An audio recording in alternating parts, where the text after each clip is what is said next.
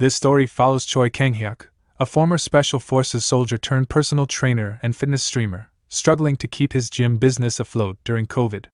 To de-stress, he reads a Murim novel about a Shaolin monk named Mujin but suddenly wakes up inside the novel as the protagonist, losing his muscular body and finding himself in a strict monastery.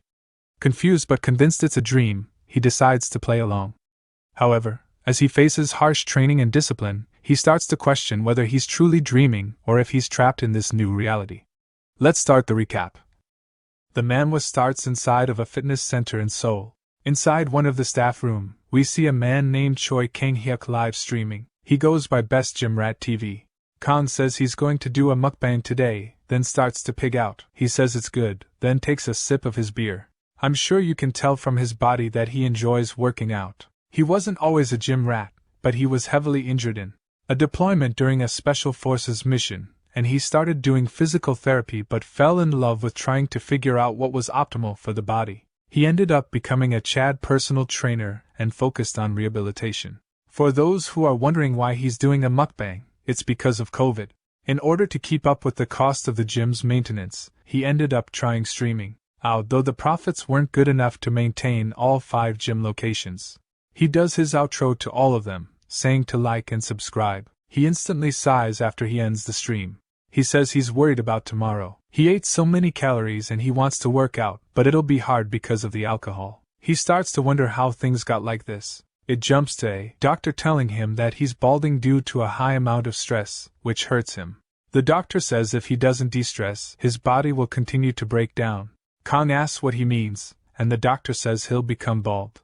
Kang doesn't want to turn into a Korean Johnny Sins, so that's why he's resting so much too. He says he doesn't know what to do. He starts to scroll on his phone and says, "Not this one." We see that he's looking at Murim novels. He grew up with his grandparents, and he would often go to the nearby bookstore and read them.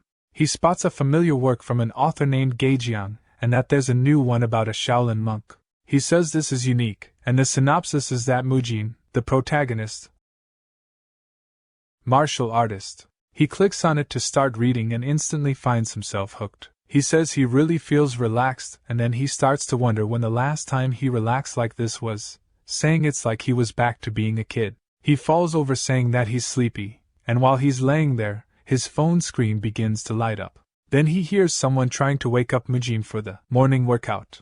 Kang raises up and looks up to see a bald head and a Shaolin in uniform as a little boy says they need to hurry up or else they'll be yelled at. Kang asks the kid how he got into his house and the kid asks what he means, saying he's older and bigger than him. Kang is 180 centimeters and 8% body fat, so he's confused. He asks the kid if his eyes are okay and looks around wondering why he's in his house, but he quickly realizes that he is not in his house and he's confused. Then he touches his head to see he's bald. He stands up wondering where the hell he is and why he's bald. Then he remembers the kid called him Mujin, and says it's the same as the novel he was reading. He wonders why he's here and why he had to lose his muscles. He quickly says it must be a dream. The kid says they'll really be late, and Kang, we'll call him Mujin from now on, stands up and says he's an adorable kid.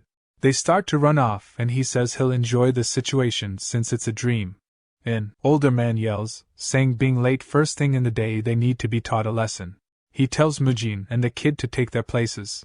Mujin says it feels so real for a dream. The man says they'll start with the horse stance first, and Mujin looks around to see everyone shaking like after a bad batch of Taco Bell. But he says they'll hurt their knees like this. Do proper exercises due to the rehabilitation training, so he understands how important the lower body and core are to bodily health. There were times he saw trainers teaching the wrong technique and that they would focus on the upper body and ignore the core, so he can tell their posture will lead to issues in the future. Their backs are too rounded and their legs are too spread. The man yells, saying the lower body is the foundation of martial arts. He says if they aren't able to maintain balance with their lower bodies, they can't properly put any strength into punching or their staff techniques. Mujin says if he knows all of this, why is he letting them have such poor posture? He grits his teeth since it's a dream. He won't stand by. He yells, saying they don't know a single thing about proper exercise. The older men and all of the other students look in disbelief.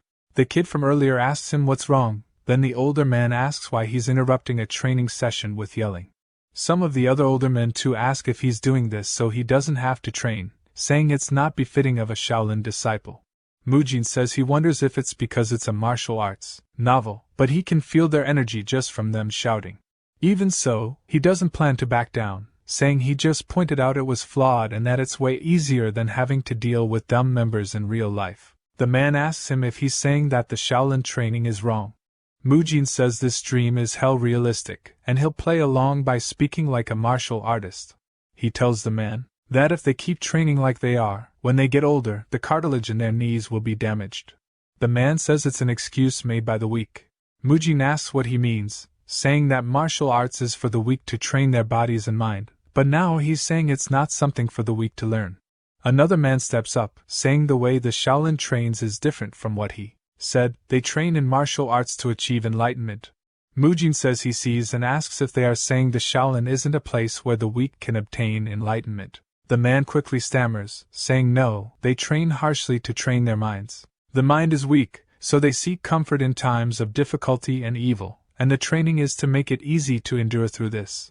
Mujin says he guesses their minds only need to be trained while they are young is practically what they are saying to him, since what he's saying is that in order to train their minds, it's fine to damage their knees when they are young, since once they are old, they won't need to go through times like that. The other students start to chatter, wondering if this is all true. Then Mujin points at a much older man, saying he wonders how much he's gone through to still not have obtained enlightenment. The dude wonders why the hell this kid is so crazy to say that to the first class disciple Hai Yung. Then Hai Yung shouts and causes the students to cover their ears. Mujin says that's a lot of pressure. All of the students look towards Hai Yung, and he begins to walk to Mujin, saying he's heard everything he said and like what the second-class disciple said, the martial arts of a Buddhist group is usually to train oneself. However, their martial arts are different. Mujin asks how Hai Yung says their martial arts are used to rescue the masses. They use them to protect others from evil and the demons that harass them. Mujin sighs, asking if they are just damaging their knees to protect others. Hai Yung stares at him, saying if they leave him be, he'll be a bad influence on the other students, but that the grown-ups cannot punish a young monk personally, so there's one option left. He tells Mujin to prove it himself. He points forward, saying he wants him to win against those who learn from the Shaolin training method to prove his point. Mujin asks who he'll be fighting, saying surely not a first-class disciple. Hai Yung says it would only be fair if he fought someone who joined at the same time and gets Magung to step forward. Hai Yung says if what he said is true, in 7 days from now, he will spar with Magung to prove himself.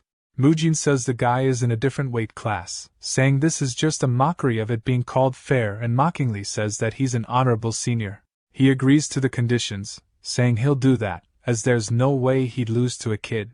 They'll see in 1 week. For now, Hai Yung says he's clearly taking the hard path. Amipa, it's a Buddhist saying. He tells the rest to get back to training. The kid from earlier asks Mujin why he's doing this, saying to just apologize. We finally learn the kid's name is Muyo. The other students stare at Mujin with annoyed looks, calling him impudent. Hai Yung says he'll see him in a week. Mujin starts to sweat while performing squats instead of doing the horse stance. A second-class disciple asked him why he was doing it, but he told him Hai Yung allowed him to. Hai Yung tells the man to leave him alone too.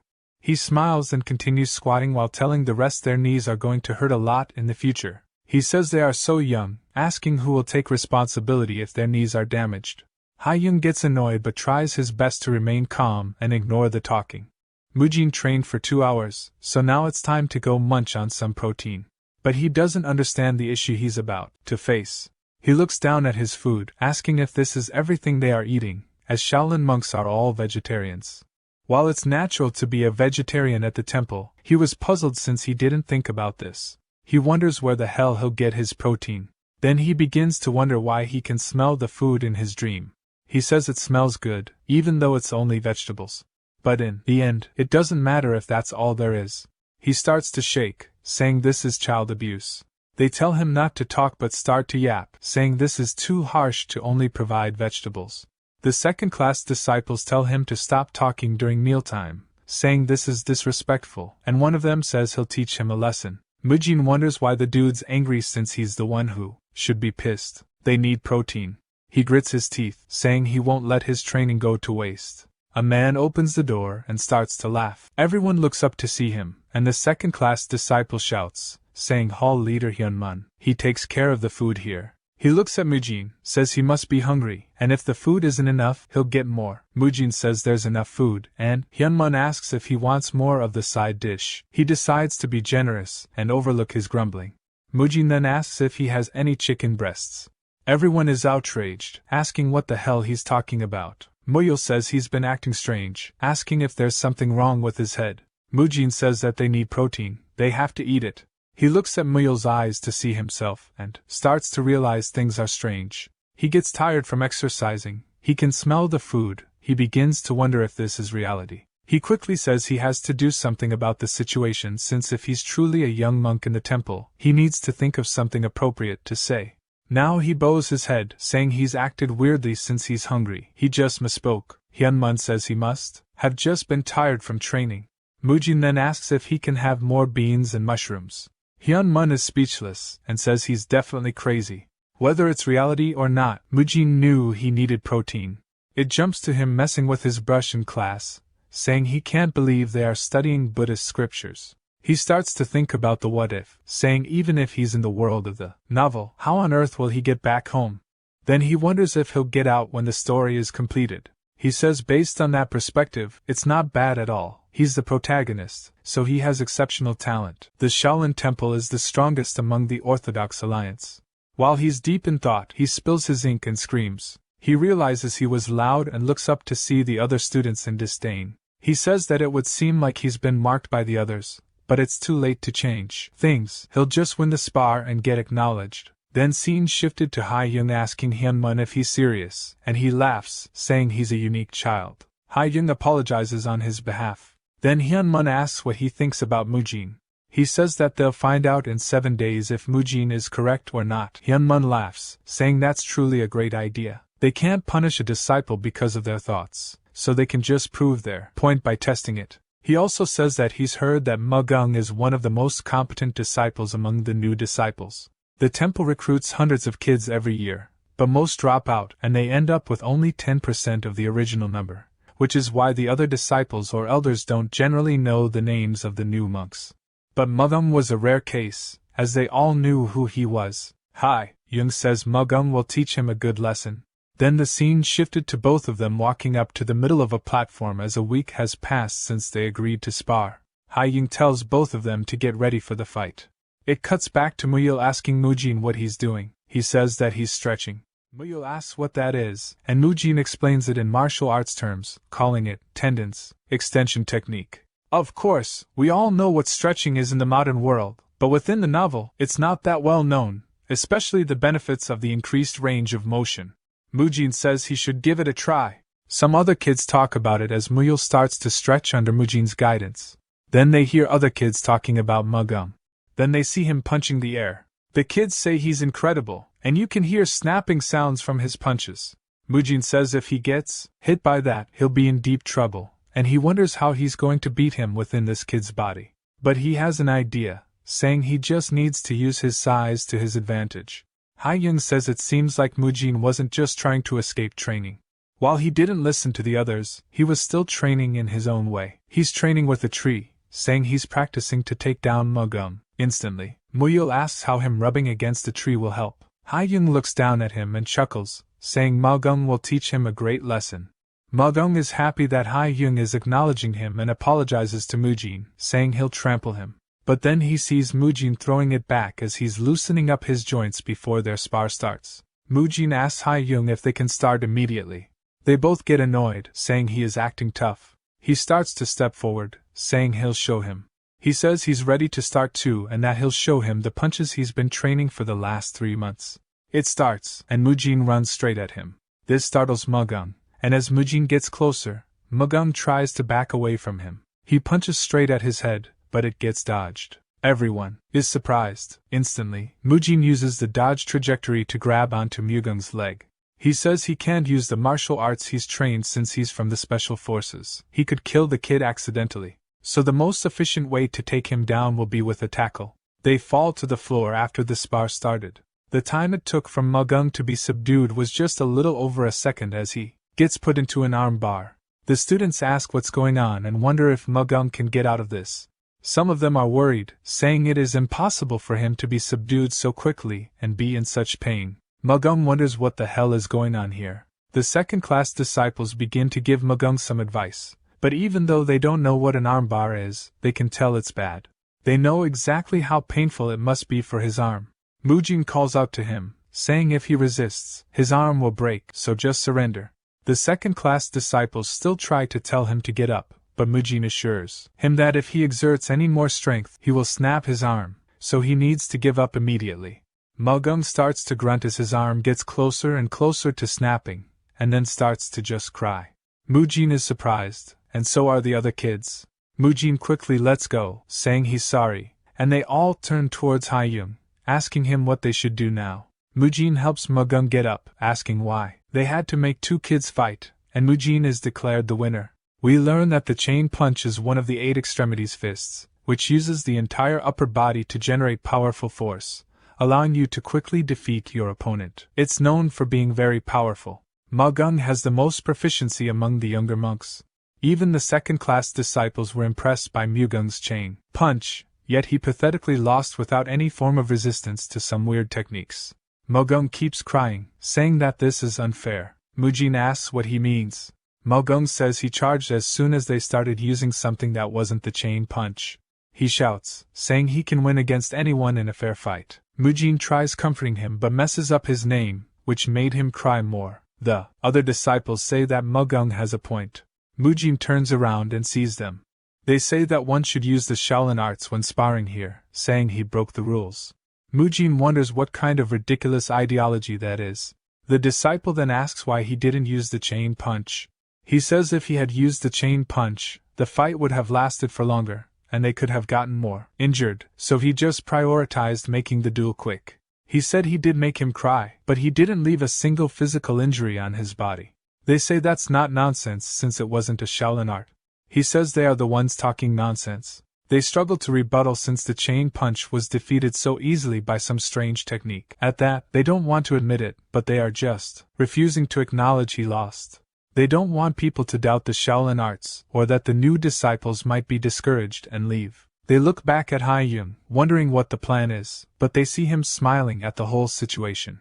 Haiyung calls out to him, asking if he truly did that technique just to not cause him harm. Mujin says yes. Haiyung says that is the true essence of Shaolin and smiles, saying he's the winner. Everyone is surprised by this. However, the reason his skill was more effective was because the opponent's level was that of a loser. The ultimate reason they learn martial arts is to take down evil and the demonic heads who've learned martial arts. So he'll show the true essence of Shaolin, the real power that can take down their enemies. He orders the rest to bring him a boulder. They bring one over. I think that's a big demonstration of their power. They start to wonder if he's going to break the rock with his fist, and Haiyung tells them to watch closely. This is the true power of the chain punch. He takes a deep breath and then ready himself, channeling his energy into his fists, then exhales upon punching the rock. The rock begins to crack and shatters as he punches a hole through it. The rock shatters to the ground, and everyone is pigging out of their gourds. Haiyung looks smug and turns after receiving all of their compliments. Even Mujin is stunlocked and says, "Whoa." He starts to grin, saying, "That's a real martial artist." He says, "This is how it should be. One hit being enough to break open a mountain. One swing can take down hundreds of enemies. A single punch putting a hole through someone." Then he realizes something. He says that Haiyung mentioned overpowering the enemy without harming them. Haiyung says yes like it's a question. Mujin points out he broke the boulder into pieces, and they all look at it and realize it doesn't make sense. Now they are thinking about it, so nobody could say anything. Later that day, we see another man named Hyun Sung talking about the fight with Haiyung. Then Haiyung says Mujin may be rather arrogant, but he trains his chain punch the most out of the students. He's worried though. Hyun Sung asks if he's worried that he's only training the chain punch to learn its weakness. He says yes, saying it could be bad if Mujin is a spy of one of the unorthodox sects, or the demonic cult. Of course, Mujin is just a modern-era gym rat. Hyun Sung says he probably isn't, and he wouldn't do something so eye-catching if he were. Haiyung suggests maybe it's reverse psychology, but Hyun Sung tells him not to worry. He's just a new disciple, and they'll find out over time if he's a spy or not. But he has an idea and says maybe he's from a martial family. Ha-young says it makes sense, as he doubts Mujin came up with those ideas by himself about the training. Hyun-sung says the greatest figure in a child's life is their father. Maybe he wanted to. But says since he defeated Mugum, he'll become more arrogant, wondering what to do about him. But then cooks something up, saying they can leave him to Beob Gang. Ha-young asks if he means the one in the discipline court. He says no, he's in the Arhat Hall instead. They agree it's a good idea. Then it jumps to some of the second-class disciples saying good night to one another. Then one of them spots something that shocks him. He says they should go somewhere else, and they look around to see what he's scared of. They see a man doing the horse stance, and we learn that it's none other than Beob Gang. They wonder what he's doing here. One of them says he's doing the horse stance, and the rest say no and ask why he's not at the training ground. They say he must have wanted to keep training without rest. They all start laughing, saying there's a reason he's called the Mad Dog. Dude is obsessed with training.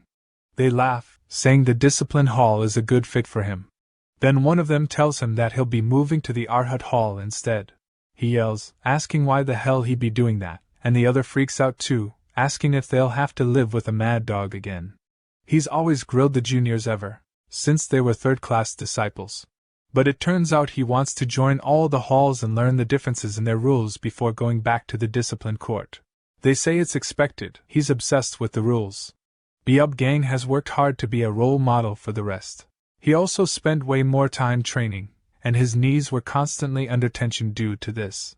If he didn't use internal energy, he'd experience so much pain that walking would be tough. But he didn't care as he considered it to be part of his mental training. He chose to embrace the pain. He just finished doing the horse stance for 30 minutes. He's heard rumors of Mujin, and how he's a problem child, but says he'll teach him the correct mindset a disciple should have. It jumps to the next day with the disciples freaking out that Beob Gang is standing in front of them all. They ask, and he says he'll be joining them all today. Mujin sees him, and Beob Gang laughs, saying he's looking forward to working with them all. Mujin says he's absolutely diced to the gills. He notices the second-class disciples aren't happy about him being here, but the first-class disciples have no idea who the hell he is. Mujin quickly understood what's going on, and says he must be Beob Gang, almost like they haven't been saying it for so long. They start their morning training, and the first thing up is horse stance. Beob Gang says the first thing to do is find the root problem. If he knows the problem, he can solve it. He walks behind Mujin while saying all of this, then spots him saying his legs are spread wider than his shoulders. He comments on how his posture is different, and starts to mimic the way he's doing it. He starts copying the squats he was doing and says it's not any different, and he feels the same pain as from the horse stance. He gets angry, thinking it's just a trick, and goes to say something to him. Beob Gang asks what he means, and he tells him his posture is wrong. Beob Gang asks him to explain, and Mujin realizes he'll have to teach him so much, and says he doesn't know why he's copying him, but he can hear his knees screaming with every squat, and he can't ignore this. He thinks about how it would be beneficial to have him on his side and decides to win him over since he has authority here. He tells him that copying him will just make his knees worse and asks if he can trust him and listen to how he instructs him to move. We see Beob Gang in a lunge pose, and Mujin says it's good he's flexible and says that this technique loosens the muscles in his knees. If he does this before the actual exercise, he'll be able to exercise smoothly while reducing the pressure placed on his knees. He tells him to do it for a 30-second interval, and that'll make a set, and he just needs to do it 3 times. Beob Gang asks what a set is. Mujin says. He misspoke, then notices that his knees are shaking and quickly massages it, asking if he's feeling better, but he looks visibly pained. Mujin says this is bad. If just a light touch hurts his knees, it must be insanely damaged. Beob Gang starts to calm down, and says at first it felt like someone hit his knee, but now it feels refreshing. Mujin says alright, then they were on the second round, so they should start again since training waits for no man. Beob Gang starts to wonder what kind of kid Mujin is. The other students see Mujin encouraging him, and Ha-young wonders what the hell is going on. Mujin says when his knees feel bad he just has to do this due to his nickname of being the Mad Dog. The other second-class disciples understand exactly what kind of obsessive person he is, but now, they see he's being friendly, training with a new monk. We see Mujin tell him to rest a bit, then they'll do it again 15 times. Mujin explains how earlier he was doing air squats, but he shouldn't since his knees are cooked, and he needs to bend his knees just slightly to take the pressure off his knees. He says he'll summarize it, and in the sequence first, you bend your knees slightly and slowly, descend down. Second, as you go to sit you must focus on your glutes and thighs to descend rather than the knees. Third, just like step 2 only use the same parts when ascending. He asks how his knees feel, and Biob Gang says they feel fine. Mujin says that's good and to rest a little. He says he's definitely feeling less pain. Mujin says now they've done this the next exercise will be focused on his calves. He explains that usually those with fierce appearances are often weak to friendly people. Mujin quickly compliments him, and Biob Gang laughs, saying he's been here for 18 years. The first-class disciples wonder if he's truly gone mad, and Ha-young starts to pray since his blood pressure is spiking like crazy, and he decides to ignore them for now. They start to head to get food and Mujin reminds him to make sure to do as he said before he trains to others. It looks like Biob Gang was blindly following his orders, but that isn't the case. He's decided to follow him after trying his technique by himself. This is what he's decided after receiving personal training, stretching lessons, and a massage from a top-class personal trainer. He thinks his techniques are incredible. He says they were really effective, and he experiences almost none of the usual pain he does with his knees, and he could feel the muscles on his legs stretch as he trained. He asks Mujin if it's techniques taught by his family. He asks what he means. Biob Gang explains that since his techniques are so effective he must be from an extraordinary family. He was told those techniques were passed down within Mujin's family. He smirks saying this is a good misunderstanding. He says he did act strangely at the start, and wondered how to explain it all but now he won't. He goes along with it. Biob Gang laughs, saying they are goat but that his praise only applies to the treatment for his knees. They are training for martial arts, and the Shaolin is 1,000 years old. He understands Mujin's heart for his family, but it'd be great if he trained the Shaolin way too. He says he'll take note of that. Then Muyo asks if he's done. Mujin says yes and tells Biob Gang he'll see him later. Biob Gang smiles, watching him leave, and hears Ha-young clear his throat. He apologizes for being unsightly. Ha-young says he's glad he's aware. Biob Gang says the know the enemy quote, and Ha-young sighs, asking what he thinks about it. He says from what he's experienced, Mujin isn't from a martial family but rather a family of physicians. He asks him why he thought so. He continues, saying he should say this first but his knees are all torn from the training. He didn't tell anyone as he didn't want them to worry, and more importantly, he didn't want to show his weak side.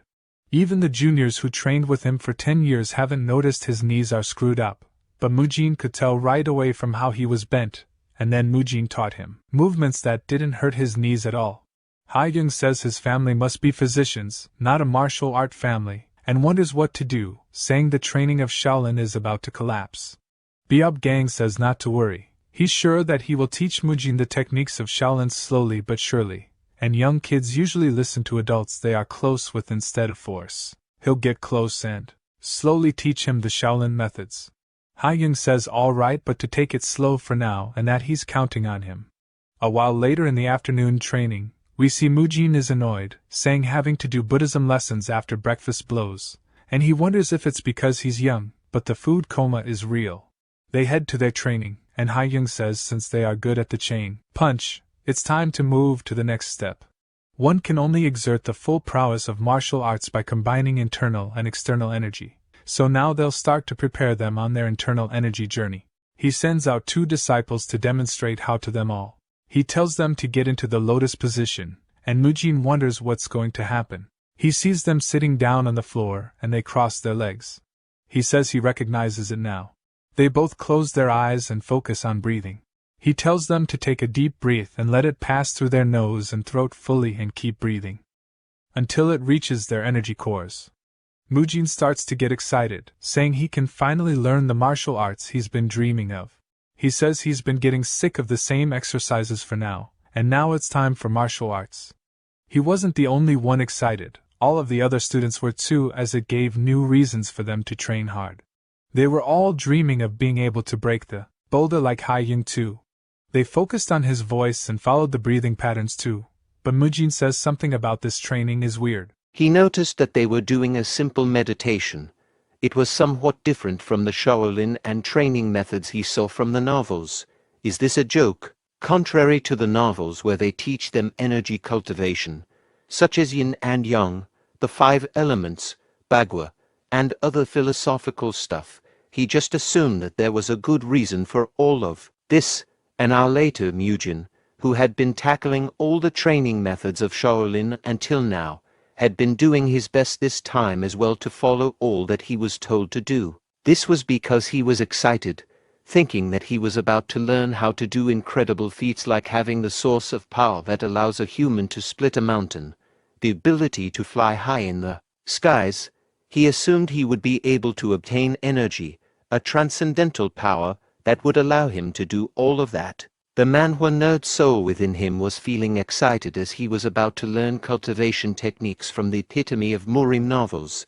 He couldn't fathom the fact that it was about to happen. Ha-young then asked them to open their eyes and stated that the energy cultivation that they just learned was only a simple breathing method that would allow them to feel the energy and accumulate it within the body, which is the first step in cultivating. Since they must feel the incoming energies first, he assigned them to do it every day and practice it hard so they could feel the energy, which made our hero have no choice but to accept. He frowned, knowing that they would be only learning breathing techniques. I want to break boulders. He remembered Ha-young's statement that they must be able to sense energy first before they could gain it. A senior then gave him a book. It was the book that the second-class disciples used, and it has images of human meridians. Ha-young informed them that there was no need for them to memorize the whole book, just memorize the meridians, which they could use when circulating energy and subduing opponents. Fortunately, Mujin had an idea about meridians, all thanks to his contemporary knowledge. He knew that meridians are passageways of energy in the body. He was aware of the idea that energy was not the only thing that flowed in them, but inner energy did as well. Because of that understanding, the meridians were something necessary for martial arts. When Ha-young asked a senior to execute the move, he knew immediately that he was doing Tenghu and Kucha.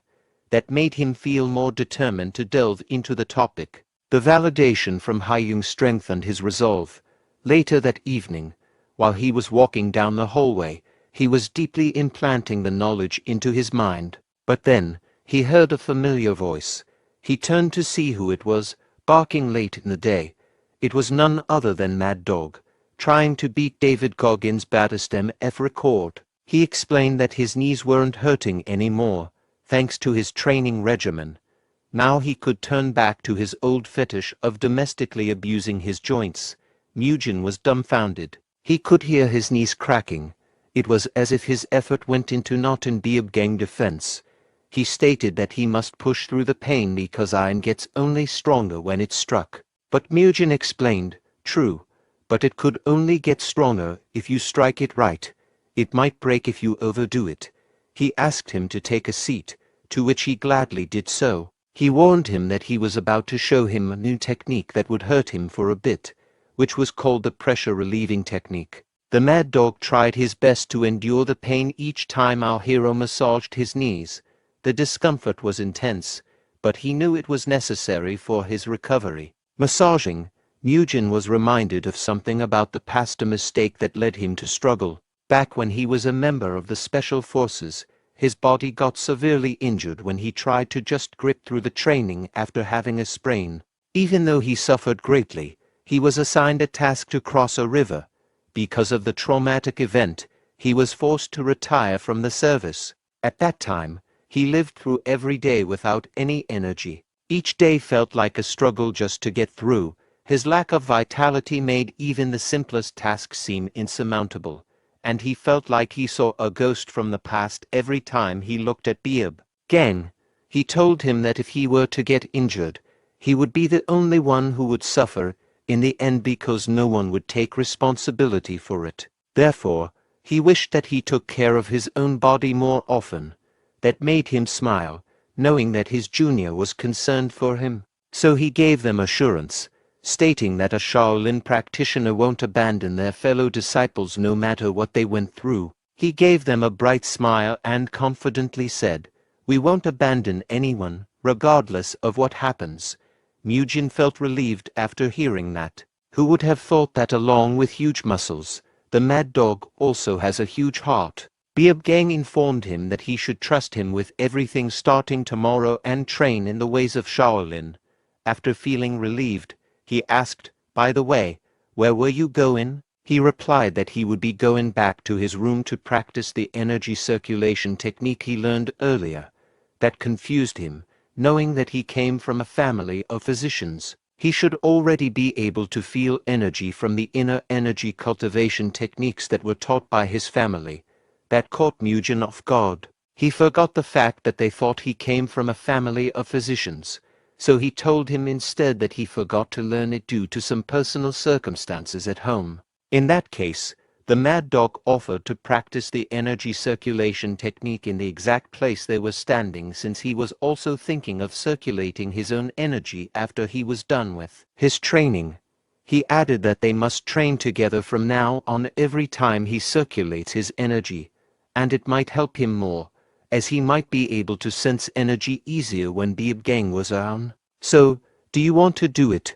Mujin was amused hearing his convincing words. He wouldn't let go of this opportunity to train with the notorious mad dog because no matter how much he tried to feel his energy, he still had no idea what it felt like. But things might be different if Beabgang cultivates beside him. He sat down in the lotus position, determined to give it a try. He was thrilled and wished to start circulating energy as soon as possible. The prospect of revitalizing his cultivation technique along with a pro filled him with excitement. The mad dog was feeling the excitement. He wanted to serve as a role model for his junior, determined to lead by example.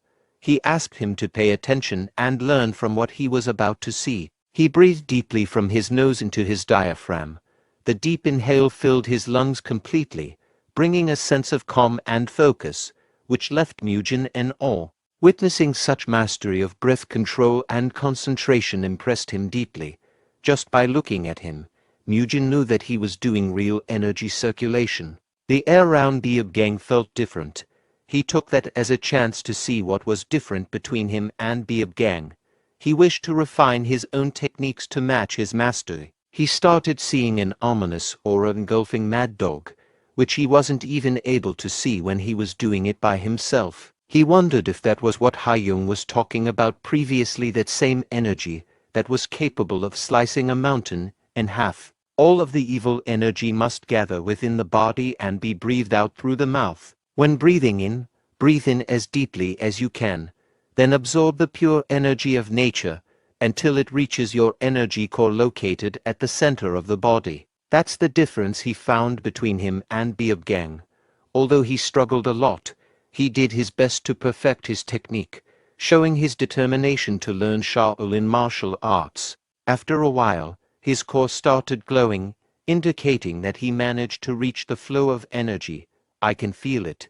Despite feeling the urge to celebrate, he maintained his composure. He understood the importance of staying focused and calm in the moment, ensuring that he must gather all of his energy. But then he found out that he only had a tiny amount of energy within him, unlike Beabgang's energy.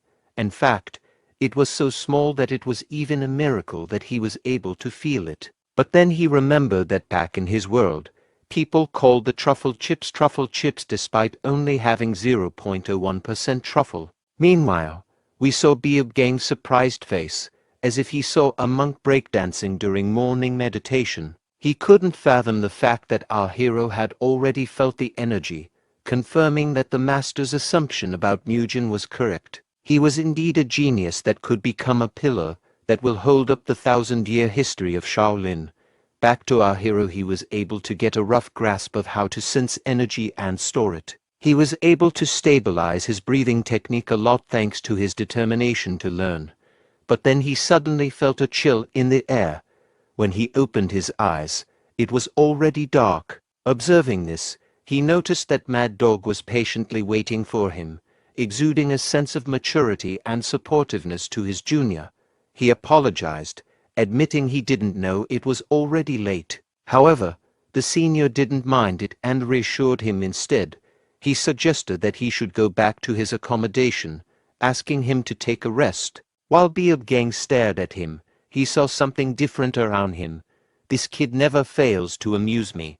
There was an unusual aura or presence that hadn't been there before. This newfound energy or change in Mugen's demeanor intrigued him, as he had already exceeded the expected level of someone who just started sensing energy. He complimented him, saying that he would be able to learn the enlightenment cultivation technique of Shaolin from now on. So Mugen asked, "I don't need to memorize meridians anymore." Mad Dog replied calmly, "You came from a family of physicians. Shouldn't you know it all by now?" Knowing he was about to get caught red-handed, he just brushed his statement off as a joke. He then left, saying that there was no need to tell unnecessary jokes and that they must go back to the temple since it was already getting late. Mugen couldn't handle the stupid family of physicians setting.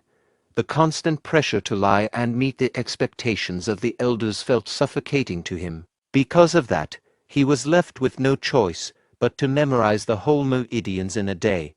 The next morning of training, Hayoung asked everyone who was able to memorize the meridians to step forward. He felt a sense of relief knowing that he was one of the people to step forward.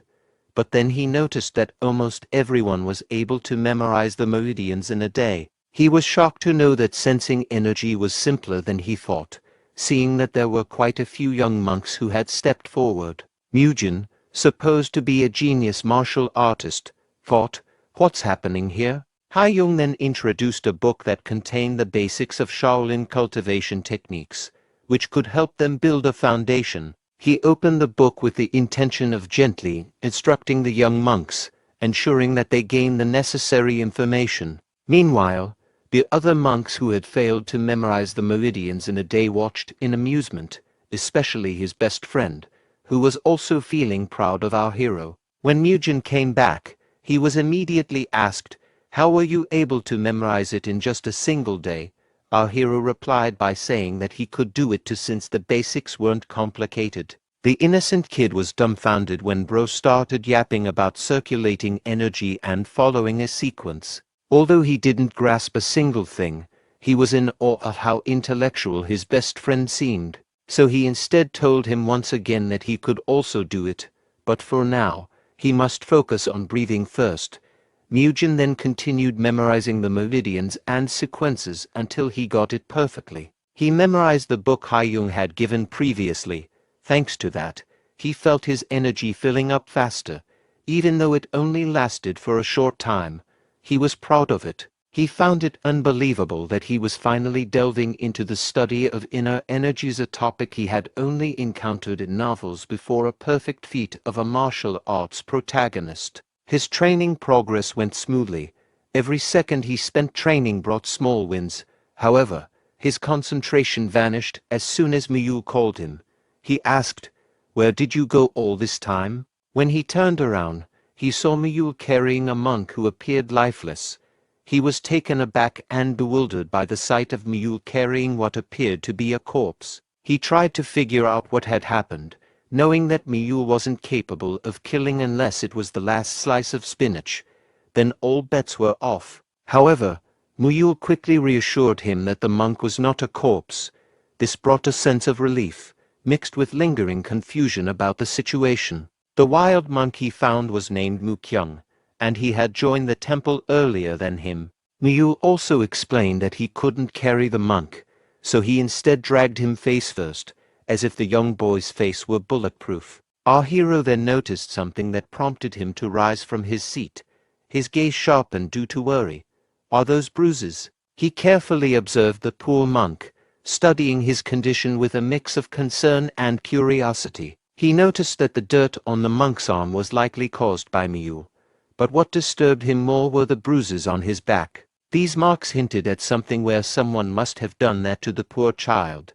Seeing the pattern of his bruises, he assumed that the monk had been beaten up. Every mark on his body looked like a footprint, which made him feel alarmed. knowing that there was a huge chance that Mukyung had experienced bullying. It suddenly dawned on him that the name Mukyung felt familiar. Mukyung, tall, scrawny, and gaunt unlike other kids, he looked like a scarecrow with sunken cheeks. Right now, that was the image that the novel Mujin remembered in passing. However, the memory that Kang Yuk knew was different. Despite not remembering his face, he knew that the name was familiar, as he had already heard that name somewhere. However, he couldn't remember, even though he tried his best to recall it. He just focused on the matter of why he got beaten up. Mujin was determined to figure out who bullied him.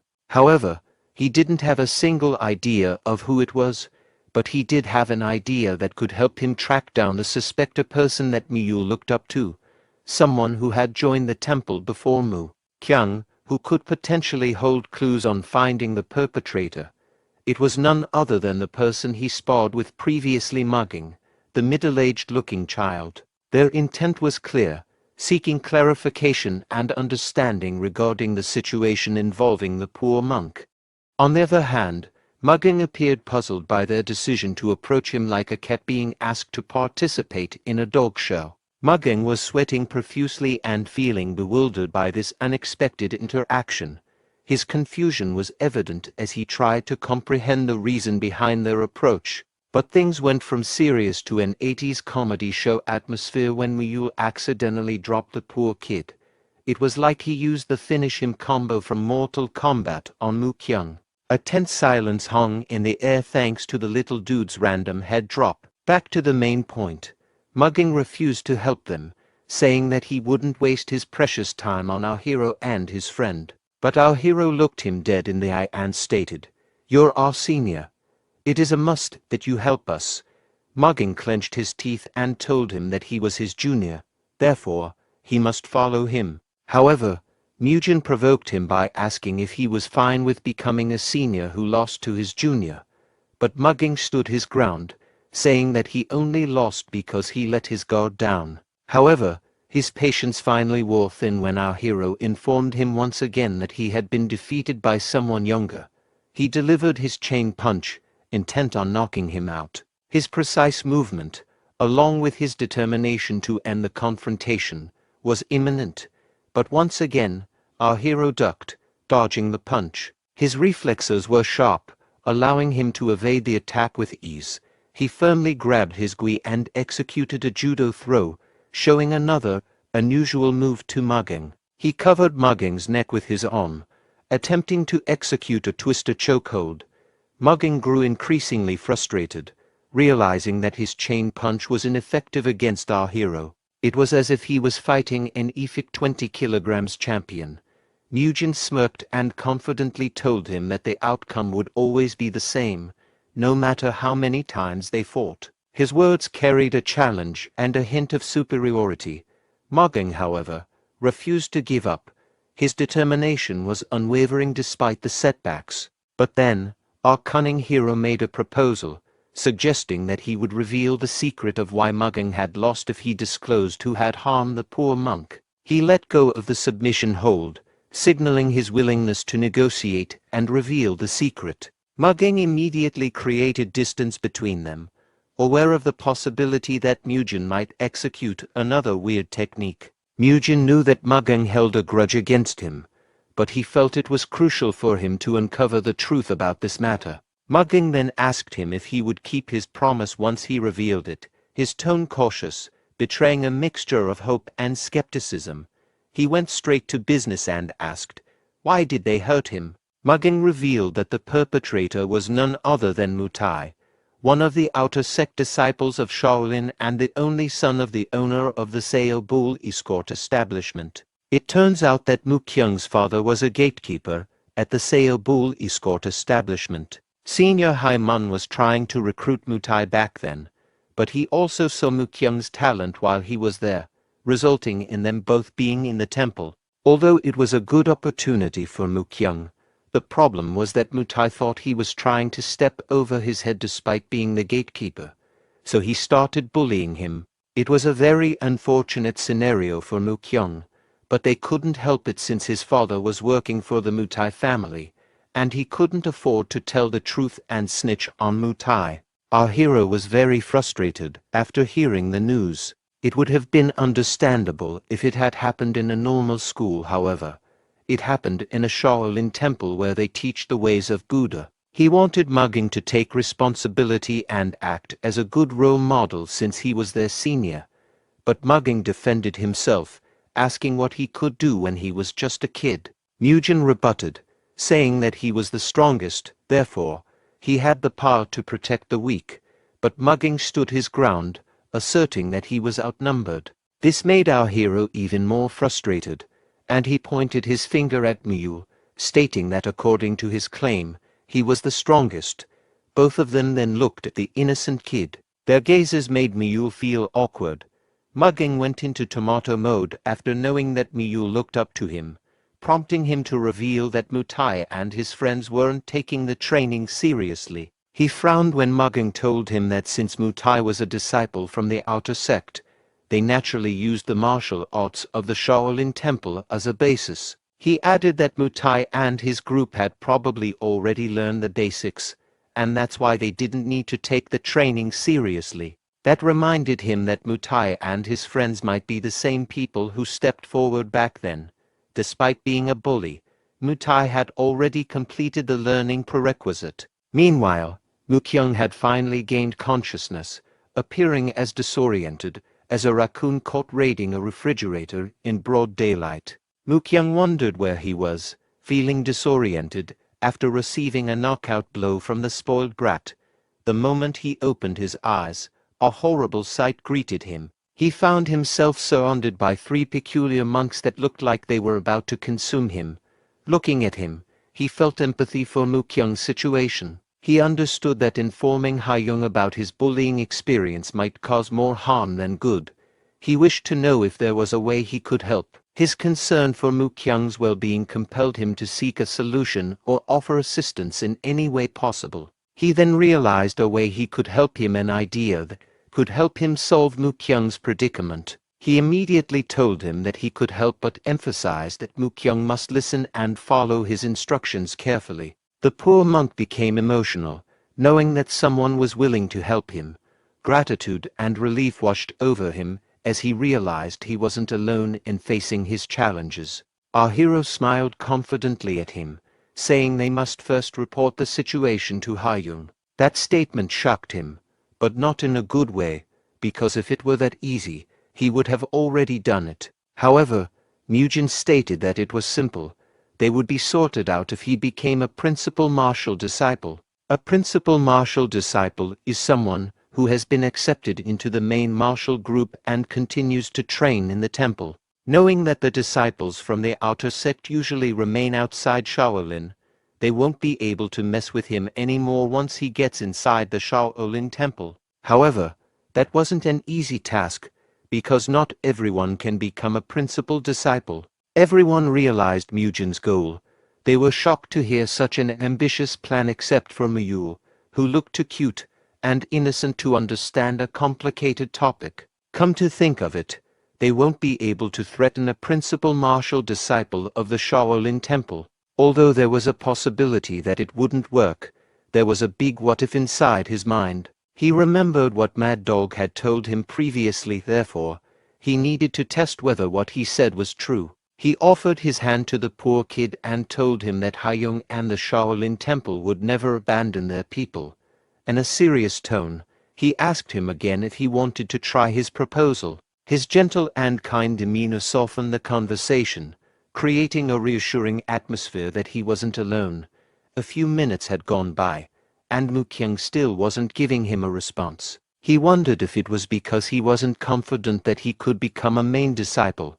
His voice was shaking, revealing his skepticism. This hesitation was evident in his tone, suggesting uncertainty or doubt about the proposal. But then Mugen decided to be blunt and asked if he intended to make his father stay working at the Mutai household. That thought filled him with anxiety, his mind racing with worries and uncertainties, knowing that he would remain a laughingstock. He closed his eyes and thought deeply about the proposal, weighing its potential outcomes and implications. In the end, he took our hero's hand and decided to give it a try. He wanted to do it one more time and fix everything, determined to make things right, which made Mugen glad. Mugen then gladly opened up about his second plan because he wouldn't allow Mutai to bully him until he became a main disciple. That prompted Mukyung to ask about his second plan, and it turns out that the plan was simple. All he had to do was beat the heck out of Mutai and his friends. 3 days later, during their free time in the afternoon, we get to see a glimpse of random monks having a conversation in a narrow alley. They were whispering in each other's ears as if they were planning something horrendous. It was revealed that those monks were Mutai and his goons, trying to cause more trouble for Mukyung. Mutai asked for his presence by blackmailing him, saying that he would send a letter to his family if he didn't show up. His goons, Muhwai and Muhwon, were eager to get their hands on the young monk. They wanted to beat him as soon as possible. News came to them that our hero Mugen and his best friend Mule had started hanging out with Mukyung, but further rumors had come saying that Mugging was also with them. They wondered why the gorilla-looking monk, who always acted like a role model, had started hanging out with them. However, that only gave them more excitement, as it would give them more practice targets. Mutai couldn't wait to put his hands on our hero, knowing that it had been quite a while since he wished to punch Mugen. The same goes for his minions. They noticed that Mugen had been acting way too out of place lately. They then proceeded to mock Mugging, saying that he was a crybaby after losing in a duel. Coincidentally, Mugging, along with his friends, arrived on the scene. They were shocked that the very person they were backstabbing was in front of them. The 4 of them were determined to fight these bullies and give them a lesson, especially our hero, who told these bullies not to run away. The bullies laughed like a malfunctioning car alarm, saying that they would never run just because he was able to beat a gorilla with no brain. That statement fueled Mugging's fury even more. He was eager to initiate the fight immediately to ensure that such a foolish remark would never be uttered again. Mohwon, with his large nose, stepped forward to face Mugging, while our hero chose to confront Muhwai. Our hero then reminded Mukyung about their deal. You know what to do. You'll deal with him. He reminded him if he still recalled what he had said, to which he assured that he did, therefore he must not worry. But that wasn't the case for Mukyung. He was skeptical about whether he could beat his bully. Mutai then provoked Mukyung, sarcastically complimenting him that he finally made a friend. The young monks stood facing each other, their gazes locked in a tense stare down, implying that an epic fight was about to come. Meanwhile, Mutai's intimidating presence had an effect on Mukyung, causing him to hesitate momentarily as he assessed his opponent's imposing demeanor. His body began to tremble at the sight of Mutai's menacing look, so Mutai took advantage, saying, "You know what would happen to you and your father if you were to hit me, right?" That statement caused Mukyung to hesitate momentarily, unsure of how to respond to the implied threat. He remembered how diligently his father worked for the Mutai family, and he didn't want to jeopardize that relationship. But then he remembered Mugen's statement, claiming that his father would remain in that horrible household if he kept being a coward. Moreover, if he wanted to alter the situation, he needed to teach them a lesson and strive to become a main disciple. Despite his tears of fear, he summoned the courage to proceed. He charged at Mutai, demanding that he leave his father alone and face him directly instead. However, Mutai managed to dodge the attack, sidestepping out of harm's way. He was shocked to see that the one he once thought of as a coward was now defending himself. He retaliated with a punch of his own and asked if Mukyung had lost his mind. On the other hand, Mugging effortlessly caught his opponent's hand, gripping it firmly and preventing any further movement. His opponent was impressed, realizing that Mugging had reacted swiftly to his punch, recognizing that he wasn't just a gorilla-looking kid. Mugging then strengthened his grip even more, to the point that his opponent had started asking why his mama brought him into the world. He couldn't fathom the sight of Mugging, who was now exuding a completely different vibe compared to before. Flashback. It turns out that Mugging had previously refused to join their forces. However, Mugen's statement that he was scared had triggered him to cooperate. He reluctantly listened to Mugen's proposal, his mind racing with conflicting emotions. But when our hero brought up the topic of why he lost to him, it piqued his interest. Our hero admitted that his chain punch was indeed strong, but that was actually all there was to it. Knowing that Mugging was still confused, our hero advised him that he would learn faster by experiencing it firsthand with his own body. He told him that he would be hitting him with his own chain punch and wanted Mugging to avoid it.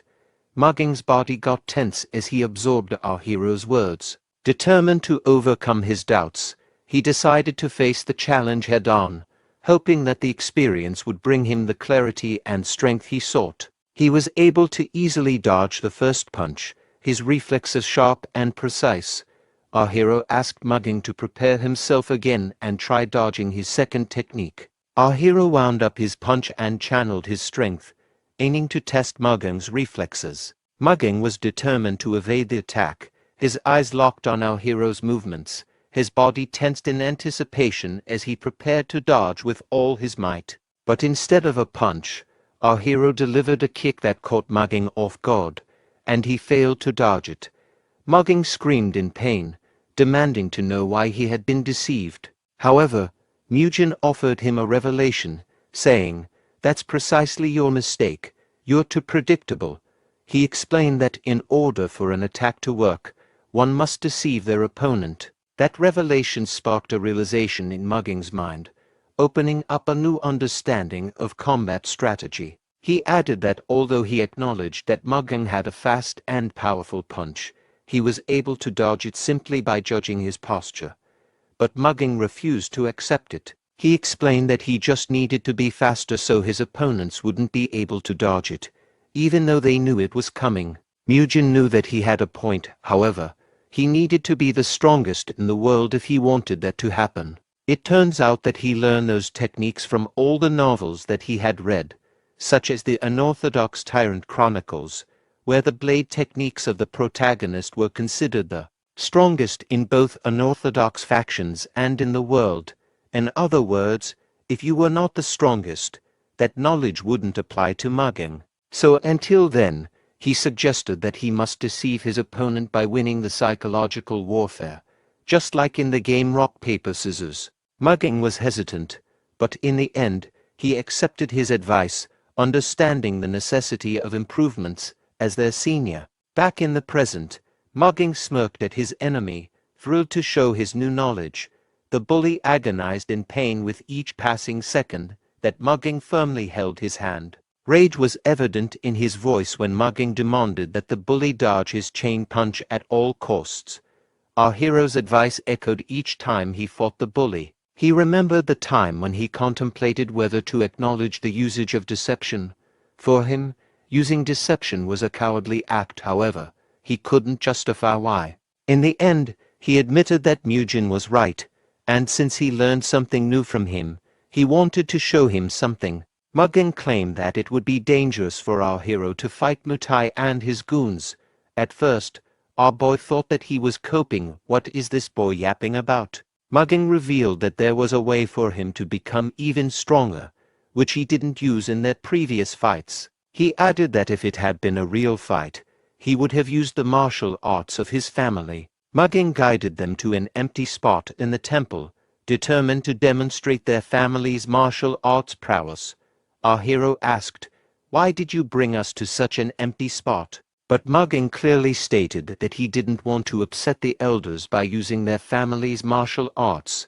He asked Mule to stay on the lookout, as he was about to execute something amazing. He closed his eyes and breathed deeply, and then an ominous green and yellow aura engulfed his body, followed by a menacing stare. Mugging prepared to showcase the formidable skills passed down through generations in his family. With all of his might, he demonstrated the art, showcasing the precision and power honed through years of practice. His fist looked as solid as a rock, reflecting the strength and intensity of his martial arts technique. Mugen was amused to witness such a powerful punch, which left him breathless and unable to formulate speech. He noticed that the form was different compared to when Mugging used his chain punch. It was as if he was looking at a high school level kickboxer. He was left in awe considering that Mugging was still young yet possessed such power. Every kick or punch Mugging delivered left a snapping sound, heightening Mugen's awareness of the potential danger when facing Mutai and his crew. I see, so if I fight Mutai and the others now, they'll all use their own martial arts against me. With the skill he demonstrated, Mugging was confident that it would leave a lasting impression on our hero. Our hero admitted that Mugging had impressed him, now understanding why he was regarded as the strongest young monk. But he knew that all of the young monks were still unable to freely control their own inner energy. If that was everything they had, he was confident that he would be able to take them down. Our hero taunted the bully, saying that if he didn't come, he would be the one who would charge forward instead. The bully took the bait, heading straight for our hero with the intent to knock him out. But our hero was confident that after seeing Mugging, he could discern the specific forms and postures they needed to harness their own energy. Compared to Mugging, the bully's punch seemed like child's play, lacking the speed and power that Mugen had witnessed earlier. He swiftly dodged the attack, effortlessly evading the bully's punch with a quick and precise movement. He anticipated that the young kid would use a chain punch. The move felt too predictable, almost like watching a scene from a 90s movie. The bully was baffled and frustrated to see that the technique he had harnessed was easily dodged. He stepped back, recognizing that his beating Mugging wasn't a fluke. But our hero wanted to conclude their duel. He charged forward like a madman, determined to end the confrontation decisively. He employed the iconic Dempsey roll to close the distance swiftly.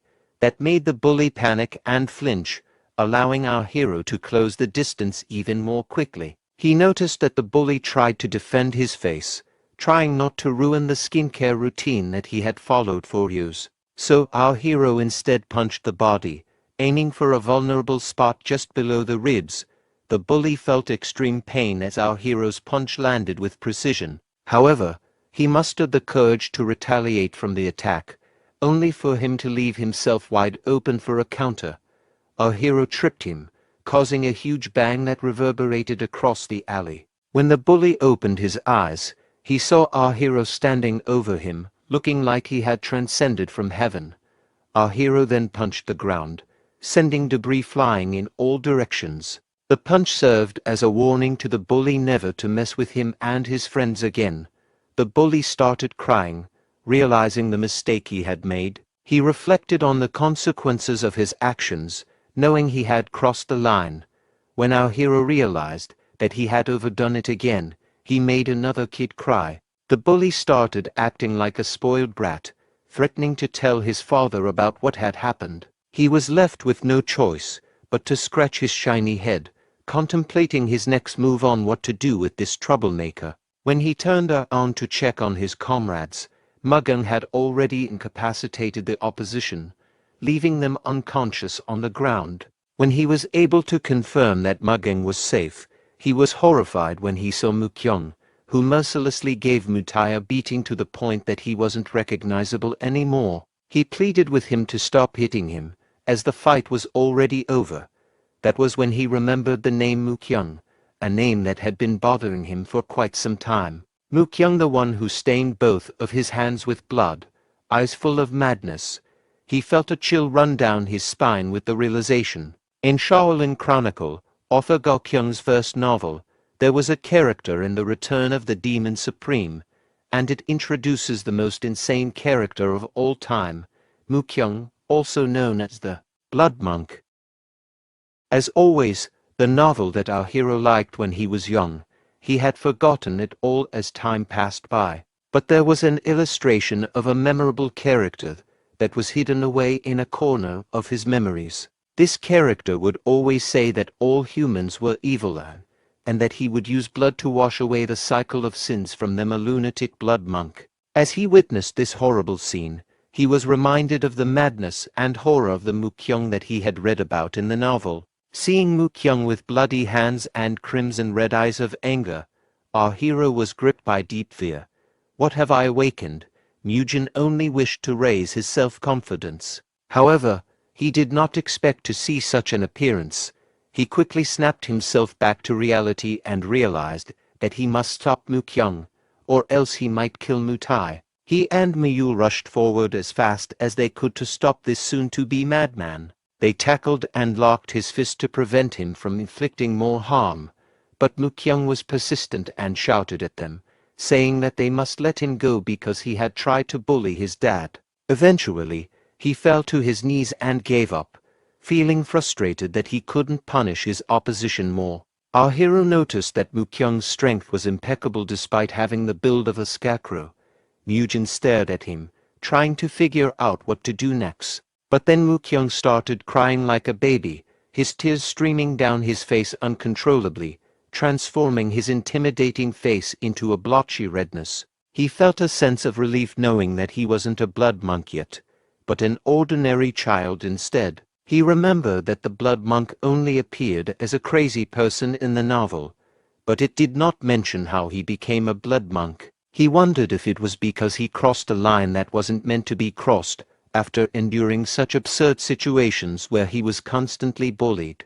But then, Mad Dog arrived, spoiling the party and making these troublemakers anxious. Our hero immediately realized that they were in huge trouble because Mad Dog, of all people, was the one who saw them. Mad Dog was furious, demanding a good explanation for what had just happened. His eyes bored into them, conveying both disappointment and anger. It looked like there was no escape in such a situation. Bodies on the floor and one kid was grieving while crying. Mad Dog even noticed that mugging was involved, even though he should be a role model, not a subject of chaos. Our hero knew that the situation was perilous, and with each second they did not talk, the more Mad Dog was getting furious. He closed his eyes, debating whether to tell the truth or not. He approached Mukyung and put his hands on his shoulder. That action confused Mad Dog because he was expecting a reply, but rather Mujin approached Mukyung instead, like a homosexual enjoyer. His eyes widened from what he saw, a horrible sight that no human being deserved to experience, especially as young as Mukyung. Our hero asked Mad Dog to take a good look at Mukyung and grasp his pain. Mukyung's bruises were everywhere, marking his body with vivid evidence of the pain he had endured. Each contusion told a story of pain and struggle, highlighting the severity of Mutai's bullying. Mad Dog was disgusted. He demanded to know what had happened, his voice tinged with a mix of frustration and concern. "Tell me immediately what happened," he ordered. Our hero revealed that those injuries had been inflicted by his fellow monks, who had bullied him ever since he came to the temple. That's why Mujin decided to help him. Knowing they had called Mukyung once again to beat him up, Mad Dog became even more furious after hearing this news. He looked at the bullies, demanding to know if what Mujin had said was true. He asked the bullies to raise their heads and look him in the eye as they answered his question. Noticing that they wouldn't give him an answer, he approached them directly and warned them that there would be severe punishment if they lied. The other seniors then arrived, as late as cops in movies, and asked why they were hearing loud yells.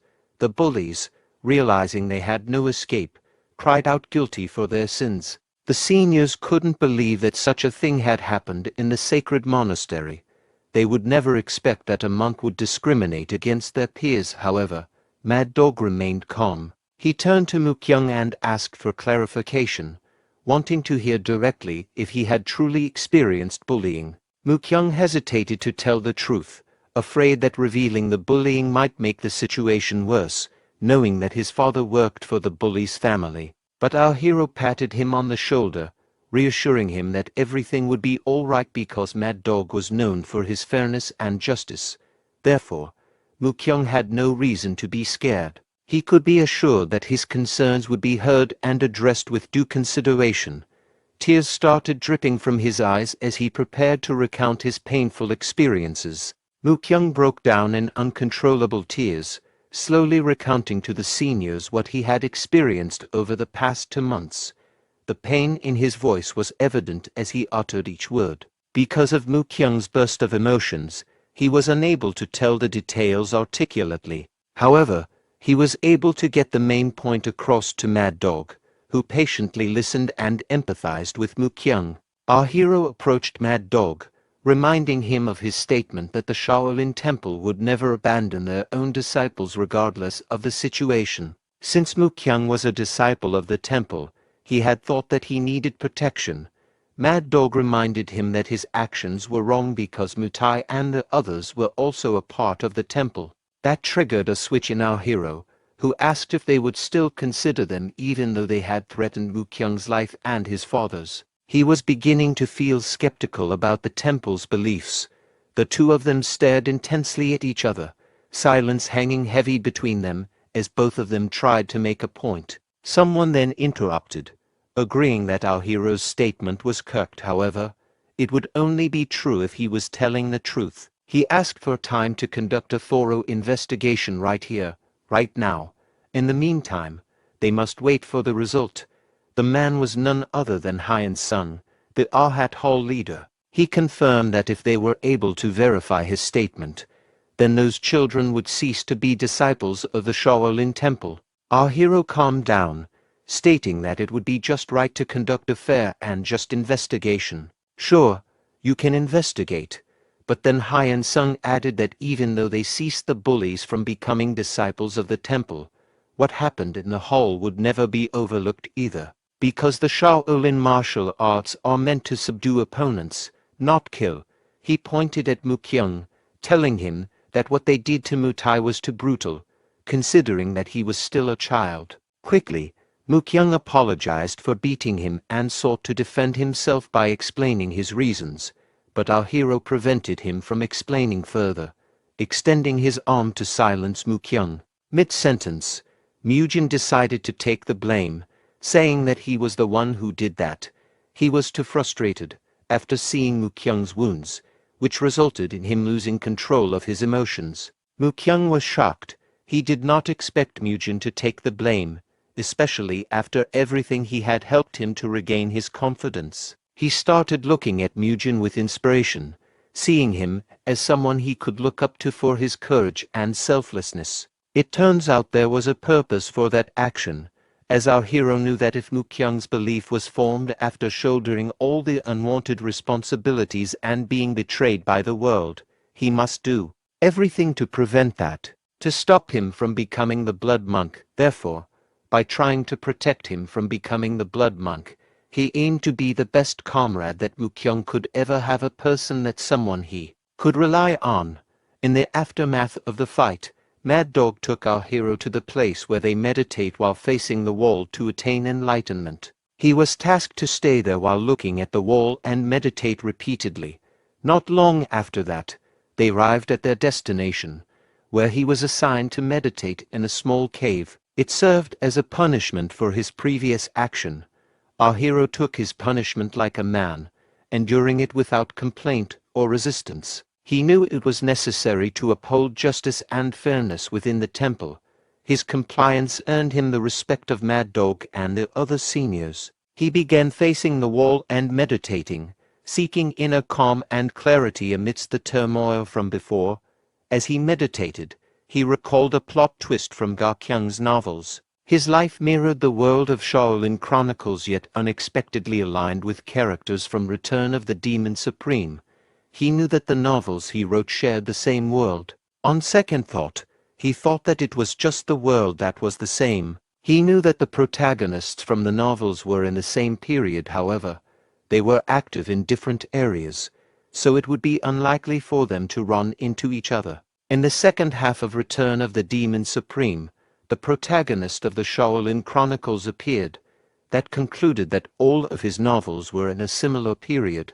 This prompted him to think that his actions might influence the events that took place in other novels. He started overthinking, saying, "Can my interference cause a butterfly effect? What if it gets in the way of other novels' protagonists' growth?" He decided that if he wished to get stronger, he would need to find the right place and connections. However, he couldn't remember anything other than the ones that would affect the growth of the other protagonists because it had been 10 years since he read a novel. He only remembered the overarching stories, but his memories were still vague as he was unable to recall the exact details. He thought that if he stole those opportunities from the protagonists, the story development might be screwed up. He was worried that he might mess up Shaolin Chronicles and turn it into a cheap Chinese novel. He had already taken in Mukyun, who was supposed to become the Blood Monk. He must make sure that it works somehow, because the protagonist of Return of the Demon Supreme would gain enlightenment and become stronger, and his fight with the Blood Monk. However, the Blood Monk had now disappeared, along with the enlightenment that he was supposed to gain, which happened because of our hero's mistake. He realized that he was in a messed up situation. He tried to think deeply about what to do next. However, there was no single idea that came to his mind. Meanwhile, Mad Dog was still lurking behind, as if he was a low-key pedophile. He stared at him intensely, carefully observing his posture and focused during meditation with a scrutinizing gaze. He assessed whether every breath was deliberate, every thought centered. Looks like he is focused on his repentance right now. He was captivated that a 12-year-old child was able to have that kind of concentration and repentant mindset. In addition, he also witnessed the special techniques and talents that he had shown. He knew for a fact that this child would become the pillar of Shaolin. A while ago, the whole leader blamed himself for what happened. However, Haiyung took full accountability instead, saying that he failed to watch them. They focused on the matter, and the whole leader asked about the current status of the investigation. Haiyung revealed that after interrogating everyone, their testimonies were the same. The truth had prevailed, and Mutai and his friends were found guilty because of the incident. It brought great shame to Shaolin, and the atmosphere in the Arhat Hole went bad. Not long after that, Mad Dog arrived. Mad Dog asked Haiyung if he noticed the same thing as well, to which he replied that he did. They were able to find out easily that Mukyung was the one who beat up Mutai, judging from the obvious wounds on his hands. They knew that Mujin just took the blame, wanting to protect his friend. In that confusing situation, the whole leader thought that they had both a disaster and a blessing appearing at the same time, but Mad Dog argued that it was more of a blessing finding the disaster and stopping it, because if it weren't for Mujin, there was no telling what else would have happened. The three eggheads sighed and contemplated the situation. Mad Dog then said that he would like to give his opinion about the incident, to which Hyen Sung allowed him to go ahead. Whole leader, I think this incident isn't due to any certain individual's fault, but rather is the fault of everyone. Mad Dog knew that it would be better not to blame anyone but to focus instead on making sure it wouldn't happen again. Hyen Sung got his point and asked if he had an idea in his mind. Mad Dog furiously yet passionately stated that he believed the root cause of the issue was a lack of proper training. He argued that more rigorous and disciplined training was essential to prevent such incidents in the future. The whole leader thought deeply about Mad Dog's masochistic proposal, but Mad Dog wanted to confirm if he was allowed to proceed with that. Hyen Sung stood up, saying he would leave the matter to him and Haiyung, and he would be busy for a few days to wrap the matter up. Now that they knew the children were guilty, they must punish them accordingly. That's why he must go to the discipline court first. Mad Dog accepted and promised that he would do his best to guide the children, which he did as he was still observing our hero. Even though 2 hours had already passed, he was impressed that our hero hadn't moved in the slightest after 2 hours of meditating. He realized that there was no more point in monitoring him. Just by simply judging our hero's discipline, he left the scene using his movement art technique and promised that he would bring Mujin water and rice balls from time to time, so he doesn't need to worry and just focus on his meditation. Now back to our hero, who was close to being Buddha himself for cultivating for hours. He was glad that the creep had finally disappeared. He boasted that he was in the special forces for 7 years, and it wasn't for nothing. That was why he was able to sense that Mad Dog was nearby. He lay down, thinking about what he should do to kill time for his 7-day punishment. He was worried because he didn't have beans or mushrooms to give him the protein he needed for exercising. That was when he realized it had been ages since he last ate meat. He remembered that he ate fried chicken right before he got transmigrated to another world. He reminisced about the crispy skin that crunched with every bite, along with its tender meat that would make you forget your name. His stomach started growling, craving the taste of meat. He felt an intense hunger gnawing at him, making it hard to focus. He pondered where he could get meat, briefly considering if the monks would notice a missing chicken from the coop. He quickly stood up as he realized a brilliant idea. Since he was already in the forest, he decided he should go for a hunt. After all, it couldn't be that hard to catch a squirrel or two, right? We then get to see a glimpse of a little girl and a rabbit, both curiously eyeing our hero's hunting trap. However, the stupid rabbit still fell into the trap, and our hero couldn't help but chuckle at the unexpected success of his trap. The little girl immediately hid behind the tall grass, peeking out cautiously to see what would happen next. She watched as our hero approached the trap, wondering if he would notice her presence. Our hero shouted like a madman, exclaiming that protein had finally arrived. As a result, he instantly became a 0 out of 10 in the girl's eyes. His eyes started glowing, and his mouth began watering from the sight of the meat, like a carnivorous disco ball ready to party. The girl, however, patiently watched our hero's protein obsession. On the other side, in an area near Mount Songshan where the Shaolin Temple is, in a peaceful prefecture called Yucheon, the Shaolin disciples spread out in the area to gather information. They would talk to the people there and thus hear from them about what happened in the place. Shortly after, they all gathered at the entrance of the Sao Bull escort establishment. A monk named Haigul introduced himself. He is the vice hall leader of Shaolin Outer Hall. An escort was delighted that he was able to meet the esteemed monk. The escort introduced himself, and his name was Simon Piang. He was Mutai's father and the owner of Sao Bull establishment. He felt honored to meet a person known for his invincible fist. However, his smiling reaction disappeared when he saw his son. His son was barely recognizable from the bruises and injuries he received from Mukyung's previous attack. That angered Simon Piang a lot, and he demanded an answer as to why his son was trembling badly. However, the monk stood their ground. Haigul was determined to state the truth despite being against someone as powerful as Simon. He exclaimed that the reason for his son being in that state was due to his own wrongdoings, because rather than training his body and mind to be pure, he bullied his friends instead, causing conflict in the Shaolin Temple.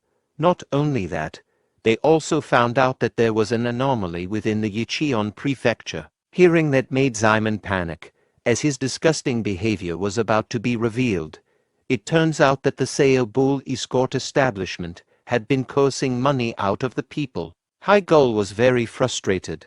He couldn't believe that an outer sect that followed the Shaolin Temple would do such an evil deed. He immediately commanded everyone to take action so that these evildoers would never be able to use martial arts ever again.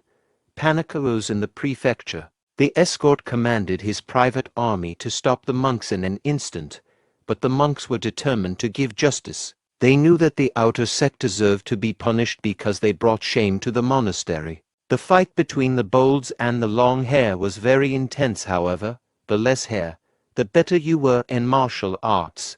In the end, the monks had successfully removed all of their martial arts, leaving not a single trace of their past skills or abilities. The second thing they must do was to take everything that the outer sect had taken unfairly from the common people and return it back to them. Meanwhile, Haiyung noticed that the citizens were panicking from the commotion. He realized that something had to be done quickly to restore order and calm the people, so he looked for Mr. Bang Jion, Mukyung's father. The man raised his hand and confirmed that he was the man they were looking for. He was shocked when he heard the news that his son was the one who got bullied. Haiyung did his best to apologize to the man. He took full responsibility for the bullying that his son had experienced and promised that it would never happen again. Still, the poor father couldn't believe that such a thing happened at the monastery. He thought that his son was in a place he could consider as safe. Once again, Haiyung apologized for not being able to stop it earlier. He knew that saying sorry wasn't enough, but he assured that the Shaolin Temple would take full responsibility. On that day, Haigul and the other Shaolin disciples helped Mutai's father transfer to work under other escort establishments affiliated with the Shaolin Temple as a porter. Meanwhile, our hero was still spending his days in the forest. He saw a sloppy trap set up ahead and couldn't help but feel confused because who the heck in the world would use a small branch to catch prey? He noticed that the trap was a little similar to the rabbit trap he made yesterday. However, there was a huge difference compared to his trap. This one was trash. But our hero was smart. He knew that there was a person trying to copy him, so there was another person on the mountain beside him. He quickly turned around upon hearing someone bustling in the bushes. He scanned the area carefully, knowing that the person behind the bush was the person who imitated him without copyright.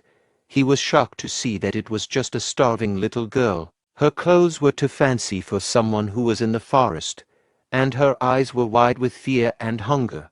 The girl suddenly ran away, darting into the dense forest with surprising speed. He tried to chase her, but the girl was incredibly fast, weaving through the trees and underbrush with an agility that surprised him.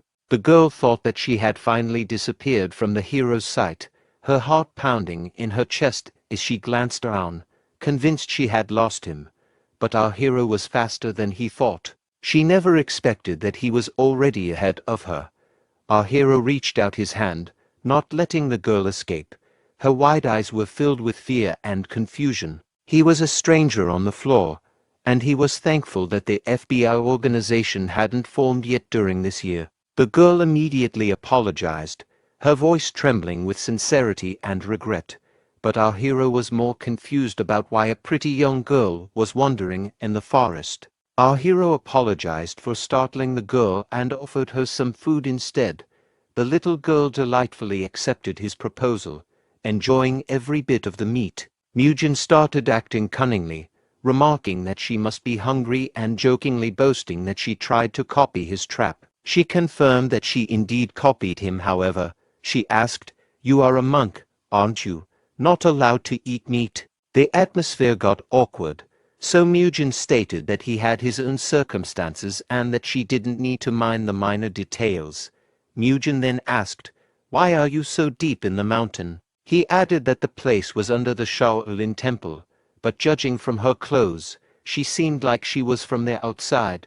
The little girl lost her appetite after hearing our hero's answer. She glanced away, uncertain how to respond to his question. It turns out that her father left her, leaving her wandering in the dense mountain forest. Our hero realized that she had her own circumstances and decided not to ask about them. He gently changed the topic. "By the way, can you please keep my rabbit hunting a secret?" The little girl innocently asked for his reason. "Is it because you couldn't be caught eating meat?" Mugen stated that there was another reason besides that. Our hero proposed that if she kept it a secret, she would help her return home. In exchange, he told her that an influential shirtless monk would come and be able to help her easily. The little girl was skeptical. She asked, "How did you know that he's coming?" Our hero smiled and said, "Because I can feel his presence." He told her that he just needed to wait at the entrance of the cave, and the shirtless dude would arrive. While Mad Dog was about to check on our hero, the little girl asked for his help. She stated that she got separated from her group and lost her way. Of course, Mad Dog would always be willing to help, but he realized that there was something he needed to do first. He asked the little girl if she perhaps saw a boy inside the cave. Our hero suddenly got chills as they talked about him, which made the little girl chuckle. She was able to realize why Mugen asked her to keep it a secret that they met. She covered for him, saying that she did not approach the cave because she was scared. Mad Dog bought the cover. He stated that he knew Mugen wouldn't disappoint him. Knowing that he was doing well, he decided to go back down along with the girl.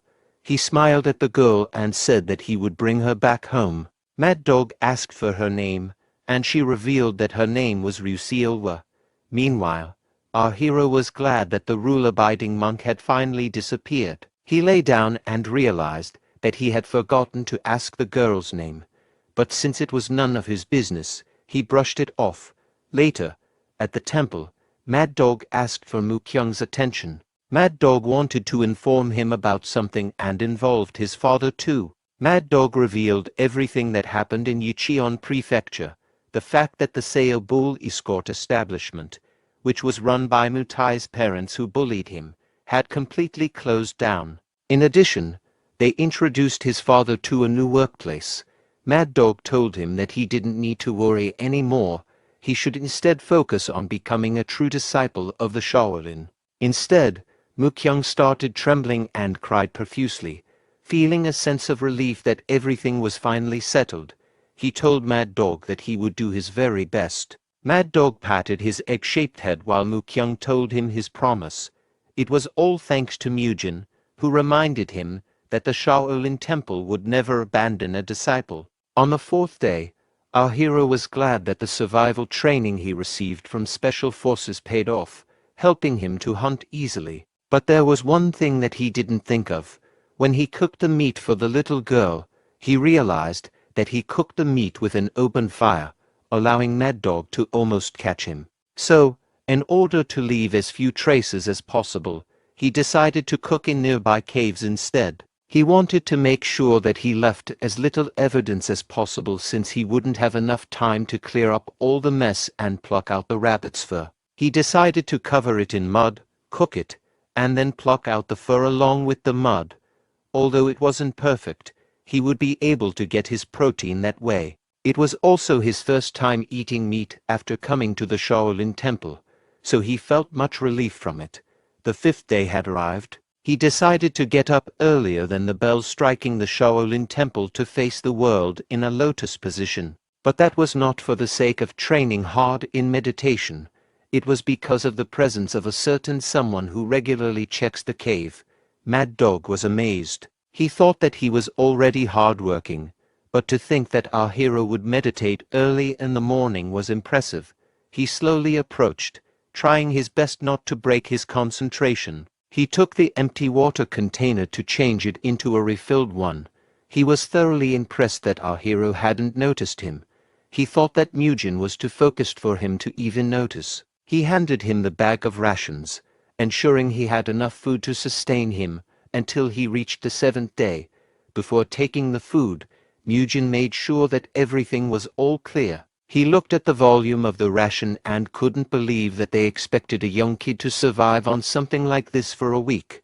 He found the punishment too harsh. He decided to eat the grain ball and drink the water that was given once a day. He also made up for the energy that he lacked during his hunt. At this point, we could say that hunting became a routine of his. On the sixth day, our hero proceeded with his workout routine in order to use the protein and energy he had consumed. But before doing so, he made sure that his body was warmed up as much as possible. As he kept moving his body, he realized something. The breathing method used while exercising was similar to the energy circulation technique. So he tried his best to challenge himself by combining the enlightenment cultivation technique and exercises to start his own kind of training. The result was that his body was feeling more refreshed than ever before. By this time, he didn't know that this process was the training process of the energy accumulation art. The final day had arrived. Mad Dog arrived early in the morning, stating that his wall-facing meditation had ended, allowing him to finally get up. "I see, so may I speak now?" Mad Dog told him that he was now allowed to speak. He also added that he would be participating in today's morning training. While walking in the mountains, Mujin asked about how the incident had been handled. Mad Dog replied that after they investigated the Tai's family, they found out that their establishment had been committing numerous atrocious deeds in the village, so they destroyed the martial arts of everyone in that place and shut them down. He also added that they introduced Mukyung's father to a new workplace. In the middle of their conversation, Mad Dog said that they increased the intensity of the training regimen. "So far, I allowed you to train in your own way because of what I promised you, but to be fair to the rest, you'll need to follow the training of the Shaolin Temple now." Mujin frowned, expressing his frustration that they were still embroiled in their bizarre exercise odyssey. Our hero asked if he could simply increase the intensity of his own training regimen instead, but Mad Dog asked him to try the Shaolin way first. At the training hall, he was greeted with smiles by his friends, whose warm welcome made our hero feel like he belonged. They told him that the training had become really tiring lately, however. Seeing him again made them feel refreshed. Mukyung kindly informed him that he almost gave up. On the other hand, Mugyung boasted that something like that was a basic thing to do. Hayoung then arrived, telling everyone that training was about to start. He asked them to get in their positions as quickly as they could. The seniors brought a bag of sand pouches and gave each monk the required amount. The monks were feeling skeptical about whether to wear it or not. They knew that these sand pouches would serve as extra weight, which was why the training had gotten tougher. Hayoung then announced that they would proceed with the horse dance. Every monk was struggling, and even though Mujin had returned, the training did not stop. As the training got tougher, everyone started sweating profusely. However, our favorite gym rat was happier to do so. He could finally smash his PR by using the sand pouches as free weights. Although he didn't like the grip and weight distribution of the sand pouches, he gladly used them for the sake of gains because he knew that he wouldn't be training as a bodybuilder at this age. It was the perfect opportunity to use it to increase his strength instead. The senior monks immediately noticed that he was yet again doing an exercise they had never seen before. They started calling him dense for not reading the situation. On the training grounds, Mad Dog then arrived, pissed that our hero had turned the Shaolin training into a circus show. The seniors were thrilled that Mujin was about to be reprimanded by Mad Dog. Mad Dog's frustration was evident. He gritted his teeth hard, and veins had started popping out on his face. But then he noticed that our hero was sweating more than the others. It prompted him to think that our hero's regimen might be tougher training than his. But that wasn't the main point because he started feeling a sharp sense of energy around him. He wondered if our hero had already known about the energy accumulation art. Energy accumulation art is an energy circulation technique that can only be done once one has successfully accumulated energy in their body, and has gotten used to the energy to a certain degree. This art allows the user to break out of the norms of a physique and display superhuman strength. The boulder-breaking demonstration that Monk Hayoung showed previously belongs under this category. It is also possible to use it to do things like flying in the sky or moving at extremely fast speeds.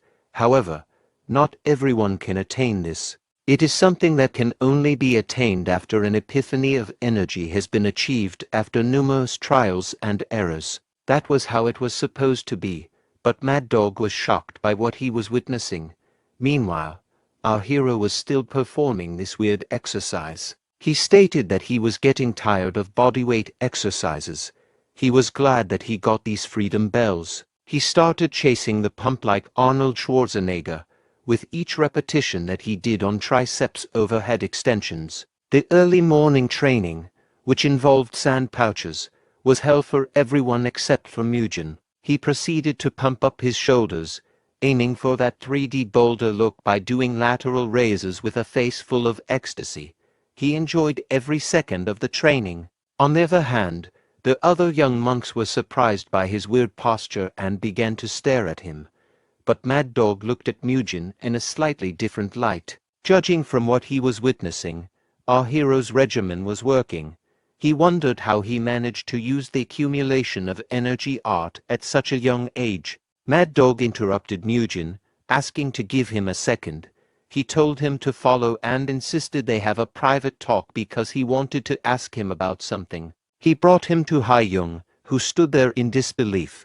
He was also deeply shocked by the event because the auras emanating from our hero were a result of his energy accumulation art. He said to himself that it was probably the result of the wall meditation training, but he was worried that if he told them that, he would basically be admitting that he was doing other stuff and not serving his punishment, so he brushed it off, saying that he was just testing things out. He told them that his family had emphasized a lot of breathing techniques, and it seemed that he got excited about today's exercise. He added that his family's breathing techniques were similar to the energy circulation technique, so he applied the same principles. The eyes of the two widened in shock, their expressions frozen in disbelief at what they had just witnessed, like they'd seen a monk with long hair for the first time. Ha-Young knew that energy accumulation art should only be possible after the basic enlightenment cultivation had been mastered. Although that technique was only a basic technique, it would still take a few years for someone to master it. Among those who mastered it, only a few were able to effectively use the energy accumulation art, a technique requiring profound skill and deep understanding. The required process is for everyone to build a foundation first using the enlightenment cultivation technique, then go to the next level compared to accumulating energy with the energy accumulation art after they've mastered the enlightenment cultivation technique. But if someone's able to attain the energy accumulation art after learning the enlightenment like Mugen, they'll be able to accumulate energy faster than their peers. If they learn the next level's cultivation technique on top of that, then their prowess will increase by folds. Ha-Young tried his best not to grin seeing such a genius of a monk. He knew that our hero would be able to learn the higher cultivation techniques quickly. Their eyes were filled with hidden intentions behind those cheerful smiles, particularly Ha-Young, who approached him in an oddly curious manner. However, their expectations disappeared when our hero told them that he could only do it if he was using his family's breathing technique. The sight left the two bald heads stunned and disappointed, however. It also gave them a sense of relief that Mugen was still just a kid after all. Our hero's pump was slowly disappearing, so he asked if he could leave the scene. The two realized that they had gotten greedy for expecting too much from a 12-year-old child. After the training, Muyul asked Mukyung to do the thing they always did. Again, he noticed that they were doing the muscle lengthening technique that he taught to Muyul, and Mukyung revealed that they were doing this consistently after training. When our hero received his punishment, both Mugyung and Mukyung were interested in doing it, so Muyul taught them. Mukyung scratched his shiny head, saying that his body had started feeling better since he did the muscle lengthening technique. He was surprised to see that Muyul had started teaching others. He didn't think about him since he wasn't mentioned in the novel, but on second thought, he thought that Muyul was pretty good with his body. He wondered if the reason he wasn't able to become a martial master was because he was an idiot despite being talented. Meanwhile, we see Mugyung looking gloomy. Our hero asked if he would also do the muscle lengthening technique. Muyul revealed that Mugyung was unable to do so due to his stiff body. His face flushed like a ripe tomato, saying, "That's right, my body is stiff." Our hero sighed, saying that having a stiff body doesn't matter because that was precisely what the technique was used for. He didn't want to make fun of him because everyone was a beginner at some point. That statement made Mugyung reminisce about his past. Everyone in the monastery was amazed by his amazing frame to the point where they wished they had a family like him. They assumed that since he came from a good family, he must be talented, giving him the motivation to push harder so everyone could look up to him. He also scratched his shiny head and said that he didn't expect our hero to say the right thing, that one must not make fun of those who work hard. With that, our hero offered that they must proceed to a muscle lengthening session. Mugyung grimaced slightly as he did his best to endure the intense stretching session. On closer look, Mugen noticed that Mukyung's body was also stiff, but not as stiff as Mugyung's. He then looked forward to seeing Muyul's stretches, knowing that he was the one who taught the two. The four of them stood in a line and did a side bend exercise together, stretching their bodies sideways in unison. Mugyung immediately received a nagging from our hero. Later on, they proceeded to do breathing exercises. He informed them that this one would be easier compared to before. Mugyung knew that Muyul also possessed great physical prowess since he was hanging out with our hero from the start. In fact, even Mugen was shocked to see that Muyul could do a split. Mugen, who was among the strongest monks in their age group, found Muyul a little stupid, but very talented, and Mukyung, who easily beat up Mutai. Mugyung knew that he was surrounded by monsters, however. He would be working hard so he wouldn't lose out. For him, he wanted to become the strongest. It looks like the future of Shin is in good hands. Days passed, and thanks to the addition of sand pouches into the dawn training, our hero enjoyed his time doing various free weight exercises. I can feel that my muscle is pumping, he said. During his free time, he practiced energy accumulation. He managed to accumulate more energy through energy breathing and was able to grow stronger. He would also stretch with his friends between training sessions, an activity he thoroughly enjoyed. Keep your back straight. Don't lean forward while doing those sessions, he reminded them. He couldn't escape the glances of his seniors. Their eyes seemed to follow his every movement, and they couldn't help but notice how his body was getting swole. As the days went by, his shoulders, especially, had broadened and become more defined, a testament to his intense exercises. They wondered if his impressive gains were due to the special method he was training along with his friends. After 10 days had passed, a change occurred for the training sessions. From now on, each monk would begin to focus on learning the inner energy cultivation technique. As most of them had already mastered the enlightenment cultivation technique, this new phase in their training promised to unlock even greater potential within them. Ha-young brought out his favorite students to demonstrate the feat to the young bucks. These were the very students who tried to gaslight Mujin after beating Mugging. The first move is the core punch. This is done by starting circulating energy and then pulling the accumulated energy in the core to go past the energy C point, the gastric cavity point, and the palace point. After those complicated Shaolin yaps, 70% of the energy will go by their right arm, pass by the breath vessel point, and then head to the shoulder bone point. The remaining 30% will go to the left arm. Our hero tried his best to apply those complicated techniques. He focused intently, accumulating all of his energy and transferring it deep within his core. The process requires good concentration, but such a feat is nothing for a gym rat. He then split the energy in a 7-to-3 ratio, carefully directing the larger portion to the right arm and the remaining to his left. After that, he took his stance, ready to execute the chain punch. With a deep breath, he initiated the chain punch, and it created a spark-like eruption of energy. He was shocked by the result. Although it wasn't enough to break a boulder, the difference was substantial compared to his previous attempts. He knew immediately that the concept behind his breakthrough lay in the way a portion of his energy was being strengthened. As his acupoints were stimulated by his own energy, he understood that distributing the energy instead of channeling it all into one arm was to maintain his balance by dispersing the energy throughout his body.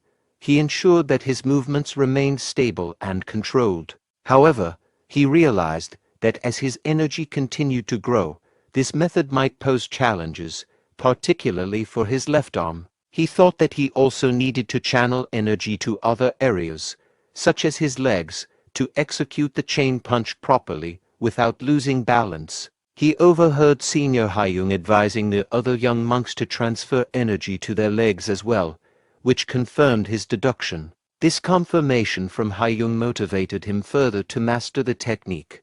He started spreading his energy across his legs as well, aiming to control his body as a whole. This approach allowed him to maintain a solid stance and foundation for his chain punch, but his experience wasn't enough to let him fully master the technique. He realized that the feat was harder than he had initially expected. He wondered how much training he would need to execute such a complicated step effectively in a real fight. Still, he was determined to face the challenge head-on. He was driven by a strong desire to gain the same power and mastery as the protagonists from the novels he had read before. But then he saw his best friend Mule performing some random dance moves as if he were engaging in a ritual dance to summon a legendary dragon. He knew for a fact that Mule would find the process complicated, as even he struggled with the daunting task of spreading his energy. But the vibe Mule was giving was the same as middle-aged white women doing anything except a normal workout. Mule's actions were enough to make him facepalm and say, "This guy is screwed." Concerned, he approached Mule in a calm and composed manner, trying to understand what was going on. Muyul looked up with a sheepish grin and admitted, "I can't remember what we were told to do." Our hero tried his best to be mature and asked, "Can you tell me what you can't remember?" He instantly regretted asking when it turned out that this egghead had everything upside down. Rather than starting from the energy sea, the palace point, and then to the gastric cavity point, he stated, "I think it goes from the energy core to the great palace and then to the gastric point." Even when it came to something as basic as the 70-30 energy distribution, he managed to get it entirely wrong. His understanding was so flawed that it became evident he had an attention span of a tick-tock. Muyul was deeply embarrassed by such a glaring mistake, especially after our hero took the time to correct him. Our hero, on the other hand, had an internal monologue, so that's why he was never mentioned in the novel. Despite being talented, he's too dumb. Our hero tried his best to explain the technique as simply as possible. He advised Muyul not to worry about the acupoints and instead focus on where he was pointing his finger. He pointed to his abdomen and asked if he could gather it there. Then he advised it to move swiftly yet smoothly until it reached his shoulder. Immediately, Muyul managed to do it thanks to our hero's simplified energy accumulation technique for dummies. He sighed with relief, realizing that teaching his best friend wasn't so difficult after all, as long as he explained everything at a lower pace. But Muyul quickly forgot everything he had been taught. Our hero sighed once more, this time with a mix of frustration and resignation. If only he could punch a kid without consequence, he would do it. This kid has the brain of a goldfish. During those tough days, our hero learned the chain punch technique. For days, Hayoung and the second-class disciples would teach one new step each day. Since it is a foundational martial art, there aren't a lot of moves to follow, and they were able to teach everything within 10 days. After that, everyone was trained separately based on how fast their progress went. It was rigorous and intense, however. Each young monk was determined to become stronger now. In the present, 71 days had passed. Mujin, Mugging, Mukyung, and even Muyul were training diligently. They managed to successfully learn the 10 moves of the chain punch, however. The feat wasn't easy. Mugging, who was sweating profusely, told our hero that 20 seconds had passed when our hero stood up. We were treated to a glimpse of his impressive, well-defined back. Those muscles were a testament to his hard work and discipline for the last few days. Our hero smiled at Mugging and suggested they move on to their next training session. "Nothing beats a good old squat," he said, eager to shift the focus to the fundamentals of Shaolin. During the dawn training session, Instructor Mad Dog was visibly impressed that none of the young trainees had given up. All of them were pushing themselves hard and remained committed to learning Shaolin. But then he noticed that one of the disciples was breathing loudly with each repetition. Intrigued, he looked closer at the training and was shocked by what he saw. It was none other than our hero, who had stacked a substantial number of sandbags onto his squats. His efforts and intensity and his workout were so impressive that even the relentless Instructor Mad Dog was taken aback. What in the world? He couldn't help but wonder how many sandbags our hero was carrying, and to achieve such a feat at such a young age was nothing short of remarkable. He was thoroughly impressed by how huge Mujin's muscles were. The size, definition, and vascularity of his physique were top-notch. If you put him beside any monks of his generation, it was very noticeable that he would mog them. The wittiness of his back alone was enough to set him apart from others. He achieved all that by his own strength in just 2 months. Was he really right all along? He reminisced about all the times he had spent with Mujin, from warning him about the drawbacks of his squat variation to helping him return to the temple after he had been punished. He wondered if the Shaolin temple had been wrong all along and if this kid wasn't just spouting nonsense. The whole leader arrived, snapping him back to reality. He was asked why he was still on the training ground when the session had already ended. Mad Dog immediately stood up to show his respect to the whole leader, but the whole leader interrupted his apology, clearly more concerned about his well-being and the reasons behind his lingering on.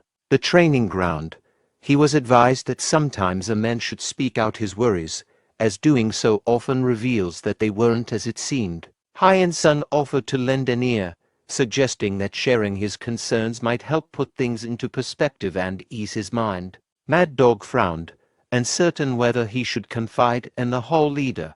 He took a deep breath and began to explain all of his concerns about Mugen. After lunch, our hero was taken aback when he received a summons from the head of the Arhat Hall. But Mad Dog insisted that he should go because it was a very important discussion. Meanwhile, his less than supportive friends were laughing and expressing concern about him at the same time. Just admit that you're wrong this time, okay? Mad Dog hurried him along, emphasizing that the whole leader was waiting. Even though he was skeptical, he had no choice but to comply. Our hero was overwhelmed with anxiety, overthinking every possibility. He feared that he might have inadvertently caused more trouble without knowing. He couldn't help but wonder why someone as important as the whole leader would summon a kid like him. The whole leader was also surprised. Although he already knew that he was talented and a little eccentric, along with the unique training techniques that he did, he wouldn't expect that even Mad Dog would pay so much attention to him. Back then, he suggested to Mad Dog that he needed to talk to Mugen personally because the solution to his question could only be answered if he was able to see him in person. Now, at the very moment, he was facing the notorious kid known for his latent talent. He observed our hero carefully, taking in every detail of him, from physique to minor details. Meanwhile, our hero was filled with anxiety, wondering, why did he summon me so suddenly? It had been a few minutes, and the whole leader continued to observe him silently, doing nothing. Bro, we having a staring contest. But then he noticed that Hyan-sung was glancing at different parts of his body, uncertain whether the whole leader was impressed by his new physique or if there was another reason for the scrutiny. Our hero began doing a bodybuilder side chest pose in front of the respected whole leader. The whole leader was both impressed and somewhat disgusted. "What are you doing?" he asked, his tone a mixture of astonishment and disapproval. Our hero tried his best to brush it off, saying that he just wanted to stand in a different position. Having a meeting with Mugen once again made him reminisce about the first time he was summoned, which had not been for a good reason.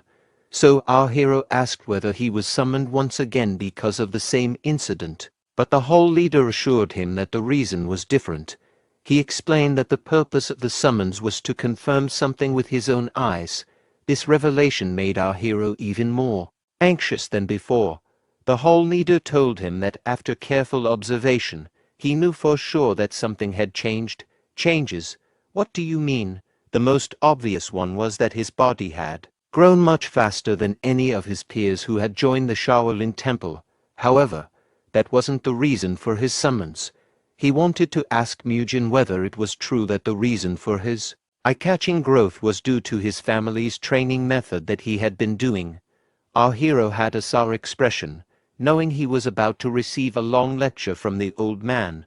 This BS again? So, he took the courage to ask whether he was asking to find out whether his training was indeed better or not. But contrary to his expectations, Hyan-sung told him that he wouldn't lecture him, as the Shaolin Temple isn't close-minded. In fact, he wanted to make a proposal to our young man. Mugen was confused. He thought that this old man was finally losing it. For all of the days he spent training under the temple's care, he received nothing but criticism from the seniors. The whole leader revealed that the reason the Shaolin Temple had been able to last for 1,000 years was that they had maintained a mindset to fix their shortcomings and take in what was good for everyone. There were times that they must be gentle, but there were also times that they must be tough. In other words, if our hero's training regimen was indeed good, then he would consider it. That statement left our hero in shock. He wouldn't expect this time would finally be alive, and what's making it more shocking is that the whole leader was the one who gave him a chance out of all people. "Did I hear that wrong? This old man will accept my training method," he uttered, his voice filled with disbelief. Our hero reminded himself of the person in front of him, Hyein Sung, our hall leader. Before becoming a martial artist, Hyein Sung had practiced aestheticism in pursuit of becoming a Buddha. He knew that receiving approval from someone with such a profound background would be a monumental decision, marking a significant validation of his training methods. To include Mugen's training would simply be a training that everyone was uncertain of, but now he was given an opportunity to be in charge of the younger monk's training. If things went wrong, Hyein Sung might receive unthinkable punishments. Despite that, he still decided to take the gamble so Shaolin Temple could become stronger. He believed that if Mugen's training proved effective, it could become a pillar of the Shaolin Temple's 1,000-year history, potentially making it stronger than ever before. Much to everyone's surprise, our hero found the task a hassle. "Why would I do that?" he asked, his tone reflecting his reluctance and frustration with the idea. Hyein Sung couldn't believe that he was receiving such a rejection. Our hero had been fighting for his own way of martial arts for months, yet, now faced with a significant opportunity, he seemed unwilling to do it. "What do you mean you refuse?" he exclaimed. Our hero argued that there were 70 new monks he would need to teach, and it might hinder his own training. Additionally, since the incident from before, he had been cast out by his peers and treated as if he were insane. Given this reception, he felt that no one in the temple would follow a lunatic like him. However, that wasn't all. Mugen also thought that he wouldn't receive any benefit from teaching those ungrateful monks. "I had nothing to gain and a lot to lose. Besides, it's not that helping others would help me reach the ending faster," he said. He expected that teaching those rascals would only complicate matters further, so he didn't want to waste his precious time and effort for nothing. But for the old man's sake, our hero tried his best to be understanding. He said he would take on the task, but he had one condition. Fast forward to the night, when the moon was full and the stars were shining brightly in the clear sky. The young bucks were sleeping soundlessly, unaware of what lay ahead. Our hero inhaled deeply, preparing to make the loudest shout he could muster to wake the monks from their slumber.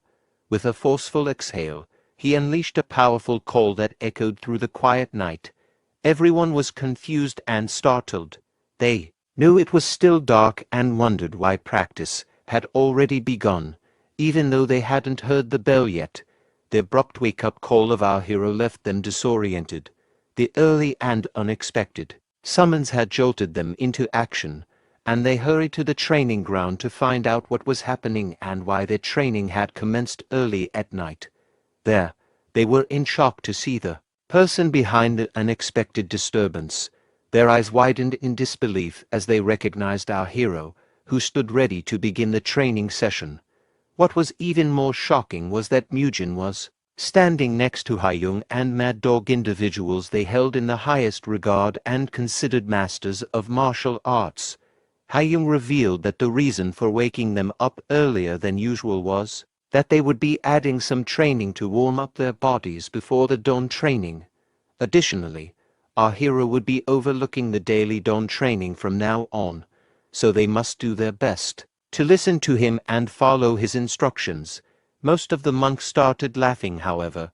Mugen had already expected that he would not receive a great reaction.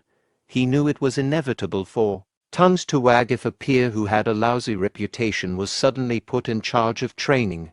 However, now that he was in charge of this, he wouldn't let them underestimate him any more. He took a deep breath, asking everyone to keep quiet. His commanding voice echoed around the temple, honed by his military experience. It was made clear that our hero wasn't joking. With a commanding presence that even Mad Dog was left in awe, he stated that from today forward, he would be teaching the training methods of his family during the dawn training. During the training, he advised everyone not to treat him as a new monk like them. Instead, he wanted to be called instructor. His demand for respect and recognition was foreseeable. That made Haiyung even more impressed. Who would have expected that, besides his talent and shiny head, Mugen also possessed the traits of a leader. Judging by the look in Mugen's eyes, it was clear that he was not here to mess around. His determination and willingness to become an instructor were palpable, reflecting a serious commitment to his role and a readiness to lead with authority and purpose. Meanwhile, Mugen noticed that the other monks behind him were laughing at our hero. Their mocking laughter and whispered insults angered him because he knew Mugen was the real deal. Our hero wouldn't allow such disrespect. He gritted his teeth, his resolve hardening as he prepared to address the mockery and defend his position. He looked at them and asked, "Why are you laughing? Do you think this is a joke?" His voice was sharp and demanding. That statement struck fear into the young monks. They were visibly intimidated, and their laughter faded as they realized the seriousness and commitment of our hero. To finish their skepticism, he asked anyone who had issues with him being their instructor to step forward.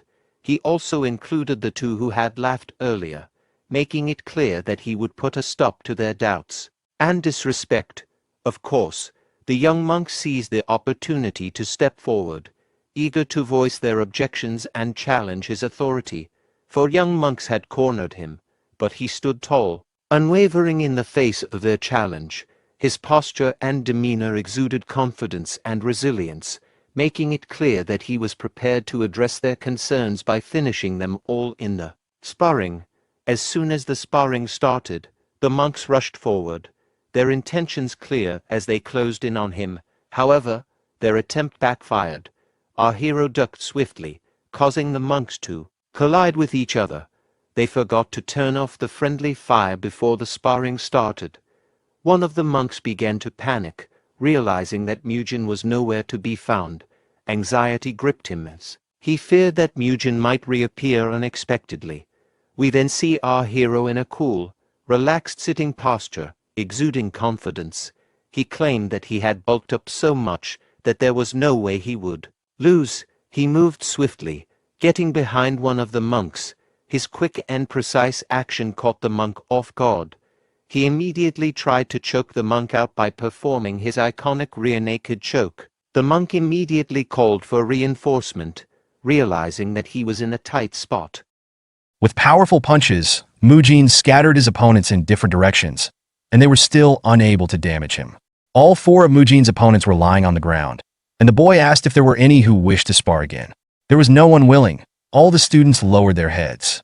Mugen said that from today onwards, he would be in charge of the training and should be addressed as mentor during their time. Now everyone, get into a supine position. The one whose belly touches the ground will have to do twice as much.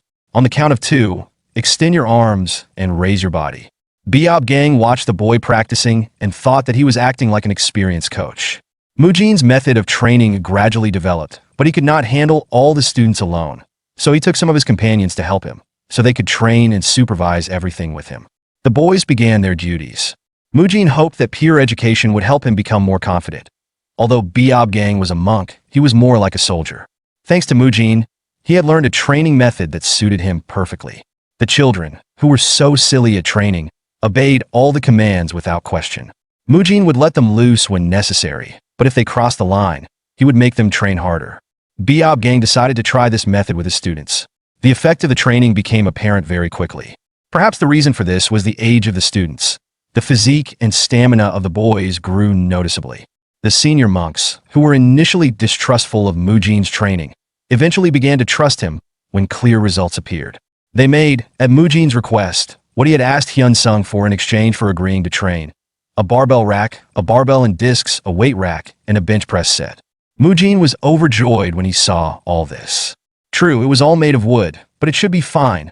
The weight shouldn't be too heavy, and you can also use sandbags. In fact, even with 3 assistants, it was difficult to train 70 disciples. Mugen didn't have enough time for his own training, so he asked for custom equipment to be made. He called it the 3 great exercises of the Murim. The monks wondered if the young monks would become even stronger with these things. Mugen was sure they would.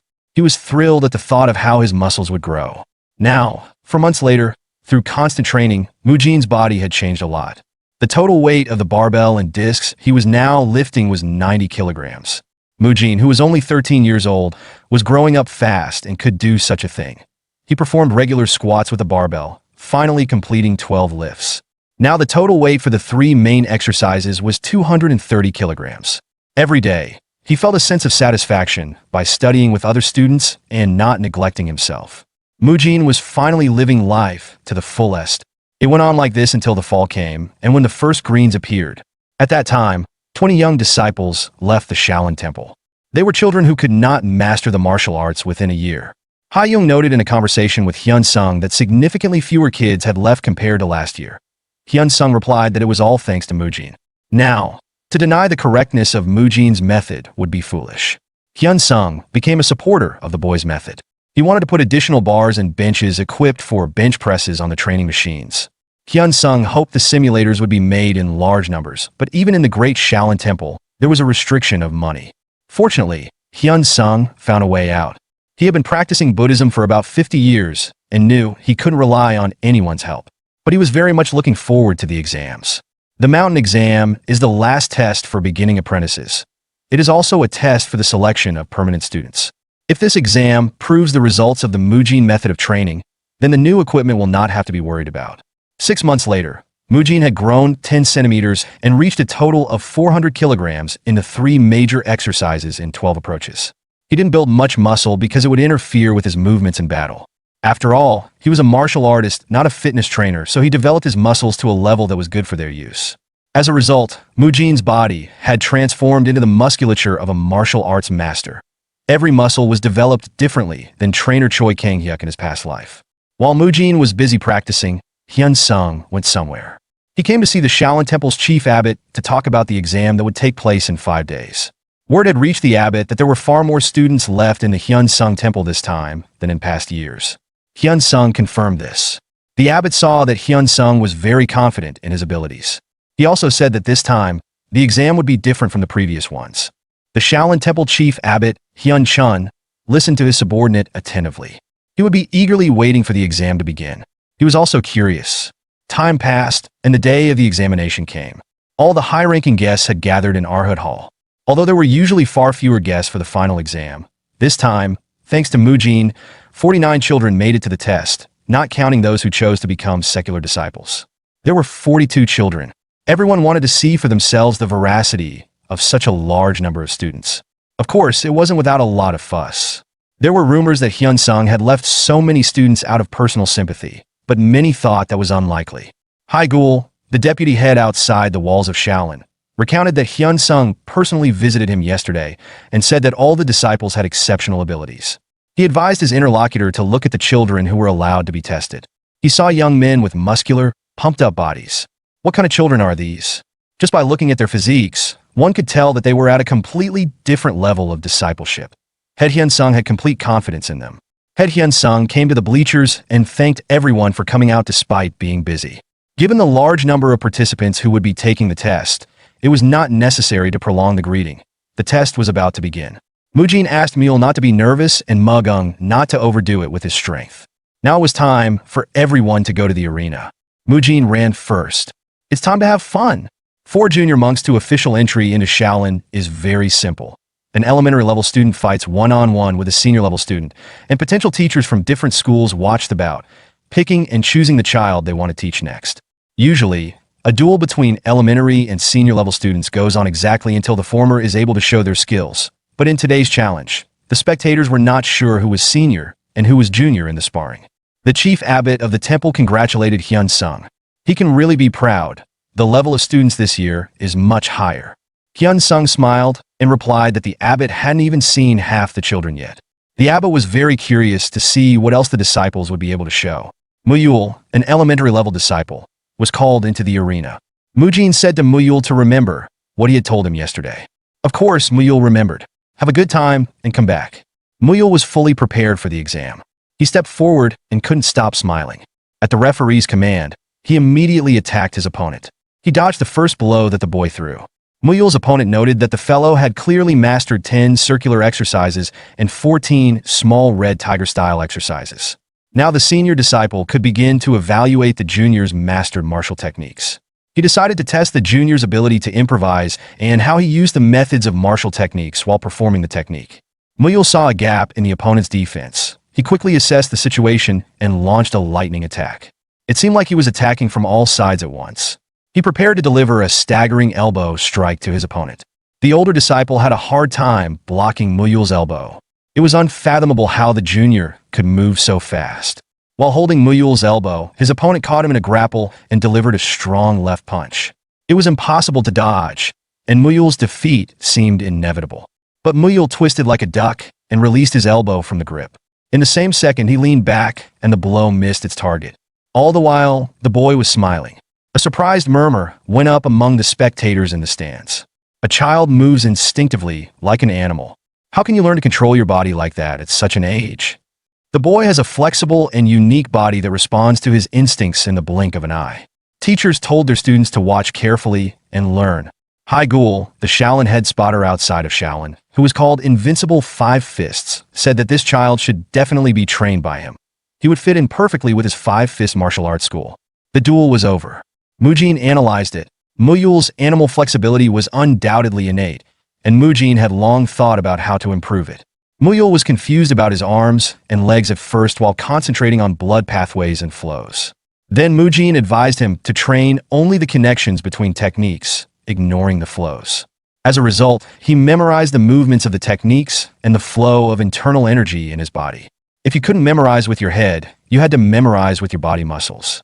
Muyul was thanking his opponent for his work in the fight. The head abbot asked Hyun Sung how he managed to raise the level of his students so much. Did he secretly hand out talismans to them? Hyun Sung was very pleased. Many more amazing things are ahead of them. An entry-level student, Mugung, was called into the ring. Mujin advised him to just stay calm. During this year, Mugung had turned into a mountain of steel muscles. He wasn't nervous at all. The bleachers erupted in shouts of bewilderment. This one is a junior apprentice. There's some kind of deception. Maybe they're hiding his age. Mugung's opponent looked up at him from below. How could a junior disciple grow to 186 centimeters?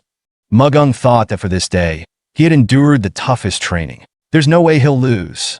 The referee ordered the start of the sparring match, and Mugung rushed like a bulldozer to attack. Mujin recalled that despite his outstanding physique, Mugung's body was like wood, so they emphasized stretching and then built up muscle mass. His appearance added to that, and now Mugung was an impenetrable and attacking tank. Mugung's opponent barely had time to dodge the impact of the hammer's power. Although the elder was considered a referee for the younger ones, he thought that if he held back against such power, he would definitely end up in the other world. He decided to urgently increase his internal energy and continue the fight. His fist was enveloped in a cloud of power. He attacked Mugung, but Mugung dodged the blow and took a swing. The older student put up a defense, preparing to block his opponent's strike. Mugung loomed over him like a black rock. The teachers on the podium noted that the boy had incredible strength, but he attacked with intelligence and used strategy. So far, he was the only one fighting on equal footing with an older student. Teacher Haidam, a follower of the Buddha hand technique and the immovable diamond technique, was pleased with Mugung's sparring. He liked the student. The experienced teacher could see how the boy was trying to reduce the number of unnecessary movements. This was an indicator of his diligence. With this level, he had a chance of mastering the martial teachings of their hall. Mugung attacked again and was pleased that everyone was only looking at him. He rushed forward recklessly. His opponent saw a gap in his defense and immediately attacked. Mugung took a kick to the body with his foot. Haidam was very displeased. This disciple likes to show off because of the young blood boiling within him. He still has a lot to learn. Haidam decided that he would personally train Mugung. Mugung came back in a very depressed mood. Mujin cheered him up by saying that everyone makes mistakes, but the fight was fun. Mu Kyung was called to the stage. Next, Mujin remembered that the boy had never fully recovered from that fight with the other students. Therefore, constant training was required so that he could suppress his madness and not become the blood monk from the novel. But Mujin knew that Mu Kyung was much more dangerous than both Muyul and Mugung. The older disciple was analyzing Mu Kyung's fighting technique. 6 sun hands, diamond fist, stone stand, stone finger. He used an infinite number of techniques. The guy seemed to know absolutely every technique. The older student was reflecting them and couldn't go on the attack, but it occurred to him that this kid was a genius. Mujin watched the fight. Mu Kyung was a little scared at first, but then everything went well. What Mujin was worried about was that in long battles, Mu Kyung gets into a haze and can no longer stop in time. The referee yelled out that the match was over. Mu Kyung seemed not to hear this and continued to attack. His face contorted into a crazy smile. He thought he was having a lot of fun and continued to strike. Mujin was horrified to think that Mu Kyung had snapped again, just like during that fight. He remembered that it was with this exact expression on his face that Mu Kyung had beaten up Mu Tae. An aura of anger enveloped the boy's entire figure. Mujin mentally conjured him to come to his senses. A man sitting on the roof was watching the duels and drinking wine. He came here when he heard the noise and thought the abbot was having a feast, but it turned out to be just an exam for the novices. The first kid is good at dodging. The second kid is just a fool but strong. He'll probably like Mr. High Dam. And who's this wonderful boy? Look at the look in his eyes. The watcher on the roof was very interested in this student. He's going to take him in. He jumped off the roof. Even though the referee had stopped sparring, Mu Kyung didn't think of stopping. The older disciple had already been knocked down. Mu Kyung flew at the lying opponent and applied the 18 Commandments Dharma technique. Mujin was already shouting in his voice to stop. Chief Abbot and Hyun Sung looked anxiously around the arena. Mu Kyung's fist flew at his defenseless opponent. At this critical moment, a man appeared in the arena who did not stop drinking wine, grabbed Mu Kyung's hand, and stopped his movement. Many people recognized him as Hai Guan. Mentor Hai Dam shouted, "How dare the mentor drink during a duel? What kind of example is he setting for his disciples? After something like this, he dares to seek to enter the repentance hall." Hai Guan threw the jug onto the stand. Hai Dam was surprised to realize that the jug contained just water. He didn't deny Hai Guan's usefulness to the temple, but there had to be some limits. Hai Guan addressed the abbot's disciples and the rest of the audience. He apologized for getting into the middle of a fight, but he felt that he should be the one to take this young monk under his wing. Everyone agreed that young monk Mu Kyung's skills were amazing, but only Hai Guan, the head of the Demon Slayer's order, would be able to deal with his madness. He was the only one among Shaolin disciples who had gone beyond the law of "thou shalt not kill." A group of those who were willing to do anything to eradicate the most heinous evil. The head of the Demon Slayers is Hai Guan. The Shaolin Temple Abbot also thought that it was a good idea if the boy started training under the guidance of Hai Guan, the one who confronted demons. Would he be able to take control of his madness? At this time, Hai Guan himself was stroking Mu Kyung's head and saying that the boy was simply made for their clan.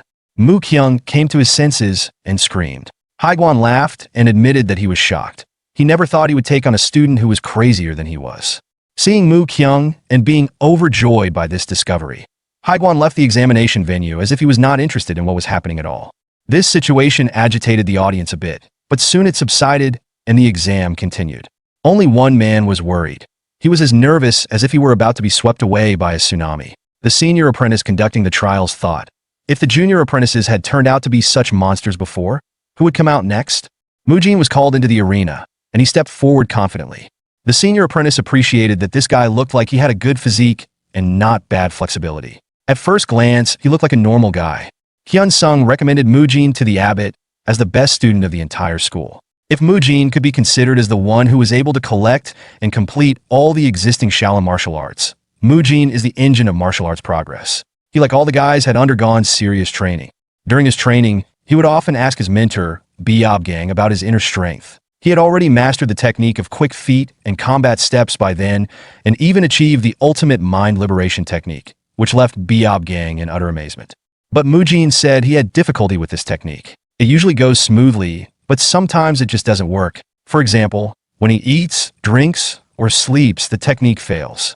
Gang realized that the boy was a genius and went crazy on that basis. No one uses techniques when eating, drinking, or sleeping. He asked if the guy knew about the iron clothes technique. Mujin knew that it was a low-cost technique used by mountain Brins. Gang disagreed with him. This martial technique allows you to strengthen your body and protect yourself from metal weapon attacks. It was popular at one time, but then it became less and less common because it doesn't help much against masters who have reached a high level, as it is unable to protect against their swords and strong energy. But true iron clothing not only strikes the skin, hardening it and making it as strong as steel, but it also allows energy to be absorbed through the skin. This was a revelation to Mujin. Gang continued that the technique began to lose its former glory when the disciples who had not fully mastered it left the temple and distributed an incomplete version. Mujin realized that if he mastered this technique, he would be able to absorb energy at any time, and if he combined it with physical training, he could double the effect. If he combined the ironclad technique with his fitness training, he would find a better use for it. Mujin had an incredible talent for mastering technique after technique and practicing everything he encountered. He achieved unimaginable results in basic level martial arts. Most likely, he achieved his goals so easily due to his experience as a fitness trainer. However, in the future, he was going to participate in fights where he could only rely on his knowledge of the original martial arts, so he asked Biob Gang to teach him the iron clothing technique. After that, he beat himself up at all the training sessions, and the boys were sure that their comrade was a real psycho. That's how he was able to find a way to make the higher energy his own. Now he was all wrapped up in energy. In the exam, the senior apprentice thought that it was impossible for an elementary apprentice to release so much energy. But by releasing so much energy, Mujin created his own unique technique, and soon the audience would see it. Chief Hyun Chun reflects on Hyun Sung's words regarding Mujin, believing that Mujin is the key to advancing Shaolin. The statement strikes a chord with Hyun Chun, leading him to reflect on someone from the past who had the potential to bring about a transformative change within the temple long ago. At this moment, a disciple named Biob Jian arrives at the Arhut Hall, carrying an old monk on his back. This old monk, who is unable to walk, expresses his gratitude for the effort, jokingly apologizing for making the journey difficult. He acknowledges that he wished to witness the admission test. Despite the physical strain, Biob Jian reassures the old monk that carrying him is a trivial matter, likening it to a longer stroll rather than a burden. As they reach the hall, the old monk suggests that they need to go further inside for Biob Jian to have a better view. However, Biob Jian humbly admits that he still lacks the experience and discernment necessary to judge the qualifications of potential disciples. Thus, he requests the old monk to observe on his behalf. At the moment, Mujin is called to the stage by the referee, drawing the attention of the old monk, who observes Mujin's remarkable sense of balance for someone so young. The monk notes that Mujin exudes advanced energy. As the referee instructs both fighters to take their stances and prepares to start the match, Mujin swiftly charges forward with incredible speed. His opponent feels the pressure of this explosive advance, wondering what kind of technique Mujin will employ. Mujin unleashes his 9 regal kicks technique to propel himself toward his opponent, followed by the Guanyin strike and the initial technique of the chain punch, known as the corp punch. The force of his punch connects with the senior fighter, pushing him back significantly. Despite this, Mujin reflects on his technique, explaining that he gathers strength in his lower body by integrating the principles of the 9 regal kicks with the swift whirlwind sweep. He then employs the 6th technique of the Guanyin strike to reinforce his core, amplifying his power.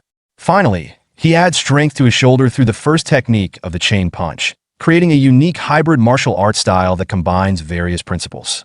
With momentum from his initial attack, Mujin charges forward again for a second strike.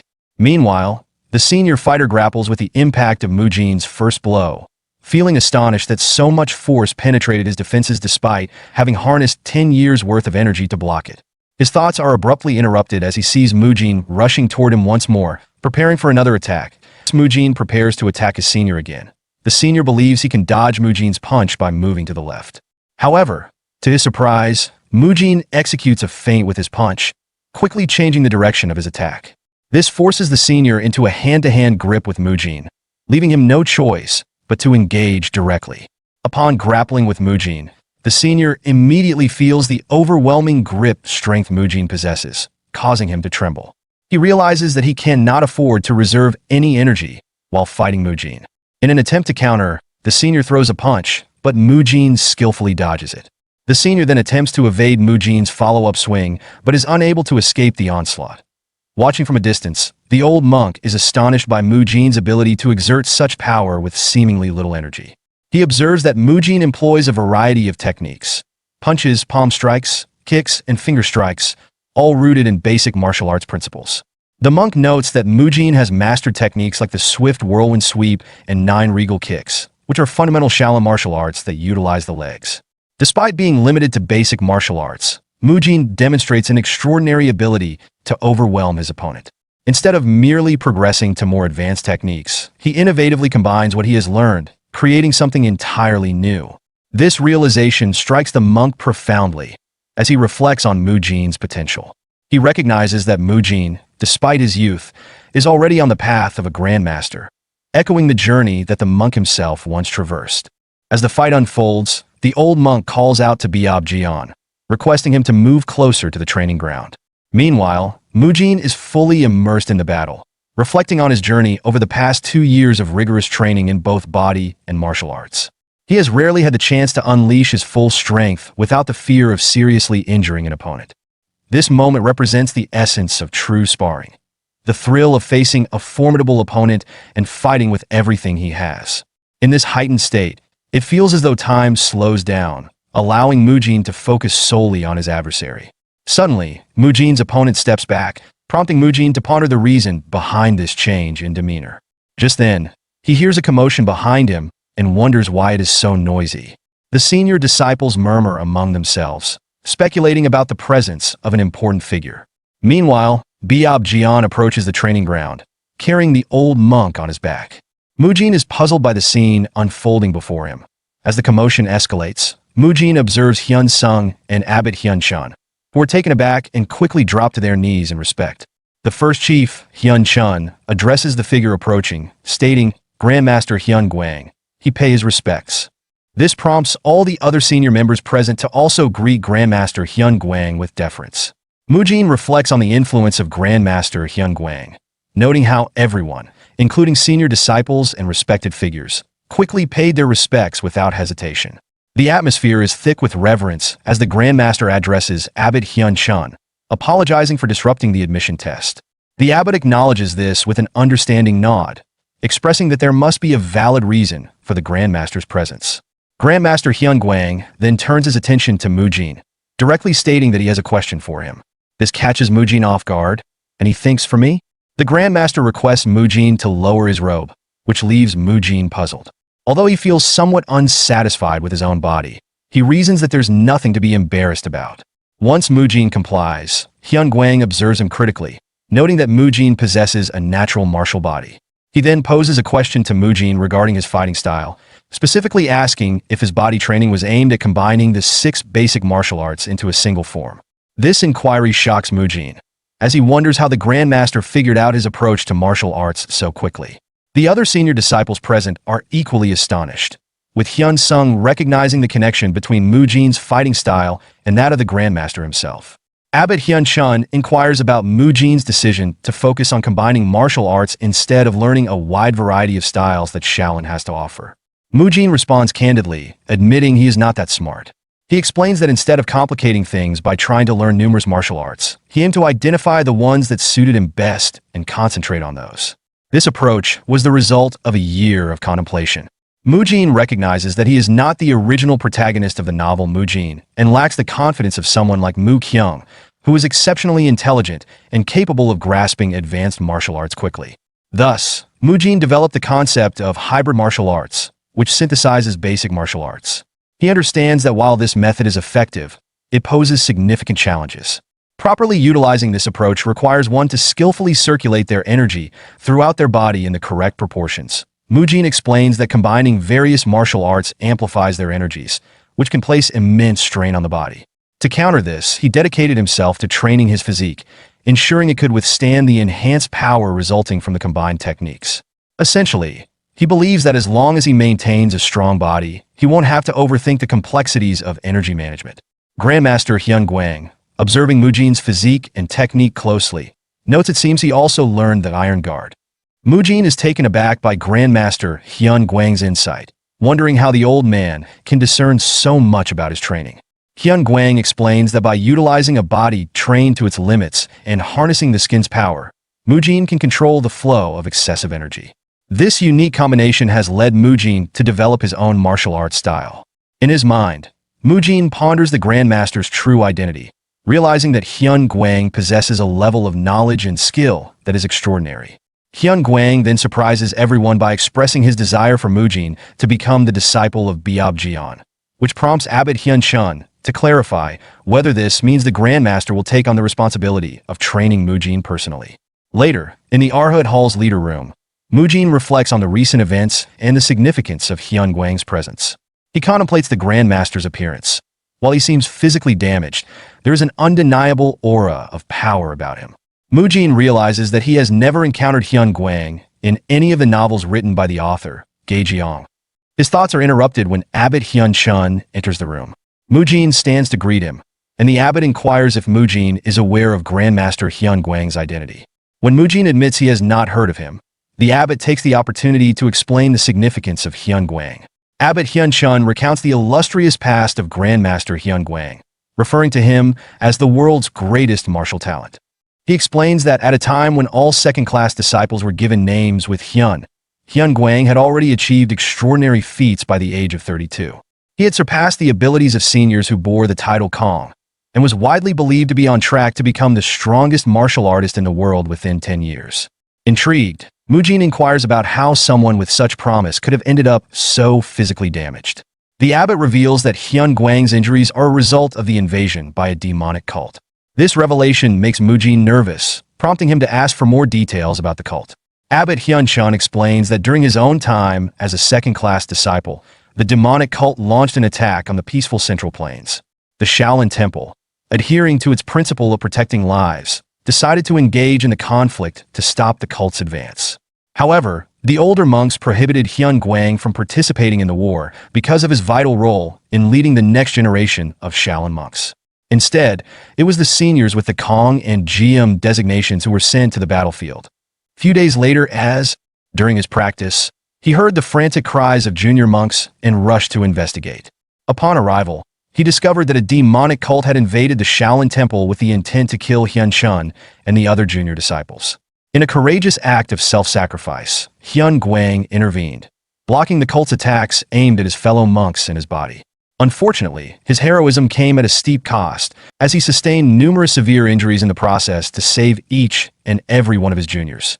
Reflecting on this, Abbot Hyun Chun muses that even if they had all perished that day, Hyun Guang's survival might have drastically altered the course of events. Mujin then questions the extent of Hyun Guang's current condition, prompting Abbot Hyun Chun to confirm that the injuries he incurred during the attack were the root cause of his current state. Mujin, eager to assist, proposes a treatment for Hyun Guang, expressing confidence in his ability to help. This surprises Abbot Hyun Chun, who doubts anyone, even the renowned divine physician or the powerful revitalization pill, could successfully treat Hyun Guang. Mujin clarifies that while he cannot restore Hyun Guang's inner energy or fully heal him to his former state, he believes he can help him regain the ability to walk independently. He stated Abbot might have heard this from monk Hyun Sung, but even monk Biob Gang's knees have improved as evidence of his capability. Just then, Hyun Sung enters the room, having overheard the conversation. He inquires whether Mujin's methods could also benefit Hyun Guang. Abbot Hyun Chun, intrigued by this exchange, presses Hyun Sung for more details about the events that transpired over the past 2 years. Hyun Sung explains how Biob Gang's knees recovered and highlighted Mujin's significant improvement in the training methods for the new monks. Abbot Hyun Chun, taken aback by Hyun Sung's claims, asks for confirmation about the training success.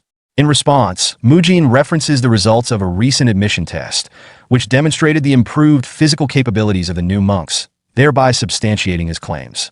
Curious about the implications for Hyun Guang's condition, Abbot Hyun Chun inquires whether Mujin's training methods could be applied to help him.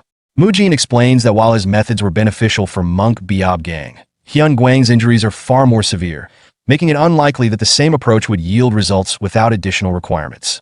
This prompts Abbot Hyun Chun to slam his hand on the table, expressing urgency and seriousness about finding a solution for Hyun Guang. He emphasizes that the Shaolin Temple is willing to do whatever it takes to help him. The abbot reflects on the broader quest among martial artists to enhance their physical abilities, noting how various martial groups have historically experimented with diverse techniques. These methods have included acupuncture, tonic medicines, and even dubious or dangerous practices aimed at altering the physique of young practitioners. The abbot also recounts the numerous attempts made by the Shaolin Temple to treat Hyun Guang's condition. Unfortunately, these efforts have often resulted in failure, worsening his condition due to the stress and extreme side effects inflicted on his body. Mujin's approach to healing and enhancing physical abilities is characterized by a focus on gradual and stable transformation, contrasting sharply with traditional methods that often sought immediate results. His training regimen, which was recently showcased during an admission test, has proven effective in developing the physiques of the new monks, garnering respect and validation from Abbot Hyun Chun, who witnessed the improvements firsthand. This observation instills confidence in Abbot Hyun Chun that Mujin might indeed be able to help Hyun Guang recover from his severe injuries. Contemplating the lengths he would go to aid Hyun Guang, Abbot Hyun Chun resolves to offer the great revitalization pill and is even willing to make significant sacrifices, reminiscent of the second abbot, Hai Jie, who was known for his extreme dedication. He is prepared to give up a limb if necessary. However, Mujin has different needs in mind that Abbot Hyun-chun does not yet understand. In a surprising turn, Mujin inquires whether the Shaolin Temple possesses martial arts related to controlling lightning energy and developing an extreme yang physique. This question puzzles both Abbot Hyun-chun and Hyun-sung, leaving them confused about the relevance of such techniques. Shortly thereafter, two senior monks arrive at Abbot Hyun-chun's call. One is Hyun-gong, the leader of the discipline court, and the other is Hai-dam, who is recognized as the successor of the unmovable invincible body art and Rulai divine palm strike. As they arrive, Mujin recognizes Hai-dam, the successor of the unmovable invincible body art and Rulai divine palm strike, as the one who previously took Mugung in for training. Hyun-gong acknowledges that he is aware of the situation as he approaches. Mujin recognizes Hyun-gong as the senior monk who trained monk Biab-gang. Both Hyun-gong and Hai-dam express their readiness to assist in any way possible to help Grandmaster Hyun-gwang. Mujin makes a specific request. He asks if Hyun-gong can utilize the lightning divine palm strike, but at a diminished intensity, applying it to his arm. This request surprises Hyun-gong, who is taken aback and wonders about the rationale behind such a peculiar demand. He initially anticipates that Mujin might ask for something more conventional, like using the techniques to burn away blockages in blood vessels. Mujin quickly clarifies that he isn't asking for a destructive procedure. Instead, he simply wants a subtle application of lightning energy to be introduced into his arm. Hyun-gong, after some hesitation, agrees to attempt this, cautiously channeling a weaker version of the lightning divine palm strike. He checks with Mujin to see if the intensity is acceptable, but Mujin reacts strongly, expressing alarm that Hyun-gong's current feels dangerously intense, suggesting it could harm Grandmaster Hyun-gwang. Hyun-gong seeks to gauge the situation, questioning whether his initial attempt was excessive. Mujin insists that the intensity needs to be further reduced, specifying that it must be less than half of what Hyun-gong had just used. Hyun-gong, feeling challenged but committed to helping, agrees to make the adjustment. Mujin expresses a sense of urgency regarding Grandmaster Hyun-gwang's safety and treatment, saying if these methods are not feasible, he is willing to accept that. However, Hyun-gong, the leader of the discipline court, asserts his confidence, insisting that he can indeed assist in the treatment. Mujin thinks Hyun-gwang will require physical therapy equipment for his treatment. However, such equipment is not available in this worldview. While Biab-gang responded well to treatment due to his youth, Hyun-gwang's situation is different because he is older and weaker. To demonstrate his capabilities, Hyun-gong attempts to use the lightning divine palm strike on Mujin, this time employing a much weaker version of the technique. When he asks Mujin for feedback on this level of power, Mujin responds positively, affirming that it is perfect. Mujin's new approach was quite straightforward. He wanted Hyun-gwang to use equipment that is commonly found in modern physical therapy clinics, that is electrical muscle stimulation. Hyun-gong, intrigued by Mujin's proposal, asks if the goal is to send electricity directly into the muscles. Mujin confirms this, explaining that a small electrical current can significantly enhance muscle metabolism and blood circulation. He further elaborates that such stimulation can lead to increased muscle fiber size through repeated contractions. Skeptical, Hyun-gong questions the efficacy of merely sending electricity into the muscles and inquires about the time frame for observable results.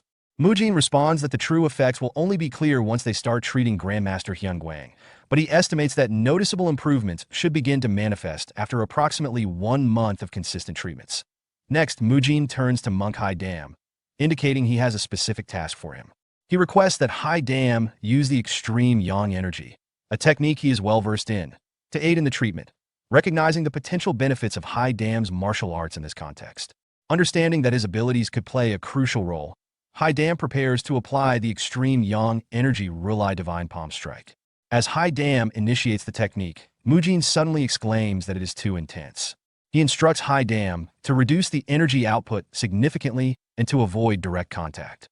Instead, he suggests that Hai-dam should merely place his palm near Mujin's hand, akin to how the sun radiates warmth from the sky without direct contact. In response to Mujin's guidance, Hai-dam adjusts his approach, using a 2-finger technique of extreme yang energy positioned near Mujin's hand. Observing the resulting heat, Mujin assesses the level of energy being emitted and internally acknowledges that this intensity is ideal for the treatment. Hyun-gong is designated to perform the electrical stimulation treatment, while Hai-dam will take on the role of the shortwave diathermy device, a method intended to provide therapeutic heat. Mujin instructs them to carry out the treatment for 15 minutes, explaining that the heat from the energy touching Hyun Guang's skin will help relieve muscle fatigue and enhance blood circulation.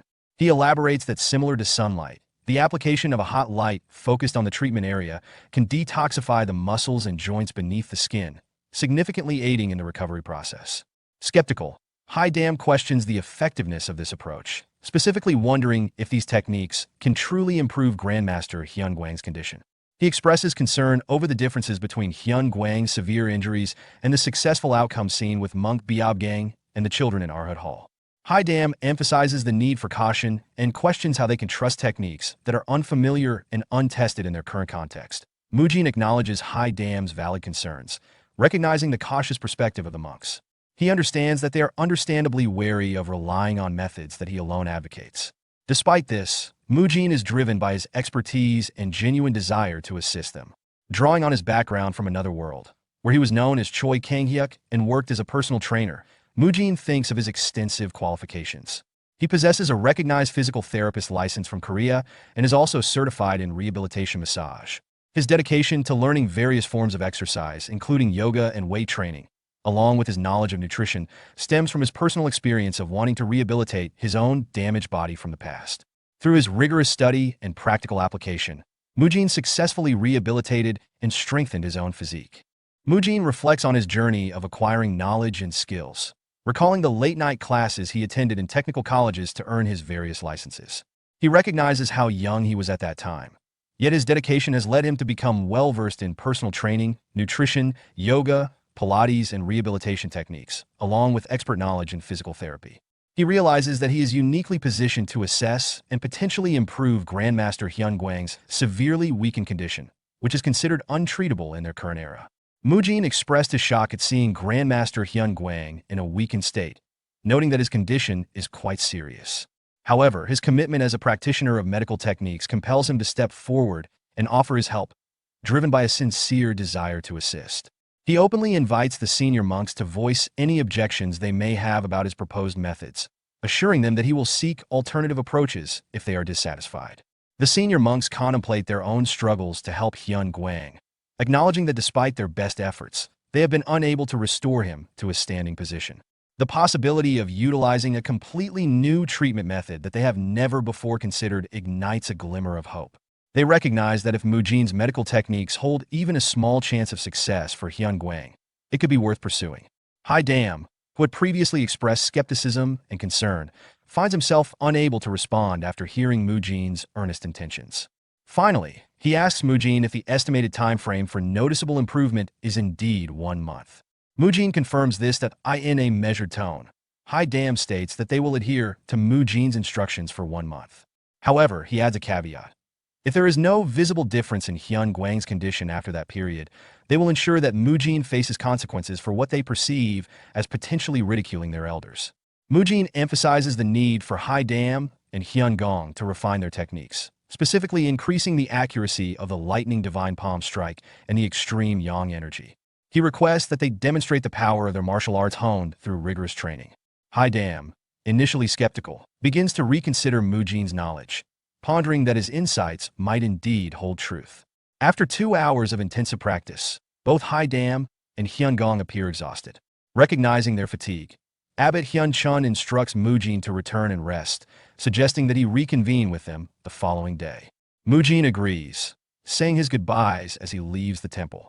Once Mujin departs, Abbot Hyun Chun queries the other monks about their thoughts on the day's training. Hyun Gong reflects on the unexpected difficulty of applying the same force to a specific area, noting that the task of delivering a precise and measured amount of energy is far more taxing than he anticipated. He acknowledges that aside from the treatment aspects, this focused practice will benefit their own martial training. Haidam also expresses surprise, admitting that he had never considered utilizing the lightning divine palm strike and the Rulai divine palm strike in the way Mujin suggested. The monks are coming to appreciate the value of Mujin's proposed methods and how they could enhance their existing practices. Abbot Hyun Chun then elaborates on a deeper philosophical understanding of the martial arts, explaining that most techniques involving extreme yang energy are typically combined with other energy types. He discusses how martial arts can reflect the practitioner's personality, noting that those who wield icy, yin-infused techniques often possess colder dispositions, while users of fiery, Yang techniques tend to exhibit more passionate traits. He emphasizes that Shaolin martial arts harness the power of Yang energy to combat evil. Mastering this energy necessitates not only proficiency in fire and metal energies, but also the ability to control them effectively. Specifically, practitioners must develop the patience akin to metal to suppress the volatile nature of fire energy, fostering harmony within their techniques. Crucially, Abbot Hyun-chun points out that Mujin's proposed treatment method aims to transform the huge bursts of strong energy characteristic of traditional martial arts into a continuous weak energy. This shift could bring about a more harmonious and stable application of their skills. Haidam reflects on the destructive potential of skilled monks using martial arts, acknowledging that such power can quickly wreak havoc. He shares his surprise at the idea of employing inner energy to enhance their patience, expressing his intent to continue practicing even after returning to his quarters. Hyun Gong agrees, expressing a desire to adopt the new techniques and teach them to other monks once they gain a better understanding of the methods. Abbot Hyun-chun supports this initiative, recognizing its potential benefits, particularly for martial arts that utilize fire energy. With this newfound determination, Haidam and Hyun Gong commit to further training, marking a significant advancement toward integrating Mujin's concepts into their martial arts practices. This moment signifies the initial step towards developing electrical stimulation devices and diathermy within the Shaolin Temple, laying the groundwork for innovative healing techniques. The next day, Abbot Hyun-chun visits the vicinity of Hyun Guang's Pena Pavilion, where he encounters Biob Jian. Upon arrival, Biob Jian expresses gratitude for their visit, but inquires about the purpose of their gathering. Abbot Hyun-chun explains that they have come to see Grandmaster Hyun Guang, and more importantly, that Mujin might be able to assist in healing him to some extent. Surprised, Biob Jian exclaims that Mujin can accomplish such a feat, inadvertently waking Hyun Guang. Abbot Hyun-chun then takes the opportunity to inform both Hyun Guang and Biob Jian about the events in the Arhut Hall and the various contributions Mujin has made thus far. With preparations complete, Mujin states that they are ready to commence the treatment. As Mujin closely examines Grandmaster Hyun Guang's body, he is taken aback by the extent of the deterioration. He notes the alarming lack of muscle in Hyun Guang's calves, remarking to himself that the condition is far worse than he initially anticipated. It raises questions about how long Hyun Guang has been carried around in such a frail state, leading Mujin to wonder about the toll it has taken on his body. Mujin begins to physically assess Hyun Guang's leg and instructs him to vocalize any pain he feels. As he touches Hyun Guang, the Grandmaster starts to tremble, indicating he is in significant pain. This reaction flusters Mujin, who reflects on the seemingly stoic nature of Shaolin monks. He recalls similar experiences with monk Biob Gang and contemplates why they suppress their pain rather than express it openly. Determined to proceed, Mujin announces the start of the treatment. He explains that they will first apply a warm, damp towel to Hyun Guang's body to warm him up, followed by acupressure techniques aimed at relieving tension. Mujin outlines the initial focus on stretching, particularly targeting Hyun Guang's legs and ankles, which have become contracted over time. He recognizes the fragility of Hyun Guang's body, likening it to delicate pottery that could easily shatter if not handled with utmost care. Mujin understands that precise control over strength is critical during the treatment, requiring considerable mental fortitude. Despite the challenges, he remains resolute and dedicated, demonstrating remarkable focus for the entire 2-hour session. Those present observe his unwavering commitment, noting his wide-open eyes and unyielding concentration on the task at hand. However, beneath his composed exterior, there is an undercurrent of desperation in Mujin's gaze. This desperation stems from his thoughts of his grandfather, fueling his determination to succeed. He is driven by a deep-seated desire to heal Hyun Guang and also reflecting a personal commitment that extends beyond professional responsibility. As Hyun Guang observes Mujin's sad expression, he contemplates the weight of anguish that such a young monk must carry toward such a sorrowful demeanor. This moment highlights Hyun Guang's sensitivity to the emotional states of others, revealing his wisdom and empathy despite his own dire condition. After some time, Mujin informs Hyun Gong that his part in the treatment has come to an end, signaling the transition to the next phase of care. Hyun Gong acknowledges this and prepares to begin the diathermy and electrical stimulation treatments, which proceed smoothly, adhering to the methods they practiced the night before. Once the treatment concludes, Mujin officially becomes Biob Jian's disciple and moves his belongings from the Arhut Hall to Hyun Guang's pavilion. As he settles into the new environment, Mujin reflects on his situation with a hint of irony, thinking he had escaped the close quarters and sweat-smelling bald monks, but finds himself sharing a room with others again. He resigns himself to the necessity of staying close to Hyun Gwang for care, despite his initial hopes for a private space. He mentally prepares for the busy day ahead, acknowledging the Grandmaster's severely deteriorated condition, which serves as a poignant reminder of his grandfather's struggles and his longing for him. Mujin's thoughts drift back to his childhood, recalling a tender moment when he was massaging his grandfather's leg, asking if it felt better. His grandfather's warm response, expressing gratitude for Mujin's care and reassuring him that the pain was subsiding, reflects a deep bond between them. Mujin reassures his grandfather during their tender moment, promising to work hard to alleviate his pain. His grandfather expresses pride in Mujin, encouraging him to continue his studies with anticipation for what he will achieve. This hopeful exchange is soon overshadowed by the reality of loss when Mujin's grandfather is hospitalized and subsequently passes away. At the funeral, Mujin is overwhelmed with grief, lamenting his inability to do more than provide support and basic comfort through massages. He expressed deep regret, acknowledging his powerlessness with a heartfelt apology. Years later, as Mujin pursues his ambitions, his grandmother inquires about which university he plans to attend. Mujin, however, reveals that he has no intention of going to college, as he has a different path in mind. He expresses a desire to join the military, specifically the special forces, viewing soldiers as admirable figures. He also shares the news that he has passed the civil service examination, promising his grandmother that he will take care of her moving forward. This resolution for grandmother reflects not only his commitment to family, but also an attempt to honor his grandfather's legacy. A poignant moment arises as Mujin's grandmother watches television during a festive season broadcast, which prompts her to call out to Mujin, asking if he will be home. Mujin finds himself unable to return home due to his training commitments, reflecting on his sense of duty to protect his grandmother, vowing to take on his grandfather's role in safeguarding her. However, his world is shattered when he receives the devastating news from a senior officer at his army base. His grandmother has passed away. The sudden loss is compounded by the cold reality of military life, where he is only granted a brief 3-day leave for a funeral, as his superiors remind him that it was merely his grandparent, not his parent. Following the funeral, he is ordered to return to his unit swiftly due to an impending top-secret mission. This lack of understanding and empathy from his superiors leaves Mujin feeling frustrated and alone as he grapples with the grief of losing yet another family member. As Mujin embarks on his mission, the weight of his losses bears heavily on him, and he is consumed by regret, lamenting over the significant effort he had invested. But the result of that was me losing every family member I had. His internal turmoil manifests physically when he injures his foot during the mission, but continues to push through, consumed by thoughts of his failures in caring for his grandparents that I in a moment of distraction. As he takes a step while climbing a steep cliff, he loses his footing and falls. The impact knocks him unconscious, and he finds himself in a dreamlike state where he sees his grandfather and grandmother. In this ethereal reunion, he expresses regret for not being able to care for him sooner and offers a better massage to help him feel better. In Mujin's dream, his grandfather praises his magically healing hands, expressing guilt for not allowing Mujin to rest.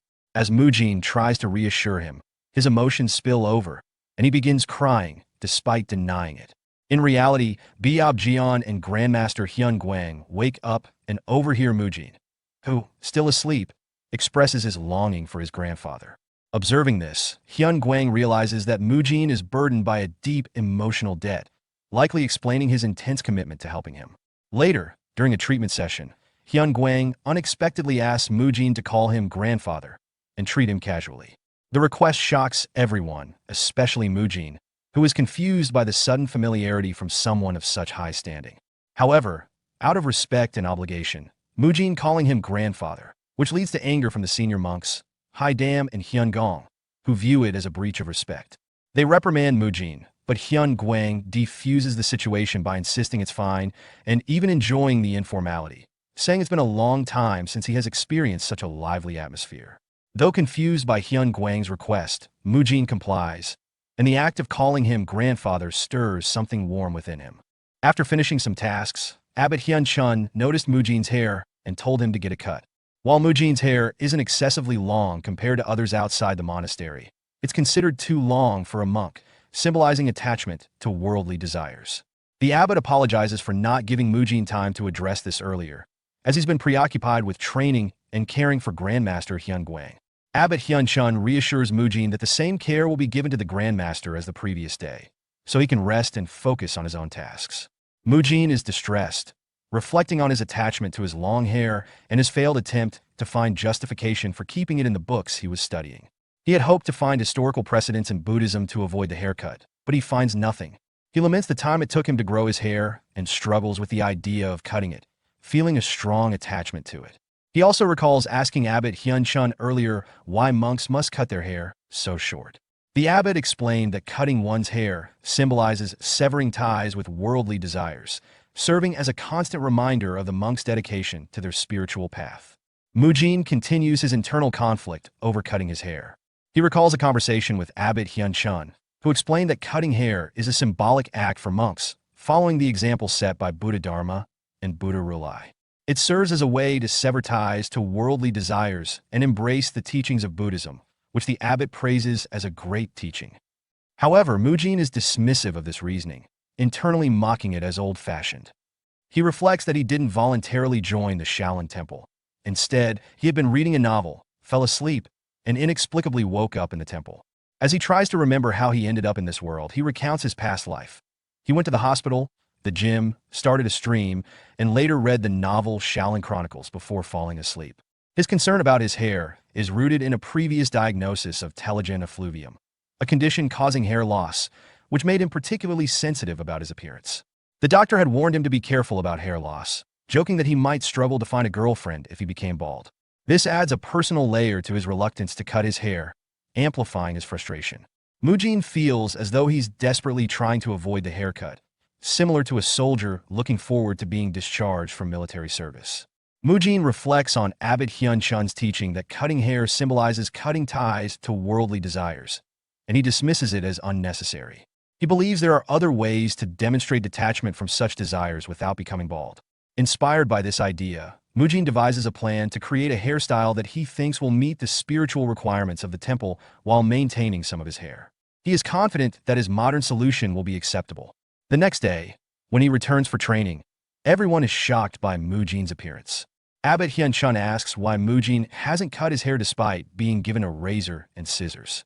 Mujin insists that he has, explaining that his new hairstyle still symbolizes his commitment to being a monk.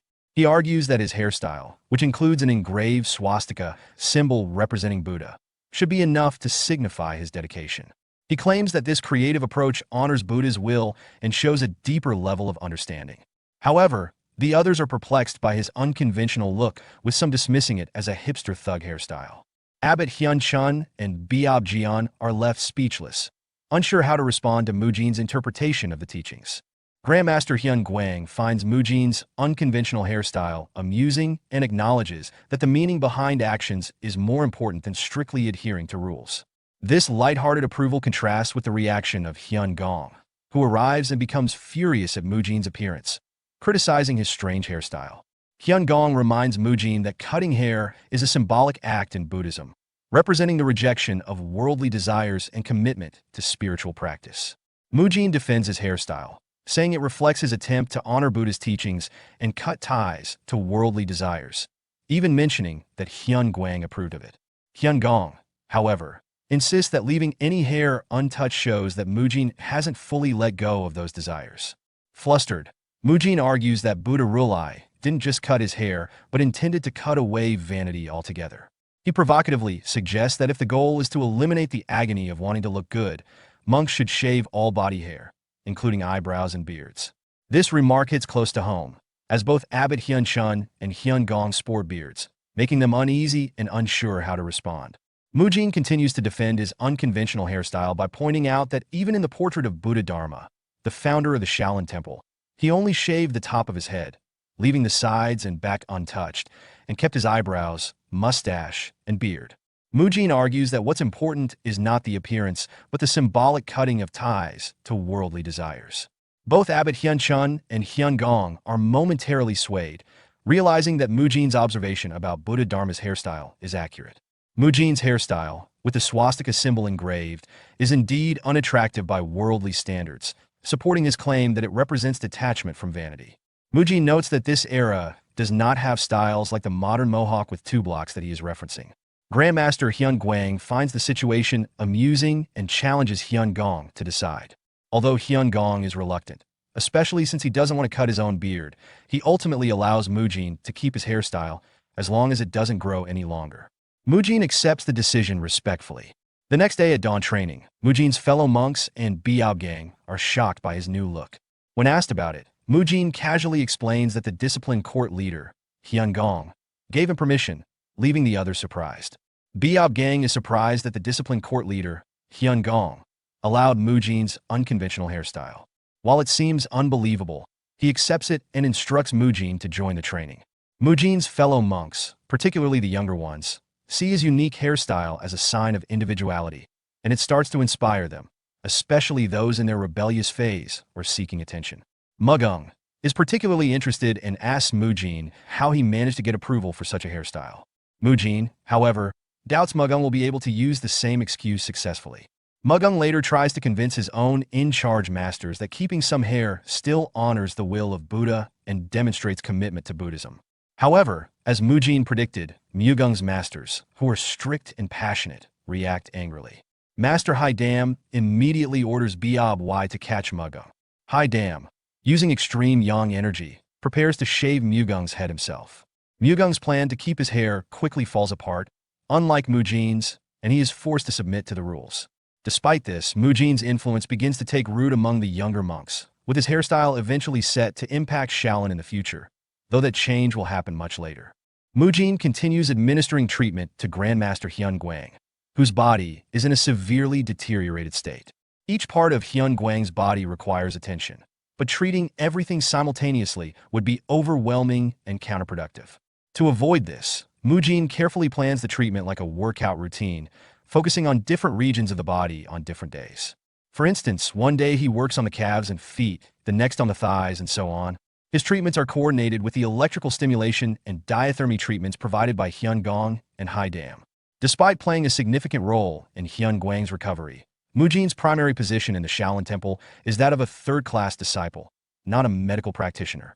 Even so, his dedication to both the treatments and his training remains strong.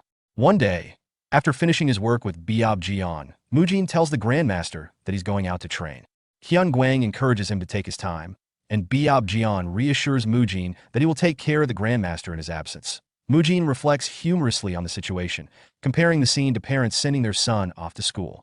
As he leaves for training, it reminds him of eating bread on the way out like a typical student.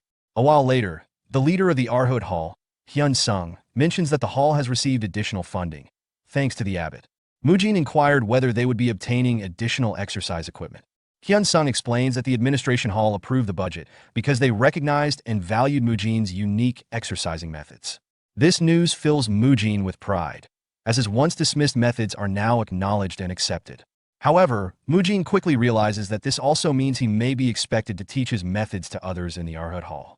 When he asks if he has to instruct everyone, Hyun Sung reassures him that he will only need to teach the second-class disciples how to use the new equipment, which Mujin finds manageable. Hyun Sung then hands Mujin some papers, prompting Mujin to wonder about their purpose. Hyun Sung asks Mujin to write down the additional equipment and its details on these papers. Mujin enthusiastically agrees, thinking about how the new equipment will allow for even more modern exercises, filling him with excitement. Before concluding their conversation, Mujin has an idea and asks Hyun Sung if he can also include suggestions for additional equipment intended for other areas outside the Arhut Hall. Hyun Sung asks Mujin for clarification about which additional places he is referring to for the new exercise equipment. Mujin explains that he wants to order specialized equipment for Grandmaster Hyun Guang, which surprises Hyun Sung. Concerned, Hyun Sung points out that Hyun Guang's health is not yet stable enough for heavy exercises. However, Mujin assures him that the equipment he has in mind will be specifically designed for therapeutic use and will differ significantly from the regular exercise gear. Mujin's idea centers around Pilates, which is commonly perceived in the modern world as an exercise primarily for women to maintain their bodies. However, Mujin recalls that Pilates was originally developed for war prisoners and injured soldiers as a form of rehabilitation, making it ideal for Hyun Guang's current condition. Recognizing the therapeutic nature of Pilates, Hyun Sung agrees that the administration hall would likely approve the budget for such equipment and instructs Mujin to write it down. Excitedly, Mujin thinks about what Pilates equipment he can specify including foam rollers, resistance bands, spine correctors, and reformers. However, he realizes that materials like rubber, styrofoam, or plastic are scarce in this era, prompting him to brainstorm alternatives. Mujin decides that iron can be used for frames and thick leather can fill in gaps where other materials would typically be used. He acknowledges that the estimated cost for these materials might be high, but he considers that an issue for the administration to handle. After 2 hours of discussing his plans with Hyun-sung, Mujin finishes the meeting and exits the room. His friends, including Muyul, are waiting for him, with Muyul expressing relief that he is finally out of the meeting. Mugung suggesting that the group go eat, and Mu Kyung comments that he is late today. Mujin affectionately teases the younger monks, calling them cute little rascals, and playfully asking Mugung why he is bald. Mugung seems hesitant as he begins to respond, and Mujin reminds him that he previously offered valuable advice on handling a situation, implying that he should have followed it. Mugung is currently training under Monk Hai Dam and admits to feeling a bit suffocated, leading him to sniff, prompting Mujin to encourage him to hang in there. Mujin then shifts his attention to Muyul, asking how his training has been going. Muyul replies that he is doing well, but there's a concern. When pressed by Mujin for more details, Muyul reveals that Monk Haigul often sighs heavily when Muyul starts his training. Mujin begins to suspect that there might be an issue, but Muyul interrupts his thoughts, mentioning that Haigul has been looking for Mujin that day. The narrative then transitions to an earlier scene featuring Monk Haigul, who is feeling frustrated. He reflects on how he brought back what he thought was beneficial, but he finds Muyul's learning process disappointing. Haigul feels exasperated that every time he teaches Muyul something, the boy seems to forget twice as much. He worries that if this continues, the Shaolin 5 Punch, a foundational technique, may not be passed on to future generations.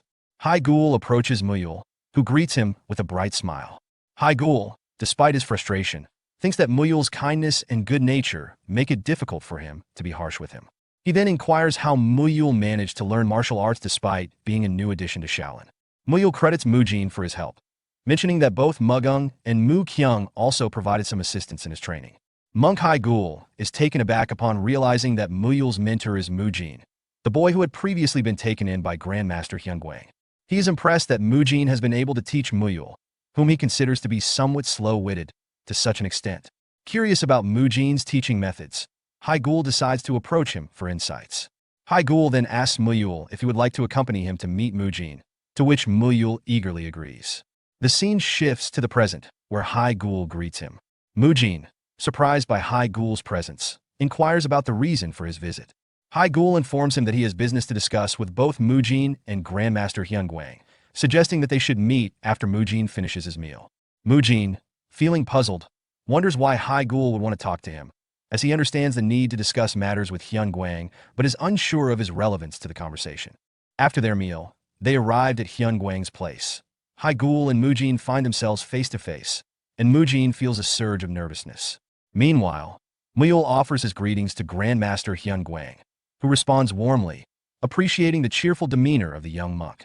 Mujin becomes anxious, questioning why Haigul is staring at him in a way that makes him feel uncomfortable, fearing that he might have done something wrong. Grandmaster Hyunguang acknowledges the visit and expresses openness to receiving guests, but he hints that there must be a significant reason for Haigul, who is typically busy, to come all this way to see him. Haigul then clarifies that his visit is indeed to discuss matters concerning Mujin. Grandmaster Hyunguang inquires about it. Haigul leans in closer and reveals that he is struggling to teach Muyul, as the young monk is having difficulty grasping even the basic steps of the Shaolin 5 Punch. Haigul hopes to seek Mujin's assistance, as he has heard that Mujin helped Muyul significantly in the past. While this conversation unfolds, Muyul excitedly offering Mujin some ants he has brought with him, asking if he wants to eat one. Mujin declines, maintaining his composure despite the oddity of the offer. Hyunguang then turns his attention to Mujin, asking him to demonstrate how Muyul managed to officially join the Shaolin Temple. Mujin responds affirmatively, calling Hyunguang Grandpa, which surprises Haigul, who is taken aback by their familial term of endearment. Hyunguang asks Mujin if he can duel with Muyul, to which Mujin agrees, stating that they often dueled during their training days. He reassures Muyul that it will be a fun and playful experience, instructing him to enjoy the moment while reminding him that they should go outside for the duel. Haigul is left puzzled by Mujin's suggestion that the duel would be about having fun and playing. He contemplates the meaning behind Mujin's words, unsure of how play can be integrated into training, and questions the appropriateness of such an approach in serious martial arts practice. As Mujin and Muyul step outside, preparing for their sparring match, Haigul remains perplexed by Mujin's earlier comment to have fun and play. Despite the odd phrasing, Haigul resolves to observe closely, hoping to learn something new from Mujin's unconventional approach. The sparring begins with both Mujin and Muyul rushing toward each other, exchanging strikes and saying, "It's been a while, let's have some fun." Their lighthearted energy contrasts sharply with the serious atmosphere surrounding Shaolin martial arts. Grandmaster Hyun Guang reflects on the nature of the Shaolin five-hand strikes, a martial art said to have been created by Dharma, inspired by the movements of 5 animals: dragon, tiger, leopard, snake, and crane. Unlike most Shaolin martial arts, which emphasize patience and penance, the 5-hand strikes focus on random, carefree movements, echoing a Taoist philosophy of energy flow. Hyun Guang notes that although this martial art differs significantly from other Shaolin practices, it still aligns with the Buddhist goal of freeing oneself from anguish and worldly attachments. However, the Shaolin 5-hand strikes are on the verge of being forgotten, with only Haigul left as its sole practitioner. Haigul bears the responsibility of preserving its legacy. This burden explains Haigul's anxious demeanor.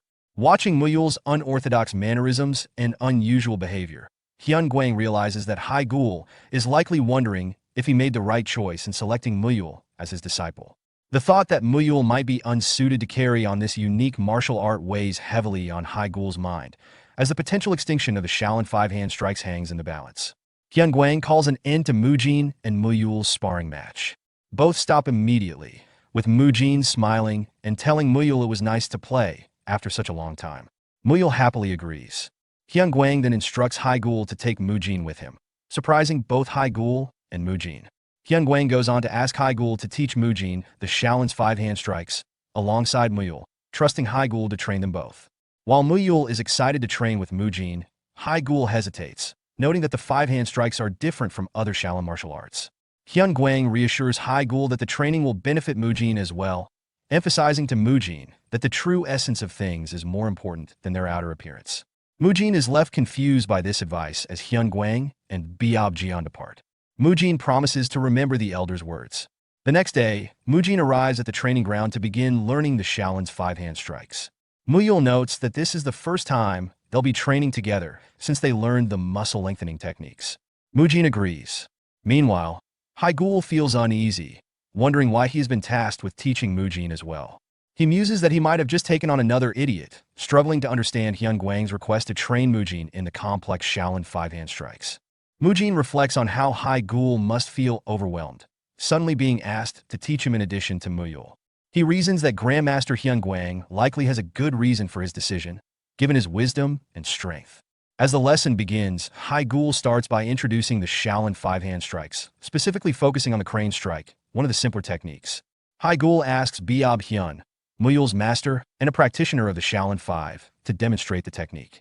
Biob Hyun performs fluid, crane-like movements, emphasizing the importance of breath control and the use of the entire body, not just the fists.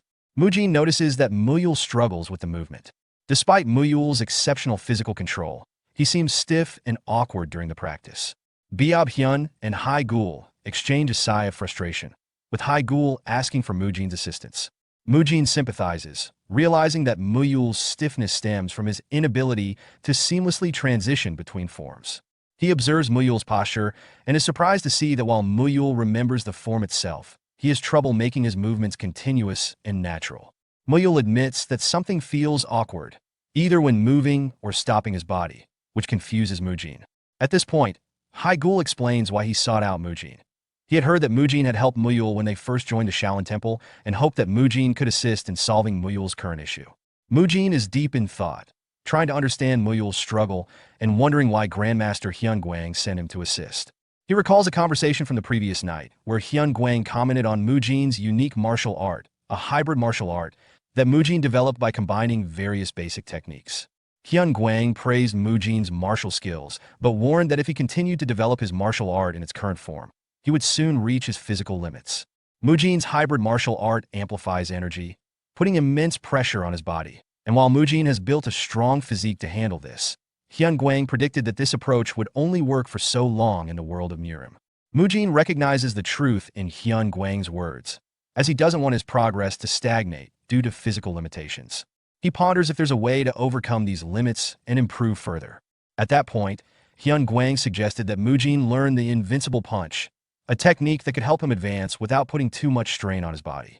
Mujin is intrigued and asks more about the invincible punch, wondering if this could be the next step in overcoming his potential limitations and continuing to grow in martial arts. Hyun Guang explains to Mujin that the invincible punch is akin to the fist barrage he has previously learned, with its roots in the Invincible Sutra. He emphasizes that it includes instructions to control powerful strength, and advises Mujin to focus particularly on the 3rd, 6th, and 8th moves of this technique. When he recites the 3rd move, he quotes a poetic reflection on the ephemeral nature of the world. View this fleeting world a star at dawn, a bubble in a stream, a flash of lightning in a summer cloud, a flickering lamp, a phantom, and a dream. Mujin is surprised by Hyun Guang's sudden recitation, indicating how deeply the Grandmaster is engaged in the subject. Bang Jian interrupts, calling Hyun Guang's attention back to the discussion, prompting Hyun Guang to summarize that the essence of these moves is crucial for Mujin's understanding. He reiterates his earlier teaching that the true essence of things is more important than the outer appearance. As Mujin reflects on Hyun Guang's words, he realizes that he has heard this wisdom before. He starts to ponder what the true essence of the crane punch might be. Recognizing that the technique mimics the graceful movements of a crane, he suddenly has a revelation. This moment of insight sparks a significant understanding within Mujin, suggesting he is beginning to grasp the deeper meanings behind the martial arts techniques he is learning. When Mujin asked Muyul if he had ever seen a crane, Muyul replied that he hadn't and even wondered if a crane was something edible. This exchange triggered a deeper realization for Mujin. The Shaolin 5-hand techniques were modeled after the natural movements of 5 animals, each representing a style where all movements are interconnected. Mujin found it odd that Muyul, despite his impressive flexibility, couldn't follow the technique's flow. This led Mujin to think that Muyul's problem wasn't physical, but a fundamental misunderstanding. Mujin shared his insight with Biob Hyun and Hai Gul, explaining that Muyul's difficulty likely came from trying to imitate a crane's movement without ever having seen one. Biob Hyun, feeling flustered, asked if Muyul was struggling because the movements felt awkward to him, but Mujin clarified, saying it wasn't about Muyul's form. Instead, Mujin noted that the crane strike was derived from the natural movements of an actual crane. Since animals move naturally according to their own forms, humans attempting to mimic them are, at best, imitating through a human perspective. He pointed out that teaching Muyul solely through written manuals wouldn't work, as Muyul was blindly following the motions without understanding their essence. Mujin suggested that Muyul needed to internalize the idea of flowing naturally, moving as his own body dictated, rather than rigidly imitating a crane he'd never seen. His insight left Biob Hyun and Hai Gul surprised, and Mujin asserted that Muyul needed help to grasp this basic concept, so he could let his body lead him into the form intuitively rather than mechanically copying it. Biob Hyun questioned if they should let Muyul move according to his natural instincts. Mujin confirmed, explaining that Muyul couldn't learn the crane strike by following rigid forms or manuals. He needed the freedom to interpret the movements on his own. Both Biob Hyun and Hai Gul were surprised by this suggestion, doubting if Muyul could manage it alone. At that moment, Hai Gul realized the purpose behind Grandmaster Hyun Guang sending Mujin. Mujin's open-minded approach contrasted with their own adherence to structure. Reflecting on this, Hai Gul recognized how he had lost sight of the true essence of the free-spirited Shaolin 5-hand techniques, becoming too focused on rigid forms instead of the art's fluid nature. Agreeing with Mujin's idea, Hai Gul decided that they should teach Muyul by exposing him to the movements of a real crane, so he suggested to Biob Hyun, "Let's show him a crane right away." Biob Hyun mentioned there was a nearby crane habitat, but wondered how they would bring a crane back. The next day, Mujin arrived at the training ground after finishing a late treatment session with Grandmaster Hyun Guang, only to find the area empty. Confused, he called out for Muyul and monk Hai Gul, thinking it might not be a training day. As he moved further inside, Mujin heard Hai Gul's voice instructing Muyul. Nervous about what might be happening, he cautiously approached. He overheard Hai Gul asking Muyul if he knew what he was looking at. Curious, Muyul asked what it was, and Hai Gul directed his attention to a bird in front of him. Noting Muyul's interest, Hai Gul continued, "Take a good look at this bird, Muyul." Both Hai Gul and Biob Hyun then pointed at the bird and said, "This is known as a crane." Muyul was thrilled by the crane demonstration, exclaiming that cranes were the best. Biob Hyun and Hai Gul immediately got into a stance, saying, "This is one of the Shaolin five-hand techniques, inspired by the crane's movement, the crane strike." Mule, captivated, declared the crane strike as the best. At that moment, Mujin arrived stated, "So that's today's training." Muyul greeted him, and both Biab-hyun and Haigul shot annoyed looks at Mujin while maintaining their poses, sternly calling his name. Fascinated by their stance, Muyul excitedly pointed it out to Mujin, who hesitated but eventually joined them in the crane strike pose.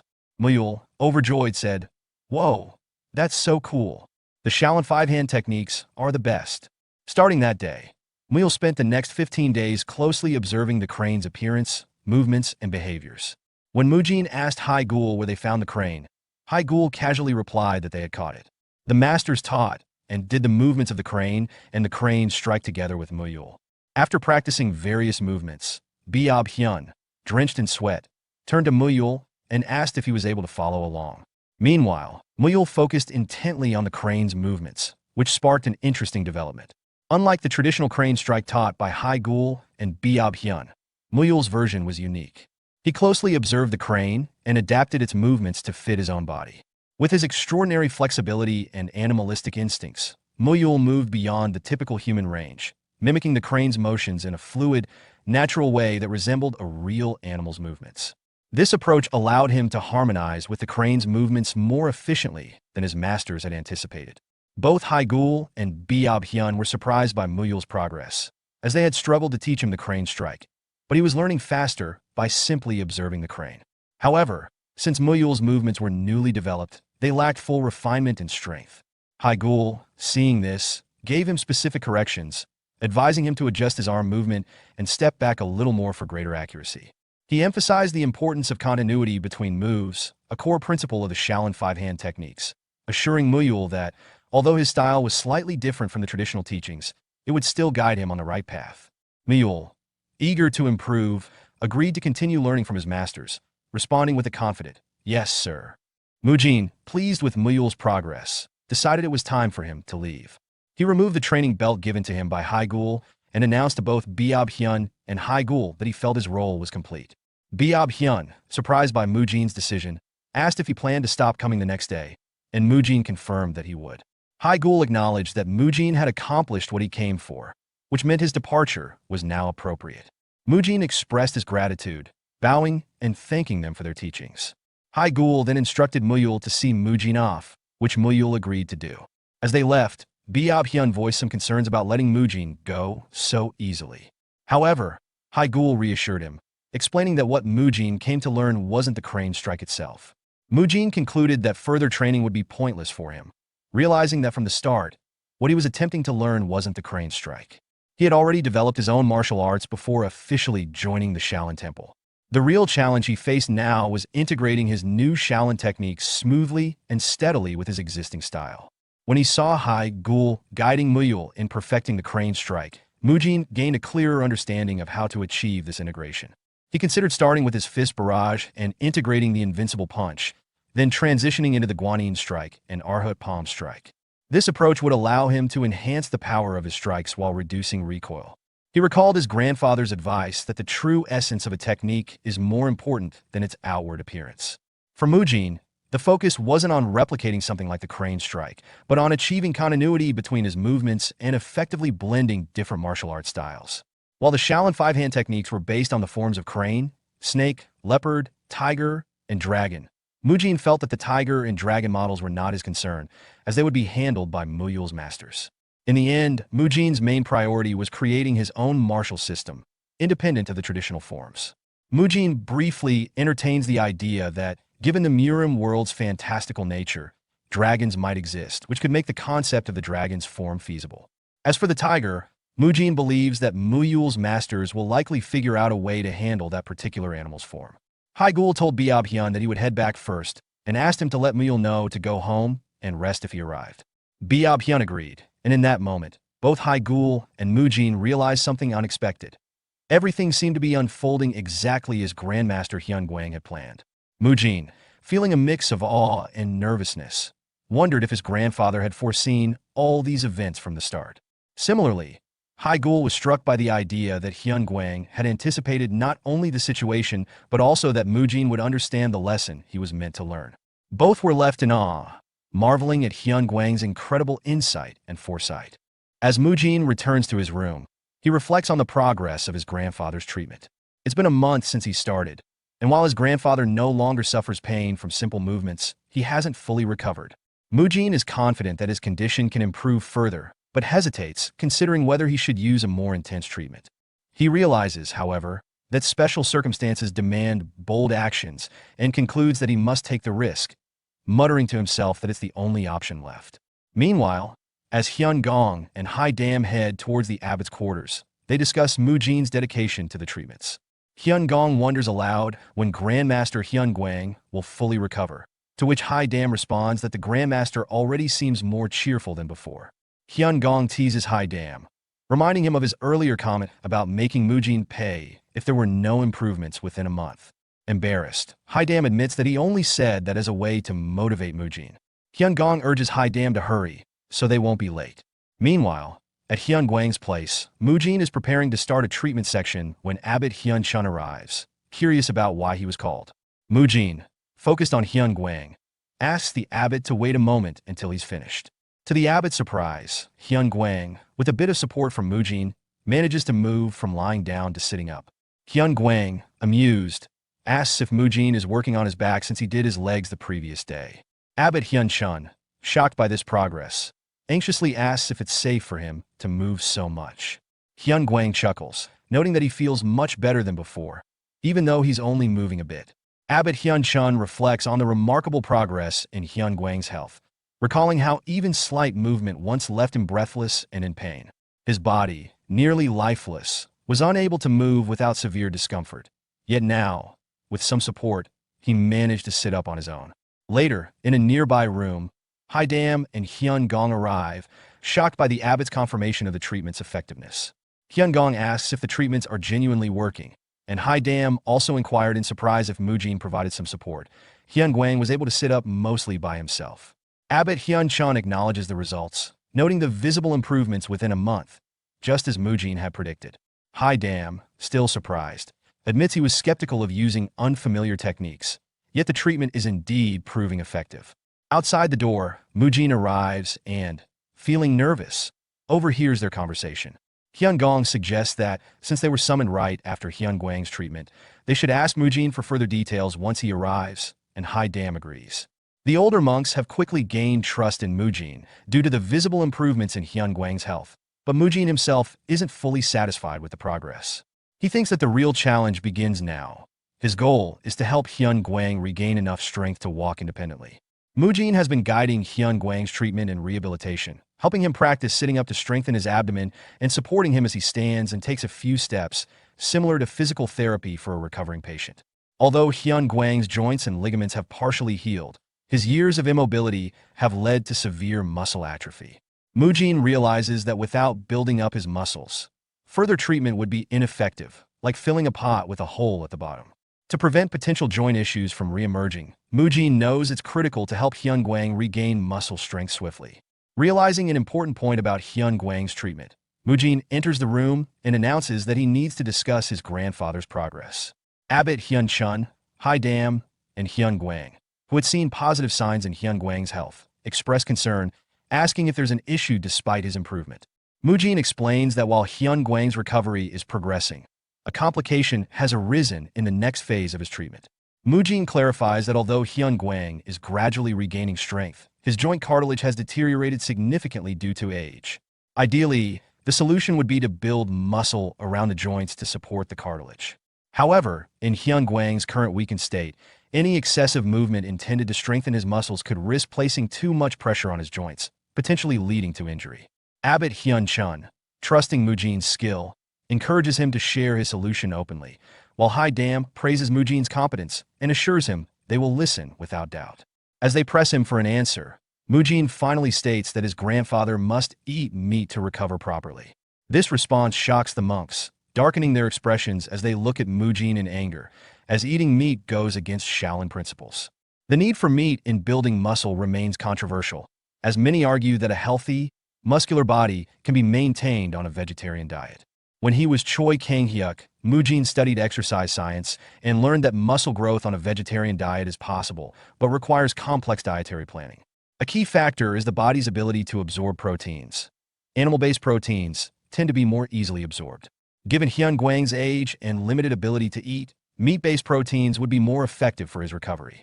However, in the Shaolin Temple, a respected institution with a 1,000-year history, eating meat is strictly forbidden. Hai Dam and Hyun Gong, unable to contain their anger, unleash their energy-infused voices, shouting at Mujin for his impudence in suggesting meat consumption within the Shaolin Temple. The intensity of their inner energy causes Mujin physical discomfort, forcing him to cover his ears and think, unsurprised, that their reaction is even stronger than expected.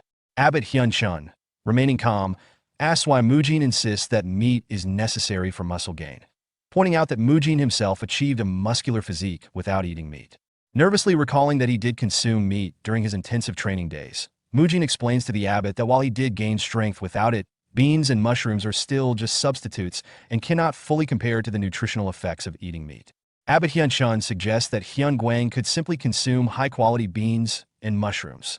Mujin responds that his grandfather's situation is different. While Mujin and monk Biab Gang are young and resilient, Hyun Gwang doesn't have the luxury of time for slower recovery. Mujin then questions the reason behind Shaolin's prohibition on meat, stating that it's intended for monks to practice penance, to overcome earthly desires like the craving for meat. He explains that he willingly gave up meat for this purpose, but argues that such atonement holds no value for someone whose body urgently needs nourishment. Determined to convince them, Mujin reflects that failing to persuade the monks could mean Hyun Gwang's death, a loss he's unwilling to face again. With resolve, Mujin challenges them by shouting that, by denying the necessary nourishment, they would be contradicting the Buddhist law of no killing. Hearing Mujin's challenge, Hyun Gong becomes enraged, his energy manifesting as vines sprouting from his bald head. He moves toward Mujin, preparing to strike with an electric attack, accusing Mujin of becoming arrogant by relying on Hyun Gwang's coattails and daring to speak of Buddhist laws in front of him. As Hyun Gong attempts to grab Mujin, Abbot Hyun Chun intervenes, placing a hand on Hyun Gong's shoulder and calmly instructing him to calm down. With a simple touch, Abbot Hyun Chun disperses Hyun Gong's immense energy, leaving Mujin in awe of the abbot's power. Abbot Hyun Chun acknowledges that Mujin's point has merit, but questions whether meat is truly the only solution to Hyun Gwang's recovery. He asks why Mujin insists that meat is necessary for muscle growth.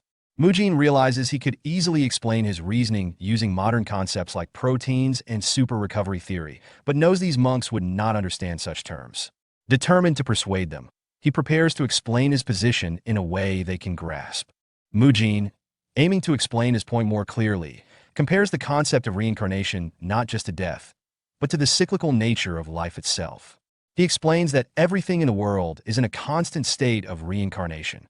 Rain falls from the sky, nourishes the earth, and eventually returns to the sky. Similarly, the bodies of animals and humans go through cycles of birth and death.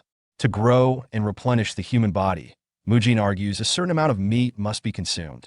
He asserts that just as death and rebirth are natural laws, eating both vegetables and meat is also part of this natural order.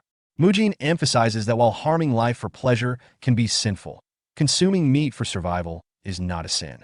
He stresses that humans, being animals themselves, are part of nature's cycle, and it's natural for them to eat the meat of other creatures to sustain themselves and grow. Using simple analogies, Mujin tries to persuade the monks, carefully explaining his reasoning in a way they can understand. After a brief silence, Abbot Hyun Chun acknowledges that Mujin's argument has some merit, but points out that there is no concrete evidence to support it, so they cannot break the long-standing laws of the Shaolin Temple. As Mujin begins to explain further, Abbot Hyun Chun stops him and emphasizes that they cannot turn a blind eye to Grandmaster Hyun Gwang, who sacrificed his life to protect the temple. Moved by his thoughts on Hyun Gwang, Abbot Hyun Chun then turns to Hyun Gong and declares that they will change the temple's laws. He announces that, under the authority of the abbot's sacred emerald jade Buddha staff, they will make an exception to allow the consumption of meat for those who are ill and need it for treatment. This declaration shocks both Hai Dam and Hyun Gong, leaving them speechless in surprise. Meanwhile, Mujin, relieved and happy, thinks to himself that this change will allow him to save Grandmaster Hyun Gwang. Abbot Hyun-chun explains that there is a way for Grandmaster Hyun-guang to eat meat without breaking the Shaolin Temple's rules. He would have to eat the meat and then face punishment for it. When Mujin nervously asks what kind of punishment this would entail, the abbot states that Hyun-guang must face the wall for a month. He then asks Mujin, who has previously undergone a 7-day wall facing, if he is willing to accept such a long punishment. After a brief moment of silence, Mujin, undeterred, confidently says that he will gladly accept the punishment. Haidam and Hyun-gong look nervously at the abbot, questioning whether this is truly the decision. Abbot Hyun-chun reassures them, stating that this isn't a matter of whether it should be done, but rather the necessity of it for Grandmaster Hyun-guang's recovery. He then concludes the meeting. The next day, Abbot Hyun-chun explains the decision to Grandmaster Hyun-guang at his abode. Grandmaster Hyun-guang expresses his understanding of the events that took place the previous night. Abbot Hyun-chun, explaining his reasoning, admits that he is now willing to take a risk on Mujin for the sake of the Shaolin Temple's future.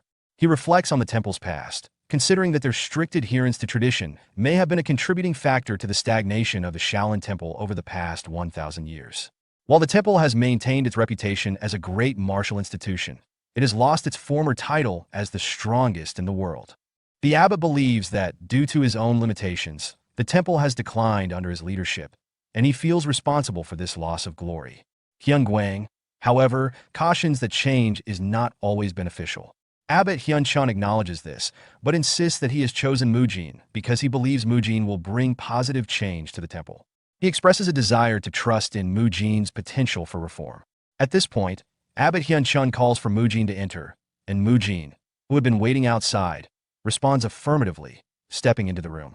Mujin enters the room carrying a bowl of soup, which Hyun-guang immediately recognizes as containing meat. The porridge has a small amount of meat, considering Hyun-guang has not eaten any for decades.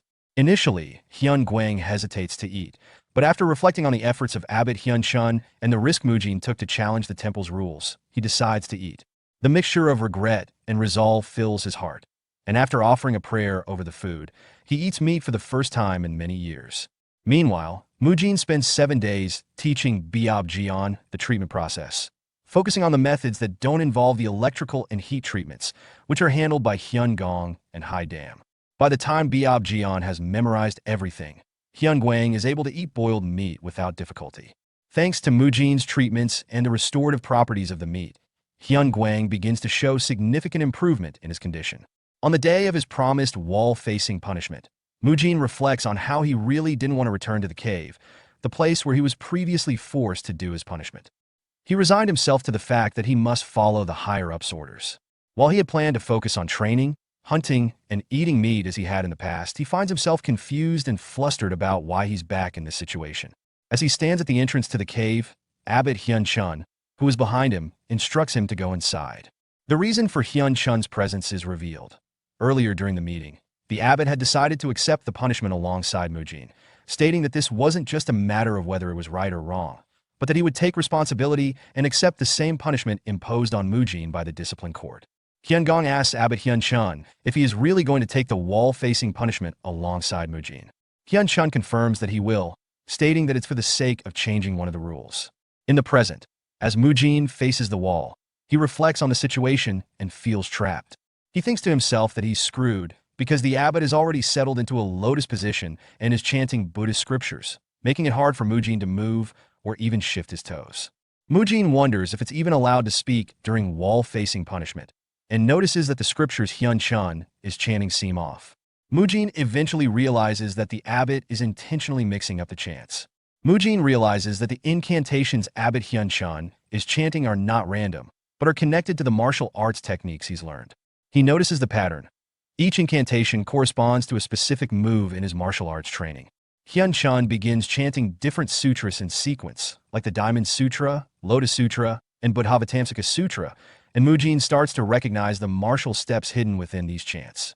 As he focuses more, he imagines how the martial arts techniques flow with each chant, connecting the words to specific movements in his mind. When Hyun-chun chants a flickering lamp, a phantom, Mujin associates it with the first move of the chain punch, a straight punch. The incantation and a dream follows, prompting Mujin to further delve into his image training, visualizing how the movements tie together. Mujin considers the next move in the swift whirlwind sweep, planning to raise his right leg for a kick. However, something feels off, so he decides to insert the step from the invincible punch to fix it. He spends the next 30 minutes mentally interpreting the incantations as steps and training in his mind. As he trains mentally, the intensity grows, and Mujin finds himself struggling to hold back the desire to physically practice what he's imagining. Despite being in the middle of a wall-facing punishment, Mujin begins to peek at Abbot Hyun-chun, who is still chanting. Mujin wonders if he can get up and practice without breaking the rules, but he notices something strange. Abbot Hyun-chun's chanting has taken on a rhythmic flow, which makes Mujin think it could be intentional. With a sense of urgency, Mujin decides to take a risk, thinking he has nothing to lose, and attempts to get up from the lotus position, prepared to gamble on the chance that this might be an opportunity for action. As Mujin stands up to practice, he quickly realizes that Abbot Hyun-chun is aware of his movements, but continues chanting without interruption, confirming that Hyun-chun intentionally set up this opportunity for Mujin to train. Following the rhythm of Hyun-chun's chanting, Mujin practices his martial arts steps, beginning with the chain punch straight punch, followed by the 21st move of the invincible punch, and ending with the swift whirlwind sweep. The rhythmic chanting makes it easier for Mujin to follow through the steps, but he grows curious as to why Hyun-chun continues to chant the same incantation instead of switching to something else. Mujin wonders if he's doing something wrong, sensing a subtle change in Hyun-chun's tone that signals his mistakes. As the training continues, Mujin notices a pattern. Whenever he performs a step correctly, Hyun-chun chants calmly or uses a low-tone cough, but when he makes a mistake, Hyun-chun dry coughs or raises his tone. Through this communication, Mujin begins to align his movements with the rhythm of the chanting, refining his technique over time. This secret training session goes on until sunset. Despite the successful training session, Mujin is left wondering why Hyun-chun is helping him. Hyun-chun, on the other hand, reflects on the time he's dedicated to treating Grandmaster Hyun-gwang and realizes that it has taken a significant chunk of his own training time. He decides that Mujin should use this time to make up for the training he's missed, ensuring that he won't lose any more time in his development. After some time, Abbot Hyun-chun coughed loudly, signaling the arrival of a Shaolin disciple who brought grain balls and water. The disciple placed the food down and left, and both Hyun-chun and Mujin remained in their lotus positions, continuing their wall-facing training. Mujin, who had been practicing martial arts, was sweating heavily and thought to himself that he almost got caught training. He wasn't expecting someone to come in unnoticed. Fortunately, the abbot's dry cough warned him in time. Now he is certain he's deliberately trying to train him. Feeling the urge to stretch his limits, Mujin stood up and decided he could no longer stay in the cave. He moved toward the exit, and as he left the cave, Abbot Hyun-chun, unaware of Mujin's true intentions, reflected on his decision, thinking, it seems like Mujin is eager to train. He understands how he feels. The cave is too cramped for him to train properly. I'll let him go out and train. However, Hyun-chun did not realize that Mujin was not leaving the cave to practice his martial arts, but instead to seek out protein. At that moment, Byeop-jeon, observing Hyun-gwang's condition, remarked, Grandmaster, I didn't notice it at first because I was so focused on your treatment, but you've really changed.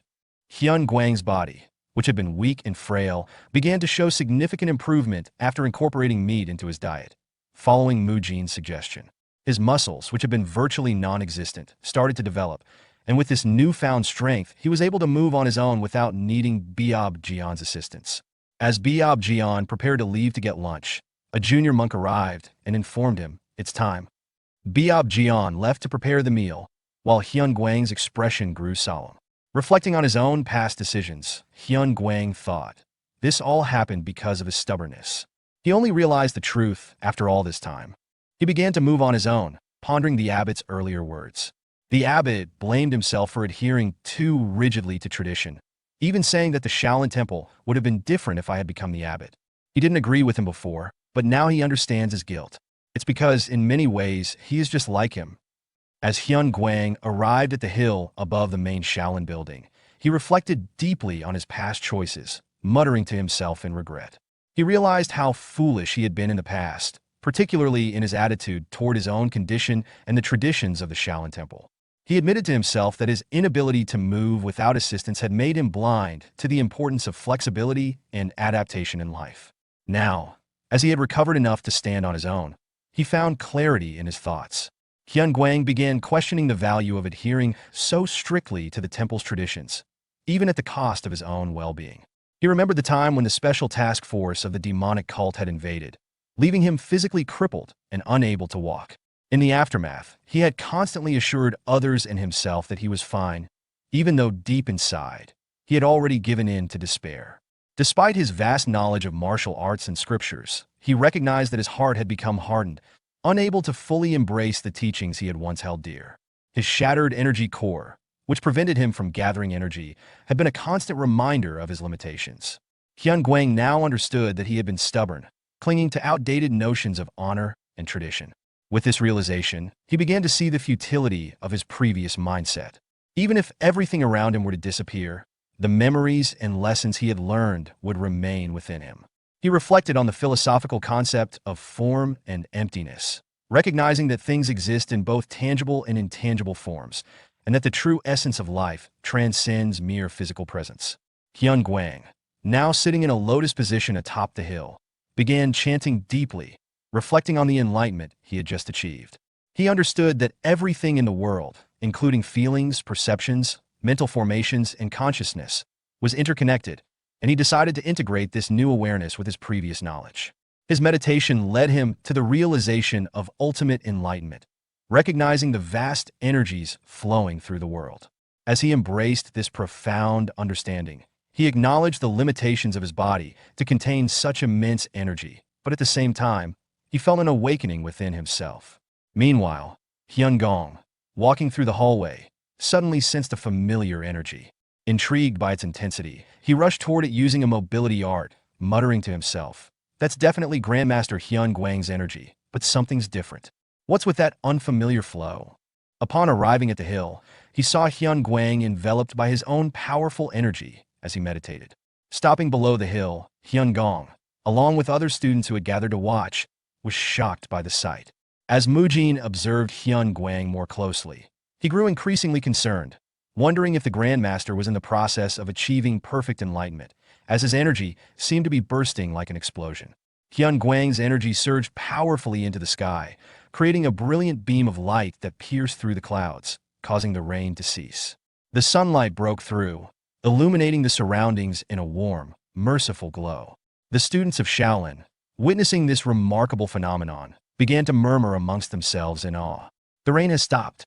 That light, that energy, I'm certain of it, that's Grandmaster Hyun Guang's energy." Even those who were not familiar with energy could feel the overwhelming presence. The energy was so intense that it hurt to look at, yet it was also soothing and filled with warmth, radiating a sense of peace and enlightenment rather than fear. It was a divine and otherworldly sight. The realization settled upon them. Hyun Guang had achieved nirvana. The Shaolin disciples, filled with deep respect, get into respective pose and chanted a reverent mantra, acknowledging the sacred moment of enlightenment. Gone, gone beyond, gone completely beyond enlightenment, hail. Form has emptiness, while emptiness also has form. Overwhelmed by the spectacle, Hyun Gong nervously approached and, with trembling voice, asked, "Grandmaster, has he finally achieved enlightenment?" Hyun Guang chuckled and explains that what he had previously understood in his mind has now been fully realized in his heart. Hyun Gong, still processing the gravity of this realization, questions why Hyun Guang hasn't attained Buddhahood despite reaching nirvana. Hyun Guang responds calmly, acknowledging his attainment of nirvana but revealing that his path is not yet complete because there are unresolved matters. He credits his achievement to Mujin. Hyun Guang then inquires about Mujin's current situation, revealing concern over his absence.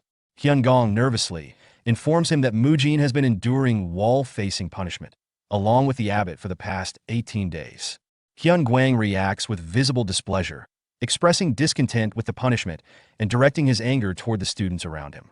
His strong reaction surprises Hyun Gong and the other Shaolin disciples present.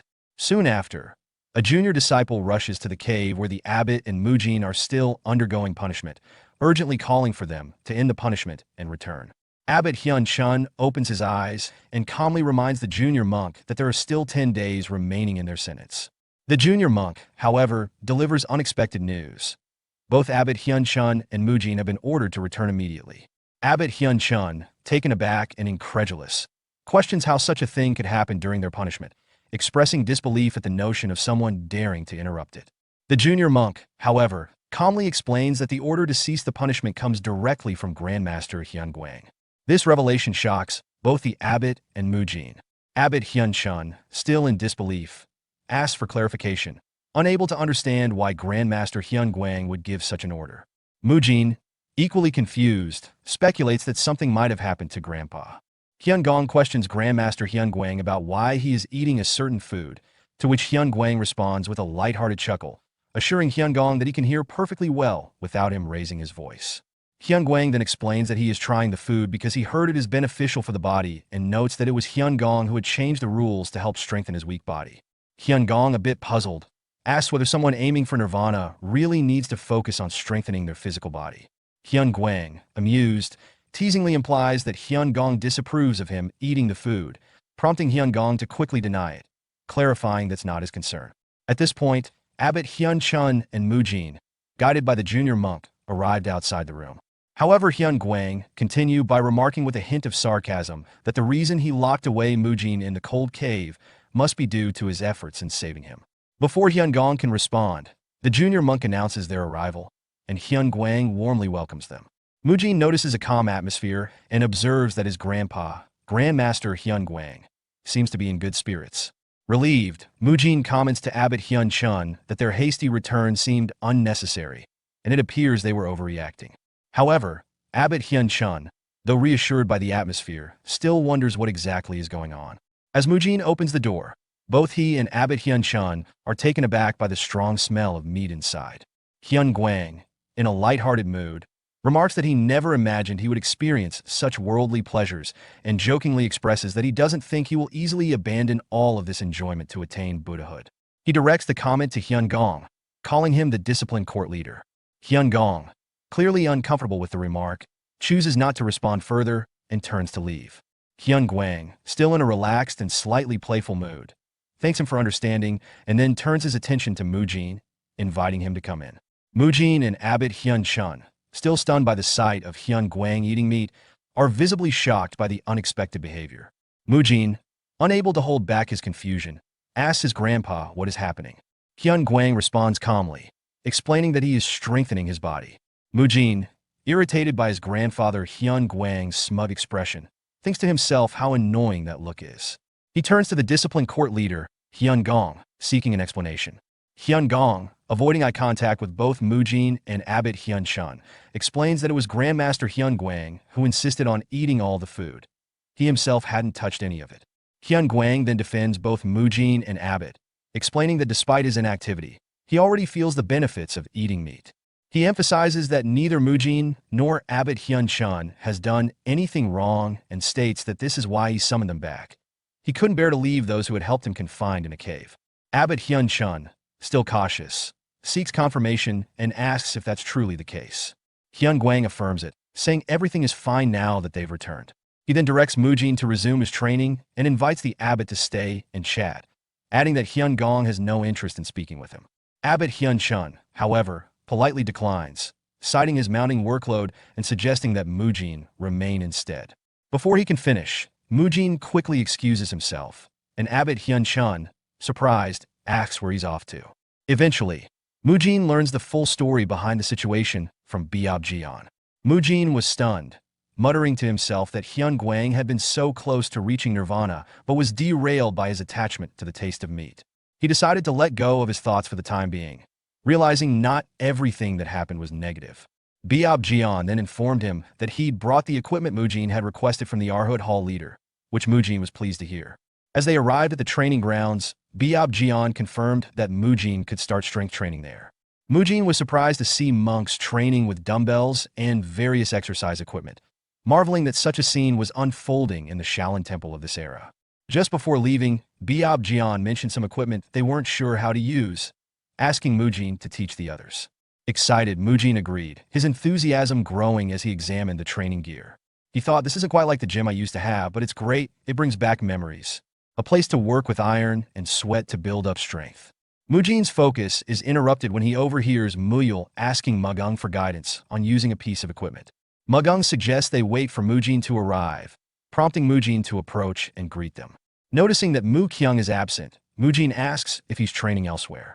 Mugung explains that Mu Kyung found the training difficult and is likely practicing on his own. Muyul, seeing Mujin, teasingly asks if he's finally out of jail. Mujin, brushing off the comment, responds, "Don't call it jail." Noticing a piece of equipment, Mugung asks Mujin if it's also meant for exercise and how to use it. Mujin recognizes the item as a tire and, with a bit of humor, corrects himself by calling it a rubber wheel. Preparing to demonstrate, Mujin explains that the exercise involves lifting one side of the wheel and flipping it repeatedly. He mentally draws a parallel to the modern tire flip exercise, feeling a sense of accomplishment at incorporating an innovative training method using the temple's limited resources. Mujin, after testing the weight of the rubber wheel, estimated it to be around 150 kilograms. He explained to Mugung that using this for exercise would train not only the lower body, but the entire body, helping with strength distribution. Offering Mugung a turn, Mujin asked if he wanted to try it out. Mugung, feeling challenged, asked if Mujin thought he couldn't handle it. Mujin warned, jokingly, that he would strike his head 10 times if he used inner energy, to which Mugung insisted he wouldn't cheat. At that moment, Muyul interrupted, calling for Mujin's attention with a question. Before Mujin could explain, Muyul suddenly started running, leaving Mujin puzzled, who asked what he was doing. Muyul replied that he was playing around with the equipment, testing if he could use it in this way. Mujin watched in surprise as Muyul easily jumped onto a bar 3 meters high and began maneuvering around it with impressive flexibility. Mujin thought to himself that Muyul's movements were very agile, almost monkey-like. Reflecting on this unique style, he wondered if monkey might be a natural addition to the Shaolin techniques alongside the crane, snake, leopard, tiger, and dragon styles. Muyul asked Mujin if he was using the bar correctly. Mujin replied that Muyul's approach was fine, then mused to himself that even if this type of movement didn't currently exist, Muyul might eventually create it. Mujin noted there was a variety of equipment beyond just bars and the rubber wheel, equipment often used in CrossFit rather than traditional gyms. This setup was ideal, as it allowed him to train strength, flexibility, and coordination without overdeveloping his muscles, which could hinder martial arts performance. Mujin was excited about becoming a martial master and discovering the ending to this novel journey he was part of. Mujin's path at the Shaolin Temple was progressing, but he was aiming for more than just physical prowess. He was cultivating a balanced strength that served his martial arts.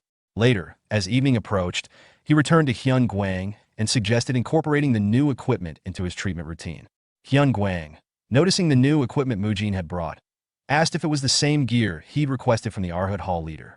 Mujin confirmed, introducing it as the reform roller, explaining that in modern times it's known as a foam roller used for stretching muscles.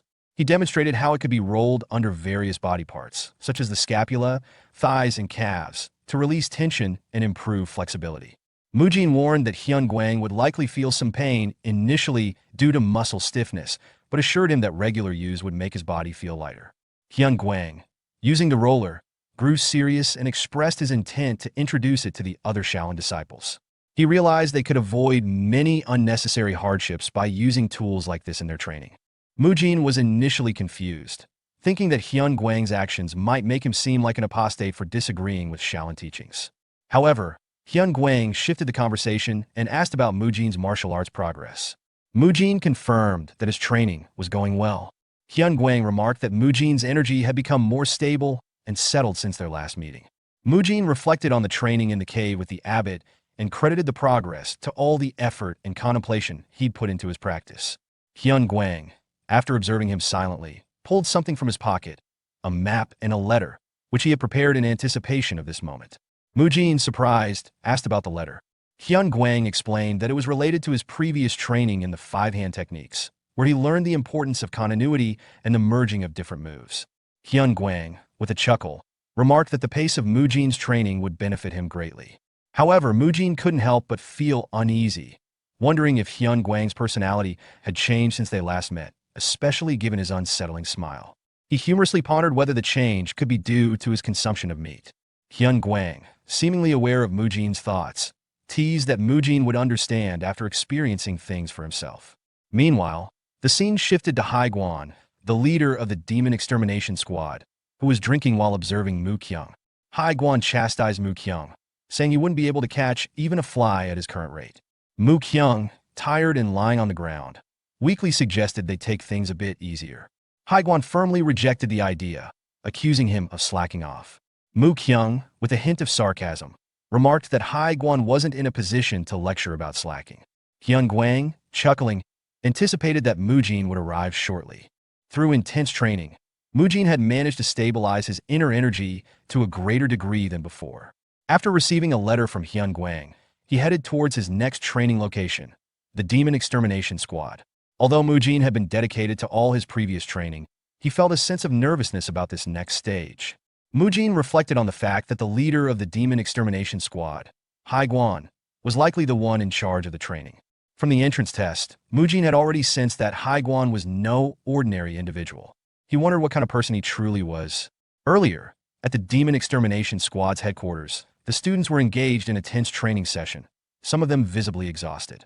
Hai Guan, however, was demanding more effort from them.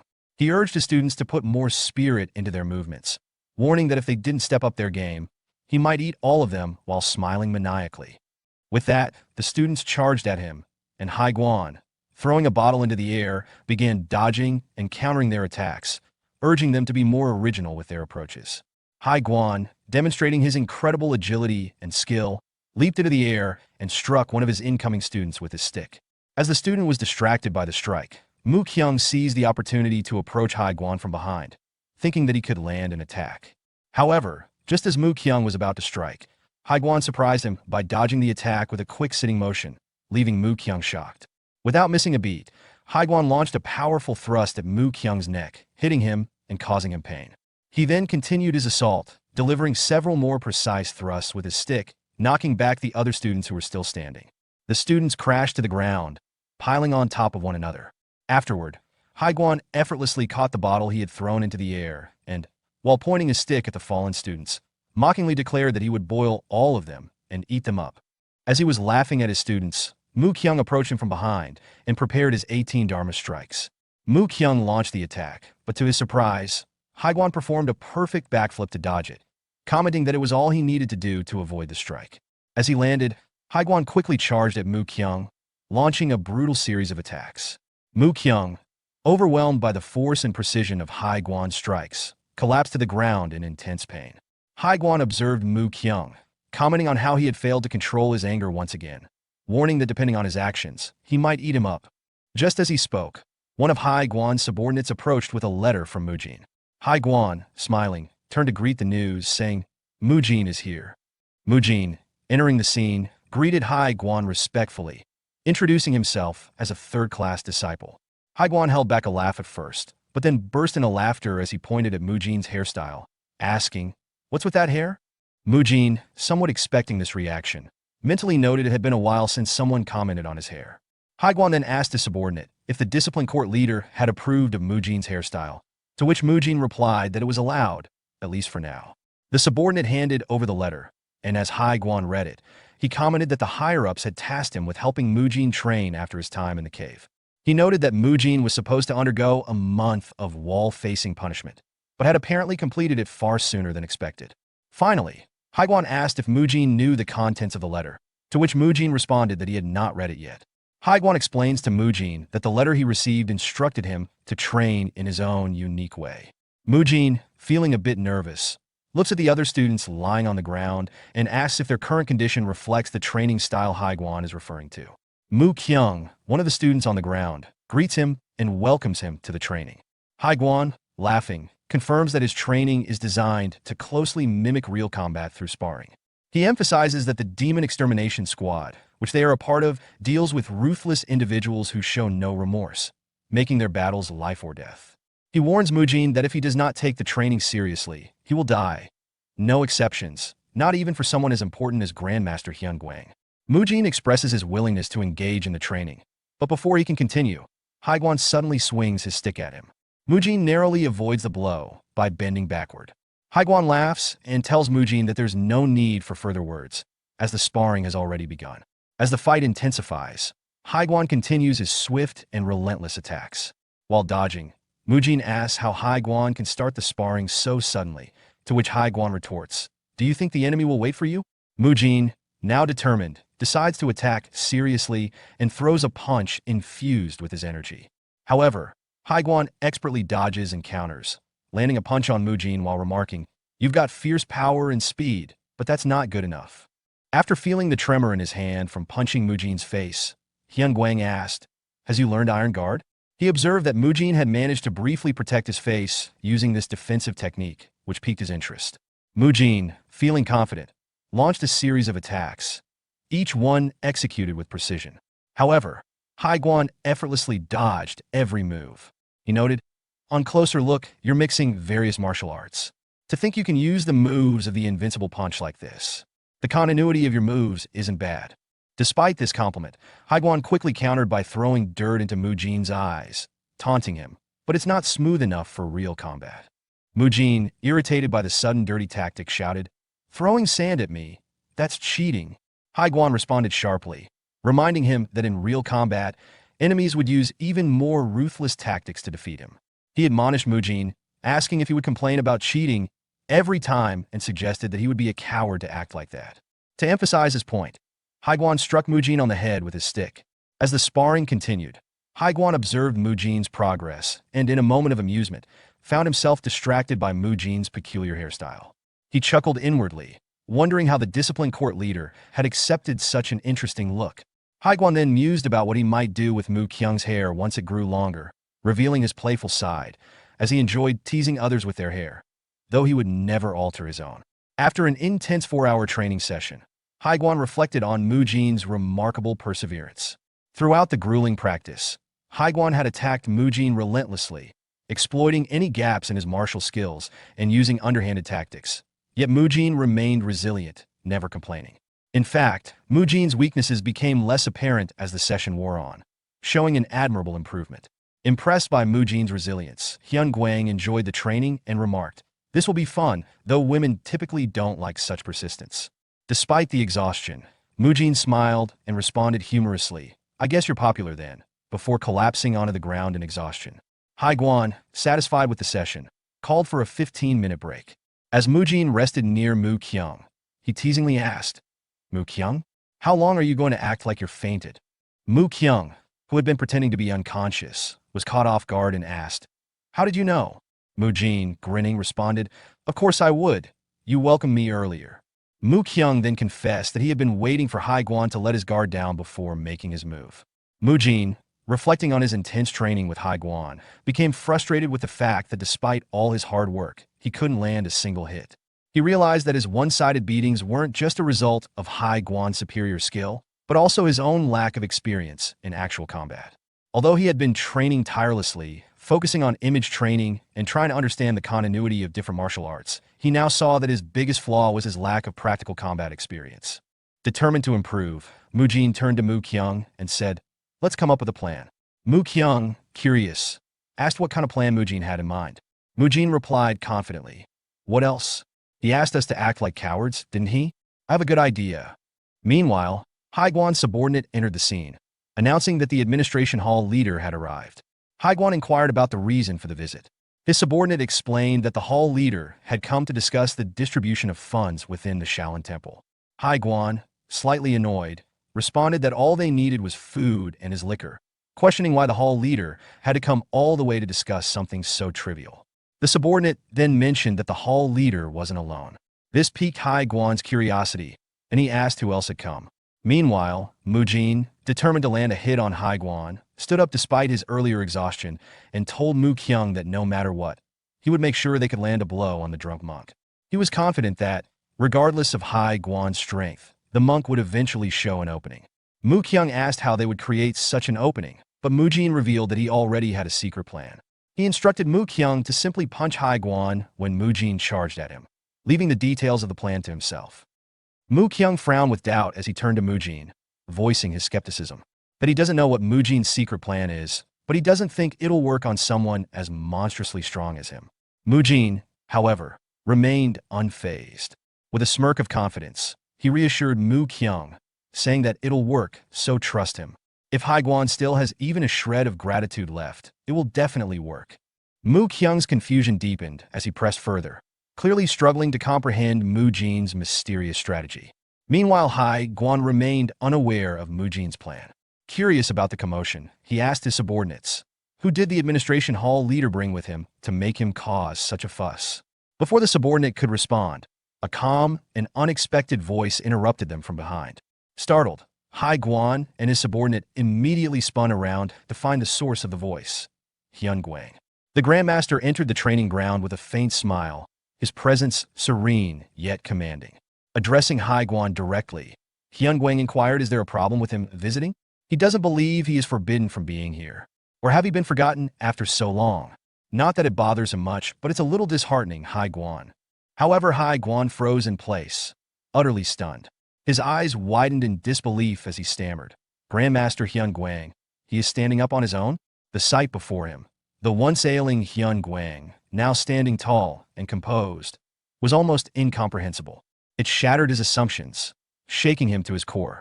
Without hesitation, Hai Guan rushed toward him, while saying greeting to Grandmaster Hyun Guang. Seeing how Hai Guan shows respect to Grandmaster Hyun Guang, an act so unprecedented that it shocks his subordinate to the core. The subordinate, unable to contain his astonishment, murmurs aloud, comparing this display of respect to Hai Guan's refusal to bow even to the abbot. This reaction underscores how extraordinary and impactful the moment truly is. From a distance, Mujin observes the exchange with a knowing smirk, his composed demeanor revealing a sense of satisfaction. His internal monologue reveals that he had anticipated this reaction from Hai Guan, reinforcing his belief in the unfolding plan. Mujin's confidence grows as he turns to his companion, Mu Kyung, and informs him with quiet certainty that it's starting. Mu Kyung blinked, still uncertain, asked, is that the secret plan? Mujin confirmed with a resolute tone. A determined glint appeared in his eyes as he thought to himself that he could relate to that feeling better than anyone. His thoughts drifted back to a significant memory with Grandmaster Hyun Guang, who had once made an unexpected announcement that Mujin is going to train with the Demon Extermination Squad. At the time, Mujin had been taken aback and alarmed by the news. The mention of the squad had immediately brought to mind its leader, Monk Hai Guan, a figure Mujin had encountered briefly during the entrance test. The image of the leader remained vivid. Monk Hai Guan had appeared powerful and dangerous, leaving a lasting impression on Mujin. Hyun Guang chuckled in response, explaining that Monk Hai Guan only appeared intimidating because of his work, but in reality, he wasn't a bad person. To Hyun Guang, Hai Guan was like a little puppy. He added, almost humorously, that it was probably time to pay Hai Guan a visit. Curious, Mujin asked if his grandfather knew Hai Guan well. Hyun Guang replied that Hai Guan used to follow him everywhere and had once claimed Hyun Guang saved his life, though Hyun Guang didn't recall doing anything significant to warrant such deep gratitude. In the present, Mujin dashed toward Monk Hai Guan, reflecting on this memory.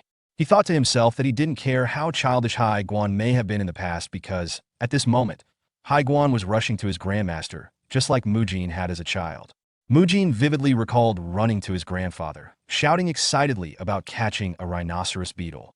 Now, Hai Guan sprinted toward Hyun Guang with excitement. He exclaimed, Grandmaster, you've finally recovered. Watching this, Mujin thought back to his own excitement as a child, but noted that Hai Guan's enthusiasm left him vulnerable. Seizing this opening, Mujin prepared to act. As Monk Hai Guan neared Hyun Guang, Mujin and Mu Kyung launched a surprise attack from behind. Hai Guan, taken aback, turned to see Mujin on his right, preparing a combination of chain punch and an invincible punch, while Mu Kyung stood on his left, readying his 18 Dharma strikes. Mu Kyung, smirking, teased, doesn't he tell them to act cowardly, then now take a punch from them? As both of them launched their attacks at Hai Guan. However, to their shock, Hai Guan effortlessly blocked both of their attacks. Both Mujin and Mu Kyung were stunned.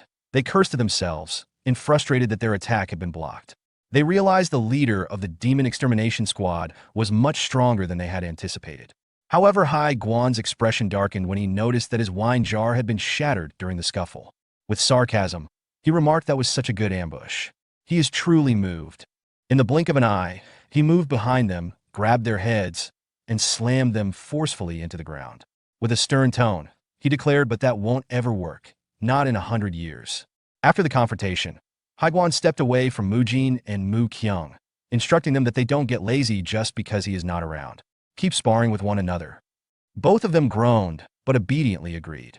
Later, as Hyun Guang and Hai Guan sat a short distance away from the training ground, Hyun Guang expressed concern about Hai Guan's harshness, stating they're still children. Doesn't he think he's being too hard on them? Hai Guan, wincing as he pressed the wounds from Mujin's attack, responded with a stern tone. He argued that if he went easy on them, they would only regret it later when they faced real danger. He explained that they couldn't predict when war might come, and that they needed to be battle-ready. If he didn't push them now, they would become lazy, and by the time they realized the consequences, it would be too late. Haiguan fondly remembered his childhood and recalled a moment when he proudly told Hyun Guang, Grandmaster, he worked hard and became a third-class disciple. Hyun Guang smiled warmly, stating, "You've finally become an official disciple here, Haiguan?" To which Haiguan eagerly affirmed that. With a gentle pat on his head, Hyun Guang praised him, saying, "I knew you could do it. Keep growing, and one day, become a pillar of the Shaolin Temple." Haiguan reflected on the grueling training he had endured, hoping to become strong enough to contribute. However, his dreams were interrupted by the day of the demonic cult's invasion. Surrounded by cult members who taunted him with, "Does he think he can run away, rat?" Haiguan found himself on the brink of being attacked.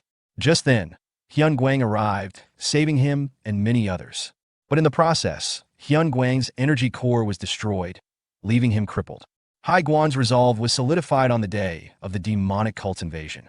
The trauma of witnessing Hyun Guang's injury and the cult's cruelty fueled his vow to never forgive them.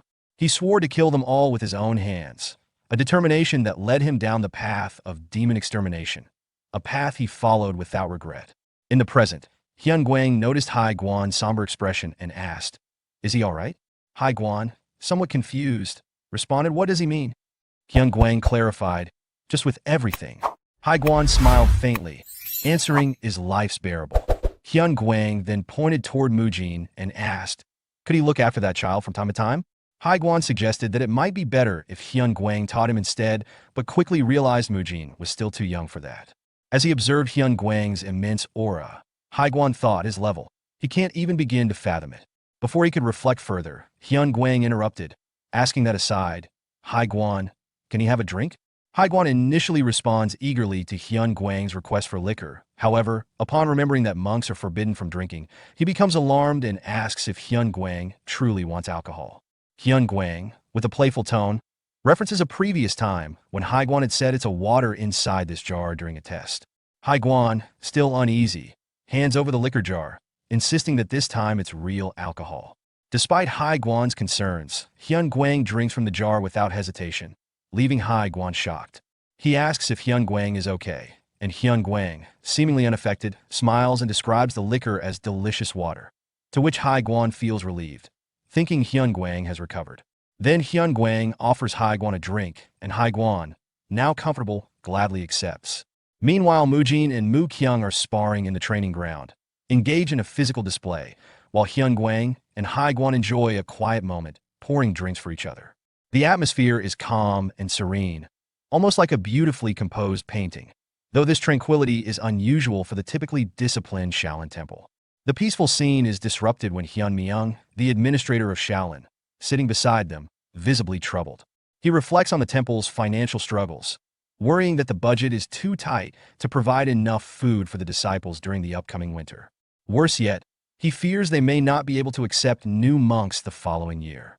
Looking at Mujin and Mu Kyung, he silently blames them, thinking that their actions are contributing to the temple's financial difficulties.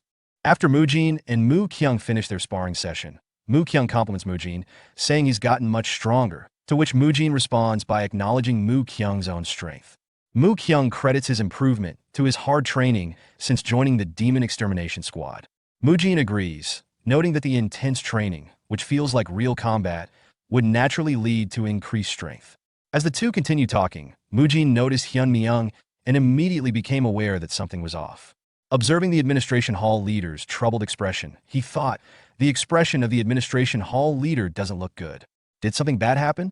Mujin quickly deduced that the sigh Hyun Myung had let out, coupled with his gloomy demeanor, indicated trouble. As the hall leader in charge of budgets, his mood clearly reflected a problem. Drawing from his past experience managing several gyms in his previous life as Choi Kang-hyuk, Mujin recognized the signs of financial or operational distress and understood exactly what Hyun Myung was going through. Mu Kyung, noticing Mujin's change in expression, asks what's going on. The Shaolin Temple is in financial difficulty right now. The 1,000-year Shaolin Temple, one of the reputable great martial groups, of the 10 great martial groups, was also known as the North Star of Mount Tai. They've lived a life cut off from the secular world while focusing on meditation and training. However, no matter how cut off they are, it can't be helped when it comes to food, clothing, and shelter. They receive donations from believers and funds given by the outer sect groups. That was how they had been able to somehow manage their current lifestyle. That is, until a few problems appeared. The scene shifted to a Shaolin disciple who dropped a coin, prompting another monk to scold him that he needed to pick it up before they lose it. Even a single coin is important to the administration hall right now. The disciple knelt to retrieve the coin, muttering he knows their financial situation isn't great, but to think they did be this desperate over one coin. Another monk, observing Mujin cleaning nearby, pointed at him and explained, "It's because of that kid." A fellow monk, confused, asked, "Is he saying it's all Mujin's fault?"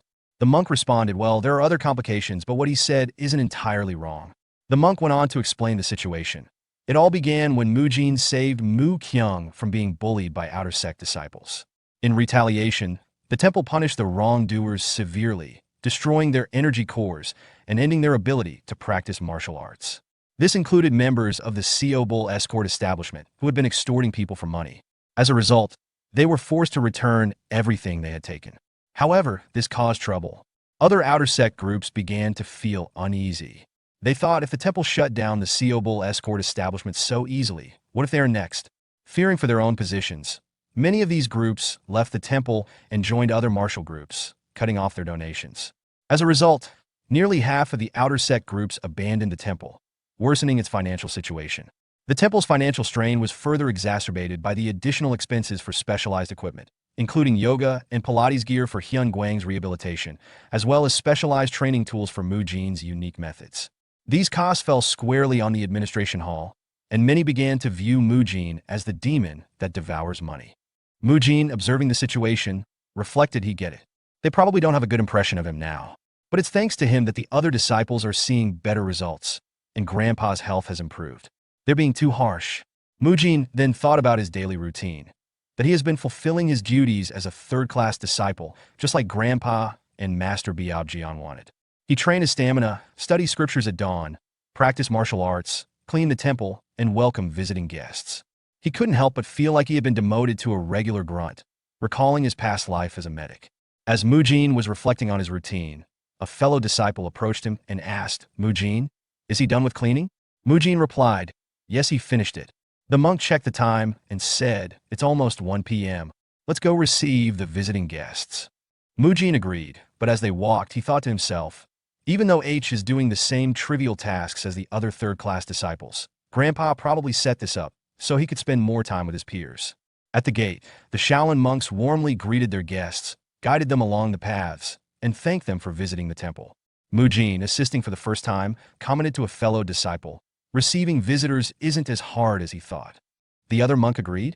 Mujin reflected that it was similar to how he used to welcome gym members in his past life. However, his thoughts were interrupted when he heard a labored breath. Looking down the long staircase leading to the gate, he spotted an elderly woman struggling to climb the steps. Turning to his fellow disciple, Mujin said that he is head down for a moment.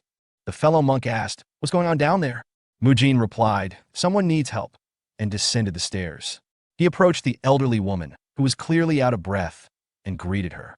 The woman looked up at him and smiled, replying, "Hello, young monk." Noticing her fatigue, Mujin stated she seems quite tired. "What brings her all the way here?"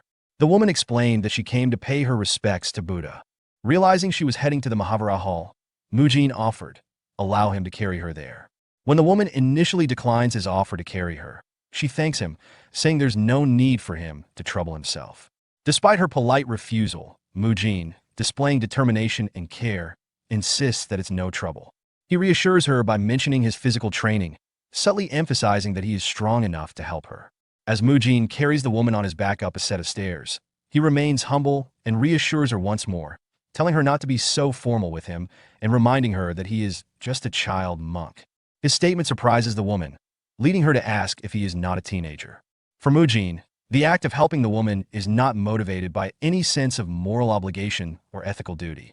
Instead, it comes naturally to him, driven by an ingrained respect for the elderly.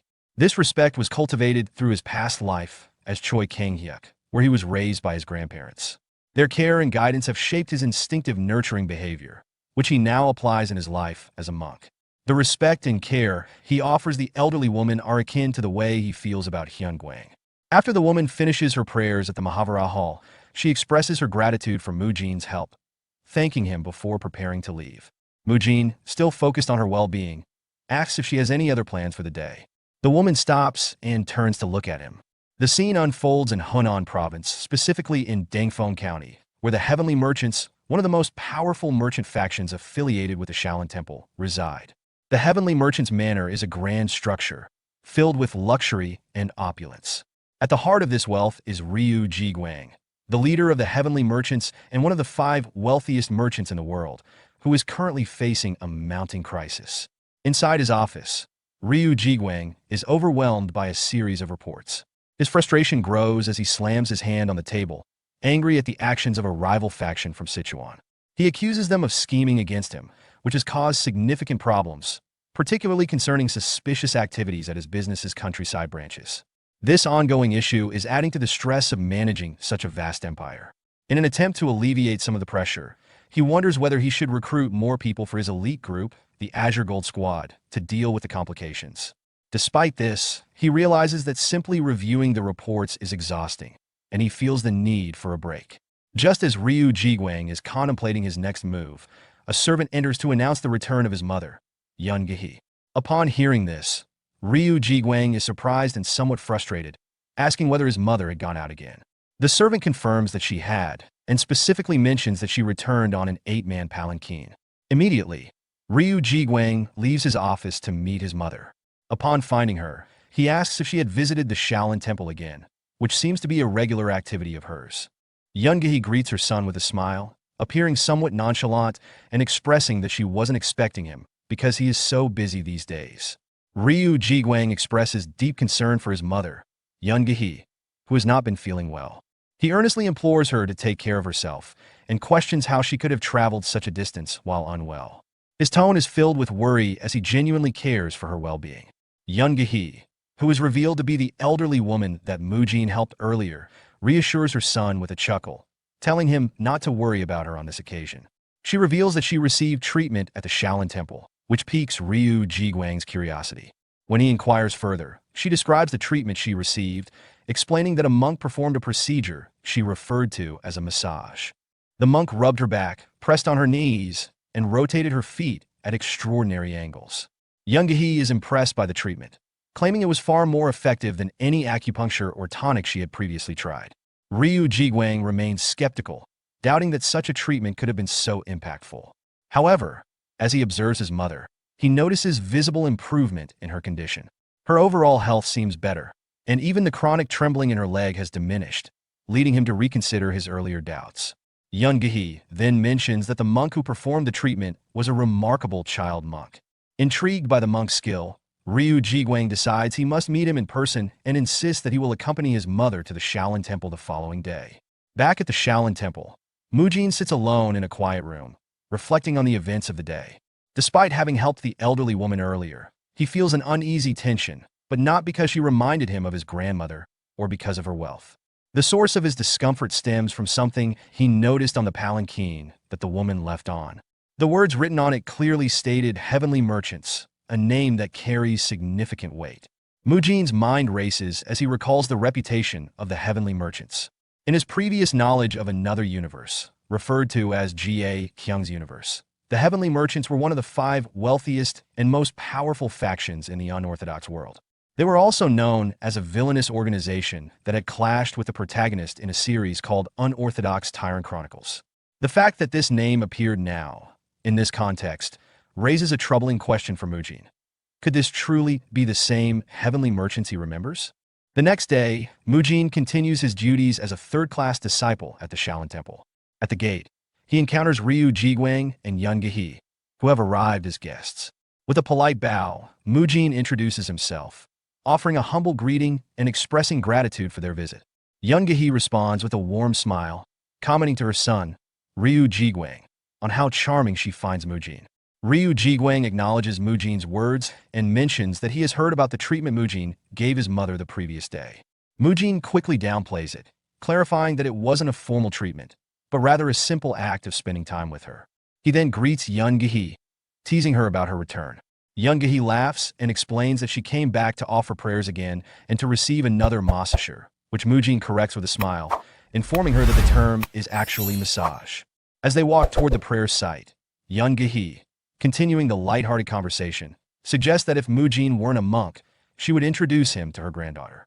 She catches herself and apologizes for rambling, but Mujin responds kindly, expressing that he would love for her to visit often so they could offer prayers and recite scriptures together. Young-gi beams at his response, calling him a sweet boy. Ryu Jiguang watches the exchange between his mother and Mujin with a sense of resignation.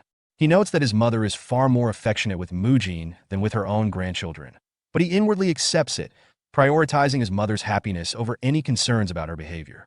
While walking with Ryu Jiguang and Young-gi, Mujin discreetly glances at Ryu Jiguang, recognizing him as the leader of the Heavenly Merchants, a powerful and influential group in the unorthodox world.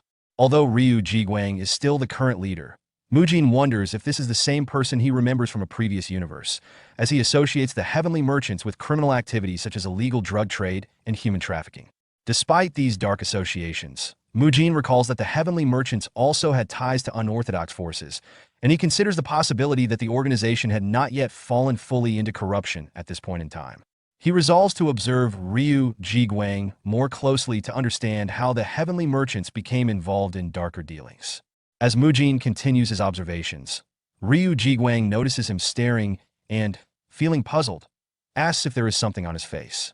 Mujin quickly denies this and instead comments on Ryu Jiguang's posture, remarking that he seems like someone who spends a lot of time sitting down. This observation catches Ryu Jiguang off guard, as he wonders how Mujin could know this. Ryu Jiguang admits that he does indeed spend much of his time seated, reading letters, and mentions that it has been a while since he last climbed a mountain, implying that his lifestyle has made him physically sedentary. Mujin, continuing to observe Ryu Jiguang, notes that his posture shows signs of someone who has been sitting for long periods, with a crooked pelvis and slightly hunched back. He concludes that Ryu Jiguang's physical condition reflects the consequences of prolonged office work. Inspired by the idea of helping him, Mujin proposes that Ryu Jiguang receive the same treatment as his mother, suggesting that it might benefit him as well. Ryu Jiguang, intrigued, raises an eyebrow and expresses curiosity about the treatment, agreeing to give it a try to see how effective it is. Mujin, smiling, invites him to follow him, revealing that another person will be receiving treatment alongside his mother, indicating that Mujin has planned this encounter intentionally. Mujin's internal thoughts reveal his strategy. By keeping Ryu Jiguang close and offering to help him, he hopes to gain further insight into the leader of the Heavenly Merchants and, ultimately, learn more about their descent into corruption. Later, at Hyun Guang's residence, Biob Jian greets Mujin, Ryu Jiguang, and Young-gi at the door with surprise, questioning what they are doing there and who the visitors are. Mujin explains that his guests have come to offer prayers and are not feeling well. He suggests that they could all receive treatment together, asking his grandfather, Hyun Guang, if the treatments for Ryu Jiguang and Young-gi could be done alongside his own. Hyun Guang agrees without hesitation, expressing his willingness to accommodate Mujin's request. Mujin then takes charge of the situation, telling his grandfather and Young-gi that he will handle their treatments while asking Master Biob Jian to assist Ryu Jiguang. Biob Jian agrees, and Mujin turns his attention to Ryu Jiguang, explaining his treatment method. He clarifies that while he called it an acupressure technique for Young-gi, the treatment is actually a muscle lengthening technique. He uses special tools that provide targeted stimulation by rolling across the body. Mujin then shifts to Hyun Guang and explains that today's treatment will focus on tendon reformation. He demonstrates how to use the tools, instructing his grandfather to place one foot on a specific spot, lock the other in position, and push backward while holding a handle. Hyun Guang, though unfamiliar with the tool, follows the instructions carefully and immediately begins to feel the stimulation, confirming the technique's effectiveness. Next, Mujin moves on to Young-gi, telling her he will assist her with a spine corrector, a tool designed to align the spine and strengthen the core muscles. Young-gi responds with a smile, expressing her trust in Mujin and indicating that she is counting on him. Mujin instructs Young-gi on how to position herself for treatment, asking her to sit slowly on a block and then lie down, ensuring her buttocks are placed where the block is hollow. Young-gi follows his instructions and comments that it seems quite simple. Mujin encourages her to relax as much as possible, but Young-gi sighs, explaining that even lying down is uncomfortable due to her body aches. Hyun Guang, observing the treatment, chimes in and asks if Young-gi is managing all right, noting that the process seems more challenging than it appears. Yoon-gi reassures him, smiling confidently, saying she's fine because she trusts Moojin and believes he would never harm her. Hyun-gwang, agreeing, adds that he has been receiving treatments from Moojin for a while and has seen positive results. Curious, Yoon-gi remarks on how healthy Hyun-gwang looks and wonders if he really needs treatments. Hyun-gwang laughs and explains that he wasn't always in such good condition, admitting that his health has significantly improved over time, as he was once in terrible shape. Yoon-gi chuckles and acknowledges that this improvement proves Moojin's skill, calling his hands miraculous. As Moojin watches the light-hearted exchange between Hyun-gwang and Yoon-gi, he internally reflects on the scene, humorously thinking to himself that it feels more like an elderly rehabilitation center than the Shaolin Temple. Later, Byeop-jeon asks Ryu Ji-gwang about his experience with the muscle lengthening technique, and Ryu Ji-gwang responds positively, saying he feels much better now. Though he privately reflects that the treatment was initially painful, the discomfort eventually eased, leaving him feeling refreshed. He thanks Byeop-jeon for the excellent treatment. Byeop-jeon humbly dismisses the praise, explaining that this was his first time performing the technique, which he learned from Moojin. He admits he was worried about making a mistake but is glad it helped. Ryu Ji-gwang is momentarily taken aback, realizing that Moojin had taught Byeop-jeon the technique. He then recalls the name Hyun-gwang, which had come up earlier, and his thoughts trail off, trying to connect the dots.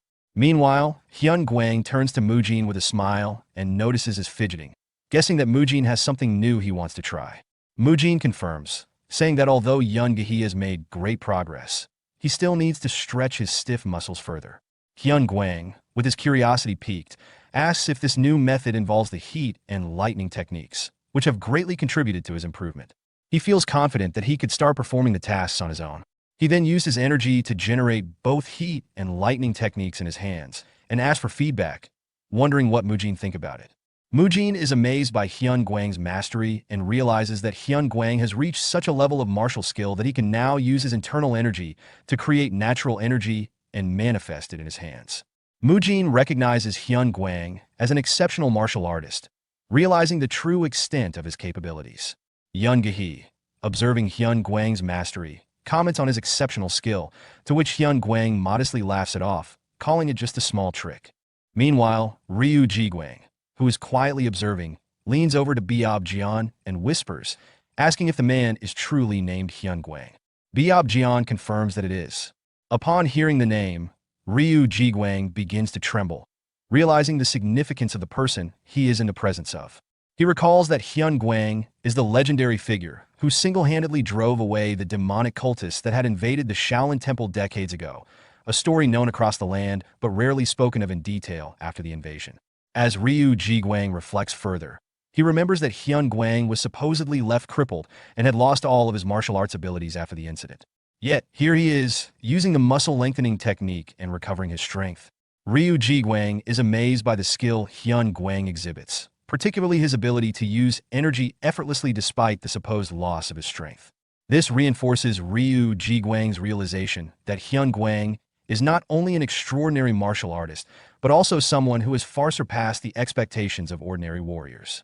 Ryu Ji-gwang further realizes the potency of the muscle-lengthening technique, which he now sees works as promised, and he recognizes that it was taught to Byeop-jeon by Moojin. This deepens his respect for Moojin's abilities, and he concludes that the boy's skills are genuine. He also senses that this is an opportunity he cannot afford to let slip by. As the treatment session concluded, Yoon-gi expressed her gratitude to Moojin. Moojin graciously replied it was his pleasure. He enjoyed it too. Though internally, he thought the experience had felt almost like watching an episode of elderly romance, noting the warmth between Hyun-gwang and Yoon-gi. Turning his attention to Ryu Ji-gwang, Moojin advised him, "The roads can get quite dark later. It's best to head back home soon." Ryu Ji-gwang agreed, but before leaving he mentioned there's something he did like to say. He will come back early tomorrow morning. Could he bring him to the administration hall? Moojin was taken aback by the request and asked, "The administration hall? He can guide him there. But may he ask why he'd like to go?" Ryu Ji-gwang gave a faint smile and replied, "He has some business there. He'll explain everything tomorrow. It involves something that requires his presence. He'll be counting on him to lead the way." Although a bit puzzled, Moojin agreed and said, "He'll let them know you'll be visiting." As they parted ways, Moojin couldn't shake the feeling of curiosity about Ryu Ji-gwang's plans. wondering what he was up to and why he had asked for Mujin's assistance. The next day, Hyun Guang allowed Ryu Jiguang to visit the administration hall, and Mujin escorted him there. The administration hall, responsible for managing the Shaolin Temple's budget and finances, was busy with activity. Hyun Myung, the head of the hall, raised his eyebrows in surprise as he listened to Ryu Jiguang's proposal. He thought he misheard him. Could he repeat that? Ryu Jiguang, maintaining his calm composure, reiterated that he had a proposal. He'd like the heavenly merchants to open a clinic with Mujin. Hyun Myung stared at the pouch of money Ryu Jiguang had given him earlier, a significant sum of 100 gold niang, which could cover a year's worth of food expenses for the entire Shaolin Temple. His mind raced, wondering why Ryu Jiguang had handed over such a large amount so easily. What was his true intention? Ryu Jiguang, sensing Hyun Myung's unease, spoke up, acknowledging the money's value. He explained that the amount was only natural, given that the treatment techniques used by Mujin had improved an incurable disease that even the best physicians couldn't treat. He seemed to downplay the generosity, though his words didn't fully reassure Hyun Myung. Hyun Myung, still suspicious, pressed him further about his earlier suggestion to open a clinic with Mujin. Ryu Jiguang responded smoothly, outlining his plan to establish a clinic using Mujin's revolutionary treatment method to help those with incurable ailments, like Hyun Guang and his mother. However, Hyun Myung wasn't entirely convinced and raised concerns about Shaolin's strict policy against engaging in business ventures, especially one that seemed aimed at the wealthy. Ryu Jiguang, though caught off guard by Hyun Myung's perceptiveness, remained composed. He acknowledged the truth of Hyun Myung's concerns, but internally, he thought about the potential profitability of such a venture. As the leader of one of the 5 great merchant guilds, Ryu Jiguang was no stranger to strategic thinking. He recognized that the aging population and their inevitable health problems presented a lucrative opportunity if Mujin's treatments could be introduced to the right audience. However, Ryu Jiguang knew that there were deeper, more personal reasons behind his proposal that he wasn't ready to reveal yet. For now, his primary goal was to build a strong relationship with Shaolin, a critical step for his long-term plans. Ryu Jiguang, trying to appeal to Hyun Myung's sense of duty, suggested that the clinic's profits could be partially used by Shaolin to help the poor. However, Hyun Myung remained cautious, explaining that charging the wealthy for treatments could lead to public criticism of Shaolin, and that it was vital for the temple to maintain trust and integrity. He emphasized that a single misstep could damage the temple's reputation, which had been built over time through sincerity and transparency. As the discussion continued, Mujin, who had been silently observing, grew frustrated with the resistance to what seemed like an obvious solution. He thought to himself about Shaolin's ongoing complaints about a lack of funds and how this opportunity could solve their financial problems. Drawing from his past experience in managing gyms, he felt compelled to intervene. Mujin cleared his throat and spoke up, asking may he speak for a moment? From what you've said, the main issue seems to be earning money while only treating the wealthy, right? Hyun Myung confirmed that. Mujin then suggested why not treat both the poor and the wealthy without distinction? Both Hyun Myung and Ryu Jiguang were surprised and asked in unison, treat both groups? What does he mean? Mujin explained, simply put, if they charge a set fee for treatments, poor people won't be able to afford it, which would decrease demand and make the effort pointless. Instead, why not divide the facilities into 2 businesses? Both of them inquire about it. Mujin elaborated, one facility would be free, while the other would cater to the wealthy. Ryu Jiguang then asked, wait, so only the wealthy would pay for the treatments? However, Hyun Myung urged Mujin to continue. Mujin continued, the wealthy might complain about fairness, questioning why they're the only ones paying. To address this, the free facility could provide treatments on a rotating schedule, focusing on different parts of the body each day. For example, one day could be leg treatments and the next could focus on the pelvis. Meanwhile, the paid facility would offer more comprehensive care, including basic treatments alongside advanced techniques, like combining heat and lightning therapies, which we specialize in. This way, the wealthy would get more advanced care, and the poor would still receive treatment. Mujin reflected to himself, that's how large gyms operate. They offer cheaper memberships for general gym use while charging additional fees for personal training sessions. Confident in his idea, he said aloud, also he knows merchant leader Ryu will understand this well. Ryu Jiguang tilted his head and thinks with mild surprise, they could do it that way too, but is this really something a child came up with? Mujin continued, the wealthy love to spend on luxury. They'll always prefer expensive tea like Longjing tea over something cheap, even if the difference is minimal. Vanity and pride will definitely come into play. Ryu Jiguang's eyes lit up in agreement. He understands what he is saying: free facilities that can be used by everyone and paid facilities reserved for premier individuals. The wealthy would naturally gravitate toward the paid facilities to satisfy their vanity and pride. Mujin nodded. Well, isn't that exactly what the wealthy want?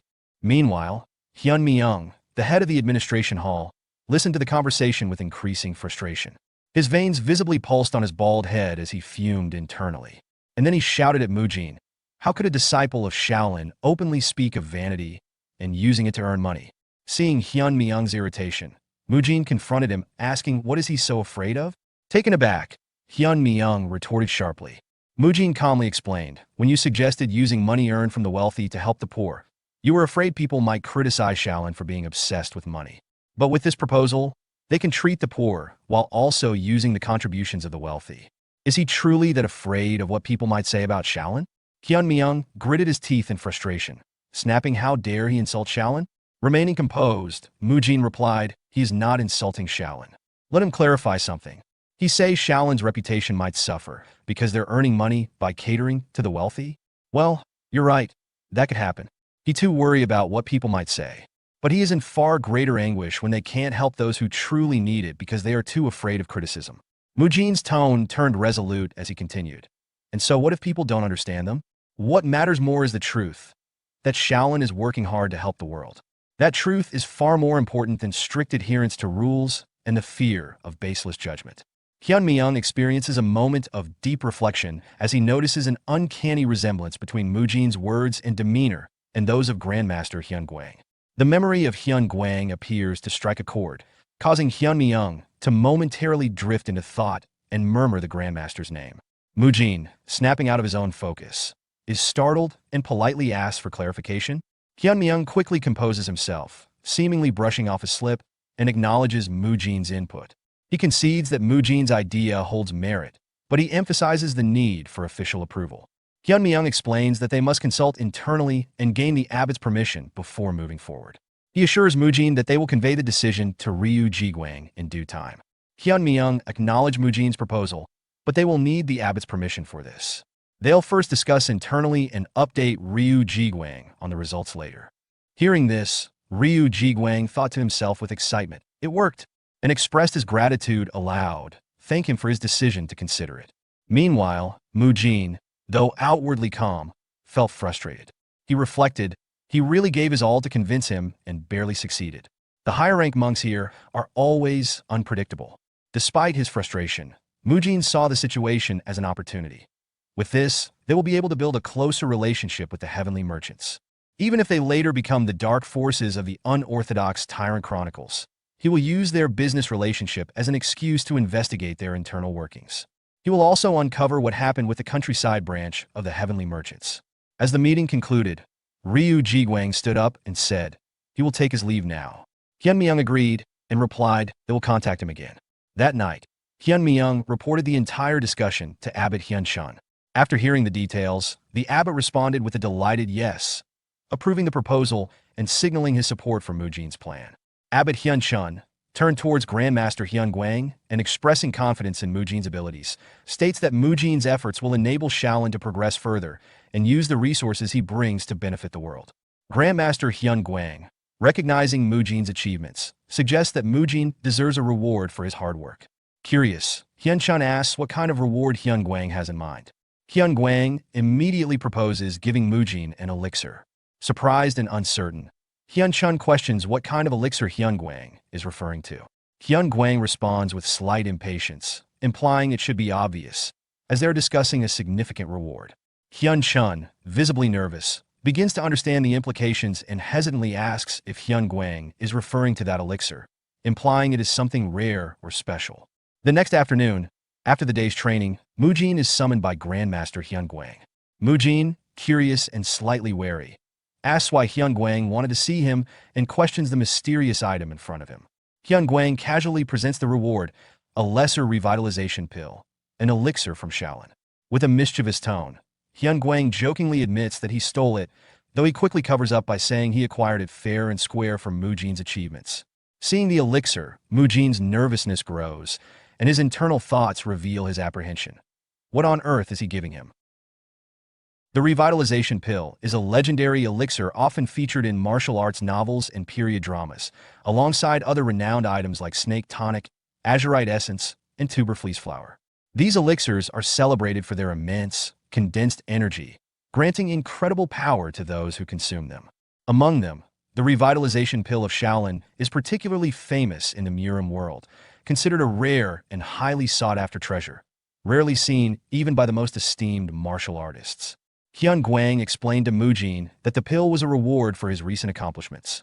Actually, Hyun Guang admitted, I wanted to give you the greater revitalization pill, but I was told it's not the right time yet. The abbot suggested giving you the lesser revitalization pill instead. He's so stingy. Isn't giving it a good thing? Mujin, puzzled, thought, I'll just act like I didn't hear that, and asked, what do you mean by it not being the time yet? Hyun Guang smiled and reassured him. You'll understand after you consume the lesser revitalization pill. The timing is perfect. How about consuming it right now? I'll assist you. Hearing this, Mujin grew excited and shouted, I'll do it. His thoughts raced with anticipation. There's nothing to think about. A precious treasure like this has come to me on its own. Of course, I'll consume it as soon as I can. Mujin and Hyun Guang arrived at a secluded pavilion deep within the mountains. Hyun Guang explained, this place is rich with nature's energy, which will help you during the process. Mujin looked around in amazement. I never knew there was a pavilion hidden so deep within the mountain. Hyun Guang continued with a serious tone. Absorbing energy from an elixir is different from using a cultivation technique. When cultivating, you breathe through your nose and mouth, slowly absorbing energy. But when consuming an elixir, the energy rushes directly to your stomach. Mujin asked for clarification. Are you saying I should focus on the energy of the elixir entering my body instead of my breathing? Hein Quan know that. Exactly. Each breath you take will cause some of the elixir's energy to dissipate. However, if you hold your breath out of greed to retain it, you'll fall into energy deviation. You must be very careful. Mujin nodded, understanding the gravity of the situation. I think I get it, he said. He's never been this serious before. That means I really need to focus and be cautious, Mujin thought.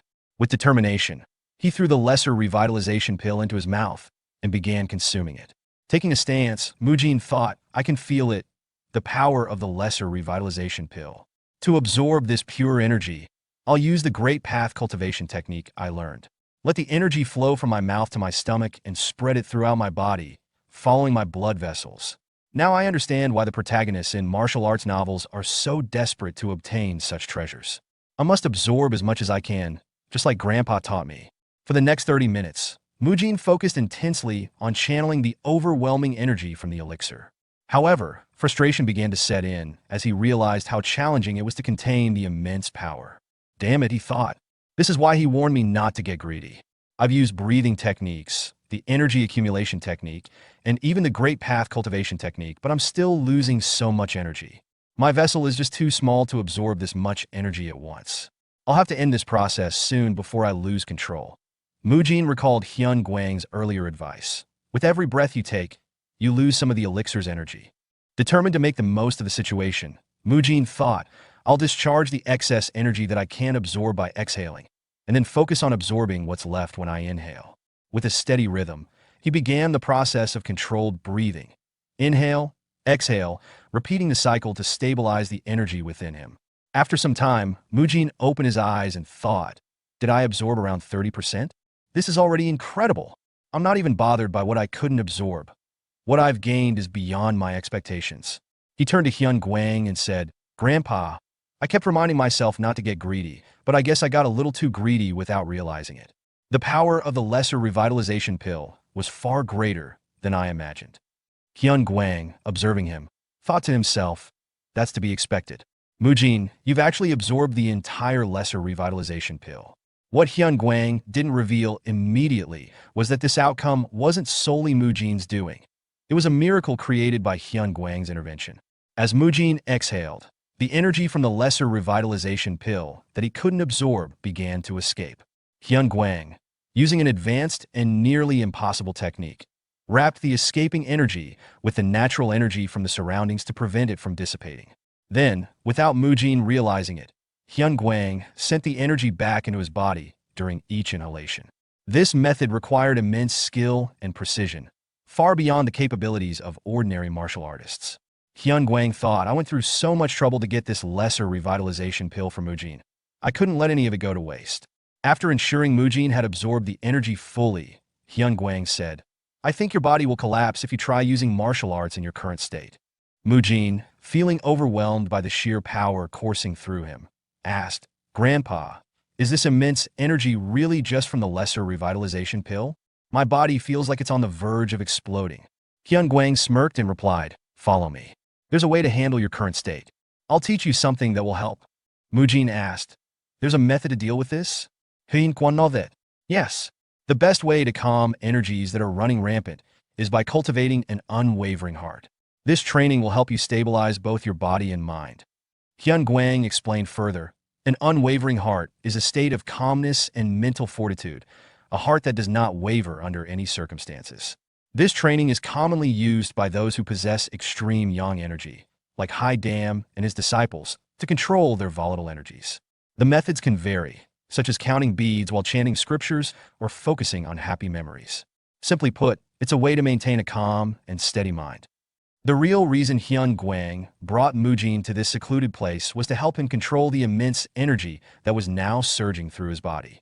For hours later, Mujin sat under a waterfall, focused on calming his mind and thinking about the steps of the chain punch technique. Hyun Guang finally said, All right, you've been visualizing the chain punch steps for 4 hours. Now, let's see if you can execute it in your current state.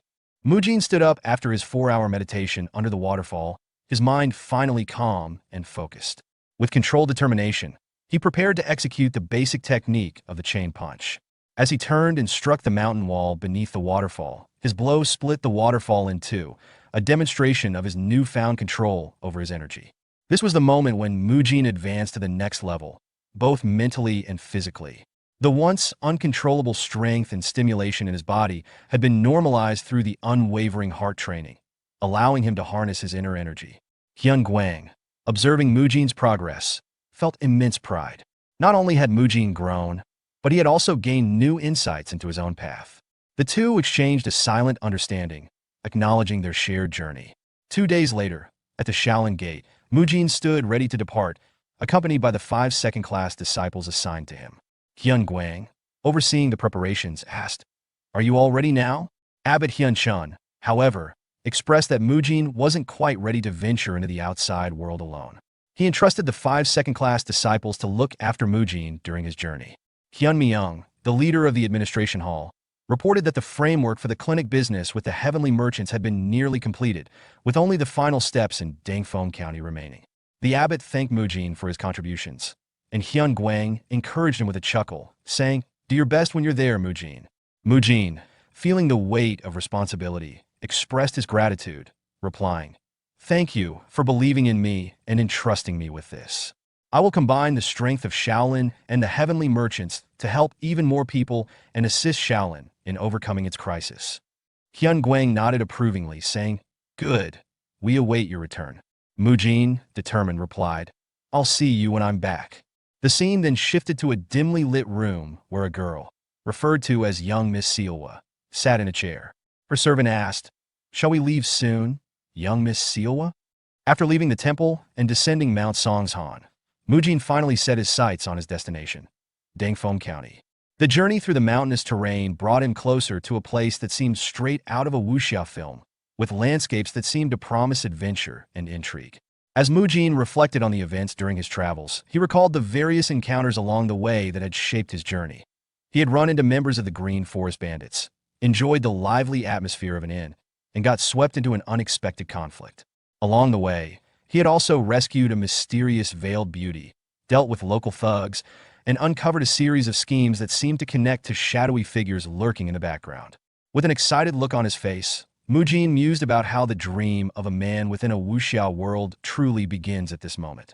He felt that he was inching closer to the legendary Shaolin Chronicles and that destiny was calling out to him. Make way for me, he thought with anticipation. 1 week later, 2 elderly figures were having a conversation. The person with the man bun hairstyle asked, Hey, have you heard the news? The other, wearing a do-rag, inquired, What news? The first person explained that some monks from Shaolin had come down the mountain recently, and, to their surprise, they had opened a clinic. The do-rag-wearing man, puzzled, asked. A clinic? The monks opened a clinic? Why would they do that? Did they get their money stolen, or have they become greedy for money or something? The person with the man bun shook his head and dismissed the idea. Nonsense, he replied. They're monks, you know? They're offering treatments for free. This caught the attention of the do-rag-wearing man, who, intrigued by the idea of free medical care, said, I have to go check this out. The person with the man bun, slightly skeptical, remarked, Wait, you're only going because it's free, right? You're not even unwell, are you? The do-rag-wearing man shrugged and replied, Of course, I'm unwell. Hauling heavy loads every day has made my legs shaky. I need to go get some acupuncture before it gets worse. The person with the man bun chuckled and said, You're in luck. The treatment area changes by day. I hear that today they're treating backs and legs. The do-rag-wearing man, surprised, asked, What, different physicians for different body parts? That's weird. The person with the man bun explained, Their clinic is quite unique. They use both acupuncture and tonic medicine. There's even a separate treatment specifically for the abdomen. The scene transitions to the two clinic buildings where Mujin stands smirking, overseeing the operations of both the free and paid clinics. He recalls the early advice given by Ryu Jiguang on how to manage the two facilities. Two separate buildings were purchased near the manor, one dedicated to free treatments and the other for premium services. The left hall, focused on free treatments, is well equipped with various tools, storage, resting areas, and even space for meditation by the monks. The right hall caters to high-ranking or wealthy individuals, offering paid services that include advanced treatments like electric and heat-based therapies, using tools crafted from luxurious materials. Despite the contrast in ambience and materials, both clinics use the same core treatment methods. At this moment, the elderly person with a man bun and the other with a do-rag arrive at the free clinic. Mujin, standing there, greets them respectfully, introducing himself as a third-class disciple in charge of their treatment. The person with the do-rag quietly questions whether Mujin is really a third-class disciple, given his physique. His companion, the one with the man bun, also wonders about Mujin's appearance, especially his hair. Mujin, overhearing them, playfully acknowledges their comments and proceeds to address the person with the do-rag, asking if he came for leg treatment. Mujin invites him to sit down, ready to begin. As the treatment begins, the person with the do-rag watches carefully, skeptical about the method being used. He expects either acupuncture or tonic medicine, but is instead confronted with a folk remedy-like technique. Doubtful of its effectiveness, he wonders if the clinic's practice of focusing on specific body parts on specific days is just a gimmick. Mujin presses on the person's leg and begins massaging it, causing the person to experience sharp, intense pain. He screams out in discomfort, prompting Mujin to calmly explain that the pain is normal. Mujin reassures him that the intensity of the pain is a result of long-standing muscle stiffness, and the pain is proportional to the condition of the legs. Mujin continues treating the patient with intense care, introducing a reform roller to help alleviate the pain.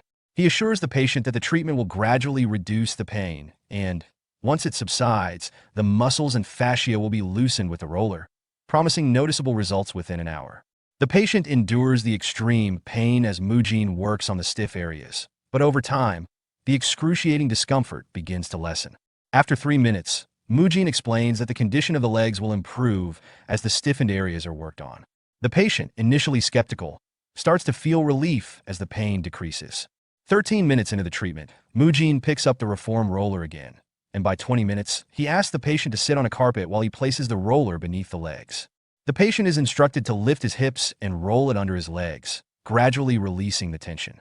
As the treatment progresses, the patient feels a profound sense of relief, noting how much better the treatment is compared to acupuncture. He reflects on how long it has been since his legs felt this comfortable and marvels at the Shaolin's innovative treatment methods. The patient, impressed by Mujin's kindness and dedication, resolves to share the word about the monk's selfless act of coming down from the mountain to help people, seeing it as a noble gesture for the greater good. Word of the effective treatment spreads quickly, and soon the clinic becomes bustling with patients. High-ranking officials and wealthy individuals hear about the results and start flocking to the paid clinic for their treatments. Despite the differences between the free and paid facilities, the core treatment remains unchanged unless the case is an emergency. At one point, a high-ranking officer lying on a mat praises the quality of the fabric, remarking that it is fit for someone of his stature.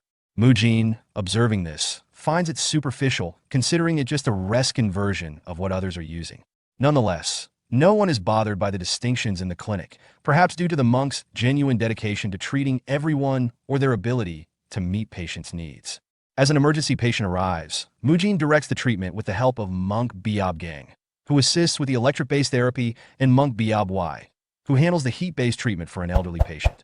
Mujin takes charge of the muscle-lengthening treatment for others. His tireless and unbiased care for all patients earns him the title of the Blessed Monk, as people believe his healing abilities are touched by divine hands. The clinic becomes a well-established and respected institution. A few weeks later, Mujin meets with Yang Jinpyong, the external chief administrator of the Heavenly Merchant Guild. Mujin acknowledges the journey has been difficult, but expresses relief that they've managed to settle down without attracting undue suspicion.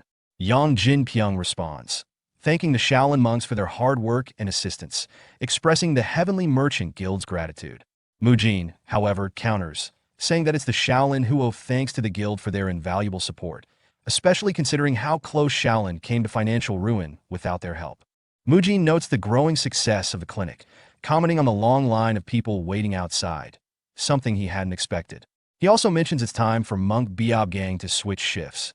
Before Yang Jinpyong can respond, Monk Biob Gang arrives, signaling the shift change. The two exchange pleasantries, and Yang Jinpyong expresses surprise at seeing Biob Gang again. The monk reveals that they have met before, during the time when Mujin was meditating in isolation. This revelation catches Mujin off guard, and he wonders if he was caught eating meat, which could have been a breach of his monk duties. Biob Gang confirms that it was around the time of Mujin's self-reflection, explaining that he had helped the daughter of the Heavenly Merchant Guild leader, who had wandered into the mountains, and handed her over to Yang Jinpyong. Mujin breathes a sigh of relief, realizing he wasn't caught, and recalls the encounter with the young girl, wondering if she was from a wealthy family. He hadn't realized that she was the daughter of the Merchant Guild leader. Yang Jinpyong mentions that the young lady, now grown, is visiting today. Just then, there's a commotion outside as people shout greetings to a young lady. Yang Jinpyong confirms that she has arrived, and Mujin, reflecting on how much time has passed, wonders if she's grown into an accomplished individual. However, when the young lady enters, Mujin is taken aback. He notices she seems unusually well-built for someone of her stature, and seeing the way everyone bows to her, he realizes who she must be. Mujin nervously asks Yang Jinpyong if the young lady is indeed the same one from before.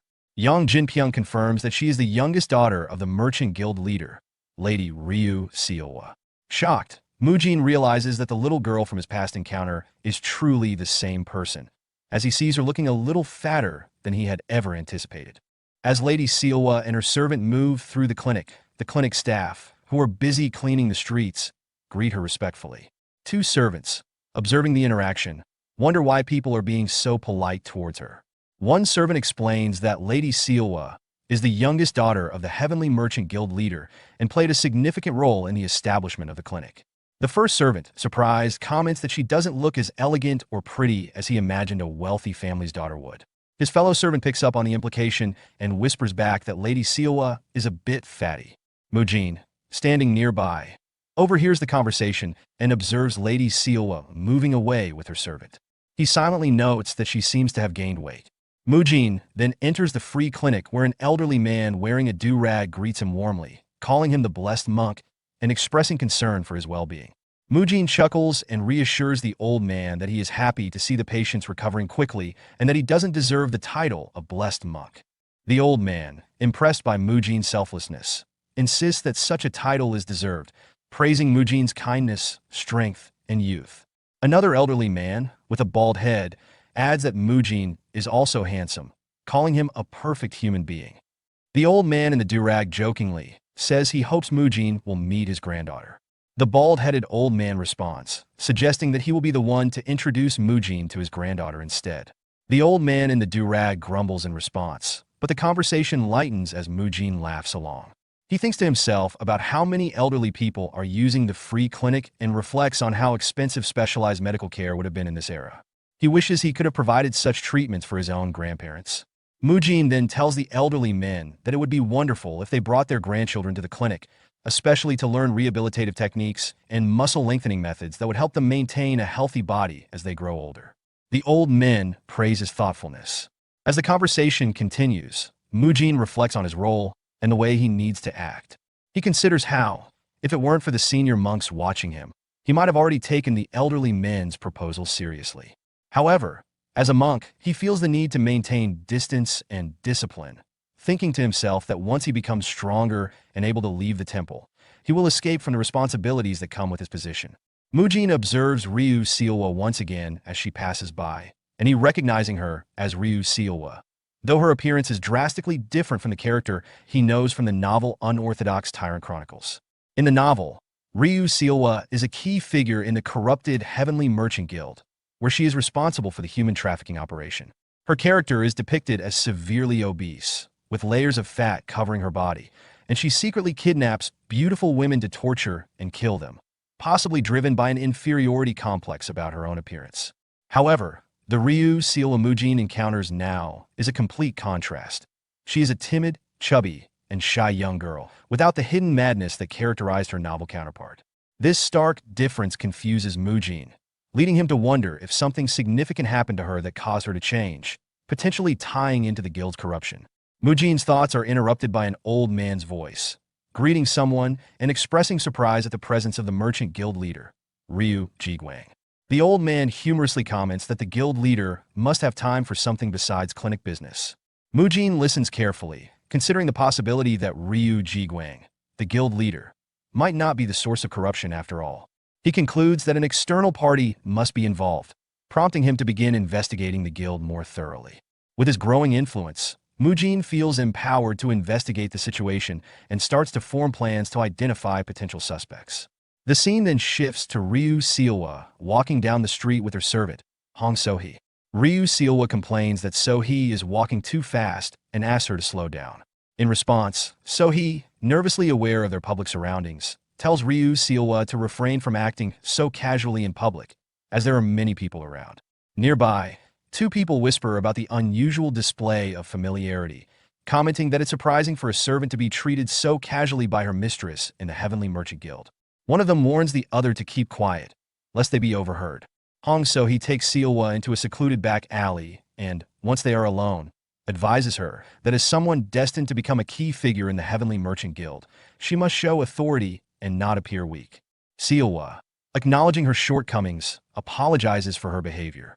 She mentions feeling uncomfortable in public spaces and anxious around her father, Ryu Jiguang. So he encourages her not to show weakness, urging her to take a more active role in the new business venture the Merchant Guild leader has set up. So he reminds Seilwa that, while she suggested the idea, it will eventually belong to Seilwa, and this effort will help her gain her father's trust. Seilwa agrees, but her thoughts shift to a childhood memory. She recalls showing her father the mustard plant she had gathered, hoping for his approval, but he dismissed her with the cold response that she should address him as the Merchant Guild leader in front of others, as he was busy with his work. Seilwa becomes sadder as she reflects on how her father has always been too busy to pay attention to her, and she feels the pressure to prove herself through hard work. However, she also feels terrified at the thought of failing or continuing to be overlooked by him. Hong So-hee, sensing Seilwa's fear and uncertainty, places a hand on her shoulder and reassures her that it's understandable to feel scared. She tells Seilwa that while it may take time for her father, the Merchant Guild leader, to acknowledge her, she is the daughter of one of the top 5 merchant guilds in the world and should take her time without worrying about what others think. So he expresses her unwavering support, offering to always be by her side if it gets too hard. Seilwa, feeling comforted by So-hee's words, agrees and resolves to meet So-hee's expectations, feeling grateful for her friend's help. As they converse, Mujin happens to pass by the alley and observes them from a distance, noticing their interaction. The scene then shifts to Seilwa's bedroom later that night, where she is asleep. So-hee, checking on her, softly calls out to see if she is truly asleep, and once confirming, she slips away from the room. As So-hee walks through the streets, she reflects on her true intentions. Despite suggesting the idea of Seilwa participating in the Shaolin clinic business, So-hee internally deems the effort as futile, believing there's no way Seilwa will ever catch her father's attention through such a trivial task. She sees Seilwa's naivety and believes it has been beneficial for her own plans, using Seilwa's insecurities to her advantage. So-hee reveals her role in Seilwa's transformation, having manipulated her into becoming fat and timid after being abandoned on the mountain, making it easier for So-hee to infiltrate the clinic without raising suspicion. As So-hee walks, She notices a black bird in the sky and eagerly anticipates the moment when Seowa will learn the truth. She watches as the bird lands on her arm, bringing with it a letter. So he smirks as she reads the letter, her voice dripping with sarcasm as she remarks on the request to send a maiden to a dark forest, clearly recognizing it as a sneaky plan. She decides to report this development quickly, knowing that it signals a new disruption in their plans. Meanwhile, Mujin, who has been observing from a nearby housetop, quietly mutters to himself, "Bingo, I found it."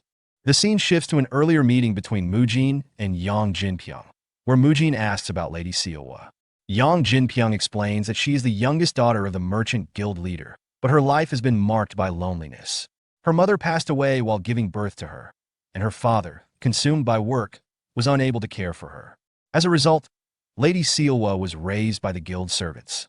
Her father, though emotionally distant due to his grief, was not a bad person, but his inability to care for her led to her growing dependence on the servants. Lady Seowa's loneliness deepened as she experienced multiple changes of nannies and servants. She became increasingly withdrawn and closed off after the sixth change, deciding not to rely on anyone anymore. Hong So-hee, who had worked in the merchant guild for over 10 years and had cared for Seowa in her youth, became Seowa's servant after this change. Despite So-hee's long tenure as a servant, Yang Jinpyong notes that her position may soon be at risk, as it's been a year since she started serving Seowa. Mujin, after hearing this, reflects on how there's no need to worry about So-hee being replaced, since she would likely do anything to keep her position as Seowa's servant. He remembers the version of Seowa from Unorthodox Tyrant Chronicles, where she became a key figure in the human trafficking operations of the Merchant Guild. In that version, Seowa, suffering from her inferiority complex and obesity, left most of the dirty work to her servant, who was Hong So-hee. Mujin begins to suspect something fishy is going on. The scene then shifts to Hong So-hee, who arrives at a forest where a person's voice greets her, saying, "You're late today." So-hee responds that she had some things to attend to. The figure, wearing a samurai hat and concealing his face, asks if her delay is connected to the Merchant Guild's new business, and So-hee affirms. He warns her to be careful, mentioning that while the Shaolin monks may not understand the world, they are still highly skilled. He then disappears. So-hee, annoyed by the warning, dismisses the figure's concerns.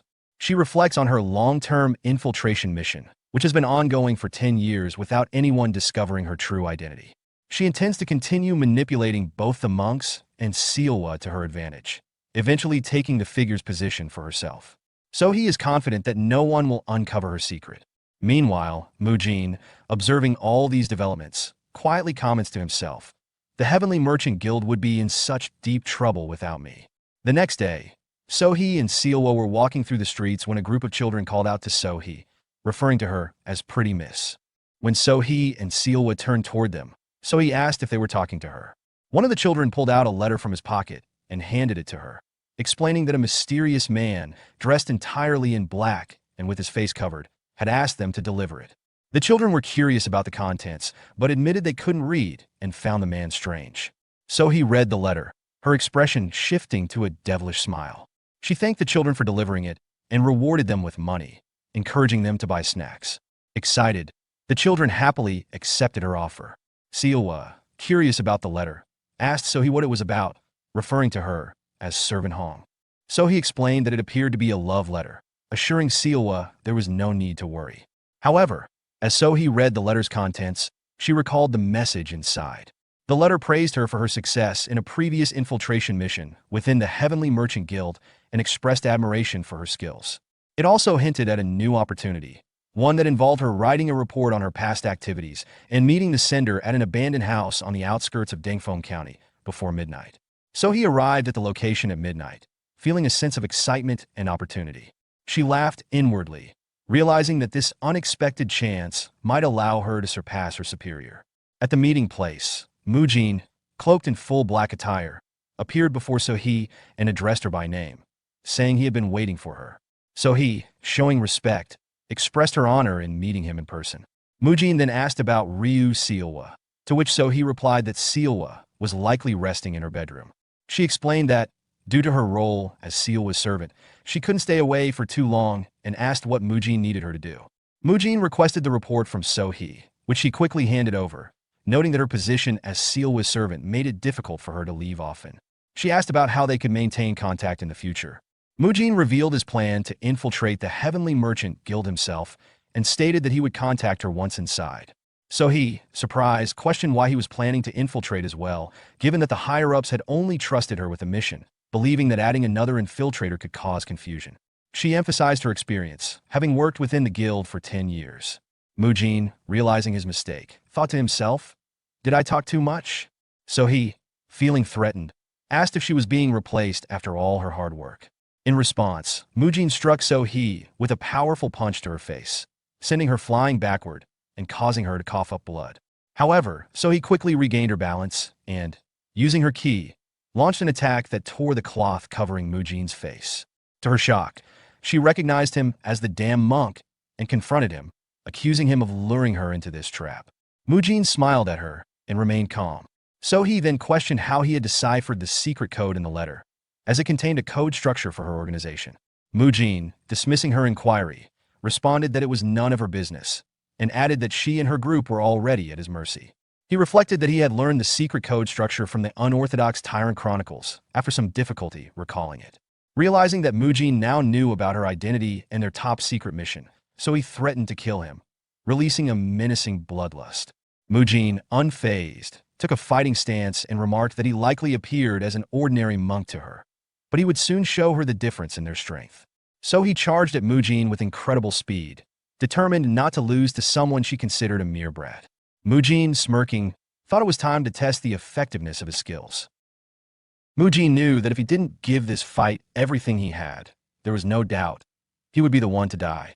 His opponent was not holding back, and hesitation meant death. He took a deep breath, forcing his mind to sharpen. This was his first real battle, and his life depended on it. So he, her energy gathered and condensed in her left hand, lunged forward, aiming a precise and lethal thrust toward Mujin. However, in a moment of shocking speed, Mujin caught her wrist mid-strike. Before she could react, his other hand gripped the collar of her robe, and with a powerful twist of his body, he executed a flawless judo shoulder throw. So-hee's body arced through the air before slamming onto the ground with crushing force. A sharp gasp escaped her lips, followed by a splatter of blood as the impact shook her entire being. Lying on the ground, her body trembling from pain and the sheer disbelief of what had just happened, So-hee's mind raced.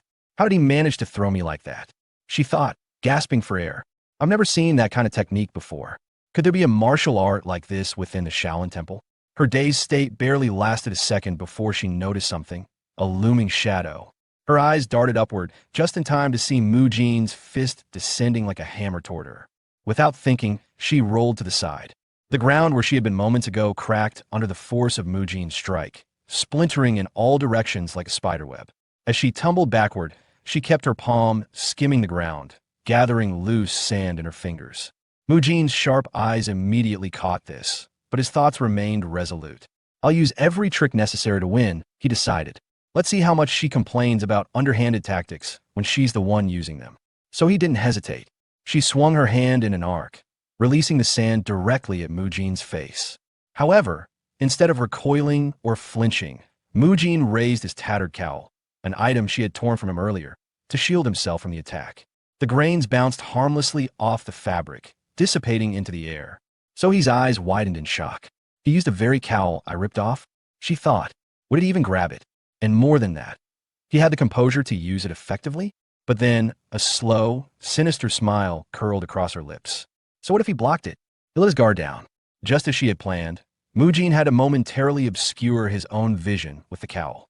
In that instant, she lunged forward with lethal intent, energy surging into her palms.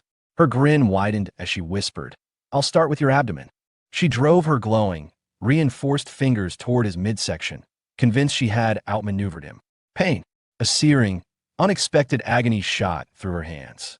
Her fingers felt as if they had struck solid iron, and before she could register what had happened, blood began to trickle from the cracks forming along her fingernails. She barely had time to stagger back before the pain overwhelmed her as she collapsed onto the ground. Her vision blurred from the shock, and her mind struggled to comprehend what had just happened. What? What did he do? She thought in a frenzy. She let out a scream, both in frustration and agony. My hands! What did you do to my fucking hands? Mujin didn't answer. He simply grabbed her by the head, his grip firm and unrelenting. His voice was cold, almost indifferent. Now, then, time to put you into the ground, you damn spy hag. With a swift and forceful motion, he slammed her head against the dirt. The world spun for So-hee, her consciousness fading into darkness. Time passed before awareness began to creep back in her mind. A throbbing ache pulsed through her skull. It hurts, she thought groggily. What happened? Did I faint? That monk. The muffled sounds of voices reached her ears. The noise grew louder, more distinct. Then a sharp, alarmed realization hit her. No, this can't be. Her eyes snapped open. A voice boomed in the room. Are you asking us to believe what you just said? Someone turned to Ryu Jiguang and insisted. Sir, I am certain Monk Mujin is wrong. Ryu Jiguang, standing at the center of the commotion, raised a hand in a calming gesture. Let's not jump to conclusions just yet. The accuser, his expression resolute, pressed on. She's been working with us for over 10 years. There is no way she's a spy. Monk Biab Gang, his brow furrowed, turned to him. Are you suggesting that Mujin is lying? Are you questioning the integrity of a Shaolin disciple? At that moment, So-hee coughed, drawing all eyes to her. Despite the pain, she smirked. You're finally awake. I guess it's time I explain things, huh? Internally, however, she seethed with fury. I will kill this little bastard. Mujin turned to Ryu Jiguang and calmly began. After finishing my duties at the clinic last night, I was on my way back to rest when I saw her walking alone. That struck me as odd. She's Lady Sielwa's servant, yet she wasn't with her. I followed her and ended up witnessing something shocking. A man dressed in black met her in an abandoned building. They spoke of the clinic's business and confirmed she was operating as a spy. Mujin then pulled off his upper robes, revealing deep, bleeding claw marks across his abdomen. Would an ordinary servant be capable of this? If I hadn't learned Iron Guard, she would have impaled me. I would be dead. As the room absorbed his words, he produced a letter. And here's more proof. A mission report she handed over to the man in black. It's her handwriting. So he felt her stomach drop. That report, that damn monk tricked me into writing it. Silence stretched before Yang Jinpyong finally spoke. The handwriting is indeed hers, and her hand size matches the wounds on Monk Mujin's body. Moreover, she hasn't provided a single counterargument, only protests. Realization rippled through the gathered people. The tide had shifted. Ryu Jiguang's expression darkened. I understand this request may be unorthodox, but could you leave this matter to us? As this is the Merchant Guild's internal issue, we would like to handle her personally. So-hee's blood ran cold. No, no way. Mujin nodded. I understand. I overstepped, and I apologize. Ryu Jiguang gave him a firm nod. Thank you. You'll be rewarded for this. With a final command, Ryu Jiguang ordered, imprison that servant immediately. As So-hee was dragged away, her desperate screams filled the halls. That monk set me up. Why don't you believe me? Sielwa, watching from a distance, remained frozen in place, trembling, silent tears rolling down her cheeks. Sometime later, the scene shifted to the Heavenly Merchant Guild estate, specifically to the Shaolin monks' accommodation. After the intense events that had just unfolded, Mujin finally stepped inside, rolling his shoulders and rubbing his neck, exhaustion evident in his posture. He exhaled deeply, his mind still racing, but he reassured himself, fortunately, this matter ended well. Time to get some rest. Just as he took another step forward, a towering figure loomed before him, blocking his path. He instinctively looked up, and his stomach dropped when he saw who it was. Standing there, with arms crossed and an unmistakable fury burning in his gaze, was Monk Biabgang. His expression was stone cold, but his eyes were practically searing into Mujin. Mujin swallowed hard, his pulse quickening. Right, he's here too. Gritting his teeth, his face red with barely contained anger, Biabgang spoke in a firm, demanding voice. Mujin, we need to talk. There's a lot we need to discuss. Why did you act alone without consulting any of us? As the weight of those words pressed down on him, Mujin felt a bead of sweat trickle down his temple. His mind scrambled for an answer, but all he could think was, I can't tell him the truth, that I was the man in black who tricked Hong So-hee to get evidence. If he knew, it would cause an even bigger mess. With this, the matter should have been settled, or at least, that was what I thought. Meanwhile, in the depths of the Heavenly Merchant Guild's prison, where Hong So-hee was confined, a heavy silence filled the dimly lit cell. Bound and unable to speak, due to the cloth gag tied around her mouth, she sat against the cold stone wall, her breathing shallow. Then, the silence broke as footsteps echoed down the corridor. A figure entered the cell, their presence looming over her like a shadow. Without hesitation, they reached down and untied the cloth, pulling it away from her mouth. Finally, I can speak, gasping slightly, so he quickly gathered herself and spat out, "Sir, I swear, I didn't do it. It's Mujin. That demonic monk deceived all of you." The man standing before her remained unshaken. His tone was sharp as he asked, "How exactly did he deceive us?" So he clenched her fists, anger flaring in her chest. "That's right. That demon," she hissed through gritted teeth. "He's the one in black. He was the man who asked to meet with me that night." At that, the man's eyes narrowed. He tilted his head slightly and then, in a measured voice, said, "Let me ask you something else then." He took a step closer, his shadow stretching across the floor. "Why did you hand over that letter to Monk Mujin when he asked to meet with you?" The question struck her like a lightning bolt. Her breath hitched. How does he know about that? That damn monk never mentioned it. So how does this man know? Seeing her reaction, the man's expression darkened. His next words were slow and deliberate. "Tell me, does Mujin still believe I'm just another member of the Heavenly Merchant Guild?" His eyes bore into her. "Answer me. What is the 3 rules of being a spy?" Sohee's throat ran dry. Instinctively, the words surfaced in her mind, ones that had been drilled into her since the beginning. She swallowed hard and replied, "The first rule is to only follow the information and instructions that we are given. The second rule is to commit suicide without hesitation if our identity is exposed." She hesitated before muttering the last one. "The third rule," her voice dropped to a whisper, "we are everywhere." A sinister smirk played on the man's lips. "Good," he said. "You know them well." And then, in an instant, his eyes turned blood red, glowing like those of a demon. His voice, now a deep, menacing growl, roared through the cell. "So why didn't you commit suicide?" Her body went rigid as pure terror surged through her. Her breathing turned erratic, her muscles trembling uncontrollably. Then came the sound of flesh being struck. A blood-curdling scream ripped through the prison halls, followed by the sickening splatter of blood. The scene shifted back to Mujin, who stood before Biob Gang with a solemn expression. Pressing his palms together in a respectful gesture, he lowered his head slightly and apologized. "It was really urgent, so I went ahead alone to resolve it first." His voice was steady, yet there was a tinge of regret in his tone. Biob Gang remained silent for a moment before stepping forward, placing both hands firmly on Mujin's shoulders. "That's not why I'm scolding you," he said, his voice calm but weighted with something deeper. Mujin's eyes flickered with confusion. He had expected anger or reprimand, but this response threw him off.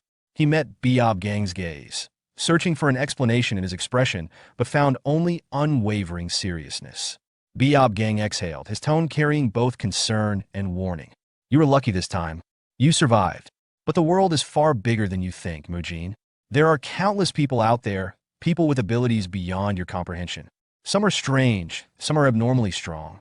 What would you have done if that woman and the black-clothed individual had been highly skilled fighters? If that had been the case, you wouldn't have escaped unscathed." Mujin's mind raced as he processed Biob Gang's words. "I never thought I'd get scolded over something like this," he mused to himself. He opened his mouth to respond, but before he could, his breath caught. His eyes instinctively focused on Biob Gang's expression, and the words died in his throat. There was something in the older man's face, an unspoken concern that made Mujin hesitate. "I hope you'll trust the adults next time," Biob Gang finally said, his voice softer now. Mujin swallowed his pride and nodded. "I'm Soda. I'll make sure to do that." Despite his calm reply, Mujin had to suppress the emotions stirring inside him. Biob Gang had always been someone who followed the rules strictly, rarely allowing sentiment to cloud his judgment. But right now, the way he looked at Mujin, it reminded him of his grandparents. The same deep worry, the same unspoken fear of losing someone precious. For a brief moment, Mujin saw past Biob Gang's strict nature. There was genuine concern in his voice, a protective instinct that Mujin had never fully recognized before. Looking up, he met Biob Gang's gaze once more and said, this time with unwavering sincerity, "I really will make sure to ask for help next time." As dawn's first light seeped into the grand office of the Heavenly Merchant Guild, Mujin sat across from Ryu Jiguang, who wore a troubled expression. Ryu Jiguang took a deep breath before delivering the news. Hong Sohee died last night in her prison cell. Mujin's eyes widened slightly at the revelation. "She's dead?" His voice held a trace of disbelief. "What happened?" Ryu Jiguang leaned forward, his fingers interlocked as he spoke. "Early this morning, Just as I was on my way to interrogate her, I was informed that she had suddenly died. The timing is suspicious. I believe there's someone inside the merchant guild who is either assisting her or monitoring her movements. Mujin's brows furrowed in thought as he listened carefully. Ryu Jiguang continued. Even after deciphering the letter you handed me, there was nothing particularly unusual about its contents, just records of what she had done. However, we've confirmed that she was working as Sealwa's servant, leaking sensitive information about both the Shaolin and our merchant guild. Mujin felt unease settle in his gut. He chose his next words carefully. But why are you telling me this? His voice carried an edge of uncertainty. You said before that this was an internal matter for the Heavenly Merchant Guild. You even insisted on handling her imprisonment yourself. So why bring it up to me now? Is there something else I should know? Did I miss something important? At that moment, Ryu Jiguang's expression darkened slightly. A brief flicker of nervousness crossed his face before he composed himself. As expected of Monk Mujin, he thought. Not only did he devise an entirely new approach to running a clinic business, but he also uncovered suspicious activities within our guild and swiftly handled a spy. If it's him, I should be able to trust him with this. After a brief pause, Ryu Jiguang's demeanor shifted. His initial hesitation faded, replaced by quiet determination. He finally spoke, his voice carrying an unusual weight. Actually, he admitted, the reason I decided to work with the Shaolin wasn't just for business. There was another, far greater reason. He met Mujin's gaze with a steady resolve. That's why I asked to meet with you now. Taking a deep breath, he prepared to reveal the truth. The second reason I chose to align with the Shaolin is the scene shifted to before the clinic was founded, Ryu Jiguang's office. On his desk was the overall report for Hubei Province's Wuhan County. Garment purchase, Gansu Province receipt. The overall report for Gansu Province's Tianshui County. And the overall report for Shaanxi Province's Hejin County. As he got through all of them and reached the last one, he thought, after I'm done with this, I'll be done with today's work, but then he noticed something strange. Using a Chinese abacus, he calculated the figures again, verifying his suspicions. He thought, the purchase report of the Mianyang branch aligns with the received goods in the report of Shaanxi Province's Hanzhong County as expected. But one item is being sold at an especially higher price than the market rate. What is this? Don't tell me. He immediately called for Chief Administrator Yang and started writing something at his desk. Yang promptly responded, yes, guild leader. Ryu Jiguang handed him letters saying, I want you to send the Azure Gold Squad to the Mianyang branch and Hanzhong branch. I'll write the details in a letter, so make sure that they only open it after they arrive. Yang nodded. Yes, sir. In the present, Ryu Jiguang said to Mujin, I can tell it's dangerous because of the decades I have trained my senses running the Heavenly Merchant Guild. The movements of our branches seem suspicious. That's why I decided to work with Shaolin, to keep them in check. Up until now, based on my experience and instincts, I had sensed that something was slightly out of place. Then you came and helped us catch a hidden spy. I had wanted to believe that the main branch I oversee had no issues, but unfortunately, that wasn't the case. We almost ran into huge trouble, but you prevented it for us. I thank you from the bottom of my heart. Mujin thought, as expected, there's no need to doubt the current merchant guild leader. The problem was spies like Hong So-hee. He then said, I simply did what was supposed to be done. That aside, you mentioned that other branches have problems. Mujin hesitated. I want to go there right away, but I don't feel safe doing that since I have no idea when the Heavenly Merchant Guild's main branch might fall. I need to come up with some kind of countermeasure for it.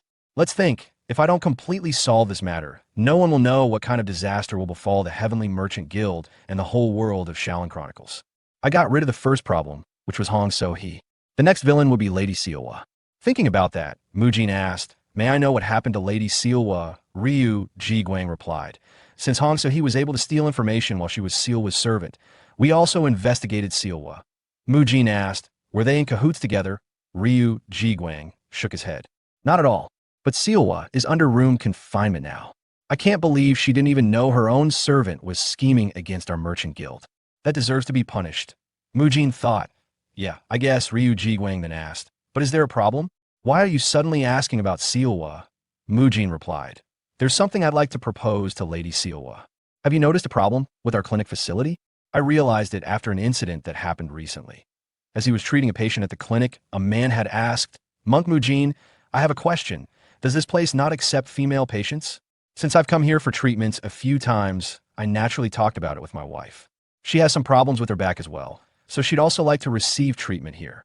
Mujin thought back to that moment. Come to think of it, we've only accepted male patients so far. Even in the modern world, for a male fitness trainer or Pilates instructor, there are always issues since there's usually a lot of physical contact. But in this martial arts world, they take the idea that men and women should not sit together after the age of 7 very seriously. It's not a place where people can fool around or refuse to listen to their seniors. In the case of Yoongahee's treatment, because she treated me like her grandson, she was able to undergo treatment without any problems. But for me to personally treat a woman of high status who can afford luxurious treatment, Mujin considered the issue further. Even if I perform treatments without directly touching the patient, some women might still complain to their fathers or husbands. Even if I explain that physical contact is necessary for the muscle lengthening technique, they wouldn't listen to me. I don't even want to imagine what could happen if that were to occur. After thinking it through, Mujin said, I fear something along those lines could happen. Ryu Jiguang nodded. Even though you're a Buddhist, there will still be women who feel uncomfortable with a man treating them. At this rate, it's true that it would be difficult for the clinic to accept female patients. That's indeed a huge problem. But you said you realized something just now. May I ask if you found a solution for it? Mujin answered, Yes, I did. The solution would be to ask Lady Sealwa to learn my treatment methods. That way, she can treat female patients instead of me. I heard that even though she's under room confinement, she can still take lessons. If we do that, then we'll be able to easily resolve the clinic's problem. And most importantly, since Lady Sealwa is your daughter, we won't need to worry about her leaking information about my techniques to the outside world. This technique will only belong to the Heavenly Merchant Guild, among the top 5 merchant guilds in the world. His suggestion took Ryu Jiguang by surprise. Then, a smirk formed on his lips before he burst into laughter, thinking, Monk Mujin is so unpredictable. Then Ryu Jiguang called out, Chief Administrator Yang, are you outside? Yang immediately responded, Yes, sir. Ryu Jiguang said, Ask Sealwa to come here. Sometime later as Sealwa arrived, Ryu Jiguang looked at her and said, You must hate me for confining you to your room.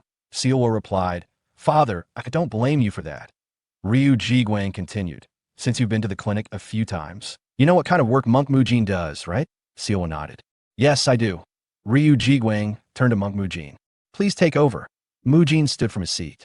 Yes, Merchant Guild Leader. He then walked towards Sealwa and said, Lady Sealwa, after discussing with your father, I'd like to propose something to you.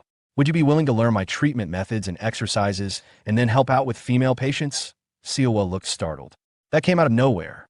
I'm still under confinement. How could I do that? Mujin reassured her. I'm not asking you to help the clinic immediately. First, I'll need to teach you my treatment methods during your confinement. You've watched how I do it every time you visit, haven't you? I think you'll be able to learn it easily. Hearing this, Sealwa began to tremble. But then, as she looked at Mujin, she saw the same gentle smile she remembered from the time they had first met, when he had saved her at Shaolin Temple Mountain. Mujin spoke again, his voice soft and reassuring. It's all right. This isn't something you have to think about too seriously. You can feel free to reject me. Would you like to help us? Sealwa's trembling stopped as she realized. This monk before her was the same one who had saved her back then. Mujin smiled. You can just think of it as us playing together like we did back then. Some time later, Sealwa retreated to a quiet room, seeking solitude to gather her thoughts. As she sat there, reflecting on everything that had happened, Mujin's words from earlier echoed in her mind.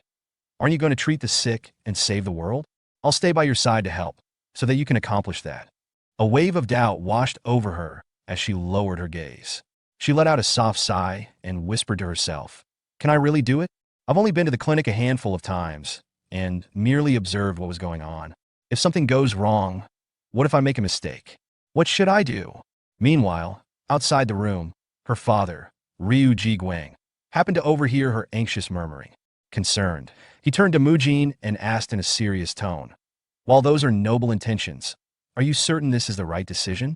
I can't help but feel that this might be too overwhelming for Sealwa to handle right now. Mujin, however, remained confident. He gave a knowing smile and replied, She's your daughter, isn't she? She's more than capable of handling this. Deep down, he thought to himself, this is actually the perfect opportunity. Right now, Ryu Sealwa is struggling with self-doubt, largely because of how Hong So-hee manipulated her, fattening her up and gaslighting her into losing confidence in herself. But if she learns about exercise, its principles, and how to apply them, she'll gain a sense of achievement and start regaining her confidence. And besides, it wouldn't be a bad thing for me to get closer to the daughter of a wealthy family. On the first day of her education, Mujin started by teaching Seowa the fundamental theories behind physical training and the changes the body undergoes when engaging in proper exercise. He also introduced concepts that were not typically practiced in Shaolin, such as meat consumption for protein, something she had never considered before. Alongside that, he explained the importance of a balanced diet, breaking down various nutrients and their effects on the body. Understanding that she was new to all of this, Mujin took extra care to simplify complex medical and fitness terminology, making sure the concepts were easy to grasp. He also used engaging analogies to help her visualize the ideas more clearly. To his surprise, Seowa absorbed the information remarkably fast, processing it with an eagerness he hadn't expected. At one point, as they were discussing nutrition, Seowa suddenly recalled something from their past encounter. Her expression shifted as she looked at Mujin and said, "So, that's why you were eating meat back then." She was referring to the time they had met on the mountain. Mujin's face stiffened slightly. He waved a hand dismissively and muttered, "Please just forget about that." By the fifth day, Mujin had moved on to teaching her stretching techniques and Pilates exercises. Although she was still technically under confinement, her father allowed her to leave the estate for educational purposes. This led them to visit the clinic where she could gain hands-on experience. To assist with her training, Yoon-gi joined them, offering herself as a practice subject for Seowa to work on. Since Mujin couldn't physically guide Seowa by touching her himself, Gehi stepped in to help demonstrate certain techniques. At first, Seowa was visibly nervous, her hands hovering uncertainly before making contact. But as soon as she followed Mujin's instructions and applied what she had learned, her movements became more precise and fluid. She quickly grasped the principles behind postural therapy and acupressure, steadily improving with each session. Seeing her abilities develop so rapidly, Mujin thought, once she starts receiving recognition for her skills, the confidence she gains will be beyond words. By the ninth day, something about Seowa had changed. Her eyes no longer held the same hesitation they once did. It was as if she had discovered a new purpose, one that was no longer solely about fulfilling expectations from the merchant guild or her father. This time, it seemed like she was doing it for herself. Observing this shift, Mujin speculated, "I think I have an idea of what her goal might be, but I shouldn't assume. Talking about a woman's weight is a delicate matter, after all. For now, I'll just keep watching and step in only when necessary." His expression darkened slightly as he thought about the injustice she had endured. She's been manipulated all this time by a spy who intentionally led her down this path. That's what caused her to gain so much weight in the first place. I suggested personal training under the guise of education, and not once did she refuse it. If anything, she's shown an unwavering determination to improve. She's serious about this. I just hope she achieves the results she's hoping for. I want to see a Ryu Seowa of strength and resolve, not the version I read about in the novel. By the 20th day, Seowa had mastered most of the stretching and Pilates techniques Mujin had taught her. Although she had learned fewer techniques compared to what he had previously taught Biobji on, she had achieved remarkable stability in her form. Now, she was capable of incorporating them into her daily routine. Her dedication was evident.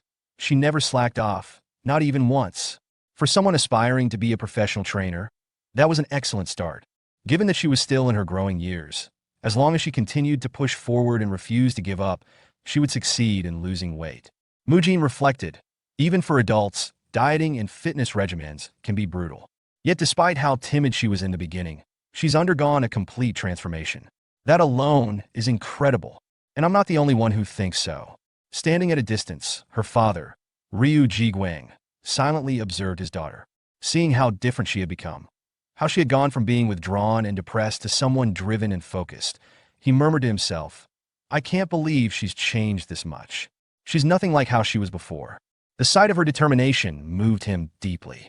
So much so that, in a rare display of emotion, he discreetly handed Mujin a sum of emergency funds, ensuring that his senior officials wouldn't notice.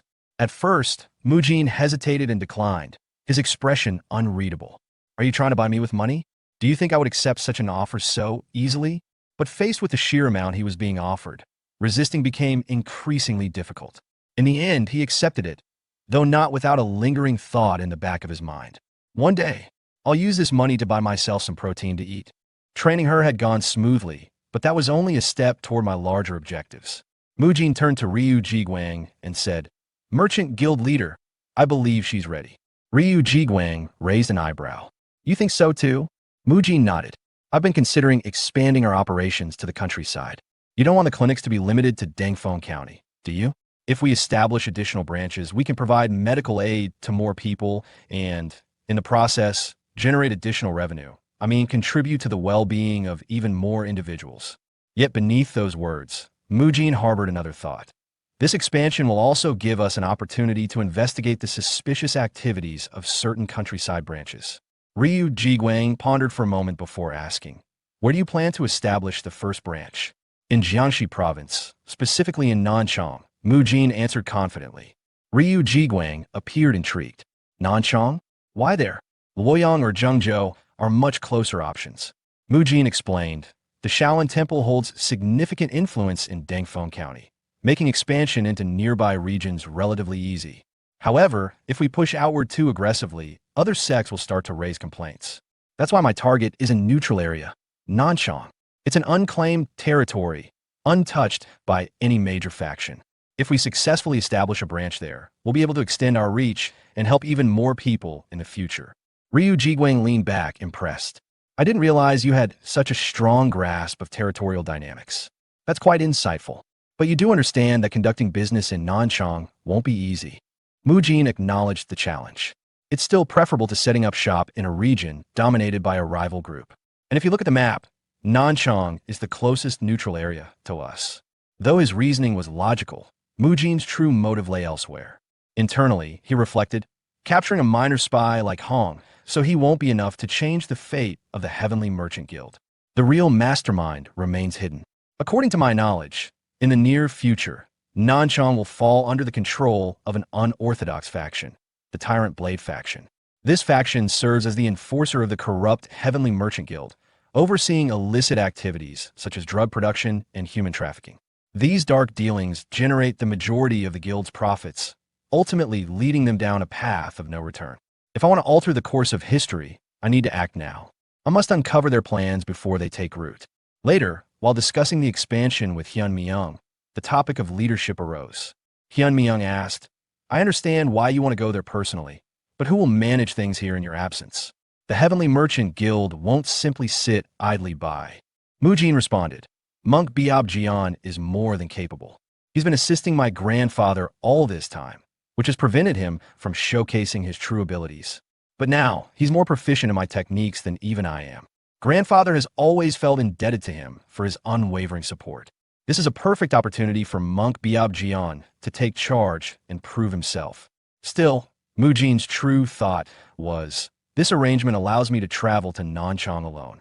Maybe I can even treat myself to some good meat while I'm there. His excitement, however, was short-lived. Hyun Myung interjected, that region is too distant for you to travel alone. Fortunately, I have the perfect companion in mind. Mujin's plan was instantly derailed. He later found out that Abbot Hyun Chan had been informed of their discussion and had given his approval with a broad smile. Grandfather, too, had readily agreed to the arrangement. In the end, Mujin was left with no choice but to take Monk Biab Jian along. Despite the unexpected addition to his journey, Mujin meticulously planned every detail of the expansion, drawing from his past experiences as a gym owner when he was still Choi Kang-hyuk. With most preparations falling into place without issue, he turned his attention to his departure. That evening, after concluding his training session with Sealwa, Mujin announced, that's all for today. Sealwa bowed respectfully. Thank you, Monk Mujin. Curious about her progress, Mujin asked, how did you find the muscle lengthening technique class? I apologize if my teaching wasn't up to standard. Sealwa quickly reassured him. Not at all. You taught exceptionally well. Thanks to your guidance, I was able to use my time effectively during my house confinement. After a brief pause, she hesitantly asked, are you leaving tomorrow? To Nanchang? Mujin nodded. Yes, we'll be departing early in the morning. I initially thought I would remain in Hunan after leaving the Shaolin Temple, but fate seems to have other plans. Sealwa's expression darkened as thoughts weighed on her mind. We've only just grown close, and now he's leaving already. He saved me when I was a child, and now he's saved the Merchant Guild. I haven't even had the chance to properly thank him. People around me always seem to leave. It's hard to form bonds when they all eventually disappear. Noticing the shift in her demeanor, Mujin gently called her name, pulling her from her thoughts. Flashing a reassuring smile, he said, I'm only going on a business trip. I'll return once my work there is complete.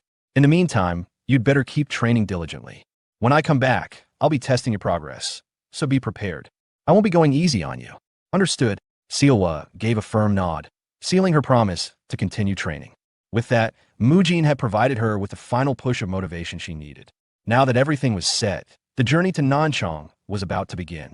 Early the next morning, as they set off on their travels, Mujin turned to the coachman and asked, "How long will it take to reach Nanchang?" The coachman replied, "If all goes smoothly, we should arrive in approximately 4 days." Mujin nodded. "Understood. We'll be counting on you." The coachman assured him, "Rest easy. I'll get you there safely." As the journey commenced, Mujin's mind remained preoccupied. Now that Hong So-hee has been eliminated, the enemy organization will undoubtedly take action. If possible, I want to confront the Tyrant Blade faction directly and cross paths with that individual. Ryu Sealho, the second son of Ryu Jiguang. According to Gay Kyung's novel, Unorthodox Tyrant Chronicles, he will play a pivotal role. Meanwhile, in a distant office, Ryu Sealho was meticulously reviewing a stack of documents when a servant entered and respectfully informed him, "Branch leader, guests from the Merchant Guild Leaders faction are en route to see you." Ryu Sealho's gaze sharpened. "From main guild? What kind of guests?" The servant replied, "They are from the Shaolin Temple." Upon hearing those words, Ryu Sealho immediately turned his head, his crimson eyes narrowing as he focused intently on the messenger. The scene shifted back to Mujin, who was seated inside a carriage as it made its way toward its destination. The rhythmic clatter of horse hooves filled the air, and the gentle swaying of the carriage signaled that they were nearing their stop. The coachman, holding the reins firmly, turned his head slightly and addressed Mujin in a respectful tone. "Blessed monk, will be arriving shortly." Mujin's gaze shifted towards the horizon, his eyes narrowing as he spotted a city emerging in the distance. His voice carried a note of curiosity as he asked, "That place we see ahead, is that Nanchang?" The coachman gave a small nod and responded, "Yes, please prepare to disembark." Mujin took another look at the approaching cityscape, its bustling energy already palpable from afar. He leaned slightly to the side, glancing nervously into the dimly lit interior of the carriage. As his fingers absent-mindedly tapped against the wooden seat, a thought crossed his mind. "That's my second place of business, Nanchang. It would have been better if I had taken this trip alone." Pushing those thoughts aside, Mujin straightened up and spoke, "We've arrived. Please wake up." Just as the words left his lips, a sudden, sharp impact landed on his head. The dull thud echoed inside the carriage, and pain shot through his skull. Startled, he clutched his head and looked up to see the culprit, a wooden stick held in the firm grip of an old man. "You little brat," a gruff voice snapped at him. "Did you not hear what the coachman just said? He clearly told us, we'll be arriving shortly, didn't he?" The one wielding the stick was none other than Haiguan, the head of the Demon Slayer's order. Unlike Mujin, who sat upright, Haiguan was sprawled across the floor of the carriage, lazily resting as if the cramped space were a bed meant for him alone. His voice carried an unmistakable irritation as he continued, "I told you to wake me up only when we have actually arrived. Do you not understand words, or are you just deaf?" Mujin, still rubbing the sore spot where the stick had landed, shouted back in frustration, "No one would understand what you mean if you say it like that." Haiguan yawned, stretching his arms before rolling over dismissively. "In any case, I'm going back to sleep," he muttered. Mujin clenched his jaw, his teeth grinding together as he tried to contain his irritation. Why did it have to be this old man? He thought, barely restraining himself from kicking Haiguan out of the carriage. The scene shifted to a discussion that had taken place 2 days prior, within the halls of the Heavenly Merchant Guild. Mujin stood before Hyun Myung, his brows furrowed in disbelief. "What? You want me to travel with Monk Haiguan?" he asked, his tone betraying his reluctance. Hyun Myung nodded and explained, "Yes. You might not be aware, but in the vicinity of Nanchang, there have been rumors, whispers about underworld gangs and unorthodox martial groups making occasional appearances. While these are merely rumors, I'm not comfortable sending you there alone. That's why I'm considering asking Haiguan to accompany you. He has extensive knowledge about unorthodox groups, and it's always safer to take extra precautions. Nothing bad will come from being careful." Back in the present, Mujin exhaled a heavy sigh as he leaned slightly against the carriage wall. His fingers drummed against the wood as he mulled over the situation. "This is actually good. My main goal on this trip is to deal with the Tyrant Blade faction, a group that does the dirty work of the corrupted Heavenly Merchant Guild. That means there will be fighting. Having someone as strong as Haiguan around definitely puts me at ease. But then a troubling thought crept in. Can I really depend on him? Meanwhile, just as the carriage rolled forward, Haiguan's ears twitched slightly. Though his eyes remained closed, his other senses remained sharp. He picked up on a subtle but distinct sound coming from a distance. The corners of his lips curled into an eager grin as an amused thought crossed his mind. Just as I thought, something fun's about to happen. His fingers instinctively tightened around the wooden stick in his grasp. To think those little rats have come out to meet us already. This trip won't be a boring one after all. At that moment, hidden within the thick canopy of trees overlooking the road, two figures clad in dark robes observed the carriage. Their blood-red eyes gleamed ominously from the shadows, locked onto their target. The scene shifted once again, this time to the interior of the Heavenly Merchant Guild's Nanchang branch.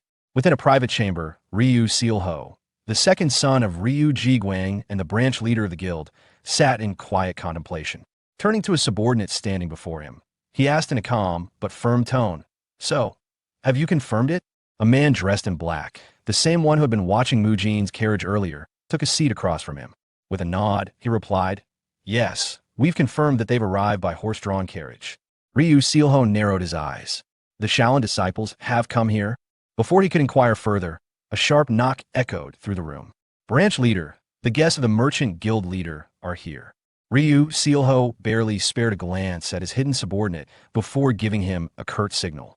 "Hide," he ordered, then turned his attention back to the servant. "Let them in." The doors swung open, and Mujin entered the chamber. As he stepped inside, his gaze subtly swept across the room, his sharp instincts tingling. "There's a presence here, something faint. Am I overthinking things?" Pushing the thought aside, he turned to face Ryu Sealho and greeted him with a polite nod. "Nice to meet you. I am Mujin, a third-class disciple of Shaolin." Ryu Sealho responded with a measured smile. "I am Ryu Sealho, the branch leader of the Heavenly Merchant Guild's Nanchang branch. It must have been exhausting for you to make such a long journey. I've already received a letter from the Merchant Guild leader, so I have a rough understanding of the situation. Our Nanchang branch intends to commission a workshop to craft the tools your clinic requires. If you need anything else, you may speak to the chief supervisor." Mujin raised an eyebrow. "Pardon?" Ryu Sealho's tone turned dismissive. "Today is your first day here, so I made time for you. But as the branch leader, I have a great deal of work to attend to." Mujin's expression remained neutral, but internally, he scoffed. "So that's how you want to play it? How rude, befitting for a future villain." With a polite but insincere smile, he said, "May I take my leave now, branch leader?" Ryu Sealho gave a small nod. "It'd be nice if you did. I have a lot of work to do. Please take your leave." Without hesitation, Mujin turned and exited the office. As soon as the door shut behind him, the black-clad figure reappeared before Ryu Sealho. Ryu Sealho smirked. Even though he wasn't entirely sure, "I can't believe he managed to sense your presence." The figure nodded. "He's certainly no ordinary monk." Ryu Sealho leaned back in his chair, his fingers steepled together. "Underestimating him could disrupt our plans. The merchant guild leader must have had a reason for praising him so highly. I suppose I'll have to test it myself." The figure tilted his head. "And how exactly do you plan to do that?" Ryu Sealho's lips curled into a knowing smile. "I just recalled an incident where a large number of Shaolin Outer Sect disciples left. The world is a place that reacts sensitively to rumors, as long as they sound interesting. Spread that rumor." The figure bowed. "Yes, sir." As the scene shifted back to Mujin, he was busy unloading supplies from the carriage with the assistance of a local disciple. The two worked efficiently, transferring various packages and equipment into the temple in the area. Wiping a bead of sweat from his forehead, Mujin turned to his helper and expressed his gratitude. "Thank you so much for helping with the luggage. I really appreciate it." His helper, a man named Mak Jihyok, offered a warm smile in response. He was an outer sect disciple under the Jiangxi Buddha Fifth sect leader. "I was also once a Shaolin disciple," he revealed. "We should all help each other out whenever we can. When I was still a disciple, my Buddhist name was Hai Shin." Mujin took a moment to reflect on this. He had been under the impression that monk Hyun Myung was deeply concerned about the security of Nanchang. Yet, from what he had seen so far, the Buddha Fifth sect leader and his disciples appeared to be kind and welcoming. It was a comforting realization. As Mak Jihyok glanced over the various tools Mujin had brought with him, his curiosity was piqued. "By the way, can these fancy-looking things really help the world?" Mujin nodded firmly. These are medical treatment tools that have already provided a great deal of aid to countless people. We can't be the only ones benefiting from something so valuable. That's precisely why we came here, to share them with those in need. Before their conversation could continue, a sudden knock on the door broke the moment. A voice called out from outside. Is the Buddhist sect leader in there? Is anyone inside? Both Mujin and Mak Jaehyuk exchanged puzzled looks before turning their attention toward the door. Wondering who could be calling upon them so urgently, Mak Jaehyuk took the initiative to approach the gate. Please excuse me for a moment, he said. It seems we have an unexpected visitor. As he pulled the door open, his eyes widened at the sight before him. A large group of people had gathered just outside, their expressions tense and confrontational. Immediately, he addressed them. Why are there so many of you here? What is the matter? From within the crowd, someone spoke up in a sharp tone. We have something to say to the person who came from Shaolin. We've heard some troubling rumors. Mak Jaehyuk's brows furrowed. What rumors? He asked cautiously. Mujin, observing the assembled individuals, quickly assessed the situation. These people, they seem to be representatives of the local sections, but they don't appear particularly strong. Just then, an older man with silver-white hair stepped forward. His presence commanded attention. This was none other than Kong Taigu, the leader of the Jiangxi Tai sword sect. His voice carried a stern edge as he demanded, is it true that the noble Shaolin disciples, who have supposedly cut off all worldly desires, are attempting to conduct business using medical techniques? His accusation stirred murmurs of discontent among the onlookers. Soon, others joined in, voicing their displeasure. The Shaolin Temple is getting involved in business now. Is it because you're struggling financially after so many outer sect disciples left? I thought Shaolin monks were above such things. Never imagined they'd be corrupted by money. Mak Jaehyuk, remaining composed, responded calmly. As you can see, this place is intended to serve as a clinic. It exists solely to provide medical treatment for those who are suffering, but the dissenters were unmoved. Then do it for free, one of them shouted. Even if you monks are struggling financially, how can the Shaolin Temple justify expanding its influence under the guise of business? You should return to your mountain at once. Mujin clenched his fists. His patience was wearing thin. Internally, he seethed. These fools are really overstepping their bounds. Stepping forward, he interjected, his voice unwavering. Pardon me for interrupting your discussion, but we, the Shaolin disciples, have only just arrived here. We were in the middle of unloading our supplies. Tell me, how did you know that we intended to use medical techniques? His words cast a brief silence over the crowd. Individuals exchanged uncertain glances before one of them hesitantly spoke up. Didn't you say it yourself? No, another voice countered. I heard it from the Tai Sword Sect leader. Kong Taigu, Tai Sword Sect leader, now under scrutiny, simply crossed his arms. Only heard about it through rumors. Mujin's eyes narrowed. So that's how it is, he thought. The only person capable of rallying all these minor sects in one place, it has to be Ryu Sealho. That cunning fox. He's trying to manipulate public opinion against me. Aloud, Mujin declared, I think I understand why you've gathered here. Let me make something clear. I traveled a great distance, fully prepared to dedicate myself to helping others. My goal is to aid the people of this city. So to hear ridiculous accusations like Shaolin has become obsessed with money is something we fully anticipated. Kong Taigu remained unmoved. Even so, Mujin pressed on. Even so, are you truly saying you don't want the people of Nanchang to have access to better healthcare? Kong Taigu scoffed. That claim is far-fetched. Mujin smirked. Far-fetched? Let's be honest here. Why would the Shaolin Temple need your permission to open a clinic? Unless, of course, there's another reason behind your opposition. Do you really take us for fools? His gaze sharpened. You're all just Ryu Sealho's pawns. Just then, a younger man stepped forward, his expression filled with irritation. I can't listen to this any longer. Why does a mere young monk from Shaolin talk so much? Father, allow me to deal with this. This was Kong Jiawan, the eldest son of the Tai Sword Sect leader. With a smug grin, he issued a challenge. I'll personally teach you the proper mindset a Shaolin disciple should have. Let's settle this the orthodox way, with a duel. The gathered crowd erupted into cheers of approval, their excitement palpable. Mujin smirked, cracking his knuckles. Judging by their reaction, that means everyone agrees, right? Fine, then. He shifted into his fighting stance, his gaze unwavering. Don't just stand there. Come at me already. Some time later, as the duel between Kong Jiawan and Mujin commenced, the atmosphere was thick with tension. The spectators watched with bated breath. Their eyes locked onto the two warriors. Kang Jiowon, his body covered in bruises and cuts, hesitated to continue the fight. His breathing was ragged, and his muscles trembled from exhaustion. The crowd, unimpressed by his reluctance, began shouting at him. "Why aren't you giving it your all?" Someone jeered. Gritting his teeth, Kang Jiowon's thoughts raced. Is he really just a teenager? He wondered. I heard he was only a third-class disciple. How did he manage to survive Dangfeng County? There must be a reason. But how is he so strong? Before he could gather himself, Mujin rushed forward again with blistering speed. Kang Jiowon reacted instinctively, lifting his leg to deliver a swift kick. However, Mujin dodged it effortlessly, his movements fluid and precise. There it is again. That strange technique. Kang Jiowon thought, his mind struggling to comprehend Mujin's unpredictable footwork. In a split second, Mujin seized the opportunity. He grabbed Kang Jiowon's extended leg with one hand while simultaneously gripping his robe. With a swift, calculated motion, he executed a powerful leg hook, sending Kang Jiowon crashing onto the hard ground. The impact rattled his body, and as he lay there, blood trickled from his forehead, mixing with the dust beneath him. His limbs felt heavy, his mind clouded by fatigue. Mujin stood over him and scoffed.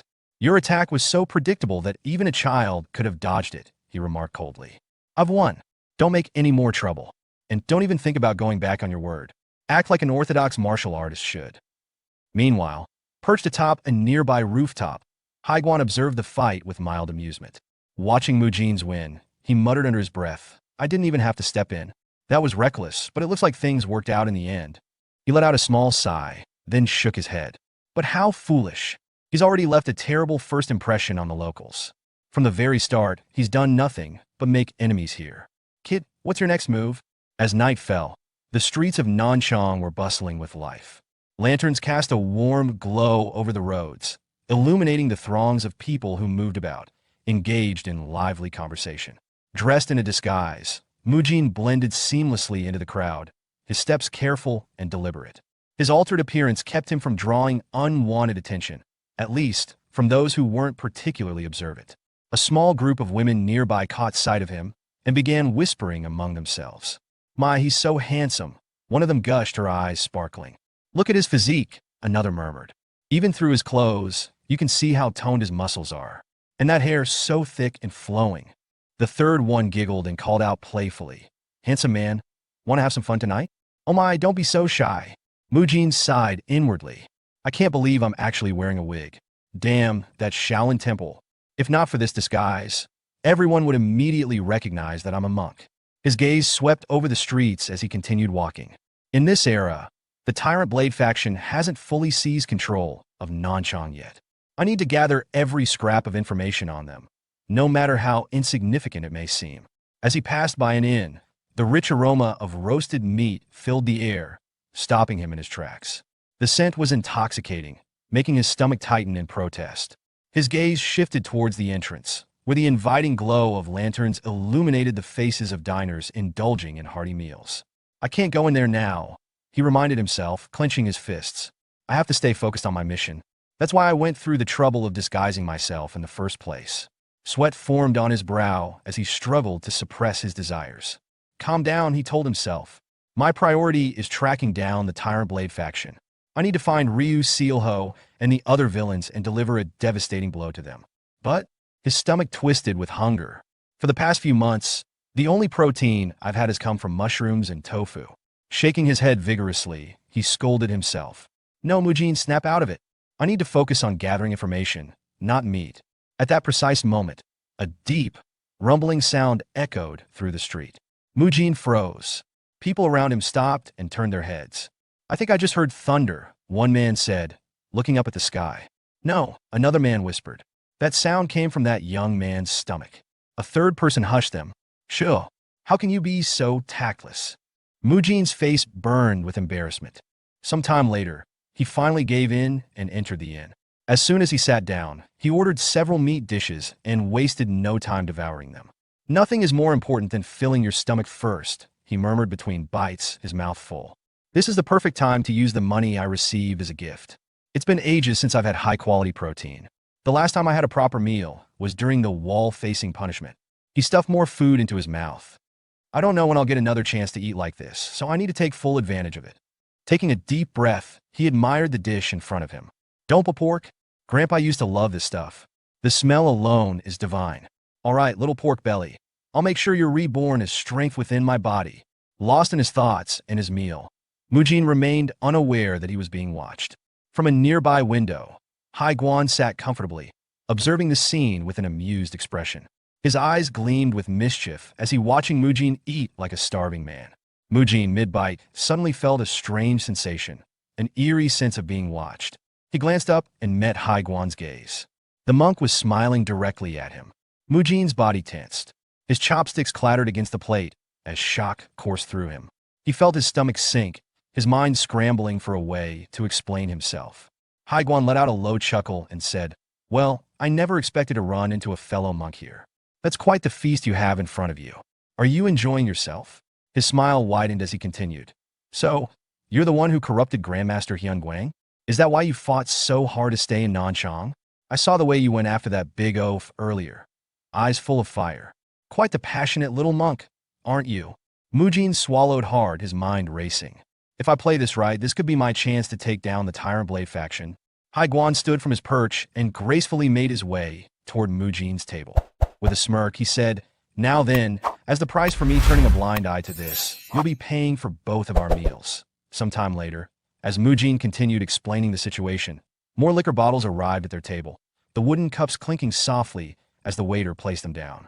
Hai Guan leaned back slightly, crossing his arms as he summarized. "So, Ryu Jiguang, the leader of the Heavenly Merchant Guild, informed you that an underground organization has embedded itself in Nanchang.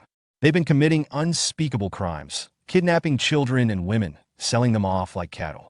In response, you disguised yourself, entered this establishment, and ordered food in hopes of gathering intelligence on them. Is that correct?" Mujin gave a firm nod. "Yes, that's right." Hai Guan lifted his cup, taking a slow sip of his liquor before exhaling. "I see. The name of that organization is the Tyrant Blade faction." Hearing those words, Mujin couldn't help but glance at the liquor in Hai Guan's hand. A fleeting thought crossed his mind. I want to drink liquor too, but he quickly dismissed it. Hai Guan's lips curled into a sinister grin as he set his cup down. "If what you're saying is true, then this might be a good opportunity for me. It's been a while since I've had a chance to truly stretch my muscles." He then leaned back slightly, narrowing his eyes as his thoughts continued. "There's a strong chance that the people watching us earlier belonged to the Tyrant Blade faction. But what's strange is, even after detecting my energy, they chose to do nothing. They didn't react at all, even when faced with my anti-demon Buddha energy. Does that mean they're still rational enough to avoid unnecessary conflict?" Just then, Hai Guan suddenly called out, "Waiter!" A man hurried over saying, "Yes, sir." Hai Guan casually lifted a silver niang between his fingers. Mujin's gaze immediately locked onto the coin, his expression shifting. "Wait, that's my silver niang.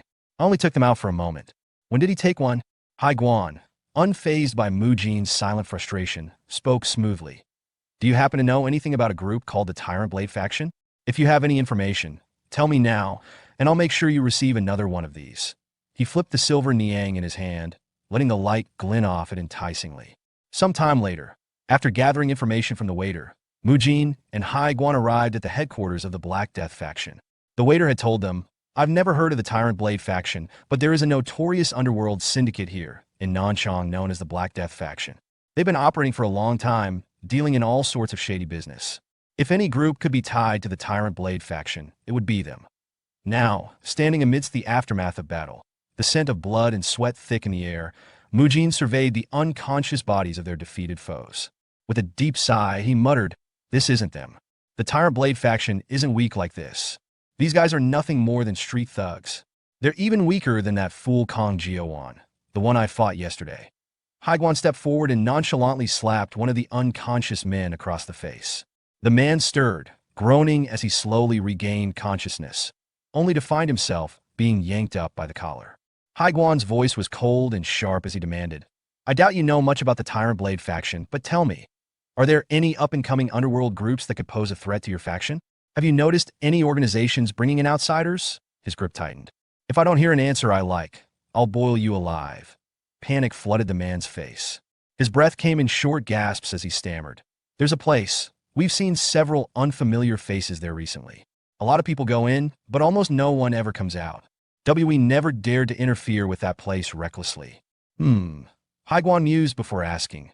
Do you know its location? The man trembled, thoughts racing in his head. I'll tell them everything. Please, just spare me.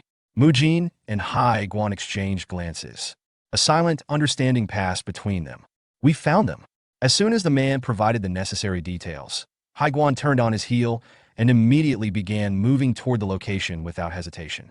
Mujin, sensing the recklessness of the decision, quickly called out. Wait, going in with just the two of us could be dangerous. Let's contact the rest of the monks and go together.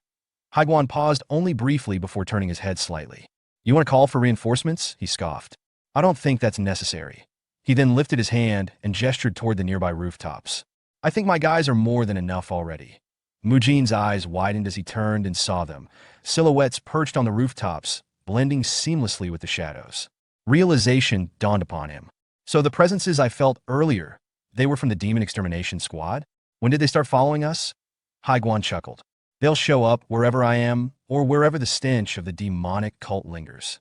Looks like the higher-ups didn't just send me to handle this mission. They really are obsessed with me. Then, raising his voice, he issued the command. All of you heard me, right? Demon Extermination Squad, move out. The Tyrant Blade faction was a notorious unorthodox group that played a major role in the novel Unorthodox Tyrant Chronicles, written by author G.A. Kyung. Known for their ruthless and sadistic nature, they stood as one of the most feared villainous organizations within the story. Under the secret patronage of the Heavenly Merchant Guild, the faction engaged in a range of illicit activities, including drug trafficking and human smuggling. To ensure that their operations remained undetected, they deliberately chose a secluded and well-hidden base in the outskirts of a remote village, making it nearly impossible for outsiders to stumble upon their whereabouts. Meanwhile, deep within the hidden stronghold of the Tyrant Blade faction, the air was thick with tension. The leader of the faction sat upon his ornate seat, his eyes gleaming with a mixture of irritation and expectation. His voice was sharp as he addressed the subordinate kneeling before him. You failed, he asked, his tone devoid of patience. The subordinate kept his head low, suppressing a nervous gulp. Yes, unfortunately, he admitted. As per your orders, we attempted to manipulate the sects in the area to force the Shaolin disciples into retreat. However, our efforts were thwarted by a single monk, the one they call the Blessed Monk. Because of him, our plans to drive them out ended in failure. The leader narrowed his eyes, his grip tightening on the armrest of his chair. You're telling me that all of you failed because of one young monk? He scoffed before shaking his head in disgust. This is exactly why I despise the Orthodox factions. Those self-righteous hypocrites can't even stand on their own without clinging to their so-called morality. They're dead weight, yet somehow you still lost to them. The subordinate hesitated for a moment before voicing his concern. But will this really be fine? If the rumors are true and Haiguan, the demon exterminator, is accompanying the blessed monk. Before he could finish his sentence, a club came to an abrupt stop just inches from his forehead. The sheer force behind it caused the air to tremble. The subordinate froze in place, barely able to breathe. His trembling eyes darted upward to see his leader gripping the heavy weapon with an ironclad grip, his expression unreadable. So what? The leader sneered, tilting his head slightly. Do you think I'll lose? He let out a low chuckle before leaning forward, eyes gleaming with a dangerous glint. Well, I suppose Haiguan has slaughtered quite a number of people. But tell me, his smirk widened. Aren't you curious as well? The subordinate, still staring at the club hovering near his face, struggled to suppress his fear. The leader grinned, exuding confidence. If the so-called demon exterminator and I, the great leader of the Tyrant Blade faction, were to clash at full power, then tell me, who would emerge victorious? At that moment, outside the base, one of the guards standing watch heard a faint, unfamiliar sound. His brows furrowed as he turned in the direction of the noise, his senses on high alert. What was that sound? He thought, gripping his weapon tightly. Before he could react further, something strange appeared on the surface of the outer wall, a blazing imprint, flickering with an intense heat. As he stared in confusion, his eyes widened in horror. It's getting hotter. Wait.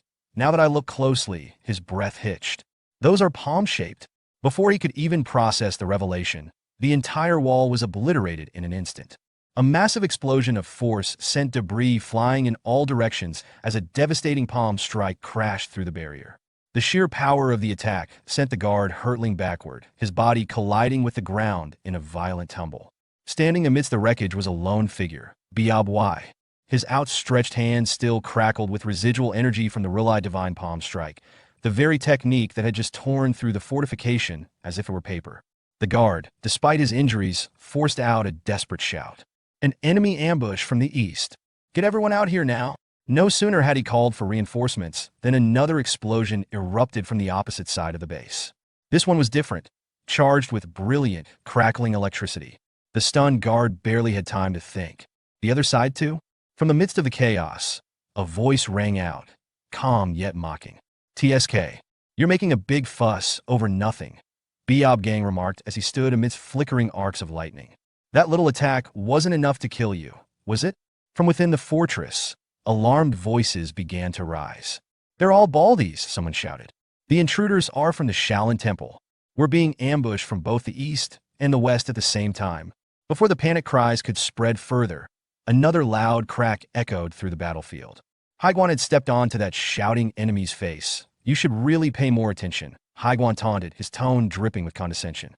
"We're coming in from the front too. You guys are so incompetent. At least now I understand just how low your standards are." With that, he grinding him into the ground with a force that made the earth beneath them fracture, forming spiderweb-like cracks. Rising to his full height, Haiguan scanned the battlefield with sharp eyes. Then his voice rang out, unwavering and full of authority. "Unorthodox martial artists who have plagued the world with your atrocities, today marks your end." Lifting his weapon, he called out to his allies. "Demon Extermination Squad, move out." The battlefield erupted into chaos as the battle raged on. The monks of the Shaolin Temple unleashed their overwhelming strength, cutting down their enemies with precision and expertise. The unorthodox warriors who had once terrorized the region were now being swiftly and mercilessly dismantled. Mujin, observing the battle from a short distance away, felt a shiver run down his spine. "I never realized it until now, but the older monks, they're unbelievably strong. They're barely even trying, yet they're mowing down the enemies like it's nothing." His gaze swept over the battlefield, watching as seasoned Shaolin monks dispatch foes with effortless efficiency. Is this the true power of the Shaolin Temple? The so-called world's strongest guiding light? Before he could contemplate further, a voice called out to him. "Mujin!" It was Biob Gang. He turned his head just in time to see the older monk pointing forward. Monk Haiguan went on ahead, Biob Gang said firmly. "Leave this place to us and catch up to him." Mujin gritted his teeth and muttered, "All right," before breaking into a full sprint toward the interior of the stronghold. His heart pounded in his chest as an overwhelming pressure filled the air around him. He could feel it, the clashing of two immense energies ahead. "This is insane," he thought. "I can sense incredible forces colliding. Just what kind of battle is happening inside?" Without hesitation, he rushed toward the door and threw it open. His voice rang out urgently. "Monk Haiguan, are you all right?" There were more enemies than expected. However, the moment he laid eyes on the scene before him, his breath hitched in his throat. The battle inside the room was unlike anything he had ever witnessed. In the center, two figures clashed with terrifying force. Monk Haiguan and the leader of the Tyrant Blade faction. Their attacks sent shockwaves through the room, splintering wooden beams and cracking the stone floor beneath them. Mujin's thoughts raced as he took in the intensity of their fight. "What? This is insane. I've never seen such a brutal clash before. That man, he's strong enough to fight on equal footing with Monk Haiguan. That must be the Tyrant Blade faction's leader."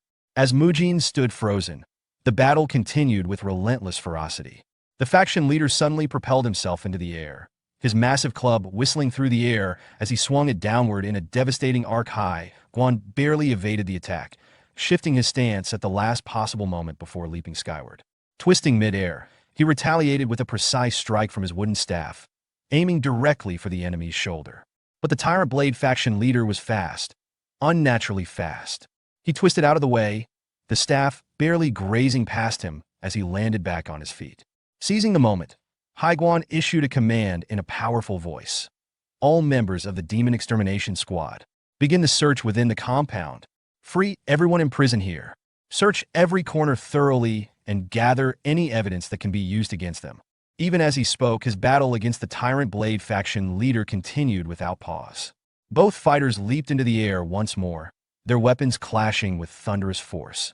The sheer impact sent ripples of energy through the air, and suddenly, crack, spiderweb fractures spread along Haiguan's staff. The force of their collision flung both warriors backward. Hai Guan landed in a crouch, his grip tightening around his now weakened staff. The Tyrant Blade faction leader, on the other hand, crashed violently against a set of wooden doors, splintering them upon impact. But instead of frustration, the man simply laughed.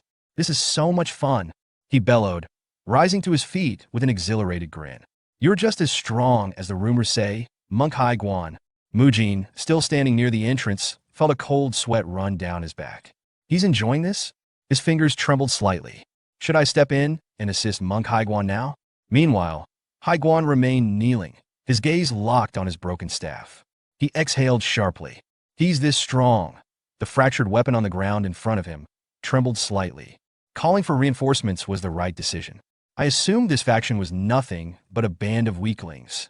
I was wrong. The Tyrant Blade faction leader dusted himself off and smirked. "It's such an honor to be recognized by someone as renowned as you." Hai Guan stood, his eyes narrowing. "That's not something you should be proud of. Every villain I've acknowledged has hoped that I'd soon join them in hell." The faction leader chuckled darkly. "Your weapon is already shattered. How much longer do you intend to keep up this act?" Slowly, Hai Guan raised his hand, raw energy surging into his arm. His expression was cold and unwavering. "The way I send them to hell is always the same," he said. "They think they've won once they make me drop my weapon. But don't forget this. While I may be at a slight disadvantage, I am still from the Shaolin Temple. Even without my staff," his eyes burned with quiet intensity, "I can still kill you easily." The Tyrant Blade faction leader's smirk widened. "That's a bluff." But before he could finish that thought, BM, Hai Guan's fist connected directly with his face, the impact sending a deafening boom through the chamber. The floor beneath them cracked from the sheer force of the strike. The attack wasn't just powerful, it was an invincible anti-demon punch. The faction leader's head snapped back violently. A sharp gasp left his lips as blood sprayed into the air. "What just hit me? What the hell is with that power?" His body hurtled across the room like a ragdoll before crashing into the ground, kicking up dust and debris. Before he could even process what had happened, Hai Guan was already airborne, his body twisting mid-leap as he prepared to strike again. "My punches are actually much stronger than my staff," he declared. "You're dead meat now." For the first time, the Tyrant Blade faction leader felt a twinge of fear. His instinct screamed at him. This monk was insane. What a crazy monk! But just before the finishing blow landed, Hai Guan suddenly halted his attack. Instead of delivering another punch, he turned his attention toward Mujin. "Well, not right now, though. Time for a lesson, Mujin." Mujin blinked, completely confused. "A lesson?" Before he could ask anything else, Hai Guan grabbed him roughly by the collar. "I've already weakened him enough. I'll leave the rest to you. Do whatever it takes to defeat him." Mujin's eyes widened in shock. "What? Are you serious?" Without warning, Hai Guan threw Mujin forward, sending him hurtling toward the Tyrant Blade faction leader. The more danger there is, the more one's true strength awakens. Hai Guan shouted, "Let's go." Mujin flailed midair, his mind spiraling into chaos. "He's suddenly throwing me off a cliff?" With no time to think, he landed in front of the Tyrant Blade faction leader. And just like that, the battle had shifted. Mujin versus the Tyrant Blade faction leader begins now. The faction leader glared furiously and shouted, "You're passing the fight on to someone else in a situation like this? Are you implying that I'm not skilled enough to face the demon exterminator myself?" At that moment, Mujin, who had been pushed forward by Monk Hai Guan, clasped on the ground. Before Mujin could even fully rise, the faction leader stormed toward him in a rage. "That might have been a pointless provocation," the leader growled. "But your plan to enrage me, it worked." He raised his club high above his head, his muscles flexing with raw strength. "After I reduce this snot-nosed brat to pulp, I'll grind you into dust too, demon exterminator or not," he roared, bringing the club down with terrifying speed. But Mujin, keeping his composure, sprang to his feet just in time. From behind, Hai Guan smirked and called out, "You're mistaken about something. I'll be generous and spell it out for you. That monk you just tried to crush isn't just some snot-nosed brat." Before the club could reach him, Mujin swiftly dodged and grabbed the faction leader by the legs, flipping him over with a sudden burst of strength. With a heavy slam, he pinned the man to the ground. "He's a snot-nosed dog," Hai Guan added casually. Hearing that, Mujin thought bitterly, that actually feels worse than being called a brat. His technique hadn't been clean, it was rushed and lacked proper form, but it had gotten the job done. Still gripping the pinned leader, he muttered, "You won't be getting up now that I've dropped you flat. I'll make sure your legs won't work before you can even try. The faction leader's rage boiled over. With a sudden surge of energy, he activated his breathing technique and released a burst of force, blasting Mujin away. Rising to his feet, the leader sneered. You use some strange techniques. A monk with a mark on his forehead and unorthodox moves. I get it now. You're the one they call Blessed Monk Mujin? Looks like we've got quite the lineup today. Turning to his subordinates, most of whom lay sprawled across the battlefield, he barked out. All of you! While I deal with this monk, exhaust the demon exterminator as much as you can. His men scrambled to their feet and surrounded Haiguan. Watching the mob form around him, Haiguan scoffed. So I don't even get to watch in peace, huh? Fine by me. Meanwhile, the faction leader faced Mujin once more. I hear you're quite talented in healing techniques. Let's see if those same skills can keep you alive. He taunted as he lunged forward. Not that you'll get the chance to use them before I kill you. Time passed as the battlefield filled with chaos. Haiguan was effortlessly mowing down the Tyrant Blade faction soldiers, using only his fists, while still managing to keep an eye on Mujin's battle. That's it. You're doing great, he called out, noticing Mujin raising his left leg to absorb an incoming blow. Blocking the club with his leg, Mujin gritted his teeth and snapped back. I don't need you telling me what to do. The faction leader, staggered by Mujin's counter, charged again in disbelief. You little piece of... Before he could finish, Mujin twisted around him with speed and precision, grabbing his arm and locking it with an elbow twist. The faction leader was slammed to the ground again, grinding his teeth in frustration. This bastard? Another weird technique? It's all fake, hasn't he learned that already? He snarled, discharging another burst of energy that knocked Mujin back. Flimsy tricks won't work on me. Staggering back to his feet, Mujin thought, how many times has this happened? No matter what I try, he keeps getting up, even weakened, the gap between our levels is too wide. Am I just wasting my strength here? Determined, he sprinted toward his opponent. If martial arts are the only way, then fine. A tooth for a tooth, an eye for an eye. Both combatants entered their respective zones. The faction leader unleashed a frenzied barrage of club strikes, while Mujin countered with a blend of arhat palm strikes and rapid chain punches. One of the club blows landed, causing Mujin to cough up blood, but he immediately retaliated with a fierce punch to the faction leader's face. The faction leader swung again, but Mujin barely blocked with his left arm. Seizing the narrow window, Mujin delivered a brutal kick, right to his opponent's groin.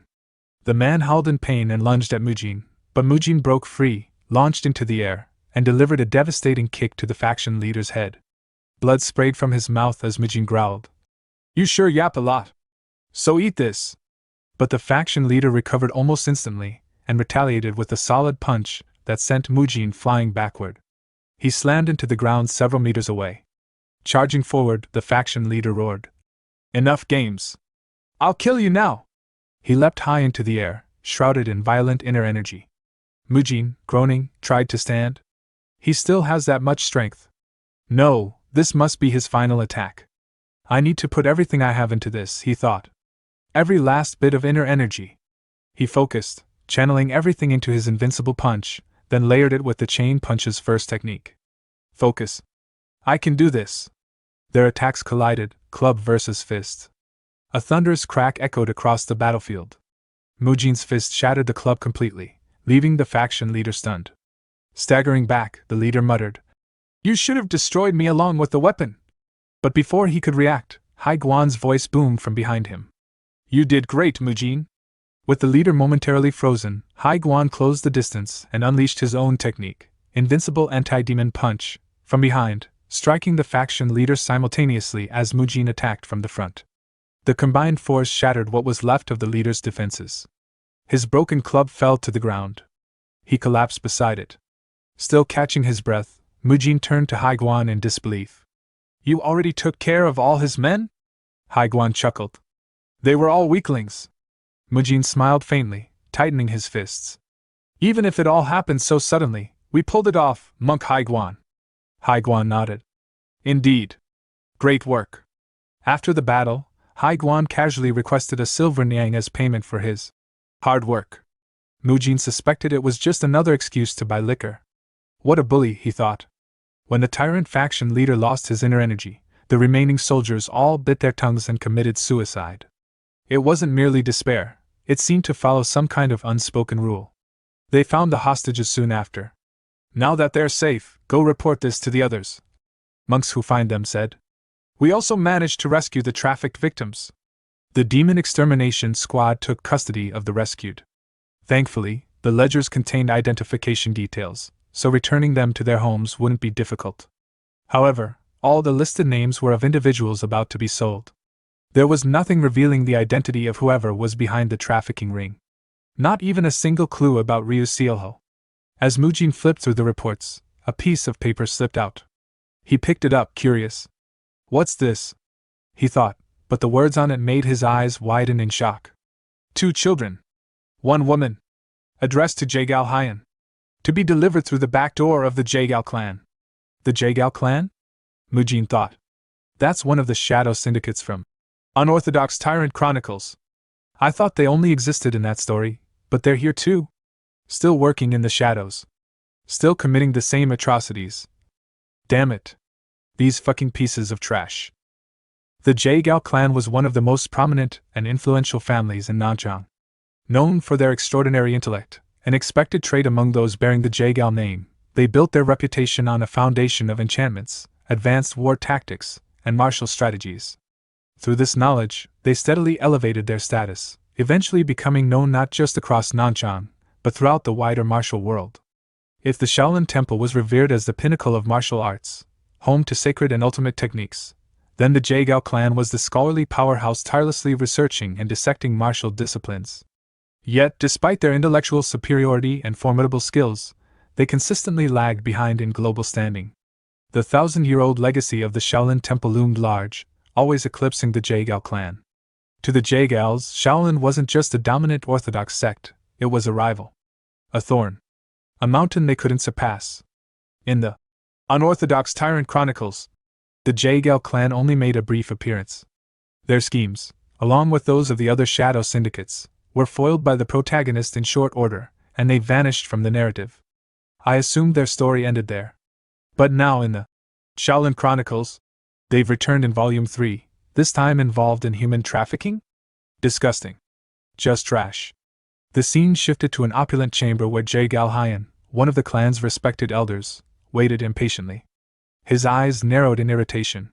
I was summoned here with urgency, and yet I'm the one kept waiting? He asked coldly. A servant quickly bowed and apologized. Forgive us, elder. The treatment for the sect leader's son took longer than anticipated. The sect leader's son? Jagal Hyan's gaze sharpened. I heard he fought the blessed monk. Kang Jiuan, wasn't it? Just then, Kang Taigu, the leader of the Jiangshi Tai sword sect, entered the room with his son, Kang Jiuan, who was wrapped in thick bandages. The elder bowed slightly. You've come a long way, Elder Jagal. Please forgive us for the delay. It's fine. I'm not that upset, Jagal Hyan replied. His eyes scanned Jiuwen's injuries.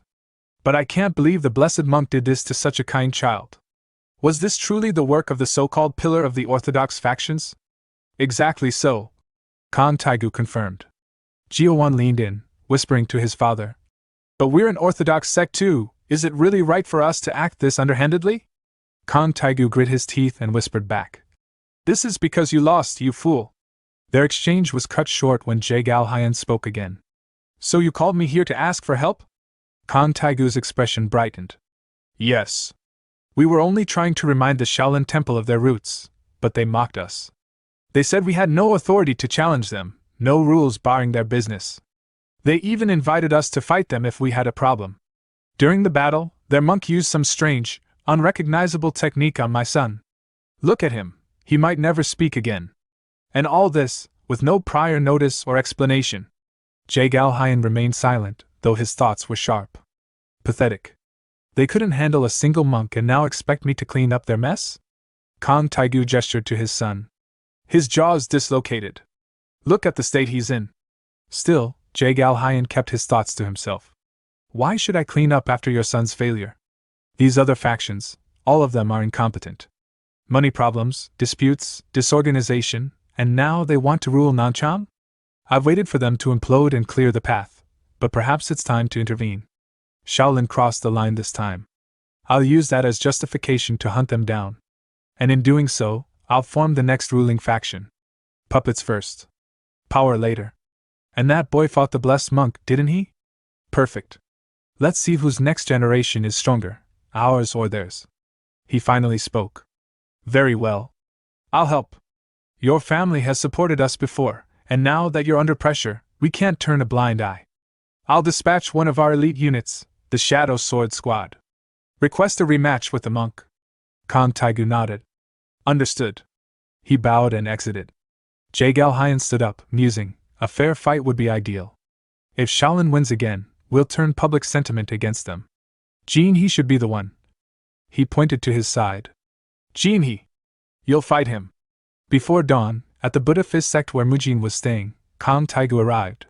So, Mujin said with a yawn, you're saying our last fight wasn't official because it was a one-sided beating, and now you want a rematch? Kang Taigu, trembling with rage, replied. Yes. It was an unsanctioned fight, held in the streets, with no judge. And how dare you yawn while speaking to an elder? You're shameless. Mujin shrugged. Didn't the crowd cheer for us to fight? That's as good as agreement. And you show up before dawn without a single letter. Who's rude now? Shut up! Kang Taigu shouted. You'll accept what you're told and apologize. Let's not change the subject. I already won. My son can't even speak because of you. Do you think I'll just let that slide? Before it escalated further, a calm voice interrupted them. Both of you enough. Ji He stepped forward. Yes, the fight was one-sided. Yes, someone was hurt badly. But if this continues, it will damage the reputation of your upcoming clinic. A healer who also injures? That won't sit well with the public. Mujin laughed. I hit his leg. But his jaw is broken. How fascinating. Which is why, Jin He continued, we propose a rematch. One with clear terms. If we lose, we won't bother you again. And if you win, what then? Mujin said. You called the last fight unofficial. What stops you from asking for a third match? Jin He reached into his robe and tossed the scroll. Mujin caught it and looked confused. It's a memorandum signed by the martial groups. It ensures this fight is final. Stop bothering me, Mujin thought. I'm still recovering from the Tyrant Blade battle. Then, a voice whispered directly in his ear. What's the matter? Scared to lose? It was Hai Guan, using frequency transmission. Mujin flinched. What the? That was inside my ear. Creepy technique. Hai Guan teased again. Scared because your opponent looks strong? I'm not scared. Mujin snapped out loud. Fine. I accept. Did that hurt your pride? Hai Guan chuckled in his head. Of course not. You think I'm scared of someone like that? This match will settle things once and for all. Ji He said. And I suggest you remove that veil. Mujin added. I don't want excuses about it being in your way. Jin He nodded, removing her veil and tossing it aside. Gasps followed. She was a woman. I'll be serious from now on, she said. And while I understand your frustration, I expect you to address me with respect. She was Jagal Ji He, member of the Shadow Sword Squad and granddaughter of the clan's patriarch. She's a woman, Mujin thought, slightly caught off guard. The referee raised his hand. The rematch begins now. They launched forward, Mujin swinging a powerful fist, Ji He with her energy-coated folding fan. The moment their attacks clashed, Mujin's expression changed. She's fast. If this keeps up, I'll get cut.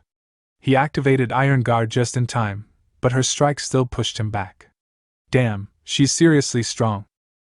Using the silent frequency transmission that only a skilled martial arts could master, Hai Guan's voice echoed directly into Mujin's mind.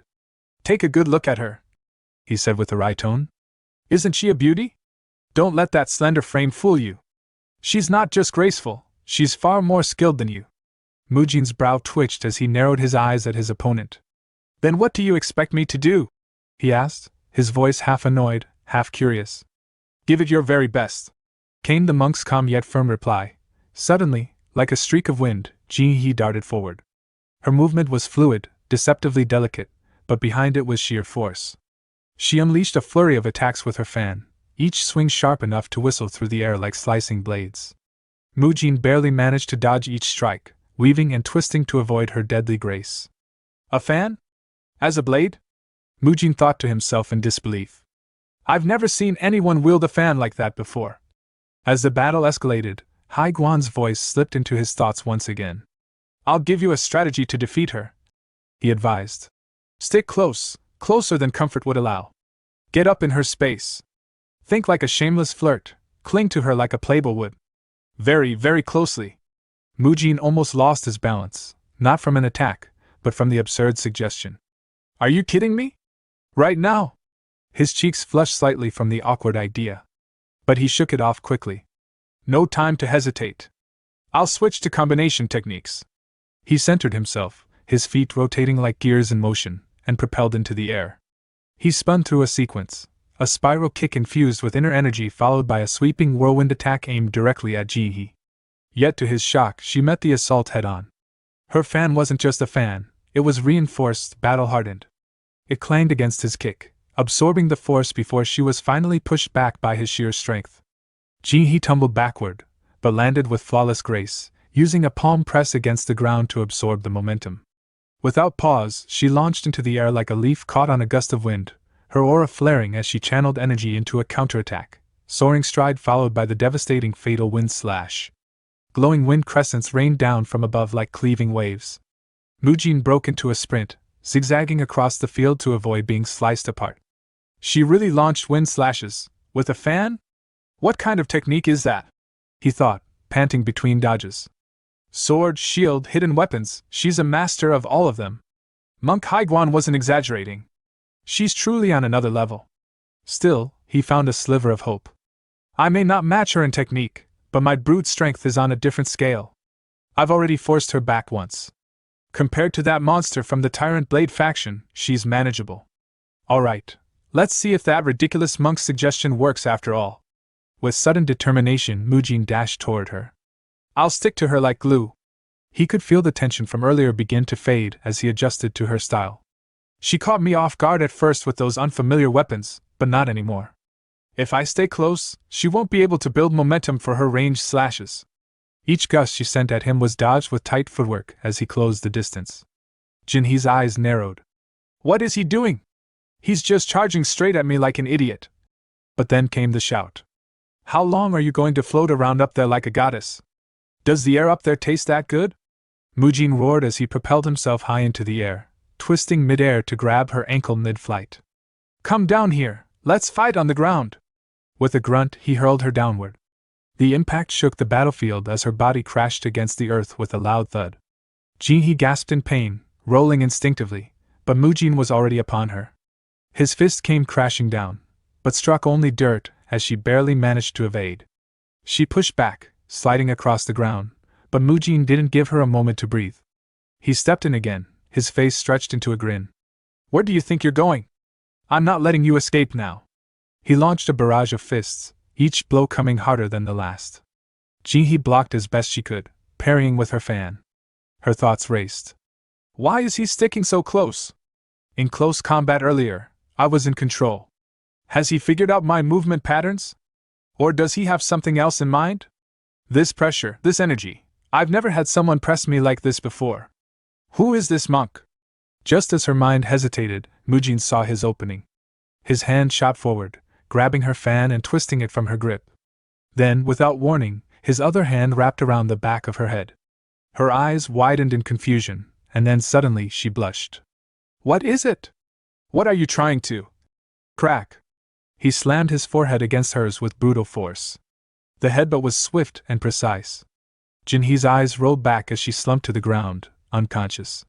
Mujin exhaled and turned toward the stunned group of martial leaders, including Kang Taegu. His voice rang loud and confident. You all saw it.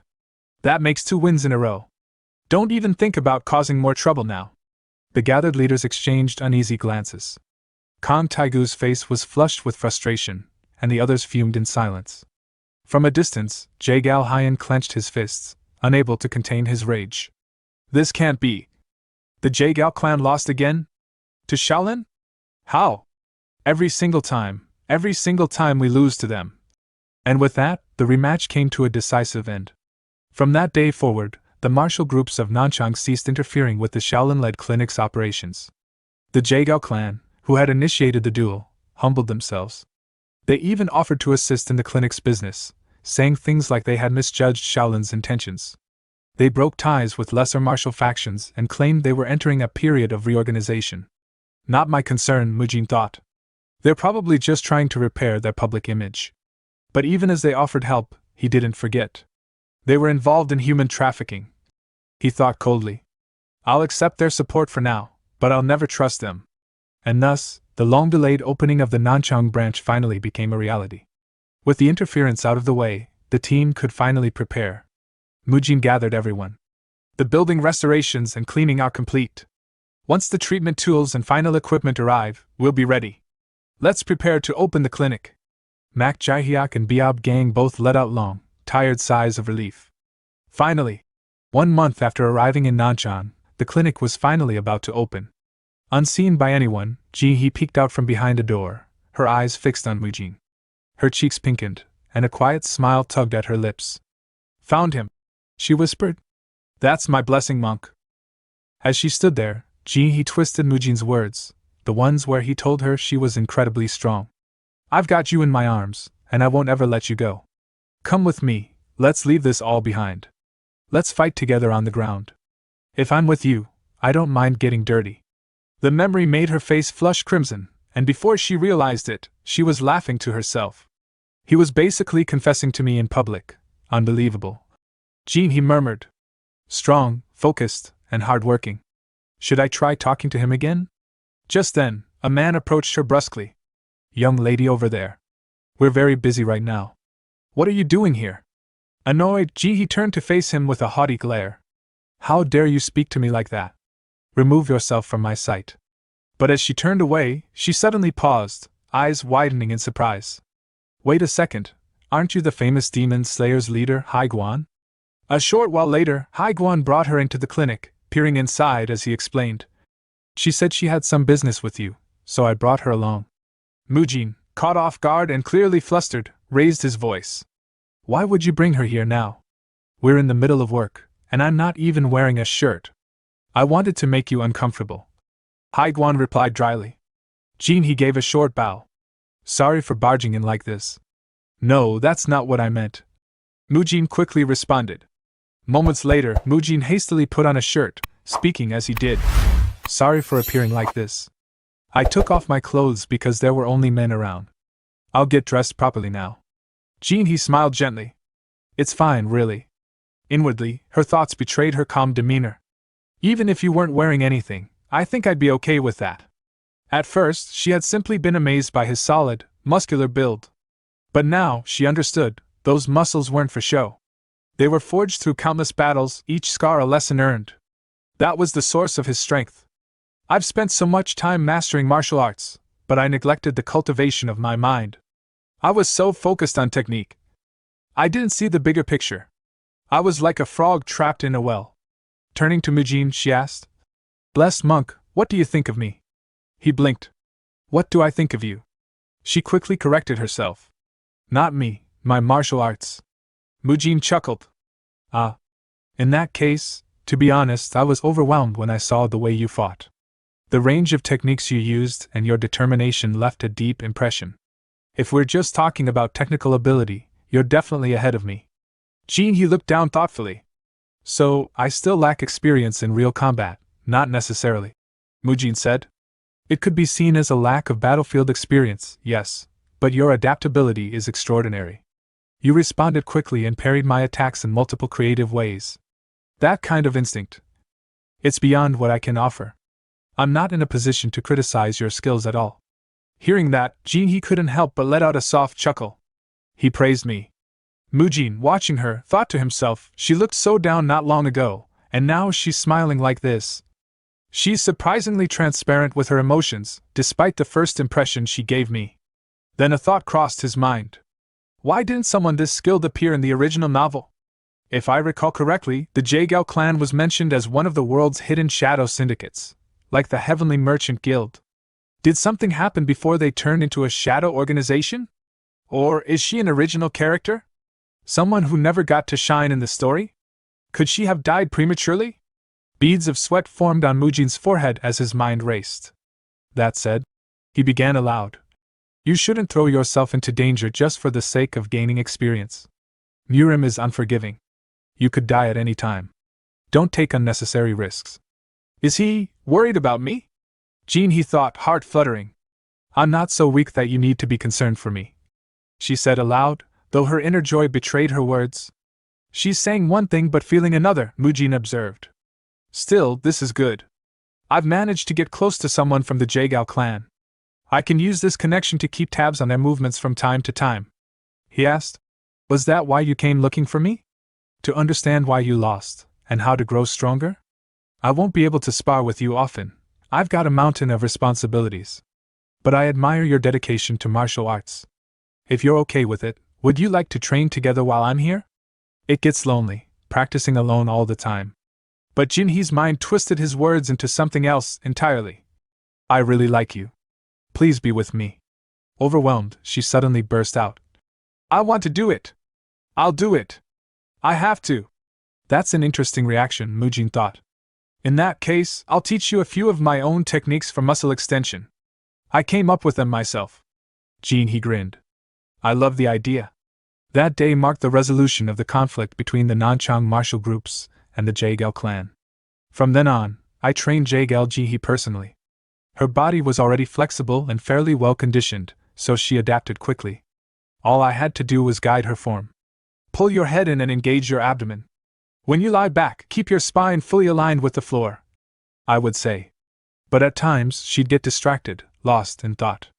I could only hope she would find whatever answer she was looking for. At the second body treatment clinic, everyone continued working diligently. The method had gained tremendous support in Dangfeng County, and it looked like Nanchang would follow suit. Both the poor and the wealthy seemed to benefit. With this success, Shaolin's financial concerns were beginning to ease. Later, I met with Mak Jaihyuk, an outer sect disciple of the Jianxi Buddhist sect. We won't be here forever, I told him. You'll have to maintain the current standards after we leave. Yes, I understand, he replied. I'll focus more on training in the treatment methods. But how are we supposed to handle electricity and heat therapy ourselves? Don't worry, I reassured him. We'll teach you a cultivation method suitable for it. It won't be Shaolin's highest technique, but it'll suffice. Monk Biab Gang will teach you the electricity treatment. Monk Biab Y will handle the heat. Though I'd managed to bring some balance to the situation, I couldn't shake a growing dissatisfaction. Am I really okay living like this? I still hadn't gathered any useful intel on Ryu Sealho, the whole reason I came here. I had my doubts about him, strong ones, but no proof. I never imagined he'd be this meticulous. I can't stay here much longer, but I'm at a loss for what to do next. But I wasn't the only one struggling. Back at the Nanchang branch of the Heavenly Merchant Guild, Ryu Sealho flew into a rage, smashing everything on his desk. Those bastards! They couldn't even get rid of some wandering monks. They've completely ruined our plans. Is there no one competent around here? A subordinate behind him spoke calmly. The other martial groups attempted to intervene, but failed. The Tyrant Blade faction has been destroyed. The Jaegao clan offered no help either. It's as though Shaolin caught wind of our actions. We need to investigate. Find out where the intel leak is. Enraged, Ryu Sealho hurled an object straight at the speaker. It hit squarely in the head, but the man didn't even flinch. What are you implying? Ryu Sealho barked.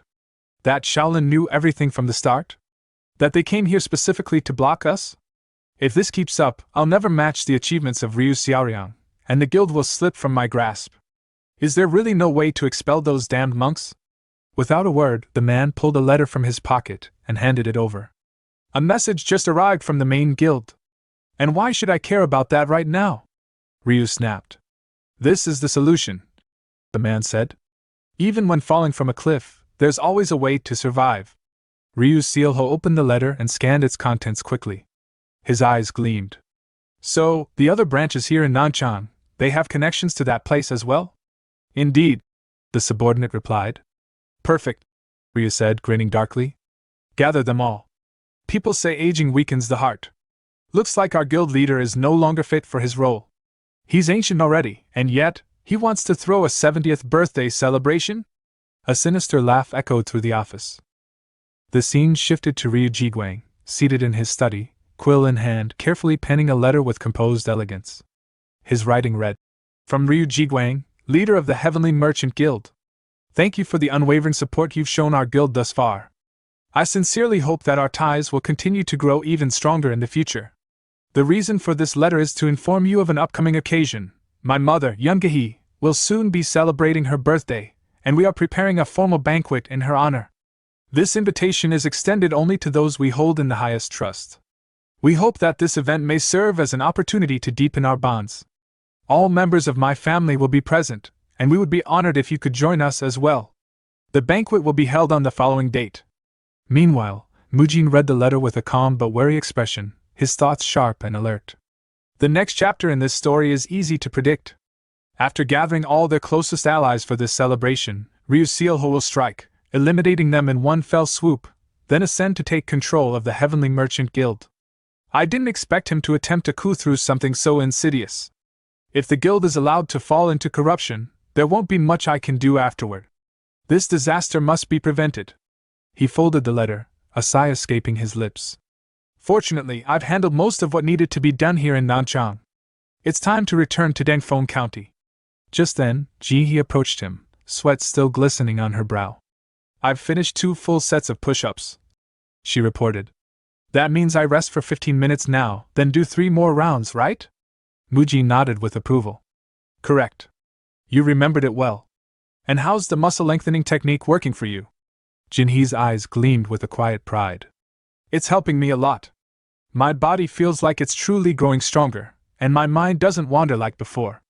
It's perfect for focusing both mentally and physically. Mujin smiled and gave her a thumbs up. That's one of the biggest advantages of that method. I'm certain it'll grow on you even more. Frankly, I've never seen someone make this much progress in just a month. You're incredible. Honestly, I don't think there's much more I can teach you now. You're leaving soon, right? Jinhee nodded. Yes. My elder says there's nothing left for us to do here in Nanchang. Mujin thought to himself. Well, I did dismantle all the foundations their clan had laid here, after all. Jinhee suddenly spoke again, a determined glint in her eyes. I have something I want to say. Mujin's expression stiffened slightly. Did she figure out it was me behind it all? But then Jinhee raised her voice with fierce energy. I'll become even stronger and come back. When I do, please duel with me again. Relieved and amused, Mujin grinned. I'll always welcome that. I'm glad you now see it as a goal and not just a target. I'll grow stronger too, and I'll be waiting. I look forward to our next match. The two clasped hands firmly. But as they did, Jinhee's thoughts veered in a direction even she didn't expect. He's holding my hand and saying all that. Isn't this basically a proposal? And so, the Jaegao clan departed from Jiangxi. Although it saddened Jinhee to part ways, the promise they made gave her new purpose. She looked cheerful and filled with hope. As their carriage pulled away, she turned back and shouted, I'll be back soon. Biab Gang, watching the scene, turned to Mujin. Well, we've wrapped up our work here. Shall we begin preparing for the next phase? Mujin, still waving to Jinhee, replied, Not yet. I have a few things to hand over first. Once I'm done, I'll head straight for the Heavenly Merchant Guild. Biab Gang nodded. Understood. You've done well these past 5 months. I'll return to Shaolin with the others then. Still, I can't let you be entirely alone. I'll assign 1 or 2 to stay behind and accompany you. That works, Mujin said. By the way, have you heard anything about my grandfather's condition lately? Biab Gang chuckled. Grandmaster Hyun Wang? He's so healthy now, he's practically flying across rooftops. He practices the muscle lengthening technique himself and gained so much weight from his oil-heavy diet, you'd never believe he was once weak or frail. Mujin let out a long, relieved sigh. I'm glad. That's a huge weight off my chest. But then, piecing it together in his head. Wait, if he's moving around that freely, then he's not just recovered, he's fully back in form. He was once called the strongest talent under heaven. If he attends this banquet, his presence alone could tip the scales. Can I ask you a favor? Mujin said. Biab Gang turned to him. Of course. What is it? Mujin handed him a sealed envelope. If you reach the Shaolin Temple before me, could you give this to Grandpa? I can't make it there myself, but this letter explains everything. I have a bad feeling something dangerous is brewing. He'll understand once he reads it. I got it, Biab Gang said, taking the letter. A few days later, at the Shaolin Temple, Biab Gang entered Hyun Guang's chamber where the old monk was mid-stretch. Apologies for interrupting your muscle-lengthening session, Grand Master. It's alright, Hyun Guang said as he opened the letter. If this is from Mujin, then it takes precedence. He read in silence, then let out a hearty laugh. I see. Biab Gang tilted his head. What's going on? Hyun Guang smiled. So he's heading straight to the Heavenly Merchant Guild? That rascal. Seems I'll be attending the banquet too. It's been a while since I last saw him. I'm quite looking forward to it. Having regained over 10 kilograms and radiating immense vitality, Hyun Guang's aura was now impossible to measure. He's probably grown stronger as well, hasn't he? The Grandmaster asked. Biab Gang laughed. He definitely bulked up a lot, Grandmaster. Meanwhile, at the Jiangxi Buddhist sect, Mujin loaded supplies onto a carriage, pausing momentarily to think. Grandpa must have received the letter by now. I need to move fast and be ready. Mak Jihyuk approached with a respectful bow. Thank you for everything, Master Mujin. I may be leaving, Mujin said, but I'll still visit occasionally. Thank you for all the support during my time here. Not at all. You were a tremendous help. You defeated oppressive martial factions, dismantled a shadowy organization, and taught us techniques that saved countless lives. Every day you were here was a blessing. The Buddha Fist sect will carry on your will. Please continue your work for the people, even after you leave. We'll miss you. Mujin nodded. We'll meet again. With that, they departed from Nanchang. As their carriage rolled onward, Haiguan lounged on the rooftop, gazing at the sky. There weren't many strong opponents, but it was an interesting region. Mujin looked back one last time. Thank you, Nanchang, he thought to himself. We left in a hurry to stop Ryusealho, but the sun's shining brightly, like it's telling us everything will be okay.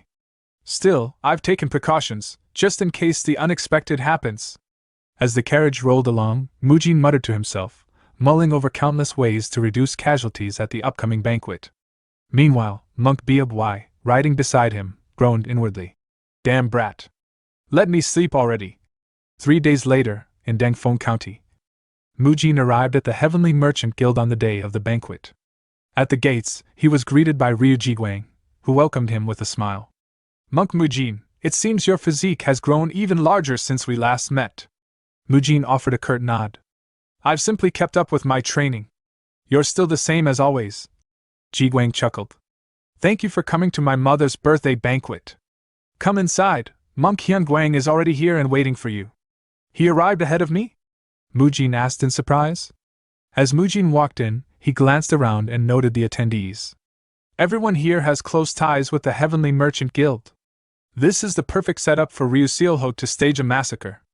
I must prevent any bloodshed from happening. Just then, a familiar voice called out. Hyun Guang turned and beamed. Mujin!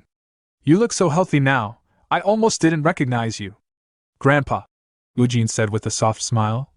You're looking amazing yourself. That's thanks to all those who helped me recover. Hyun Guang said warmly. Beside him stood Yungehi. It's been a while, madam. Mujin greeted her politely. Welcome, Monk Mujin, she replied. Seems much has happened since our last meeting. You look much stronger now. Well, yes, a lot did happen, Mujin admitted. She chuckled. Seeing how both you and Sealwa have grown warms my heart. Young people really do have limitless potential, Hyun Guang added. Mujin asked. Did something happen with Lady Sealwa? Yungehi gave a small, amused laugh. Something big, indeed. The scene shifted to Sealwa's room. She stood by her mirror, smiling brightly. Her maid tilted her head. Today's your mother's birthday, but you look more excited than she does. Is something special happening? Sealwa nodded. Today's the day he comes back. Pardon? Who do you mean by he? Sealwa recalled the promise made in the past, when Mujin told her he would return to test her progress, and that he wouldn't go easy on her. With firm conviction, she whispered, Monk Mujin, I've kept my promise. Once plump and lacking confidence, Sealwa had transformed. She had shed 17 kilograms and carried herself with a proud, graceful poise. Slim, sharp, and determined, she was ready. Some time later, Mujin happened to see her again, and he froze in surprise. Lady Sealwa? He asked, blinking. Is that really you? You've changed so much, I wouldn't have recognized you. It's like you've become a completely different person. You must have worked incredibly hard while I was away. With a soft smile, Sealwa responded. It's all thanks to your teachings before you left. I simply followed the path you showed me. Mujin shook his head, a rare glimmer of pride in his eyes. Even so, it was your determination that brought you this far. I can't take the credit. Honestly. I'm worried now. The men of Denfeng County won't know what hit them. You're going to break a lot of hearts. Sealwa gave him a sharp look, cheeks slightly flushed. That's all you have to say? She asked. Blessed monk. I mean, what do you really think? Mujin blinked, caught off guard. Huh? I already told you, you've changed so much I barely recognized you. Isn't that enough? Before Sealwa could reply, her attendant stepped in, eyes wide with admiration. Lady Sealwa, you look absolutely stunning today. That dress, the makeup, what's the occasion? Did you dress up for someone special? Sealwa lowered her gaze. It's Grandma's 70th birthday banquet. The servant tilted her head. I know it's the elder's birthday, but you dressed up so nicely, people might think you were the one being celebrated. Caught off guard by the remark, Sealwa's expression stiffened. Stop. That's enough. Meanwhile, Mujin looked at her thoughtfully. Is this the right moment to tell her that? Then, with a steady voice, he spoke. Lady Sealwa, since the last time we met, you've truly become beautiful. But before Sealwa could respond, Yun Gehe's voice rang out from across the courtyard. Monk Mujin! Could you lend me a hand over here? Mujin turned toward the voice, then looked back at Sealwa apologetically. I'll be back. I'll help her out for a bit. As he walked away, the servant whispered to Sealwa. That was so close. Sealwa mumbled under her breath. I hate Grandma. As the banquet progressed beneath the glowing moonlight, music and laughter filled the air. Dancers swirled across the stage, guests enjoying their meals as they watched the performances. But Mujin, while helping with the banquet, had his eyes scanning the crowd. He studied each face carefully, mentally cataloging them. He didn't know who might pose a threat, so he took no chances. With this many people in attendance, it took time to survey them all. The Heavenly Merchant Guild really is something else, he thought. So many powerful people gathered in one place. I just hope nothing happens. No bloodshed, please, not tonight. Especially with the strongest person in the world present. Back at the meal table, Yun Gehe looked around and asked. Hyunguang, where did Monk Mujin go? Hyunguang replied. Still at the latrine, probably. Gehe sighed. I wanted to hear about his trip to Nanchang. Hyunguang smiled gently. Then we'll ask him together when he comes back. Elsewhere, Ryu Sealho stood quietly under a tree, puffing on a cigarette while watching the party. A man approached and asked. You seem troubled. What's weighing on your mind? Sealho exhaled a curl of smoke. It's nothing, Selyong. Just work. The man was Ryu Selyong, Sealho's elder brother, leader of the Xian branch of the Heavenly Merchant Guild, and the eldest son of Guild Master Ryu Jiguang. You can rest a little on a night like this, Selyong said. It's okay to take a break. Sealho gestured toward the old monk seated near their grandmother. Who's that sitting with her? Oh, Selyong replied. That's Monk Hyunguang. Father told me about him. He used to be called the greatest talent in the world, the Shaolin Divine Monk. In the past? Sealho asked. Not anymore? Selyong nodded solemnly. He lost all his martial arts while defending the Shaolin Temple from the demonic cultists. Became crippled after that. Now, he's just a kind old man. Fate brought him and grandmother together. We owe him a lot, even if he's no longer the man he once was. Anyway, I'll go greet the other guests now. And Sealho, don't smoke too much tobacco. As Selyong walked away, he frowned slightly. I've never smelled tobacco like that before. Is it a new blend? It's oddly unpleasant. Once Selyong was gone, a figure stepped out from the shadows and approached Sealho. There are no issues with our plan, next Merchant Guild leader, the man whispered. Also, that tobacco you're smoking, it's a special product. Please refrain from using it when others are around. It was none other than Inner Administrator GM Pyoga. Sealho narrowed his eyes. Why are you speaking so cryptically all of a sudden? But halfway through the sentence he paused. His lips curled into a sinister grin. I see. So you're connected to that place too. To think you've served here for 40 years, and all along you were a spy. If father ever found out, he'd cry tears of blood. Changing the subject, Sealho asked. What happened with number 1027 was unfortunate, wasn't it? GM Pyoga nodded. If we'd been able to use her properly, Lady Sealwa could have been turned into our puppet. And now? Everything is going smoothly, Pyoga said. I've already sent instructions to our people using frequency transmission. When I fake a cough and hit the table 4 times, it will begin. Sealho gave a curt nod. Understood. You've done well. You may go. Yes, sir. As if spitting on Mujin's hopes for a peaceful evening, Ryu Sealho was calmly imagining the bloodbath that was soon to unfold. This will be the last banquet, he thought. So enjoy it while you can. Tonight I ascend as the new merchant guild leader. At that moment, Hyun Gwang, seated beside Yun Gehi, grew tense. His expression hardened. Gehi noticed and frowned. Is something wrong? Hyun Gwang thought grimly. Mujin, it seems your fears were justified after all. Meanwhile, Sealwa sat quietly by a pool, gently tossing small rocks into the water. Her thoughts were conflicted. Monk Mujin acknowledged how hard I've worked, but still, I wanted him to say I've become prettier. If he didn't say it, maybe he's not interested in me after all. She stood up, brushing off her dress. I should head back. They'll start looking for me soon. I'll get scolded for wandering off alone. Just then, a faint sound came from the nearby shadows. She turned toward it, suddenly on edge. What was that noise? No one should be here this late. She spotted 2 silhouettes. One of them spoke in a low voice. Another person's died from poisoning on the street. The voice belonged to Sealho's servant. He was speaking to GM Pyogu. Pyoga asked, Is this why we're concerned about that monk Mujin? Yes, the servant replied. He's been making moves like he knows everything. Every disruption in Nanchang was tied to him. It's no coincidence. Pyoga added. Number 1027's incident was his doing as well.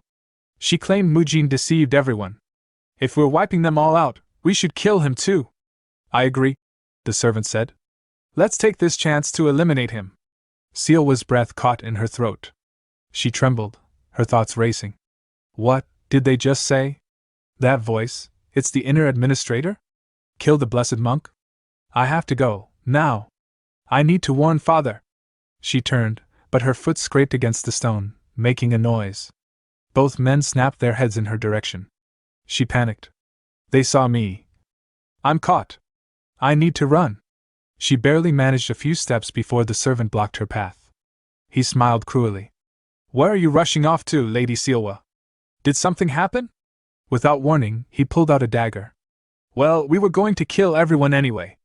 He raised the blade. This is goodbye. He thrust. Sealwa screamed. In that moment, a flash of movement, steel meeting steel. The dagger was knocked away, deflected midair. Mujin stood in front of her, eyes blazing as he deflected the dagger with his iron guard technique. You're planning to kill everyone? He said coldly. What an ambitious plan. He leveled his gaze at the assassin. In that case, start with me, if you think you can. Mujin clenched his teeth, sweat pouring down his face. I definitely activated my iron guard, but I still took damage? He thought. He's on a completely different level compared to Hong So-hee. Did he throw a blade in that brief moment just now? The realization hit him hard. If I drop my guard even for a second, I might actually die. This guy, he's a real killer. Despite the fear tightening in his chest, Mujin forced himself to stand tall and turn to the trembling figure behind him. Lady Sealwa, he said, his voice strained but steady. Leave this to me and run.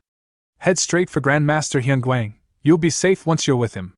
I can't, Sealwa replied, her voice shaking. I'd never abandon you, not like this. But before she could say more, the killer made a subtle movement, reaching for his blade.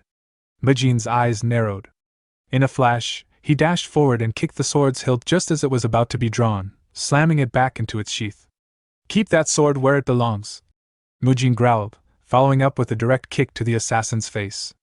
The blow landed hard, sending the killer flying backwards. Go now! Mujin shouted, taking the momentary opening. Still trembling, Sealwa hesitated, but before she could move, her servant arrived at the scene, panting. Without waiting, she grabbed Sealwa's arm and pulled her away. Come quickly! I'm leaving Lady Sealwa to you, Mujin called out. Suddenly, a pulse of murderous intent flared behind him. Mujin spun around just in time to block several flying daggers with iron guard. Sparks danced off his arms, but one blade slipped through and grazed his shoulder, drawing blood. He looked up. The killer was already standing, completely unfazed by the earlier kick. "Looks like you're in a rush to cut your own life short," Killer muttered under her breath, clearly rattled. Mujin narrowed his eyes. "Not even letting me say goodbye to her properly? That's low," he said, cracking his knuckles with a forced grin. "What, is your grand massacre plan not that impressive? If you're raising your sword at a young monk, then maybe you're just a coward." He planted his feet. "Try killing me, if you think you can." The killer's eyes sharpened. With a cold voice, he unsheathed his sword. "As you wish. It'll hurt, but this was your choice." He slashed forward. Mujin dodged, his body a blur, and launched himself at full speed. The ground beneath him shattered with the force of his step. He appeared before the assassin in a heartbeat and threw a heavy punch, only to strike air. He vanished? Mujin thought in disbelief. The killer reappeared behind him like a phantom. Mujin ducked just in time as a blade whistled past where his neck had been a second ago. He twisted around, teeth clenched in frustration.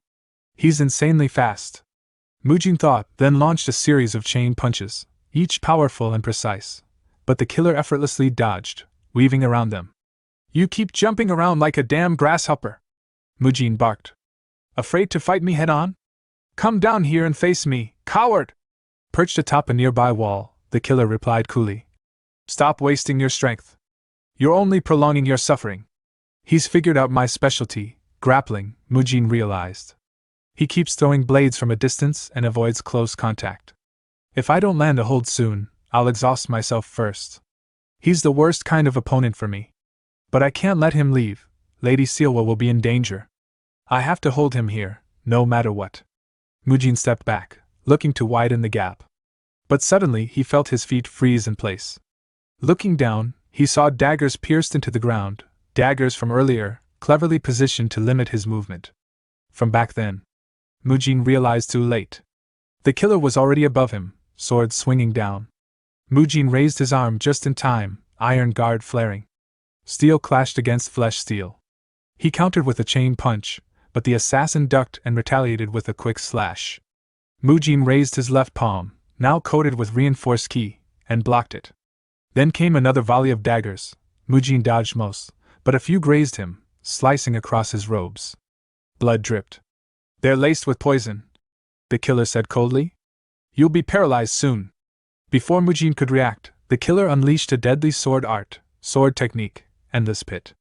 The strike tore through the air, slamming into Mujin. Blood sprayed as Mujin hit the ground hard. The killer, not bothering to look back, sheathed his blade. "Farewell. Time for you to meet Buddha." But just as the killer turned away, a voice rose behind him, hoarse, defiant. "I'm not going anywhere." The killer stopped, turning in surprise. Mujin, bloodied and trembling, stood again, barely. A dagger was buried in the killer's back.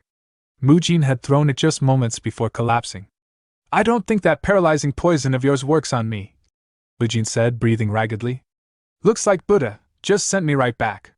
The killer narrowed his eyes. He forced his inner energy to suppress the poison. "Impressive. You want to die that badly?" The killer snarled, drawing his blade again. "Then I'll send you back there, for good this time. This next strike will make the paralysis seem merciful." But as he slashed forward, Mujin did something unexpected. He wrapped his arm around the killer's blade mid-swing. Blood sprayed, but Mujin grinned. "This doesn't feel like paradise to me," he said. "Guess I'm not the one going there." With a sudden burst of strength, Mujin struck the assassin's sword hand with a powerful arhat palm, forcing him to release his grip. The killer reeled in pain. He was now within grappling range. Mujin didn't hesitate. He surged forward and locked the killer in a tight submission, Dar's choke. The hold landed, Mujin thought, his vision blurring. But my stamina's shot, my inner energy is running dry. If this drags on, I'm done for. I have to end it, right now. Mujin exhaled heavily, his chest heaving as he summoned the last reserves of his strength. With precise execution, he tightened the Dar's choke, locking the assassin's left arm and neck in a vice grip. I've secured both points in a single move, he thought. There's no way he's slipping out of this. The assassin screamed in agony, the distinct, unsettling crack of bones echoing through the alley. Mujin gritted his teeth, feeling the opponent's resistance falter with each second. He's weakening. I just need to hold on until he passes out. Through his strained breath, the killer muttered in a trembling voice. You're already too late. This banquet is crawling with assassins. You can't stop it now. They continued struggling, both bodies trembling, Mujin holding on with sheer will, the killer writhing in his last defiance, until finally, the assassin collapsed to the ground, unconscious. Mujin released his hold and stumbled back, barely able to stand. He glanced down, his breathing shallow and rough. The choke landed perfectly. He won't be getting up any time soon, Mujin thought, trembling. No way to stop the attack? Even if a whole truckload of people like he showed up, Grandpa would still wipe the floor with them. He wiped the blood from his lips and steadied himself. I don't have time to waste. I need to get to him. Now. Meanwhile, at the grand banquet, Sealho sat among the guests, nervously biting his thumbnail, the words of inner administrator GM Pyoga looping in his mind. Everything is in place, Lord Sealho. With a single signal, the Heavenly Merchant Guild will be yours. The hounds have already been released. They're likely coordinating among themselves as we speak, just 4 knocks, following a single cough. A dark smile crept across Sealho's face as he whispered under his breath. It's almost over. Just then, a calm voice cut through the tension. What's almost over? Sealho looked up, startled. Standing before him was none other than Grandmaster Hyun Wang. You're branch leader Ryu Sealho, aren't you? The elder said. I've heard quite a bit about you from my grandson. This damn old monkey, Sealho scowled inwardly. Why now of all times? Hyun Gwang continued with a serene smile. I was told you offered Mujin considerable help in Nanchang. I heard you played a supportive role in several matters. Helped him? We barely spoke after our first meeting, Sealho thought, confused and irritated. What's Mujin trying to do, throwing my name around like that? His mind drifted back to something a subordinate once warned him. It feels like the Shaolin are onto something. They're already making moves. Could it be? Sealho narrowed his eyes. Do they actually have intel on us? Still, he scoffed inwardly. So what? It's too late now. He coughed lightly, just once. Instantly, hidden assassins scattered throughout the banquet began subtly reaching into their sleeves and pockets, preparing to strike at a moment's notice. I also received help from Mujin, Sealho said aloud, his voice calm and composed. So much so, in fact, that I can bring everything I've been doing to a close right now. Hyun Gwang raised a brow. And what exactly have you been doing? Sealho chuckled. He can know everything, it won't change the outcome. Let's call it a leadership transition. Or perhaps, breathing new life into this place. He figured that once they were all dead, everything would settle down anyway. With that thought, he began tapping out 4 deliberate knocks with his finger. The assassins, already on edge from the earlier signal, moved without hesitation, hands slipping into their pockets.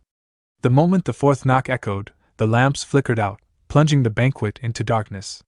People started shouting. What's going on? The lamps went out. I can't see anything. Panic filled the hall. But before anyone could react, the assassins drew their weapons and, under the cover of darkness, began their bloody work. Screams erupted. Blades slashed. Blood spilled. What's that sound? I heard something. Someone screamed. I still can't see anything. Above the chaos, Sealho began to laugh, manic, triumphant. Yes. Let it happen. With this, the Heavenly Merchant Guild is finally mine. But amid the slaughter, a calm, resolute voice answered. You've gone too far. Hyun Gwang's voice rang with a sharp edge. You no longer deserve a second chance, Ryu Sealho. You are a merchant of blood and deception, nothing more. If it weren't for Mujin, this night might have ended in true disaster. With a simple snap of his fingers, the darkness shattered. All the lamps relit at once, illuminating the chaos, and what stood at its center. A magnificent golden dragon made of pure energy, Hyun Gwang's key, hovered over the crowd, glaring directly at Sealho. You shouldn't throw around phrases like a new breath of life so carelessly, Hyun Gwang said coldly. Did you really think I was powerless to stop this treachery? Look around you. Sealho glanced across the hall, and to his horror, he saw it, not innocent guests on the floor, but his assassins. Each one had been struck down, their bodies pinned to the ground by golden palm imprints, Hyun Gwang's true relied divine palm. You brought dozens of assassins, Hyun Gwang said. I have already subdued them all. It's over. Give up. The would-be killers writhed, trying to move, but not one could rise to their feet. From across the room, Ryu Jiguang, the true guild leader, stepped forward, eyes narrow with concern.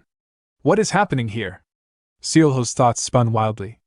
He wants me to surrender? Now? With our grand objective right in reach? Refusing to yield, Seolho reached into his hair and pulled out a thin, long needle, his hidden weapon. In one motion, he hurled it at Hyun Guang. But the Grand Master's voice thundered through the hall. Enough! The sheer force of his voice alone stopped Seolho in his tracks. The would-be usurper crumpled to the ground, paralyzed by shock and ki pressure. Everyone saw it. They had all witnessed Ryu Seolho, who had always shown a soft, kind facade, unravel into a madman, laughing as he ordered the massacre of innocents. Now, those who had been pinned by Hyun Guang's energy rose to their feet, weapons drawn and a righteous fury burning in their eyes. Seolho's twisted ambition had been exposed, and the entire guild stared at him with horror and disgust. No one spoke at first. The room held its breath. Then, a voice broke the silence, urgent and trembling. It was Seowa, breathless, having just arrived with her servant. She shouted, "Monk Mujin, he's in danger! Please, someone help him!"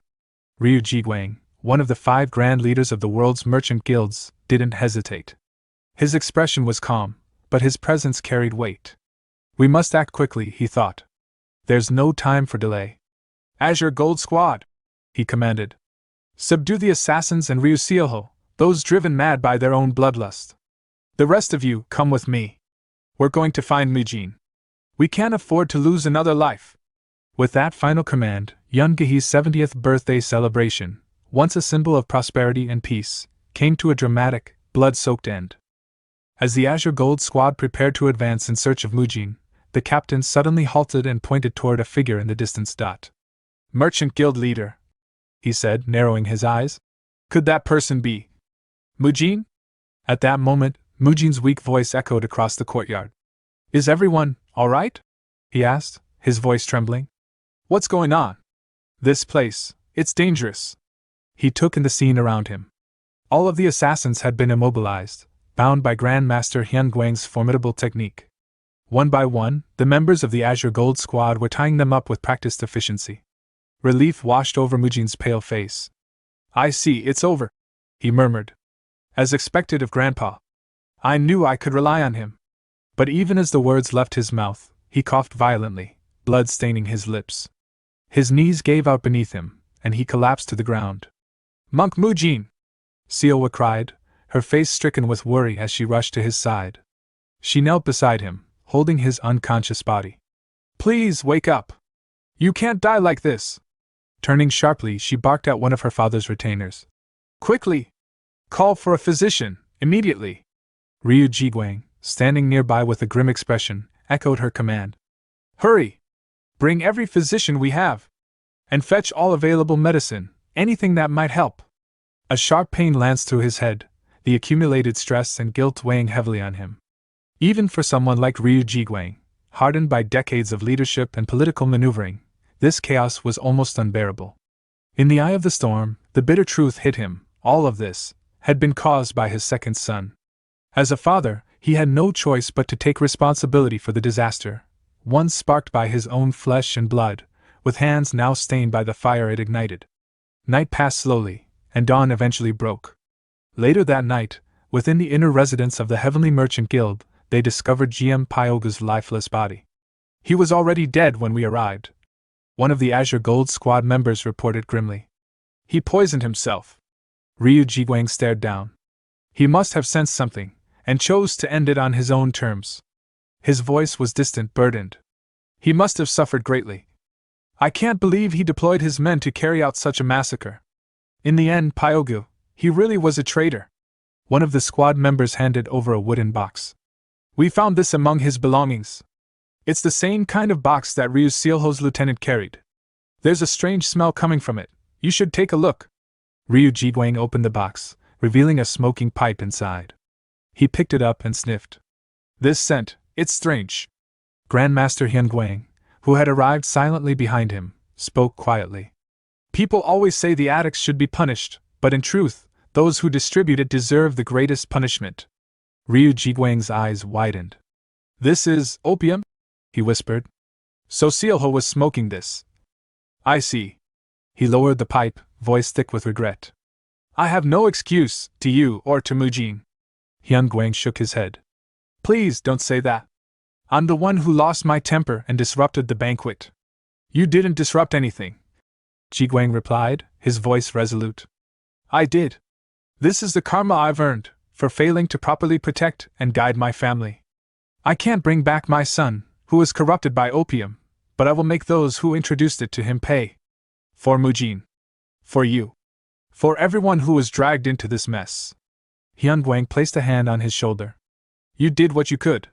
This was done for the sake of the people, don't carry all the blame alone. Besides, he gave a sorrowful smile. Compared to the pain of losing a son, what's a grandchild's injury? He gazed out the window, deep in thought. Every one of those assassins was on par with our second-class disciples. For Mujin to survive such enemies, it's nothing short of a miracle. Even with his talent, he's only trained for a little over 3 years. He wasn't meant to face such threats. I only wanted to protect him until he found his footing. But now, his voice faltered. My regrets keep growing. For Mujin's sake, I'll start moving faster. I don't have much time left in this world. Mujin, in the meantime, thought to himself, all the branch leaders from the Nanchang Guild involved in this incident have been captured. They were planning to secure high-ranking positions once Ryu Sealho seized power. As for the assassins, each one bit their tongue and died before they could be interrogated. Even the one I fought did the same. I couldn't uncover the true mastermind. Before leaving for the Shaolin Temple, Hyun Guang received something from Ryu Ji Guang. I'll be back, he said. There's something I must retrieve. Until then, please take care of Mujin. 5 days passed. At the Shaolin Temple, Mujin sat at a table, eating hungrily. Other disciples watched nervously as he devoured a meat-filled meal. Mujin, one said hesitantly, I know it's for your recovery, but maybe go easy on the meat? Try some water instead. Mujin grinned between bites. I am still a patient, you know? Didn't the abbot revise the Shaolin rules just for cases like mine? Meat is permitted for critically injured patients, his exact words. Behind him, Sealwa raised her voice at the flustered disciples. That's right. Mujin's still recovering. All of you, back to your duties. The other patients need you too. She practically shoved them out the door and slammed it shut. Turning to Mujin with a softer expression, she said, Please eat and rest well. Mujin smirked. Thank you, Lady Sealwa. Suddenly, the door creaked open again. Monk Mujin needs plenty of rest. She began to scold, only to stop mid-sentence. Grand Master, I'm sorry. Hyun Guang chuckled warmly. No need to apologize. Mujin's eyes lit up as he rose to his feet. Grandpa? You're back? Hyun Guang nodded. You seem cheerful. Have you been recovering well? Everything's fine, well, except I haven't fully detoxified the poison yet, Mujin admitted.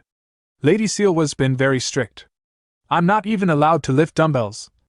I feel stiff all over. You should be resting, Sealwa said firmly.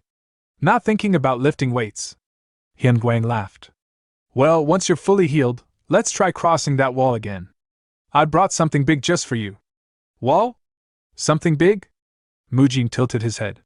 What do you mean? Hyun Guang opened a wooden box, revealing a glimmering pill inside. This, he declared, is the Great Rejuvenation Pill. Mujin's jaw dropped. That's insane. The abbot, Hyun Guang continued, was moved by your struggles. He willingly gave it to you as compensation. Mujin squinted. That's a lie. He definitely stole it. How am I supposed to eat in peace now? Meanwhile, atop a secluded mountain estate, an informer knelt before a man seated on a lavish throne. There's been a disruption in the plan involving the Heavenly Merchant Guild, the informer reported. The leader leaned back, his gaze sharp. That sounds like a significant loss. Yes, the informer replied. It may take decades to recover. All our agents in the guild were eliminated. The Heavenly Merchant No. 1 project has collapsed. The leader's voice turned cold. But you said that if the plan succeeded, the Heavenly Merchant Guild would fall entirely under our control. There was an unexpected variable, the informer admitted. The Shaolin Divine Monk was present. No one anticipated his appearance, let alone that he had regained his martial power. The leader fell silent, then muttered. So, he was hiding his recovery all this time. Deceptive? Cunning. But there's nothing to be done now. Verified the truth behind his recovery. As for the Heavenly Merchant Guild, abandon it. Shift focus to the others. Understood. The leader closed his eyes, fingers tapping against the armrest. The revival of the Shaolin divine monk, Hyun-Gwang. That withered shell of a man is walking again. Did he really survive such catastrophic injuries? How did he do that? Scene shifted to Nanchang Branch, Body Treatment Clinic. Inside the clinic, Jinhee of the Jaegao clan blinked in disbelief. He left? She asked, her voice sharp with surprise. Jaehyuk, standing beside her, nodded. Yes. He returned to Dangfeng County about 10 days ago. I heard he went back to the main branch of the Body Treatment Clinic. Jinhee's thoughts tightened like a coil. He left, without even speaking to me? Jaehyuk tilted his head. But why are you asking about someone who's already gone? Jinhee clenched her jaw, suppressing the storm rising within. After everything we shared, after all the promises for the future, he just left? Without a single word? Her eyes narrowed with resolve. Fine. Then I'll go to Dangfeng County myself. I need to look him in the eye. Back at the Merchant Guild's training hall, Grandmaster Hyun-Gwang was carefully preparing the Great Rejuvenation Pill, circulating his chi to harmonize its energy for Mujin's body. Watching nervously, Mujin asked, Am I really allowed to take this? Isn't this way too much of a reward? Hyun-Gwang thought back to the negotiations. That's why I swallowed my pride and personally begged the Merchant Guild leader for this. He remembered the moment he received the pill from the abbot. But Grandmaster Hyun-Gwang, the abbot had protested. This is the Great Rejuvenation Pill we're talking about. Even if Mujin played a critical role, no third-class disciple has ever been granted such a treasure. Hyun-Gwang had turned sharply, his tone icy. Then what? If I just take it and walk out, will that fix things? The abbot hesitated. If it's for Mujin, perhaps the rules can bend, just this once. Back in the present, Hyun-Gwang handed the pill to Mujin and said calmly, Just remember to thank the abbot later. That'll be enough. Mujin sighed inwardly. Looks like I'll need to keep a low profile for a while. Still hesitant, he said. But Grandpa, you know better than anyone, when you gave me the lesser rejuvenation pill, it wasn't that big a deal. It only needed some money and ingredients. But this? The Great Rejuvenation Pill is on an entirely different level. He explained with the reverence of a martial arts scholar. Only 2 or 3 are ever made per generation. The core spirit herb takes decades to mature, and only under spiritually rich conditions. Unless someone is destined to become a pillar of Shaolin, they'd never be considered worthy of it. He shook his head. I just don't feel right taking it. Someone else could save many lives with this. Hyun-Gwang looked at him seriously. That's exactly why you should take it. Mujin blinked. Before he could protest, Hyun-Gwang popped the pill into his mouth. Enough talk. Swallow it. Absorb it the same way you did with the lesser one. Breathe slowly, circulate your energy. Mujin followed his guidance. The lesser rejuvenation pill felt like an overwhelming torrent. But this one, it's sweet? And subtle? The energy surged through him, not just strengthening, but dissolving blockages. His chi channels pulsed with life. He started coughing violently. Hyun-Gwang smiled calmly. Don't worry. That was just the poison still lingering in your system getting purged. Mujin entered a dual cultivation trance, cycling both the unmovable cultivation technique and the Great Path technique. This energy, it's not just replenishing me, it's reshaping me. This isn't energy deviation. This is a breakthrough. My blocked core, it's finally unlocking. A burst of brilliant chi erupted from Mujin. Hyun-Gwang gave a satisfied nod. Congratulations on your full recovery. So, training tomorrow? Mujin clenched his fists, brimming with strength. No. I want to start right now, Grandpa. Not even Lady Sealwood can stop me this time. There's something I've been dying to try. Mujin stepped onto the open grounds, eyes scanning the space. I said all that confidently, but where do I even start? The pill gave me overwhelming strength, but no manual on how to use it. His thoughts turned to his next goal, energy discharge, a peak martial enlightenment realm. The ability to concentrate chi and project it as a ranged attack. Energy beams, shockwaves, roars, it was the stuff of legends. And for a close-quarters fighter like Mujin, it was the missing piece. He recalled Hyun-Gwang's advice. Imagine the energy. Guide it. Release it. What you visualize becomes real. Drawing Chi into his arm, he launched a flurry, chain punch, first form. Nothing happened. So yelling doesn't help, huh? He muttered. He collapsed onto the ground, groaning. How did Ji do it so effortlessly during our fight? It's even more impressive now that I've tried it myself. Then, a thought struck him. Didn't she say she'd spar with me whenever I wanted? But did I even tell her I was heading home? Scene shift to body treatment clinic, women's wing. He sat in quiet contemplation. So this is where Monk Mujin's supposed to be. I rushed here without rest from Nanchang. There's no way I'm leaving without seeing him. Her brow furrowed. But this is the women's treatment wing? Isn't this outside his jurisdiction?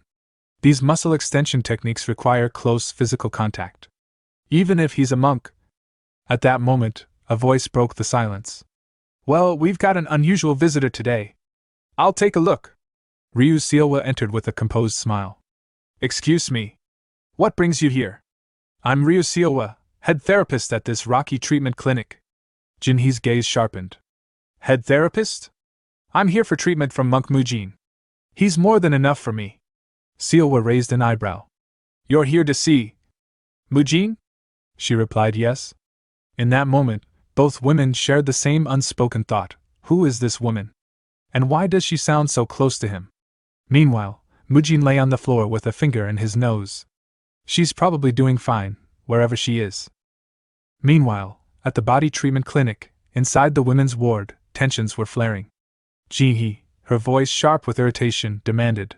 Why exactly are you telling me I can't meet with the divine monk? Seowa responded calmly, though with a subtle edge. Monk Mujin is currently recovering from a serious injury. Jinhee narrowed her eyes, skeptical. And who are you to speak for him so intimately? What are you, his top disciple in manual therapy or something? With a sweet smile, Seowa replied. Oh my, you recognized it. I am the direct disciple personally trained by Monk Mujin himself. Now, if you have a message for him, I'd be happy to deliver it. Jinhee's tone shifted as she declared. Mujin and I have promised each other a future. Of course, by future, she meant a martial rematch, but that was her business. I see.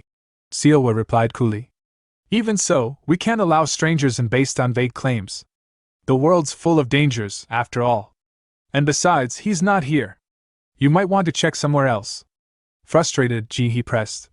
Someone from the Merchant Guild told me to come here. Do you have any idea how far I traveled just to find the divine monk? Seowa responded matter-of-fact. Normally, the divine monk doesn't work in the women's-only ward. Perhaps there's been a misunderstanding. Just then, a young attendant burst into the ward. Excuse me. That insistent woman, she's been chanting the divine monk's name non-stop. Lady Seowa is doing her best to handle her, but she doesn't seem sick at all. Mujin happened to be passing by and heard the commotion. As he walked through the corridor, a patient he had treated bowed and said, Divine monk, thank you. If you have time, would you share a meal with us? Mujin gave a polite nod. Thank you, but I'm just a monk. I've still got many duties to tend to, he replied as he made his way toward the room where the two women were facing off. He entered with a smile. It's been a while, Priestess Jinhee. You've arrived at just the right time. Seowa turned in surprise. Monk Mujin! You've recovered? That's such a relief. But Mujin didn't answer her. Instead, he walked straight to Jinhee, his expression warm. Your timing is perfect, Priestess. I actually need your help. Jinhee smiled, heart fluttering. Fate, perhaps? Seowa's cheerful expression faltered. Jinhee's smile faded slightly as she asked. How could you leave Nanchang without telling me? Do you know what I went through to find you? I'm sorry I didn't say goodbye, Mujin said sincerely. After our spar, something clicked. I had to return home and focus on training. Wait, don't tell me, you actually traveled all the way to Nanchang looking for me? Jinhee laughed awkwardly. Of course not. Don't be silly. I see. Then come with me, I want to show you the training area, Mujin offered. As they walked side by side, Mujin asked, Have you been keeping up with your manual therapy practice? Every single day, without fail, Jinhee answered with pride. From behind, Seowa watched them laughing and walking away. Her chest tightened, and a quiet ache settled in her heart. Later, in the Kianria Merchant Group's training hall. So, you've got enough internal energy but haven't achieved Chia mission because you don't understand the method? Jinhee asked. That's right. Mujin confirmed. You've really come a long way since Nanchang. I wasn't expecting you to improve this much, she said, a little surprised. No matter. I'll teach you right away. We can catch up later. Understood. You already have the foundation, Jin He explained. To achieve chi emission, you need two things: sufficient internal energy and a body strong enough to handle it. You've got both, probably thanks to that grand elixir, she continued. Now, it's time to learn the Ascension martial arts. These techniques let you manipulate and release chi, either around your body or outward in focus bursts. We'll start with the basics, channeling chi through the smaller veins, particularly into your hands and fingertips. She demonstrated by gathering chi into her fingers and unleashing it in a sharp burst, splitting a practice log in half. Once you grow accustomed to this, it'll feel as natural as using a tool. You experienced some of it during our spar. Long-range techniques are incredible, aren't they? I'll also teach you some body-strengthening routines, Mujin offered. The stronger your body, the easier it is to control your internal energy. Jin He smiled. That sounds great. Just like before, I'll be in your care. Honestly, thinking about sparring with you again makes my heart race. I can't stop remembering our time back in Nanchang. Unbeknownst to them, Sealwa was observing from a distance. Mujin spotted her, but she quickly ducked out of sight. Was that Lady Sealwa? Was she spying on us just now? You really can't understand teenage girls, he thought. That led to an idea. Priestess Jihi, he asked. Can I ask a favor? Yes? What is it? It's not about combat, he said, a bit hesitant. It's something I've been researching. Jihi tilted her head. What kind of request makes you so awkward? That evening, as Sealwa closed the clinic. Great work today, everyone, she said with a smile. Good work, young lady, the staff echoed. A voice interrupted from beside her. Are you done for the day? Startled, Sealwa answered. Yes, today was really exhausting. She turned and froze. Monk Mujin? Why are you here this late? I have something for you, Mujin replied, holding out a book. She took it, puzzled. This is a martial arts manual? Why are you giving this to me? It's called Akniagong. It's not for combat, it's for improving skin elasticity. I thought it might suit you. Why give me something like this? You've worked hard. Consider it a gift of appreciation, Mujin said. Inwardly, he admitted, I was curious about how she takes care of her skin too. I look forward to your continued help, Lady Sealwa. As he turned to leave, Mujin added, By the way, I know it's late, but you've become even more beautiful since I last saw you. See you tomorrow? Sealwa's face turned crimson. What is this feeling? My heart won't stop pounding. It's embarrassing, but I don't hate it. Have I always felt this way about him? Or did I just not realize it? When he's near, I feel safe. When he's with someone else, it hurts. Now I know. I like him. I like Monk Mujin. However, Mujin, unaware of her inner turmoil, mused, since Akniagong uses chi to improve skin, maybe it works well with iron cloth shirt, which absorbs external chi. That's worth looking into. And so, Mujin's new daily routine began. By day, he fulfilled his duties at the clinic. In the evening, he trained Ascension martial arts with Jihi to master chi emission. At night, he studied Akniagong with Sealwa to better understand beauty-enhancing techniques. Surprisingly, his gift seemed to ease the tension between him and Sealwa. But now, another problem emerged.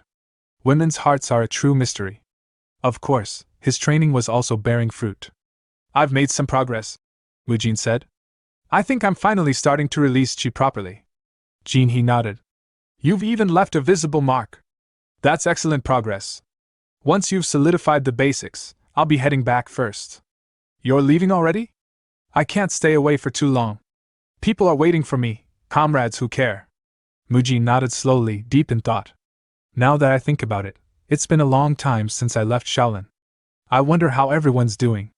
How much have they grown? Meanwhile, back at Shaolin, Muyul shouted, Senior brother Magung! Wait for me! Leaping to cling onto his older brother's waist. Muyul, don't hang on me! It's hot! Magung groaned. Mu Kyung, trailing behind, muttered, Muyul's acting more and more like a monkey these days. They moved together through the long corridors. 1 week had passed since Mujin began training under Jigel Jinhee in the art of Ascension martial arts. On the 7th day, the two faced off once more in a sparring match, the morning sun casting long shadows behind them. Good! Jean, he called out, her eyes sharp as ever. Now, spread your chi to every finger joint. Visualize it being discharged through your strike. If you're ready, just like before, block this. With a teasing grin, she unleashed a razor-thin chi slash that shimmered as it cut through the air. Mujin didn't flinch. He closed his eyes, centering himself. My image, not hers. My release. Inhale chi. Condense. Harden. Prepare. A bolt pulled back and locked. Chamber set. 1 round loaded. Selector to semi-auto. Fire initiated. Trigger pulled. His fist shot forward, his chi erupting like a cannon blast. The force of his chi punch collided with her chi slash midair, the two techniques clashing violently. A shockwave burst outward. Dust scattered across the platform. In that moment, Mujin had done it. He'd stepped into the realm of chi emission. He looked down at his hand and laughed in disbelief. Before, I could only manage a few shots. But now, I can release them at will. I did it, priestess. If I get used to this, maybe I'll be able to rapid fire too, right? Jiggle Jean, he stood frozen, stunned. This is unheard of. It takes most martial artists 2 to 3 years to reach this stage. Nearby, Mujin muttered under his breath, excitement barely contained. I want to fire like a machine gun, but that might be a bit much for now. Jinhee's mind raced. 7 days. 7 nights. And he's achieved this? What kind of monster is he? He never touched the 72 Shaolin techniques. Instead, he built a system from the ground up, melding techniques, simplifying forms. He rejects anything needlessly complicated. His peace comes not from stillness, but from strength. This is the path of a true grandmaster. A nervous chuckle slipped from her lips. Training ends here, she said quietly. I have nothing more to teach you. And in her heart, she felt a quiet joy. I'm really glad I came to find Monk Mujin. Curious, she added. By the way, what's a machine gun? Mujin laughed, but gave no answer. Now I see it, Jinhee thought, watching him. The secret behind his explosive growth is extreme physical training. His body was forged to its utmost, his external arts perfected. That's why his chi vessel could expand so quickly. The stronger the body, the fewer the side effects when combining disciplines. That's why he trains like a man. When I get back, I'm going to completely overhaul my therapy regimen. Jiggle Jinhee had fallen, completely and utterly, for muscle supremacy theory. The next morning, Mujin stood at the gates of the Heavenly Merchant Guild, ready to leave. I've finished the clinic handovers, he said. And now that I've undergone proper training, it's time I return to the Shaolin Temple. I've missed it. Guild Master Ryu Jiguang and his followers bowed deeply, fist to palm in respectful farewell. With everything that's happened, Ryu Jiguang said solemnly, I feel I owe you more and more, Mujin. Please continue to watch over us when you can. Give my regards to Master Hyunguang. I will, Mujin replied. See you next time. He turned to Siowa. I look forward to the day we meet again, he said with a warm smile. Then, taking a final breath of the city's air, he added, Then, I'm off. With that, he walked away, step steady and assured. Parting with someone is always bittersweet, Siowa thought. But with Mujin, it feels okay. He's someone who keeps his promises. As the sun dipped low on the horizon, casting long golden shadows across the ancient steps of the Shaolin Temple, Mujin finally arrived, the warmth of the fading light brushing against his face. A quiet breeze stirred the prayer flags above as he paused at the entrance, catching his breath and gathering his thoughts. Oh, right. Before Priestess Jinhee left, she mentioned something intriguing, something I didn't fully catch, he recalled. Turning back to that memory, Mujin had asked her. I only overheard part of it. Could you explain it properly? With her usual calm and clear tone, Jinhee had replied. It's an event where late-stage disciples from all the major sects gather to demonstrate their martial arts. It's known as the Dragon Phoenix Assembly. Mujin had blinked with interest. Do you know when it's going to be held? Jinhee had thought for a moment and then answered. Let's see. If we count from today, we'll probably see each other again in about 2.5 years. Now standing before the solemn halls of Shaolin, Mujin smiled to himself, a spark of anticipation in his eyes. So it's finally starting for real? Gaekyung's second arc, Demonic Tyrant Legend, is just around the corner. The weight of the name thrilled him. Mujin felt a deep sense of excitement, not just as a martial artist, but as someone aware of the stories unfolding. 2.5 years. I need to train harder than ever before. This is my window. A quiet joy filled his heart, not from power or prestige, but from the sheer exhilaration of what lay ahead. The unknown, the battles, the growth. Mujin wasn't just looking forward to the future, he was ready to chase it with everything he had. News of Mujin's return spread fast. Within minutes, his old friends were sprinting across the temple grounds to meet him. Mujin, Midyon, was just about to step into his quarters when Muyo leapt onto Mujin's shoulder, catching him off guard and sending them both tumbling. "Welcome back, Mujin," Mukyung said, grinning. "It's been a long time," Mugung added. "So? How was life out there?" Blinking, Mujin laughed. "Wait, you guys? You've gotten bigger. I was worried you might have slacked off." They scratched their heads and grinned. "We got by somehow." Mujin turned to Muyo. "You've been working hard? That tackle was brutal. Your grip strength's crazy. And those prayer beads, never seen them before." Muyo nodded. "Shaolin 5 Animal Fist successors wear prayer beads. Master drew a crane on mine, he said I've mastered Crane Fist. Once I learn Snake Fist, he'll add that too."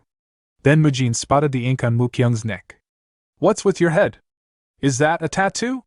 "It's a lotus. Symbol of Buddha. Master drew it for me," Mukyung said. "If it fades, I have to run 200 laps. Definitely sounds like Elder Haiguan." "Right." Mukyung laughed. Mujin looked up at Mugung. "You got even bigger? And you still look sharp. That's a relief. Are you really one to talk?" Mugung shot back. Mujin grinned. "Still, you all look great. You've really grown." "All right," Mukyung said, stretching. "Day's training is done. How about a spar?" Muyo lit up. "We get to play again? I'll slam you into the dirt as a welcome gift," Mugung declared. Muyo hesitated. "Wait, Mujin must be tired. I'm fine," Mujin said. "Let's do it." He didn't know it yet, but this spar would reveal a serious problem. One round later, his friends were sprawled across the floor, panting heavily. "You maniac," Mugung wheezed. "What the hell did you do out there?"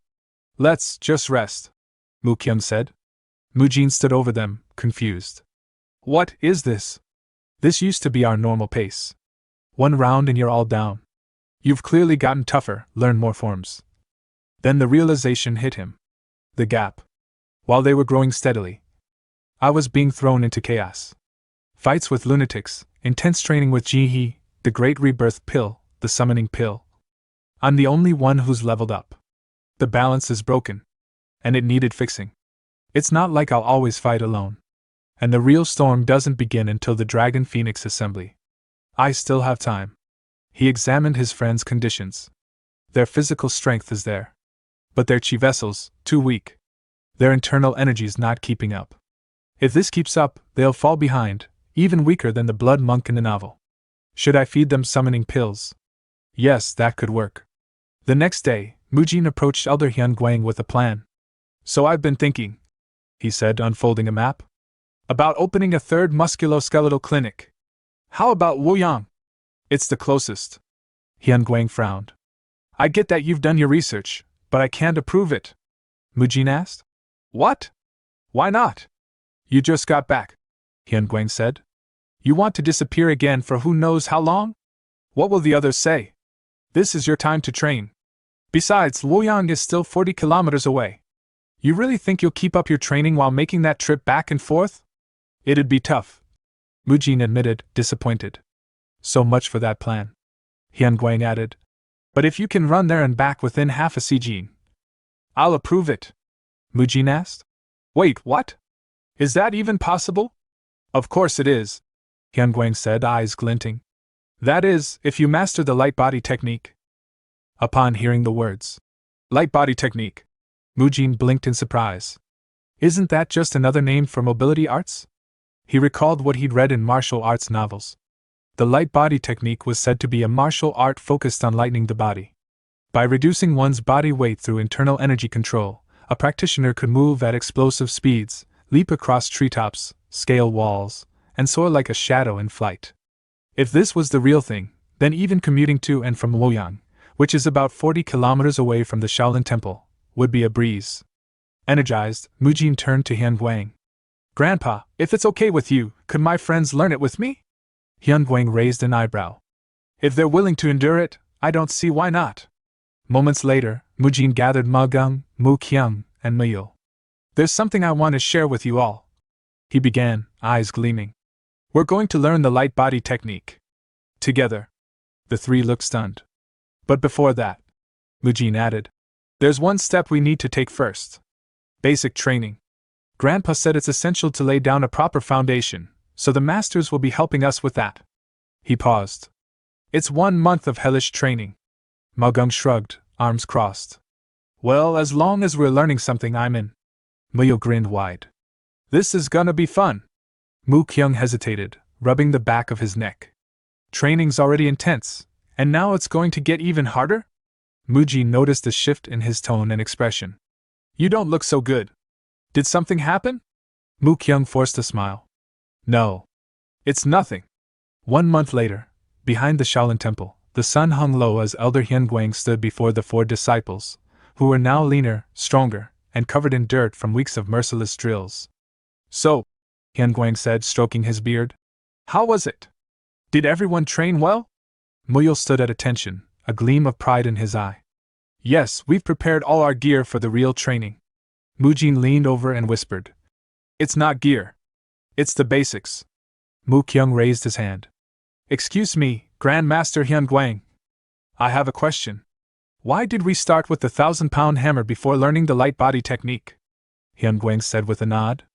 Good question. The 1,000-pound hammer is a martial art that allows you to manipulate your body weight. It's essential preparation before learning the light body technique, which lets you move faster by making your body lighter. So, Mujin said, connecting the dots, we first gain control over our weight, and then use that to improve our movement. But why reduce our weight at all? Muyul asked curiously. Mujin replied without hesitation. Because a lighter body moves faster. Hyun Guang chuckled. That's partially right, and partially wrong. You'll understand what I mean soon enough. He raised a hand and tossed 4 wooden name tags high into the air. Let's make training fun, shall we? Each of you will find a wooden name tag I've hidden somewhere in the mountain. Each one has your name engraved. Do not take someone else's, and don't help each other.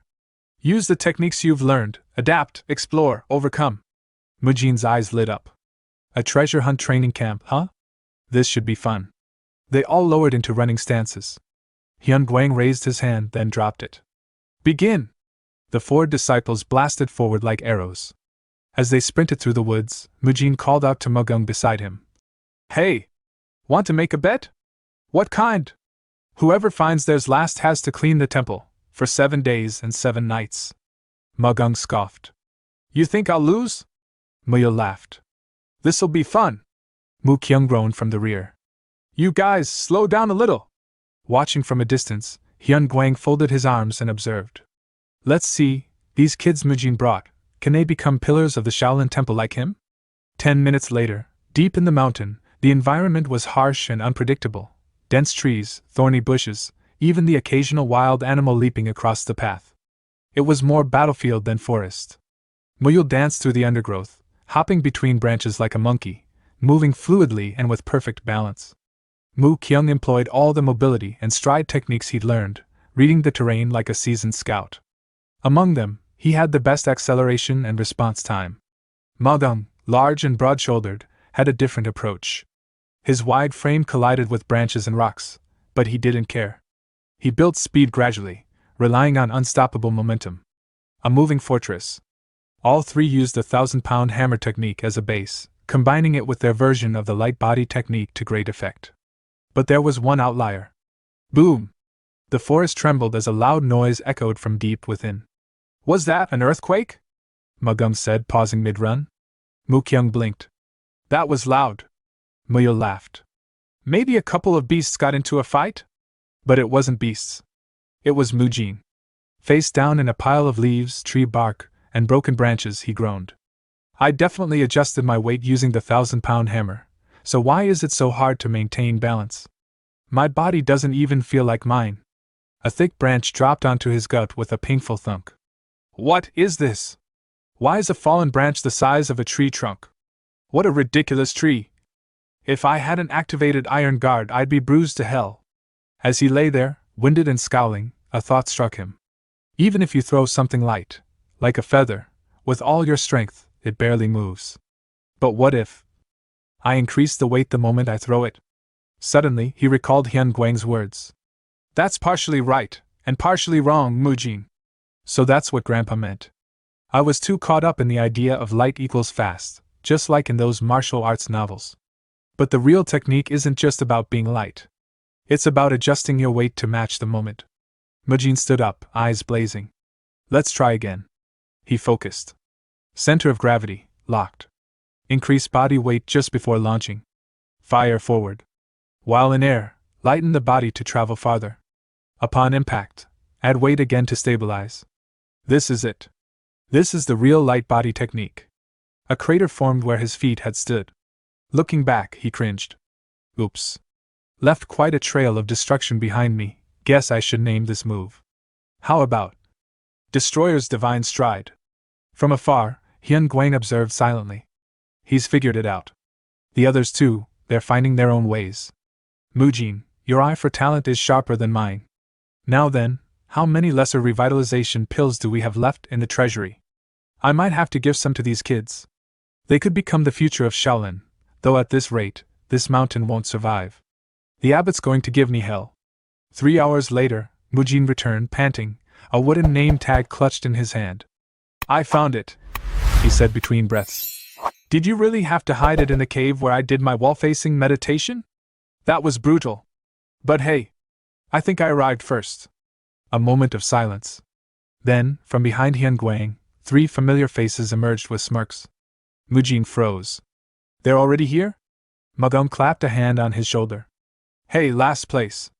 Mukyung smirked. Bit late? Muyul stretched. We almost fell asleep waiting for you. All 3 shouted. You've got temple cleaning duty for 7 days and nights. Mukyung added. We'll testify to that. Grandmaster, you're the best. Hyun Guang laughed heartily. Mujin sighed. A bet's a bet. From that day forward, the young monks trained harder than ever, refining their personal versions of the light body technique. After reaching a suitable level of mastery, they were finally granted permission to travel to Luoyang. Later, at the Heavenly Merchant Guild, Mujin arrived at the familiar office and met with Ryu Jiguang. So even the elders of Shaolin approved? Ryu said with a nod. Then I have no reason to object. Besides, Luoyang's close by. I like it. Mujin smiled, though his mind was already turning. The Heavenly Merchant Guild leader approved. That's good. But I won't have time to manage Luoyang like I did Nanchang. I need someone I can trust to run it. A face appeared in his thoughts. Siowa, there is that person, isn't there? Some time later, Mujin arrived at the meeting room where Siowa awaited him. He had come to ask a favor, one that would require her expertise in a new venture. I need your help with a clinic we're about to open in Luoyang, he said directly. Siowa blinked in surprise. So, are you saying we'll be going to Luoyang together? Exactly, Mujin confirmed. Your recent breakthroughs in muscle extension and body treatment techniques have been impressive. This time, I can't manage everything on my own like I did in Nanchang. We desperately need your help for this journey. And don't worry, the Merchant Guild leader has already approved it. Siowa's heart sank slightly. So this was why he called me here. She had briefly entertained hopes that the meeting might have been more personal. But still. I'll be going with Monk Mujin, right? Isn't that still something? Her thoughts spiraled. Wait, he's a monk. Is it really okay for me to be thinking like this? Mujin tilted his head slightly, sensing something was off. Lady Siowa, are you all right? This affection of mine, surely it's not wrong? Siowa hesitated, trying to sort her feelings. Then Jinhee's voice echoed in her memory.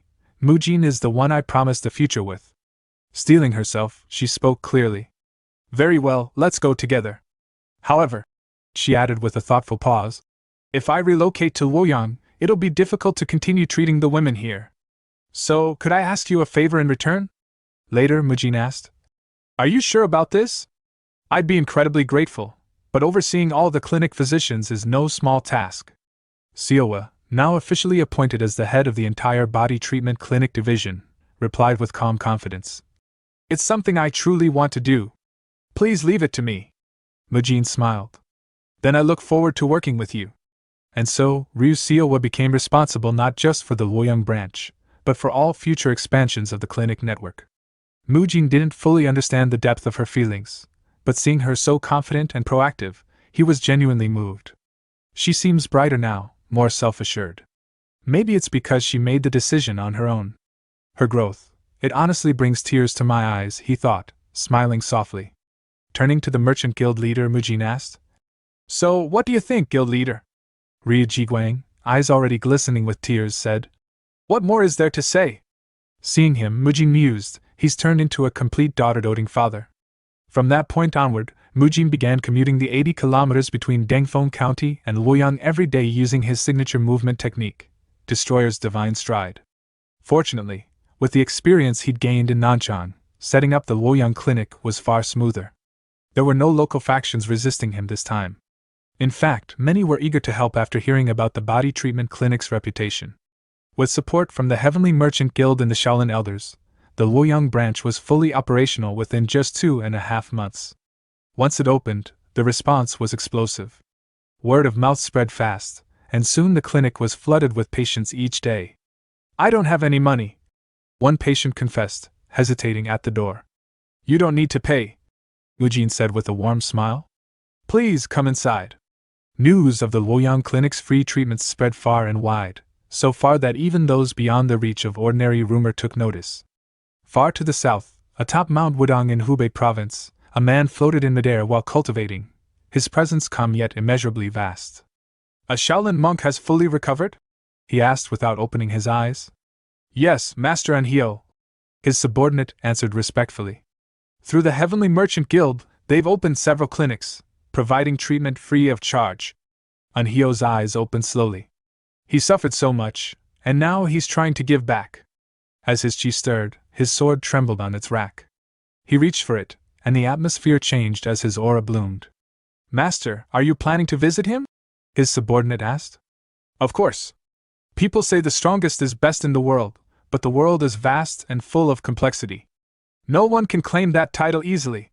Throughout the martial world, there had always been rankings, speculation about the strongest. Among them stood the 10 great martial masters, and above even them, a legendary trio known as the 3 Greatest Swords, the Heaven Destroyer Sword Emperor of the Sword Destruction Pavilion, the Namgung Sword Emperor of the Namgung clan, and finally, the man now preparing to descend the mountain, Anhyo, the Taiji Sword Immortal. "That damn monk is back?" Anhyo said with a thin smile. "Then it's time we finish what we started." Back at Shaolin, inside Grandmaster Hyun Guang's residence, Biab Jian burst into the room in a panic. "Grandmaster! Are you here? This is urgent!" Hyun Guang replied calmly. "There's no need to shout, Biab Jian. I can hear you just fine." Biab Jian swallowed hard. "That man, he's here." Hyun Guang sighed. "So, the time has come." Mujin looked puzzled. "Who do you mean?" "Sage Anhyo," Hyun Guang replied simply. Not long after, Mujin witnessed a meeting that left him breathless. 2 legends stood face to face. "It's been a while, old Taoist," Hyun Guang said with a chuckle. "You've changed, old monk," Anhyo replied, a wry smile playing on his lips. Mujin felt his stomach twist. "That's Sage Anhyo? The Taiji Sword Immortal? And he knows Grandpa?" Judging by the tension in the air, this wasn't a casual visit. "I assume you didn't come just for pleasantries," Hyun Guang noted. "Sharp as ever. Since our match was left unresolved when you fell ill, I came to finish it. If we fight here, the Shaolin Temple won't survive," Hyun Guang said dryly. "Shall we move?" "As you wish." Without another word, Hyun Guang lifted Mujin with his Rulai divine palm, and the 3 of them soared into the sky like comets. As they vanished into the distance, Abbot Hyun Chun shouted after them. "Grandmaster! Mujin! You must come back alive!" They arrived in a vast green field, untouched by civilization. Mujin, still dizzy from the flight, looked around nervously. "Where are we?" "I remember spinning through the air, but now." Hyun Guang set him down and said, "Stay back. This may get dangerous." "Yes, understood." "Just how intense is this fight about to be?" Mujin activated his frequency whispering technique, sending his thoughts directly to Hyun Guang. "Grandfather, did you already know him?" Hyun Guang responded telepathically. You've learned the frequency whispering technique? How do you know Sage Unheal? We exchanged blows a few times in our youth. That's all. No need to use whispering now. Mujin asked. Why? Hyunguang replied. He can eavesdrop on it. That's insane. Is that even possible? Mujin thought. Meanwhile, Unhyo narrowed his eyes. I can hear the boy, but not the monk. He's using an advanced variant? So the rumors are true. Not only has he recovered, he's reached the realm of nature? Hyunguang's voice broke the silence. Shall we begin? Unhyo nodded. Of course. He channeled his chi into his sword, and in a flash, launched an attack that lit up the sky, an emerald golden arc like a falling meteor. Mujin gasped. Grandpa! But Hyunguang met the blow head-on, activating his Rulai divine palms to block the attack. A shockwave rippled through the field. You've improved since we last crossed blades, Hyunguang remarked calmly. Was losing last time really that hard on your pride? For a monk, you sure know how to push people's buttons, Unhyo replied with a smirk. But this time, we end it once and for all. The scene shifted to a vivid memory from the past, a sun-drenched training ground atop a misty mountain where a young Hyunguang, bold and spirited, stood across from an equally youthful Unhyo. They were both in their prime, already blazing with the early fires of greatness. With a calm but firm voice, Hyunguang said, A strong body can only be built upon a proper mind. But what good is clarity of thought if there's no power to make it real? Shouldn't we first forge an indomitable body, so that the mind can mature alongside it? Unhyo responded coldly. You can't wield true strength with a broken spirit. If your mind is flawed, then no matter how strong your body becomes, it's meaningless. Discipline of the spirit must come first. Hyunguang's tone sharpened. Even if one reaches enlightenment and discovers a noble path, if they lack the strength to walk it, that enlightenment becomes nothing but delusion. Power should come first. Unhyo narrowed his eyes. Are you mocking the teachings of the Wudong sect? Hyunguang stepped forward with a grin and suggested lightly. Unhyo, why don't we balance our philosophies with some physical training? There's nothing like sweating it out to clear the mind. Fury flared in Unhyo's eyes. He unsheathed his sword and shouted. You damned monk! I'll prove I'm right. Let's find out which one of us is destined to become the strongest beneath the heavens. Hyunguang smirked, eyes twinkling with anticipation. A duel, is it? That might go against Shaolin's teachings, but why not? Let's see if you can still grin once it begins. Back then, Hyunguang had been the only martial artist Unhyo truly acknowledged. That same Hyunguang would later be broken by the hands of the demonic cult, crippled and all but forgotten. The memory faded, giving way to Unhyo's recollection of despair upon hearing of Hyunguang's fall. No. Your legend as Shaolin's divine monk can't end like that. You were meant to rival me, to push me. You're the only one who stood on equal ground with me. Years later, when a subordinate brought news that the divine monk of Shaolin had recovered, Unhyo's heart stirred. Yes. I knew it wasn't the end for you. This time, we'll finish what we started. Now in the present, on a vast grassy field beneath swirling clouds, Unhyo hovered midair, his sword gleaming as his chi surged. With a flash of the Taiji enlightened sword art, he conjured multiple energy swords and sent them streaking toward Hyunguang like green-yellow meteors. Hyunguang leapt skyward, narrowly evading them, and retaliated with the Rulai diving harmonized hand strike, his palm glowing with divine energy. Unhyo twisted his body, evading with fluid speed, and countered with a combination of his Phoenix Strike technique and enhanced sword chi, unleashing a tempest of blade-like energy. Hyunguang chuckled just before the wave of energy crashed, and when the dust settled, he stood unharmed. Unhyo's eyes narrowed. Damn monk! I can't gauge his strength at all. Hyunguang had shielded himself with his thousand-hand protector, an advanced defensive technique. He spoke with calm pride. What I once only understood in theory, I now grasp in my heart. Unhyo scowled. You always had that grating tone. Still as smug as ever.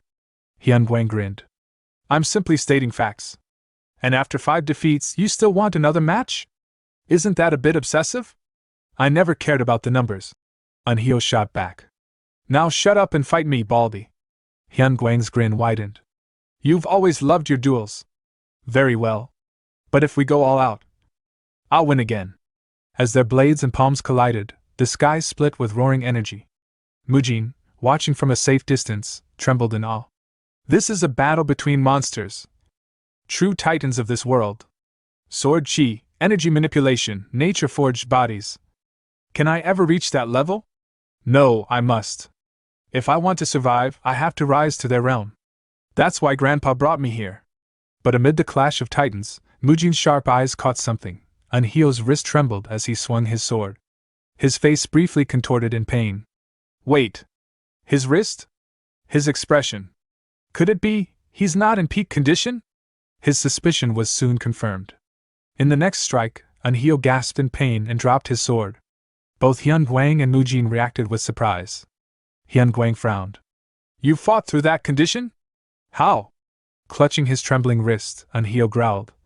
I'm fine. Just a little numbness. Let's keep going. But Hyun Guang's voice softened. They say only those who've suffered can understand others who've suffered. I once lost all my strength. I know what that's like. But you... It may not be too late. You need to be examined. Avoiding help isn't the mark of a clear mind. Anhio paused, uncertain. You damned monk, how am I supposed to get a diagnosis in the middle of a fight? From a distance, Mujin called out. You don't need to worry about that. If it's a diagnosis you need, I can do it. Hyun Guang pointed proudly at him. That boy. He treated me too. Anhio turned, surprised. Really? Hyun Guang asked. Mujin, will you take a look at him? Mujin nodded, approaching with composed focus. Even if he's one of the strongest in the world, the body's structure should be the same. This is what I've trained for. The duel was momentarily paused. Mujin carefully examined Anhio's hand. You mentioned tingling, dullness, and pain at the fingertips. Yes, exactly. Anhio confirmed. Then try extending your arms forward, wrists bent downward. As Anhio complied, sharp pain shot through his arm. Mujin nodded. Just as I thought. Carpal tunnel syndrome, complicated by tenosynovitis.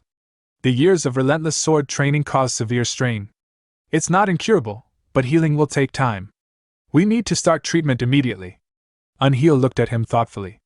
So, you're the blessed monk Mujin. The one behind Hyun Guang's recovery. The Shaolin elders gave up on him, yet you healed him. If anyone can do it, it's you. Then, after a brief pause, Anhio said, I'll ask something of you. In return, I'll grant you any request within my power. A fair exchange. What do you say? Mujin blinked. An equivalent exchange. Like an alchemist. He's one of the 3 greatest swords. I should go big. He recalled a shadow looming over the martial world. There's one among the 3 greatest swords known for his ruthlessness. He must be stopped. Then, firmly, Mujin declared.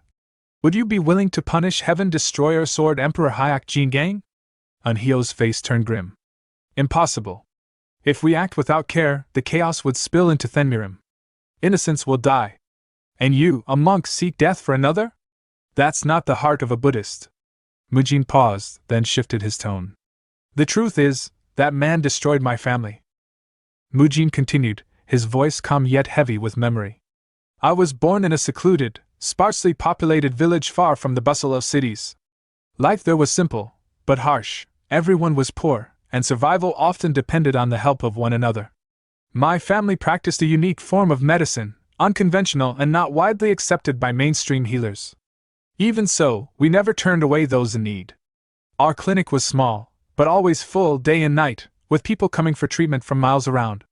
He paused, recalling the distant memory. It's been so long that much of it feels like a blur, but I still remember the warmth of those days, until everything changed. One day, a martial artist stumbled into our village, bloodied, half dead. Everyone, not just my family, but the entire village came together to save him. We worked tirelessly to heal his battered body. What none of us knew was that our kindness would seal our fate. Mujin's eyes lowered as he continued. Once he recovered enough to stand, they came. The Unorthodox Alliance, the leaders of 7 notorious sections. And with them, the Heaven Destroyer Sword Emperor, Hyak Jingang, head of the Sword Destruction Pavilion. It turns out, the man we saved was a fugitive, one of their own, on the run. For saving him, we were marked as traitors, and slaughtered without mercy. The scene shifted to a memory, an image of a boat drifting away. Inside a wooden box on board, a muffled voice cried out. When the box was opened, the passengers were shocked to find a child inside, weak and trembling. There's a child here, one of them gasped. He looks malnourished. Get food and water quickly. No, we should take him to a clinic first, another insisted. That child was me, Mujin admitted. Then he thought to himself with bitter clarity, of course, that's not exactly true. Most of that story is a lie. He spoke again aloud. I was too young to remember how I escaped, but it seems my parents hid me away in that box. That's how I survived. Unheal listened in silence before finally asking. That's quite a tale. So how did you end up at Shaolin? Before Mujin could answer, Grandmaster Hyun Guang interjected. So that's what happened, he said thoughtfully. You were just a child wandering with no place to go, until a senior disciple of Shaolin took pity and brought you in. And all that happened because of Hyuk Jin Gang. What a twisted fate. Mujin blinked, surprised.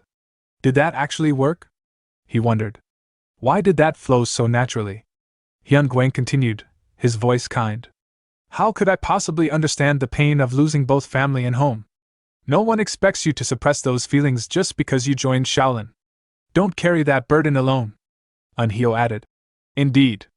That man, Hyuk Jin Gang, has earned his share of karma.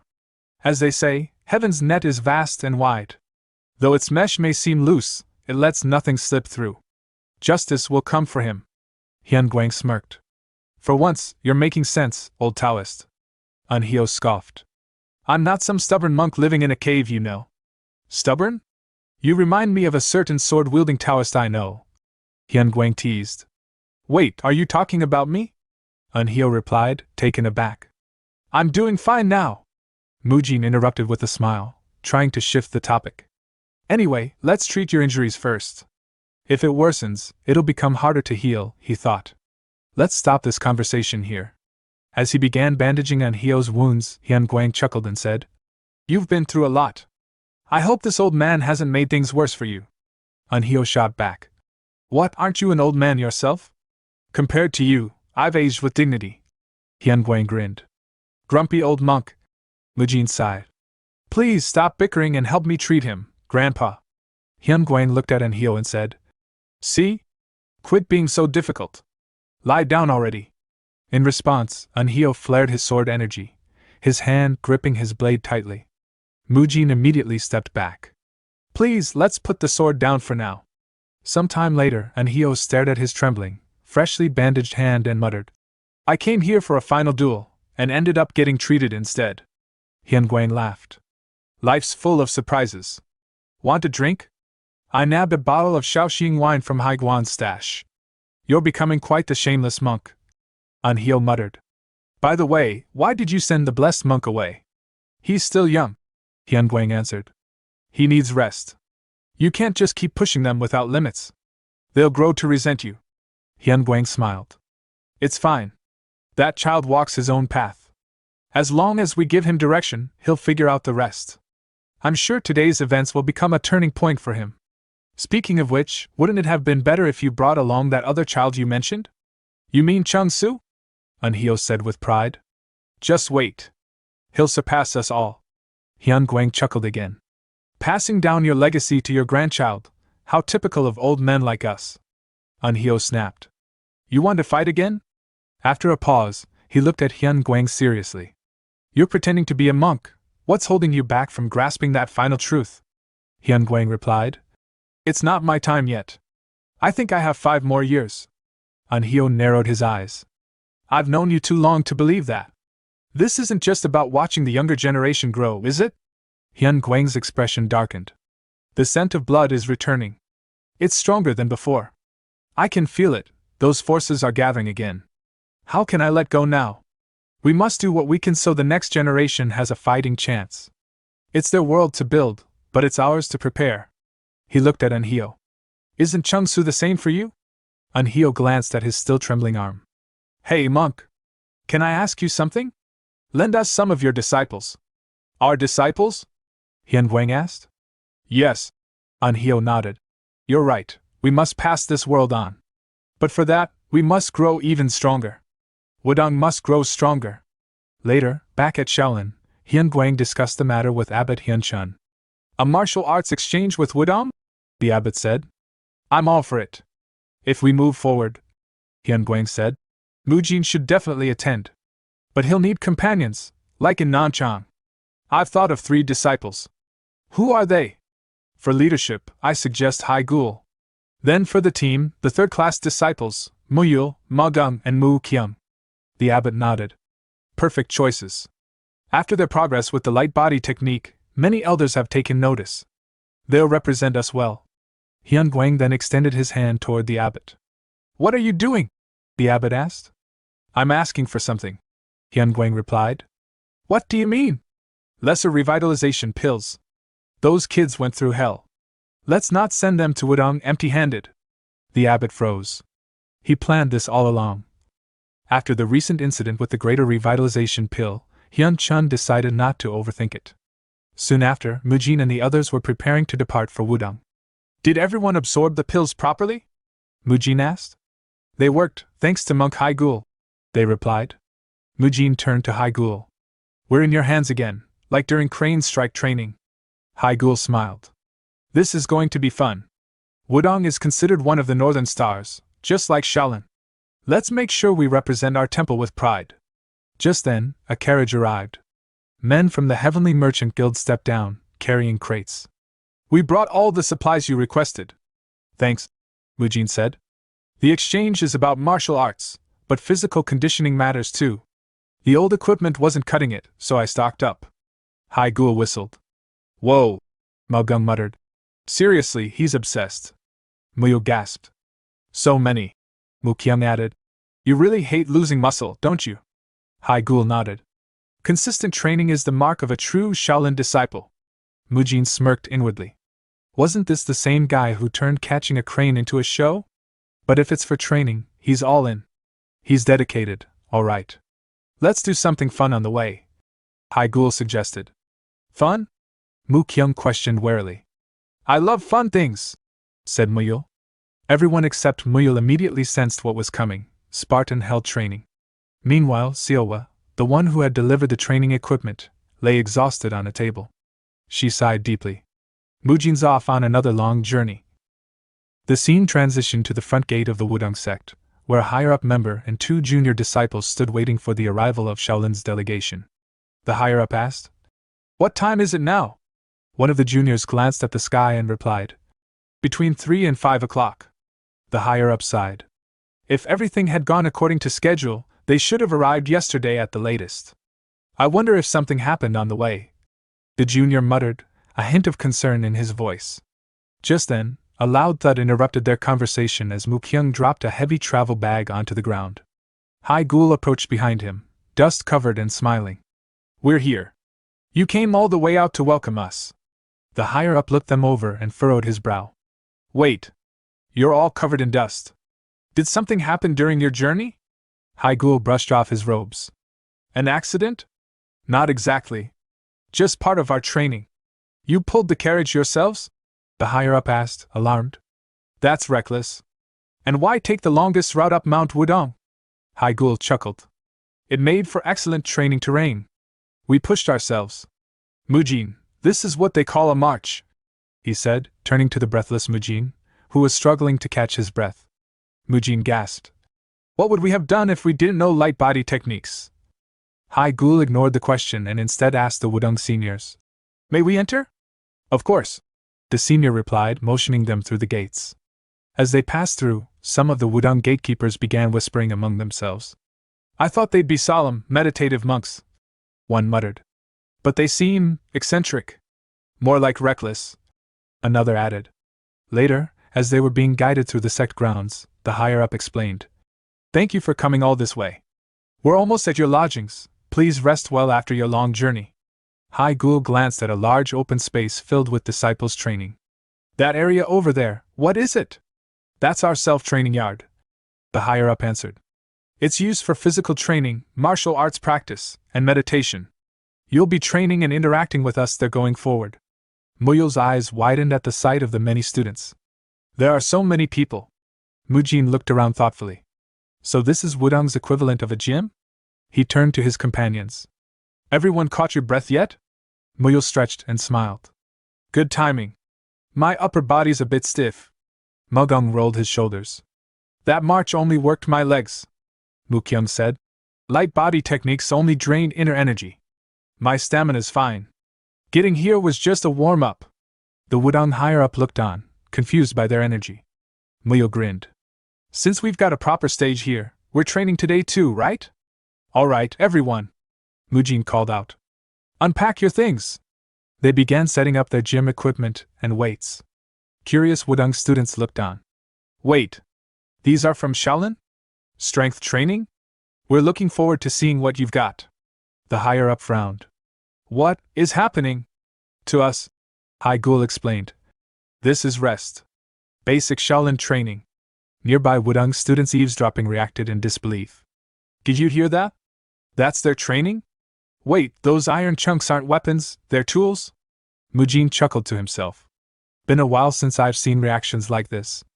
Ever since I got acknowledged for this training, if things keep going like this. Meanwhile, a different group of Wudang disciples began grumbling. Is this really what we're exchanging martial arts for? It feels like we're being shortchanged. They don't look that impressive, let's just smile and send them off. Magung and Mu Kyung overheard and scowled. They're calling our training cheap tricks? Magung growled. They don't even know how effective the muscle lengthening technique is. Mu Kyung muttered. Focus, Mujin said. Even our elders had the same reaction at first. Let them see for themselves. Mu Kyung sighed. Still, don't waste energy reacting. They'll understand in time. Anyway, Magung, I'm going to bench some weights. Spot me? Magung looked confused. Bench what? Why use such weird words? At that moment, two Wudang students passed by, noticing the equipment. One with a ponytail commented. That tool looks weird. The other, a long-haired youth, replied. Yeah. Aren't they Shaolin monks? Right, said the ponytail student. Here for the martial arts exchange. The long-haired one nodded. I'm curious to see what they're like. That student was none other than Chung Su, the famed Wudang sword dragon, a third-class disciple of Wudang. As Mujin continued cleaning up the equipment, his companions began to head off. I'm heading in, Magung said. You handle the cleanup, Mu Kyung added. A deal's a deal. We're going.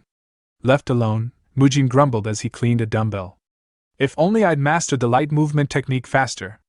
Am I forever stuck with cleanup duty? He heard footsteps approaching and turned. Chung Su stood before him. Sorry, am I interrupting? Chung Su asked politely.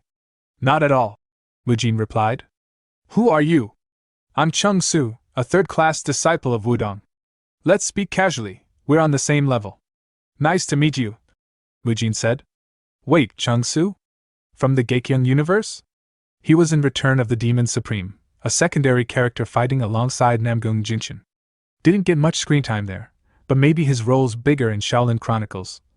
Even though this is official business, Mujin said aloud. I hope we can become friends. They shook hands. Chung Su studied Mujin carefully. His energy's comparable to mine. Is he hiding something? He said. By the way, I saw your training earlier. Honestly, it looked pretty useless. Excuse me? Mujin asked, startled. Lifting chunks of metal and stone? Is that really necessary? Seems primitive, even brutish. He picked up a dumbbell, then dropped it with a heavy thud. You really call this training? Oops, it's lighter than I thought. Mujin clenched his fists. How dare he insult our sacred training tools? Do you know Wudang's first teaching? Chung Su continued. A strong mind creates a strong body. Trading our meditative arts for this brute strength? I don't get it. You're misunderstanding, Mujin replied calmly. We also train both body and mind. A strong body supports a healthy mind. What use is a sharp mind if the body can't keep up? You don't get it, Chung Su said. With a strong mind you can do anything. But even the sharpest mind falters if the body can't keep pace. Mujin countered. That leads to laziness and giving up. Laziness comes from weak discipline, Chung Su retorted. Hardship forges conviction. Conviction without strength is just illusion. A strong mind drives the body. A strong body stabilizes the mind.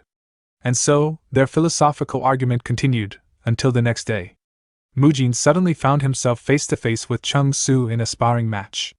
What just happened? He thought, as a crowd gathered to watch. From the crowd, Magung asked. Why are they suddenly fighting? No idea, Mu Kyung said. Muyo was happily cheering Mujin on. Nearby, Chung Su's friend informed the higher-up. Apparently, Chung Su requested the duel. The higher-up sighed. That weirdo. What's he up to now? Maybe it's just a skill exchange.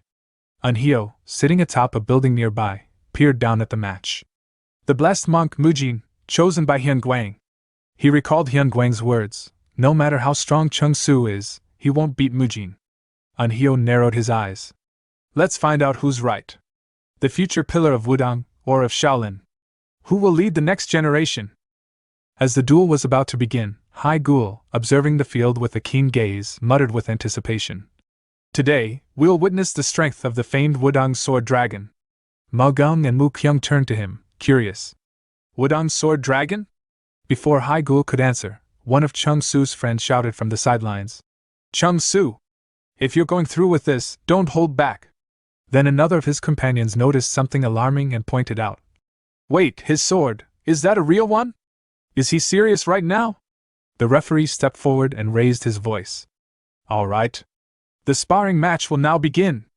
Without hesitation, Chung Su charged forward, drawing his real sword, while Mujin responded by activating his iron guard technique, focusing internal energy into his fists until they shimmered with defensive power. In a typical match between bare fists and a sword, Mujin thought as he sprinted ahead, the unarmed usually evade and counter, while the sword wielder aims to end things quickly. But this is different. As Mujin's fist met Chung Su's blade, a sharp, metallic clang echoed through the arena. Nearby Wudang disciples instinctively flinched and covered their ears. A real sword just struck flesh, and it made a metallic sound? What the hell is happening? From behind them, a Wudang elder squinted, recognition dawning in his eyes. Wait a moment. That's the iron guard technique. To think he'd meet a sword head-on like that. The internal energy required for that level of defense. Mujin isn't just any third-class disciple. Watching from a rooftop perch, Anhyo murmured. It's been a long time since Chung Su faced someone with a real sword. Did he assess Mujin's level that quickly? Looks like that old monk wasn't bluffing after all. Now I'm truly curious to see how this ends. Back in the arena, the clash continued with intensity. Mujin launched a barrage of fast, precise punches. Chung Su danced back, narrowly dodging the strikes before sweeping in low and slashing at Mujin's midsection.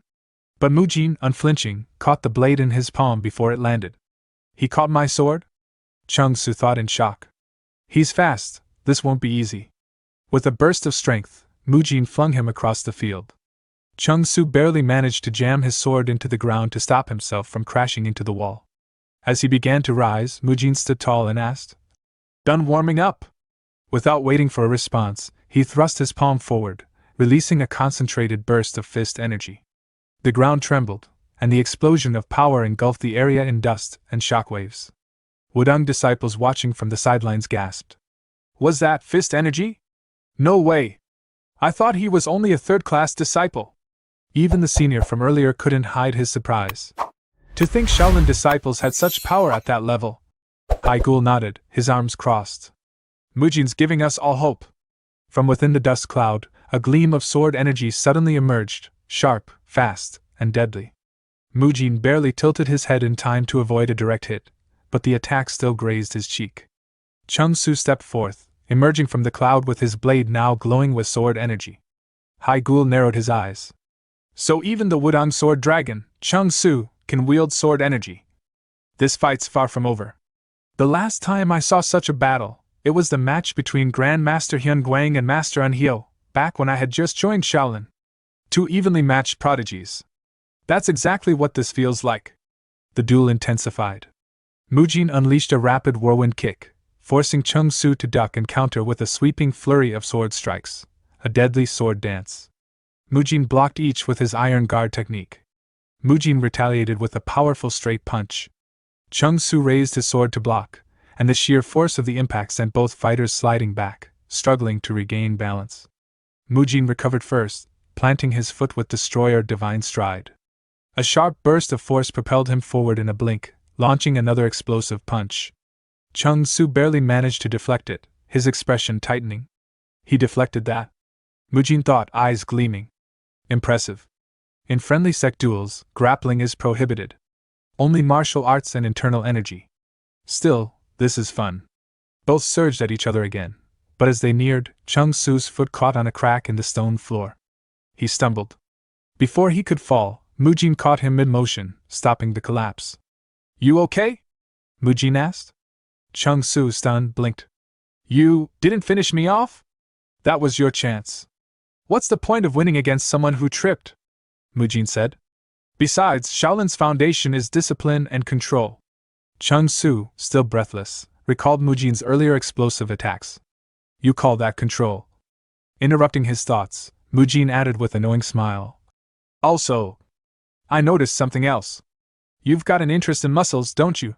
Chung Su stiffened. What? How did he know? What are you talking about? I've been thinking about it since yesterday, Mujin said. Back when we first spoke, you tried to provoke me. You wiped the hand opposite the one you shook with. It was awkward.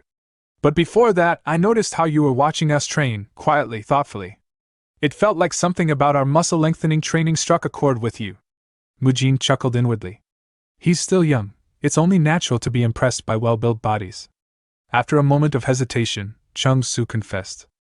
Actually, ever since I first saw your strange equipment, I was excited. Where was it used? How did it work? What were the names of these methods?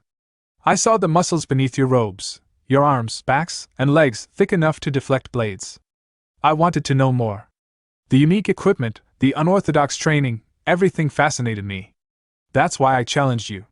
I wanted to experience it firsthand. Thank you for accepting.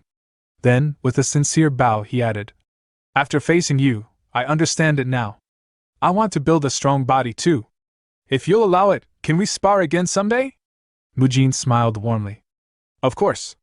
It's great to meet someone with passion, to meet you. From today onward, train with us. You'll have our full support. I'd love that, Chung Su replied. The two shook hands firmly, mutual respect now replacing their earlier tension. From the sideline, the referee raised his hand and declared, The winner is Mujin. Well fought, everyone. As the crowd dispersed, Mujin glanced over his shoulder and said with a smirk, You're probably going to wipe your hand again once I turn around, aren't you? Chung Su looked flustered. No! That was a misunderstanding. As Anhyo watched the younger generation from a distance, a flicker of memory crossed his expression. He thought back to his long years alongside Hyunguang, the laughter and rivalry they shared. With a faint smile, he murmured, Whether in the past, or now. The next day, the Shaolin and Wudang disciples mingled more freely. In the training courtyard, Magong was locked in an arm wrestling match with a Wudang disciple. With a triumphant grunt, he slammed his opponent's hand down onto the stone bench. So? Magong said, flashing a confident grin. What do you think of my muscles? The Wudang disciple let out an exasperated breath. There's no way I can beat you, Magong. His fellow Wudang students gathered around, surprised. How is it you've never won? You're the strongest among us. The defeated disciple scratched his head. He's strong, yeah, but I don't know. Somehow, I just can't use my full strength against him. And I was ready for this match. It's all thanks to Shaolin's training methods, Magong said with pride. Especially our muscle-lengthening techniques. But don't worry, I'll help you get there. Just leave it to me. The Wudang disciples looked at him in awe. To become like you, Magong? You think I can really build a body that solid? Of course, Magong replied with an easy nod. Nearby, Mujin noticed Chung Su curiously examining one of their tools. What do you call this one? Chung Su asked, turning to Mu Kyung. That's called a sliding tool, or an abdominal roller, Mu Kyung replied. You grip the handles and roll it forward and back. Great for core training. It looks like that barbell I saw earlier, Chung Su said, intrigued. Mu Kyung shook his head. Nah, it's different. Barbells are for lifting. This one's specialized for the abs. You Shaolin folks have some really fascinating gear, Chung Su admitted. Mu Kyung chuckled. Give it a try. You'll feel it for days. Watching them, Mujin thought to himself, ever since that sparring match, the wall between us and the Wudang disciples has started to crumble. The awkward air from before is fading. This is a good sign. Though, it'll probably take longer for the old-fashioned higher-ups to accept us fully. Sure enough, off to the side, a few elders whispered among themselves. Still, what's so impressive about that thing? One grumbled. Sure, Mujin was remarkable, but all this fuss over weights and rollers. Mujin glanced at them but didn't comment. What matters is that Shaolin's reputation is improving. That alone is worth it. But now that I'm seeing things more clearly. He turned his gaze toward the Wudang disciples again. There's something troubling about their condition. Many of them look sickly, especially their arms and wrists. They remind me of Grandpa Hyunguang. Are they even getting proper treatment? Just then, one of the Wudang instructors approached him. Blessed monk. I've been looking for you. Mujin looked surprised. For me? Why? Master Anhyo has summoned you, the man replied. He requested both you and Chung Su. I understand. We'll go right away. Later, Mujin and Chung Su arrived at a serene cliffside where Anhyo hovered in a meditative pose, suspended in the air, legs crossed. Mujin bowed. We heard you called for us. Greetings, Master Anhyo. Anhyo slowly opened his eyes. You've come. Seeing him levitating with such ease, Mujin marveled inwardly. Just watching him, he really feels like a true Taoist immortal. The strongest martial artist in the world really is different. Do you know why I summoned only the two of you? Anhyo asked. Mujin shook his head. I don't. It's because of Hyunguang, and the promise I made to that bald monk, Anhyo said with a faint smile. He asked me to keep an eye on you while you're here. If you were just average, I would have left you to the junior instructors. But after seeing your match with Chung Su, I can't ignore that. I'll train you myself. Mujin blinked. So he really did watch the entire match. And now he's saying he'll teach me personally?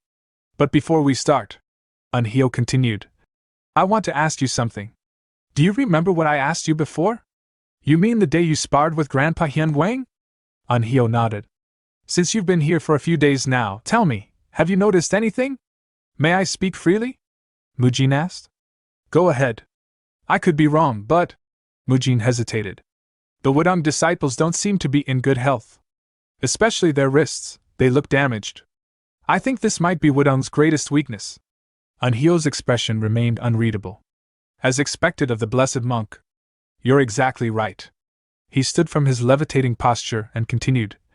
Our sword techniques are based on the principle of gentleness, but don't mistake gentleness for ease. Reaching a point where we can generate devastating power through softness, it places immense stress on the wrists. Most of our techniques depend heavily on the arms and hands, and over time, they break down. What you saw is the price of mastery. Mujin understood now. That explains why so many looked unwell. Anhyo stepped forward. You've treated many with your healing arts. That's why they call you blessed monk. So I'll get straight to the point. Would you be willing to teach us the treatment technique you used on me? The one for wrist damage? If you do, I'll grant you one request. Anything. They stood in silence for a brief moment. Anhyo then added. But you can't, can you? Because of your agreement with the Heavenly Merchant Guild. That bald monk told me everything. Mujin exhaled slowly. Actually, I believe I can fulfill your request without violating that agreement.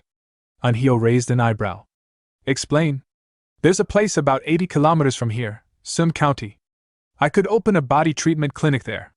It's close enough to travel easily. That way, I'm not offering the method directly, but still helping those in need. Anhyo's expression brightened. So there was a way. That's also the region where the Jaegao clan operates, Mujin thought. Establishing a legitimate clinic there lets us plant a foothold in enemy territory. Plus, I can keep an eye on the protagonist of the Unorthodox Tyrant Chronicles, a valuable bonus. I'll personally inform Shaolin and the Heavenly Merchant Guild, Mujin added.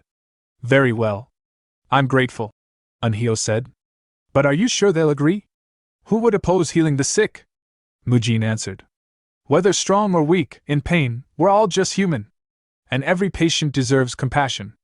Anhyo's eyes widened slightly, then softened. He doesn't draw lines between people. Now I understand why Hyunguang chose him. What a shame.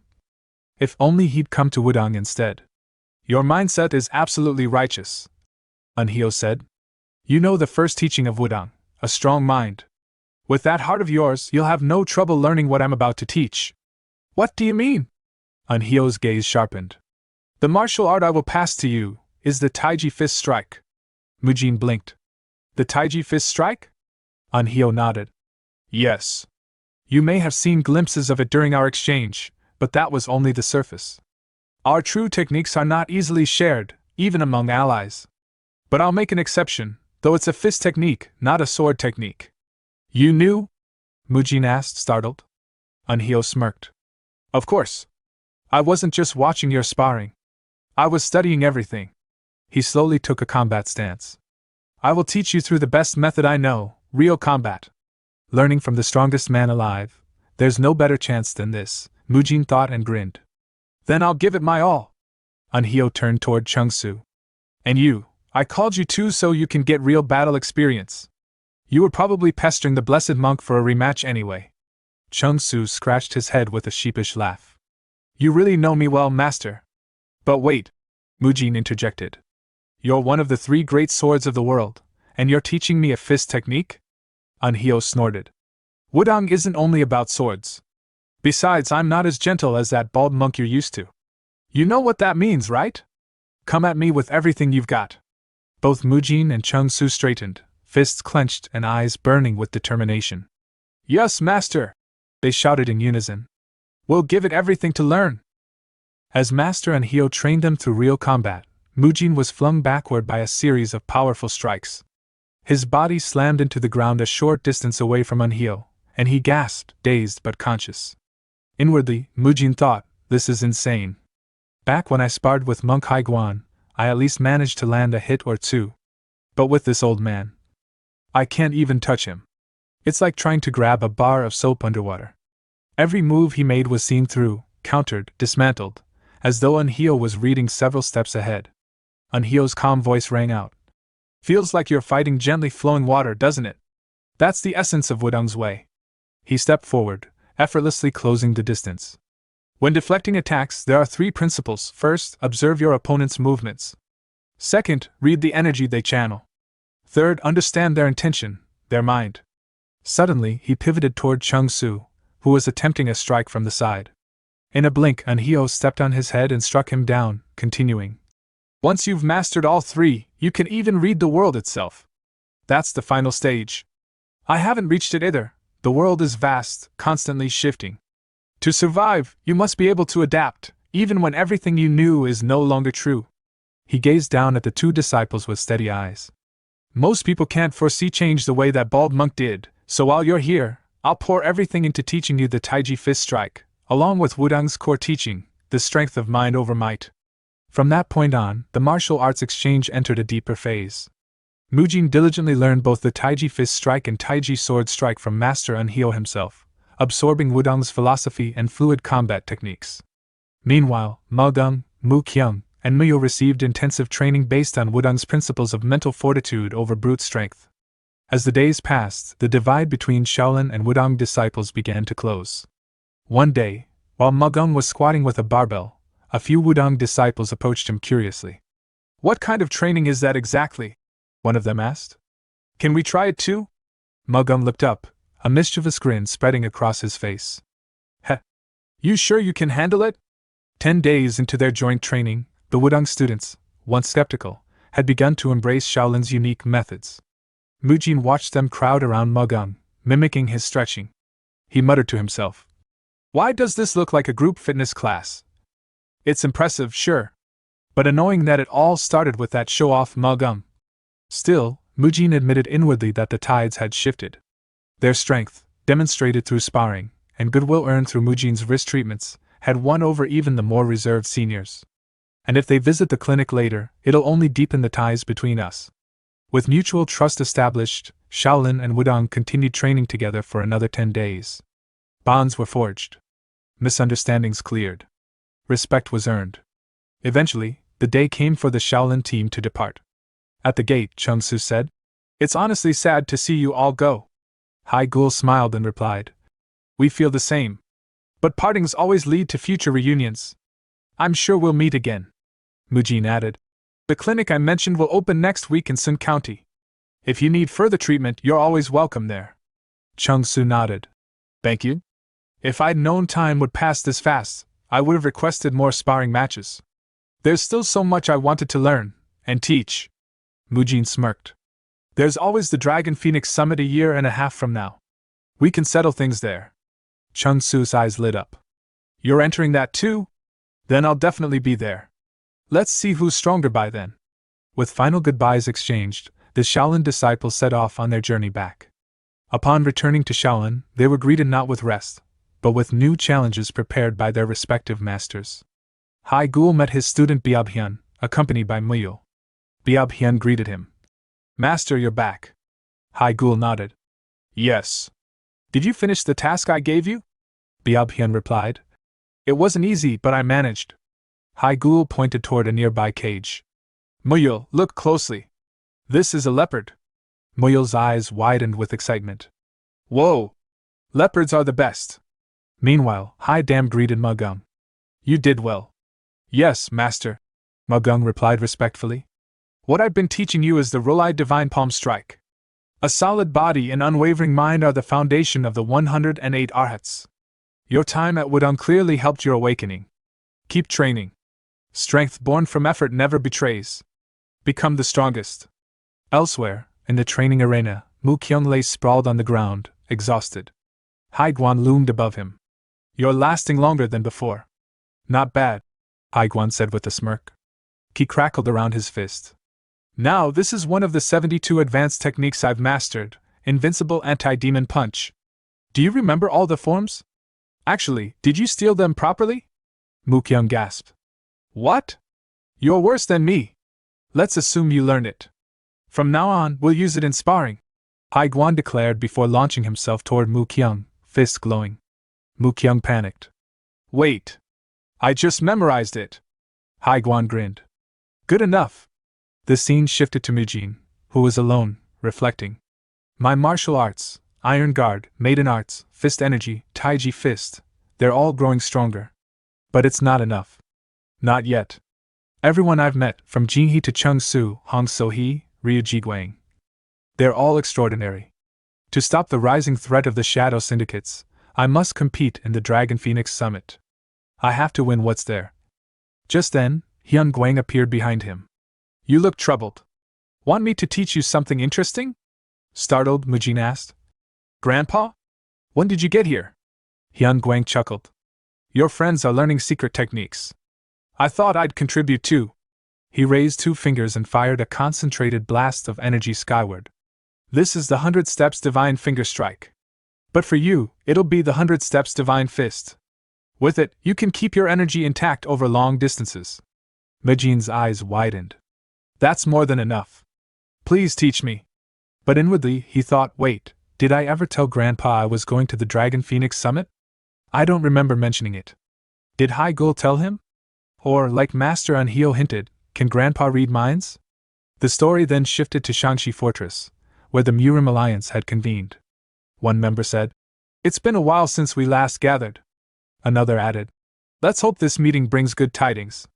A third asked, So, what's the purpose of this gathering? Then Jaegal Hyun, elder of the Jaegal clan, spoke up. It's about the upcoming Dragon Phoenix Summit, and the increasingly erratic behavior of the Shaolin Temple. You've all heard the rumors.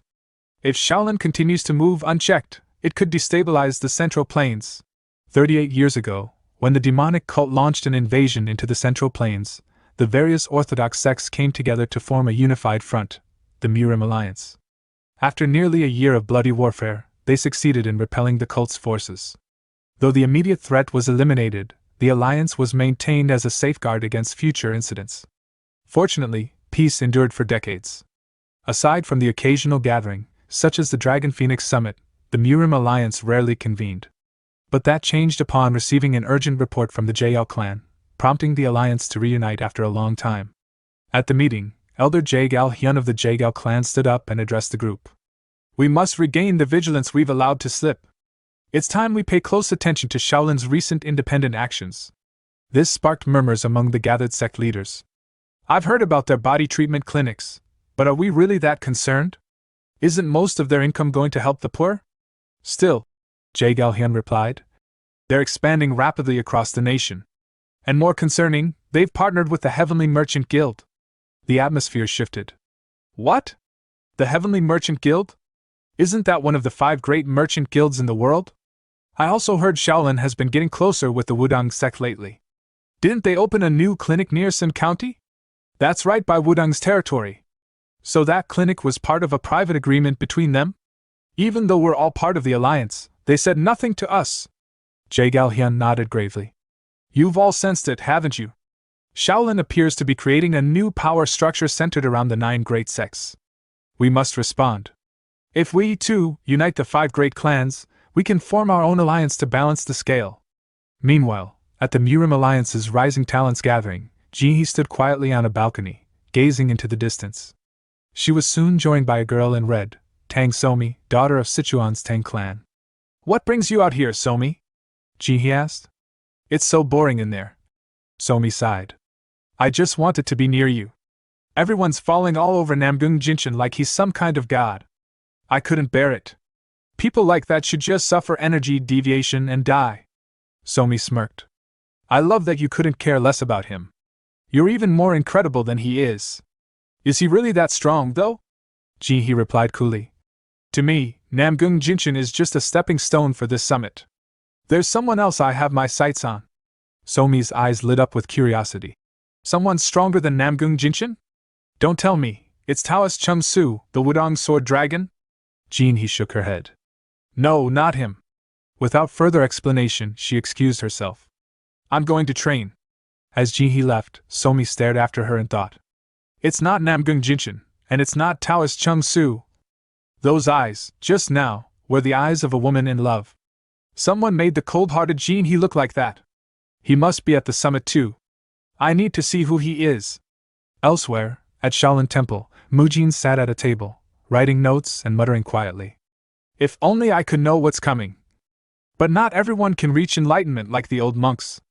The world is far deeper and wider than I imagined. I need to experience more, adapt, and be prepared. He reflected on his past.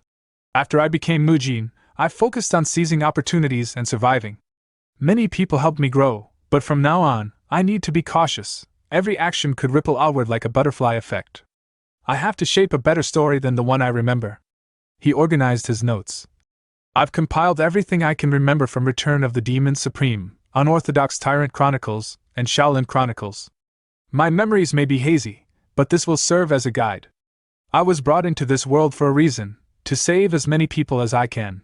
Just then, he noticed someone nearby. It was Hyun Guang, his grandfather. Grandfather, when did you get here? Hyun Guang smiled. I couldn't sleep, so I went for a walk. More importantly, you've finally made your decision. If you're confident, that's all that matters. Mujin looked at him in surprise. Did he know everything from the start? Hyun Guang added. Once you're done with your work, come back to Shaolin. There's still so much I need to teach you. I promise I'll return soon, Mujin said sincerely. Good. Hyun Guang smiled.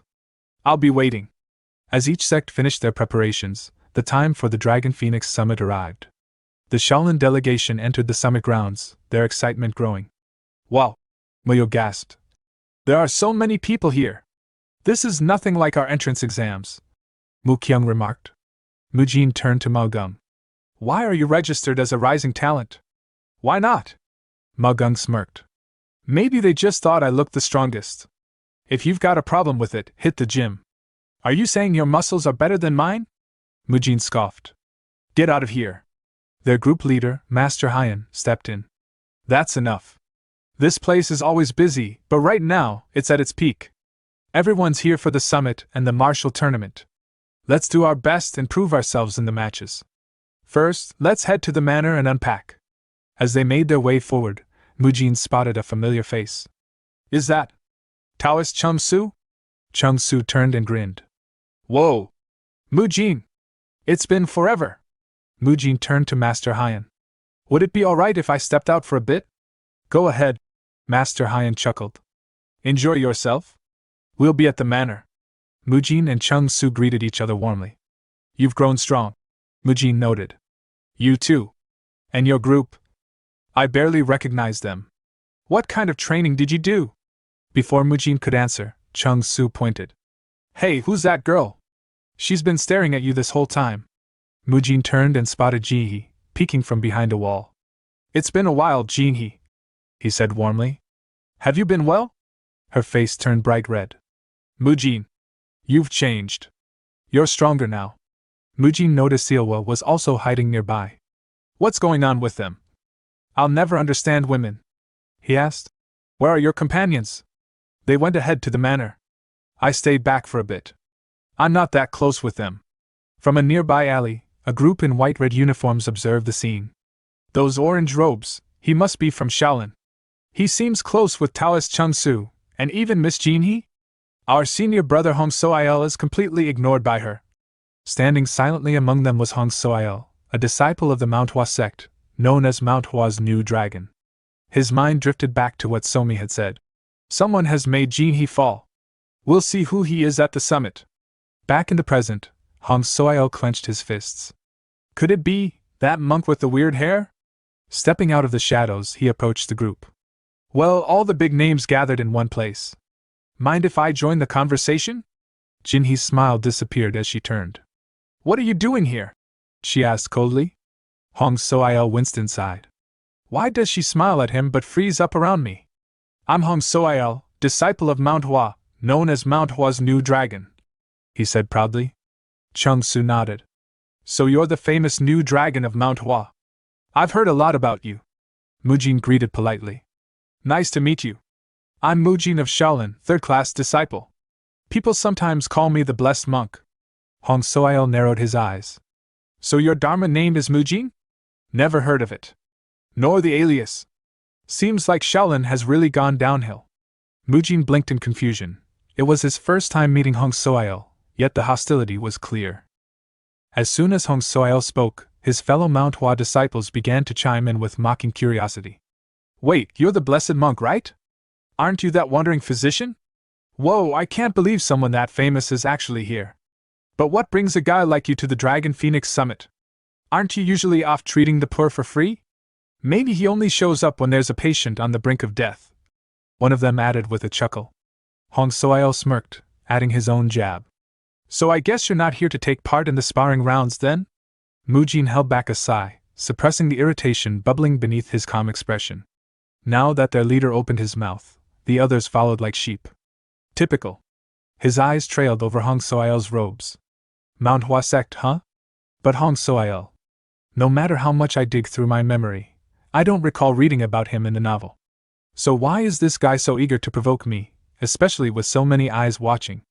Just then, Mujin caught a familiar sensation from the right, an intense aura barely held back. It was Jinhee. She's struggling to suppress her killing intent.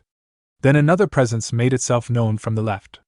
Mujin glanced that way and saw Chung-Su, equally tense. Even Taoist Chung-Su? Yeah, he's holding himself back too. He knows if he acts rashly in a setting like this, it'll cause problems for me. TCH. Still, I've got good friends. A faint smile spread across Mujin's lips. Seeing that smile, Hong Soil and his group fell silent for a moment, caught off guard. Sorry about that, Mujin said lightly. I just remembered something funny. He gestured around at their surroundings. So, this is near the Manhwa sect's quarters. I apologize for disturbing your peace. His voice lowered, confident and clear. And yes, I am here to spar. After all, names only gain meaning through battle. Isn't that how you became known as Manhwa's New Dragon, Hong Soil? I may just be a humble monk, but I'll give it my best. With that, Mujin extended his hand. Hong Soil stared at it, suspicious. What's this monk thinking? Doesn't he realize that through physical contact, a martial artist can gauge another's inner energy? He must be ignorant, must be his first time at something like this. A perfect chance to assert dominance before he gets too cocky. But the moment their hands met, his eyes widened. Mujin's grip was calm, but the overwhelming pressure that flowed through it was undeniable. What is this? This isn't normal. This monk, he's no amateur. Mujin calmly released the handshake and turned to leave. I'll be taking my leave then. As he walked off, the other Manhwa disciples erupted. Senior brother! That guy totally ran off. He was scared stiff. You showed him who's boss.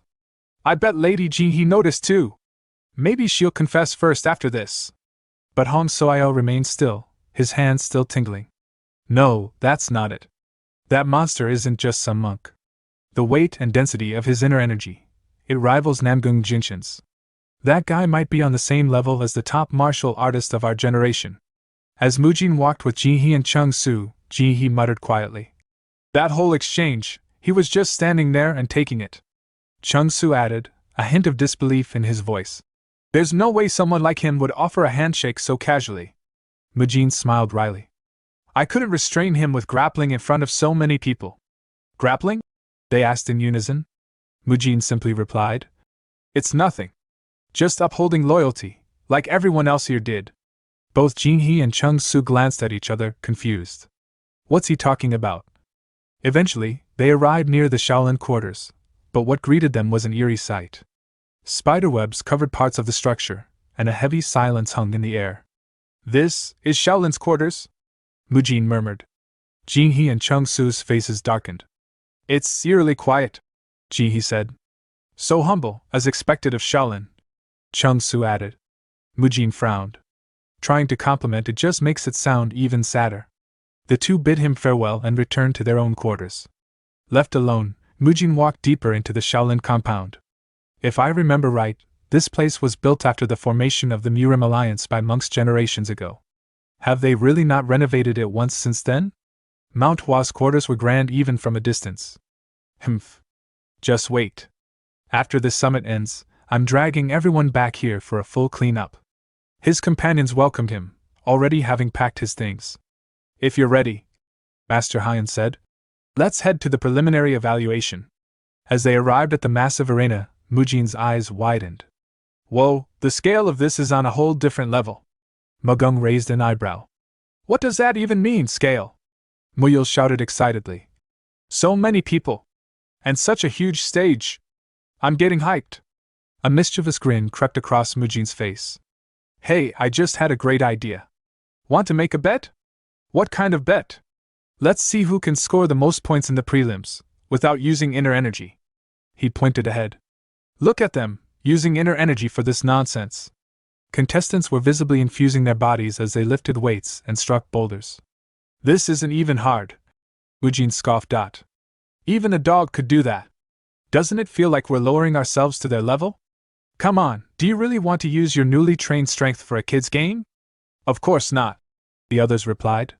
Totally doable. Good. Remember your scores, everyone. The Dragon Phoenix Summit, a grand event where the future of the martial world converged.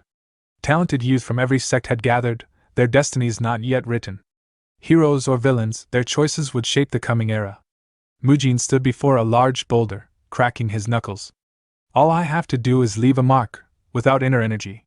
Been a while since I relied solely on strength. Let's see how far I've come. This'll be a test of my prime self, Choi Kang-hyuk's strength. He struck, chaining two techniques together, a seamless fusion of a chain punch into a straight punch. A loud creak split the air as a visible crack spread across the stone. You pass, the examiner announced. Nearby contestants laughed. That's it? Just a tiny crack? Guess we don't need to worry about Shaolin. Living off grass really does make you weak. Mu Kyung, however, looked serious. He cracked it, without using inner energy? Meanwhile, Mujin calmly turned and walked away.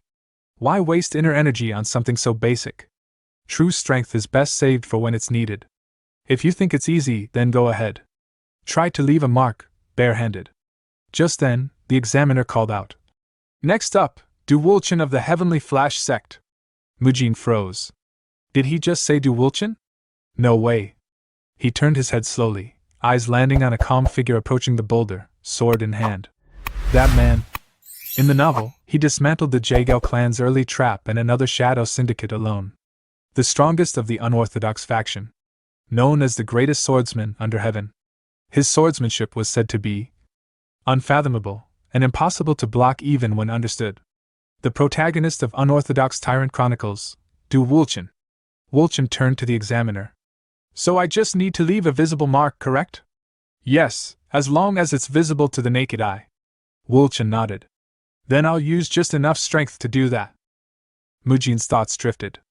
The term Enlightened One, originally from Buddhist doctrine, referred to an awakened, transcendent being.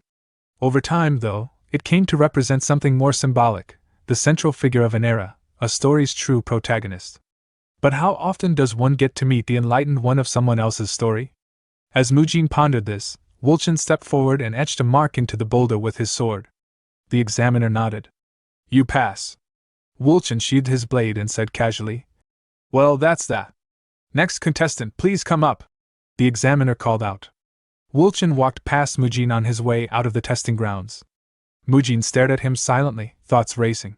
That man, he's the enlightened one of unorthodox tyrant chronicles. Du Wulchin, the tyrant emperor.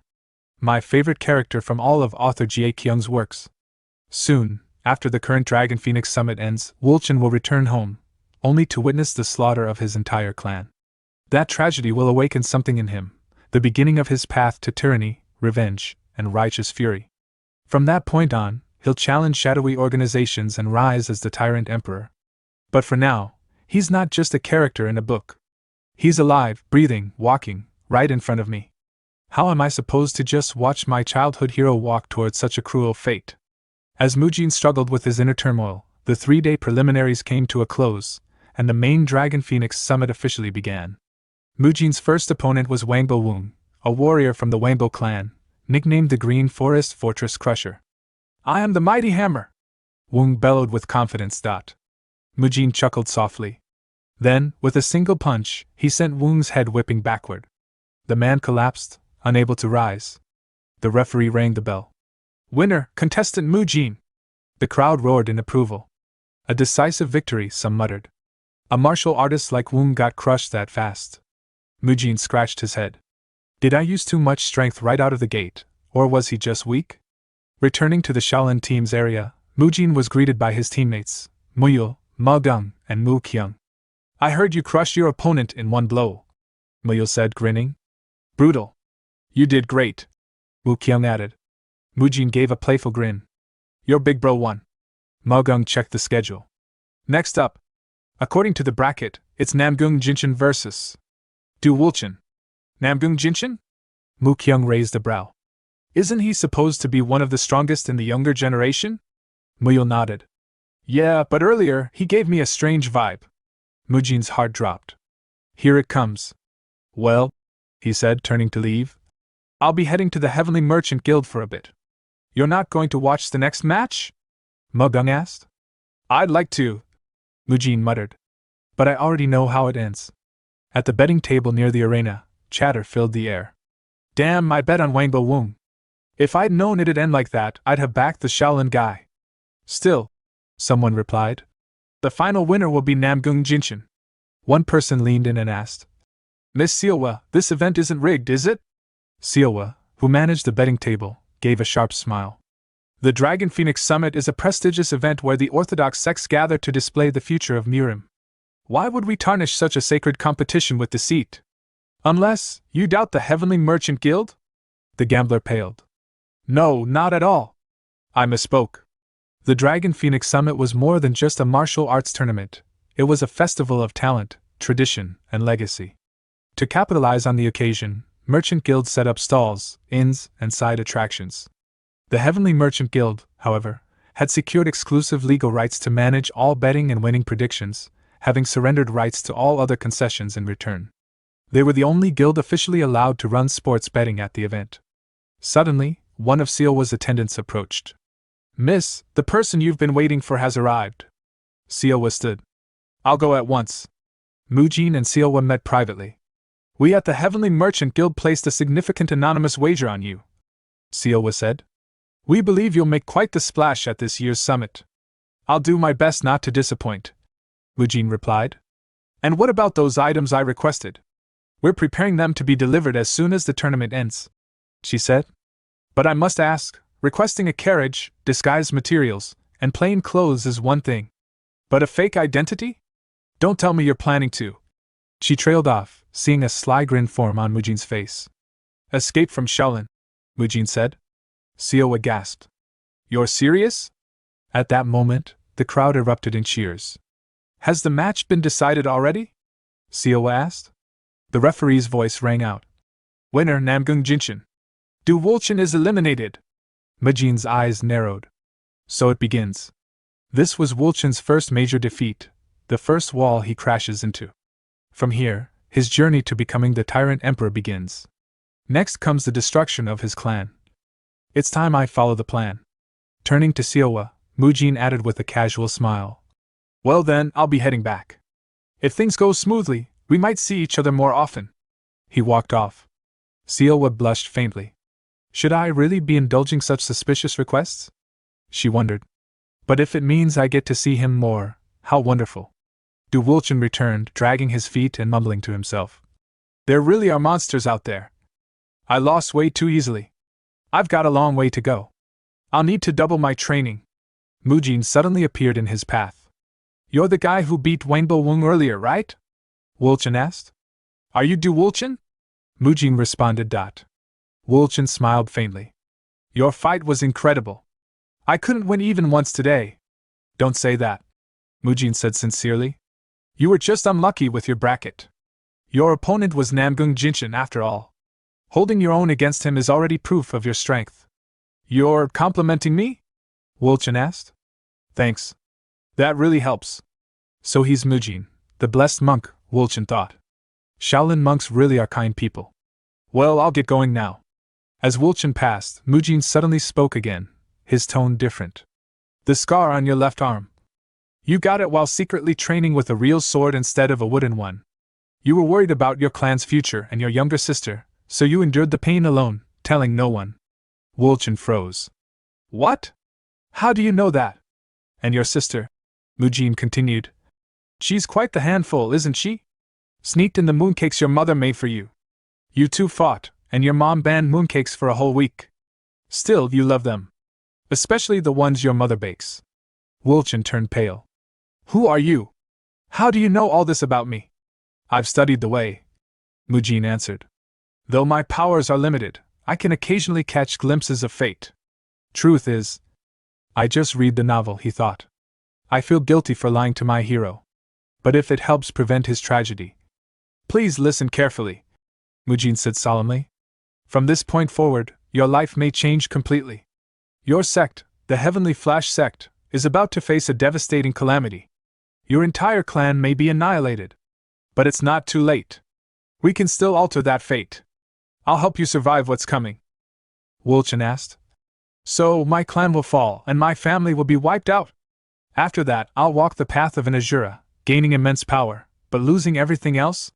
Is that really my fate? Mujin replied solemnly. Yes.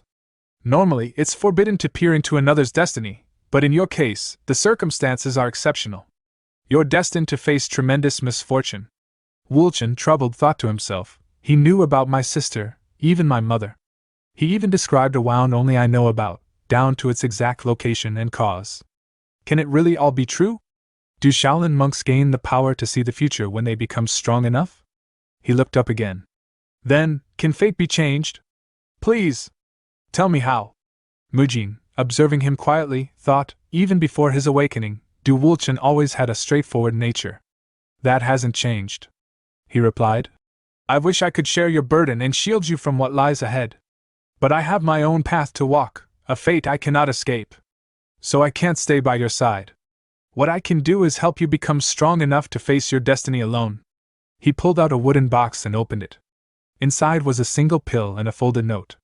Mujin continued. This note details how to circulate and manage your energy.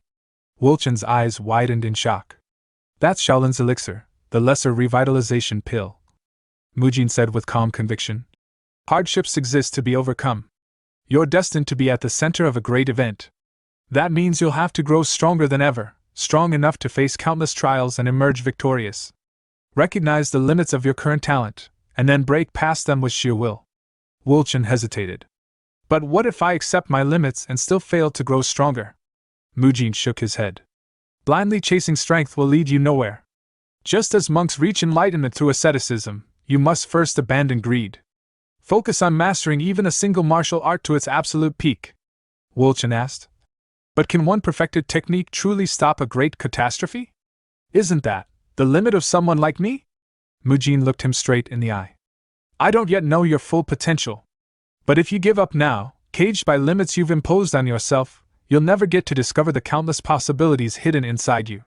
Talent alone doesn't define a warrior. If you master that one technique I mentioned, to the point of perfection, then yes, even a sword that splits the sky will be within your reach. A technique so profound, no one could ever block it. Mujin thought to himself, he may one day become the greatest sword master of all time. Some time later, Mujin returned to his place among the Shaolin team. Ma Gong greeted him with a frown. Where were you? The match already started. Mujin replied casually. I stopped by the merchant guild, and also used the restroom. But in truth, he thought, I succeeded in secretly delivering the lesser revitalization pill. I've done all I can for Du Wulchen. The rest is up to him now. Even though he seemed powerless when he turned away, his eyes burned with resolve. Mujin then asked, So, who's fighting right now? Magung replied. That Manhwa guy, Hong Soil. He's up against the Jagal clan's Jagal Jihi. In the arena, the match was heating up. As Mujin watched, his eyes widened slightly. Her fan energy is even sharper than before. She's gotten stronger, far stronger than when I last saw her. Her movements, her flexibility. She's improved dramatically. She hasn't been slacking off in her muscle lengthening technique training, as expected from my clinic's trainees. Meanwhile, Hong Soil was barely holding on. He thought to himself, frustrated, at first, I was relieved her opponent wasn't Namgung Jinshin or that damned monk. But, to think there's such a huge gap between me and Jagal Jihi now. Just 2 or 3 years ago, I could at least fight her evenly. What happened since then? He managed to trip Jihi, then leaped into the air and launched his sword technique, Plum Blossom Strike. But Jihi swiftly dodged, spun midair, and delivered a fierce kick directly to his face. Blood spurted from his mouth as he crashed to the ground. The audience erupted in cheers for Jihi. She began walking away, saying coldly, With that pitiful level of skill, you dared to challenge Mujin? How pathetic. But Hong Soil staggered back to his feet, slashing again. Jihi dropped to one knee and dodged effortlessly. She smirked. Well, you've got some tenacity, I'll give you that. Hong Soil, shaking, held his stance and muttered, Manhwa's plum blossoms bloom twice. Remember that. Jihi chuckled. So even personal feelings can bloom into flowers? Confused, he asked. What do you mean? She replied bluntly. Did you really think I wouldn't notice the way you look at me? He blurted out. Then why are you always so friendly with that bald monk guy? Jihi answered coolly. Because he's pure-hearted, without any impure intentions, though that's not the real reason. I'm simply not interested in anyone, unless they're stronger than me. She raised her fan and got into position. Hong Soil leapt forward, shouting, Then I'll prove my strength to you. He activated Soaring Stride and unleashed Plum Blossom Slash, sending multiple aura waves toward her. Jihi dodged them with ease, her voice calm but cutting. Very well. If you show me true strength, then I'll grant whatever you ask of me. Hong Soil's eyes lit up. Anything? Do you mean it? But before he could celebrate, Jihi jumped up, grabbed his ankle midair, and sneered. Really? Having ridiculous fantasies in the middle of a match? She slammed him to the ground with such force the floor cracked beneath him. She looked down. You tried to finish the match with an overhead attack. That move's already been countered, by the monk you hate so much. She thought to herself, smirking, to think I'd end up using the same technique as Mujin. They say couples start to resemble each other. Hong Soil groaned, dazed. Was I hit by such a heavy blow that my energy reversed? Jihi knelt beside him and whispered. Looks like I win this time. Let me be clear, Mujin sees me as a martial artist, an equal. You, on the other hand, look at me with disgusting eyes. That's why I treat you like a pig. Next time we meet, don't speak human words. Just oink. The referee raised his hand. Winner, Jagal Jihi. Watching from the stands, Mujin thought proudly. I knew you'd win, Jihi. This is the result of your relentless dedication to the muscle-lengthening technique. He looked at the group. Thanks to the training, and my personal PT, everyone from the clinic has shown amazing results in this Dragon Phoenix Summit. Naturally, Shaolin's reputation is soaring. Suddenly, the referee announced. The next duel, Tang Clan's Tang Somi versus Shaolin's Mujin. The Tang Clan elder turned to Somi. Don't underestimate him. This generation of Shaolin disciples has far exceeded expectations. Somi nodded confidently. It's okay, elder. I'll use the secret technique my aunt taught me. As she stepped forward, she glanced at Mujin with a glint in her eyes. She thought to herself, perfect. This is my chance. I'll crush Mujin right here and now. That bald bastard dares to flirt with my Jihi? Know your place, Jihi belongs to me. Somi recalled the words Jihi had once spoken to her during the gathering. Namgung Jinshin is merely a stepping stone to me. The opponent I truly seek lies elsewhere. Later, she spotted Jihi with Mujin. The two were smiling and talking casually. Seeing that, Somi's chest tightened. It's him. The one who managed to captivate Jinhee so completely. What the heck? That orange robe, he's clearly a Shaolin monk, isn't he? This time, I'll use this opportunity to crush him firmly. That bald bastard dares to flirt with my Jinhee? Know your place. Jinhee is mine. Meanwhile, Mujin noticed Somi staring at him from the Tang clan tent. Why is she glaring at me like that? Did I do something wrong? He wondered. The referee's voice echoed through the arena. Both parties, please step into the ring. Mujin and Tang Somi entered the stage, facing each other. Let the duel begin, the referee declared. Mujin eyed his opponent. Just a moment ago she looked ready to kill me, and now she's expressionless again? I really can't read this woman. What kind of duel will this be? Then Somi's expression shifted once more, this time into a smile. Mujin frowned, bewildered by her sudden change in demeanor. Without warning, she darted around him gracefully, her voice light and teasing. Nice to meet you. I've heard so much about you from Jinhee. Do you mean J-Gal Jinhee? Oh dear, Mujin muttered, still trying to make sense of her antics. Somi suddenly turned her back to him. Did you know what Jinhee and Hong So-il were talking about earlier? I'm not interested, Mujin replied flatly. More importantly, the duel has started. But Somi ignored his protest and continued. She said she's only interested in someone stronger than her. You have great ears, Mujin sighed. But the duel has already begun. Then do you know this as well? Somi purred. I'm the same as her. She closed in, pressing her palm lightly against his stomach. Oh my, what an explosively sculpted physique. What kind of training do you do to be like this?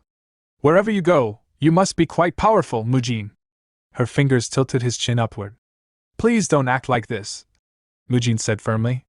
But Somi only slid her other hand around his back, leaning in close. I want to find out exactly how powerful you are. Very up close. Would you show me that strength of yours? It doesn't even have to be martial arts. Gasps and blushes spread through the audience at the bold display. From the sidelines, Jinhee and Seowa looked on in disbelief. She's using seduction tactics? Tang Somi, what the hell are you doing in front of everyone? Jinhee clenched her fists. So the rumors were true. Tang Somi inherited her aunt's special technique, the one that supposedly conquered monks and Taoists alike. If that actually works on Mujin, what do I do? Should I try it too? Meanwhile, Somi thought smugly. Did you see that, Jinhee? This is what a man is like. But Mujin's expression hardened. His hand tightened around Somi's neck, lifting her off the ground. With a swift motion, he slammed her onto the stage, his technique shattering the floor beneath her. To deal with a crazy woman, punishment is best, Mujin thought coldly. Somi's eyes widened in shock as she scrambled to escape, but Mujin immediately pinned her down and raised his fist. Seeing her unable to continue, the referee raised his hand. The winner is Mujin. No way, Somi gasped. Even after being poisoned, how are you still perfectly fine? Although I was caught off guard and couldn't defend immediately, Mujin explained. I realized from your movements that you were preparing something. A poison needle hit me. I've actually been poisoned before and was treated with something rare, so I think I developed resistance to most toxins. Still, because of that needle, I lost control for a moment and struck harder than I intended. Are you alright? Somi blinked in disbelief. Why are you worried about me? Don't you think I acted cowardly? Mujin smiled. How could my own carelessness be considered cowardly on your part? If anything, I learned something. So thank you? For the first time, Somi felt shaken. So this is why Jinhee likes him. As she stepped down from the stage, Jinhee called out. Are you okay? That's not enough, Somi answered cryptically. What are you talking about? Jinhee asked. I haven't fully acknowledged you yet. You mean the duel result? Somi chuckled. Well, you don't need to know what I'm referring to. Inside, she thought. I'll back down for now, but next time, you won't get off so easily. I can't just give up my beloved Jinhee that easily. The scene shifted. Mujin was examined by a physician while Muyul and Mu Kyung rushed to his side. Mujin, are you okay? I heard you weren't in great shape, Muyul asked. It's just accumulated fatigue, Mujin reassured them. Don't worry. Mu Kyung frowned. All our seniors dropped out, and now only we're left. If you collapse too, we'll be short on people. I'm totally fine, Mujin replied. And you guys are strong enough already.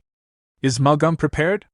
I saw him earlier, he looked super nervous, Mu Kyung admitted. That's to be expected, Mujin said.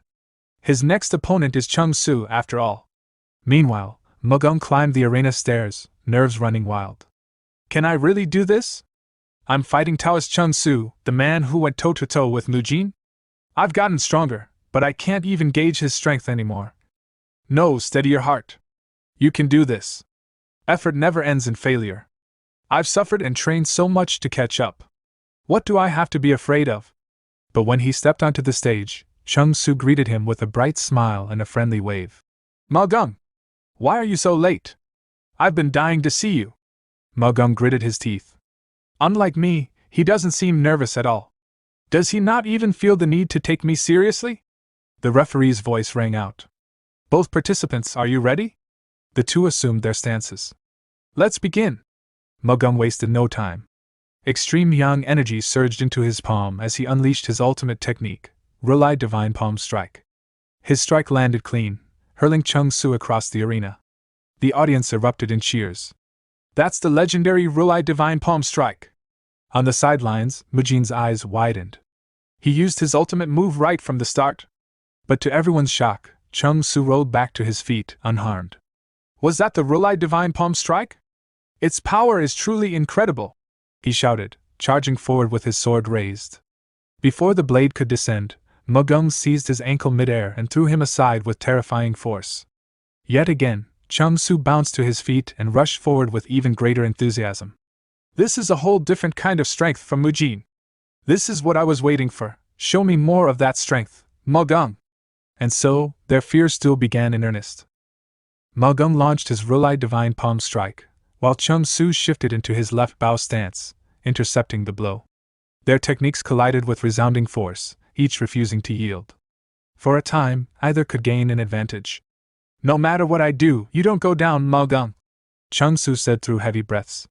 And no matter what I try, you deflect it all, Chung Su, Magum replied. Chung Su's eyes narrowed. It seems your Rulai Divine Palm Strike can only be done with one hand for now. To use both, you still lack the energy and skill, Magum countered. Your Taiji sword's flow feels blunt. With your wrist not yet fully healed, you're overexerting yourself. Their duel became a war of attrition, each man drawing on every ounce of strength. Chung Su fused with his sword, preparing the one strike that could topple the mountain standing before him. Magum steadied his unwavering spirit, determined to halt the waterfall known as Chung Su. Sword and palm clashed with blinding brilliance, a thunderous wave rippling across the arena.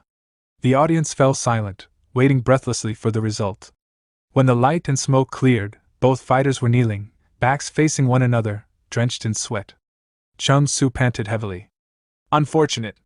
How are you holding up, Magum? Mugung's body trembled. I'm struggling just to stay upright. I put everything I had into that. As much as it pains me to admit, it seems I've lost. Chung Su shook his head. I think this is as far as I go too. Mugung's eyes widened. With my wrist in this state, Chung Su continued, I need to stop and focus on recovery. It seems my run in this Dragon Phoenix Summit ends here. I had wanted to spar with Muyul and Mu Kyung too. Magum was struck by the realization. He's more disappointed about missing the chance to spar with us than about this match itself. He's not underestimating me. He's genuinely excited to fight us as we've grown stronger.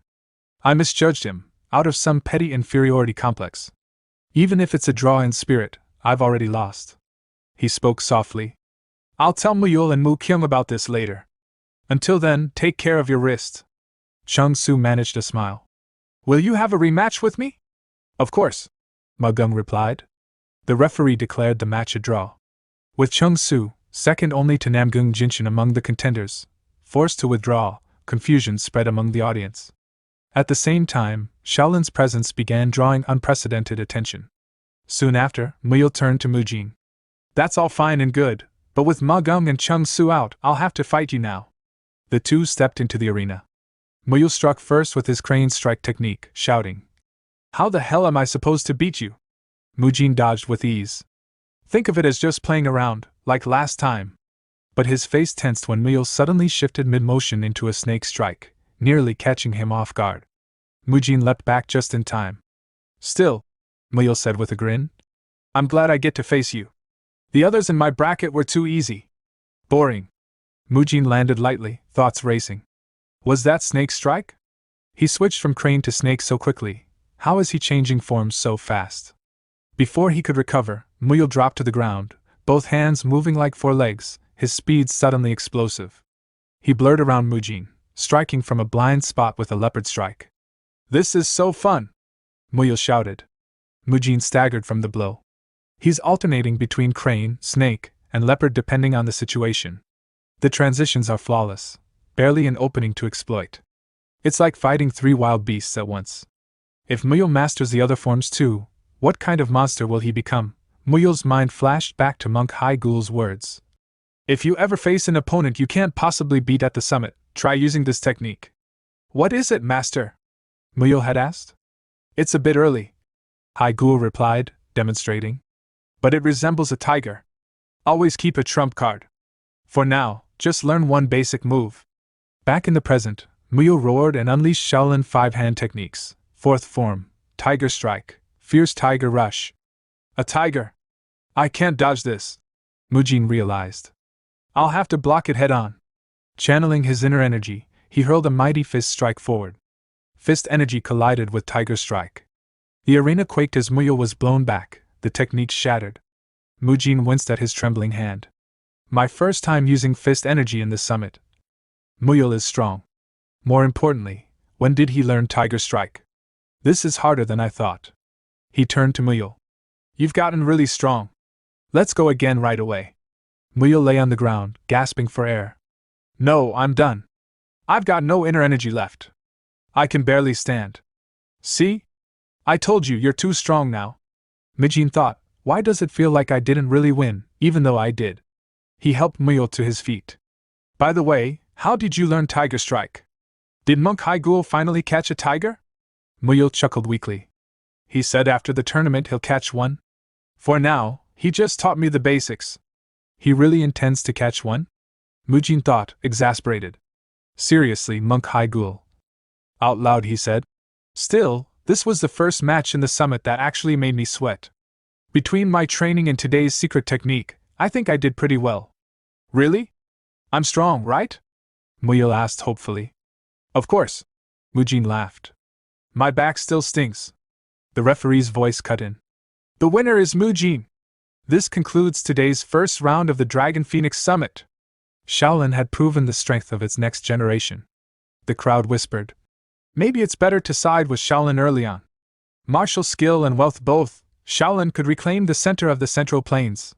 The four disciples of Shaolin were already earning a new name, the Shaolin Four Monks. But in the shadows, darker voices stirred. The plan is falling apart.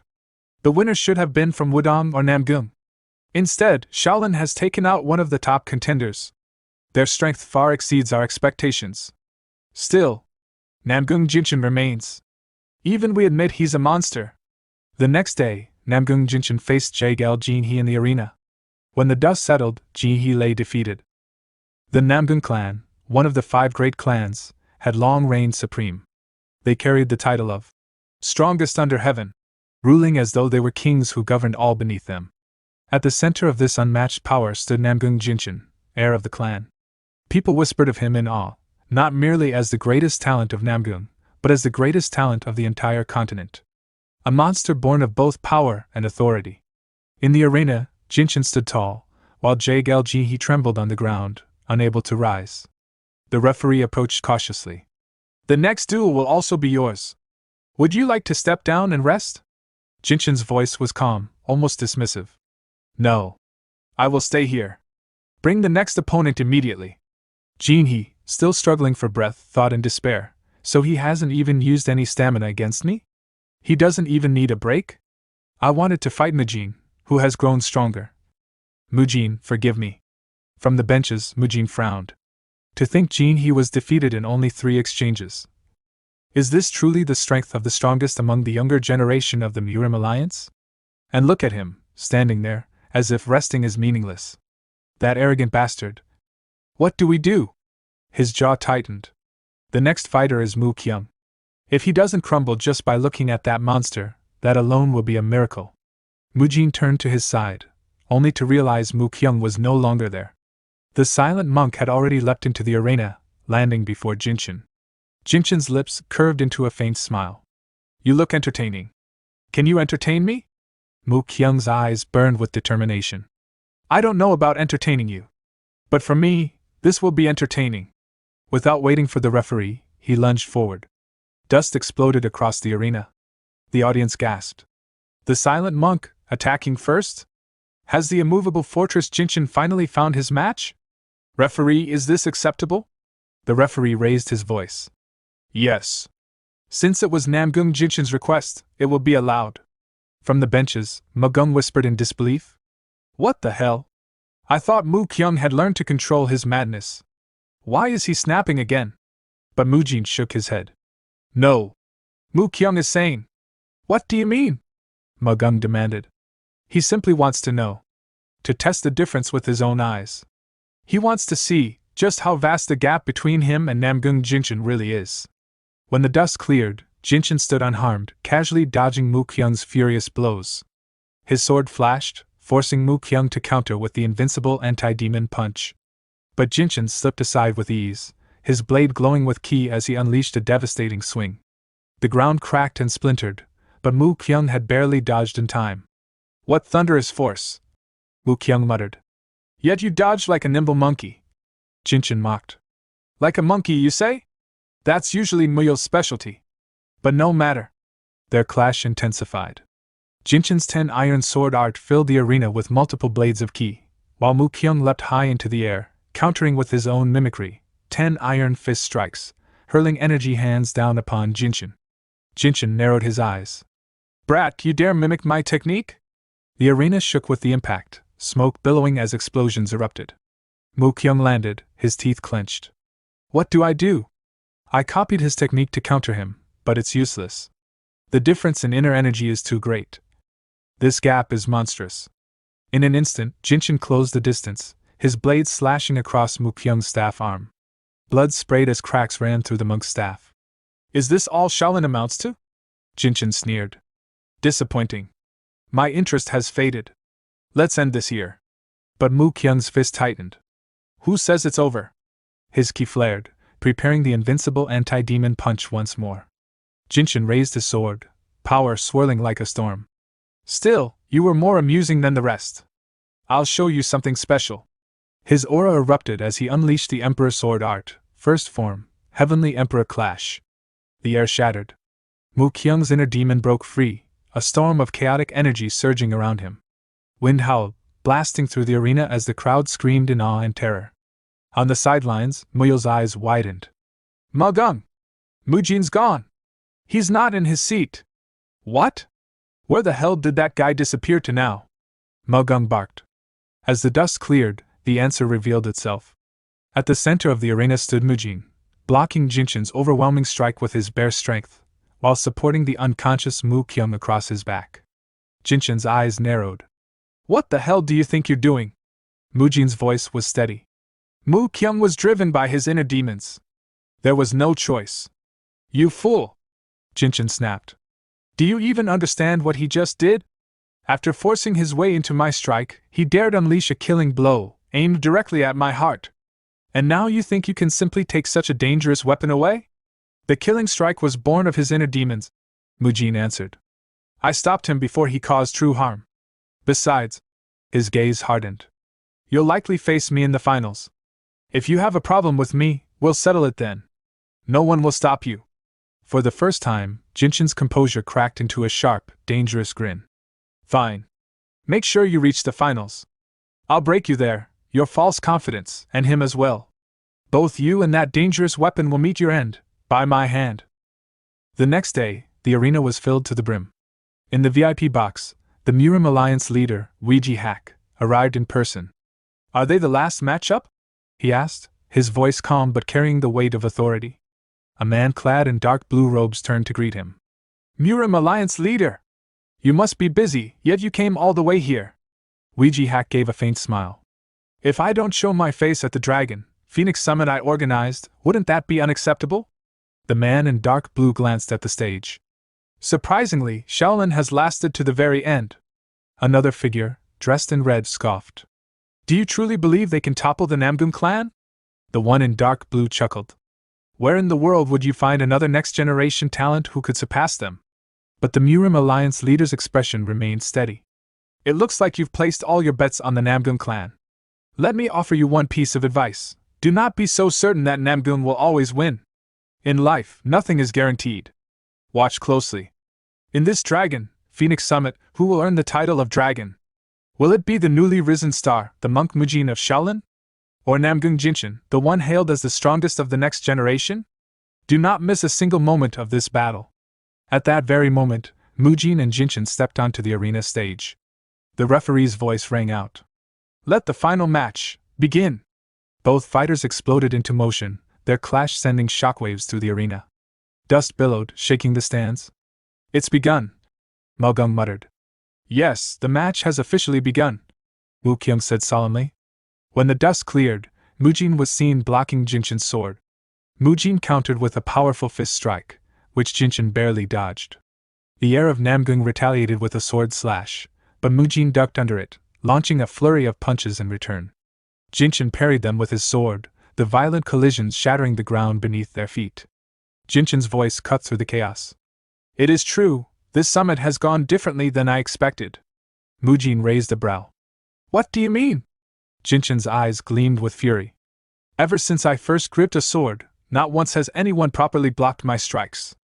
Not one person has ever stood without fear before me. I believed it would be the same here. But yesterday, that crazed monk dared to strike with killing intent, and today, you blocked my sword with your bare hands. I was hailed as the strongest talent of this generation, yet you have shamed me. This humiliation is the first I have ever felt. They say the world is vast, filled with the powerful? Fine then. I will crush you here and reaffirm that I am the strongest. With a roar, he tore his sword arm free from Mujin's grip.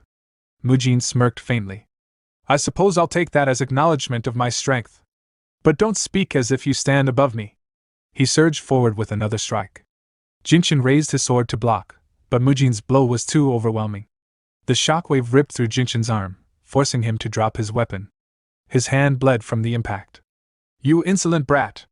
Jinshin roared, seizing Mujin by the collar in blind rage. How dare you humiliate me like this? But Mujin's cold voice cut back at him. And how dare you lay hands on me? With swift precision, Mujin twisted his technique, dislocating Jinshin's shoulder. The Namgung heir screamed in agony, staggering backward. His gaze darted toward his fallen sword. Desperation burning in his eyes, Jinshin lunged for it. Not so fast, Mujin growled. His feet blurred as he invoked the destroyer's divine stride, closing the gap in an instant. Yet Jinshin managed to reclaim his blade, unleashing his 10 iron sword art in a flurry of energy blades. Mujin's fists collided against them, each clash bursting into thunderous explosions that shook the entire Colosseum. From the stands, the crowd murmured in awe. I've never seen Namgung Jinshin struggle like this. That just shows the immense strength Shaolin has gained. Yes, but this monk is different. Overwhelmingly different from the rest of Shaolin. At last, the invincible Namgung Jinshin has met his match. The stage was shrouded in a cloud of dust. Suddenly, Mujin burst forth, seizing Jinshin and slamming him to the ground. Jinshin coughed blood but still clung to his blade, slashing desperately at Mujin's throat. To his shock, Mujin caught the strike with his arm, smiling coldly. Were you aiming for my throat? Have you fallen into demonic deviation like Mu Kyung yesterday? Or is this simply your first time facing despair? Jinshin's thoughts spun in panic. This pressure, it's suffocating. He pulled back, shouting with defiance. Don't you dare look down on me! His ki flared like a blazing sun. Take this! Heavenly Emperor art! Heavenly Emperor Jinshin style! His slash split the sky itself. But Mujin stood unharmed. His fist glowed with golden ki as he invoked his technique. Then take this! 100 steps divine fist, uppercut! His fist smashed into Jinshin's chin, the golden ki surging upward like a beam of light that pierced the heavens. I'll send you flying! Mujin roared. Jinshin's body was hurled into the air, crashing down unconscious. The arena fell silent. Then, the referee raised his voice. The victor, Shaolin's monk Mujin! The audience erupted into chaos, their cries echoing like thunder. In the VIP box, the Murim Alliance leader chuckled. He glanced at the man in dark blue, who was weeping bitterly. What did I tell you? I warned you not to be so certain. Looks like it's time to welcome the new dragon. With that, he turned and began to walk away. On the stage, Mujin raised his fist high toward the heavens. His voice rang out. I cannot remain at the level of merely being your equal. I must climb higher, far higher than this. For example. But his words cut off as a powerful presence descended from above. A figure landed before him. The Murim Alliance leader himself, Weiji Hack, known as the Fist King, one of the 10 great martial masters. He looked at Mujin with a faint smile. Congratulations on your victory, Mujin. Mujin's eyes narrowed, his heart trembling with realization. Yes, for example, to a level like this man. In the grand arena, as the crowd roared Weiji Hack, the Murim Alliance leader, raised Mujin's hand high for all to see. His laughter boomed, but behind the smile, his lips moved silently, carrying words only one other could hear through sound transmission. There's word from above. A hidden voice whispered into his mind. This time, even if Shaolin takes the championship, it is fine. Weiji Hack's eyes narrowed. Is that true? Yes, the voice replied. None of us expected Shaolin to topple Namgung and claim victory. It seems this win, along with the revival of Shaolin's divine monk, has already shaken the higher-up stance. Weiji Hack chuckled faintly. So, the divine monk of Shaolin has truly returned. Still, preparations are complete. There's no issue with the prize, is there? No issue, came the answer. With a grin, Weiji Hack announced aloud, voice ringing across the arena. Now, since you have become the dragon, it is only right that we grant you a fitting reward. Then, in silence once more, his hidden voice echoed. Now that Mujin's strength has been confirmed, all that remains is to welcome a new powerful piece onto the board. Later, in the dim glow of a secret training chamber, Weiji Hack personally led Mujin within. This place, he said, his voice solemn, is where our Murim Alliance hones its ice arts. The prize of the dragon, Phoenix Summit, has been preserved here for generations, an ultimate elixir born of 10,000 winters, the 10,000-year snow ginseng. Nurtured in the deepest cold, condensed with pure Yin energy. With me, the Alliance elders, and Shaolin's guardians present, you may consume it without fear. But be warned, the moment the box is opened, its energy will pour out. It is best eaten swiftly. With reverence, Mujin lifted the lid. A chilling breath swept the chamber, sharp enough to sting the skin. He plucked a piece of the ginseng, marveling. The chill really is incredible. But as he tore it apart, something black wriggled within. His eyes sharpened. He pinched it out, a tiny black insect. His heart sank. So this is it, the yin-yang parasite. He recalled what he knew. In the novel, Namgung Jinshin was never truly a villain, merely unlucky. Until he consumed this. The demonic cult's trap, the yin-yang parasite. It burrows into the upper energy core, enslaving the host. Once inside, it mimics the host's chi, making detection impossible. With it, the sorcerer can inflict pain, control the body, or corrupt the mind. Once infected, there is no escape. So the true plan was to turn the tournament's champion into a puppet of the cult. Mujin crushed the insect with calm precision, then ate the remaining ginseng. The great rejuvenation pill is like verdant spring, but this 10,000-year snow ginseng is like the pure water of snowy peaks. Even ruined by the parasite, its power is overwhelming. Moments later, waves of chilling chi coursed through him. He sat in meditation, drawing the essence inward, binding it with his own cultivation. When he finally emerged, Master Haiyan, Shaolin's outer hall leader, rushed forward. Mujin, are you all right? Mujin bowed respectfully. Yes, outer hall leader. Thanks to your protection, I absorbed it without worry. Thank you? What he did not say aloud was this: he had gained 15 years' worth of inner energy. From a distance, Weiji Hack's eyes gleamed. Did he truly absorb it all? Then, it begins. Congratulations, Mujin. His grin twisted into manic laughter as he turned away. Mujin's gaze lingered on the man's back. They'll assume I've been infected, and they won't leave me in peace. Better to keep what remains of the ginseng as insurance. I've done all I could in this summit, powered up, met Du Wulchen, gained recognition. Now only one thing remains. That night, on the eve of their return to Shaolin, Mujin turned to his companions. Let's remain in the secular world a while longer, he said. Mugung and Mukyung froze in shock. Muyo's eyes lit up with excitement. You mean it? Yes. Mukyung's voice quivered. Are you suggesting we escape? Mugung grimaced. Nighttime escape? Desertion? I can't do that. Muyo burst into laughter. Running away from home, then? Mujin thought quietly. The Shaolin Chronicles that must be written. I cannot shoulder them alone. These three are also protagonists of this story. Out loud, he said. Didn't the great patriarchs reach enlightenment through countless experiences? Let us do the same. That's still escaping, Mugung protested. If we return now, Mukyung, Mujin pressed, you'll be punished for failing to control your madness.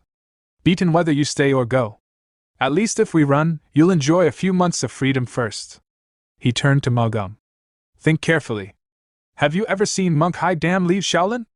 Once you become a second-class disciple, you'll be trapped forever, guarding the Sutra Hall. Is that the life you want? Mugung's eyes darkened. Better to face punishment than live as a prisoner. Muyo grinned, throwing an arm around both. So this means we're all going together? Excellent! Mujin's lips curved faintly. He didn't even hesitate. That's a relief. Once dawn breaks, he said, we'll use our mobility arts and leave. Prepare yourselves. They placed their hands together, swearing as one. At night, they slipped past Shaolin's camp. Good thing this place is so old and neglected, Mujin whispered. The guards barely pay attention. Still, let's be careful, Mukyung whispered back. Mugung asked nervously. By the way, Mujin, when did you learn the frequency whispering technique? Focus, Mujin hissed. Once we cross this wall, there's a carriage waiting. A sudden sound of steel interrupted him. A blade was drawn. Mujin froze. Stop. Something's coming. From the shadows, a figure stepped out, Chung Su, sword unsheathed. Mujin and he clashed in an instant, but both halted just before their strikes landed. Chung Su, Mujin said sharply. Why are you here? And with a real blade? Chung Su sheathed it with calm ease. I couldn't sleep. Came out for air. Then I sensed suspicious movements. To think it would be you and your friends. Mujin laughed awkwardly. I see. My apologies. But we have urgent business, so we must hurry. Chung Su studied them, then smiled faintly. I smell the wind of freedom on you. Excellent. May I join you? The four froze in shock. Join us? Mujin asked. Have you received your elder's permission? Don't worry, Chung Su replied. Taoist Anhyo himself told me to see the world after the summit. If I travel with you, it would put me at ease. Mujin sighed inwardly. My head hurts already. But in the future he becomes the second strongest in return of the Demon Supreme.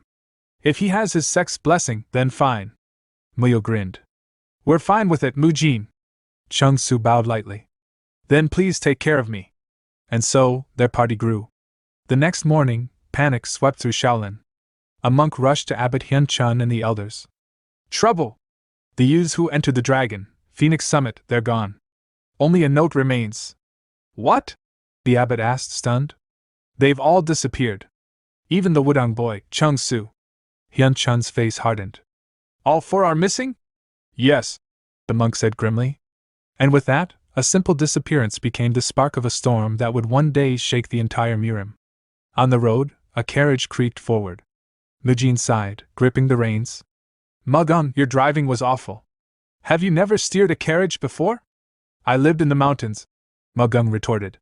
Why would I ever drive one? Chung Su, can you? Mujin asked. No. I've never done it either. Then I'll drive, Mujin said, taking control. His eyes gleamed. And if I'm the one holding the reins, I decide where we go. Mukyung asked hesitantly. Do you even have a plan? Of course, Mujin said with a grin. Deep inside, his heart burned. Let's begin. The first page of the remastered Shaolin Chronicles. After escaping Guizhou province, the group finally arrived at Fanjing Mountain. Mugung, frowning as he adjusted his plain clothes, asked, Do we really have to wear these kinds of clothes? Mukyung chuckled and replied, It's not a bad idea, especially since we need to hide our identities. It's been far too long since I've worn anything other than martial robes. Muyo looked around at his companions and grinned. Everyone looks great. Mujin, stepping out of the carriage, announced, If you're all dressed, then come out. Starting now, The treasure hunt begins. The group followed, ready to explore the mountain. Some time later, Mujin was moving through the forest, scanning his surroundings. Muyul followed not far behind. Muyul! Mujin called out. I'll go further ahead. You move to the left. Got it. Muyul replied, though in his mind he thought, Mujin, I'll go first. He increased his pace, leaping from branch to branch with ease. As he moved, Muyul recalled what Mujin had told them on the way there. Mujin had said, I heard that somewhere around here, an incredible elixir is hidden. His friends had been skeptical. An elixir in a place like this? They had asked. Mujin, however, had been confident. I heard it from someone reliable, so it should be true. Once we arrive at Fanjing Mountain, let's decide the order and time slots, then split up to search. Elsewhere on the mountain, Mugung, Mukyung, and Chung Su rested after a long search. Mugung lay on the ground, breathing heavily. Even after searching everywhere, we couldn't find anything. Chung Su, cleaning his sword, asked, Could this all be for nothing? Mukyung, also exhausted, replied, Still, Mujin isn't the type to lie, right? Mugung sighed. Maybe. But if we've searched this thoroughly and found nothing, maybe even he was tricked. Are Mujin and Muyul still searching? Seems so, Mukyung said.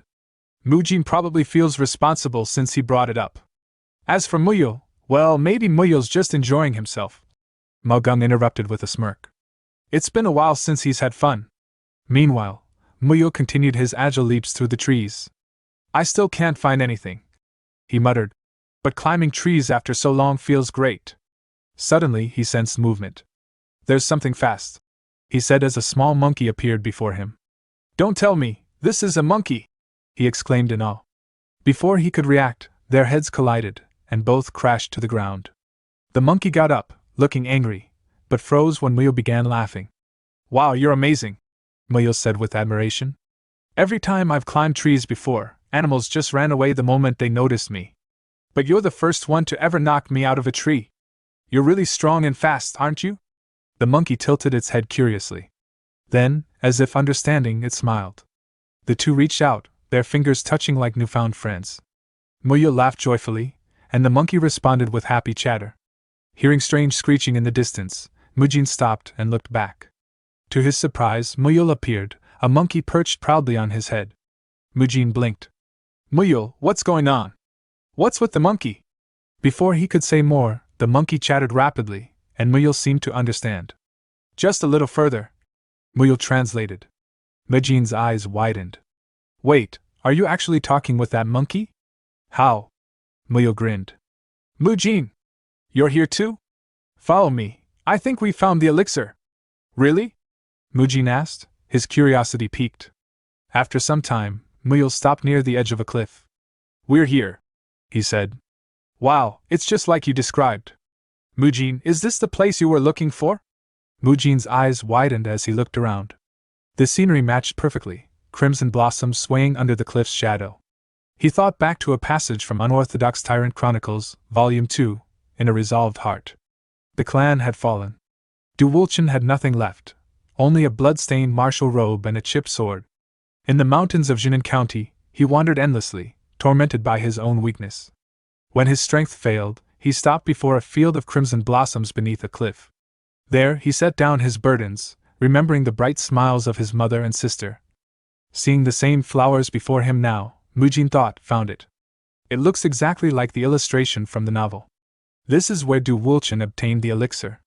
But since I already gave him the lesser revitalization pill before, the elixir here shouldn't even be necessary. Still, we came all this way for it. His thoughts were interrupted by Muyul's voice. Apparently, this was its home, he said, pointing to the monkey still perched on his head. It was its home? Mujin asked warily. Why the past tense? Muyul's expression darkened. Originally, it lived here happily with its family, until that guy came and took it all away. He pointed behind Mujin. Turning around, Mujin froze. A giant wild boar was charging toward him. The mountain echoed with a thunderous roar. Hearing it, Mugung, Mukyung, and Chung Su immediately dashed toward the sound.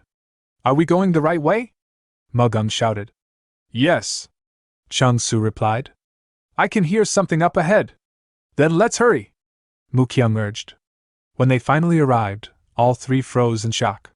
This is the place Mujin mentioned earlier, Chung-Su said in disbelief. Mu-kyung stared wide-eyed at the sight of a massive boar lying defeated on the ground. What kind of situation is this? Mu-gung blinked. What's with the giant wild boar? Mu-kyung looked around. Where's Mujin? Up here, came a voice. Mujin was lying on top of the boar's head, panting. Perfect timing, you guys are here. I'll explain later, but first, I've already caught the elixir, so eat up without worry. Mu-kyung and Mu-gung stared at him in horror. What do you mean you caught the elixir? Wait, you don't mean the elixir, you mean the inner essence? Mujin nodded casually. They're the same thing. Both Mu-gung and Mu-kyung shouted. How the hell are we supposed to eat something like that? A little earlier, before the others arrived, Mujin and Muyul stood face to face with the massive boar that had made its home deep within the forest of Fanjing Mountain. According to Muyul, who had been speaking with the monkey, the story was tragic. The giant boar had slaughtered the monkey's family, taken over its home, and when the monkey wandered in search of help, it had stumbled upon Mujin and Muyul. Muyul had even given the creature a name, Lingling. Mujin blinked at that. You even gave it a name? He thought in disbelief. What does Lingling even mean? His gaze shifted between the two animals, a wild monkey capable of communicating with humans, and a boar large enough to rival a carriage. Could it be that both of them are enchanted beasts? He wondered. If that's true, then that boar definitely has an inner core essence. Mujin's expression hardened. A crimson aura rippled faintly around his clenched fist. Should I try subduing it with this? He thought. He recalled the secret technique he had studied with his grandfather, Iron Guard. It absorbed energy through the skin, strengthening the body while enhancing energy control. When combined with maiden art, which refined and hardened the skin, and supported by martial arts that reinforced muscles and bones, it created a technique that could build limitless strength. Mujin exhaled slowly and activated it for the first time in real combat. His muscles tensed and pulsed with controlled power. Then, in one explosive motion, he lunged forward, grasped the boar's massive tusks, and with a roar, lifted the enormous creature off the ground. The impact that followed shook the mountain as he slammed it into the earth, ending the battle in a single, thunderous strike. Back in the present, Mujin knelt beside the fallen beast, washing 3 glowing inner core essences in a stream of clear mountain water. Found them, he said, holding the shimmering orbs up to the sunlight. With these, our group will become stronger. He smiled faintly. The balance will finally be right. After explaining the encounter to his companions, Mujin turned to the others. Now that I've explained everything, take the inner core essences. Taoist Chung-Su, may I speak with you privately for a moment? Chung-Su nodded. What is it, Mujin? Leaning close, Mujin whispered. It's nothing major, but could you yield your share to the others? I already had the Great Rejuvenation Pill, and you've taken the Taichin Pill. Our energy is overflowing. But those 3 have only had 1 lesser rejuvenation pill each. Chung-Su smiled in understanding. I see. Since you were the one who provided me with this chance, I'll do as you see fit. Nearby, Mu-gung frowned. But still, this inner core essence came from a beast. Mu-kyung tilted his head. Then, does that make it meat? Mu-gung groaned. Can we really eat it without worrying? Mujin sighed inwardly. You're saying you won't eat it after all that effort? Besides, Mu-gung continued, wasn't it supposed to be an elixir? Why is it an inner core essence instead? Mujin calmly explained. Probably because that boar and the monkey's family already consumed the real elixir. He added silently, if I had told you it was an inner core essence from the start, you would have refused to take it. Mu-gung scowled. It's sad what happened to the monkey, but in the end, you still killed the boar, didn't you? It attacked first. Mujin replied simply. We had no choice. Besides, the monkey's the one that survived. If we'd left it alone, it might have reunited with its family in the afterlife. Mu-kyung exchanged a glance with Mu-gung. He really isn't normal. Muyul shrugged. He's not entirely wrong, though. Mujin crouched beside the monkey. Anyway, we got your home back, and we've obtained what we came for. Looks like our work here is done. We'll be going now, monkey. If fate allows, we'll meet again. With that, he gently set Lingling down. The monkey squeaked a farewell as the group made their way toward their carriage. Since the inner core essence isn't much different from a lesser rejuvenation pill, Mujin said as they walked, let's consume them once we reach the carriage. I'm telling you, I feel uncomfortable eating it. Mu-gung grumbled. It took Mujin 30 relentless minutes of persuasion, and a fair bit of gaslighting, before Mu-gung and Mu-kyung finally gave in. Eventually, both began absorbing the inner core's energy, their chi swirling visibly around them. Muyo returned then, carrying a small bag. Where did you go? Mujin asked. Just had to take care of something. Muyo replied, placing the bag inside the carriage. I packed up all our belongings. Thanks, Mujin said. Now you should eat yours too. With that, the group completed their business on Mount Fanjing and began their journey to the nearest city for rest. But rest wasn't all Mujin had planned. Their next destination was Xiang, a bustling city in Sichuan province, home to the Tang clan, the Ame sect, and the Qingqing sect, all powerful factions within the Murim alliance. Recently, the city had fallen into chaos due to a spreading rumor. In a lively tavern, two drunk men chatted over wine. Have you heard? One slurred. Heard what? The other replied. The story of the divine thief. The first man said. 100 years ago, he shook the world with his ghost-like thievery. They say there was nothing he couldn't steal, treasures, martial manuals, even sacred relics. But now, people are saying his tomb's been found. The divine thief's tomb? You mean he was real? The man nodded. That's what they say. Someone discovered the tomb and drew a treasure map, but then vanished. No one knows where the tomb is, but his last words before disappearing were that it lies near Xiang. The other man's eyes gleamed. Then maybe I should join the treasure hunt. It's a once-in-a-lifetime chance.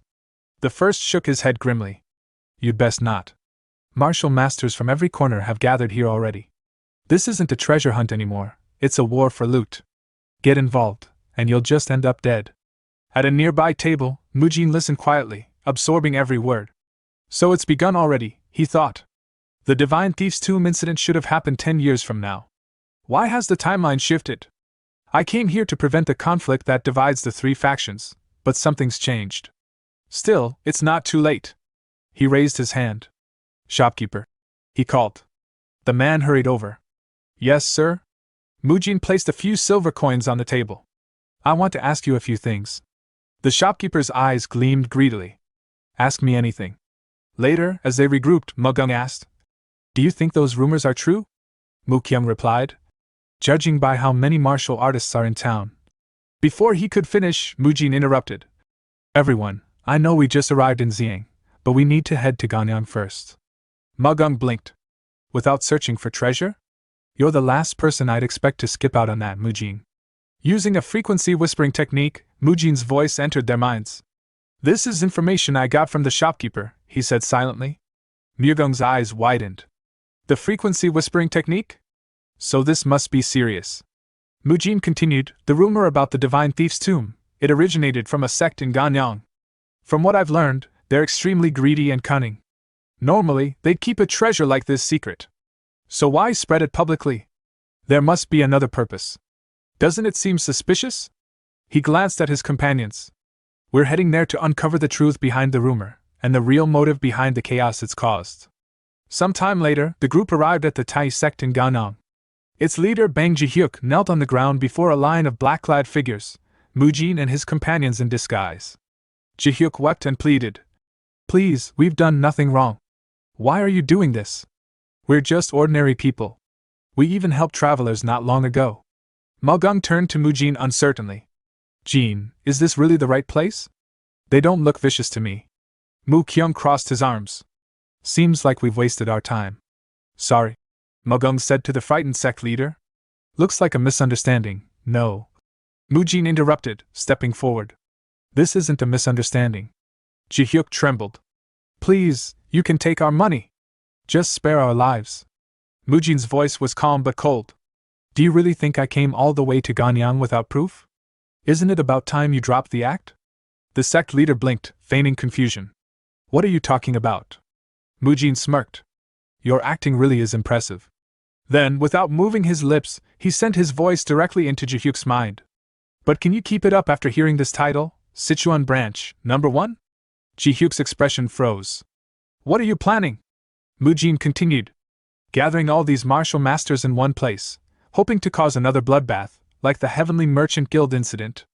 Did you think I wouldn't know? Jihyuk's face turned pale. Where did you hear all that from? He stammered. Mujin's eyes narrowed. The truth was finally beginning to surface. Mujin snapped. Do you think I'd just tell you like that? The friends around him felt the air shift, something in the room had changed. Ji-hyuk's eyes hardened. Yeah, he muttered. He won't talk easily. In that case, time to silence. He yanked at his sword's hilt and began to draw. Mujin noticed the movement and barked to his companions. Everyone, get down! He unleashed a dark red aura in a single arc that sliced clean through the building's timber. Blood began to seep onto the floor, not Mujin's or his allies but from a Ji-hyuk follower who had been caught in the slash. The man clawed at the ground, coughing blood. Ji-hyuk snapped orders at the remaining men. Those I haven't killed, draw your swords. A guest has arrived, treat him properly. Mujin's voice was cold. That bastard killed his own comrades. Ji-hyuk shoved past the groaning men. Deal with them. I need to go. You're not going anywhere. Mujin turned to his friends. I'll leave the small fries to you, don't worry, you'll win. Then he vanished in a blur, using the destroyer's divine stride to close the distance and chase after Ji-hyuk. Mugum cracked his knuckles and grinned, steel in his eyes. All right. Time to show what I can do. It's do or die. As Ji-hyuk fled, he reflected on the attackers behind him. The one who had seen straight through his move and protected his allies, he felt beast-like instincts and lightning judgment. Young voice, large frame, not the profile of some ancient master. Could he be Namgun clan? Wudong? Or perhaps that Shaolin disciple who'd shown at the Dragon, Phoenix Summit? Before Ji-hyuk could sort it out, Mujin appeared at his side with terrifying speed. Hey, bad guy! Mujin taunted. You're slower than I expected. He struck with a chain punch aimed at Ji-hyuk's head. The blow forced blood from Ji-hyuk's mouth. When Ji-hyuk fumbled for his sword, Mujin's kick sent it skittering away. Mujin didn't let him breathe. He followed with a flurry of punches that hurled the sect leader backward into the wall. Pinned and gasping, Ji-hyuk managed. You're Shaolin's new dragon, Mujin. What? How are you here so soon after the Dragon, Phoenix Summit? Mujin peeled the cloth from his face and answered with a smirk. Even now you try to gather intel? Your professional dedication is admirable. Not that I'll answer. Instead, tell me your objective. And while you're at it, tell me the color of your underwear. Inside, Ji-hyuk's mind raced. The reports had understated this man's strength. Captured here, he realized, would mean everything on his side unraveling. If the truth leaked, their allies would act. Better to die than be taken, so he bit a hidden suicidal pill. Mujin lunged to stop him, but it was too late. Poison spread like wildfire. Within seconds, Ji-hyuk was dead. Mujin stared at the corpse, bitter. They always choose suicide when they're caught. He grit his teeth. If every leader took his own life, interrogations would yield nothing. He'd have to squeeze what he could from the foot soldiers. Any information was better than none while the Shadow Syndicate's reach remained unclear. He had to capture at least one more. He sprinted back and shouted. Guys! Start with their mouths! Chung Su's voice answered, solemn. Sorry, Mujin. They killed themselves in the middle of the fight. Around them, bodies lay still. Are you all okay? Mujin asked. Yeah, Mugum replied, shaken but whole. Besides feeling bad about this, I'm fine. Mujin's jaw tightened. Those men were villains, remember, they cut down their own comrades. Mu Kyung trembled on the edge of fury until Muyul stepped in, keeping him steady. Mu Kyung, don't lose yourself. Pull it together. As Muyul steadied Mu Kyung, a surviving Ji-hyuk follower lunged from behind and swung a sword from Muyul's head. The group had no time to react, but something small and swift intervened. The monkey that had been tucked inside Muyul's clothing kicked the attacker and sent him sprawling. As the wounded man collapsed, he croaked one last phrase. For the demons! And then died. The strange words startled everyone. They all turned to Muyul. Why did you bring the monkey? Mugum demanded. Muyul laughed nervously. We caught it. You're that monkey from before? Mugum asked. You left it behind back then. Wu Kyung added. Wouldn't it be better to return it to the wild? Chung Su suggested. But Muyul shook his head. Lingling wanted to come with us. I'll take care of it, feed it, groom it. Mugum scoffed, but Mujin breathed out a small, exasperated laugh. What a monkey mess, he murmured, then sighed and relented. All right, bring it along. Muyul brightened. Mugum shot Mujin a dubious look. Are you serious? He asked. At this point, it's followed us here, Mujin said. No point arguing. If Lingling hadn't stepped in, Muyul might have been hit. Also, this is an enchanted beast. It can be a companion. Then cleaning up after it and feeding it is your job, Magung said flatly. I've saved enough, Mujin replied. Bathroom duty? That's on the monkey. The monkey, Lingling, chattered at that, and Muyul translated with a grin, What do you take me for? It wanted to be put down. Mujin couldn't help smiling. The mood in the group had shifted, lighter for a moment thanks to the small animal. Mujin squared his shoulders and addressed the room. We beat the villains and learned their rough objective. They intend to use the Divine Thief's treasures to attract martial masters from all over the country, stirring up chaos. So the Divine Thief's treasures are here? Magung asked. Exactly, and in enormous quantities. Mujin moved to a wooden chest in the room and opened it. A stash of treasure spilled into view. He thought, if you can't solve the problem, eliminate the source of the problem. Before Sichuan boiled over into conflict, they would remove the spark themselves. Seize it all, Mujin announced. If we take the treasure first, the whole plot ends. Some time later, the scene shifted to a dimly lit chamber, cloaked in shadows. A lone messenger knelt before a figure seated upon an ornate chair, his voice trembling as he delivered grim news. The Tai sect has collapsed, he reported. The figure's expression hardened. What on earth happened? The messenger continued. We received an emergency signal from Sichuan's number 1 and dispatched a special unit. But it wasn't just the building, everything was destroyed. The archives, the supplies, all gone. Judging by the signs, the entire Sichuan branch committed mass suicide. It appears they were attacked by a powerful enemy. The person leaned back, voice calm but edged with irritation. For the Heavenly Merchant Guild and the Dragon Phoenix Summit, nothing's going right. However, the conflict among the three sects, Amei, Qingqing, and Tang, has already reached its peak. We just need to give them a little push from behind. He gestured toward the messenger. Scatter the prepared secret maps throughout the city, and tell those planted within the major Sichuan sects to begin the grand plan. The messenger bowed low. As you command? But as the shadowed figure rose, a flicker of unease crossed his face. Whoever it was, he muttered, they seem to have found our trail. But it's a meaningless struggle. The scene shifted again, this time, to the entrance of the Divine Thief's secret tomb, where Mujin and his party had finally arrived. Mujin smiled. We finally found it. The dungeon entrance. As they ventured inside, the deeper they went, the darker and narrower the path became. Suddenly, Mujin's foot pressed down on a hidden mechanism, a trap. Countless arrows shot forth from the walls. But Mujin, calm as ever, crossed his arms and unleashed the iron guard technique, deflecting every incoming arrow with a resonant clang. Nice, Magung said, glancing at the map. The trap's disabled now. Mujin turned toward him. Sure enough, without the secret map, finding the path would have been nearly impossible. Even from high ground, the entrance was invisible, and the tomb's insides are filled with traps. All right, Muyul, keep leading the way. Okay, Muyul replied, taking point. Watching him and Lingling move ahead, Mujin nodded. Good thing those two are with us. Mukyung added. Thanks to his beast-like senses, we've come this far without injury. How long's it been since we entered? Chung Su checked his timepiece. Since after lunch. It'll probably be dusk by the time we're out. Suddenly, Muyul froze, his expression sharpening. Something's unusual to the right, there's something there. Probably treasure. Mujin's eyes lit up. Lingling's reacting too. Are we already there? Let's go check it out. They followed the right path until they reached a massive iron door. Mujin kicked it open, only for another trap to trigger. A huge metal axe swung toward him. In a flash, he combined his iron guard and swift whirlwind sweep, kicking the weapon in half mid-swing. He sighed.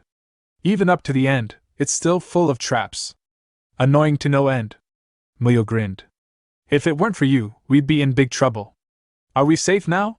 Mukyung asked. Hey, look over there, Muyul said, pointing. In the corner of the chamber, piles of glittering treasure shimmered in the dim light. Mujin's eyes widened. There it is, it's real. The treasure of the Divine Thief. His companions rushed forward, gasping in excitement.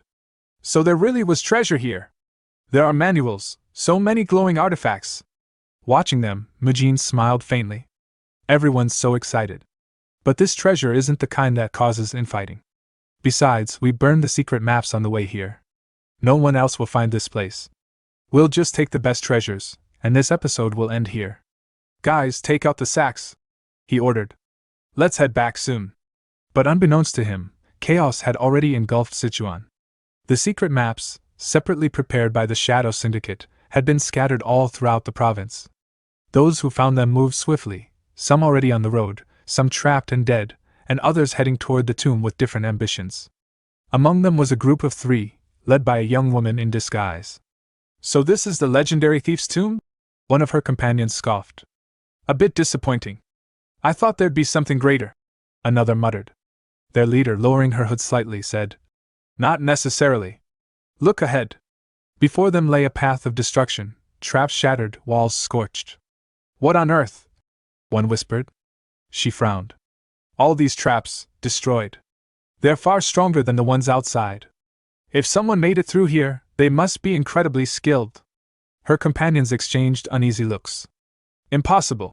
The leader pulled off her hood completely, revealing herself as Tang Somi, the youngest daughter of the Tang clan of Sichuan.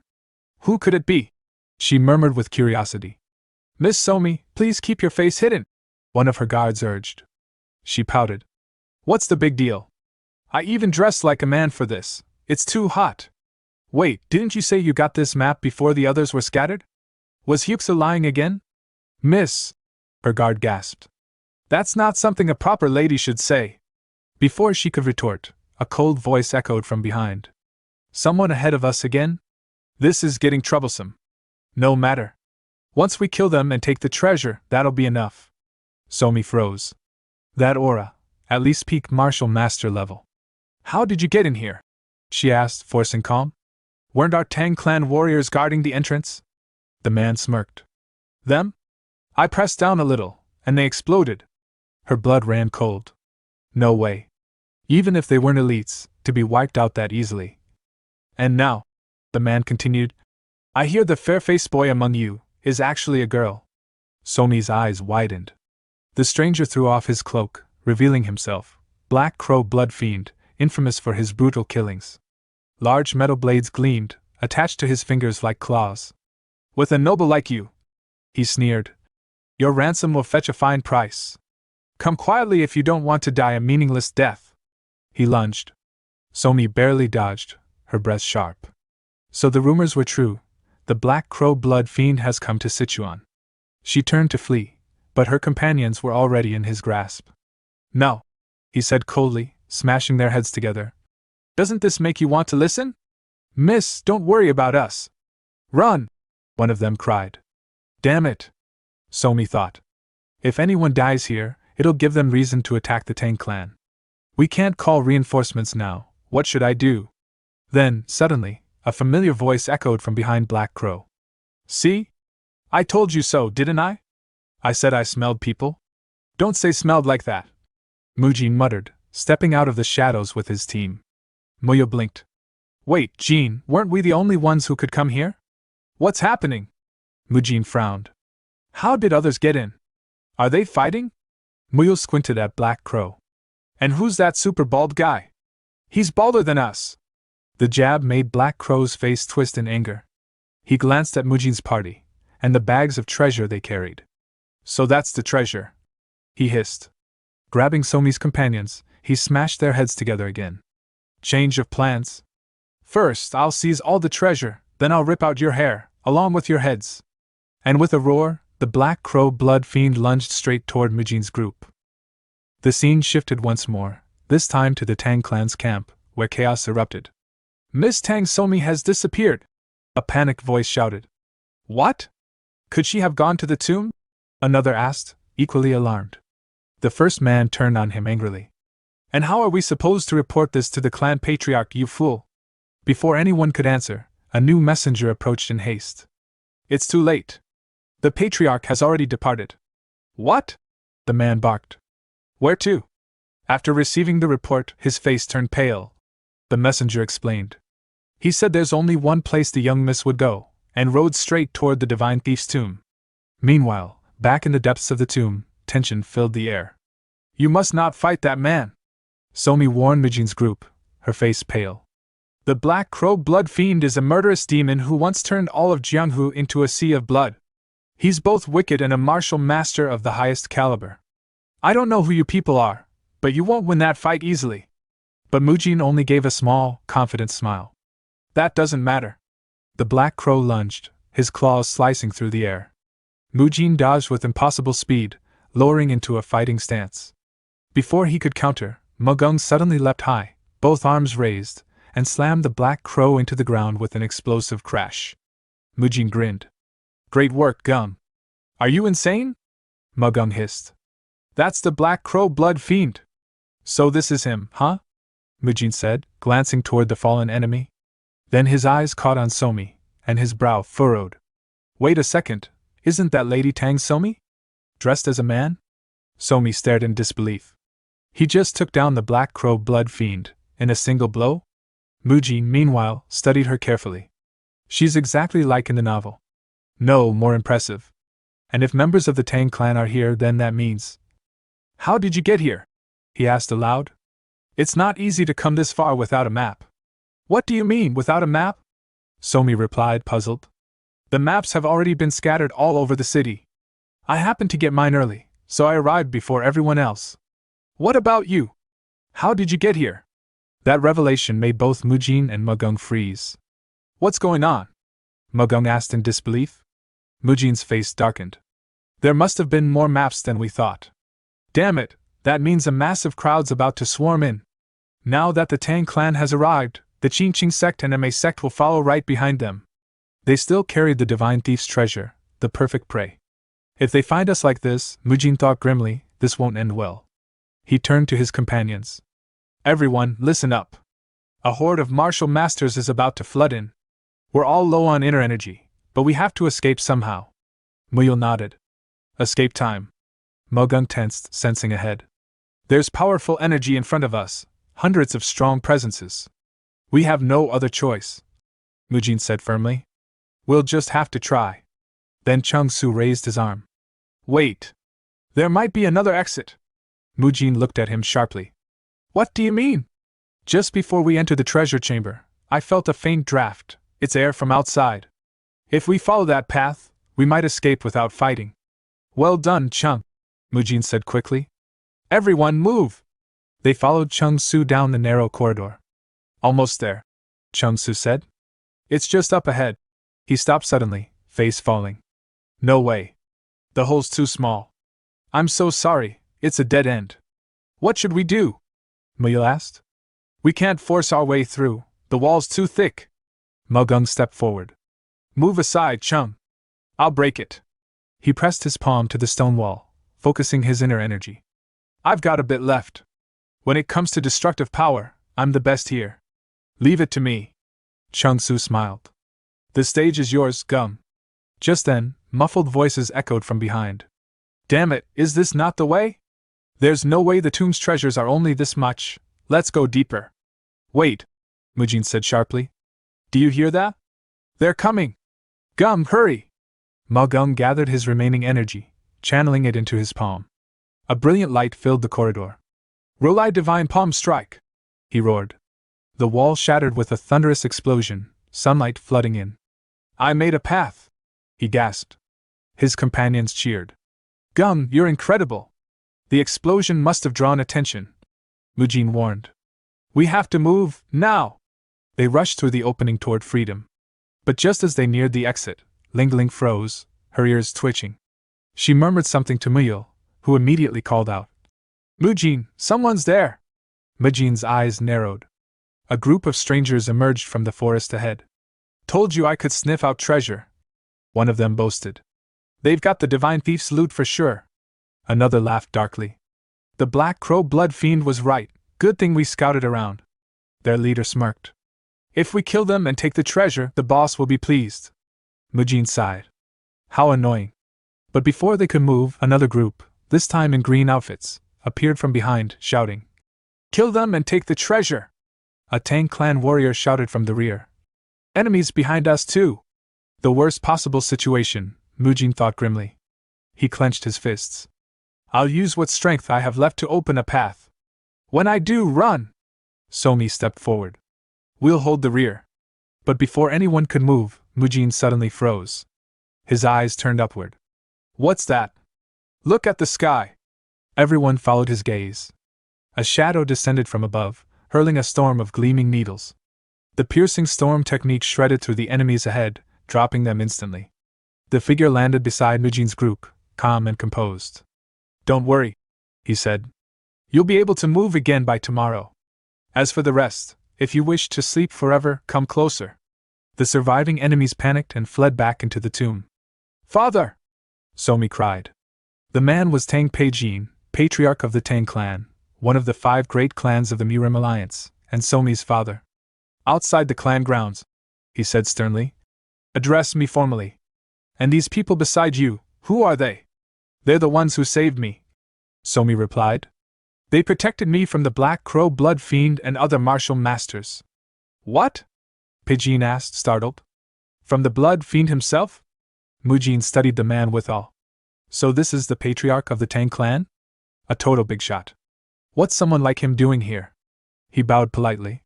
"Could it be that you personally came here for the treasure of the Divine Thief's tomb?" Tang Peijin shook his head. "No. Somi disappeared, so I came searching for her. I have no interest in your treasures. You can rest easy." "I see," Mujin said quietly. Somi, glancing at him, thought still, it doesn't feel right to let him leave empty-handed after all this. Mu Kyung leaned close. "Shouldn't we get going?" "Right." Mujin nodded. "Let's move." "Where will we stay tonight?" Mugung asked. "We'll think about that later," Mujin replied. As they turned to leave, Somi looked at Mujin again. Such pure inner energy.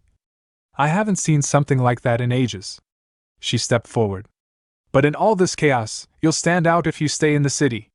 And if any of those who fled earlier see a chance, they might return for revenge. Wouldn't you agree?" Then, with a respectful bow, she said, "The Tang clan has one clear rule: return kindness, and repay grudges in folds. Please come with us to the Tang clan estate. We wish to properly repay the debt we owe you for today." Mujin's group followed the Tang clan's envoys through the narrow paths of Sichuan, their carriage rattling softly as dusk settled over the mountains. The air was thick with the scent of damp bamboo, and though their journey had been calm so far, Mujin couldn't shake the feeling that they were walking straight into the eye of a storm. During the quiet ride, Mujin turned to Mu Kyung. "How do the books we took earlier look?" Mu Kyung, whose face was half hidden behind a pile of scrolls, replied. "They include martial arts manuals, advanced techniques from various clans, both fist and sword arts. There are even styles the Divine Thief himself seemed to use. The collection is, well, it's like a hoard of everything he found fascinating. Personally, I'm drawn to the staff techniques in this one." Mujin asked. "Think you can decipher it?" Mu Kyung grinned, eyes gleaming with excitement. "Of course. I don't know how long it'll take, but it's been a while since I've had something this fun to study." Mujin chuckled. "Glad you found them interesting." But inwardly, his thoughts drifted. "We looted a treasure, and somehow, we've ended up with the Tang clan. Even if we're the benefactors of young Miss Tang Somi, this all feels too convenient. My goal is to prevent the Qingqing sect, the Ma sect, and the Tang clan from going to war. Once we're there, I'll investigate what's sparking this conflict, and it begins with Tang Haixu. The problem is finding a way to approach him naturally." When they finally reached the Tang estate, Mujin's thoughts were interrupted by a peculiar scene. Tang Peijin, the patriarch of the Tang clan, was in the courtyard, practically clutching his daughter's hands. "Why did you disappear without saying a word? I was so worried. How could you go somewhere so dangerous? What if something had happened to you?" Mujin, standing nearby, watched in disbelief. How long has he been fussing like this? He's that kind of overly worried father? I wonder if it'll be safe to dig into information about his clan members. Meanwhile, Somi looked completely flustered. "Patriarch, your concern is suffocating. Please just die." Peijin threw his head back and laughed heartily. "I can't possibly die when I have such an adorable daughter." "Compose yourself," Somi scolded, trying to retract her hand. "We have guests behind us, and I'm still disguised as a man." Mujin thought dryly, anyone who knows her would recognize that disguise instantly. Peijin finally noticed Mujin's group and said, "What's wrong with a father showing fatherly affection?" "Patriarch," Somi interjected. "I have a question." "What kind of question?" "I was wondering," she said carefully, "if the grave of the Divine Thief truly exists, and if so, where?" Peijin folded his arms. "For that, we'll need to ask Mujin." Somi nodded, glancing back at Mujin. "Right. Like how they managed to reach the tomb so early, or why they hid their identities. There are so many questions. I just hope. Peijin muttered. The real culprits behind this aren't them. They're not. Somi replied confidently. How do you know that? You already know, I have that intuition, she said, her eyes meeting Mujin's briefly. Soon after, they arrived at the Tang clan manor. Somi led Mujin's group through its lavish courtyards and said, The patriarch requests your presence. Once you've settled in, please move to the inner chambers. Understood. Mujin replied. Chum-Su and Mugung exchanged glances. We'll take a walk for a bit, they said before departing. Later, when Mujin entered the inner chambers, Tang Peijin and Somi were already waiting. Somi rose politely. Welcome, Mr. Kanghyuk. Peijin smiled warmly. Forgive me for calling you while you were resting, but there are a few things I wanted to ask. First off, thank you for saving my daughter. I don't even know how to repay you. There's no need, Mujin replied calmly. Providing us shelter after all that chaos is more than enough. Come to think of it, Peijin said, I don't even know your name. May I? Mujin froze for a moment. My name? He's trying to learn where I'm from. I can't say I left Shaolin. Better use the name Sealwa registered for me, something simple, familiar. He clasped his hands together. I am called Kanghyuk. Kanghyuk? Peijin tilted his head. I've never heard that name around here. Where did you? Before he could finish, Somi coughed to interrupt. Peijin sighed and continued. The Tang clan will make sure you're rewarded handsomely. Is there anything in particular you desire? As Somi subtly glanced toward him, Mujin thought, why is she looking at me like that? Did she already recognize me? I have nothing I desire, Mujin said aloud. But I do have questions. Peijin leaned forward. What kind of questions? What was the real reason the Tang clan went to the divine thief's tomb? And where did your daughter obtain the treasure map? The room fell silent. You make it sound as if you already know something, Peijin said cautiously. What exactly are you trying to confirm? As expected of Tang Peijin, Mujin thought. Cheerful one moment, deadly serious the next. This is just my deduction, Mujin said. First, the Tang clan didn't seem interested in the treasure. You avoided unnecessary conflict and focused only on rescuing your daughter. Second, right now in Sichuan, 3 factions, the Tang clan, Qingqing sect, and Anime sect, are at odds. The tomb's discovery only worsened tensions. And third, he paused. I found the treasure map near the ruins of the Tai sect. All were burned except one. I thought no one else could reach the tomb besides us. But suddenly, rumors spread that the map was circulating in the city. Someone's manipulating events behind the scenes. I assume you've sensed that too, Patriarch Tang? Peijin's expression turned grave. Mujin continued. To be direct, I want to find who's provoking war among the 3 sections. I have my suspicions. What did you just say? Peijin asked, voice tightening. Mujin kept a calm expression, though his thoughts churned. A mix of truth and lies will do. As long as I don't meet that man, things won't go too wrong, the Tang clan's lie detector and their insane mad scientist. Meanwhile, at the outer gate of the Tang estate, chaos was brewing. 2 groups had arrived, the Qingqing sect and the Anime sect. A Tang guard shouted. You can't just barge in. Please return at once. A Qingqing sect member sneered. I heard the group who escaped the divine thief's tomb is here. If you're hiding them, are you also after the treasure? So the Green Forest bandits have already spread rumors, the Tang guard thought grimly. We're only protecting them from those who seek the treasure. We harbor no ill intent. Are you sure it's their will? The Qingqing disciple retorted. Or did you pressure them? The Tang clan's methods are infamous, after all. Mind your words, the Tang guard snapped. Barging in uninvited with your men, hardly proper etiquette. At that moment, Chum-Su and Mugung, returning from their walk, appeared. Looks like they're talking about us, Mugung muttered. The Tang guards turned. You came out instead of resting? The noise caught our attention, Mugung said.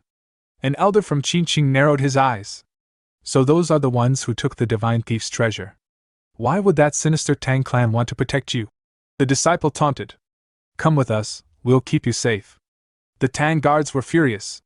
They saved our clan members in the tomb. We brought them here to repay that debt. You're the ones spreading lies.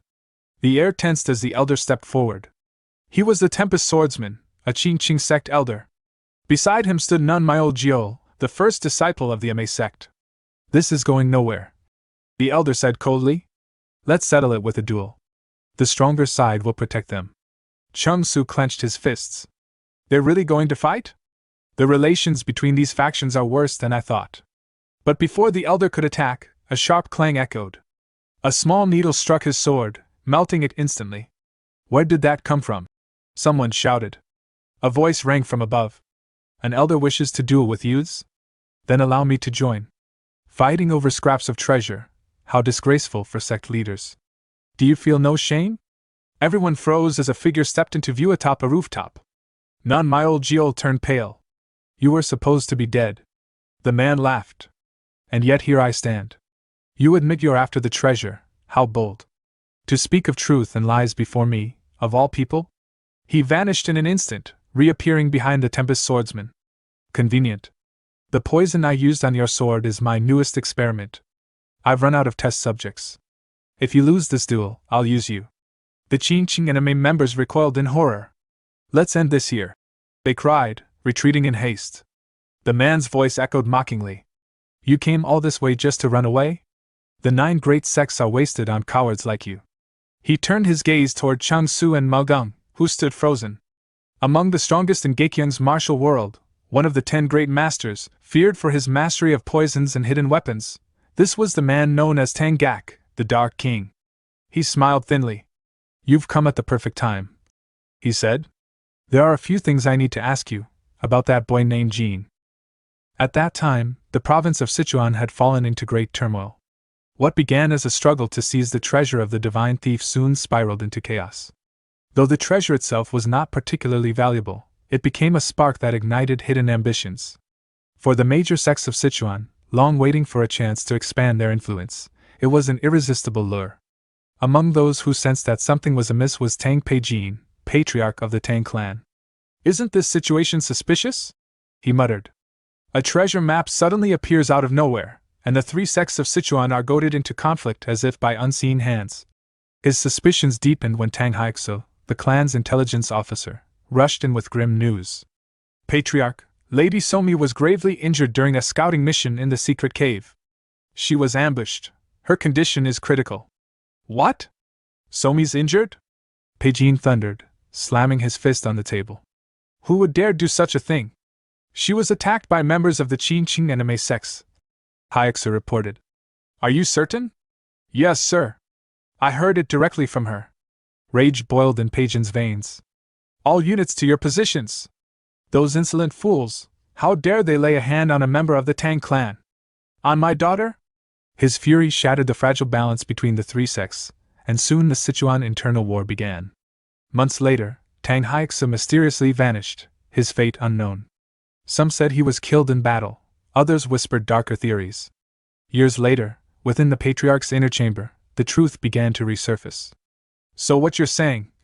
Tang Peijin asked slowly, his voice edged with steel.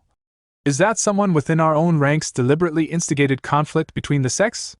Across from him stood Mujin, calm but cautious. Yes, sir. Lady Somi mentioned she obtained the treasure map before it was spread. Where exactly did she get it? Somi hesitated before answering. Tang Haixo gave it to me. Mujin's tone sharpened. Then where did he get it? And why give it to you first, instead of reporting it to the Patriarch? Could it be that someone wanted to harm you and provoke your father's wrath, to deliberately start a war?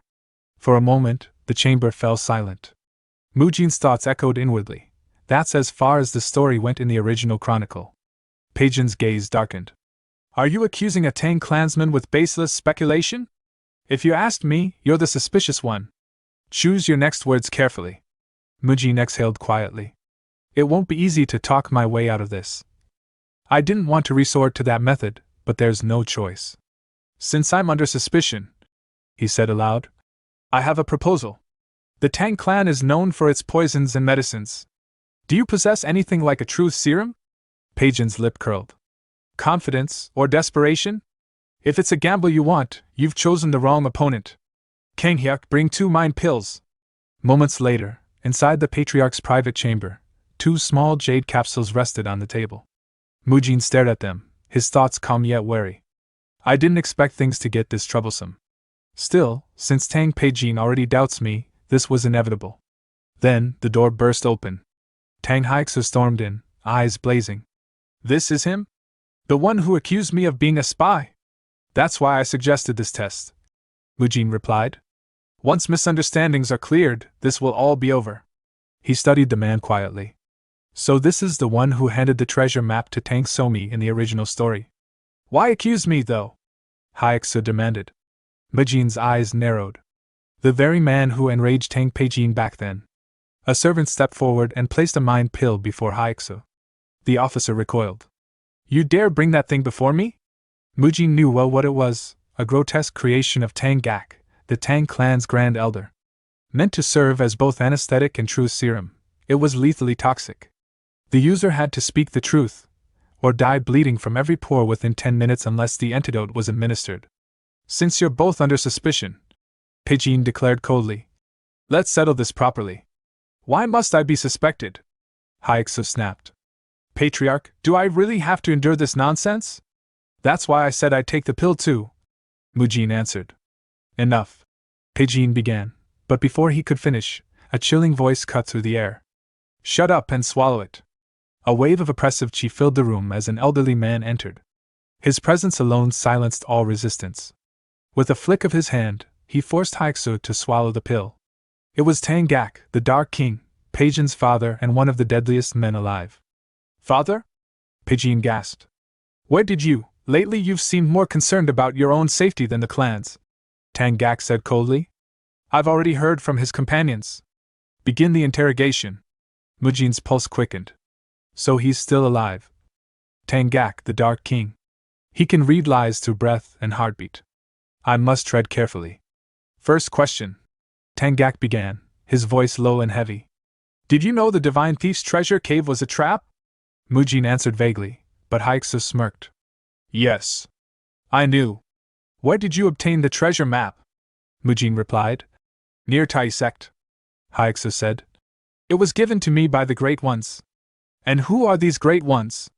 I don't know, Haixu answered. But they're the ones who planned all this. Are there other spies in our clan? Of course, Haixu said with a hollow laugh. Name them. Every single one. By the time 10 minutes passed, the truth was laid bare. The spies were Tang Haixu, Tang Min, his father, and a woman posing as Haixu's wife. It was she who had first sown espionage within the clan. To think they infiltrated us through that woman, Peijin muttered in disbelief. Tang Gak's expression didn't change. Did you hear what he said just now? All this was for the sake of the Tang clan. If it truly was, there were other ways to help. As it happens, we need a new subject for poison testing. Instead of mice, they'll do nicely.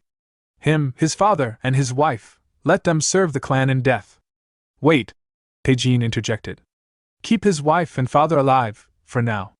We'll use them to trace the rest of the spies. Meanwhile, Mujin, who had also taken the pill but felt no effects, sat quietly. Why isn't it working on me? It should cloud my mind and loosen my tongue. Could it be that my body neutralized it? My body's been tempered by countless poisons and elixirs. Maybe I developed antibodies.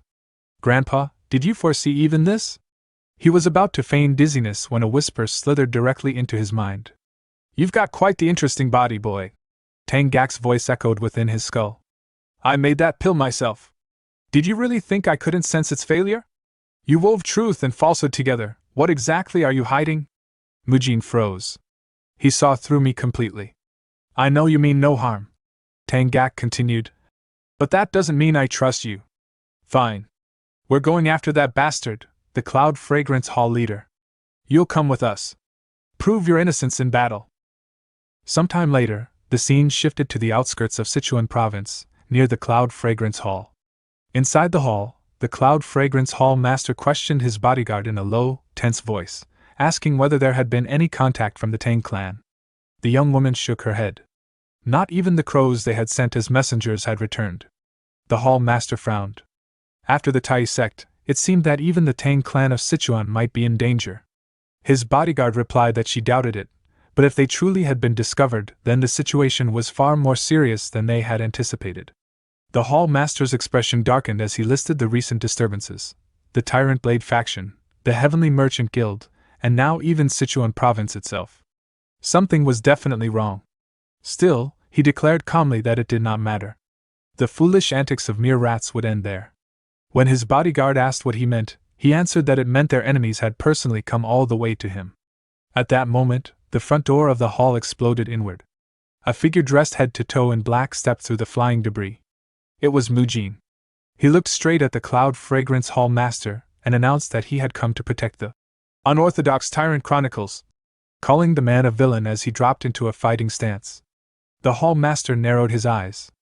He recognized the technique at once, the crimson and golden shimmer of the Shaolin Divine Dragon, the same energy he had seen at the Dragon Phoenix Summit. He admitted he did not know how Mujin had found them, but he would grant him the honor of dying for their great lord. Surrounded by the hall's warriors, Mujin challenged them, asking why they did not try if they were so confident. He had not come alone.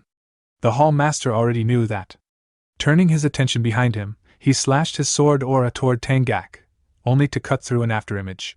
The real Tangak appeared high in the air and unleashed his technique, Arrow Rain, sending countless needles raining down upon the surrounding men and killing them at once. He landed beside Mujin and dismissed them as worthless trash. Now only two remained. He would deal with the hall master himself. Mujin said he would take care of the bodyguard. Tangak scoffed, saying that fighting a woman would bring him no honor. Mujin replied that strength had nothing to do with gender, only with who was strong and who was weak.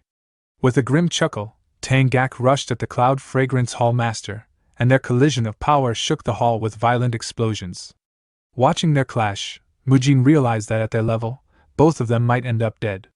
Suddenly, the bodyguard appeared behind him and swung her sword at his neck, but the blade shattered upon impact. Mujin had activated the Iron Guard technique. He remarked that she was fast, but she would not take his head so easily. She tossed aside the broken weapon and drew two more swords from her back. Coldly, she said that the neck was not the only weak point of the human body. She would kill him through another. She attacked in a flurry of strikes. Mujin bent and twisted away, then countered with a sweeping leg kick that knocked her to the ground. He rushed forward with a combined invincible punch and fist energy technique, but she narrowly evaded it with incredibly swift footwork. He cursed inwardly, surprised by her speed, and braced himself again. In an instant, she was behind him. Before she could strike, Mujin grabbed her arms without even turning and slammed her hard into the ground. Blood spilled from her lips as she gasped. Trembling, she called him arrogant, and asked if it had been him who caused the deaths connected to the Heavenly Merchant Guild and Sichuan. Mujin did not answer. Instead, he leapt forward with a chain punch and a ray palm strike, smashing down with such force that an aura explosion erupted where she had just been, but once again, she had vanished just in time. She vowed to make him reveal where he had gotten his information. Mujin thought in disbelief about her strange footwork. It was unlike anything he had ever seen, not even in Geijiang's universe. It had to be a unique martial art. Once more she appeared behind him, so close that his nerves prickled. He wondered when she had managed to close the distance. Meanwhile, Tangak and the Cloud Fragrance Hall Master continued their violent duel. Their sword energies clashed again and again. Tangak chuckled and admitted that there were not many who could unleash power on that level. He had become curious about who these people really were. Mocking him as an old man, the Hall Master taunted that time had finally caught up to the Great Dark King. He noticed that Tangak had shifted from hidden weapons to swordsmanship, and guessed that he had exhausted his supply. Then, with a powerful strike, he shattered Tangak's blade. Declaring it the end, the Hall Master unleashed a devastating attack, shouting that a new world awaited. A massive explosion swallowed the area, dust covering everything. As the dust spread, he mocked Tangak, saying he should have stayed hidden in his room, researching poison. Finding them had changed nothing. There was no place for him in the new era. From within the haze, Tangak's laughter rang out. He called the man a loudmouthed brat, and admitted that he had fallen silent only because he had been shocked by his own fading strength. As for reaching into his sleeve, it had not been because he had run out of weapons, but because the little brat he had brought along was weaker than he had thought. Only then did the Cloud Fragrance Hall Master notice that his left arm had already been pierced by several tiny, paralyzing poison needles. He had not even seen when they were used. Turning his gaze to Mujin, Tangak declared that he would have to turn the boy into a proper fighting dog. Even now, Mujin still wore an expression of defiance. With that, Tangak stepped forward, tossed a pill into Mujin's mouth, and forced him to swallow it. Mujin, startled, demanded to know what kind of pill it was. With a faint smile, Tang Gak simply replied that it would not kill him. And now, it was time to strike back. Mujin demanded to know what kind of medicine he had just swallowed. Tang Gak replied that it was a formula he had developed himself. It did come with side effects, but because Mujin had already absorbed the mind pill, he would not die. Instead, he would feel an overwhelming surge of energy. At that very instant, a golden aura erupted from Mujin's body, flooding his limbs with power. Tang Gak, the Dark King and a master of poisons, toxins, and medicine, had devoted his life to research. His known achievements included timed paralytic toxins and confession serums, and his unofficial creations numbered in the hundreds, perhaps even thousands. What Mujin had just consumed was one of Tang Gak's original stimulant drugs, a compound that temporarily heightened the senses and explosively amplified inner energy. The female bodyguard charged at Mujin in desperation, her twin blades slashing toward him. The moment they struck, both swords shattered instantly. Enraged, she gritted her teeth. Mujin, now standing within the shimmering shield of his newly created golden sphere art, remained calm. He had long wondered how one might block a sword strike that could pierce even the Iron Guard technique. Now, by compressing his inner energy into a perfectly shaped sphere, an imitation of his grandfather's technique, he had achieved an incredible density and defense. Her weapons had never stood a chance. She realized the truth in that moment. Standing before her were the Shaolin Divine Dragon and the Dark King. There was absolutely no way for her to win. If capture was inevitable, she would end her own life before allowing them to extract information. But Mujin had already anticipated that outcome. With a swift strike to the back of her head, she collapsed unconscious. He shouted that he had already seen such tricks back at the Tai sect and would not allow her to kill herself. Now, all that remained was to extract the poison hidden in her mouth. At that same time, the Cloud Fragrance Hall Master, still paralyzed and coughing blood, forced himself forward and launched an attack at Tang Gak. But the sword struck only the ground as Tang Gak effortlessly avoided it. In the next instant, Tang Gak stood above him, one hand pressed to the man's head and a needle in the other. He injected a new mixture into the man's body. The Cloud Fragrance Hall Master immediately began coughing violently, blood spraying from his lips. Tang Gak observed the reaction with a scientist's interest. "So this is how the combination reacts," he murmured. "A fine poison indeed. How is your body condition?" The man collapsed, unable to answer. "Well," Tang Gak said, standing up, "I suppose you can't speak anymore. Another successful experiment." Mujin then asked whether the medicine he had taken had any long-term or dangerous effects. Tang Gak assured him that it was only a temporary outburst of power, and that he would merely feel some fatigue for a few days afterward. Although relieved, Mujin remained awed and unsettled. For a moment, he had felt like an artificial monster, a being powered by chemicals. Yet, pills such as the revitalization pills or even the mythical 10,000-year snow ginseng worked in similar ways. Were they not also, in a sense, drugs for cultivation? And yet the effects were undeniable. His reaction speed and stability had improved tremendously. A technique he had only imagined was now perfectly realized. Tang Gak was not merely skilled in killing, he was a true alchemist of the body. Perhaps, Mujin thought, medicine without poison or side effects could truly be created, something that could make warriors stronger without destroying them. His thoughts were interrupted when Tang Gak shouted at him, asking why he was daydreaming. After apologizing, Mujin shifted the topic. They had, at last, captured someone connected to the chaos spreading through Sichuan. Once she was interrogated, the mastermind behind everything would finally be revealed. Tang Gak agreed, and mentioned he would prepare mind pills for the interrogation. When Mujin asked if he could also make something else, Tang Gak looked at him in surprise. Requests were rare. Still, he agreed to one. Later, the scene shifted back to the Tang clan compound where Mujin's companions were waiting. Mu Kyum wondered when Mujin would return, while Ma Gung grew uneasy. After everything they had faced since escaping, doubt crept into his heart. The mention of "May demons prosper," a phrase tied to the demonic cult, suggested something much darker was unfolding. Muyo scolded him for growing weak, and Chung Su, ever calm, said that Mujin always carried the scent of wind. Wherever he went, chaos followed, but so did opportunity and survival. There was something about him that made others want to follow and witness the world beside him. Encouraged, Magung clenched his fist. Fear faded, replaced by ambition. He would rise and make his name known. Even the demonic cult would fall before them. Mu Kyung, however, remembered the horror he had nearly succumbed to at the Tai sect. That power was dangerous, but if controlled, it might become the key to protecting everyone. Then Ling Ling stirred from sleep and chattered in his strange language. Muyul understood instantly. He says Mujin is here!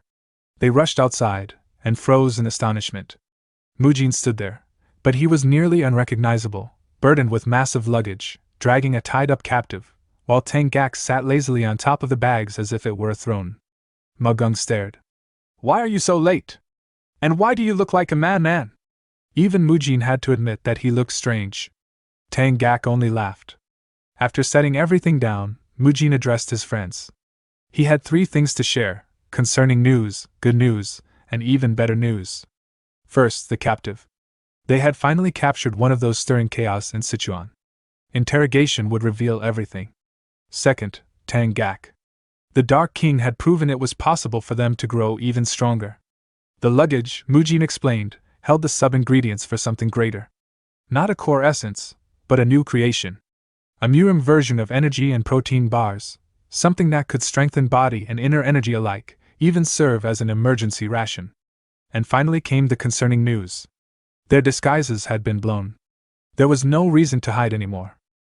As they began to enter the Tang clan grounds, Mujin spoke lightly to his companions. They simply needed to hand the captured woman over to the Tang clan, and then, finally, it would be time to begin making protein. Laughing and exchanging quiet jokes, the group followed behind him.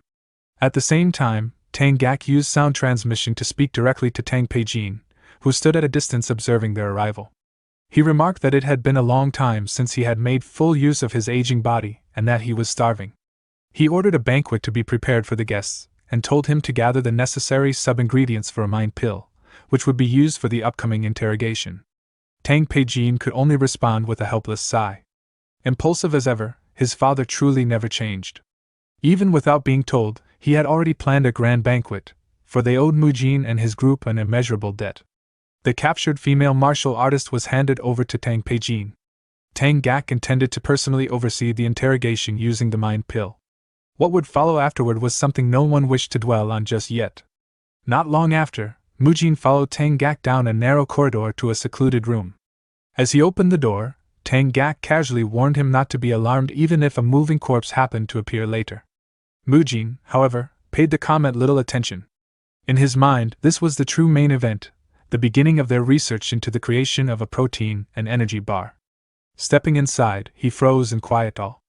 This was Tang Gak's personal laboratory. Every surface was filled with traces of dangerous research. Strange liquids of unknown origin, powder sealed in jars, and ingredients that clearly held frightening potency covered the shelves. Mujin couldn't believe he had actually entered the private domain of the King of Poisons. Well then, Tang Gak said, turning to him. About that protein supplement of yours, let's make it. Mujin smiled slightly. Since arriving in this world, the opportunity to consume real protein had been almost non-existent. Secretly eating meat had its limits, and as a Shaolin monk, it was forbidden altogether. To begin, he explained, we must create the base of your protein. Tang Gak raised a brow. Protein? What is that? Some strange dialect? It is a nutrient that helps build muscle, Mujin replied. You could say it comes from meat, egg whites, milk, things like that. Tang Gak scoffed. So you mean meat and eggs? Call it that then. Yes, but monks cannot consume meat due to our doctrine. So we must use something obtained without killing, yet still containing the same level of nourishment. Suddenly, realization struck him. One of the most famous protein supplements in the modern world was made from whey, a substance extracted from milk. When milk was fermented, it became cheese. Among the northern nomads and foreign tribes, there existed a fermented milk drink known as kumis. If they could use fermented milk as the main ingredient, it would be ideal. Tang Gak found the idea intriguing. However, fermentation normally took a long time. Would it not delay the banquet? Mujin assured him that there was no need to worry. He knew of a method to solidify milk in the shortest possible time and promised to teach Tang Gak everything he knew, if only he would lend his assistance. And so, their strange collaboration began. They worked together to create a cheese-based protein supplement and a special energy bar made from medicinal herbs, nuts, and honey. While the energy bar was relatively simple, The protein supplement was much more difficult to produce, especially without modern equipment. Every step required careful experimentation. This isn't blending well, Mujin muttered. Then try adding this herb, Tang Gak suggested. Perfect, Mujin replied. Even with broad knowledge, doing everything by hand proved to be a tremendous challenge. Yet having a brilliant, if mad, scientist like Tang Gak at his side made the impossible seem achievable. 2 days later, exhausted but successful, Tang Peijin entered the laboratory carrying breakfast. Father, I brought you. He never finished his sentence. Tang Gak suddenly flung an unfamiliar bar of food directly into his mouth. Not that. Try this. Peijin chewed once, then twice, and finally froze in disbelief. What is this? Why is the food you're giving me delicious? This, Tang Gak replied with a satisfied nod, shall be our future nutritional food. Let us call it a calorie bar. Perfect for both emergencies and training. At the same time, Mujin turned around with another creation in his hands. And this is the protein food we made in record time, kumis. How about we use this for today's banquet? I guarantee the taste. Later that evening, the banquet was prepared. Various dishes crafted from kumis were placed along the table. Mugung stared at them uncertainly. So this is what your people have been eating, kumis? Mukyung frowned. Is this even edible? I've never seen food like this before. Normally, milk required full fermentation, Mujin explained, but due to the urgency of the banquet, they had used a shortened process. If given more time, the taste and texture would have been even better. Even Tang Peijin hesitated. The calorie bar had been acceptable, but this even smelled strange. Then Tang Somi stepped forward. Without hesitation, she took a bite. And her eyes widened. What is this? She asked in shock. Did Mujin make this? It's incredibly delicious. Mujin smiled. He humbly admitted that none of it would have been possible without the Grand Elder's help. It suits my taste perfectly, she said. Hearing this, the other members of the Tang clan and Mujin's friends rushed forward to try the dishes for themselves. Laughter soon filled the hall, and thanks to Somi's courage, and everyone's hunger, the banquet became a true celebration. For the first time in a long while, everyone was able to rest.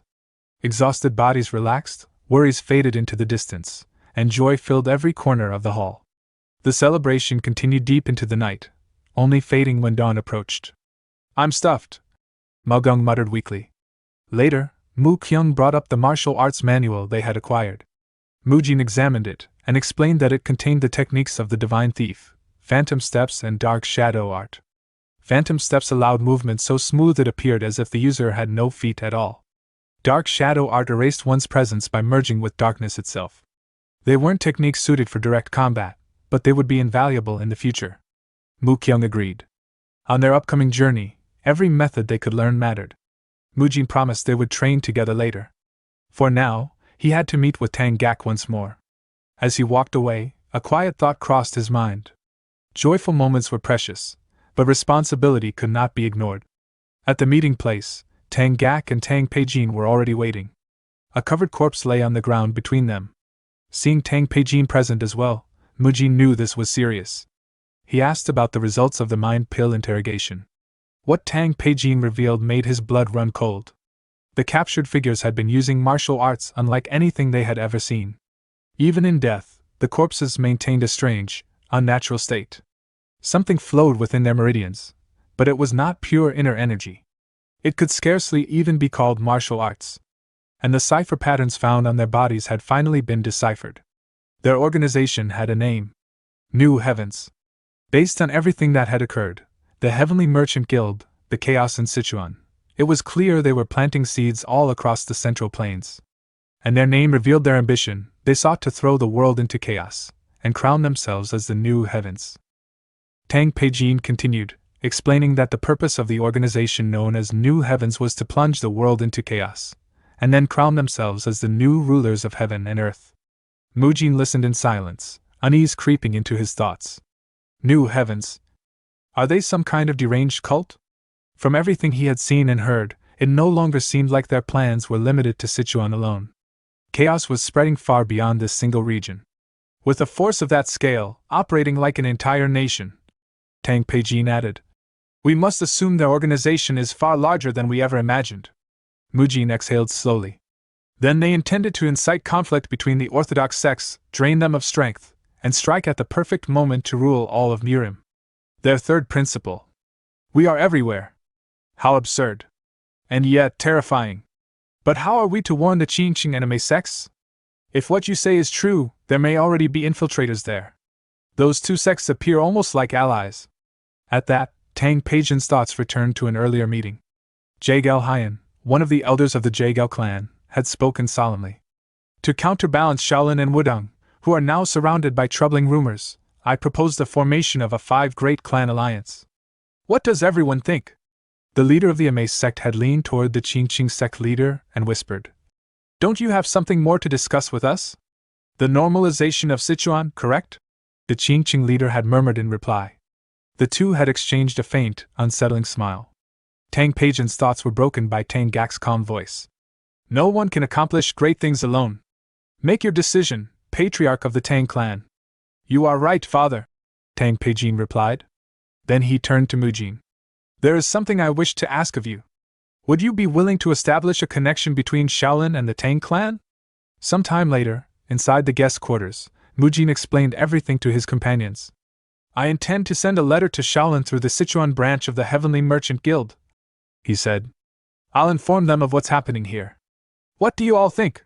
This is not something we can decide or deal with on our own, Ma Geng said. We are already deeply involved, Wu Qiang added. This information should not be kept between just us. And unlike the rumors, Ma Yul said quietly, the Tang clan were actually good people. The Shaolin abbot and Grand Master Hyun Guang will understand our intentions. Mu Qiang nodded. While listening to them, Chung Su remembered his master's words. The world is too vast to remain in one place. Go out and see it for yourself. Just as he said, the world truly is vast, he thought. Slowly, Chung Su raised his hand. May I also send a message to the Wudong sect? Mujin looked at him, surprised. Wudong as well? There's no guarantee Wudong won't be targeted too, Chung Su said. If you are right, something truly terrifying is coming. Our journey has already been chaotic. If even more blood is spilled across Murim. Suddenly, a sharp pain struck his head. Images from his childhood flashed before him, dead bodies, soaked in blood, lying motionless. Chung Su, are you unwell? Mujin asked, stepping forward. Ma Geng tapped his shoulder. Are you all right? I'm fine, Chung Su replied weakly. Just a sudden headache. Why did it hurt the moment I remembered that scene? I understand, Mujin said. I will send a letter to Wudong as well. But once the messages are sent, we leave immediately. Our seniors may come after us. I'm not mentally prepared for that yet, Mu Qiang muttered. In the end, Mujin wrote 3 letters, one to Shaolin, one to Wudong, and another he kept aside. They delivered them to the Sichuan branch of the Heavenly Merchant Guild, and due to their importance, Tang clan members arranged an escort. Noticing the extra letter, the branch leader asked, And where should this final letter be sent? Give it to Ryu Seowa when she arrives, Mujin replied. Understood. Later, Tang Peijin guided Mujin out of the Tang clan compound through a hidden forest passage. So there truly is a secret path here, Mujin said. We must remain unseen by those who covet what we possess, Tang Peijin replied. These routes were built long ago, for moments like this. When they arrived at the carriage concealed among the trees, Tang Peijin gestured toward it. I placed some of our protein powder, energy bars, and other supplies inside for your journey. That will make things far easier. Thank you, Mujin said sincerely. And though it is not my place to say this, I believe the elders of Shaolin will view an alliance with the Tang clan positively. Nearby, Ma Geng and Mu Qiang exchanged anxious glances. If we get caught, we're dead, they thought. We'll be robbed blind. We need to leave immediately. What of the Qingqing anime sects? Mujin asked. As we are forming ties with Shaolin and Wudong, how could we start a war and trouble you? Tang Peijin said calmly. We will deal with matters here. Do not worry. At that moment, Tang Somi stepped forward and whispered to Mujin. Thank you for everything. But more importantly, I think Ji-hee truly likes you. What do you think of her? Mujin chuckled softly. Ji-hee is a good person. I'm simply training diligently for the spar we promised each other. Somi froze. What kind of answer is that? She wondered. Is he truly that dense, or is he pretending not to notice? What will happen to my poor Jihi? High above them, Tangak sat on a tree branch and shouted down. You're talking too much nonsense. If Shaolin's people show up now, it'll be troublesome. I stayed up all night. I want to sleep. Leave before I use you as test subjects. We will take our leave, Mujin said with a small bow. We'll return again someday. Come whenever you wish, Tang Peijin replied. Far away, at the Shaolin Temple, Mujin's letter finally arrived. Inside the hall, all the elders had gathered as Abbot Hyun Chun read aloud. An organization calling itself New Heavens is moving across the entire nation. Even with such a scale, they've remained hidden. Hai Guan muttered. And what of those who attacked the Heavenly Merchant Guild and the Tang clan? Hyun Myung asked. They wish to join forces with us, the abbot replied. New Heavens must be stopped. But more importantly, Mujin, Magung, Mu Kyung, and Muyo must be retrieved at once. Now that they know this truth, they are in grave danger.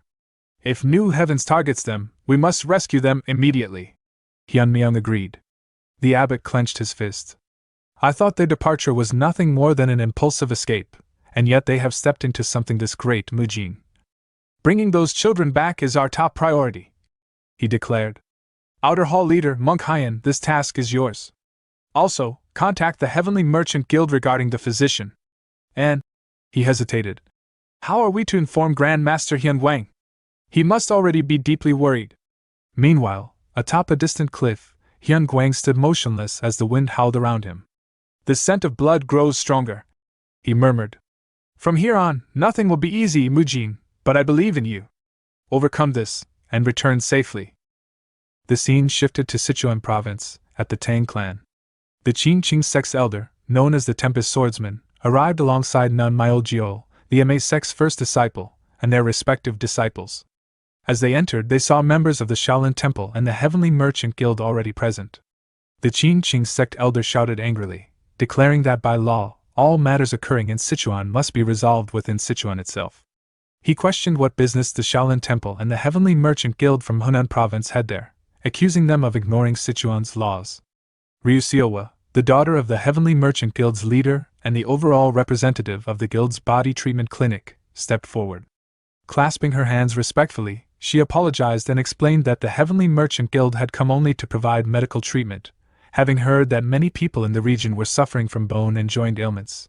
The Qin Qing sect elder shouted again, accusing her of openly declaring an intention to interfere in Sichuan's affairs. At that moment, Hyan, the leader of the Shaolin External Hall who had come to capture Mujin and his companions, stepped forward. He calmly replied that Shaolin had no intention of interfering in Sichuan's affairs, but neither could they stand by and allow an unnecessary fight to break out. Hearing this, the Qin Qing sect elder, the Ma sect's first disciple, and their followers grew tense.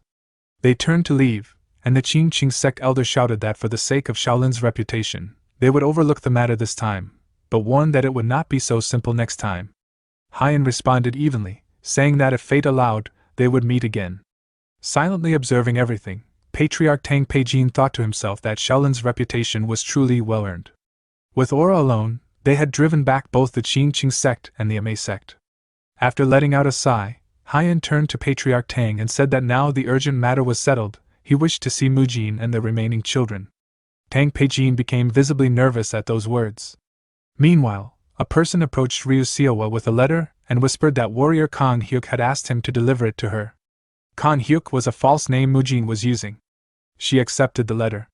At the same time, Tang Peijin informed Hyan that Mujin and his companions were no longer there and had already fled. Ryu Seowa opened the letter and began to read. Inside, it said that he hoped she had been well. He wrote that he had been traveling with his companions, settling many matters along the way, and thus had not found time to visit. However, he believed the traces of his journey would prove helpful to both Shaolin and the Heavenly Merchant Guild. When the day came that they met again, he promised to send word in advance, and until then, he wished for her safety. The letter was signed by Mujin. The scene then shifted to a distant forest. Mujin stopped the carriage so they could rest, and the group began eating calorie bars made by Mujin with Tangak's help. Mujin remarked that since they had come this far, their senior brothers would not be able to pursue them immediately. The horses were tired as well, so resting for a while was necessary.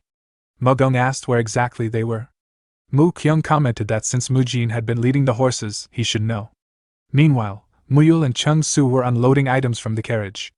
Mujin unfolded the map and admitted that he had not had a chance to look at it earlier because everyone had urged him to hurry. After examining it, he pointed to Guangxi province and told them that was where they were. The others reacted in shock, saying they had never even heard of such a place. Mujin explained that of course they had not, since Guangxi was an unorthodox sect region. Hearing this, they panicked, shouting that they had entered unorthodox territory. Mujin reminded them that they were the ones who had told him to hurry anywhere at all. They replied that they had been afraid the elders would chase them down, and that if they were caught, Shaolin would show no mercy. Mujin silently apologized in his heart. The truth was that he had brought them to Guangxi on purpose. There was someone there they needed to recruit as an ally, and they also had to crush the members of the New Heavens faction along the way. It could not be helped. Aloud, Mujin reassured them that even if it was unorthodox territory, nothing too terrible would happen in broad daylight. Eventually, they calmed themselves, reasoning that Guangxi was still a place where people lived, and running into green forest bandits did not happen that often. Almost immediately after, they heard footsteps approaching. Turning toward the sound, they saw a group of 5 bandits, led by a bald man. One of the bandits sneered, asking why monks who should be in a temple were wandering through their territory. The leader laughed and suggested that perhaps Buddha had sent them as a gift. Mujin and his companions noted internally how quickly the bandits had appeared after being mentioned. The bandit leader announced himself as Crazed Bear Meng Rang, the nightmare and terror of Guangxi province. He mocked them and leapt into the air, swinging his club down toward them. A short time later, Meng Rang was sitting on the ground with a battered face, trembling as he begged forgiveness. He admitted his foolishness and acknowledged their strength. Mujin replied flatly that Meng Rang was simply weak. Mu Kyung commented that this must be the level of green forest bandits who had never properly learned martial arts. Magong asked what they should do with them. Meng Rang weakly muttered that Buddha taught mercy to all living beings, only to be immediately silenced by Magong. Mujin, however, was already thinking ahead.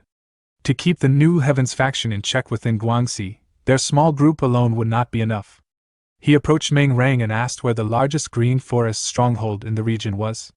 Some time later, the scene shifted to the largest green forest stronghold in Guangxi, Great Tiger Stronghold. A group dressed as bandits arrived at its gates. The guards shouted at them to identify themselves and warned them to leave if they valued their lives. It was revealed that the newcomers were Mujin and his companions. Standing at the front, Magong shouted that they were the Black Bear sect and had come to take over Great Tiger Stronghold that very day. Earlier, Mujin had proposed disguising themselves as bandits. Mu Kyung had been shocked, asking if they were really pretending to be green forest bandits. Mujin had explained that it was like hiding a leaf within the forest. By pretending to be a green forest group, they could avoid pointless conflict, overthrow other bandit groups, and protect the people of Guangxi. Mu Kyung had reluctantly accepted the logic. Magong, however, had initially refused, declaring that as a proud member of the Great Shaolin Temple, he would not pretend to be green forest. Mujin had simply told him that if he did it, he could be the leader. At that, Magong had immediately agreed, blushing as he accepted the role. Now, at Great Tiger Stronghold, Magong shouted that he was the Black Bear sect's leader, the Bear Fist Destroyer, and demanded that the leader of Great Tiger Stronghold come out and face him. A guard scoffed at the insolence, but before he could act, a huge man emerged from within the stronghold. Placing a hand on the guard's head, the man told him to step aside. The guard immediately obeyed. The towering leader approached Magong, his physique far larger and more imposing. Magong could not help but think about how enormous the man was. The leader sneered, saying he had never heard of any Black Bear sect. He mocked the idea of leaders fighting over ownership like orthodox sects, declaring that Green Forest only took what it wanted, and now, it would take their lives. With that, the bandits surrounded Mujin's group. Some time later, the leader was sitting on the ground, his face swollen and defeated. He begged forgiveness, admitting that he had failed to recognize their greatness. Mujin repeated calmly that the man was simply weak. Then he turned to Magong and told him that now they were properly dressed and prepared, it was time for the chief to say a few words.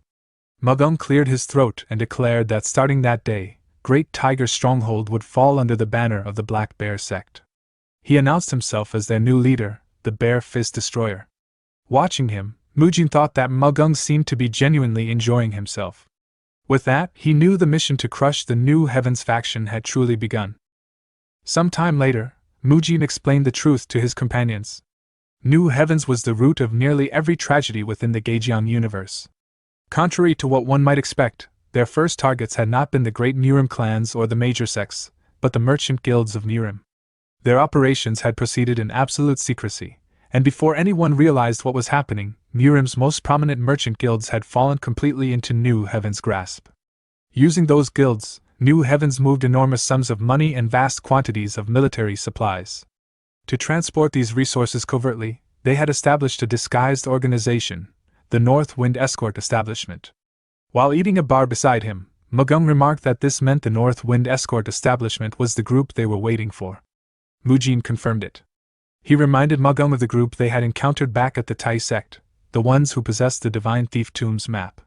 During his time at the Tang clan, Mujin had heard many things, one of which was that the North Wind Escort Establishment was closely tied to New Heavens. After chewing for a moment, Magung asked when they would arrive. Mujin replied that he had no way of knowing. It was boring to wait, but they were allowing all other travelers to pass normally.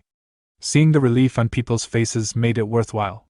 Inwardly, Magung noted that the Green Forest bandits had not looked pleased at all. Just then, the former leader of Great Tiger Stronghold arrived and reported that a signal had come from the scouts at the forest trail's entrance. The North Wind Escort Establishment mentioned by Mujin was approaching. Hearing this, Mujin smiled, turned to Magung, and said that they were here. Magung smiled back. Before long, the North Wind Escort Establishment's caravan arrived at the Great Tiger Stronghold's toll point. Mujin, Magung, and the bandits of Great Tiger Stronghold moved to stop the carriages. An elderly man from the escort stepped forward, clasped his hands respectfully, and greeted them. He introduced himself as Jang Wonsam, the chief escort leader of the North Wind Escort Establishment, and said he looked forward to working with him. Mujin and the others remained silent, staring coldly at Jang Wonsam. Jang Wonsam produced a pouch filled with coins and explained that it was the toll payment, adding that they had included a bit more than the standard rate. Mujin replied that it was not enough. The toll fee had increased, and they would need to pay 10 times that amount. Jang Wonsam was taken aback and protested that such a sum was impossible for a small escort establishment like theirs. Mujin stepped closer and calmly said that if that was the case, there was no helping it. He leaned in and whispered that Jang Wonsam should offer a tribute instead of a toll, remarking that one of the wagons reeked of something very valuable. Jang Wonsam laughed and remarked that they were no ordinary green forest rabble. Suddenly, he flung the coin pouch toward Mujin to obstruct his vision and followed up with a surprise sword attack. Mujin barely avoided it by bending backward. Shocked, Jang Wonsam asked how Mujin had dodged the strike. Magung called out anxiously, asking whether Mujin was all right. Before Magung could do anything else, he heard shouting behind him. Turning around, he saw the bandits of Great Tiger Stronghold being attacked by members of the North Wind Escort Establishment. The bandits cried out in confusion, asking why the escorts were attacking them out of nowhere, and how they could be so impossibly strong. Gritting his teeth, Magung muttered that he had not even seen them move. When had they gotten behind them? Meanwhile, facing Jang Wonsam, Mujin glanced back at the escort fighters. He realized they had used phantom steps and dark shadow arts. These men had already become New Heaven's hunting dogs. Magung rushed toward his subordinates, apologizing to Mujin and saying he would leave Jang Wonsam to him. Shouting at the escorts, Magung demanded to know what they were doing to his brothers. He immediately ordered the bandits of Great Tiger Stronghold to gather around him. They obeyed at once. When one escort tried to strike a bandit, Magung intercepted the blow, kicking the attacker away. He declared loudly that anyone who touched his subordinates would answer to him, Bare Fist Destroyer, chief of Great Tiger Stronghold. Watching this, Mujin thought that Magung was far too immersed in his role. Jang Wonsam then shouted at Mujin, demanding to know who they really were. Judging by their aura and stances, he accused them of being Shaolin monks, though their grown hair made it difficult to tell. Mujin calmly replied that his identity hardly mattered at the moment. Instead, he asked what about Jang Wonsam himself, a New Heavens bastard. Jang Wonsam fell silent, confused, and asked what Mujin meant. Smiling, Mujin asked if he wanted him to repeat it. Angered by the insult, Jang Wonsam charged forward, shouting that he would tear Mujin limb from limb until he confessed how he knew that name. He swung his ore-infused sword repeatedly, but Mujin avoided every strike with precise footwork. Leaping into the air, Jang Won-sam unleashed a powerful vertical strike using his sword energy, Azure Heavens. Mujin smiled, hardened his skin with the Iron Guard technique, and blocked the attack head-on. Jang Won-sam's sword shattered on impact. Stunned, Jang Won-sam demanded to know how Mujin's body could be so durable. Mujin did not answer. He gathered aura into his right fist and struck Jang Won-sam directly in the face. Blood sprayed as Jang Won-sam collapsed to the ground, unconscious. Mujin let out a sigh, remarking that it was fortunate Jang Won-sam had not been that difficult to deal with. Magong approached and asked anxiously if Mujin, no, the vice chief, was all right, and whether the man was dead. Mujin replied that he had only knocked him unconscious. Smiling, he ordered everyone to see what the escorts had been hiding, to load the wounded into the wagon, and to return to Great Tiger Stronghold. As they moved out, Magong reflected that the leader of the North Wind escort establishment had been strong, and even the escorts themselves were far from ordinary. He wondered just how far Mujin's monstrous abilities had grown. Mujin gave the order to head back. That night, at Great Tiger Stronghold, now renamed the Black Bear Sect, Mujin's group gathered after completing their assigned tasks. Mu Kyung reported that the tribute had consisted only of clothes, which they had burned as Mujin instructed. However, something unexpected had been hidden inside. Magong remarked that hiding it within clothes made sense, as it was the safest place. Chung Su added that he could feel an ominous energy leaking from the item. Mujin realized that his suspicions had been correct. They had been hiding something, but he had never expected to actually see it, dragon scale armor. He could not confirm whether it truly came from a dragon, but it was the symbolic possession of the Wolf King, one of New Heaven's 7 captains, and the strongest divine-grade armor in existence. He had thought the North Wind escort establishment was transporting something from the underworld faction, never something like this. If used properly, it could deal a massive blow to New Heavens. Breaking the silence, Magong asked what they should do next. Were they going to stay and fight the North Wind escort establishment? Mujin replied that had been the original plan. However, with this unexpected discovery, they needed to change course. They would leave the mountain immediately and head for the Minor Azure sect. Late at night, at the Guangxi Black Bear sect, Chung Su stood watch atop a nearby hill, perfectly still as his eyes scanned the surroundings. Ever since that day, the headaches had never truly stopped. He couldn't tell whether it was simple exhaustion from the long journey, or the lingering pain of having lost someone precious. Either way, the ache left his heart heavy and his mood steeped in quiet sorrow. Suddenly his senses flared. Hostile auras, more than one, were approaching from a distance, not far at all. His expression tightened. The feeling was familiar. He knew immediately that he had to warn the others. Meanwhile, a group rushed through the darkness toward the Black Bear Sect's territory. They were members of the North Wind escort establishment, led by its owner, Dan Chianak. Anxiety churned in his chest as he moved. Something was terribly wrong. No signal had arrived confirming the escort goods had reached their destination. Of all times for things to go wrong, it had to be now, while the dragon scale armor was being transported. No matter the cost, he had to recover it. Then, Dan Chianak noticed 2 figures standing calmly in the middle of the path ahead. He raised a hand, halting his men. "Who are you two?" As they stepped into the light, their identities became clear: Mujin and Magong. Mujin casually tapped Magong on the shoulder. "See? I told you these bastards would show up." Earlier that day, Mujin had warned him that the North Wind escorts would come back. Magong had been skeptical. "You really think they'd dare attack again, in broad daylight?" "Of course," Mujin had replied. "For something this important, someone would be keeping watch. They must have realized the dragon scale armor went missing, even if they don't know who took it. If they fail to retrieve it, their heads will roll." Magong had frowned. "Is it really that important?" Mujin had nodded grimly. "Its owner isn't some ordinary madman. They'll send someone at least on the level of a commanding head escort." After a moment of thought, Magong had asked quietly, "If that happens, can I fight their leader?" Mujin had looked surprised. "I don't mind, but why?" "I felt something," Magong had said, recalling Mujin's earlier battle with Jang Won-sam. Now, in the present, Dan Chianak roared and charged forward. "You fucking idiots! How dare you touch his property? You have no idea who you're dealing with. You're running straight toward your own deaths." Magong stepped forward to meet him. Dan Chianak's sword slashed through the air with terrifying speed. Magong ducked beneath the strike, his heart pounding. Even without revealing his true identity, he could tell, this man was faster than expected.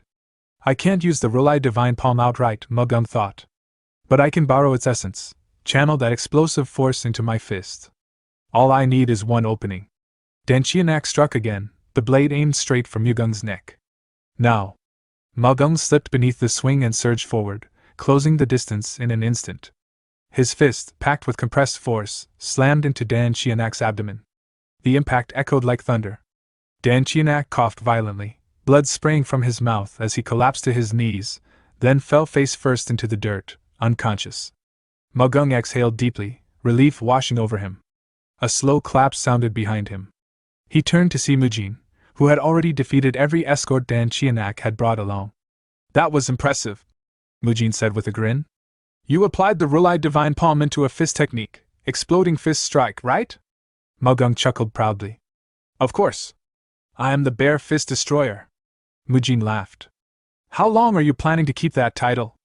As he laughed, Mujin studied him with quiet pride. To transform the Rulai Divine Palm into a fist technique on the spot, Mugung's adaptability was remarkable. In a single exchange, he had created a new martial skill. He truly had grown. At that moment, a voice called out from the darkness. Are you two all right? They turned to see Chung Su approaching, concern etched across his face. Taoist Chung Su? Mujin asked. What brings you here so late? That's my question, Chung Su replied. I sensed hostile auras and rushed over. When I felt yours nearby, I feared something had happened. Mujin gestured toward Danchianak's unconscious body. Well, this is awkward. These are the people we were waiting for. Chung Su's eyes widened. That attire, North Wind Escort Establishment? That's right, Mujin said calmly. Our business here is finished. Once the sun rises, we'll abandon the carriage and leave. Mugung hesitated. What about the treasure inside? We won't use it, Mujin replied. It'll only slow us down. From here on, speed matters more. He paused, then added softly, we come into this world empty-handed, and we leave empty-handed. In his heart, Mujin knew the truth. The treasure would scatter with the former Great Tiger Stronghold bandits, traded across cities and regions. That chaos would buy them time stolen from New Heaven's pursuit. Elsewhere, at Guila Wolf Fang Stronghold, a trembling subordinate knelt before the Wolf King, one of New Heaven's 7 captains, a future legend of the Geijiang universe.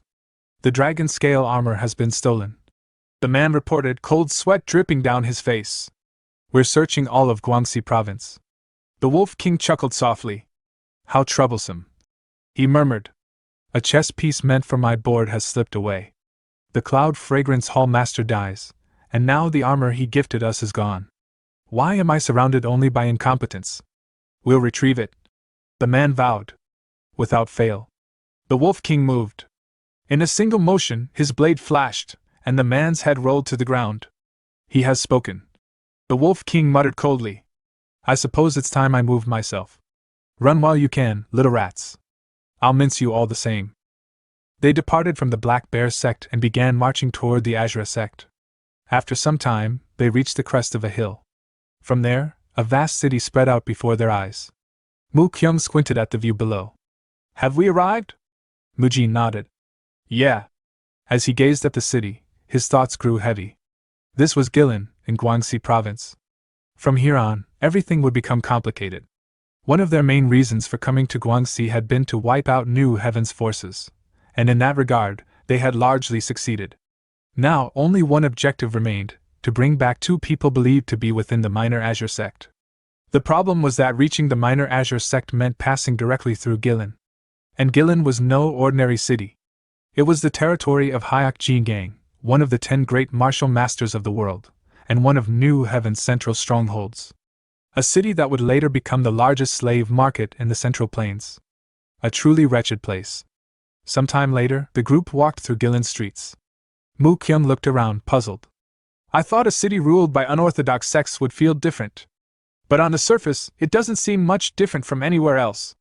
Muyo glanced at him. What kind of place were you expecting? I figured it'd be chaos everywhere. Mu Kyung replied. Unorthodox types stirring up trouble nonstop. Muyo chuckled. That actually sounds fun. That's not what I meant. Mu Kyung sighed. Anyway, I guess wherever people live, It's all the same.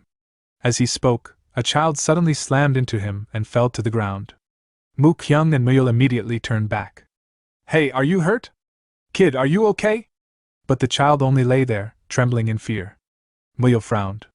Something felt off. In a shaking voice, the child whispered, Please save me. Mom. Dad. Muyul stiffened. Something about him doesn't seem right. At that moment, a man hurried over. Oh my, thank you, he said quickly. He's my son. I scolded him earlier and he ran off. Thanks to you youngsters, I didn't have to chase him down. He reached out to grab the child. Come on now. I'll stop scolding you. Let's go home. Before he could lift him, Mu Kyung stepped forward, his voice suddenly cold. Wait. Are you really his father? The man's expression hardened instantly. You should have just walked away. He snarled. You stupid bastards. At his signal, several thugs appeared, surrounding Mujin's group with clubs and blades. So you found the one who ran? One of them said. Then they noticed the others. Who are these punks? You idiots, let go of him and get out of Gilin. Stop sticking your noses into other people's business. Muyul smiled faintly. This is exactly the kind of city you were imagining, Mu Kyung. Mu Kyung sighed. Yeah. He tightened his grip on the man's arm, the one claiming to be the child's father. Well, if they're committing crimes this openly, it makes things easier. He glanced at Mujin. It's fine if we restrain them and ask a few questions, right? The man screamed. My arm! It's going to break. Mujin smiled calmly. If you were going to do it anyway, why ask? Do whatever you want. Not long after, the thugs lay scattered across the ground, groaning, their faces swollen and bruised. The leader trembled. I'm sorry, great heroes. I'll tell you everything. We're just a merchant group operating in Gilin. Mu Kyung snorted. And you expect me to believe that? Looks like you still have enough strength to lie. Mujin stepped in. It's not entirely false. You are merchants. It's just that what you sell is special. His eyes sharpened. You're slave traders. And you're affiliated with the Unorthodox Alliance. The man went pale and fell silent. Muyul looked at the child, then back at Mujin. If they're slave traders, does that mean this kid is? Mu Kyung didn't wait for the answer. He smacked the man's bald head with his wooden staff, grabbed him by the collar, and snarled.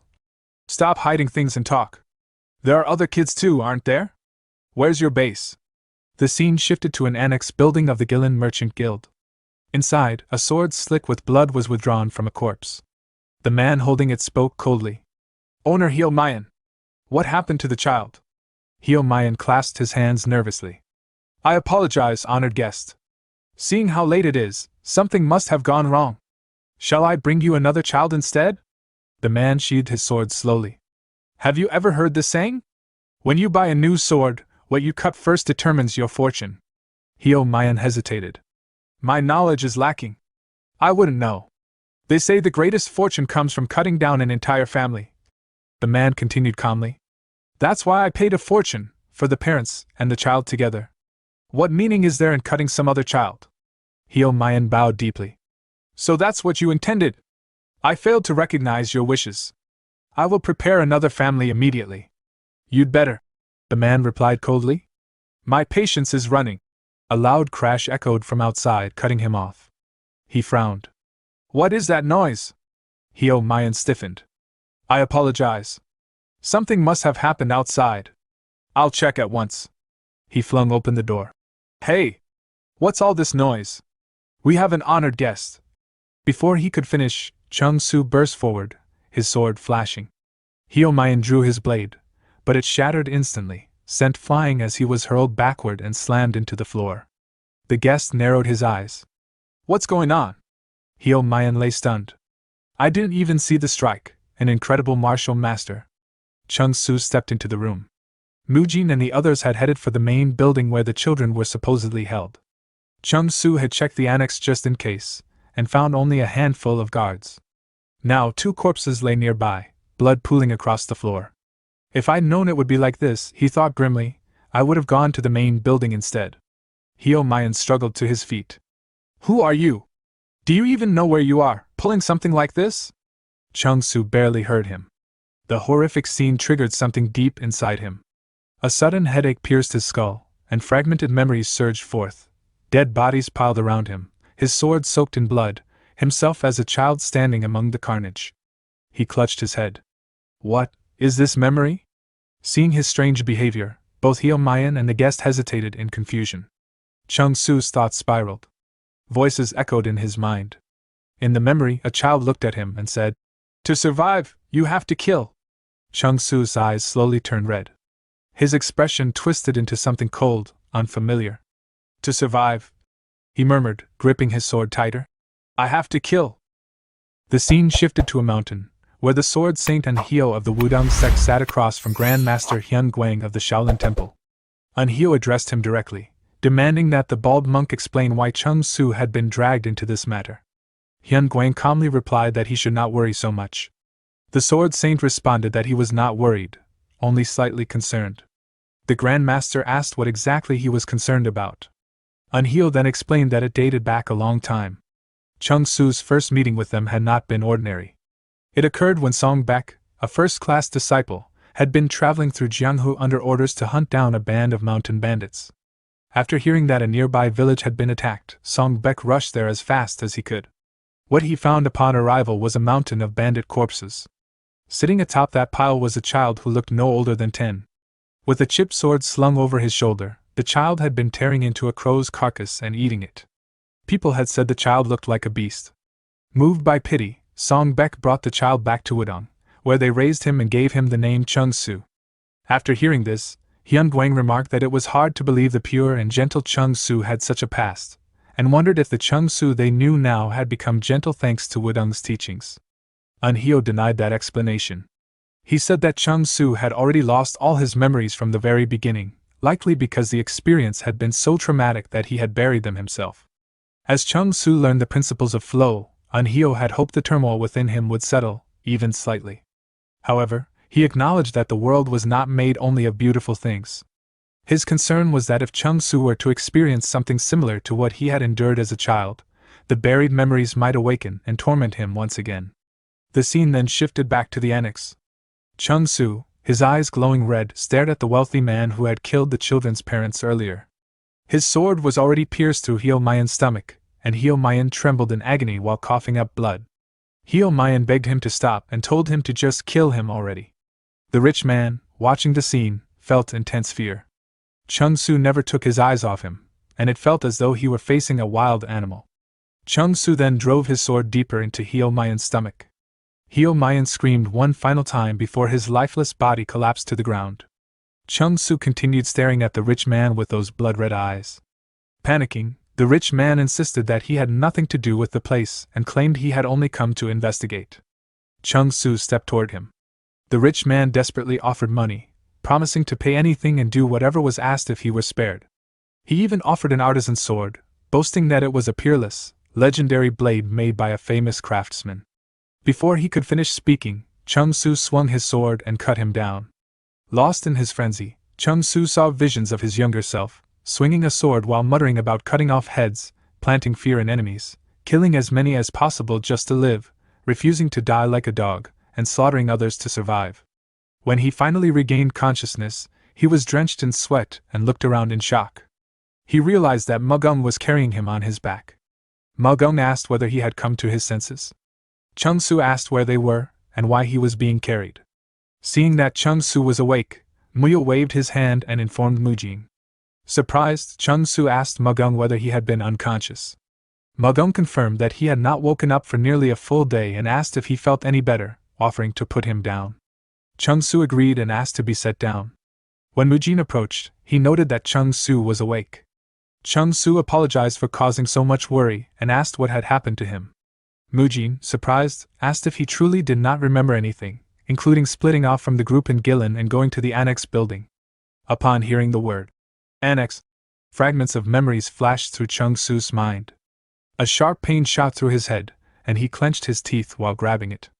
Seeing his condition, Mujin grew nervous and said it would be better for Chung-Su to rest longer. For the time being, he planned to focus solely on moving forward for the children's sake. Confused, Chung-Su asked what children he meant. Mujin pointed toward a nearby group of children and explained that they were the ones rescued from a slave trader in Gilin.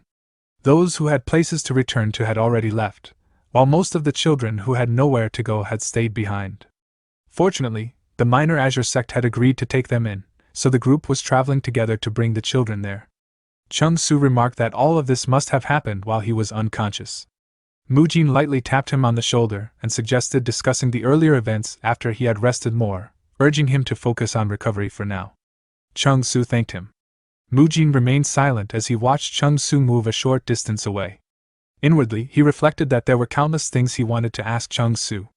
The horrific scene he had witnessed at the annex, after Chung Su failed to appear at the meeting place, and the traces of slaughter there were nothing like the Chung Su he thought he knew.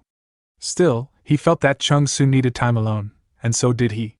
Now, only the hardest part of the Guangxi province plan remained, recruiting Baek Gawan, the strategist. Baek Gawan was the hidden dragon who guided Du Wulchen, the protagonist of the Unorthodox Tyrant Chronicles, to become the #1 figure among the unorthodox sects and the kingmaker of Murim. From an outside perspective, Baek Gawan was an intelligence-type overpowered character designed to compensate for Du Wulchen's shortcomings. In the strategic battles against the new heavens to come, his presence was absolutely essential. However, there was a major problem. The Unorthodox Tyrant Chronicles provided almost no information about Baek Gawan during this period, since he was not the protagonist. The only thing that could be inferred was that he was staying with his sick younger sister at the Minor Azure sect. Thus, the final and most critical step of the entire plan was a one-shot, on-the-spot gamble with an unpredictable outcome. Meanwhile, Mu Kyung climbed up a cliff and looked ahead, spotting the buildings of the Minor Azure sect in Guangxi province. He returned to the group and informed Mujin that he could see it. Mujin thanked Mu Kyung and told him to come down. Inwardly, he steeled himself, thinking that from this point on, it would begin, a battle of wits to recruit the strategist Baek Gawan, one in which he could not see even a single inch ahead. A little later, the group arrived in front of the Minor Azure sect's front gate. Mujin knocked on the door and called out, asking if anyone was inside. When no response came, Mujin and the others exchanged confused looks. After a short while, someone opened the door slightly, looking nervous, and asked who they were and what business they had with the Minor Azure sect, adding that outsiders were not accepted lightly. Mujin smiled and introduced them as physicians from Sichuan.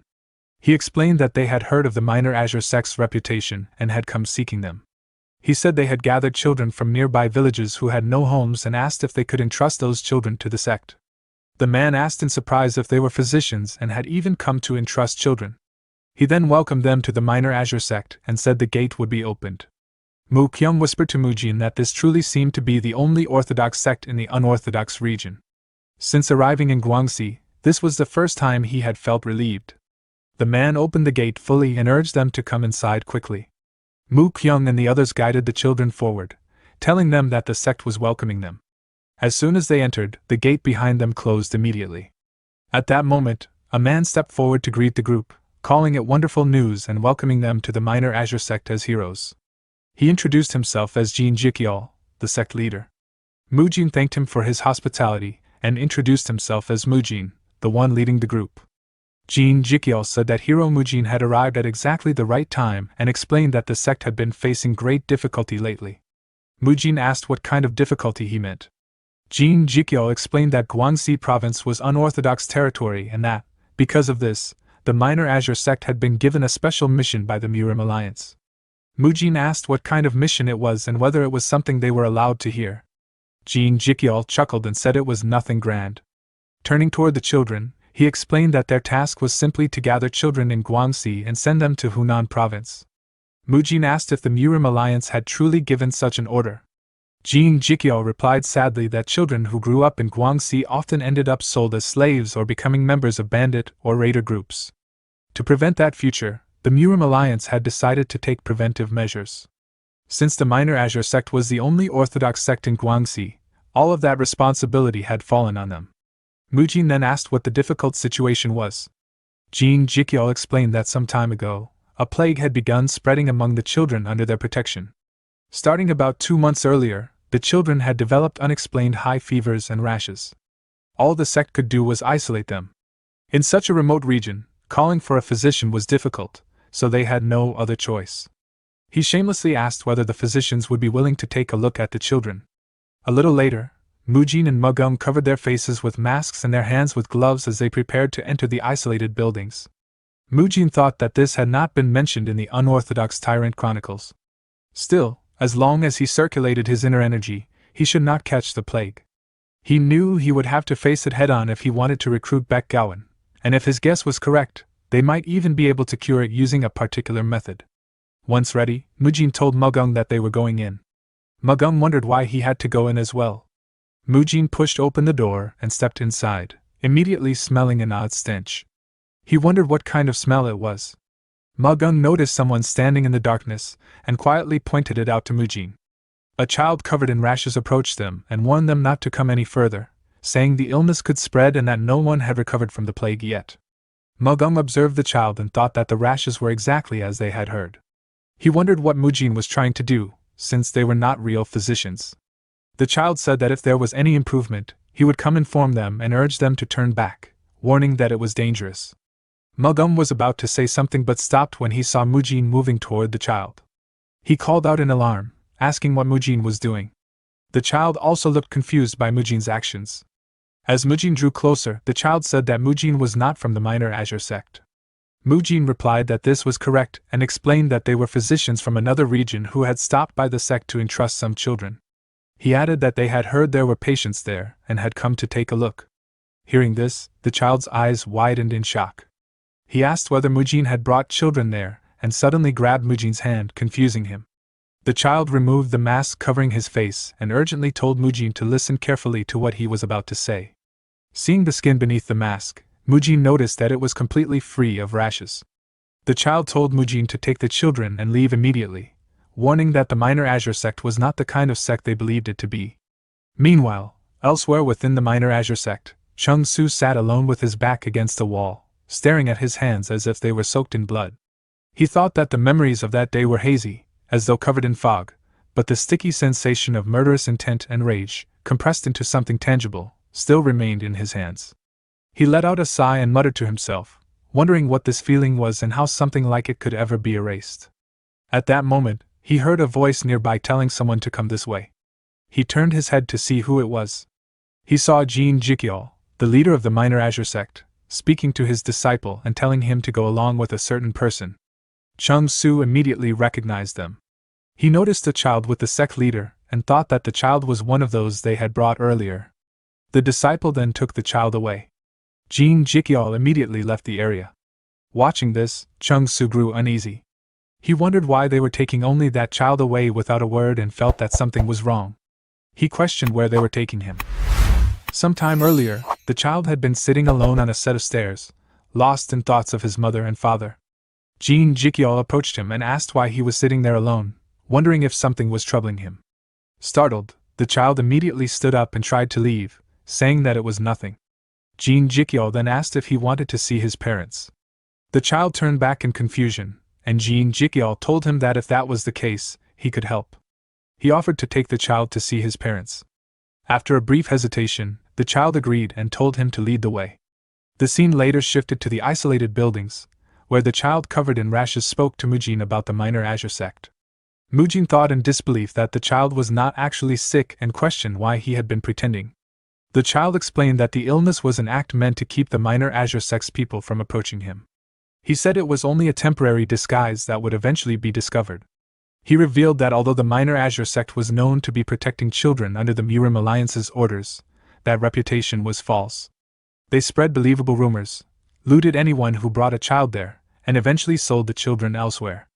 He warned that it was a trap. While he himself had circumstances that prevented him from leaving, it was not too late for Mujin and the others. Mujin reflected that the child had been boldly deceiving adults. If someone that clever had stayed here instead of escaping long ago, then there was no doubt about it. The child had to be Baek Gawan. The circumstances he mentioned must have referred to his younger sister, Baek Garyang, who was sick and unable to move. That confirmed he truly was here. Mujin removed his mask and thanked the child for the warning, saying that they would not run away on their own. He reassured him that they would handle the situation themselves. Elsewhere, a disciple and the child arrived in front of a large wooden gate. The disciple told the child that they had arrived. The child asked if his parents were inside. The disciple replied that they were and said that if the child went inside, he would be able to meet them.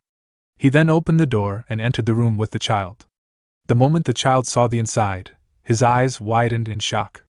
The room resembled a slaughterhouse. Realizing what the place truly was, the child froze in horror. With a dark expression, the disciple told him that, just as promised, he would let him meet his parents. Terrified, the child immediately turned around and tried to run. The disciple swiftly grabbed the cloth wrapped around the child's neck, dragged him to a table, and slammed him down. Holding the child's right arm firmly, he picked up an axe and demanded to know where he thought he was going. He mocked the child for wanting to see his parents, complaining that the meat they had stored had gone bad, leaving them unable to eat for 2 months. He asked if the child had any idea how much everyone had been holding back. He said they would send the child to his parents, but only after using him first. Trembling, the child begged to be spared. The disciple raised the axe and remarked that there did not seem to be enough meat, so they would simply have to share it properly. Seeing the raised axe, the child cried out for help. At that moment, the disciple heard a noise from the door and turned toward it in confusion. He saw Chung-Su bursting through the door and laughing as he unleashed several sword-sheath slashes toward him. Grinding his teeth in fury, Chung-Su continued his assault, but the disciple blocked the slashes with his axe. The disciple mocked Chung-Su, saying that he had been given a chance to run away but had wasted it over a mere chunk of meat, calling him soft. Chung-Su responded by calling him an animal. He accused him of abandoning basic human decency and using a child as a shield, questioning how they could dare call themselves an orthodox sect while committing such acts. The disciple laughed and called Chung-Su's words foolish. He declared that they were not the Minor Azure sect at all, but the Mad Demon Bandits, a group that had made a name for itself around Guangzhou. He explained that they had moved their territory to Guangxi province and had been looking for a place to settle. After finding an orthodox sect, they disguised themselves as a merchant guild, claimed they had been attacked by Green Forest bandits, and asked for help. The sect had believed them completely. As repayment, they drugged their food and attacked at night, wiping them out without resistance. Since then, they had been pretending to be the Minor Azure sect for 10 years. He mocked the naivete of the orthodox sect and scoffed at being lectured about righteousness. Chung-Su tightened his grip on his sword, his eyes burning red with rage. He declared that they were not worth sparing and were nothing but animals. The disciple pressed the axe against the child's neck and warned Chung-Su not to move, saying he might kill the child by accident if startled. Chung-Su gritted his teeth in frustration and called him a coward. The disciple replied that animals did not understand cowardice. He added that Chung-Su had more important things to worry about than a mere piece of meat, revealing that he had sent Chung-Su's companions a little gift, food laced with a generous amount of paralysis poison. The scene shifted to Mu-kyung, who was surprised that the Minor Azure sect had sent them food. The sect members delivering it explained that their sect leader had ordered them to do so and said it was only natural to repay honored guests for their help. They asked him not to refuse their sincerity. Mu-kyung thanked them and asked that their sect leader be thanked on their behalf. After the Minor Azure sect members left, Mu-kyung stared nervously at the food boxes, wondering if everything would truly be fine. The scene shifted back to the slaughterhouse, where a mad demon bandit claimed that he had sent Chung-Su's companions a small gift, food loaded with a generous amount of paralysis poison. However, Chung-Su kept his focus fixed on the mad demon bandit, who was holding a child hostage. He carefully searched for even the slightest mistake, waiting for a chance to attack and save the child. Noticing Chung-Su's lack of reaction, the bandit mocked him, remarking that Chung-Su showed no concern and questioning whether he had truly been close to the companions who came with him. Chung-Su replied calmly that the reason he was not shaken was because he trusted them. The bandit ground his teeth in frustration and dismissed it as nonsense.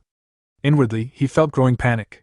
He realized he was barely holding on thanks to the hostage, and at the moment he let his guard down even slightly, he would be killed for certain. Cold sweat ran down the bandit's face as he met Chung-Su's intensely focused, red-tinged eyes. Those eyes stirred something familiar within him. Suddenly, realization struck. He had seen them before. Those beast-like eyes were the same ones he had seen 10 years ago. At the same time, Chung-Su was sweating heavily, forcing himself to maintain focus despite a severe headache that refused to subside. He wondered why it had to happen now, of all times. With a trembling hand, the bandit pointed one of his axes toward Chung-Su and accused him, saying that he finally remembered his face and asking whether Chung-Su had followed them all this way. Chung-Su questioned what the bandit was suddenly talking about. The bandit shouted angrily, accusing Chung-Su of pretending ignorance. He insisted that he recognized those eyes and declared that Chung Su was from a rural village near Qinghai province, attacked 10 years ago, and that there was no way he could forget them. Upon hearing the name of the village, buried memories from 10 years ago resurfaced in Chung Su's mind. A sharp pain surged through his head as confusion overwhelmed him, and he wondered what was happening and why these memories were returning. The bandit continued shouting, claiming that on that day, Chung Su had slaughtered them like dogs, killing even those who tried to run or begged for mercy. He raged that they had been forced to flee to Shanxi with nothing left. He cursed Chung Su as an insane monster, accusing him of calling them worthless animals and claiming that Chung Su was no different from them, insisting that Chung Su was the one who had turned them into what they were. Overwhelmed by the pain in his head, Chung Su collapsed to his knees, barely able to endure it. This sudden opening confused the bandit at first, but he quickly seized the opportunity. Believing it was his chance, the bandit rushed forward, determined to kill Chung Su immediately. Before the bandit could strike, Mujin arrived and delivered a powerful flying kick. The swift whirlwind sweep smashed into the bandit's chest, sending him crashing violently into the wall. Mujin let out a sigh of relief before turning to Chung Su and asking if he was all right. Chung Su questioned why Mujin had come there. Mujin explained that a child he had met at an isolated building had told him about the place. Hearing that children were being dragged there, Mujin had come to investigate. He then asked how Chung Su had discovered the location. Chung Su explained that he had seen the minor Azure sect leader taking a child away and felt something was suspicious, so he followed them and found the place. He then warned Mujin that the others might be in danger, explaining what the bandit had said about poisoning the food and planning an attack. Although he was unsure whether it was true, he urged Mujin to confirm it. Mujin acknowledged the warning and said he would head there immediately, but asked once more whether Chung Su was truly all right. Chung Su answered that he was fine and believed he was simply exhausted. Mujin instructed him to look after the child for the time being and to get some rest, saying they would talk later. As Chung Su looked down at his own hands, he reflected that the bloodstains were not something that had merely gotten on him, they were his own doing. Even if he had forgotten, he realized he could never truly erase it.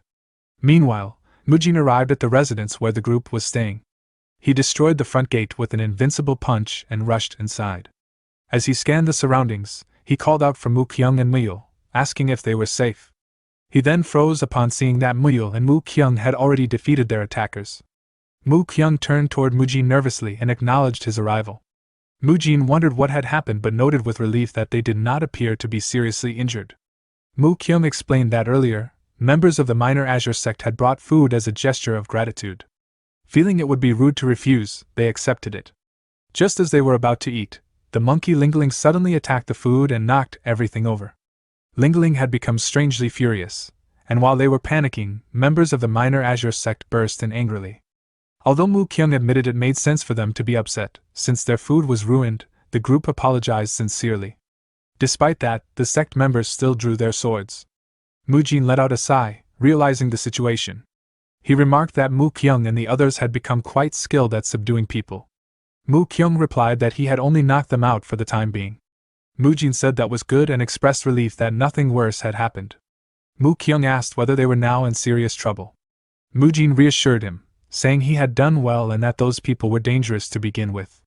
Mu Kyung smiled in relief. Mujin cautioned him that next time, he should not resort to fighting without thinking it through. Some time later, after all the mad demon bandits, who had been pretending to be members of the minor Azure sect, were restrained, Baek Gowon arrived. He commented that Mujin had said he would handle the rest and expressed surprise that everything had been resolved so cleanly in just half a day. Mujin replied that there was still one matter left to resolve. Baek Gowon acknowledged this. Mujin smiled and pointed out that the reason Baek Gowon had been unable to leave the minor Azure sect remained unresolved. The scene then revealed Baek Gowon's younger sister, Baek Garyong, lying unconscious on a bed. Mujin reflected on Du Wulchen's first companion, the strategist who helped him achieve vengeance for his clan, Baek Gowon. In the story, Baek Gowon had a younger sister who was seriously ill. Her illness originated from a special constitution. She had been born with overwhelmingly powerful, innate yin energy. The extreme cold produced by that yin energy was so intense that it could freeze not only her body, but even the area around her. Meanwhile, Baek Gowon honestly explained to Mujin that when his sister was younger, the condition had not been this severe. At first, her hands and feet had merely been colder than other people's, and she had been more susceptible to the cold. However, As she grew older, her yin energy gradually intensified, and eventually she began struggling to endure the cold on her own. Lately, she had been spending most of her time asleep, likely because simply suppressing the cold within her body had already become too much for her. As he spoke, Baekgowon gently placed a cloth soaked in warm water on his sister's head. He continued, explaining that they had visited many clinics reputed to be famous. Aside from learning that her condition was a type of blocked meridians disorder, they had found no other answers. All he could do was remain by his sister's side as she grew weaker, and little by little, he had begun to lose hope as well. Still, he believed there was meaning in heaven's will that had brought Mujin and the others there, and he begged them to save his sister. Mujin considered the situation. Just as stomach ailments were treated with medicine and wounds with surgery, problems rooted in inner energy had to be treated with inner energy itself. He instructed Mugung to begin the treatment. Mugung sat beside Baekgyeryang, extended his palm toward her, and a green glow formed as his inner energy manifested. Mugung carefully regulated the power of the Rulai Divine Palm Strike's pure, extreme yang energy, injecting it slowly so it circulated through the patient's meridian points throughout her entire body. The heat flowed through her meridians without harming her, merged with her cold energy, neutralized it, and brought balance and harmony. Watching this, Baekgowon remarked that he had never seen treatment like that before. Mujin explained that it was one of the treatment methods used by the body treatment clinic, known as heat therapy. When Baekgowon asked about the clinic, Mujin explained that it was a large-scale medical institution established on the Orthodox faction's side a few years earlier. Baekgowon remarked that the Orthodox factions possessed such treatments, and that he had wanted his sister to receive them as well. However, Guangxi province was territory controlled by the unorthodox factions and ruled by the unorthodox alliance. With only the two of them as children, it had been impossible to even leave the province. Mujin reflected on the unorthodox alliance, an alliance of 7 unorthodox factions formed to oppose the orthodox factions. It was the largest unorthodox group of the era and one of the main antagonistic forces in the unorthodox tyrant chronicles. Du Wulchen's path had begun with the annihilation of the Jaegao clan, followed by the defeat of Hyuk Jingang, the leader of the unorthodox alliance, and the discovery of the true power backing him. After that, he had started a war with the New Heavens. Yet even as he fought the unorthodox alliance, Du Wulchen's hands had already been stained with blood. In the end, he became a public enemy of Mirim, and the one who presented him with a solution had been Baekgowon.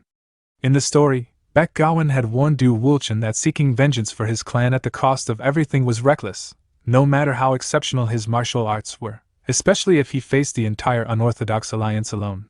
When Du Wulchen asked what he meant, Baekgowon advised him to spread the fact that he was the one who annihilated the Jaegao clan and use that infamy as a foundation to build a new force within the unorthodox sections. Du Wulchen objected, saying that was not the right path. Baekgowon countered that good and evil, justice, and morality no longer mattered. If Du Wulchen truly wanted vengeance, he would have to abandon the orthodox path and walk the unorthodox one. From that point on, he could no longer embrace both. He needed to cast aside a double-edged heart, ignite the will of a single blade, and walk the path of a cunning hero who would not hesitate to use any means necessary, a path befitting a name that carried the word blade.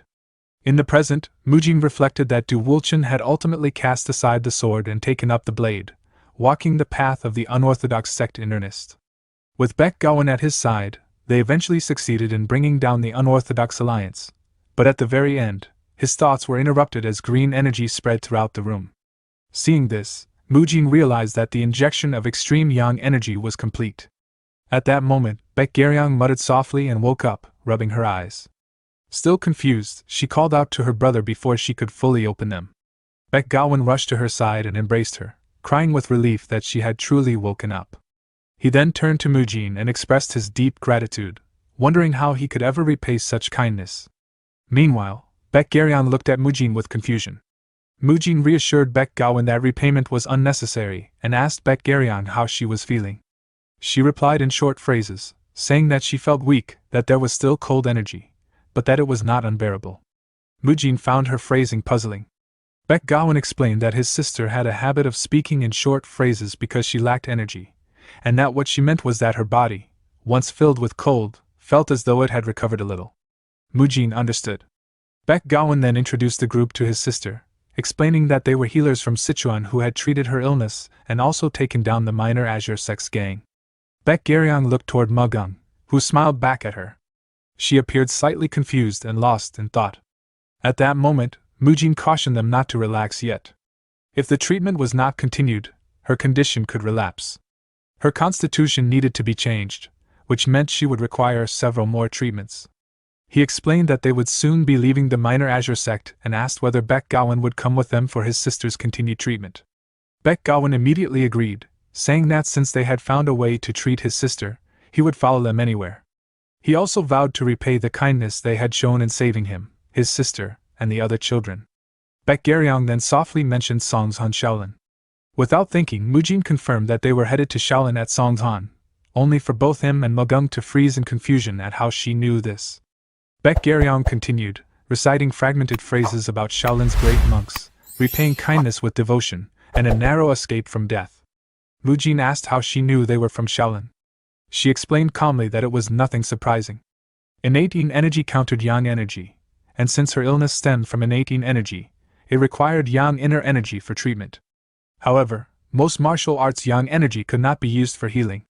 What was required was a martial art that used pure yang energy while allowing precise control, and the only one she knew that met those conditions was Shaolin's Rulai Divine Palm Strike. Mujin was astonished. He realized that she understood everything, from the cause of her illness to its cure. This was Baek Gowon's younger sister, someone he had claimed was even more talented than himself. According to the original story, the unorthodox alliance would covet Baek Garyong's constitution and purchase her, and by the time Baek Gowon found her again, it would already be too late. In the end, both Du Wulchen and Baek Gowon would become so broken that they could no longer maintain their sanity, leaving them with nothing but vengeance.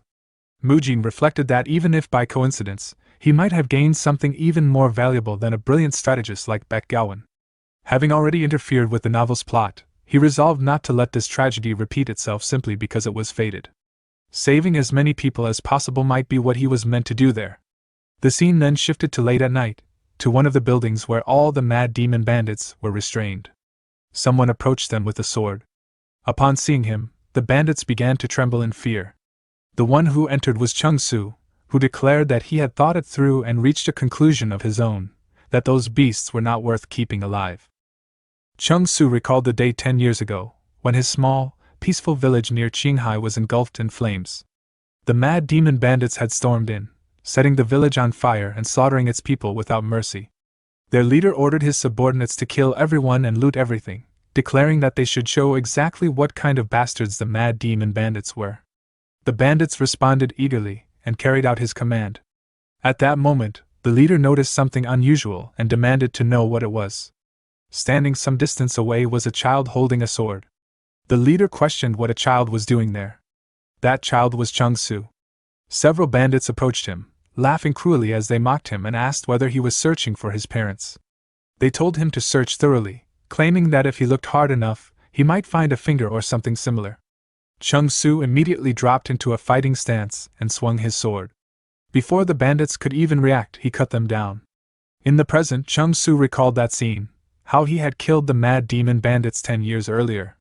He let out a deep sigh as the restrained bandits around him were already lying dead by his hand. At that moment, Mujin arrived and called out to him. With blood-red eyes, Chung Su turned to face him. Mujin asked if he was all right. Chung Su glanced at the lifeless bodies of the mad demon bandits, and replied that he was fine, explaining that he had simply made them pay for their sins. Mujin responded that he was not trying to defend them, but questioned whether Chung Su truly needed to execute them so brutally, remarking that it was unlike him. Chung Su clenched his teeth in agitation and asked whether Mujin truly knew him well enough to say that.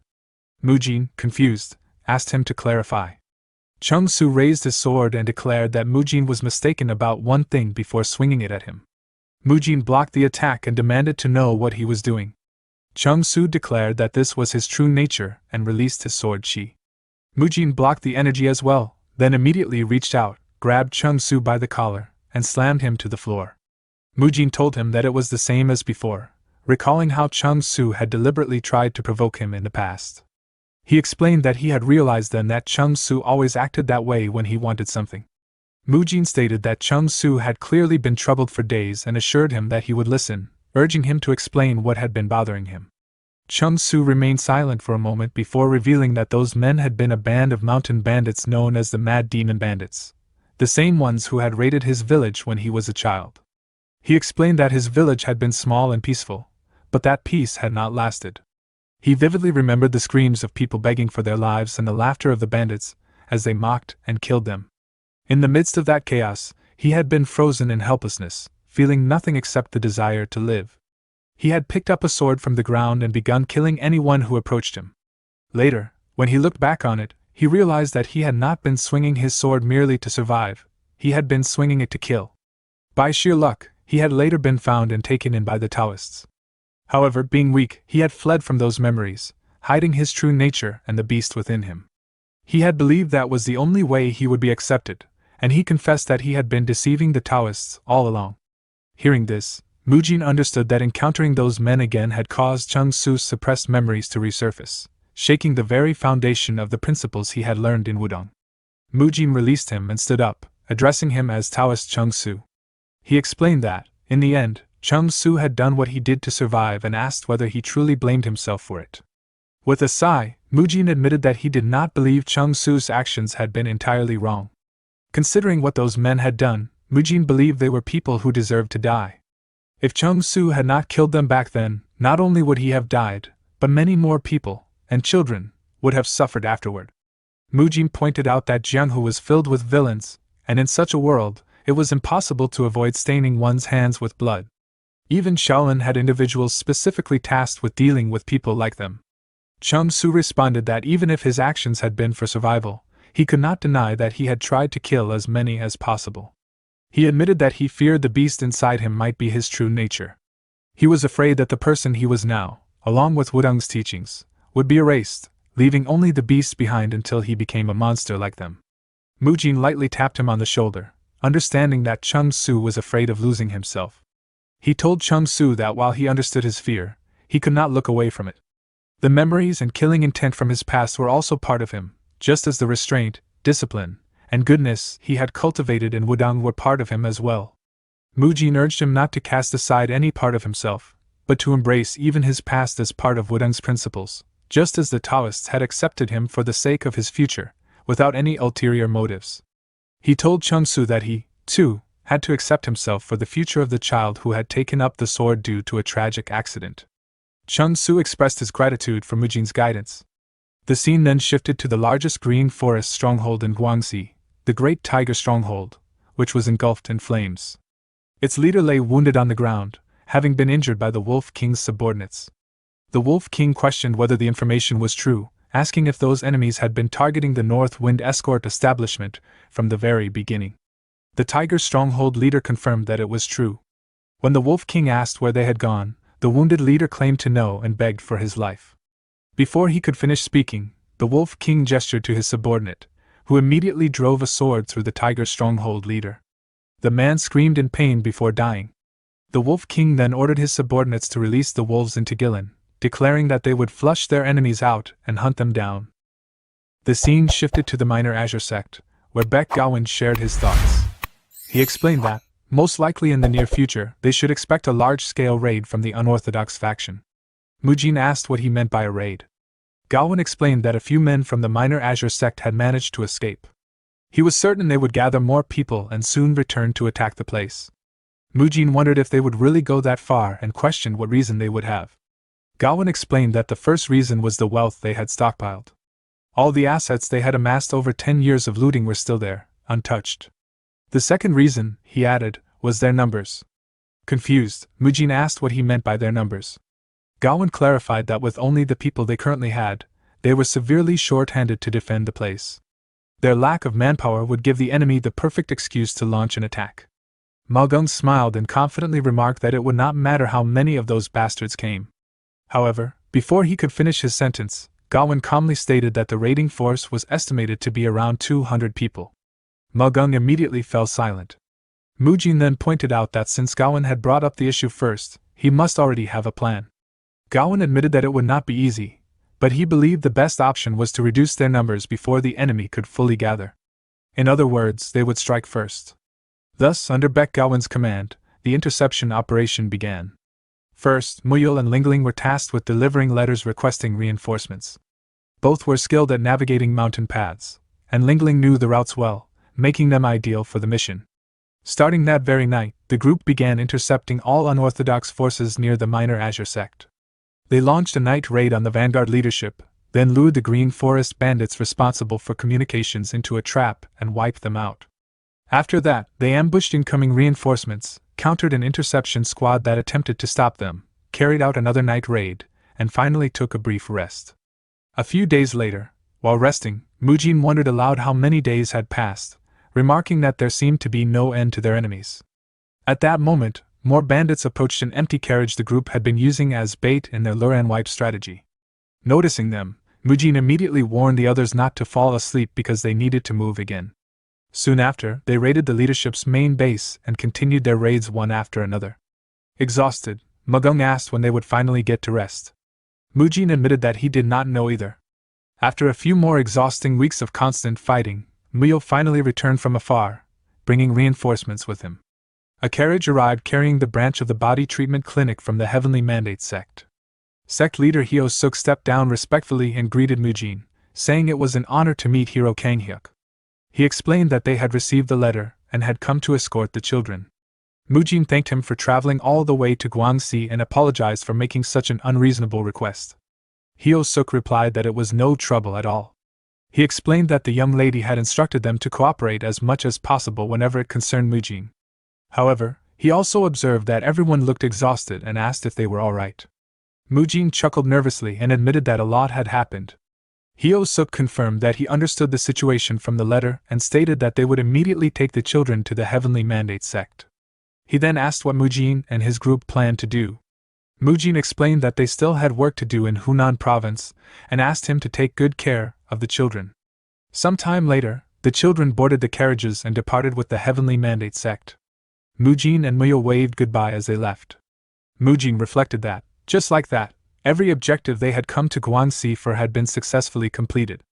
They had destroyed the North Wind escort establishment, which would have become New Heaven's future source of wealth, and they had also achieved another major goal by turning Baek Gowon into an ally. At that moment, Gowon approached him and informed him that the carriage preparations were complete, and they could depart at any time. Mujin praised the effort and ordered them to leave immediately. Gowon nodded and said he would relay the message to the others. Although there had been many twists and turns, Mujin considered the mission a success. He resolved to maintain this momentum and continue onward to Hunan province. Later, as Mujin began driving the carriage, he informed his companions that they would meet Du Wulchen in Hunan province. Since it was nearby, he suggested they should check in on him as well. However, Mujin also knew that was not the only reason. Around this time, the Heavenly Flash sect was destined to face a major crisis. As the first step in taking control of the Central Plains Murim, the New Heavens faction would begin targeting mid and small-sized sections. While he was deep in thought, Mu Kyung suddenly shouted his name and pointed out that someone was standing ahead of them. When Mujin saw the figure, he was shocked. The man standing in their path was none other than the Wolf King. With a cruel smile, the Wolf King raised his weapon and declared that he had finally caught those rat bastards. Realizing the danger, Mujin immediately shouted for everyone to get off the carriage. In the next moment, the Wolf King unleashed an energy slash that completely destroyed the carriage. Magung quickly grabbed Gowon and his sister Garyong and jumped away, while the others also leapt clear just before the attack struck. Grinding his teeth in frustration, Mujin realized the truth. The man before them really was the Wolf King. Those mad wolves had chased them down. At this point, there was no way to avoid the battle. There was only one choice left, to defeat him right there. Mujin gathered his chi into his right arm and launched his technique, Barrage Strikes, toward the Wolf King. The Wolf King merely smiled and mocked him, asking how a rat could dare bare its fangs at a wolf. He easily blocked Mujin's attack and stomped down, smashing Mujin's arm into the ground and causing him to grit his teeth in pain. Raising the Wolf Fang blade, the Wolf King coldly declared that Mujin was nothing but a rat. Before he could strike, Chung Su rushed forward using the heaven-piercing sword art, while Mu Kyung attacked simultaneously with the 18 Dharma strikes. The Wolf King blocked Chung Su's sword with his weapon and effortlessly dodged Mu Kyung's attack. Recognizing their techniques, he mocked them, saying the 18 Dharma strikes and the heaven-piercing sword art meant they must be from Shaolin and Wudong. Both attackers were shocked that he had blocked their techniques so easily, but they knew there was still one more ally. At that moment, Magung unleashed the exploding fist strike, smashing the ground with tremendous force and destroying the surrounding area. When the dust cleared, Mugung's fist could be seen buried in the shattered ground. The Wolf King scoffed at the display, noting the presence of extreme yang energy. However, he laughed manically and declared that if that was the best they could do, they would all end up as wolf food. Mugung turned to Mujin and asked if he was alright. Mujin replied that he was fine thanks to him, but he was more concerned about the Beck siblings. Mugung reassured him that he had already told them to hide nearby and that Lingling was with them, so they would be safe. However, he could not help but ask who the monster they were facing really was. Chung Su admitted reluctantly that the man was an incredible martial master. Mu Kyung added that it felt as if the enemy was not even fighting at full strength and was merely toying with them. Mujin confirmed their suspicions. He explained to everyone that the man was known as the Wolf King, a hunting dog of the New Heavens faction sent to capture them. According to Mujin, he was the strongest opponent they had ever faced. If they fought him head-on, their chances of victory were almost non-existent. However, Mujin revealed that he had a plan and told them that he would give a signal when the time came. A little later, the battle continued fiercely. Muyu was struck by one of the Wolf King's attacks and was sent flying backward, crashing into a tree before coughing up blood. The Wolf King laughed mockingly, remarking that it had been worth coming out after all that time. He encouraged them to keep struggling like insects. The group rushed to attack him from all directions, but the Wolf King simply swung his sword, unleashing a powerful strike that blasted them backward. Some crashed into trees while others slammed into the ground. The Wolf King mocked them again, saying they should struggle a little more. Since he had personally come all that way, there was no way he would end the fight so easily. At that moment, Mujin called out to him from behind. The Wolf King immediately turned around in anger. Mujin launched a combined technique, Destroyer's Divine Strike along with Fist Energy, but to his surprise, the Wolf King easily dodged the attack. The Wolf King remarked that he sensed no fear from Mujin and found that commendable. He noted that Mujin had also been the first to step forward earlier. Because of that, he declared that he would grant Mujin something special, the honor of being torn to pieces first. With that, he raised his weapon and swung it toward him. Seeing the incoming attack, Mujin realized he could not dodge it. Instead, he decided to block it using his technique, Golden Sphere Art, Iron Guard. Seeing this, the Wolf King called him an idiot. The attack shattered Mujin's Golden Sphere Art instantly. Mujin realized that the technique alone was not enough to block enhanced energy. The Wolf King shouted that he would split Mujin in half and continued his attack. At that moment, Mujin pulled out a red thread and managed to stop the Wolf King's weapon, though the blade still pierced slightly into his stomach. The red thread and cloth wrapped around his stomach were made from dragon scale armor. Coughing up blood, Mujin declared that the Wolf King had fallen for his trap. The dragon scale armor was a treasure woven into cloth form by refining 10,000-year-old cold iron into threads. Uniquely, it reacted to enhanced protective energy, and became even stronger and tougher. In the original story, the Wolf King had processed the dragon scale armor into full armor, and it later became his symbol along with the Wolf Fang blade, contributing to the slaughter of countless martial artists. After discovering the dragon scale armor among the escort goods of the North Wind escort establishment, Mujin had judged that there was no time to process it into proper armor. Instead, he wrapped the cloth around his body just in case. Although his prediction had not been perfect, it had been close enough for him to successfully block the Wolf King's strike. The Wolf King shouted angrily, demanding to know if that was the dragon scale armor. Furious, he asked how such a lowly bastard dared to lay his filthy hands on it. Mujin calmly asked what the Wolf King planned to do about it, adding that if it had been that precious, he should have guarded it better. Enraged, the Wolf King declared that the armor was a treasure bestowed upon him by his lord's grace, and that Mujin would suffer a horrible death. However, when he tried to pull his sword free, he realized it would not budge. The blade was stuck because Mujin had locked it in place using his ultra-condensed muscles external oblique muscle technique. Despite his trembling body, Mujin smiled and declared that this was what real combat muscles looked like. He even mocked the Wolf King by asking if he had ever heard of the enhanced unyielding maiden art. Mujin pointed out that the Wolf King had underestimated them as mere young brats, but now he was the one caught in the trap. At that moment, Mujin's friends rushed forward to attack the Wolf King. Mugung led the charge, swinging his fist. However, the Wolf King easily dodged the attack and immediately counterattacked, kicking Mugung's arm hard and mocking them for daring to play petty tricks on him. Mugung was sent flying and landed some distance away, clutching his injured arm. Mujin called out to him in concern. At the same time, Muyul and Chung Su moved in to attack the Wolf King from both sides. Sensing the danger, the Wolf King leapt high into the air to evade them. Even as he rose into the air, his blade still could not move because Mujin continued to grip it. Irritated, the Wolf King ordered Mujin to let go, threatening to slam him straight into the ground if he did not. At that moment, Mu Kyung suddenly appeared behind the Wolf King and told Mujin that it was time. Mu Kyung unleashed the invincible anti-demon punch technique, striking the Wolf King with tremendous power and slamming him into the ground, shattering the earth where he crashed. The Wolf King realized that his blade had finally been freed. In his mind, he acknowledged that trash like them had managed to coordinate surprisingly well. Still, he believed the obstacle had been removed.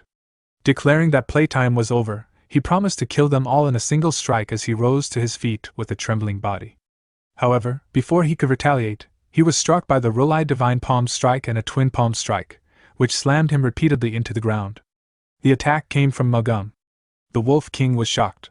He was certain he had broken Mugung's arm, yet Mugung was still fighting. Observing closely, he realized that Mugung was using martial arts despite having a broken arm, even though it could cause his blood vessels to burst. Before the Wolf King could escape the overwhelming pressure of the palm strikes pinning him to the ground, Mujin approached him despite his injuries and declared that it was the end. The Wolf King struggled to stand but could not. Grinding his teeth in frustration, he muttered that it was impossible. He was the Wolf King. There was no way he could lose to mere insects. Meanwhile, Mujin gathered his chi into his right arm and delivered a final strike to the Wolf King lying on the ground, triggering a massive explosion. When the dust finally settled, Mujin's hand was soaked in blood, and the lifeless body of the Wolf King lay on the ground. Mujin realized that they had defeated the Wolf King. Thinking that he could finally rest, he collapsed unconscious. Seeing him fall, Mu Kyung shouted in alarm and urgently told everyone to stop the bleeding. Meanwhile, Mujin lay unconscious on the ground, his thoughts drifting hazily. He felt overwhelmingly sleepy and couldn't understand why.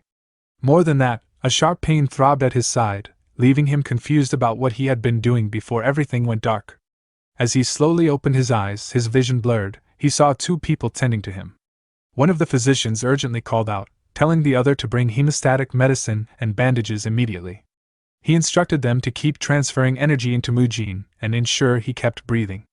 Through the haze, Mujin recalled that after defeating the Wolf King, he had simply laid down to rest. Mu Kyung, who was channeling energy into him, noticed the change and informed the physician that Mujin had regained consciousness. However, the physician remained focused, ordering Mu Kyung to continue the energy transfer without interruption. Mujin's thoughts wandered again. He remembered collapsing after the battle, exhausted from non-stop exertion. A part of him wanted to let go, to drift away and rest completely. He wondered if falling asleep now would allow him to return to his previous life, the time when he used to read manga. At that moment, a brilliant light appeared before him. Within it stood Grandmaster Hyun Guang, whose presence startled Mujin. Hyun Guang calmly asked whether Mujin had finished everything he had wanted to do. The question struck deeply. Mujin reflected on his journey, his companions, and everything left undone. Clenching his fist, he firmly declared that he still had much to accomplish, people to save and things to change. He could not allow his story to end there. He reaffirmed his promise to return to Shaolin's northern dipper of Mount Taishan once everything was settled. Satisfied, Hyun Guang told him that was enough for now, but first, he should go meet the person who had been desperately waiting for him. Confused by those words, Mujin tried to ask what he meant, but before he could, his consciousness snapped back. He jolted awake, sitting upright in bed despite the pain from the bandages wrapped around his stomach. Sweat poured down his face as he gasped for breath, instinctively calling out for his grandfather. A voice immediately cautioned him not to move so suddenly. Recognizing the voice, Mujin turned and saw Sealwa standing beside him, her expression serious yet filled with concern. She asked if he was feeling any better. Still disoriented, Mujin questioned how she had come to be there. Sealwa explained that he was in the Nanchang branch of the body treatment clinic in Jiangxi province. 2 weeks earlier, she and her group had brought him and his companions there for treatment. Shocked, Mujin realized he had been unconscious for 2 full weeks. While he remembered defeating the Wolf King, he couldn't understand how they had ended up so far away in Nanchang. Sealwa patiently explained everything. A month earlier, the Heavenly Mandate sect leader had sent her Mujin's letter and report. According to it, Mujin had planned to head to Hunan province. Coincidentally, a guest arrived at the clinic seeking a meeting with Mujin, so she informed him of Mujin's destination and traveled to Hunan with him.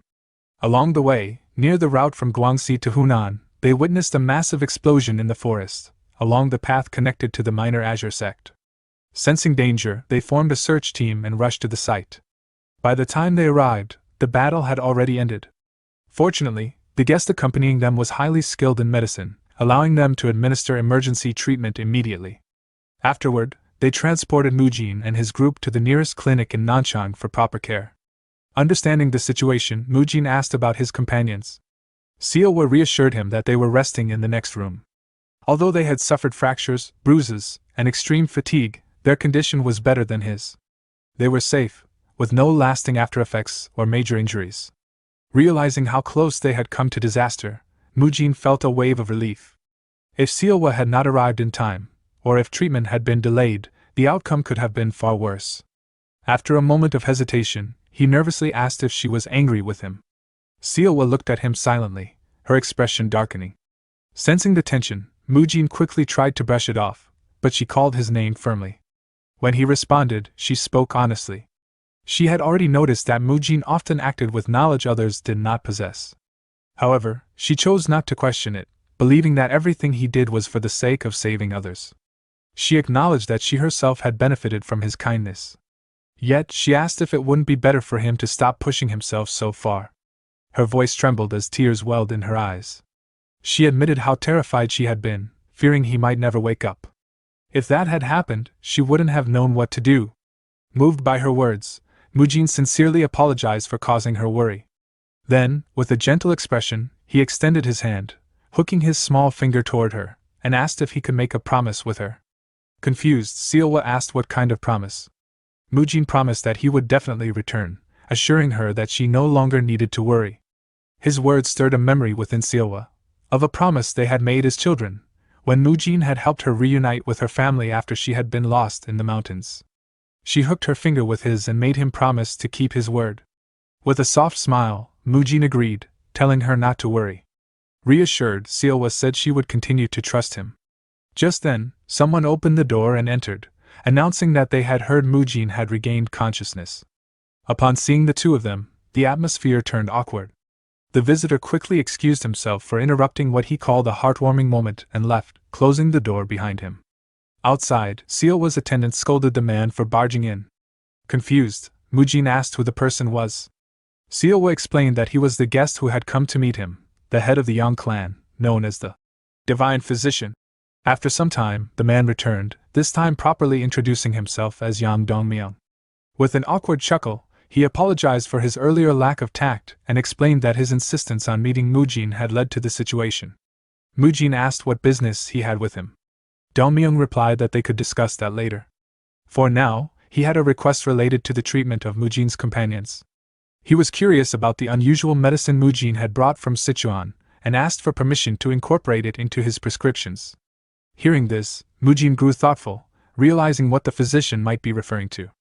Dongmyeong then added that, if he remembered correctly, the medicine was called protein.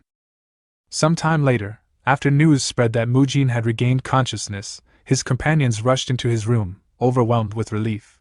They expressed that they had truly believed they were going to lose him, and that if Lady Seowa had not brought the divine physician in advance, things might have ended very differently. Mujin apologized for making everyone worry, but quickly shifted the conversation to something he considered important. He explained that he had called them together to show the finished product of what he had created at the Tang clan. Mu Kyung, curious, asked if he was referring to the item he had developed with the Dark King. Inwardly, Mujin reflected that it was finally a reliable protein supplement they could use in the Murim world. Removing the cloth covering a pot, Mujin revealed the contents and introduced it as black iron powder. This substance was a medicinal training food developed by Mujin and Tang Gak after extensive research. The name symbolized forging the body to be as strong as steel. It functioned as a Murim-style protein supplement.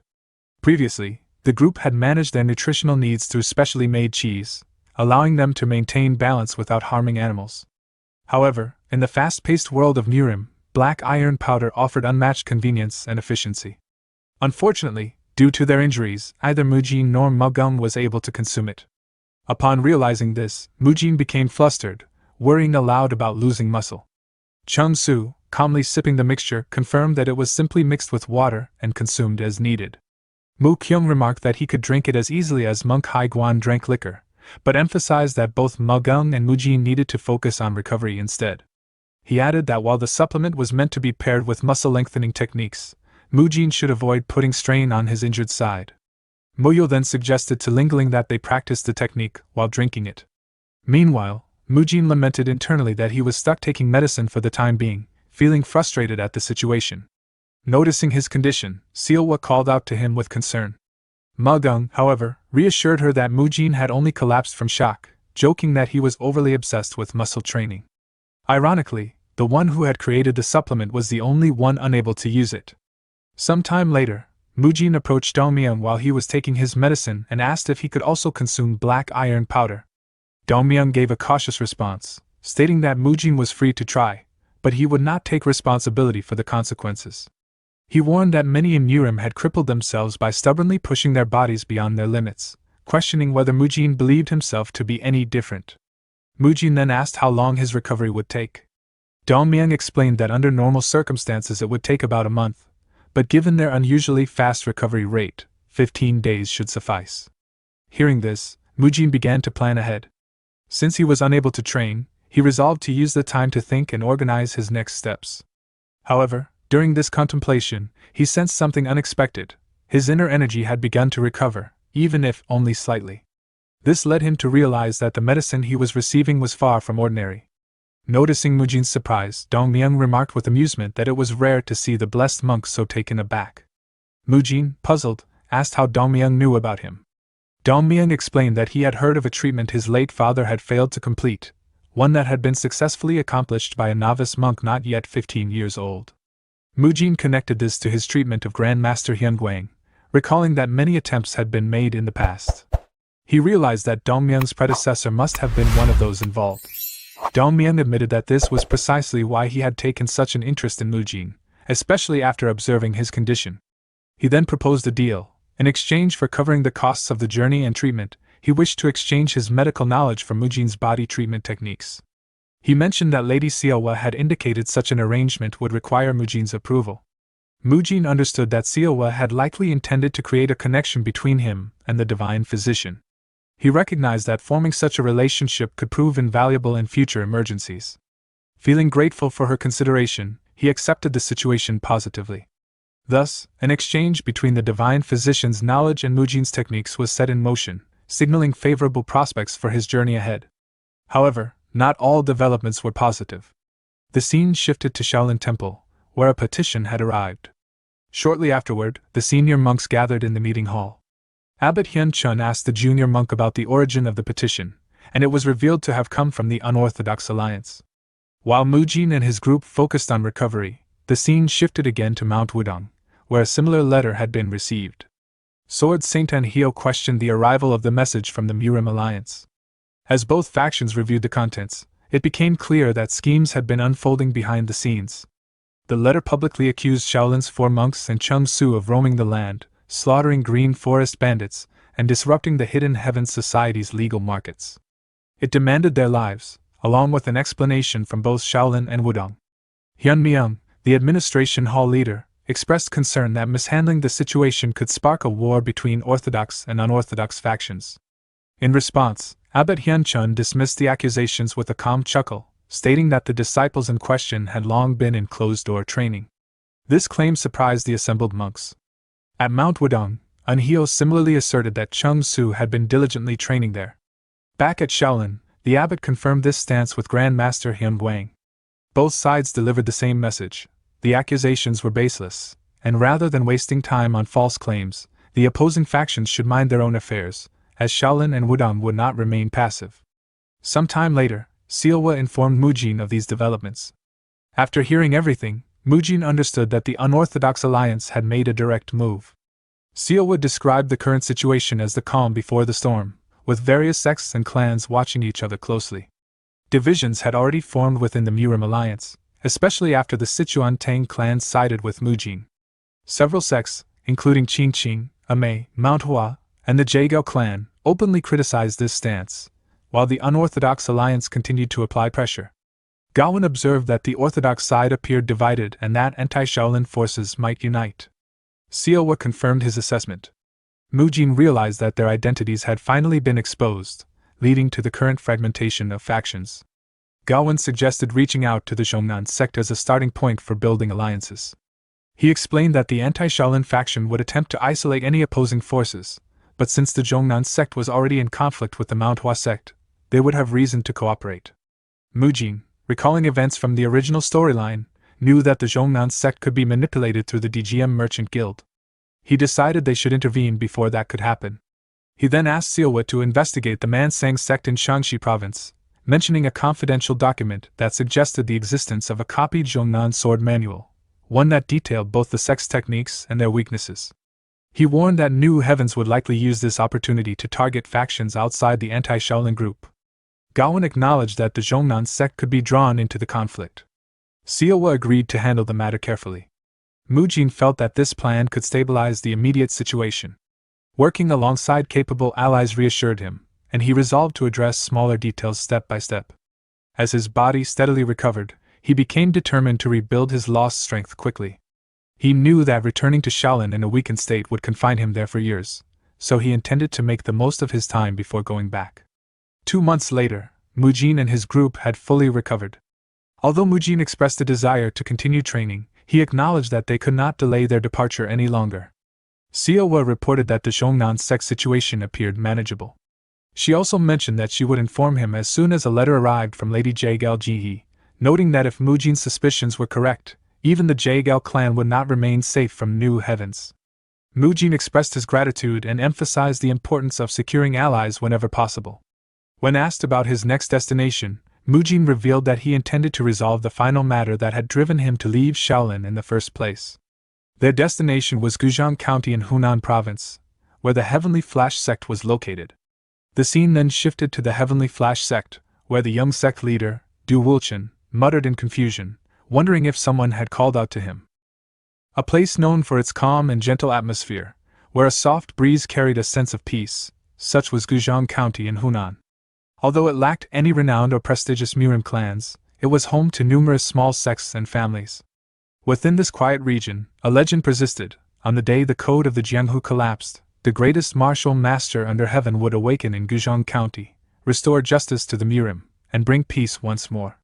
The scene shifted to the outer training grounds of the Hunan Heavenly Flash sect, where the young sect leader, Du Wulchen, stood in position.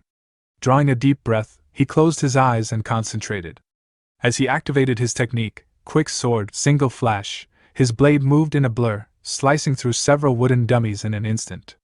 After completing the motion, he sheathed his weapon and quietly wondered if things would truly unfold as he had been told. His thoughts drifted back to the day of the Dragon Phoenix Summit. On that day, he had encountered a benefactor, the blessed monk Mujin, who had given him a lesser revitalization pill. Along with it came instructions on how to properly circulate his energy, which had elevated his martial abilities to a new level. More importantly, Mujin had advised him to abandon the sword in favor of a blade. Since then, the flow of his energy had become far more natural, as though he had wielded a blade his entire life. Wulchen could not help but recognize Mujin as an extraordinary individual, someone capable of perceiving another person's fate. Yet, that very realization only deepened his unease. Mujin had warned him that within a year, a great threat would descend upon the Heavenly Flash sect. He had urged Wulchen to prepare and to pursue the extreme, stating that if he could bring a single technique to absolute mastery, he alone could prevent the sect's impending tragedy. Taking those words to heart, Wulchen had devoted himself entirely to training after returning from the summit, refining the first form of Quick Sword to its utmost limit. Even so, doubt lingered in his mind as he questioned whether he could truly protect his clan. At that moment, his attention was drawn to smoke rising in the distance. Recognizing the direction, his expression hardened as he realized it was coming from the clan estate. By the time he arrived, flames had already engulfed part of the compound. A clan member shouted urgently that the annex was on fire and needed to be extinguished before it spread to the main residence. The sect leader, Du Jaiwan, stared in shock and demanded to know what had happened so suddenly. One of his subordinates reported that everyone had been gathered according to his orders. Jaiwan immediately commanded them to prevent the fire from spreading and pressed for information regarding its cause. The response confirmed his fears. It had been deliberately set. Anger flared within him as he ordered the culprit to be found and punished without exception. At that very moment, a large group clad in black appeared. Their leader mockingly responded to Jaiwan's threat, belittling him and his authority. Jaiwan's subordinate demanded that they reveal their identities, but the leader instead issued a cold command: eliminate everyone and secure the target. Without hesitation, the attackers surged forward. Jaiwan shouted for his people to form ranks and prepare for battle, but the clash began instantly. One attacker appeared before him in a flash and struck. Jaiwan attempted to block, but his sword shattered under the force, and the enemy's blade cut into his shoulder, drawing blood. Gritting his teeth, Jaiwan struggled to endure the pain as his subordinate urged him to retreat. Before he could do so, another strike descended upon him. However, before the fatal blow could land, Du Wulchen intervened. In a single, fluid motion, he decapitated the attacker using the first form of the heavenly flash blade art. Continuing the same movement, he unleashed quick sword, single flash, cutting down another enemy instantly. Relief flickered across Jaiwan's face as he acknowledged his son's arrival. Seeing the fallen bodies of his sect members scattered across the ground, Wulchen instructed his father to find his mother and Wul, declaring that he would handle the situation. Around them, the black-clad attackers continued their relentless slaughter. Realizing the truth, Wulchen understood that these were the very threat Mujin had warned him about. With anger rising, he shouted at the invaders and charged forward, cutting them down one after another. Observing him, the enemy leader noted that no such individual had been mentioned in their intelligence. He immediately ordered reinforcements, including reserves and scouts, intending to wear Wulchen down before killing him. As time passed, the battle continued without pause. Eventually, Wulchen found himself surrounded by numerous enemies, his body growing weary from constant combat. Despite his exhaustion, his mind remained sharp. He recognized that each opponent was a highly skilled martial artist, far beyond what his sect's disciples could handle. He realized that without Mujin's prior help, he would have already fallen. Yet, the reason behind their attack remained unclear. Pushing aside all doubts, he resolved to stop them at any cost, even if it meant his own death. Gathering his remaining strength, he charged once more, meeting the incoming attacks from all directions. Then, without warning, a massive explosion erupted, sending shockwaves across the battlefield. The source of the blast soon revealed itself. Mujin had arrived. He remarked that he had nearly been too late and greeted Wulchen, stating that he had come to help. Upon seeing him, Wulchen's tense expression finally softened into a faint smile, reassured by his presence.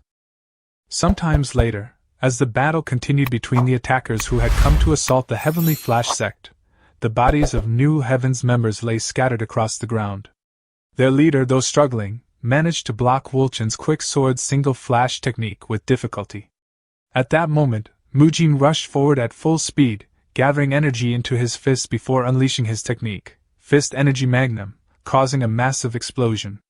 As the dust settled, Mujin let out a quiet sigh and remarked that Wulchen had grown much stronger than before. Wulchen's expression darkened, and he remained silent for a moment before admitting that he would not have been able to hold them off alone if Mujin had not come to help. Just then, a little girl rushed forward, leaping into Wulchen's arms as she exclaimed that he was safe. Wulchen, relieved, recognized her as Wu Liang and expressed his gratitude that she was unharmed. Shortly after, Magum arrived alongside the Heavenly Flash sect leader, Du Jaiwan. Magum explained that the situation had unfolded just as Mujin had predicted. New Heavens had planned to strike the sect's core while everyone was scattered, and by the time he arrived, enemies had already infiltrated the area. Upon seeing his father, Wulchen immediately asked about the safety of the sect members. Jaiwan reassured him that, thanks to the timely arrival of Mujin and his group, no major losses had been suffered.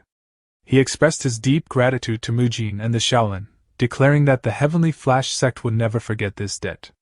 However, Mujin cautioned that the crisis was not yet over. Jaiwan, concerned, asked what he meant. Mujin explained that until New Heavens achieved their objective, they would continue attacking the Heavenly Flash sect. When Jaiwan asked what that objective was, Mujin revealed that they were after the sect's treasure, the Heavenly Flash Blade. He further explained that the mastermind organization behind the attacks was New Heavens, a shadowy force within Nurim that sowed chaos indiscriminately, regardless of whether a sect was orthodox or unorthodox. This time, their target was the Heavenly Flash sect. Some time later, Jaiwon, Woolchin, and Mujin entered the clan's treasure chamber. As they stepped inside, Jaiwon questioned whether the attackers truly sought the Heavenly Flash blade. Mujin confirmed this, explaining that the information had been obtained while eliminating New Heaven's forces. Upon seeing the wooden box at the center of the room, Mujin inquired if it contained the Heavenly Flash blade. Jaiwon, though slightly uneasy, affirmed it and admitted that, in truth, the blade was nothing particularly remarkable. Opening the box, he revealed the sword and explained that it was merely a symbolic item, a simple piece of iron shaped like a blade, representing the teaching. Steel your heart as hard as steel and train yourself. He further added that such treasures were common among minor sects, and that there were likely many similar items within Guzheng County. Thus, he questioned why New Heavens would target it. In response, Mujin stated that he would explain and presented a fragment of cloth. When Jaiwon asked what it was, Mujin revealed that it was a piece of dragon-scale armor, originally crafted entirely from 10,000-year-old cold iron. Jaiwon was stunned upon hearing this, unable to hide his shock. Woolchin, confused, asked why his father reacted so strongly. Jaiwon explained that if the material was truly 10,000-year-old cold iron, even a small fragment could sustain their clan comfortably for years. Mujin then politely took the sword from Jaiwon and handed it to Woolchin, instructing him to hold it in place. After stepping back and assuming an attack stance, Mujin declared that he would now demonstrate why the blade was being targeted. As Woolchin nervously questioned his intentions, Mujin unleashed a combined technique, Iron Guard and Arhat Palm Strike, shattering the outer layer of rough iron surrounding the blade. He then revealed that the crude exterior was merely a disguise, concealing the weapon's true form, a black blade forged from 10,000-year-old cold iron, capable of withstanding even the most powerful sword energy. Jaiwon was left in utter disbelief, questioning how even he, as sect leader, had been unaware of the blade's true nature and how their ancestors had hidden such a treasure so perfectly. Mujin then asked if Jaiwon knew the legend of Guzheng County, the prophecy that when the code of Jianghu falls, the greatest martial master under heaven would awaken there to restore justice to Mirim. Jaiwon acknowledged the legend but dismissed it as a mere children's tale. However, Mujin confirmed that it was true, revealing that the Heavenly Flash sect was the very subject of that legend, and the Heavenly Flash blade was the provision left behind by their ancestors to protect Mirim in times of chaos. He explained that the current attacks by New Heavens proved that they, too, believed the blade posed a significant threat to their future. Turning to Woolchin, Mujin reminded him of what he had said before, that through following the Buddhist path, he had gained a limited ability to read fate. Internally, Mujin admitted that this knowledge partly came from what he had read in the original story. He went on to explain that, although he had managed to change many fates and save numerous lives, his strength was still insufficient to completely sever the chains of fate bound by evil. The recent attack was proof that New Heavens could strike anywhere at any time, and he could not allow more innocent people to suffer. Therefore, he asked Woolchin to fight alongside him against New Heavens and help save those in hardship, emphasizing that they needed the power of the protagonist. Woolchin fell into deep thought. He recognized Mujin as someone who had defeated Namgung Jinshin, won the Dragon Phoenix Summit, and saved the Heavenly Flash sect. Yet, he still felt weak in comparison. After a moment of contemplation, Woolchin respectfully apologized and stated that he wished to give his answer only after he had confirmed his own strength. He then requested a duel to prove himself. Mujin smiled and agreed to spar with Woolchin without hesitation. Some time later, at the arena, Mujin and Woolchin stood face to face while others gathered around to witness the duel. As Woolchin prepared himself, he reflected on how he had once believed he understood Mujin's strength after seeing him at the Dragon Phoenix Summit. Now, standing before him, he realized how gravely mistaken he had been. Mujin's aura felt like an overwhelming mountain, making him question whether he could even stand as his opponent. However, he quickly cast aside those doubts, resolving that if he wished to stand alongside Mujin, he had to prove himself. With that determination, he took his fighting stance. Observing his expression, Mujin recognized Woolchin's resolve and thought that he could not afford to disappoint him either. In the next instant, Mujin raised his arm, leaped forward, and launched a fist toward Woolchin.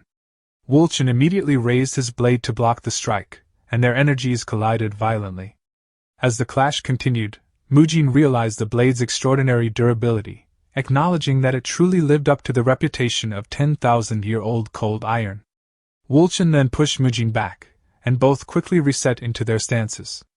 Without hesitation, Mujin gathered fist energy while Wulchen employed swift sword, and the two rushed toward each other once again.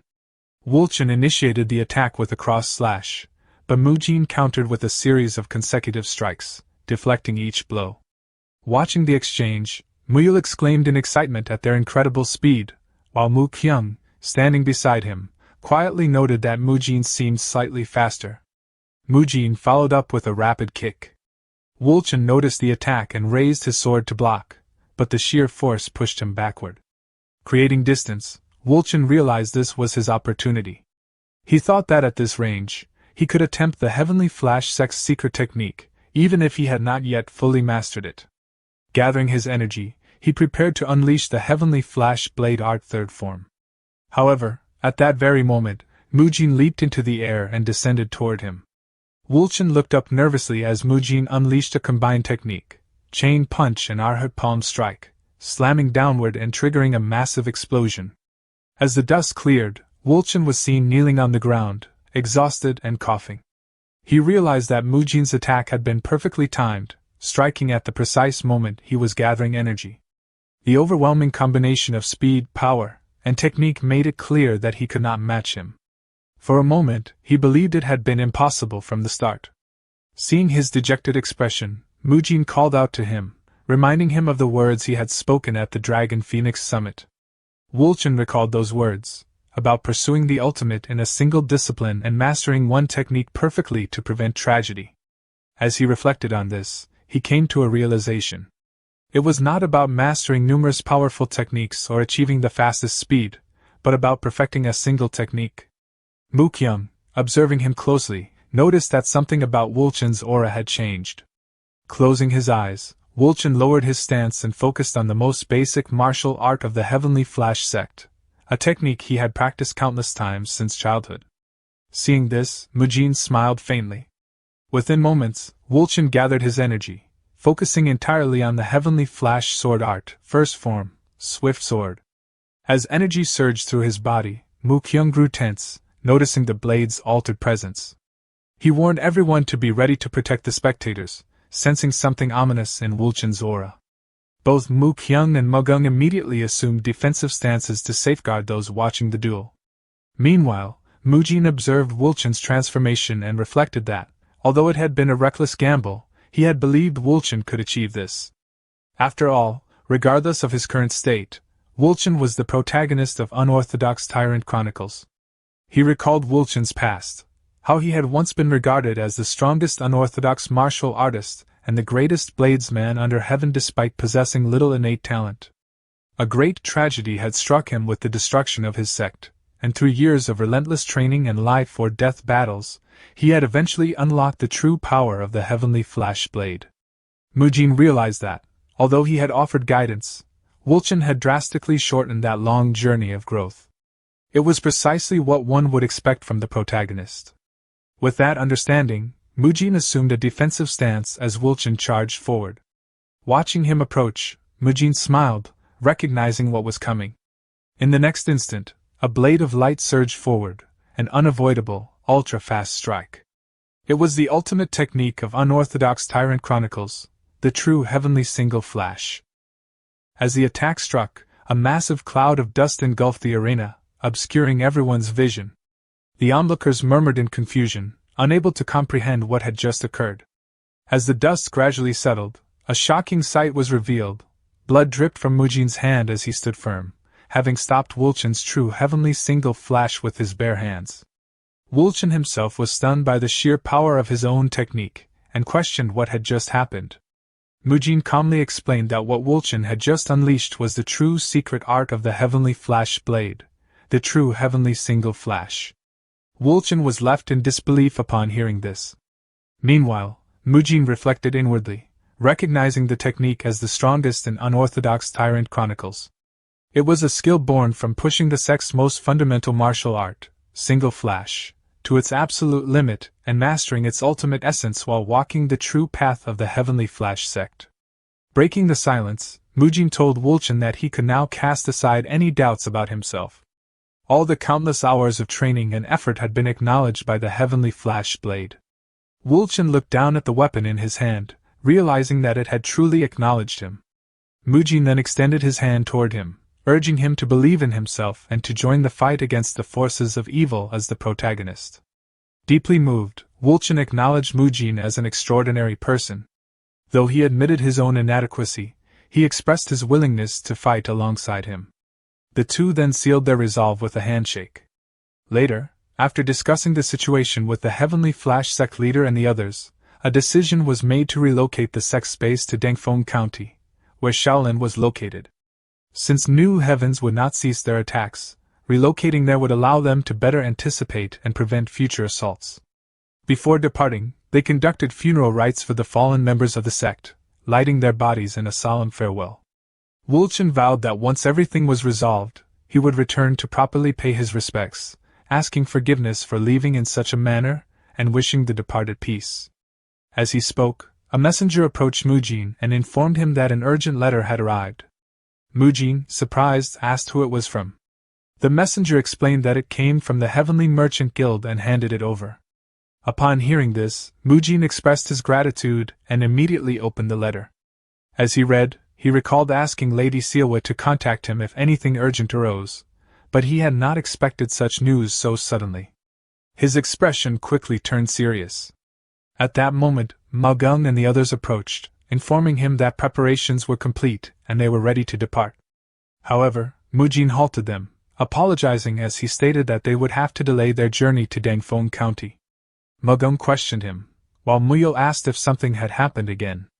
Turning toward them, Mujin revealed the grim truth: the Jaegao clan had fallen. The scene then shifted back in time to when Mujin's group was preparing to confront the Wolf King. In Hubei province, within the Jaegao clan, chaos and bloodshed had erupted. A fierce battle raged between the branch clan and the main clan, with many main clan members falling. One such warrior, clad in dark blue, struggled to block an attack from a branch clan member dressed in light purple. In shock, he demanded to know why fellow clan members were attacking each other.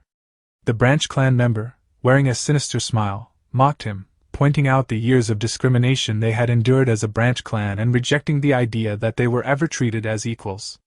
As the pressure of the attack intensified, the main clan member realized he could not withstand the overwhelming force. He was bewildered, as such martial arts were unknown within their clan. In the next moment, his blade shattered, and he was cut down, his lifeless body collapsing to the ground. The attacker laughed maniacally, reveling in the fact that he had defeated a main clan warrior, crediting the martial art bestowed upon him by the elder as the real power. He then shouted for the others to demonstrate their strength against the main clan. Elsewhere, Ji-hee hurried through the forest with her subordinates, urging them to regroup with the main forces before it was too late. She anxiously inquired about her father and brothers.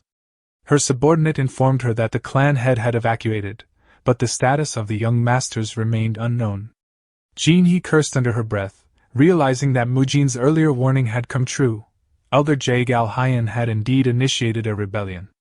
She recalled their conversation at the Dragon Phoenix Summit, when Mujin had asked if anything unusual had been happening within the Jaegao clan. At the time, she had dismissed the idea, unaware of any strange occurrences. However, Mujin had insisted on informing her of something he had discovered in Nanchang and handed her a letter. Upon reading it, she had been shocked to find records that appeared to be a human trafficking ledger, bearing Jaegao Hyan's name. She had resolved to investigate it upon returning. Mujin had cautioned her that the matter might be far more than a simple trafficking case and urged her to proceed carefully. Now, reflecting on everything, Ji-hee realized that the rebellion was connected to that discovery, and that such a large-scale uprising could not have occurred without a powerful force behind it. At that moment, a man dressed in black appeared before her group, casually asking where they were heading in such haste. Jin-hee's group halted immediately, and one of her subordinates demanded to know his identity, and why he dared to block the Jaegao clan's path. The man responded with a mocking tone, belittling their reliance on their clan name, and declaring that the reputation of the orthodox sect's 5 great clans had fallen. Jinhee, recognizing the danger, drew her battle fan and assumed a combat stance. She deduced that he was not a member of their clan and that his presence at such a critical moment indicated he was the one manipulating Jae-gal Hyen. The man chuckled, questioning her reasoning. Jinhee firmly stated that a rebellion of such magnitude could not have been orchestrated by a mere elder, insisting that a greater faction must be using Jae-gal Hyen as a puppet, and demanded that he reveal his identity. The man laughed maniacally, acknowledging her sharpness but declaring that she was too dangerous to be left alive, despite Jae-gal Hyen's desire to capture her. Drawing his blade, he declared his intent to sever her noble bloodline. Immediately, Jinhee and her group charged forward to confront him. Meanwhile, in the present, Mujin read Sealwa's letter aloud. It detailed how the branch clan's rebellion, led by Jae-gal Hyen, had ended in victory. Although the patriarch Jae-gal Gung remained safe, the whereabouts of other direct bloodline members were unknown. Jae-gal Hyen had seized full control of the clan and formed an alliance with Manhwa, Ame, and Qingqing, creating the so-called Anti-Shaolin Alliance. The letter warned that Hubei province was effectively under their control and ended with a wish for Mujin's safe return. After finishing the letter, Mujin turned to his companions and declared that it was time to begin the Jae-gal clan rescue operation. The scene shifted to Hubei province's Enshi Grand Canyon, where Mujin and his companions were making their way through a dense forest. As they traveled, Mujin recalled the advice Baek Gowon had given him earlier. Gowon had theorized that there had to be a safe house somewhere nearby. A clan as large and prestigious as the Jae-gal clan would undoubtedly have prepared a contingency plan for a crisis of this magnitude. At the time, Mujin had found the idea convincing. The Tang clan had possessed similar emergency shelters, so it was only natural that the Jae-gal clan would have done the same. Gowon had further explained that information regarding such safe houses was usually restricted to a small number of trusted members within the main clan. Since the rebellion was being led by the branch clan, it was highly likely that they were unaware of the safe house's existence. As a result, the chances of successfully rescuing the main clan members were quite high. As it turned out, Baek Gowon's prediction had been accurate. Shortly after arriving in Hubei province, Mujin's group had been attacked by a suspicious force. After capturing one of the branch clan members, they learned that the rebels had been searching for the main clan survivors hidden somewhere within Enshi Grand Canyon. The captive had openly declared that the rebellion was not treason but divine punishment inflicted upon those who had suffered discrimination for generations simply because they belonged to the branch clan. He praised Elder Jae-gal Hyen, claiming that unlike the main clan, he had bestowed divine arts upon them. Before he could say anything further, a sword suddenly pierced through his chest. The captive died instantly. Mujin and his companions turned in shock, only to discover that one of the New Heavens operatives accompanying the rebels had thrown the sword. The man coldly dismissed the dead rebel as worthless trash who could neither fight properly nor accomplish anything useful. Realizing the involvement of New Heavens, Mujin immediately rushed forward. Concentrating energy into his fist, he unleashed a powerful strike that exploded outward with tremendous force. The impact was so great that it could be seen from a distance. The New Heavens operative was killed instantly. As the dust settled, Mujin concluded that New Heavens had already infiltrated the area ahead of them. Later that evening, the group continued their journey through the canyon in search of the Jae-gal clan's safe house. After walking for a long time, Mugung began to question whether they were still following the correct path. Mujin admitted that he could not be completely certain, but he trusted Lingling, the enchanted beast guiding them. Thanks to Lingling's assistance, they had even managed to ambush several New Heavens operatives without difficulty. In response, Lingling proudly raised a thumb toward Mujin. The gesture left Mujin both amused and bewildered. Despite spending considerable time around the creature, he still had no idea how Lingling managed to understand human conversation so well. A short while later, Lingling suddenly became alert. It turned toward Muyul and began communicating through a series of gestures and sounds. After listening carefully, Muyul informed the group that Lingling sensed something unusual.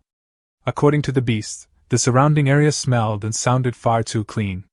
Neither Mujin nor Mugung understood what that meant at first. However, Muyul explained that a normal forest was filled with countless scents and noises from animals, insects, and plants. This particular area felt unnaturally silent and sterile. The observation immediately sparked suspicion in Mujin's mind. If the sounds and smells were being hidden, then someone might be deliberately concealing the area. Considering the Jaegal clan's reputation for enchantments and traps, the possibility seemed highly likely. To test his theory, Mujin picked up a stone and threw it into the forest. Moments later, the stone suddenly returned. Not only did it come back, but it traveled several times faster than before. Reacting instantly, Mujin raised his arm and activated Iron Guard, successfully blocking the projectile. The phenomenon confirmed his suspicions. The area was under the influence of an enchantment capable of distorting perception and manipulating space into a maze-like structure. After examining the situation, Mujin confidently announced that they had found an enchantment. Wulchen expressed surprise, but Mujin explained that the Jaegal clan was famous for its mastery of enchantments. Combined with Lingling's observations and the behavior of the stone, the evidence strongly suggested that they had finally discovered the correct route. However, as he continued speaking, another realization struck him. If the enchantment surrounded the area, then they were likely already inside it. The warning came too late. Several armed figures suddenly emerged from all directions and launched an ambush. Completely surrounded, Mujin and Wulchen prepared for battle. The attackers swung their weapons simultaneously, yet their strikes were effortlessly blocked. After pushing the attackers backward, Mujin quickly analyzed the situation. Even with his highly developed senses, he had failed to detect their presence until the last moment. The enchantment had concealed them perfectly. The attackers, who turned out to be Jaegal clan main clan warriors, were equally shocked. They had never expected outsiders to reach such a heavily protected location.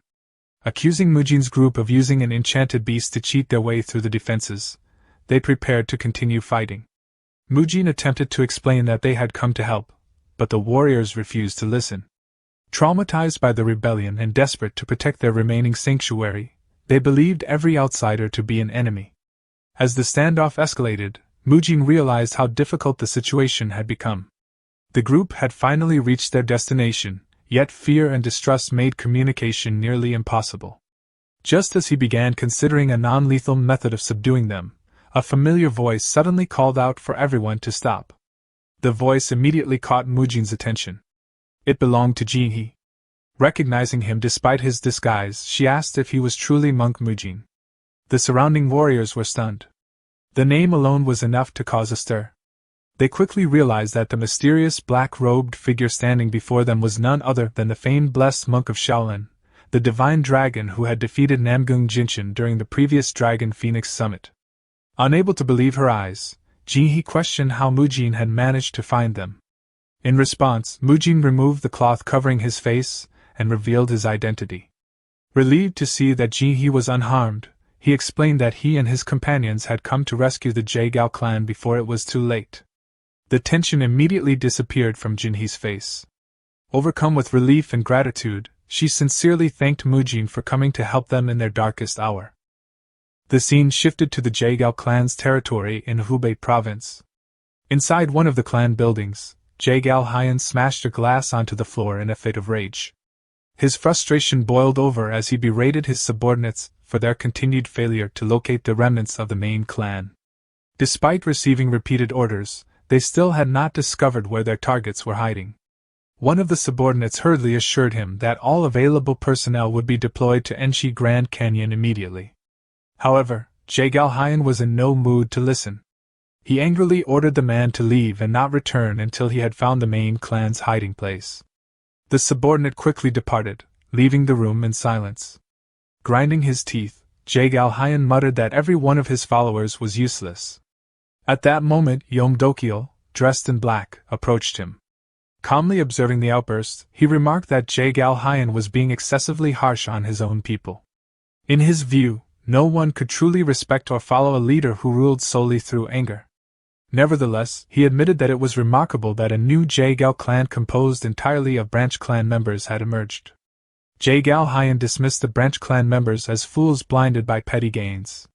He then complained that the situation would have been much easier if Dokil had not allowed Jaegal Jinhee to escape earlier. Dokil narrowed his eyes and asked what he meant. Immediately realizing his mistake, Hyan awkwardly brushed the comment aside and claimed it was nothing. Dokyo changed the subject and voiced a question that had long puzzled him. If Jaegal Hyan intended to eradicate the main clan entirely, why had he specifically ordered Ji-hee to be captured alive? From Dokyo's perspective, she seemed like nothing more than a future threat. Hyan chuckled before revealing his true intentions.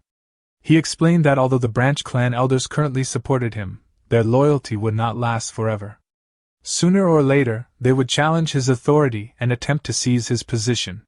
Since he himself came from the branch clan, they would naturally believe they had the same right to rule.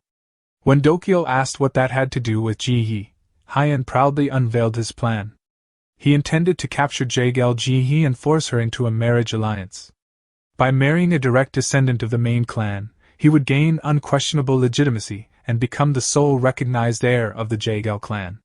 In his mind, the plan was flawless. Listening to the explanation, Dokyo silently concluded that everyone involved was blinded by selfish desires. Meanwhile, deep within Enshi Grand Canyon, Mujin informed Ji-hee and the others about everything he had learned regarding New Heavens and Jaegal Hyan's rebellion. After hearing the explanation, Ji-hee realized that Jaegal Hyan was merely a puppet being manipulated by an organization known as New Heavens. Mujin confirmed her suspicion and explained that the forces who had attacked her group were undoubtedly connected to the same organization. The revelation filled Ji-hee with anger. She could not understand why anyone would commit such barbaric acts.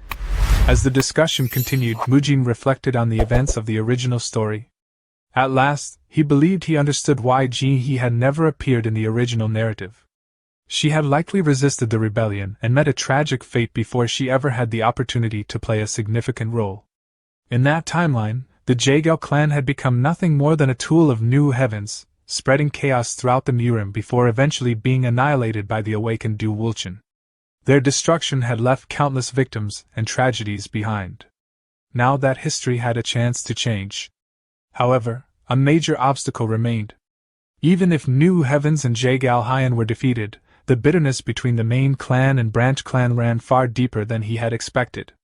As long as that resentment remained unresolved, the Jaegal clan could never truly be restored. Seeking another clue, Mujin turned to Ji-hee and asked whether she had seen any branch clan members using martial arts unfamiliar to the Jaegal clan. To his surprise, Ji-hee immediately confirmed it. Not long ago, the rebels had attacked using techniques she had never seen before. Mujin explained that he had heard reports of Jaegal Hyan distributing so-called divine arts among his followers. Understanding what he was implying, Ji-hee ordered one of her subordinates to retrieve an item she had confiscated from the attackers. A short time later, she presented a martial arts manual to Mujin.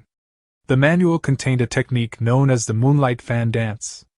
According to Ji-hee, it was far too sophisticated to be considered an ordinary martial art. It resembled a divine art far more than a traditional clan technique. Mujin agreed that it likely came from New Heavens, but he doubted they would distribute such a valuable technique without hidden motives. When Ji-hee asked whether he suspected a deeper scheme, Mujin answered that they needed to investigate further. The problem, however, was that analyzing a martial arts manual required specialized expertise, and the Jaegal clan currently lacked anyone capable of performing such an examination. Fortunately, Mujin knew exactly who could help. A short while later, he handed the manual to Mu Kyung and asked him to investigate it. Caught off guard, Mu Kyung wondered why he had suddenly been given such a task. Mujin explained that the technique felt suspicious and unlike any normal martial art. He wanted to know whether there was anything hidden within it. Though slightly reluctant, Mu Kyung agreed to examine the manual. Ji-hee watched the exchange with amazement. The idea that someone so young could analyze an advanced martial arts manual was difficult to believe. Mujin casually remarked that such a task was easy for Mu Kyung and jokingly referred to him as a martial arts fanatic. The comment immediately irritated Mu Kyung.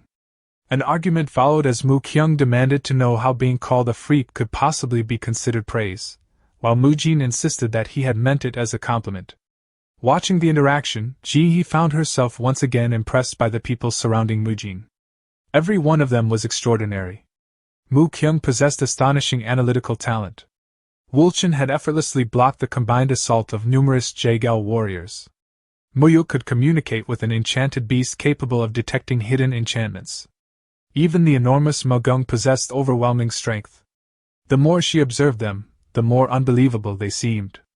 It was no wonder that Mujin, the famed divine monk of Shaolin, was constantly surrounded by remarkable individuals.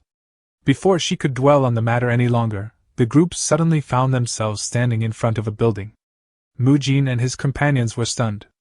Only moments earlier they had been walking through a forest, yet somehow they had arrived inside a hidden structure without realizing it.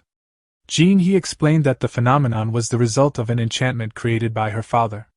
Having traveled through it countless times, she was accustomed to its effects. Mujin could only admire the craftsmanship behind such a powerful enchantment. It truly demonstrated why the Jaegao clan was renowned throughout the Mirim. Meanwhile, Jin He found herself thinking strange thoughts. The situation felt oddly similar to the formal marriage meetings she had only heard stories about.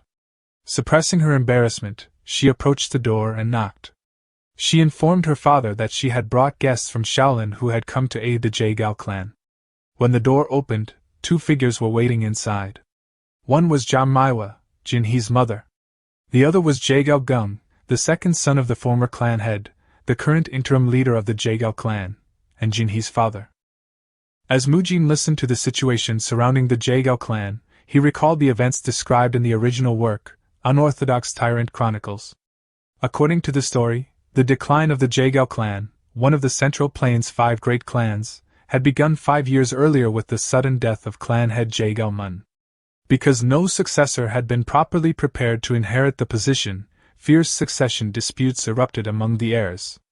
The resulting internal conflict gradually consumed the clan from within, and New Heavens ultimately took advantage of the chaos to bring about the clan's complete downfall.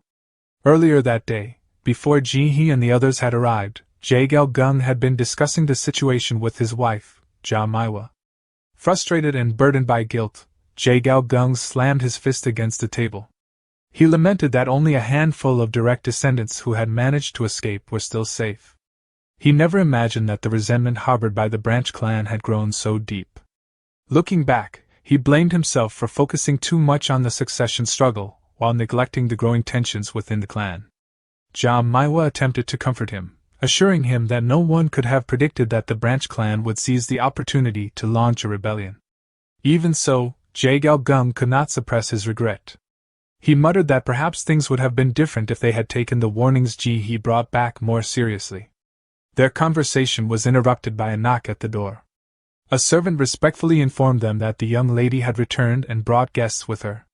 Both Jaegao Gung and Jamaiwa were immediately puzzled. In the present, Mujin respectfully introduced himself to the interim clan head. Jaegao Gung greeted him warmly, explaining that he had long been aware of the blessed monk's reputation throughout the Mirim. Although pleased by the visit, Jaegao Gung apologized for being unable to properly host his guests under the current circumstances. He then questioned the purpose of their visit and advised them to leave while they still could, as the Jaegao clan's situation was extremely dangerous. Mujin calmly rejected the suggestion. Shaolin, he explained, never abandoned those who had aided them. Furthermore, the situation was not yet hopeless. There was still a way to turn everything around. Intrigued, Jaegao Gung asked what that solution might be. Mujin answered that the key was to shatter the enemy's unity.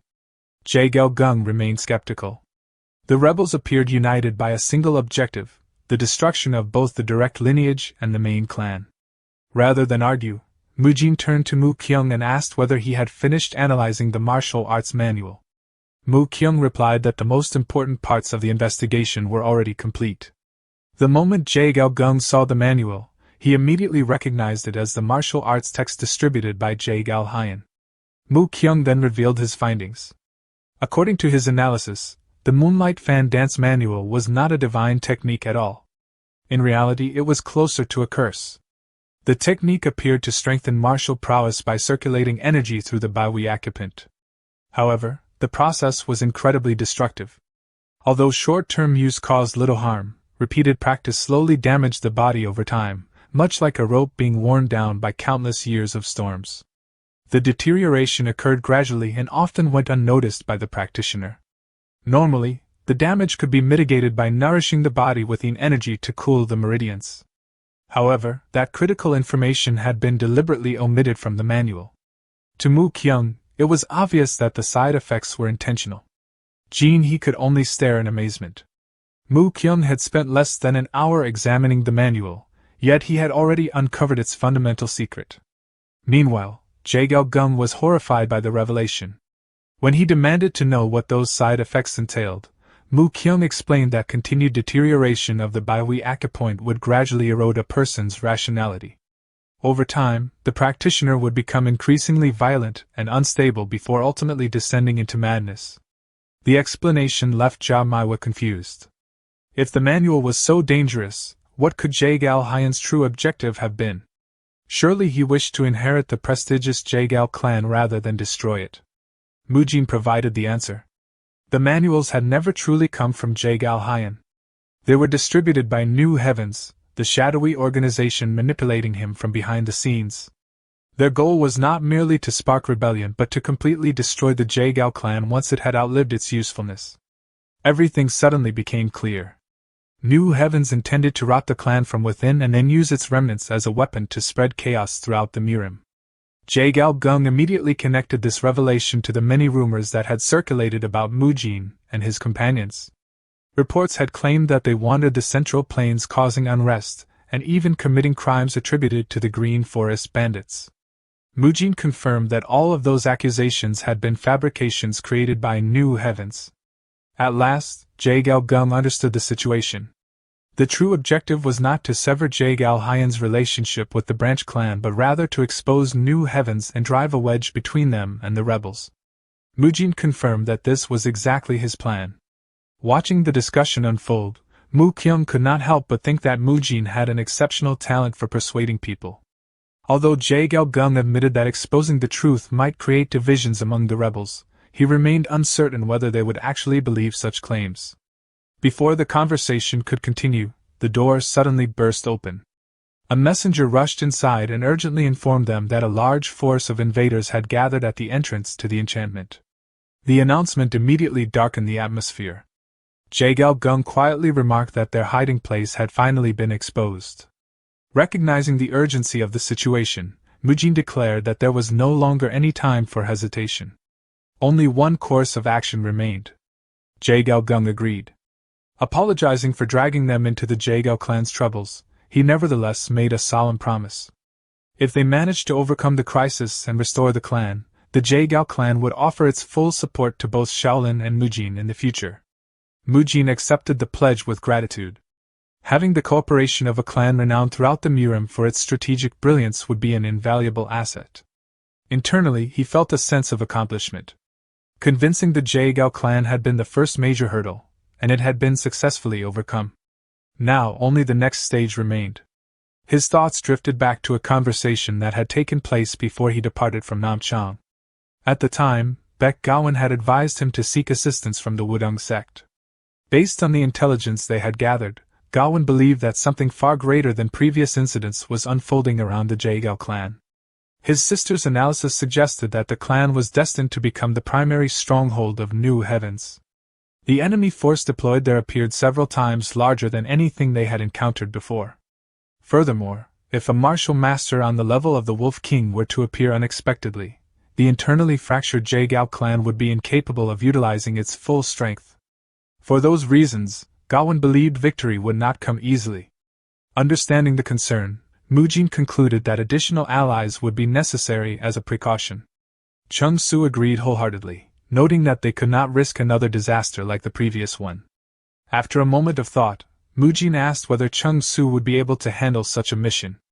Traveling to Wudong and returning with reinforcements would not be easy.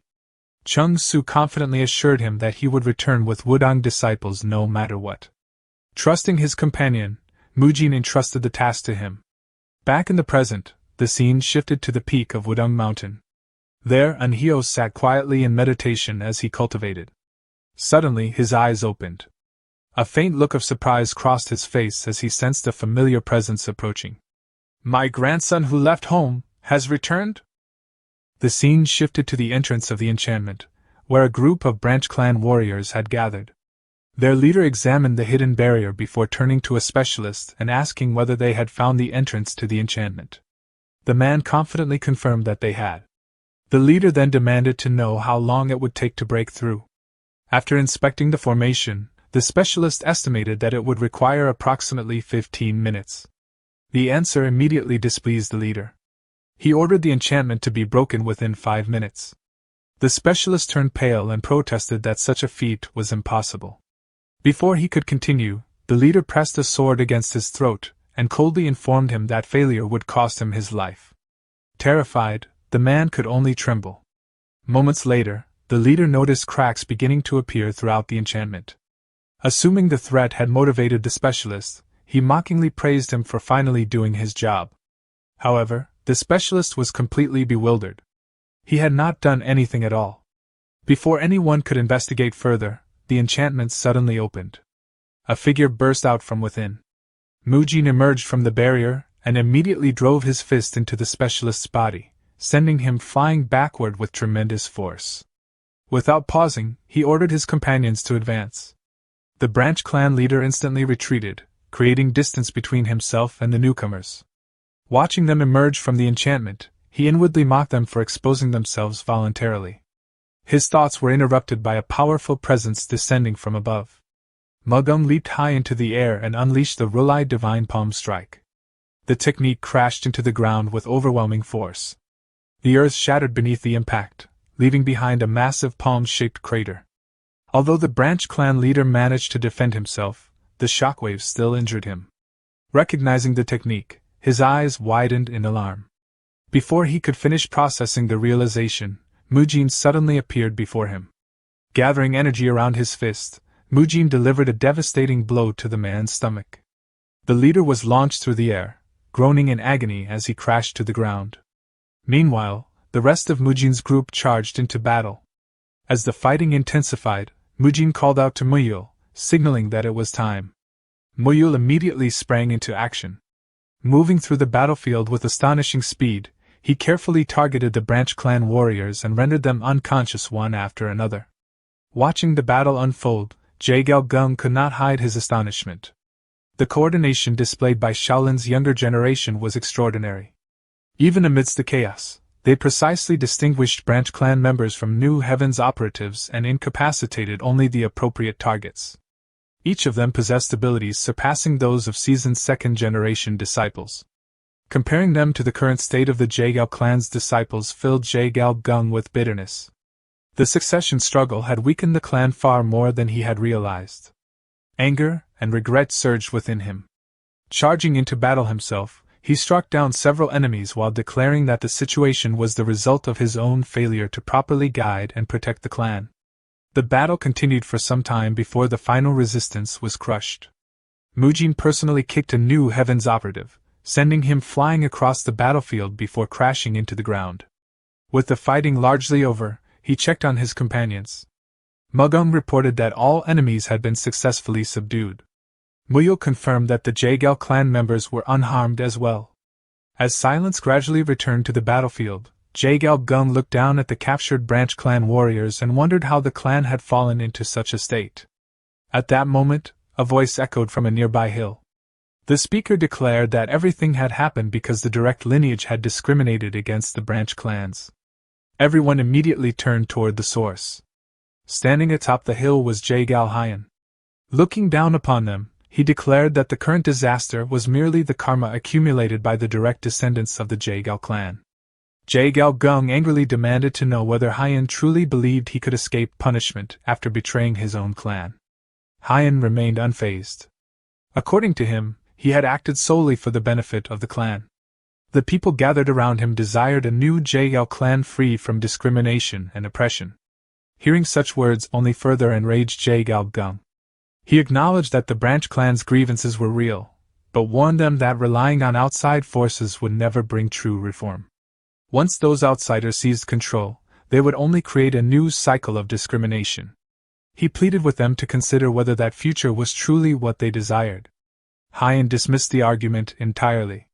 In his eyes, the direct lineage had monopolized the clan's secret arts for generations. Unlike them, he claimed to have shared his divine arts equally with everyone. Together with the branch clan elders, he intended to rebuild the Jaegao clan from the ground up. In response, Jaegao Gung reached into his robe and produced the Moonlight Fan Dance Manual. Holding it high for all to see, he questioned whether this was the divine art Hyan had been boasting about. The moment he saw the manual, Hyan's expression darkened. He immediately demanded to know how they had obtained it. Ignoring the question, Jaegao Gung addressed the gathered warriors. He revealed that the so-called divine art had actually been provided by an outside force. Far from being a blessing, it contained a hidden trap designed to slowly drive its users insane and ultimately destroy the Jaegao clan from within. The revelation spread through the crowd like wildfire. Many branch clan members began recalling strange symptoms they had experienced while practicing the technique. Some admitted that their minds occasionally went blank whenever they used it. Realizing the situation was slipping from his control, Hyan angrily dismissed the claims as desperate lies. At that moment, Mujin stepped forward. He calmly declared that they could personally guarantee the truth of Jaegao Gung's words. The appearance of Mujin and his companions caused another wave of shock among the branch clan members. Many immediately recognized him as the famous Shaolin divine monk and champion of the Dragon Phoenix Summit. Sensing their growing uncertainty, Hyan desperately attempted to regain control. He accused Jaegao Gung of hypocrisy for bringing outsiders into clan affairs and reminded everyone of the rumors surrounding Shaolin's alleged crimes. However, Jaegao Gung firmly countered that argument. Rather than harming them, Shaolin had traveled all the way to Hubei to help the Jaegao clan during its darkest hour. The branch clan warriors began exchanging uncertain glances. For the first time, their trust in Jaegao Hyan visibly wavered. Witnessing this, Hyan grew increasingly panicked. Turning toward Yom Dokyo, he demanded that the man reassure everyone that there was nothing wrong with the martial art. To his surprise, Dokyo ignored him completely. Instead, he calmly instructed one of his subordinates to notify the standby unit that the Shaolin group had appeared. The subordinate immediately acknowledged the order and departed. Completely confused, Hyan demanded an explanation. Before he could receive one, Dokyo moved. His sword flashed through the air. In a single instant, Jaegao Hyan's head separated from his body. The battlefield fell silent. Standing over the corpse, Dokyo coldly announced that the operation to exterminate the Jaegao clan had been suspended. All available forces were to be gathered immediately. Their new objective was simple. Every member of Shaolin interfering with New Heaven's plans was to be eliminated without fail. As he finished speaking, Dokyo reached up and removed his black hood, finally revealing himself openly before everyone present. With that, the New Heaven members began slaughtering the Jaegao branch clan members positioned atop the hill, throwing their bodies down the slope. Witnessing the massacre, Mujin's frustration surged. He cursed inwardly at the ruthless enemy before him. Suddenly, Dokyo appeared in front of him and swung his sword without warning. Reacting instantly, Mujin raised his arm and blocked the attack. Dokyo let out a chuckle as he finally came face to face with the young warrior who had been causing trouble for New Heaven. He declared that Mujin would pay the price for interfering with their plans. Mujin responded with a scoff and immediately launched a powerful kick. Dokyo raised his sword to block, but the force still sent him flying backward. Furious, Mujin declared that New Heaven would be the ones paying the price. Turning to his companions, he entrusted them with protecting the Jaegao clan members while he dealt with the enemies ahead. Magung agreed and warned him to be careful. Without wasting another moment, Mujin charged directly toward Dokyo. As the battle raged on, Magung unleashed the Rulai Divine Palm Strike, defeating several enemies at once. Seeing an opportunity, Mu Kyung shouted for everyone to drive the enemy back while they still had the advantage. Muyul immediately agreed and rushed forward alongside him. At that moment, a New Heaven member was about to kill a Jaegao clan warrior. Muyul launched himself forward using Monkey Kick, accelerating with incredible speed before delivering a snake strike that sent the enemy flying backward and saved the clan member. Meanwhile, the battle between Mujin and Dokyo intensified. Dokyo swung his Crimson Aura sword repeatedly, launching a barrage of attacks. Mujin defended himself using the Iron Guard technique, blocking every strike. Mujin then counterattacked with Invincible Punch. Sensing the danger, Dokyo immediately activated Phantom Steps and escaped the attack's range. To Mujin's surprise, several new heaven members suddenly appeared before him and attacked simultaneously. Preparing himself once again, he inwardly complained about the absurd nature of Dokyo's ability. Without hesitation, Mujin launched another powerful attack, defeating several enemies at once. However, more new heaven members continued to surround him. Among them was Dokyo himself, who utilized dark shadow art to approach from Mujin's blind spot. Sensing danger, Mujin quickly raised his guard. Even so, the impact struck him with tremendous force, sending him crashing into the ground.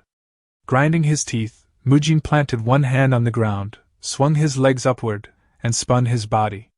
His rotating kick struck the approaching enemies and sent them flying backward, defeating several at once.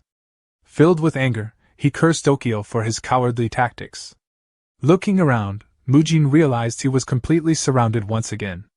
Frustration filled his mind. No matter how many enemies he defeated, their numbers never seemed to decrease. Worse still, Dokyo continued hiding behind his subordinates and attacking from the shadows. There was no clear opening to finish him off. Although Mujin had expected the battle to be difficult, he had never imagined such overwhelming numbers. It became clear that New Heaven intended to slowly wear them down through sheer numerical superiority. If things continued like this, the outcome would not be favorable. While the battle continued, Dokyo calmly observed the battlefield and ordered his subordinate to continue sending reinforcements until every opponent had been eliminated. The subordinate immediately acknowledged the command. Dokyo then questioned why the strike team assigned to attack from the rear had not yet appeared. The subordinate explained that the Jaegao clan members had gathered the surviving branch clan warriors and formed defensive lines. They had realized the strike team's intentions and were currently blocking their advance while protecting Shaolin's rear. After hearing the report, Dokyo asked whether Jaegao Ji was leading the resistance. When his subordinate confirmed it, Dokyo expressed regret that he had not killed her during their first encounter. In his eyes, the defenders were nothing more than a disorganized group. If their leaders were eliminated, the rest would inevitably collapse. He immediately ordered the nearby assassination squad to prioritize the deaths of Jaegao Gung and Jaegao Ji. As for himself, he intended to focus on a much bigger target. Meanwhile, Mujin unleashed another devastating attack that exploded upon impact. Afterward, he paused briefly to catch his breath and surveyed the battlefield. Despite everything, enemies still stood before him with weapons drawn. Cold sweat ran down his face. His inner energy was steadily being depleted, and he began wondering just how many enemies remained. Then he noticed a brief glimmer of light behind the enemy lines. Suspicion immediately filled his mind. Focusing his gaze, he spotted archers hidden among the trees with bows already drawn. His expression changed instantly. At first, he believed the archers were preparing to target Jaegao Jinhee and Jaegao Gung. Without hesitation, he turned and shouted a warning. At that exact moment, Dokyo emerged from the shadows behind him through dark shadow art. A grin appeared on Dokyo's face as he announced that he had finally caught his target.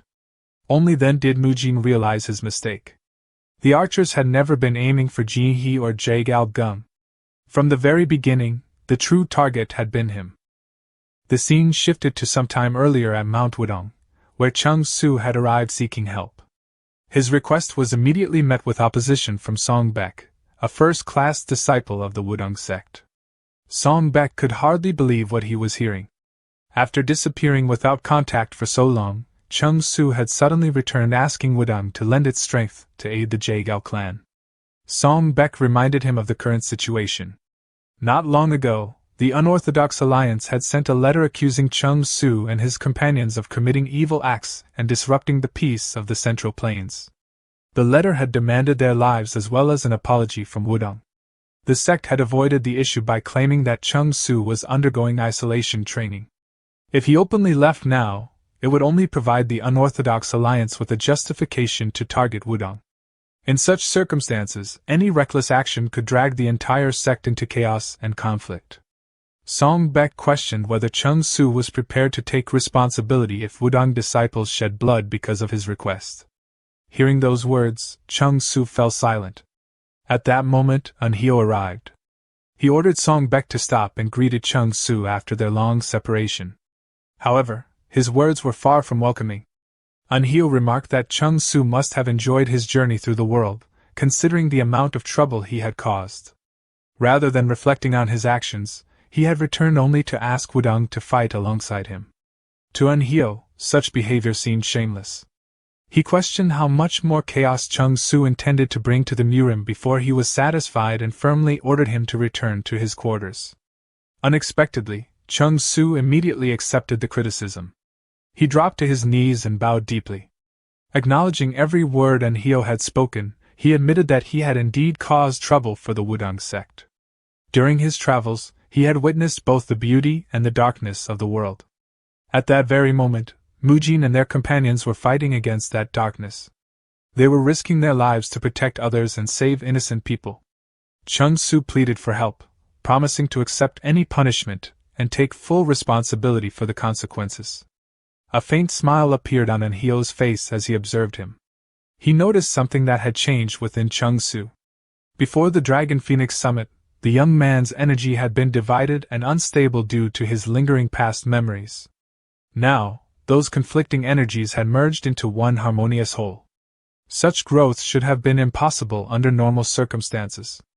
Curious about the people responsible for that transformation, Anhio decided that he would see them for himself.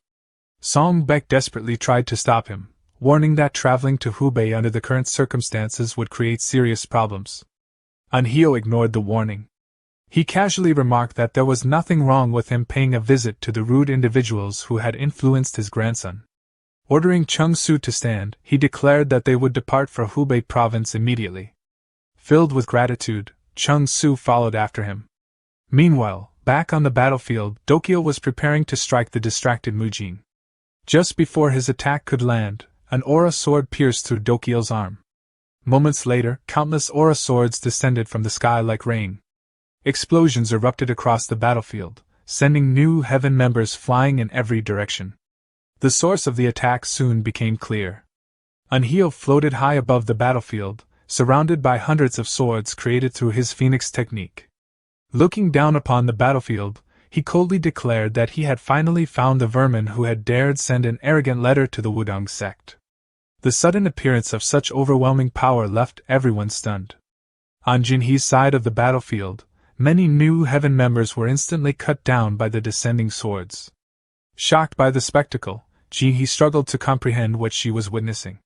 Dokyo, meanwhile, clutched his wounded arm and desperately attempted to stop the bleeding. He could hardly understand why someone like Anhio had appeared there. Landing before him, Anhio questioned whether Dokyo had truly expected there to be no consequences after insulting the Wudong sect. Dokyo responded with anger, accusing him of foolishly siding with Shaolin despite repeated warnings. He warned that the anti-Shaolin alliance would never overlook such actions. Anhio merely chuckled at the threat, remarking that Dokyo's manners were as foul as his words. Watching the scene unfold, Mujin immediately realized what had happened. If Sage Anhio had appeared, then Chung Su must have successfully reached Wudong and requested assistance. His assumption was quickly confirmed when Chung Su arrived beside him, exhausted from his journey but relieved that they had not arrived too late. Mujin welcomed him and expressed gratitude for bringing such a reliable ally. To his surprise, Chung Su explained that it had actually been Anhio himself who insisted on coming. Apparently, the elder had something he wished to say to Mujin personally. That revelation made Mujin nervous. He wondered whether Anhio might still be angry about what had happened involving Chung Su. However, Chung Su admitted that even he did not know the details, though he doubted the elder's intentions were hostile. Elsewhere on the battlefield, Dokyo continued trying to persuade Anhio. He pointed out that Manhwa, Ame, and Qingqing were not the only sects keeping watch on him. The entire Murim alliance was observing his actions. At any moment, other experts could arrive. Despite that, Anhio still intended to support Shaolin. Anhio dismissed the argument completely. To him, the Murim alliance was not so foolish as to be manipulated by anonymous schemers. Unlike Wudong and Shaolin, the people before him were nothing more than thieves who had attacked the Jaegao clan. As a representative of the Central Plains Murim, he declared that they would pay for their crimes. Just as Anhio prepared to finish Dokyo, a tremendous pressure suddenly swept across the battlefield. Immediately sensing the presence of another powerful expert, he turned toward the source. An elderly man had arrived. The moment Mujin sensed the newcomer's aura, his expression stiffened. The pressure was not that of an ordinary martial artist. It was comparable to the terrifying presence of Tang Gak and Unhyo themselves. Unhyo immediately recognized the newcomer. The man was none other than Namgung Muguk, the supreme clan head of the Namgung clan and the grandfather of Namgung Jinshin. Surprised to see him there, Unhyo questioned why he had left the Namgung residence. Namgung Muguk calmly explained that, as an inspector of the Murim Alliance, he had been assigned to investigate the situation surrounding the Jaegao clan. However, his attention soon shifted elsewhere. Turning toward Mujin and his companions, Muguk questioned why they were present. According to the official reports, they were supposed to be undergoing isolation training at Shaolin. Fixing his gaze directly on Mujin, the legendary swordsman demanded to know what the Shaolin Divine Dragon was doing there. Seen from Mujin's perspective, the man before him was none other than Namgung Muguk, the greatest martial artist of the Namgung clan. His strength could be summed up in a single sentence. According to the original storyline, he had never lost a single fight. In the past, he had faced Hyuk Jingang, the former leader of the unorthodox demonic alliance, and all of his subordinates alone. During the Great War of the Heavenly Demon, he had beheaded the Mad Demon in front of 100,000 demonic practitioners. Yet despite such legendary accomplishments, he possessed one glaring flaw: his extreme mood swings. Even the Murim Alliance had struggled to deal with his unpredictable temperament. Whenever he became irritated, he showed no mercy, not even toward his own relatives. Those who feared his ferocity had given him the title of the Frenzied Sword Supreme. The problem was why such a person had appeared here. Mujin recalled that Namgung Muguk was supposed to be in secluded training. Unsure of how to respond, he remained silent. Seeing this, Muguk frowned. "You're slow to answer. Am I not asking you a question right now?" Before Mujin could speak, Unhyo stepped forward. He dismissed the intimidation and stated that the investigation into the Jaegao clan was merely an excuse. According to him, Muguk had come because of him. Hearing that, Muguk burst into laughter. He admitted that he had personally traveled all the way there because of Unhyo. After learning that Unhyo's disciple had been heading toward Wudong, certain people had feared his appearance and requested assistance from the Namgung clan. In response, Unhyo unsheathed his sword. He mocked Muguk for appearing simply because some youngsters had called for him, adding that even the supreme clan head of the Namgung clan must have become lonely. Muguk also drew his sword. He claimed that he had no choice. Since they had asked him to take Unhyo's head, refusing had not been an option. After remarking that it had been a long time, he proposed that they continue their conversation through martial arts. With that, the two immediately clashed. The collision of their swords sent shockwaves across the battlefield. Chuckling, Muguk remarked that the situation reminded him of old times when he, Unhyo, and Hyun Guang frequently competed against one another. Unhyo scoffed at the statement. According to him, it had never been friendly competition. He and Hyun Guang had spent most of their time chasing Muguk around to stop him from causing trouble. As they continued exchanging blows, Muguk responded that he had only acted that way because they had interfered with him. He questioned how they had dared to obstruct his battle against the heavenly demon. Another clash pushed both men backward. Grinding his teeth in frustration, Unhyo pointed out that Muguk had done everything solely to fight the heavenly demon. He explained that they had only stopped him because he was interfering with the Murim Alliance's operation. With that, Unhyo charged forward. Utilizing the energy-manipulated sword art and the Taiji Enlightenment sword art, he created numerous swords and sent them hurtling toward Muguk. Muguk remained completely still. He questioned whether Unhyo was referring to the Murim Alliance's operation that had invited the heavenly demon under the pretense of negotiating a treaty before ambushing him all at once. His anger surged. Raising his sword, he unleashed the supreme heavenly barrier. A powerful curtain of enhanced sword energy enveloped him, instantly shattering every sword that struck it. Witnessing the scene, Unhyo was visibly surprised. He realized that Muguk had formed an entire barrier using enhanced sword energy alone. Inwardly, he cursed the old monster, recognizing that he had become even stronger than before. Muguk continued speaking. He declared that because of the Murim Alliance's trap, the heavenly demon had died, leaving countless mysteries unresolved. Questions remained regarding why the demonic cult had invaded the Central Plains and why the heavenly demon, a man renowned for his upright character, had attacked Hyun Gwang and left him crippled. His anger intensified. Leaping into the air, he unleashed the third technique of the Supreme Heavenly Slash, Sever. The attack descended toward Anhyo. Watching from afar, Mujin could only mutter in disbelief. The power contained within a single swing had altered the terrain itself. At that moment, he realized that this was not merely one of the 10 great martial masters. This was the greatest martial master in the world. As the dust and smoke gradually settled, a shallow cut could be seen on Anhyo's arm. Muguk observed the injury and remarked that Anhyo had rested for too long. The edge of his sword had become dull compared to the past. He urged him to take up his sword properly again, stating that Anhyo was the only person left capable of keeping him company. Anhyo fell silent for a moment. Then he remarked that he finally understood why Muguk had been reminiscing about the past so much. Apparently, he had not heard the news. Muguk narrowed his eyes and asked what news he was referring to. Anhyo revealed that Hyun Gwang had recovered completely. Not only had he recovered, but he was so healthy that he was flying all over the place, to the point where even Anhyo found him difficult to handle. Muguk immediately rejected the claim. According to him, Hyun Gwang had been no different from a cripple back then. Without another word, Anhyo pointed toward Mujin. He suggested that Muguk ask the young man himself. Muguk immediately turned toward Mujin and approached him. He demanded to know whether Hyun Gwang had truly recovered. Mujin calmly confirmed it. He explained that his grandfather had completed his treatment, and was now fully back on his feet. The moment he heard those words, a sinister smile spread across Muguk's face. He declared that if that was true, then he would have to visit Hyun Gwang immediately. At that moment, Dokil suddenly shouted. He demanded to know what Muguk was talking about, and reminded him of the reason he had been summoned there in the first place. Dokil warned that if Muguk left without completing the task he had been assigned, the Namgun clan would suffer the consequences. Muguk slowly turned toward him. Still unaware of the danger, Dokil continued urging him to finish his mission. Before he could finish speaking, his head was severed instantly.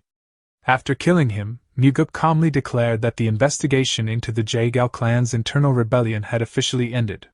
He then addressed the Jaegao clan head, expressing his hope that the clan would be managed properly from that point onward. Afterward, his gaze shifted to Mujin.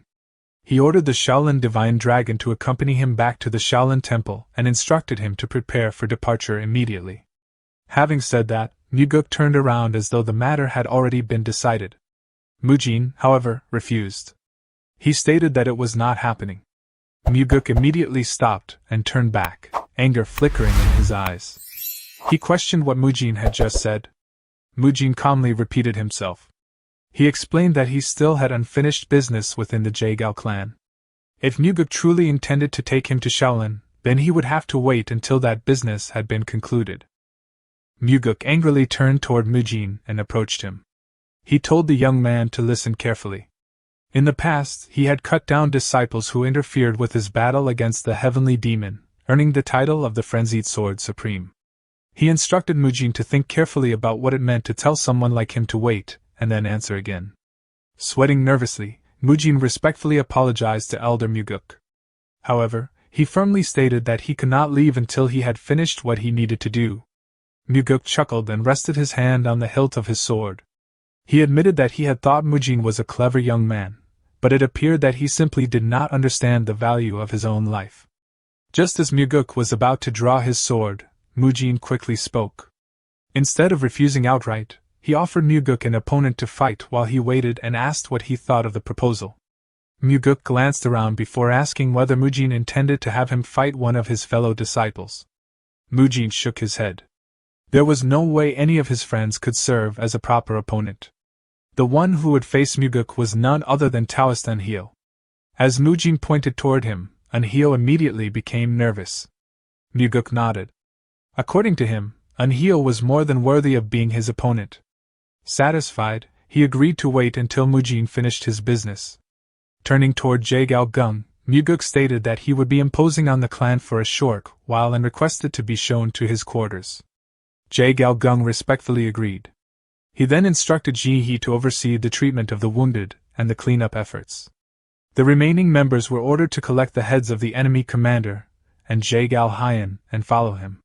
As Muguk and Jae-gal-gung headed toward the quarters, Mujin quietly sighed in relief, thinking that everything had worked out somehow. Eunhyo, meanwhile, remained stunned by the entire exchange. Thus, Namgung Muguk departed from the area, and Mujin spent some time explaining the Jae-gal clan's situation to Taoist Eunhyo. He explained that the conflict between the clan's direct and branch families had not yet been fully resolved. In their current condition, they would be unable to resist another attack from New Heaven. Therefore, they desperately needed time to reorganize and stabilize the clan. After listening to the explanation, Eunhyo agreed. Although the arrangement had effectively been forced upon him, he acknowledged that Muguk had only appeared because he himself had left Wudong. Furthermore, since he owed Mujin a debt, he had little choice but to cooperate. Curious, Mujin asked why Wudong owed him a debt in the first place. As far as he knew, he had never done anything particularly significant for Wudong. Eunhyo clarified that the debt was not Wudong's but Chung Su's. According to him, Chung Su possessed the talent necessary to lead Wudong in the future. However, he had always been constrained by his own limitations and trapped by memories of the past. This had long been a concern within Wudong, yet no one had been able to solve it. Now, however, Mujin had accomplished what none of them could. Eunhyo explained that Wudong's excessive affection for Chung Su had unintentionally become a poison. As a result, he declared that Wudong would not take such a favor lightly. Addressing Mujin directly, he promised that Wudong would fully cooperate with Shaolin's affairs from that day onward. He swore this in his own name. At that moment, Mujin noticed someone approaching and informed Eunhyo that the Supreme Clan head had arrived. A familiar voice immediately sounded from behind them. Muguk asked whether Eunhyo was still there. Having finished inspecting his quarters, he proposed that they begin immediately. Without waiting for a response, he grabbed Eunhyo by the collar and began dragging him away, declaring that it was time for another conversation through martial arts. As he was hauled away, Eunhyo repeatedly muttered that he hated this and absolutely did not want to do it. Watching the scene, Mujin silently thanked Taoist Eunhyo. With that, the long and arduous internal rebellion of the Jae-gal clan finally came to an end. Afterward, the elders who had cooperated with Jae-gal-hyen were arrested, and the internal disorder within the clan gradually began to settle. As for Mujin, he finally began the task that had brought him to the Jae-gal clan in the first place. Group exercise. Rows of Jae-gal clan members were performing squats when Mujin shouted at them. He criticized their lack of physical strength and questioned why they were already panting after such a short time. He warned that anyone with poor posture would have their training time extended. He went on to explain that external martial arts represented the ultimate method for maximizing physical capabilities. Great physical strength and endurance could not be developed through internal energy cultivation alone. Inwardly, Mujin reflected on his true intentions. Although he had started the program under the pretext of improving the clan members' physical strength and muscle development, with the support of Elder Jae-gal-hyen, his actual goal was different. He wanted to repair the fractured relationships between the clan members. By allowing their lingering resentment to be washed away through sweat and shared hardship, he hoped to mend the divisions between them and foster unity through collective training. Naturally, not everyone accepted the training willingly. One day, 2 clan members approached Mu Kyung and handed him a martial arts manual. After examining it, Mu Kyung recognized it as the Moonlight Fan Dance. One of the members explained that they were aware of its severe side effects. However, Mu Kyung had previously mentioned that supplementing the Baihui acupoint with yin energy could eliminate those effects. Of course, they quickly insisted that their interest had nothing to do with the difficulty of the exercises. Mu Kyung calmly explained that the method could indeed prevent the major side effects. However, a minor side effect would still remain. The clan members immediately asked what that side effect was. Mu Kyung answered honestly. Since most of the energy would still flow through the Baihui acupoint, the practitioner would eventually lose their hair. The moment they heard that, the clan members recoiled in horror. Declaring it a demonic art, they swore that the Jae-gal clan would never submit to such a technique. As a result, everyone sincerely embraced the muscle-lengthening exercises instead. Gradually, the hearts of the clan members began to unite. Once the atmosphere within the clan had significantly improved, clan head Yahello made an important announcement. Standing before the assembled clan members, he addressed them solemnly. He reminded everyone that the clan had recently endured a great crisis. However, he emphasized that the disaster had not been caused by any single individual's fault. Because the issue of succession had never been properly resolved, the clan members had failed to trust one another. Their obsession with monitoring and restraining each other had prevented them from hearing the dissatisfaction and conflicts brewing within the clan. As a result, they had declined without realizing it, and become so weak that they could no longer protect themselves. If not for the assistance of Shaolin and Wudong, the Yahello clan would have been destroyed. Determined not to repeat the mistakes of the past, Yahello announced a decision for the future of the clan. He formally appointed his daughter, Yahello, as the successor of the Yahello clan. The announcement left Ji completely stunned. She pointed out that there had never been a female successor in the entire history of the clan. Yahello responded calmly. History, he said, was something that could be created from this point forward. He praised Ji for her wisdom in uncovering the schemes of Yahello and the forces behind him. He also commended her courage in taking charge and leading the clan when it mattered most. If someone with such proven qualifications was not worthy of becoming successor, then who was? He then formally declared that Yahello was the successor of the Yahello clan and invited anyone who opposed the decision to step forward. Ji attempted to speak, but one of her subordinates gently stopped her. Moments later, the clan members erupted into unanimous support. They declared that they owed their survival to her leadership and that no one was more qualified to become the clan's successor. The crowd praised the divine strategist Yahello, celebrating her wisdom and foresight while wishing for the Yahello clan to endure forever. Since that day, under the leadership of Yahello, who had become the clan's successor, the restoration of the Yahello clan progressed smoothly. At the same time, Mujin resumed training the clan's warriors. As they struggled to maintain their plank stances, he encouraged them to hold on just a little longer. Surprisingly, however, the person who contributed the most to restoring the Yahello clan was none other than Namgung. After carefully examining the clan's financial ledgers, Muguk discovered evidence of suspicious transactions. He explained to Yahello that although the records had been cleverly manipulated, a significant portion of the funds and supplies intended for the branch clan had been embezzled. When Yahello confirmed that Yahello had been responsible for overseeing those supplies, he lamented that Hyan had gone so far as to steal from his own clan simply to stir resentment among the branch family. Continuing his investigation, Muguk pointed out that such a large amount of supplies could never have been transported by manpower alone. Convinced that an escort establishment had been involved, he reviewed every request for entry submitted to the clan. His search eventually led him to the North Wind Escort Establishment, the only organization large enough to transport the stolen goods. Yahello was puzzled because, although the escort establishment had applied for entry, there was no record of it ever arriving. Unknown to both men, the chief escort leader of the North Wind Escort Establishment and his men had already been killed by Mujin and his companions while they were disguised as bandits. Reasoning that the supplies had likely never left the estate, Muguk asked whether there was any secluded location where they could have been hidden. After briefly glancing at Jihe, Yahello remembered an abandoned warehouse on the outskirts of the clan estate that had not been used for years. The investigation team searched the warehouse and successfully recovered the enormous cache of embezzled funds and supplies.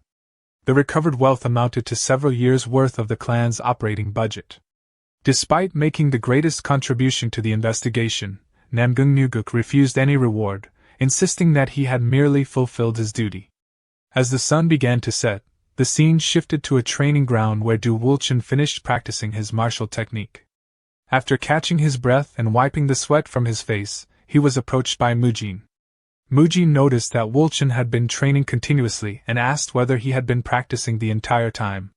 Wulchen admitted that he could not afford to become complacent. Witnessing the extraordinary duel between Elder Muguk and Elder Anhio had made him painfully aware of his own shortcomings, leaving him unable to remain idle. Listening to him, Mujin silently admired Wulchen's unwavering determination.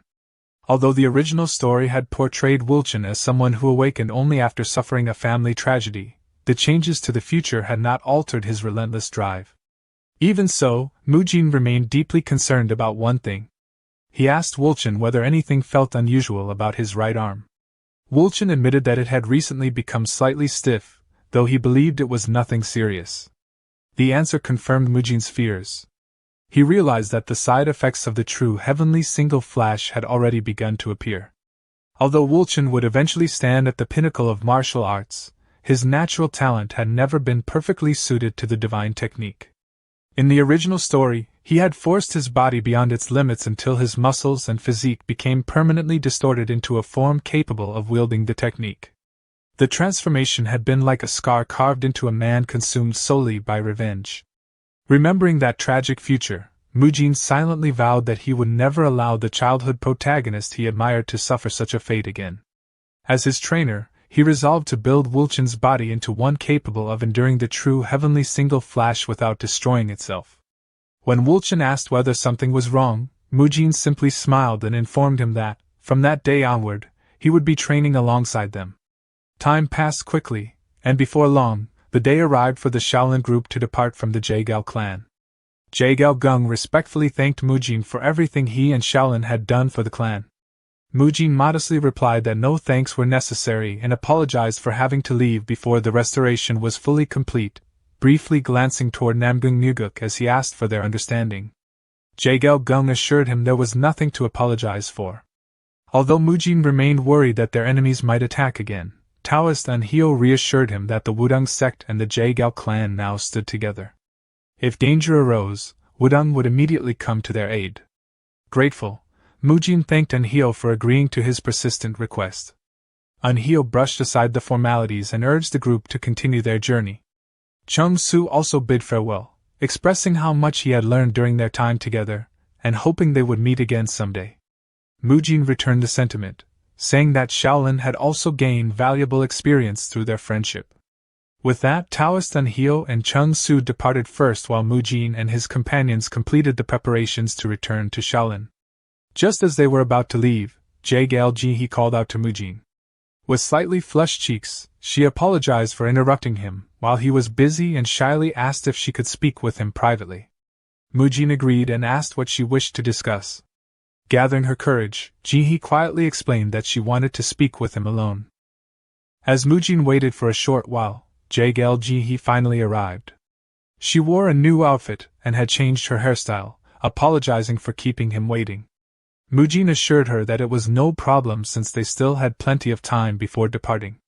He then reminded her that she had wanted to tell him something. Jihe first expressed her heartfelt gratitude once again. She explained that, thanks to Mujin's help, she had overcome countless hardships. Although she felt the gift was far from enough to repay him, she hoped he would accept it. With that, she extended her hand, revealing a small peace trinket. The sight immediately made Mujin tense. He recognized it as an ornament traditionally crafted by the daughters of the Jaegao clan during the demonic cult invasion. It had been given to warriors departing for the battlefield as a prayer for their safe return. Jihe shyly admitted that her craftsmanship was clumsy, but regardless of what dangers awaited him on his journey, she sincerely wished for his safe return. Soon afterward, Mujin and his companions departed the Jaegao clan and began their long carriage journey back to Shaolin. Although the distance was considerable, the trip remained peaceful and uneventful, except for one rather troublesome incident. Muyul enthusiastically climbed onto the carriage roof, where Namgung Muguk was sitting, and bombarded him with innocent questions. He marveled at Muguk's height, wondered whether he was taller than Ma Gung, asked why he was traveling with them, and even questioned what his favorite food was. Watching the exchange, Mujin and the others immediately became nervous. Mujin silently wondered whether Muyul had completely lost his mind. Ma Gung quietly suggested stopping him, but Mu Kyung remarked that the child had not crossed the line yet. Unfortunately, Muyul continued by asking whether Muguk had ever lost a fight. At that moment, everyone realized he had definitely crossed the line. To their surprise, Muguk calmly answered that he had never truly lost a fight, though there were a few opponents with whom he had never been able to settle the score.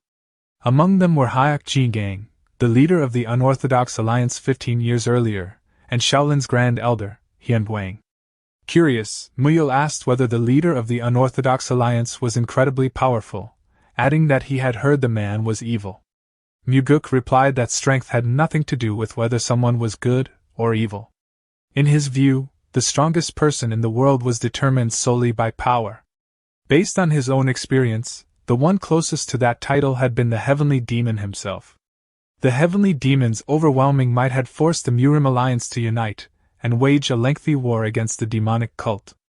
Although nearly 100 martial masters ultimately succeeded in killing him through a carefully prepared trap, Muguk believed the conflict should never have ended that way. Too many important truths had been buried for reasons unknown. Those words immediately caught Mujin's attention. Muguk had expressed similar thoughts before, making Mujin suspect there was a deeper truth hidden behind history. Without hesitation, Mujin stood up and respectfully asked what the Namgun clan truly thought of Shaolin. Muguk questioned the reason behind the inquiry. Mujin explained that rumors were spreading throughout the Central Plains, claiming that Shaolin was disrupting the balance of Murim. He also mentioned the controversy surrounding the Dragon Phoenix Summit. Muguk dismissed the rumors outright, stating that the Namgun clan did not judge others based on idle gossip. As for the Dragon Phoenix Summit, he viewed his grandson Jinshin's defeat as a valuable lesson rather than an insult. Jinshin had been arrogant, and losing to Mujin had helped humble him. Muguk even laughed at the suggestion that he would travel to Shaolin out of resentment, joking that Mujin must think he was some battle-crazed lunatic. Although Mujin silently admitted that the description was not entirely inaccurate, he quickly clarified that it was not what he had meant. Muguk assured him that, regardless of what others in the Namgun clan believed, he personally had no interest in such petty matters. After that conversation, Muguk remained silent for the rest of the journey, while Muyu received a thorough scolding for his reckless questions. The group continued traveling through an awkward silence. Before long, they arrived earlier than expected at their destination, Shaolin Temple in Dangfeng County, Hunan Province. Muyul excitedly celebrated their return home. Ma Geng, however, became increasingly anxious. He pointed out that they had not only run away from Shaolin without permission but had also brought Elder Namgun with them. Furthermore, Muguk had originally intended to determine who was truly the strongest by facing Grand Elder Hyun Wang. Mu Kyung remarked that, under the circumstances, they almost looked like apostate monks returning to attack Shaolin. Mujin jokingly asked if that was really how they appeared, though inwardly he remembered how terrifying Muguk's battle at the Jaegal clan had been. He vaguely recalled Muguk threatening to take someone's head and couldn't help feeling uneasy. Before anything else could happen, Mujin politely apologized to Muguk, explaining that Grand Elder Hyun Guang had only recently recovered from his illness. At that moment, Hyun Guang himself appeared. Muguk laughed warmly, saying that Anhyo's words had been true after all and that Hyun Guang had genuinely recovered from his sickbed. Hyun Guang welcomed his old rival, remarking that it had been a long time since they had last met. Muguk observed that Hyun Guang looked even healthier than before his injury. Hyun Guang replied that he had been taking much better care of himself recently before inviting Muguk to share a cup of tea. However, Muguk politely declined. He explained that he had only come to personally confirm that his old friend had recovered. Satisfied with what he had seen, he bid everyone farewell and departed. Watching him leave, Mujin was genuinely surprised. The intimidating warrior he had first encountered now seemed like an entirely different person. Still, he could not understand why Muguk had behaved so differently toward Anhyo. Soon afterward, the Shaolin elders Hai Gul, Hai Dam, and Hai Guan approached the returning disciples. Hyun Guang smiled warmly, saying that although he had many things he wished to tell them, others had been waiting even more anxiously for their return. He had already decided the order in which everyone would be dealt with and instructed them to reunite with the elders first. Hai Guan then calmly asked whether they were all prepared. The outcome had been inevitable from the beginning. Rather than receiving praise for everything they had accomplished, the returning disciples were punished for leaving Shaolin without permission. Watching the severe discipline unfold, Du Wulchen could only stare nervously before quietly muttering to himself that this truly was Shaolin. Some time later, a meeting was held in the Shaolin Temple's meeting hall to discuss the growing crisis facing the Murim. Abbot Hyun Chun expressed his relief that the younger disciples had all returned safely before turning everyone's attention to the day's main agenda, the New Heavens organization and the worsening situation throughout the martial world. Hai Dam reported that the threat extended far beyond the unorthodox alliance. According to the latest intelligence, the New Heavens had successfully infiltrated numerous Orthodox sects and were openly expanding their influence across Sichuan, Guangxi, and Hunan. Hai Guan added that their reach was even greater than that. Including Jiangxi Province and the Heavenly Merchant Guild, the New Heavens had already established deep roots throughout the Murim. Although Hai Gul was relieved that Mujin and the others had managed to destroy several of the organization's operations, he believed those victories represented only a small portion of the enemy's overall network. After listening to everyone's reports, Abbot Hyun Chun declared that Shaolin's highest priority must now be eliminating the remaining branches of the New Heavens while thoroughly investigating everyone connected to the organization. Hyun Gong commented that the abbot seemed surprisingly calm despite the gravity of the situation. The abbot smiled and explained that it could not be helped. Mujin and the younger disciples had accomplished remarkable feats during their journey, and considering their age, he could only admire their achievements. Hyun Myung, the administration hall leader, revealed that although he was still unaware of every detail, the Tang clan of Sichuan had already pledged its full support to Shaolin. Hyun Gong added that both the Wudong sect and the Jaegao clan had likewise agreed to stand alongside them. The abbot confirmed the report and further explained that, thanks to the efforts of the Heavenly Flash sect, many of the small and medium-sized sects throughout Hunan had also declared their support. All of those alliances had been forged by Mujin in only a few months. Even so, the abbot insisted that they could no longer continue placing such burdens upon the younger generation. Mujin was an extraordinary disciple whose wisdom would undoubtedly be needed again in the future. Until then, the responsibility of confronting the New Heavens belonged to the adults. The elders unanimously agreed with the decision. The abbot then turned to Hai Guan and asked what punishment had been given to the children. Hai Guan explained that all of them had been sentenced to 15 days of wall-facing meditation. Because of the seriousness of their offense, however, they had not been assigned to an ordinary meditation cave. Instead, they had been confined inside the Repentance Cavern. The scene then shifted to the interior of the Repentance Cavern. Standing beneath the entrance, Mujin looked upward and loudly protested the unfairness of his punishment. Outside the cavern, Du Wulchen and the monkey Lingling stood staring toward the entrance in complete confusion. Unsure what to do, Wulchen wondered aloud how they were supposed to handle the situation. Just then, a Shaolin monk approached them, noticing that they appeared lost. Wulchen turned toward the newcomer as the monk politely addressed them. Some time later, inside the cavern, Mujin had already given up complaining. Instead, he busied himself with doing push-ups while counting his repetitions between heavy breaths. Magung reminded him that only moments earlier he had been desperately shouting for someone to release him. Muyo wondered whether Mujin had finally realized there was no point complaining. Magung, however, found the sudden decision to start exercising completely random. Mujin explained that sitting around doing nothing would only waste valuable time. Since they were trapped there anyway, he intended to use the opportunity to catch up on the physical training he had been postponing. Muyo cautiously asked whether they were even allowed to talk during wall-facing meditation. Mujin admitted that they definitely were not, and simply warned everyone not to get caught.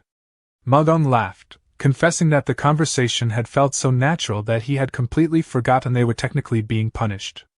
After finishing his push-ups, Mujin sat down and noticed that Mu Kyung had been silently staring at the wall the entire time. He wondered whether Mu Kyung had become so frightened that he had frozen in place. Magung immediately scolded him, pointing out that silently facing the wall was exactly how someone undergoing wall-facing meditation was supposed to behave. According to him, it was Mujin's way of thinking that was abnormal. Mu Kyung finally turned around and admitted that the Repentance Cavern had reminded him of a story monk Hai Guan had once told him. Curious, everyone asked him to explain. Mu Kyung revealed that the Repentance Cavern was not merely a place where disobedient Shaolin disciples were punished. It also served as the prison for villains considered completely beyond redemption. Hai Guan himself had personally captured hundreds of notorious criminals and imprisoned them there. Simply knowing he was surrounded by such dangerous individuals made him feel tense. Hearing that explanation, Mujin quietly realized that Mu Kyung was simply frightened. Magung then asked exactly what kind of criminals were imprisoned inside the cavern. Although Mu Kyung admitted he did not know every inmate, he listed several infamous figures, including 8 Blades of the 8/Strike, the Bloody Drunkard, Black Axe, Claw Demon, the elder brother of the Black Claw Blood Demon, and Pyo Taisik of the invincible twin axes. Muyul stared in amazement, deeply impressed by Monk Haiguan's accomplishments. Ma Deng then wondered which criminal had been the most difficult for Haiguan to capture. According to Mu Kyung, the most troublesome opponent had been a man known as the Blood Demon, a master of the Blood Rain divine demon art. He had reportedly remained imprisoned within the Repentance Cavern longer than any other surviving inmate. The moment Mujin heard the name of the Blood Rain divine demon art, countless memories from the original novel resurfaced. He immediately recognized it as the martial art used by the Blood Monk, Mu Kyung's evil counterpart in Return of the Demon Supreme. Although the protagonist had struggled greatly against that technique, overcoming it had ultimately led to his enlightenment. The martial art itself was therefore an essential part of the original story. In the novel, however, the Blood Monk had gone completely insane while learning it. The current Mu Kyung had never become the Blood Monk and had grown into an entirely different person. Mujin realized that if he carefully guided him from the sidelines, Mu Kyung might be able to master the technique without losing his sanity. To Mujin, it was a once-in-a-lifetime opportunity. Acting casually, Mujin announced that he was going to search for food while they remained in wall-facing meditation. His companions were bewildered, wondering whether meals were not already provided during their punishment. Mujin explained that the Repentance Cavern was dark and dangerous, so he wanted someone to accompany him. He ultimately chose Mu Kyung to come along. Some time later, while the two walked together, Mujin explained his true intentions. He asked whether Mu Kyung had any interest in learning the Blood Demon's demonic art. Mu Kyung admitted that although he had never seen the technique before and was certainly curious about it, he had no particular desire to learn the martial art of such a notorious villain. Mujin tried to persuade him by suggesting that mastering the technique might someday allow him to gain the upper hand against Monk Haiguan. Since Haiguan himself had struggled to capture the Blood Demon, learning that martial art might prove useful. Besides, Mujin doubted their punishment would truly end after only 15 days. Mu Kyung acknowledged that the idea did sound somewhat appealing. Mujin laughed before admitting that, even so, he still could not imagine Mu Kyung actually defeating Monk Haiguan. Mu Kyung immediately complained that Mujin had only raised his hopes for nothing. Mujin defended himself by explaining that he had only suggested the idea because of the incredible abilities Mu Kyung had displayed so far. Mu Kyung jokingly asked whose side Mujin was actually on. Unfortunately, before the conversation could continue, Mu Kyung accidentally stepped onto a straw mat covering a hidden pit. The ground collapsed beneath him.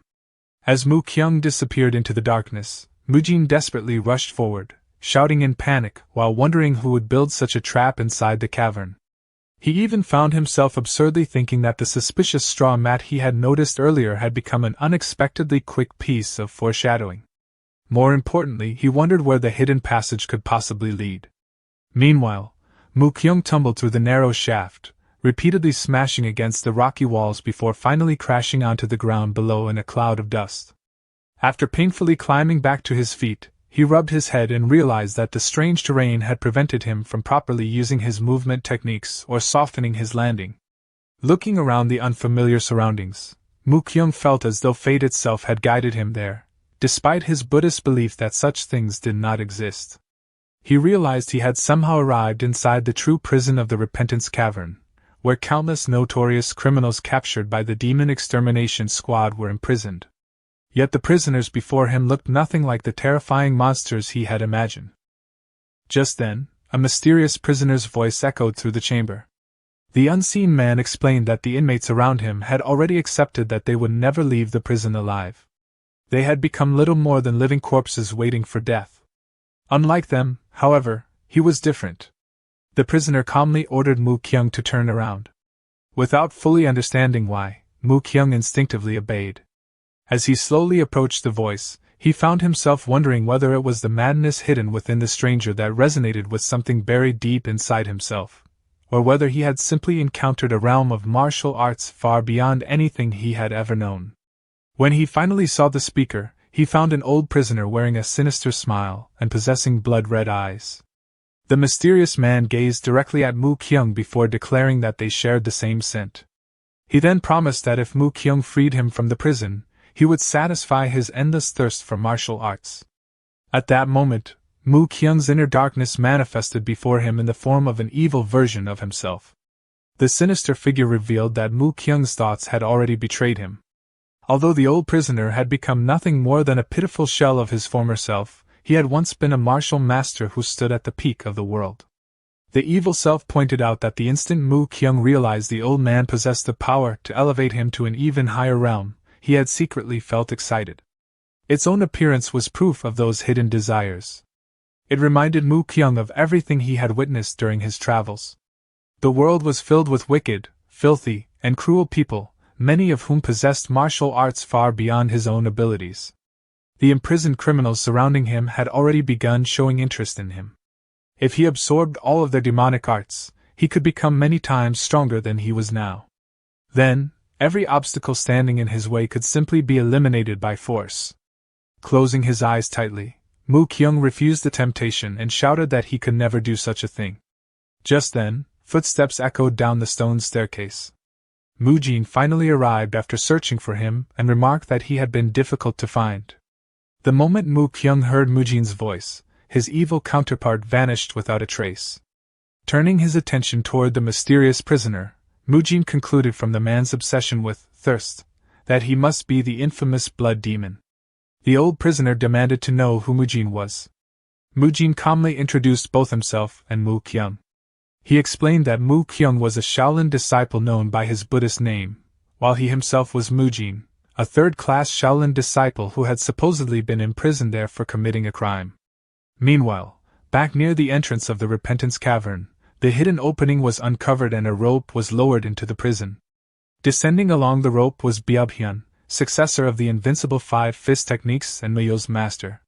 Carrying dinner, he announced that they should eat their meal and spend the rest of their punishment reflecting on their actions. However, the moment he looked around, he froze.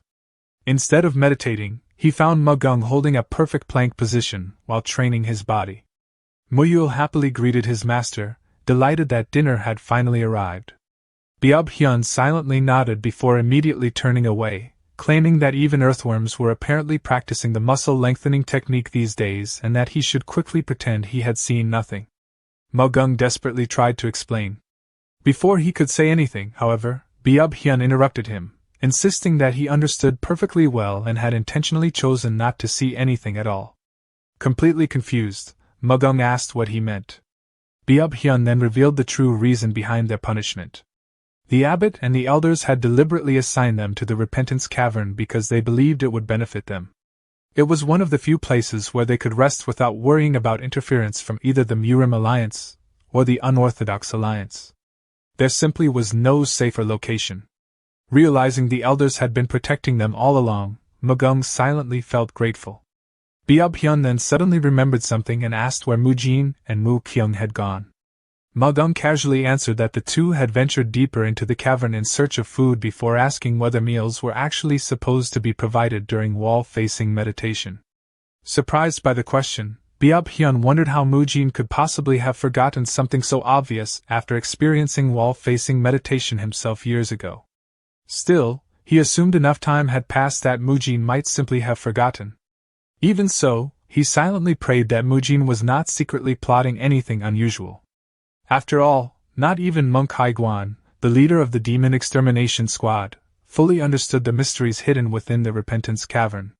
Meanwhile, deep inside the prison, the blood demon finally began teaching Mu Kyung. He explained that everything he had taught so far amounted to nothing more than the very first technique of the blood rain divine demon art. Giving Mu Kyung 3 days to master it, he challenged him to see whether he was capable of learning it. Mu Kyung calmly sat down, closed his eyes, and immediately began cultivating the technique. Watching him, Mujin silently wondered whether Mu Kyung would truly be able to remain safe. Earlier, before the training had begun, the blood demon had questioned whether both Shaolin disciples wished to become his students. Mujin had lied without hesitation, claiming that they sought revenge against the monks who had imprisoned them despite their innocence. Satisfied with that answer, the blood demon agreed to teach them, but only partially. He declared that he would pass the blood rain divine demon art exclusively to Mu Kyung. Startled, Mujin questioned the decision. The blood demon explained that Mu Kyung carried the very same scent as himself. Compared to Mujin, he was far more interested in seeing how far Mu Kyung could develop. Those words immediately alarmed Mujin. He wondered whether the blood demon had already sensed the madness hidden within Mu Kyung. Originally, Mujin had planned to learn the blood rain divine demon art alongside his friend so he could immediately stop him if he began losing his sanity. Now, that plan had completely fallen apart. To Mujin's surprise, Mu Kyung calmly accepted the blood demon's offer without hesitation, explaining only that there was something he wished to test. Deep within his mind, Mu Kyung's evil counterpart smiled with satisfaction, praising the decision as the perfect opportunity to test himself. Returning to the present, Mujin realized there was nothing left for him to do except trust Mu Kyung. Not long afterward, Mu Kyung successfully mastered the first technique of the Blood Rain Divine Demon Art, Blood Rain Refinement. A brilliant blue aura erupted from his body. The sight left Mujin utterly stunned. He immediately recognized that Mu Kyung had expelled energy from his meridians into the outside world. The Blood Rain Divine Demon Art normally utilized blood expelled from the body for countless offensive and defensive techniques.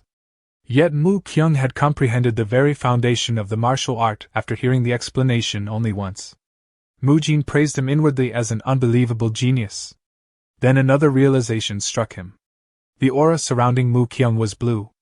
According to the original technique, it should have manifested as blood-red droplets. Even the blood demon found himself speechless.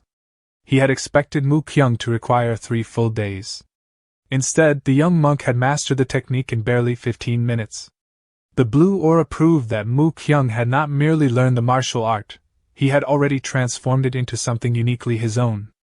The blood demon concluded that his instincts had been correct from the beginning.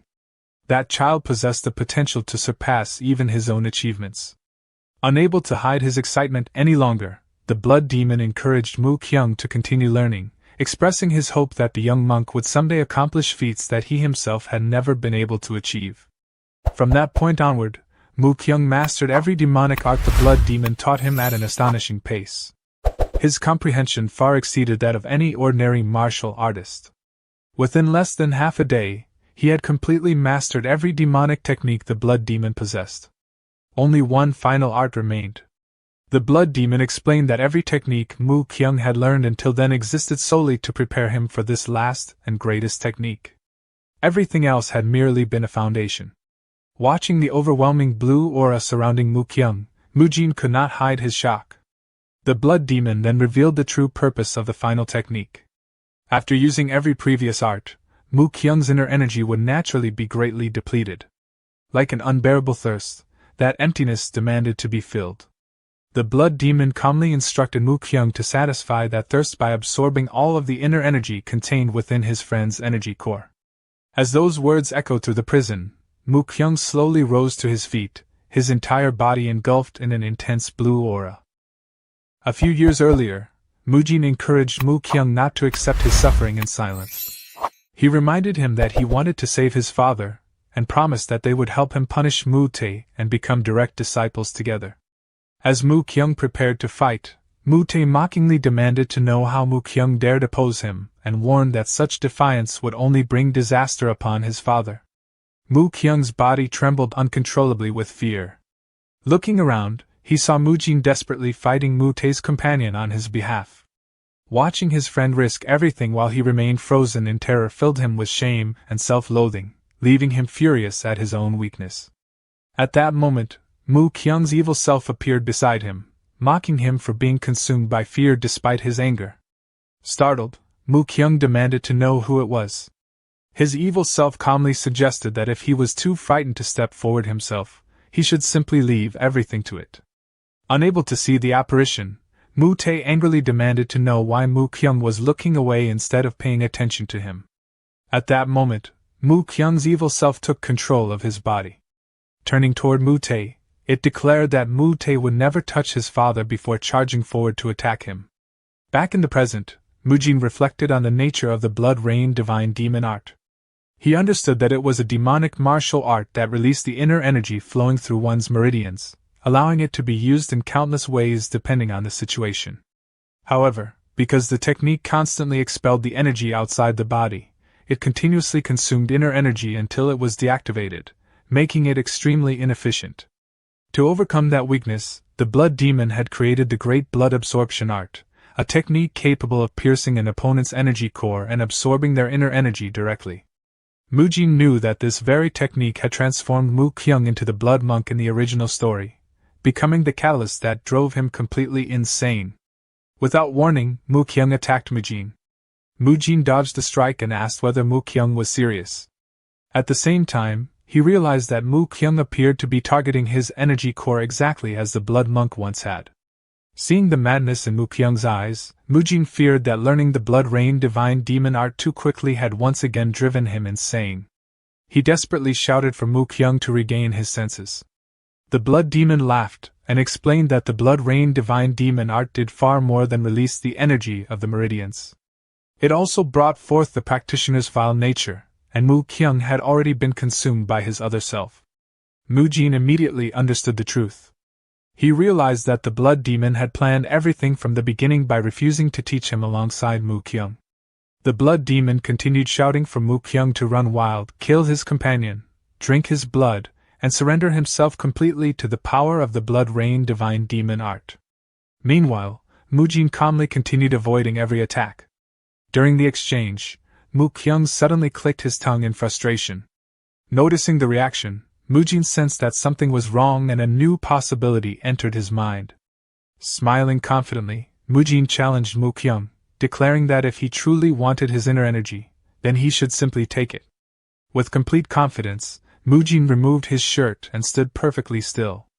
Mu Kyung's palm struck directly against Mujin's chest, sending a tremendous shockwave throughout the cavern. At that exact moment, Muyul and Magung arrived. Seeing the scene before them, both were horrified. Magung exclaimed that they had come looking for the two because they had not returned, but he could not understand what was happening. Muyul stared at Mu Kyung in disbelief, unable to comprehend what he was doing. The blood demon burst into triumphant laughter. Convinced that his plan had succeeded, he proclaimed that Mu Kyung had finally fallen into madness, harming his own comrade without hesitation.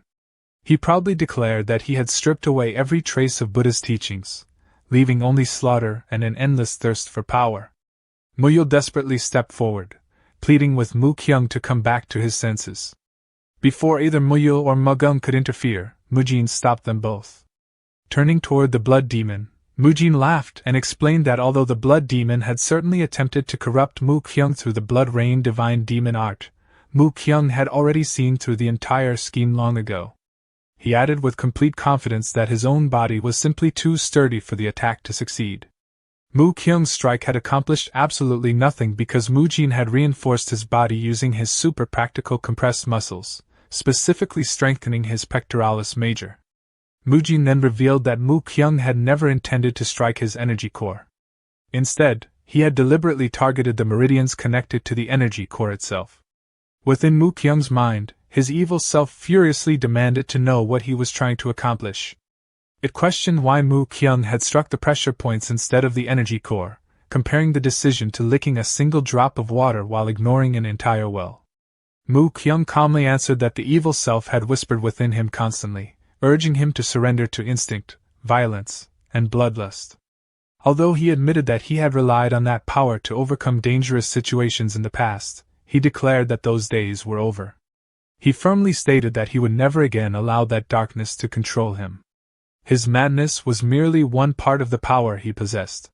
His body and his will belonged entirely to himself. Grinding its teeth in frustration, the evil self disappeared completely. Immediately afterward, Mu Kyung began absorbing energy directly from Mujin's meridians rather than piercing his energy core. He calmly explained that there was no need to attack the energy core itself because inner energy flowed through the meridians as well. Moments later, intense pain spread throughout Mu Kyung's body, causing him to collapse onto the ground. Mujin hurried over and anxiously asked whether he was all right. Mu Kyung admitted that absorbing energy in such a different manner was far more difficult than expected and concluded that he would need to study the technique much more before using it again. Magung hurriedly asked if he was truly all right. Mu Kyung casually replied that he was always perfectly fine. Magung joked that it was the funniest thing he had heard all year. Mu Kyung responded that he still believed he was in better condition than the man everyone nicknamed the Man. Laughing, Mujin reminded him that those events had happened long ago, and pointed out that he was now known throughout the martial world as the Shaolin Divine Dragon, the champion of the Dragon Phoenix Summit. Mu Kyung admitted that Mujin had won back then but confidently claimed that the outcome would be different now. Grinning, Mujin gladly accepted the challenge and asked whether Mu Kyung wished to test that claim. Watching the exchange, the blood demon ground his teeth in fury. He demanded to know why Mu Kyung had bothered learning the Blood Rain Divine Demon art if he intended to alter it completely. Witnessing his life's greatest martial art change before his own eyes was the greatest humiliation he had ever experienced, and he accused Mu Kyung of flaunting his superior understanding.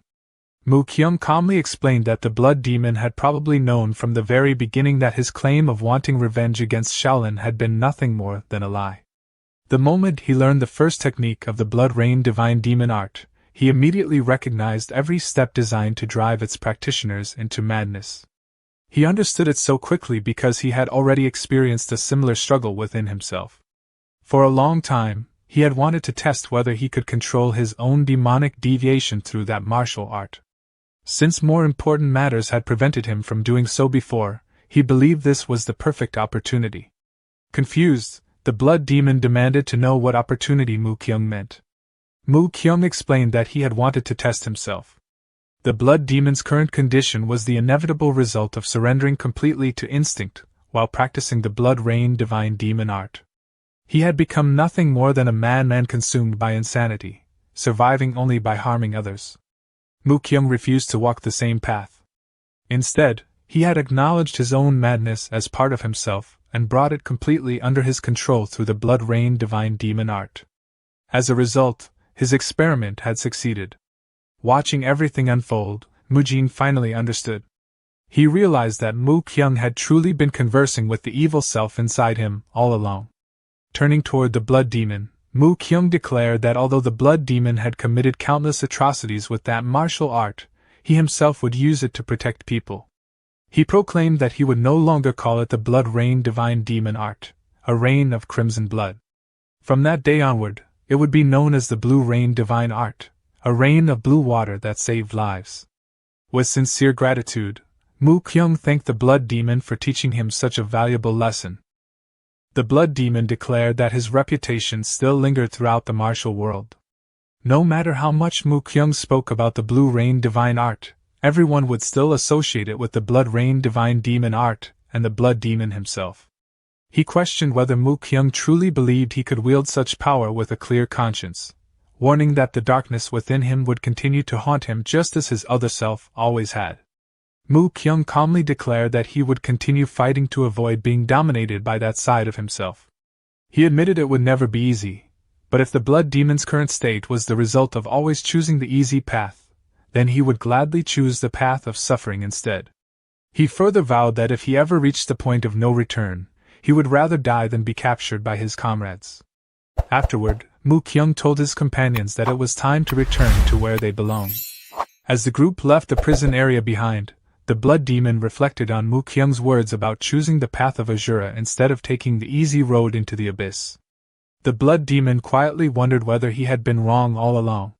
He questioned whether things might have turned out differently if, instead of becoming intoxicated by overwhelming power and surrendering to instinct, he had held on to his pride as a martial artist and chosen to protect others as Mu Kyung had. He realized he had already lost both the body needed to continue as a martial artist and all of his internal energy. The young man had inherited both his demonic arts and his reputation, leaving behind nothing but memories of the countless atrocities he had committed as the Blood Demon. Even those memories, he realized, would eventually fade away. With that thought, he burst into uncontrollable laughter that echoed throughout the prison. The scene then shifted back to the Repentance Cavern, where Monk Haiguan welcomed the group upon their return. From that day onward, everyone devoted themselves entirely to training. Mujin reflected that perhaps it was because they had gained a proper justification to rest, or perhaps because they had been inspired by Mu Kyung's remarkable growth. Whatever the reason, from that day until their final day inside the Repentance Cavern, each of them trained relentlessly. Although every member of the group carried personal thoughts and burdens, they all shared the same goal: to become stronger than they were before. Before they realized it, the promised 15 days had passed. When the training period ended, A monk descended into the cavern with a rope and asked whether they had repented well. Mujin smiled and replied that they had rested well, thanks to him. The monk revealed himself to be Biao and remarked that it was finally time for them to prepare to leave. As they climbed out of the cavern, Mujin realized they had truly returned to Shaolin. He respectfully thanked the monk once again and said they looked forward to receiving his guidance in the future. After everyone emerged from the Repentance Cavern, Biao informed Mujin that Grand Elder Hyun Guang wished to see him immediately. Surprised, Mujin asked whether Grandfather Hyun Guang had mentioned the reason. Biao simply replied that he had no idea. Some time later, Mujin arrived at Hyun Guang's residence. Believing that his punishment was finally about to begin after all the trouble he had caused, he admitted that the Repentance Cavern had probably not been enough and declared that he was prepared to be scolded. Hyun Guang merely smiled and asked whether a grandfather truly needed a reason to see his grandson. Sitting nearby, Wulchen silently wondered why he himself had been summoned there. Meanwhile, Abbot Hyun Chun sat quietly in front of Mujin. Seeing the abbot's expression, Mujin privately thought that the abbot did not seem to share Hyun Guang's relaxed attitude. Turning toward Wulchen, Mujin asked why he was there as well. With an awkward smile, Wulchen explained that he had been flustered after Mujin entered the Repentance Cavern without warning, but Grand Elder Hyun Guang had kindly looked after him during that time. Hearing that, Mujin realized that his grandfather had been taking care of Wulchen while he was away. Hyun Guang then told Wulchen that now that he had seen Mujin safely return, he should go and rest, adding that he could share the same room as Mujin. After expressing his gratitude with a respectful bow, Wulchen left the room. Watching him leave, Mujin silently appreciated his grandfather's kindness. A moment later, Abbot Hyun Chun deliberately cleared his throat, drawing Mujin's attention back to the conversation. Mujin immediately tensed, believing the long-awaited lecture was finally about to begin. Instead, the abbot calmly praised him for his hard work and asked whether his journey had brought him any enlightenment. The unexpected question caught Mujin completely off guard. He had expected anger and harsh criticism for acting so recklessly, and that only made him feel even guiltier for causing his grandfather so much worry. After gathering his thoughts, Mujin admitted that the journey had forced him to realize just how weak he truly was. Hyun Guang questioned that statement, reminding him that he was the champion of the Dragon Phoenix Summit. Mujin explained that when he first set out into the world, he had believed he could accomplish almost anything. Reality had quickly proven otherwise. He had nearly died on several occasions, and had repeatedly survived only because others came to his aid. Looking back, he realized how arrogant he had been. Although he had done everything possible to save those in need, he had still failed to save everyone. Ever since then, he had constantly wondered whether wiser decisions might have allowed him to save even more lives. Hyun Guang observed that Mujin had confronted the conflicts within his own heart. He then asked what Mujin truly wished to accomplish, what drove him forward, and what he intended to pursue from that point onward. The question caused Mujin to reflect deeply. He realized that he had almost forgotten the reason he had begun this journey in the first place. Originally, his goal had simply been to guide the story toward a smoother ending and eventually return to reality. However, somewhere along the way, that objective had changed completely. After realizing that fate itself could be altered, he had thrown himself into changing countless destinies. Through endless effort and countless experiences, he had laughed, grown angry, suffered, and found happiness alongside the people around him. They were no longer merely characters in a novel to him. They were real people with emotions and lives of their own. Knowing that so many of them remained trapped by tragic fates, he no longer wanted to simply return home. He wanted to change those destinies. He also remembered the growing threat posed by the New Heavens, whose members continued interfering throughout the worlds of Return of the Demon Supreme, Unorthodox Tyrant Chronicles, and Shaolin Chronicles. Having reached his conclusion, Mujin firmly declared that he wanted to crush the New Heavens and save even more people. Countless individuals were suffering somewhere in the world even at that very moment, and to protect them, he first needed to become stronger. That was now the true reason for everything he did.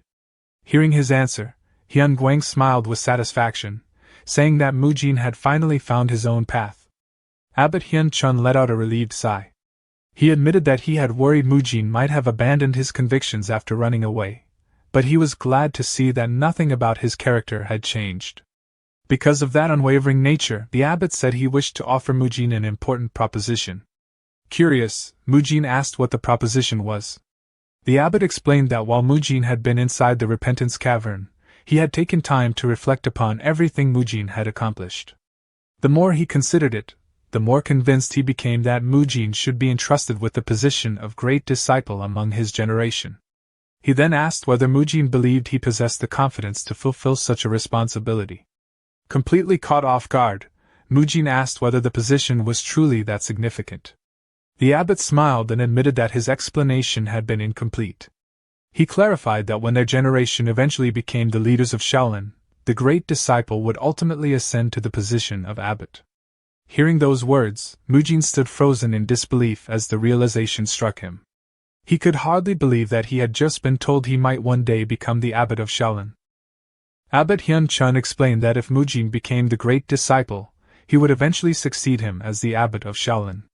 He praised Mujin for revising Shaolin's laws to benefit more people and for possessing an upright spirit that never hesitated to make sacrifices for the stability and peace of the Murim. In Hyun Chun's eyes, Mujin was the perfect candidate for the position. The unexpected proposal left Mujin overwhelmed. He respectfully asked if he could take some time to think before giving his answer. Hyun Chun readily agreed, telling him to take as much time as he needed. Hyun Guang also encouraged Mujin to get some rest, reminding him that he must be exhausted. Thanking them both, Mujin promised to see them again the following day before leaving. Later that night, while lying on his bed, Mujin found himself unable to stop thinking. Becoming the future abbot would certainly allow him to accomplish many good things. Under his leadership, perhaps creating a healthier Murim would no longer remain a dream. Yet the more he considered it, the less convinced he became. Living as a monk for the rest of his life meant giving up marriage, meat, alcohol, and countless ordinary pleasures. On top of that, it would likely take more than 30 years before he even reached the position, and there was no guarantee he would still be in Shaolin by then. Becoming the great disciple would only place even more restrictions on him. Although he had successfully protected Du Wulchen, the protagonist of Unorthodox Tyrant Chronicles, he still had yet to meet the protagonist of Return of the Demon Supreme. After weighing everything, he decided that he should politely decline the offer. Since he had already asked for time to think, he hoped the abbot would not continue pressing him about it. The following day, however, Abbot Hyun Chun immediately asked whether Mujin had reached a decision. Caught off guard, Mujin grew nervous. He had expected far more time, never imagining the abbot would pursue the matter so persistently. It became obvious that Hyun Chun was far more serious about the proposal than he had anticipated. The abbot began explaining the many benefits of becoming the great disciple, emphasizing that it was a position very few people could ever attain. Meanwhile, Mujin silently complained to himself that the abbot had even followed him during work hours just to continue persuading him. Hoping to postpone the discussion once more, he politely asked for a little more time. Hyun Chun accepted his request but remarked that, if he were in Mujin's position, he would have accepted the offer without the slightest hesitation. At that moment, Beob Jian entered the room, announcing that he had come to see Mujin on business. Seeing the abbot there, he briefly wondered why he was present. Hyun Chun invited him inside. Beob Jian informed Mujin that several visitors had arrived and were waiting in the reception room. Internally relieved by the interruption, Mujin saw it as the perfect opportunity to escape the ongoing conversation. Curious, he wondered who had come to visit him. Beob Jian simply smiled and told him that so many people had arrived that he should go and greet them himself. Meanwhile, in the reception room, Ryu Seowa asked Jaegel Ji what had brought her all the way to Shaolin. Jin he responded by asking Seowa the very same question. Seowa explained that she had come because of the business she was conducting with Mujin. Jin he teasingly asked whether Seowa only visited Mujin when work was involved, remarking that she herself was quite different. Seowa immediately pointed out that the young clan head had also come under the pretense of work. Jin he confidently replied that she had not come solely for business.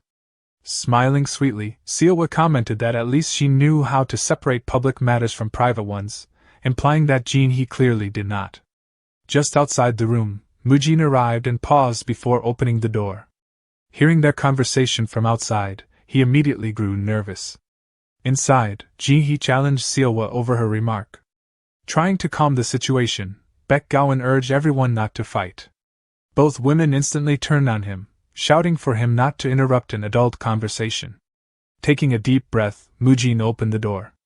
Looking around at the tense atmosphere, he forced a nervous smile and asked whether everyone had been looking for him. The moment they saw him, both Jinhee and Seowa hurried over in surprise, relieved to see that he was safe. They immediately asked how his isolation training had gone. Jinhee admitted that she had been worried because there had been no news from him. Mujin apologized, explaining that he had simply had many things to sort out. Watching from the corner of the room, Gowon quietly muttered that both Jinhee and Seowa were frightening.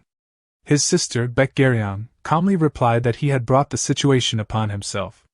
Turning toward Gowon, Mujin asked how he had been doing. With a nervous smile, Gowon replied that he had been doing well thanks to the support of the Heavenly Merchant Guild. It had been quite some time since they last met, and the guild had provided tremendous assistance not only to them but also to the Heavenly Flash sect in settling down in Dangfeng County. Seowa responded that, if anything, they were the ones receiving help from Mujin. Gowon added that the members of the Heavenly Flash sect had asked him to convey their gratitude to Mujin, and also requested that he check on the well-being of young clan head Du Wulchen. Hearing that, Mujin suddenly remembered that, although the timeline had shifted somewhat, the monumental beginning of Unorthodox Tyrant Chronicles was approaching. The first meeting between Du Wulchen and Baek Gowon would soon take place here in Shaolin. Smiling, Mujin assured Gowon that Du Wulchen was doing well and promised to introduce them later. He then mentioned hearing that everyone had been looking for him and asked whether something had happened. Seowa explained that they had all been waiting for his return. Jinhee added that they had come as soon as they heard he was back. Garyong quietly remarked that there seemed to be an endless stream of guests. Acting as her translator, Gowon explained that she simply meant she had not expected so many visitors that day, and that everyone had something important they wished to discuss with Mujin. Curious, Mujin asked what those matters were. Jinhee immediately requested to speak first. Seowa replied that the order did not matter.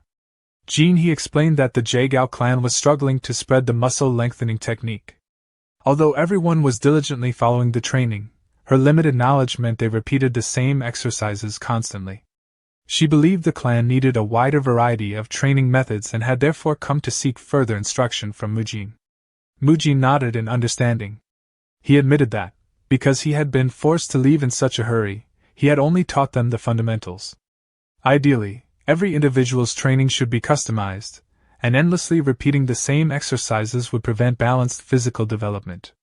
He then turned to Seowa and asked about her situation. Seowa explained that her clinic had encountered a serious problem. Its growing reputation had attracted patients from all across the country. Although they wanted to treat everyone, they simply lacked enough physicians. Expanding their branches while simultaneously training new medical staff had become nearly impossible, and they could no longer continue relying on Shaolin's disciples for assistance. Recognizing the severity of the issue, Mujin agreed that it was indeed a major problem. He then turned toward Gowon and Garyong, asking what difficulties they had come to discuss. Without saying a word, Garyong simply extended her hand toward him. Confused, Mujin asked why she was suddenly holding out her hand. The instant he grasped it, however, he froze. Her hand was ice cold. Gowon explained that Garyong's energy had returned. Although she appeared stable at the moment, there was no telling when she might collapse again. Despite receiving continuous treatment at the body treatment clinic, the treatment had somehow become far less effective than before. Mujin silently wondered why the treatment had stopped working.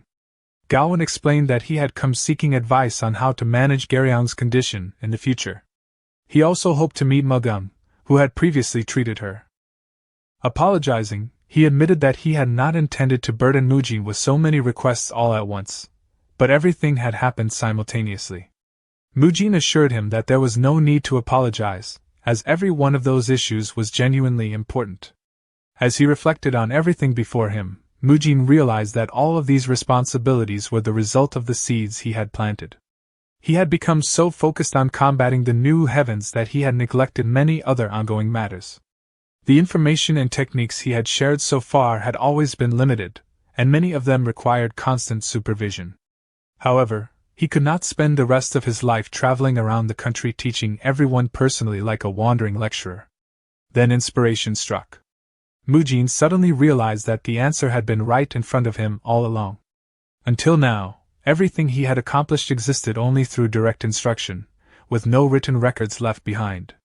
If he compiled the muscle lengthening technique, musculoskeletal treatment methods, internal energy therapy, and every lesson he had learned in the Murim into a comprehensive training manual, people would be able to continue learning and improving even without his constant presence. Determined, Mujin resolved to combine all of his experience as a trainer with everything he had accomplished in the Murim and preserve it within a single book. Mujin suddenly realized that, ever since arriving in this world, most of what he had been doing was correcting people's exercise methods. He concluded that if he organized everything he had accomplished so far, along with everything he intended to develop in the future, into a single book, more people would become healthier and stronger, allowing them to better face the challenges ahead. Turning to Gawain, Mujin asked what he thought about the idea of writing such a book. Gawain immediately praised the idea, explaining that it would allow many more people to learn the muscle lengthening technique as well as various musculoskeletal treatment methods. Siwa added that the divine physician would certainly support such a project. Jinhee agreed, saying it would greatly benefit the members of the Jaegao clan during their training. Encouraged by everyone's response, Mujin suggested that they immediately seek the abbot's permission. The group went straight to the abbot and explained the proposal. Both elder monks reacted positively to the idea.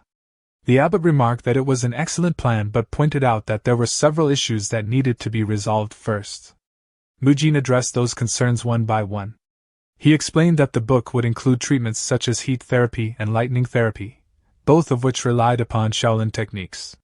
Furthermore, because of Shaolin's agreement with the Heavenly Merchant Guild, certain information could not be made public.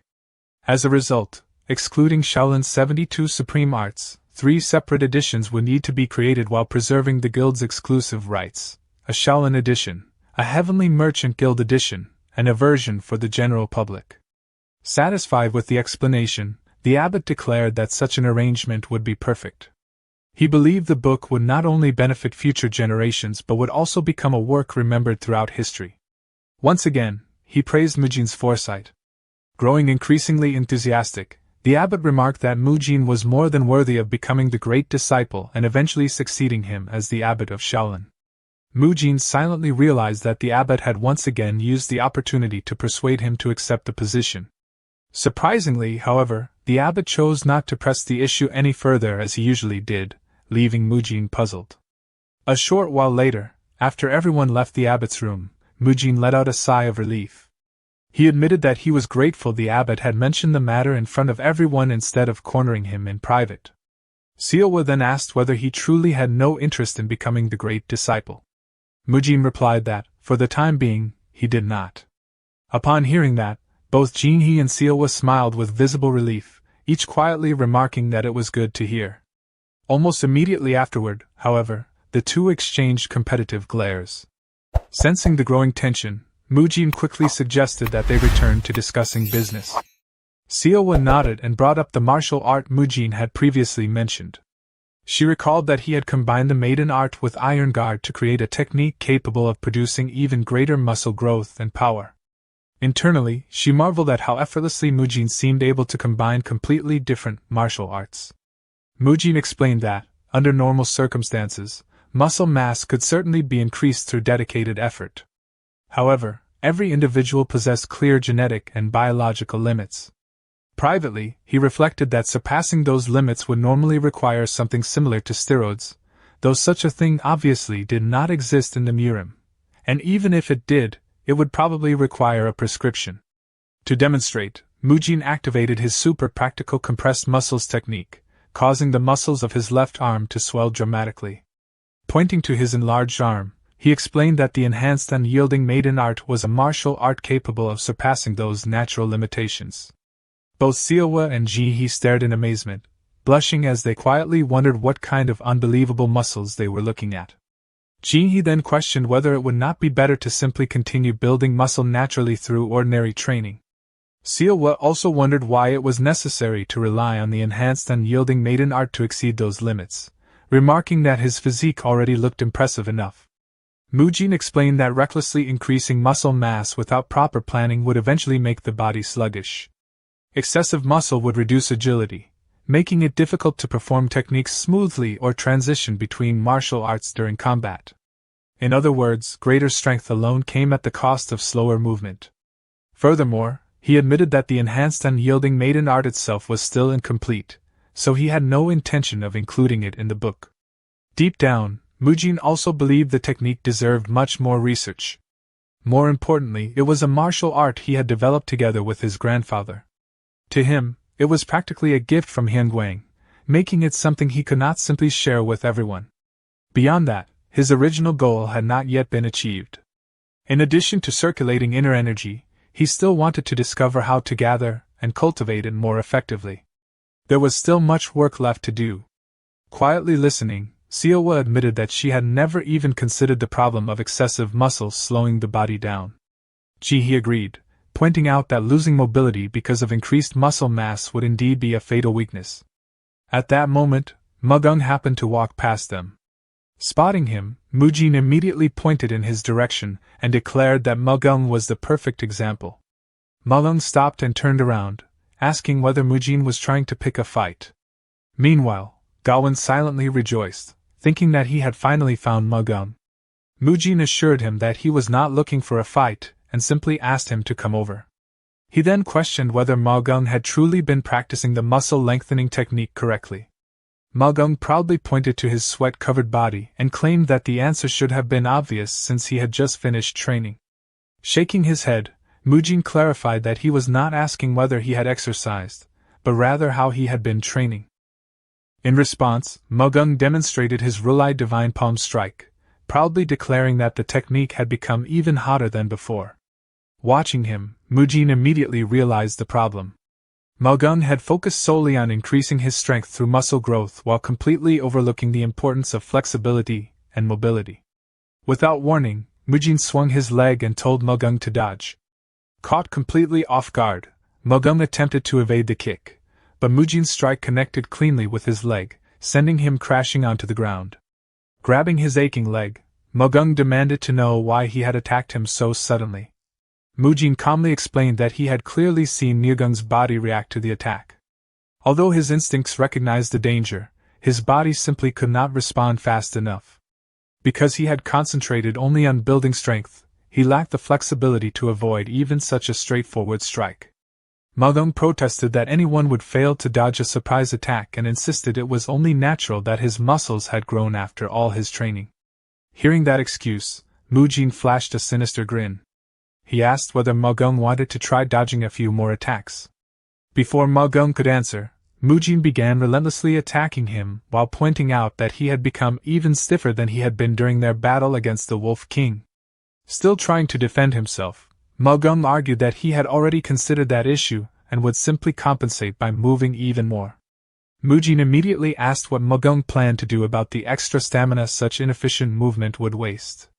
A moment later, Mugung found himself pinned to the ground as Mujin grabbed both of his legs and sat on top of him like a professional wrestler. Completely embarrassed, Mugung begged him to stop because everyone was watching.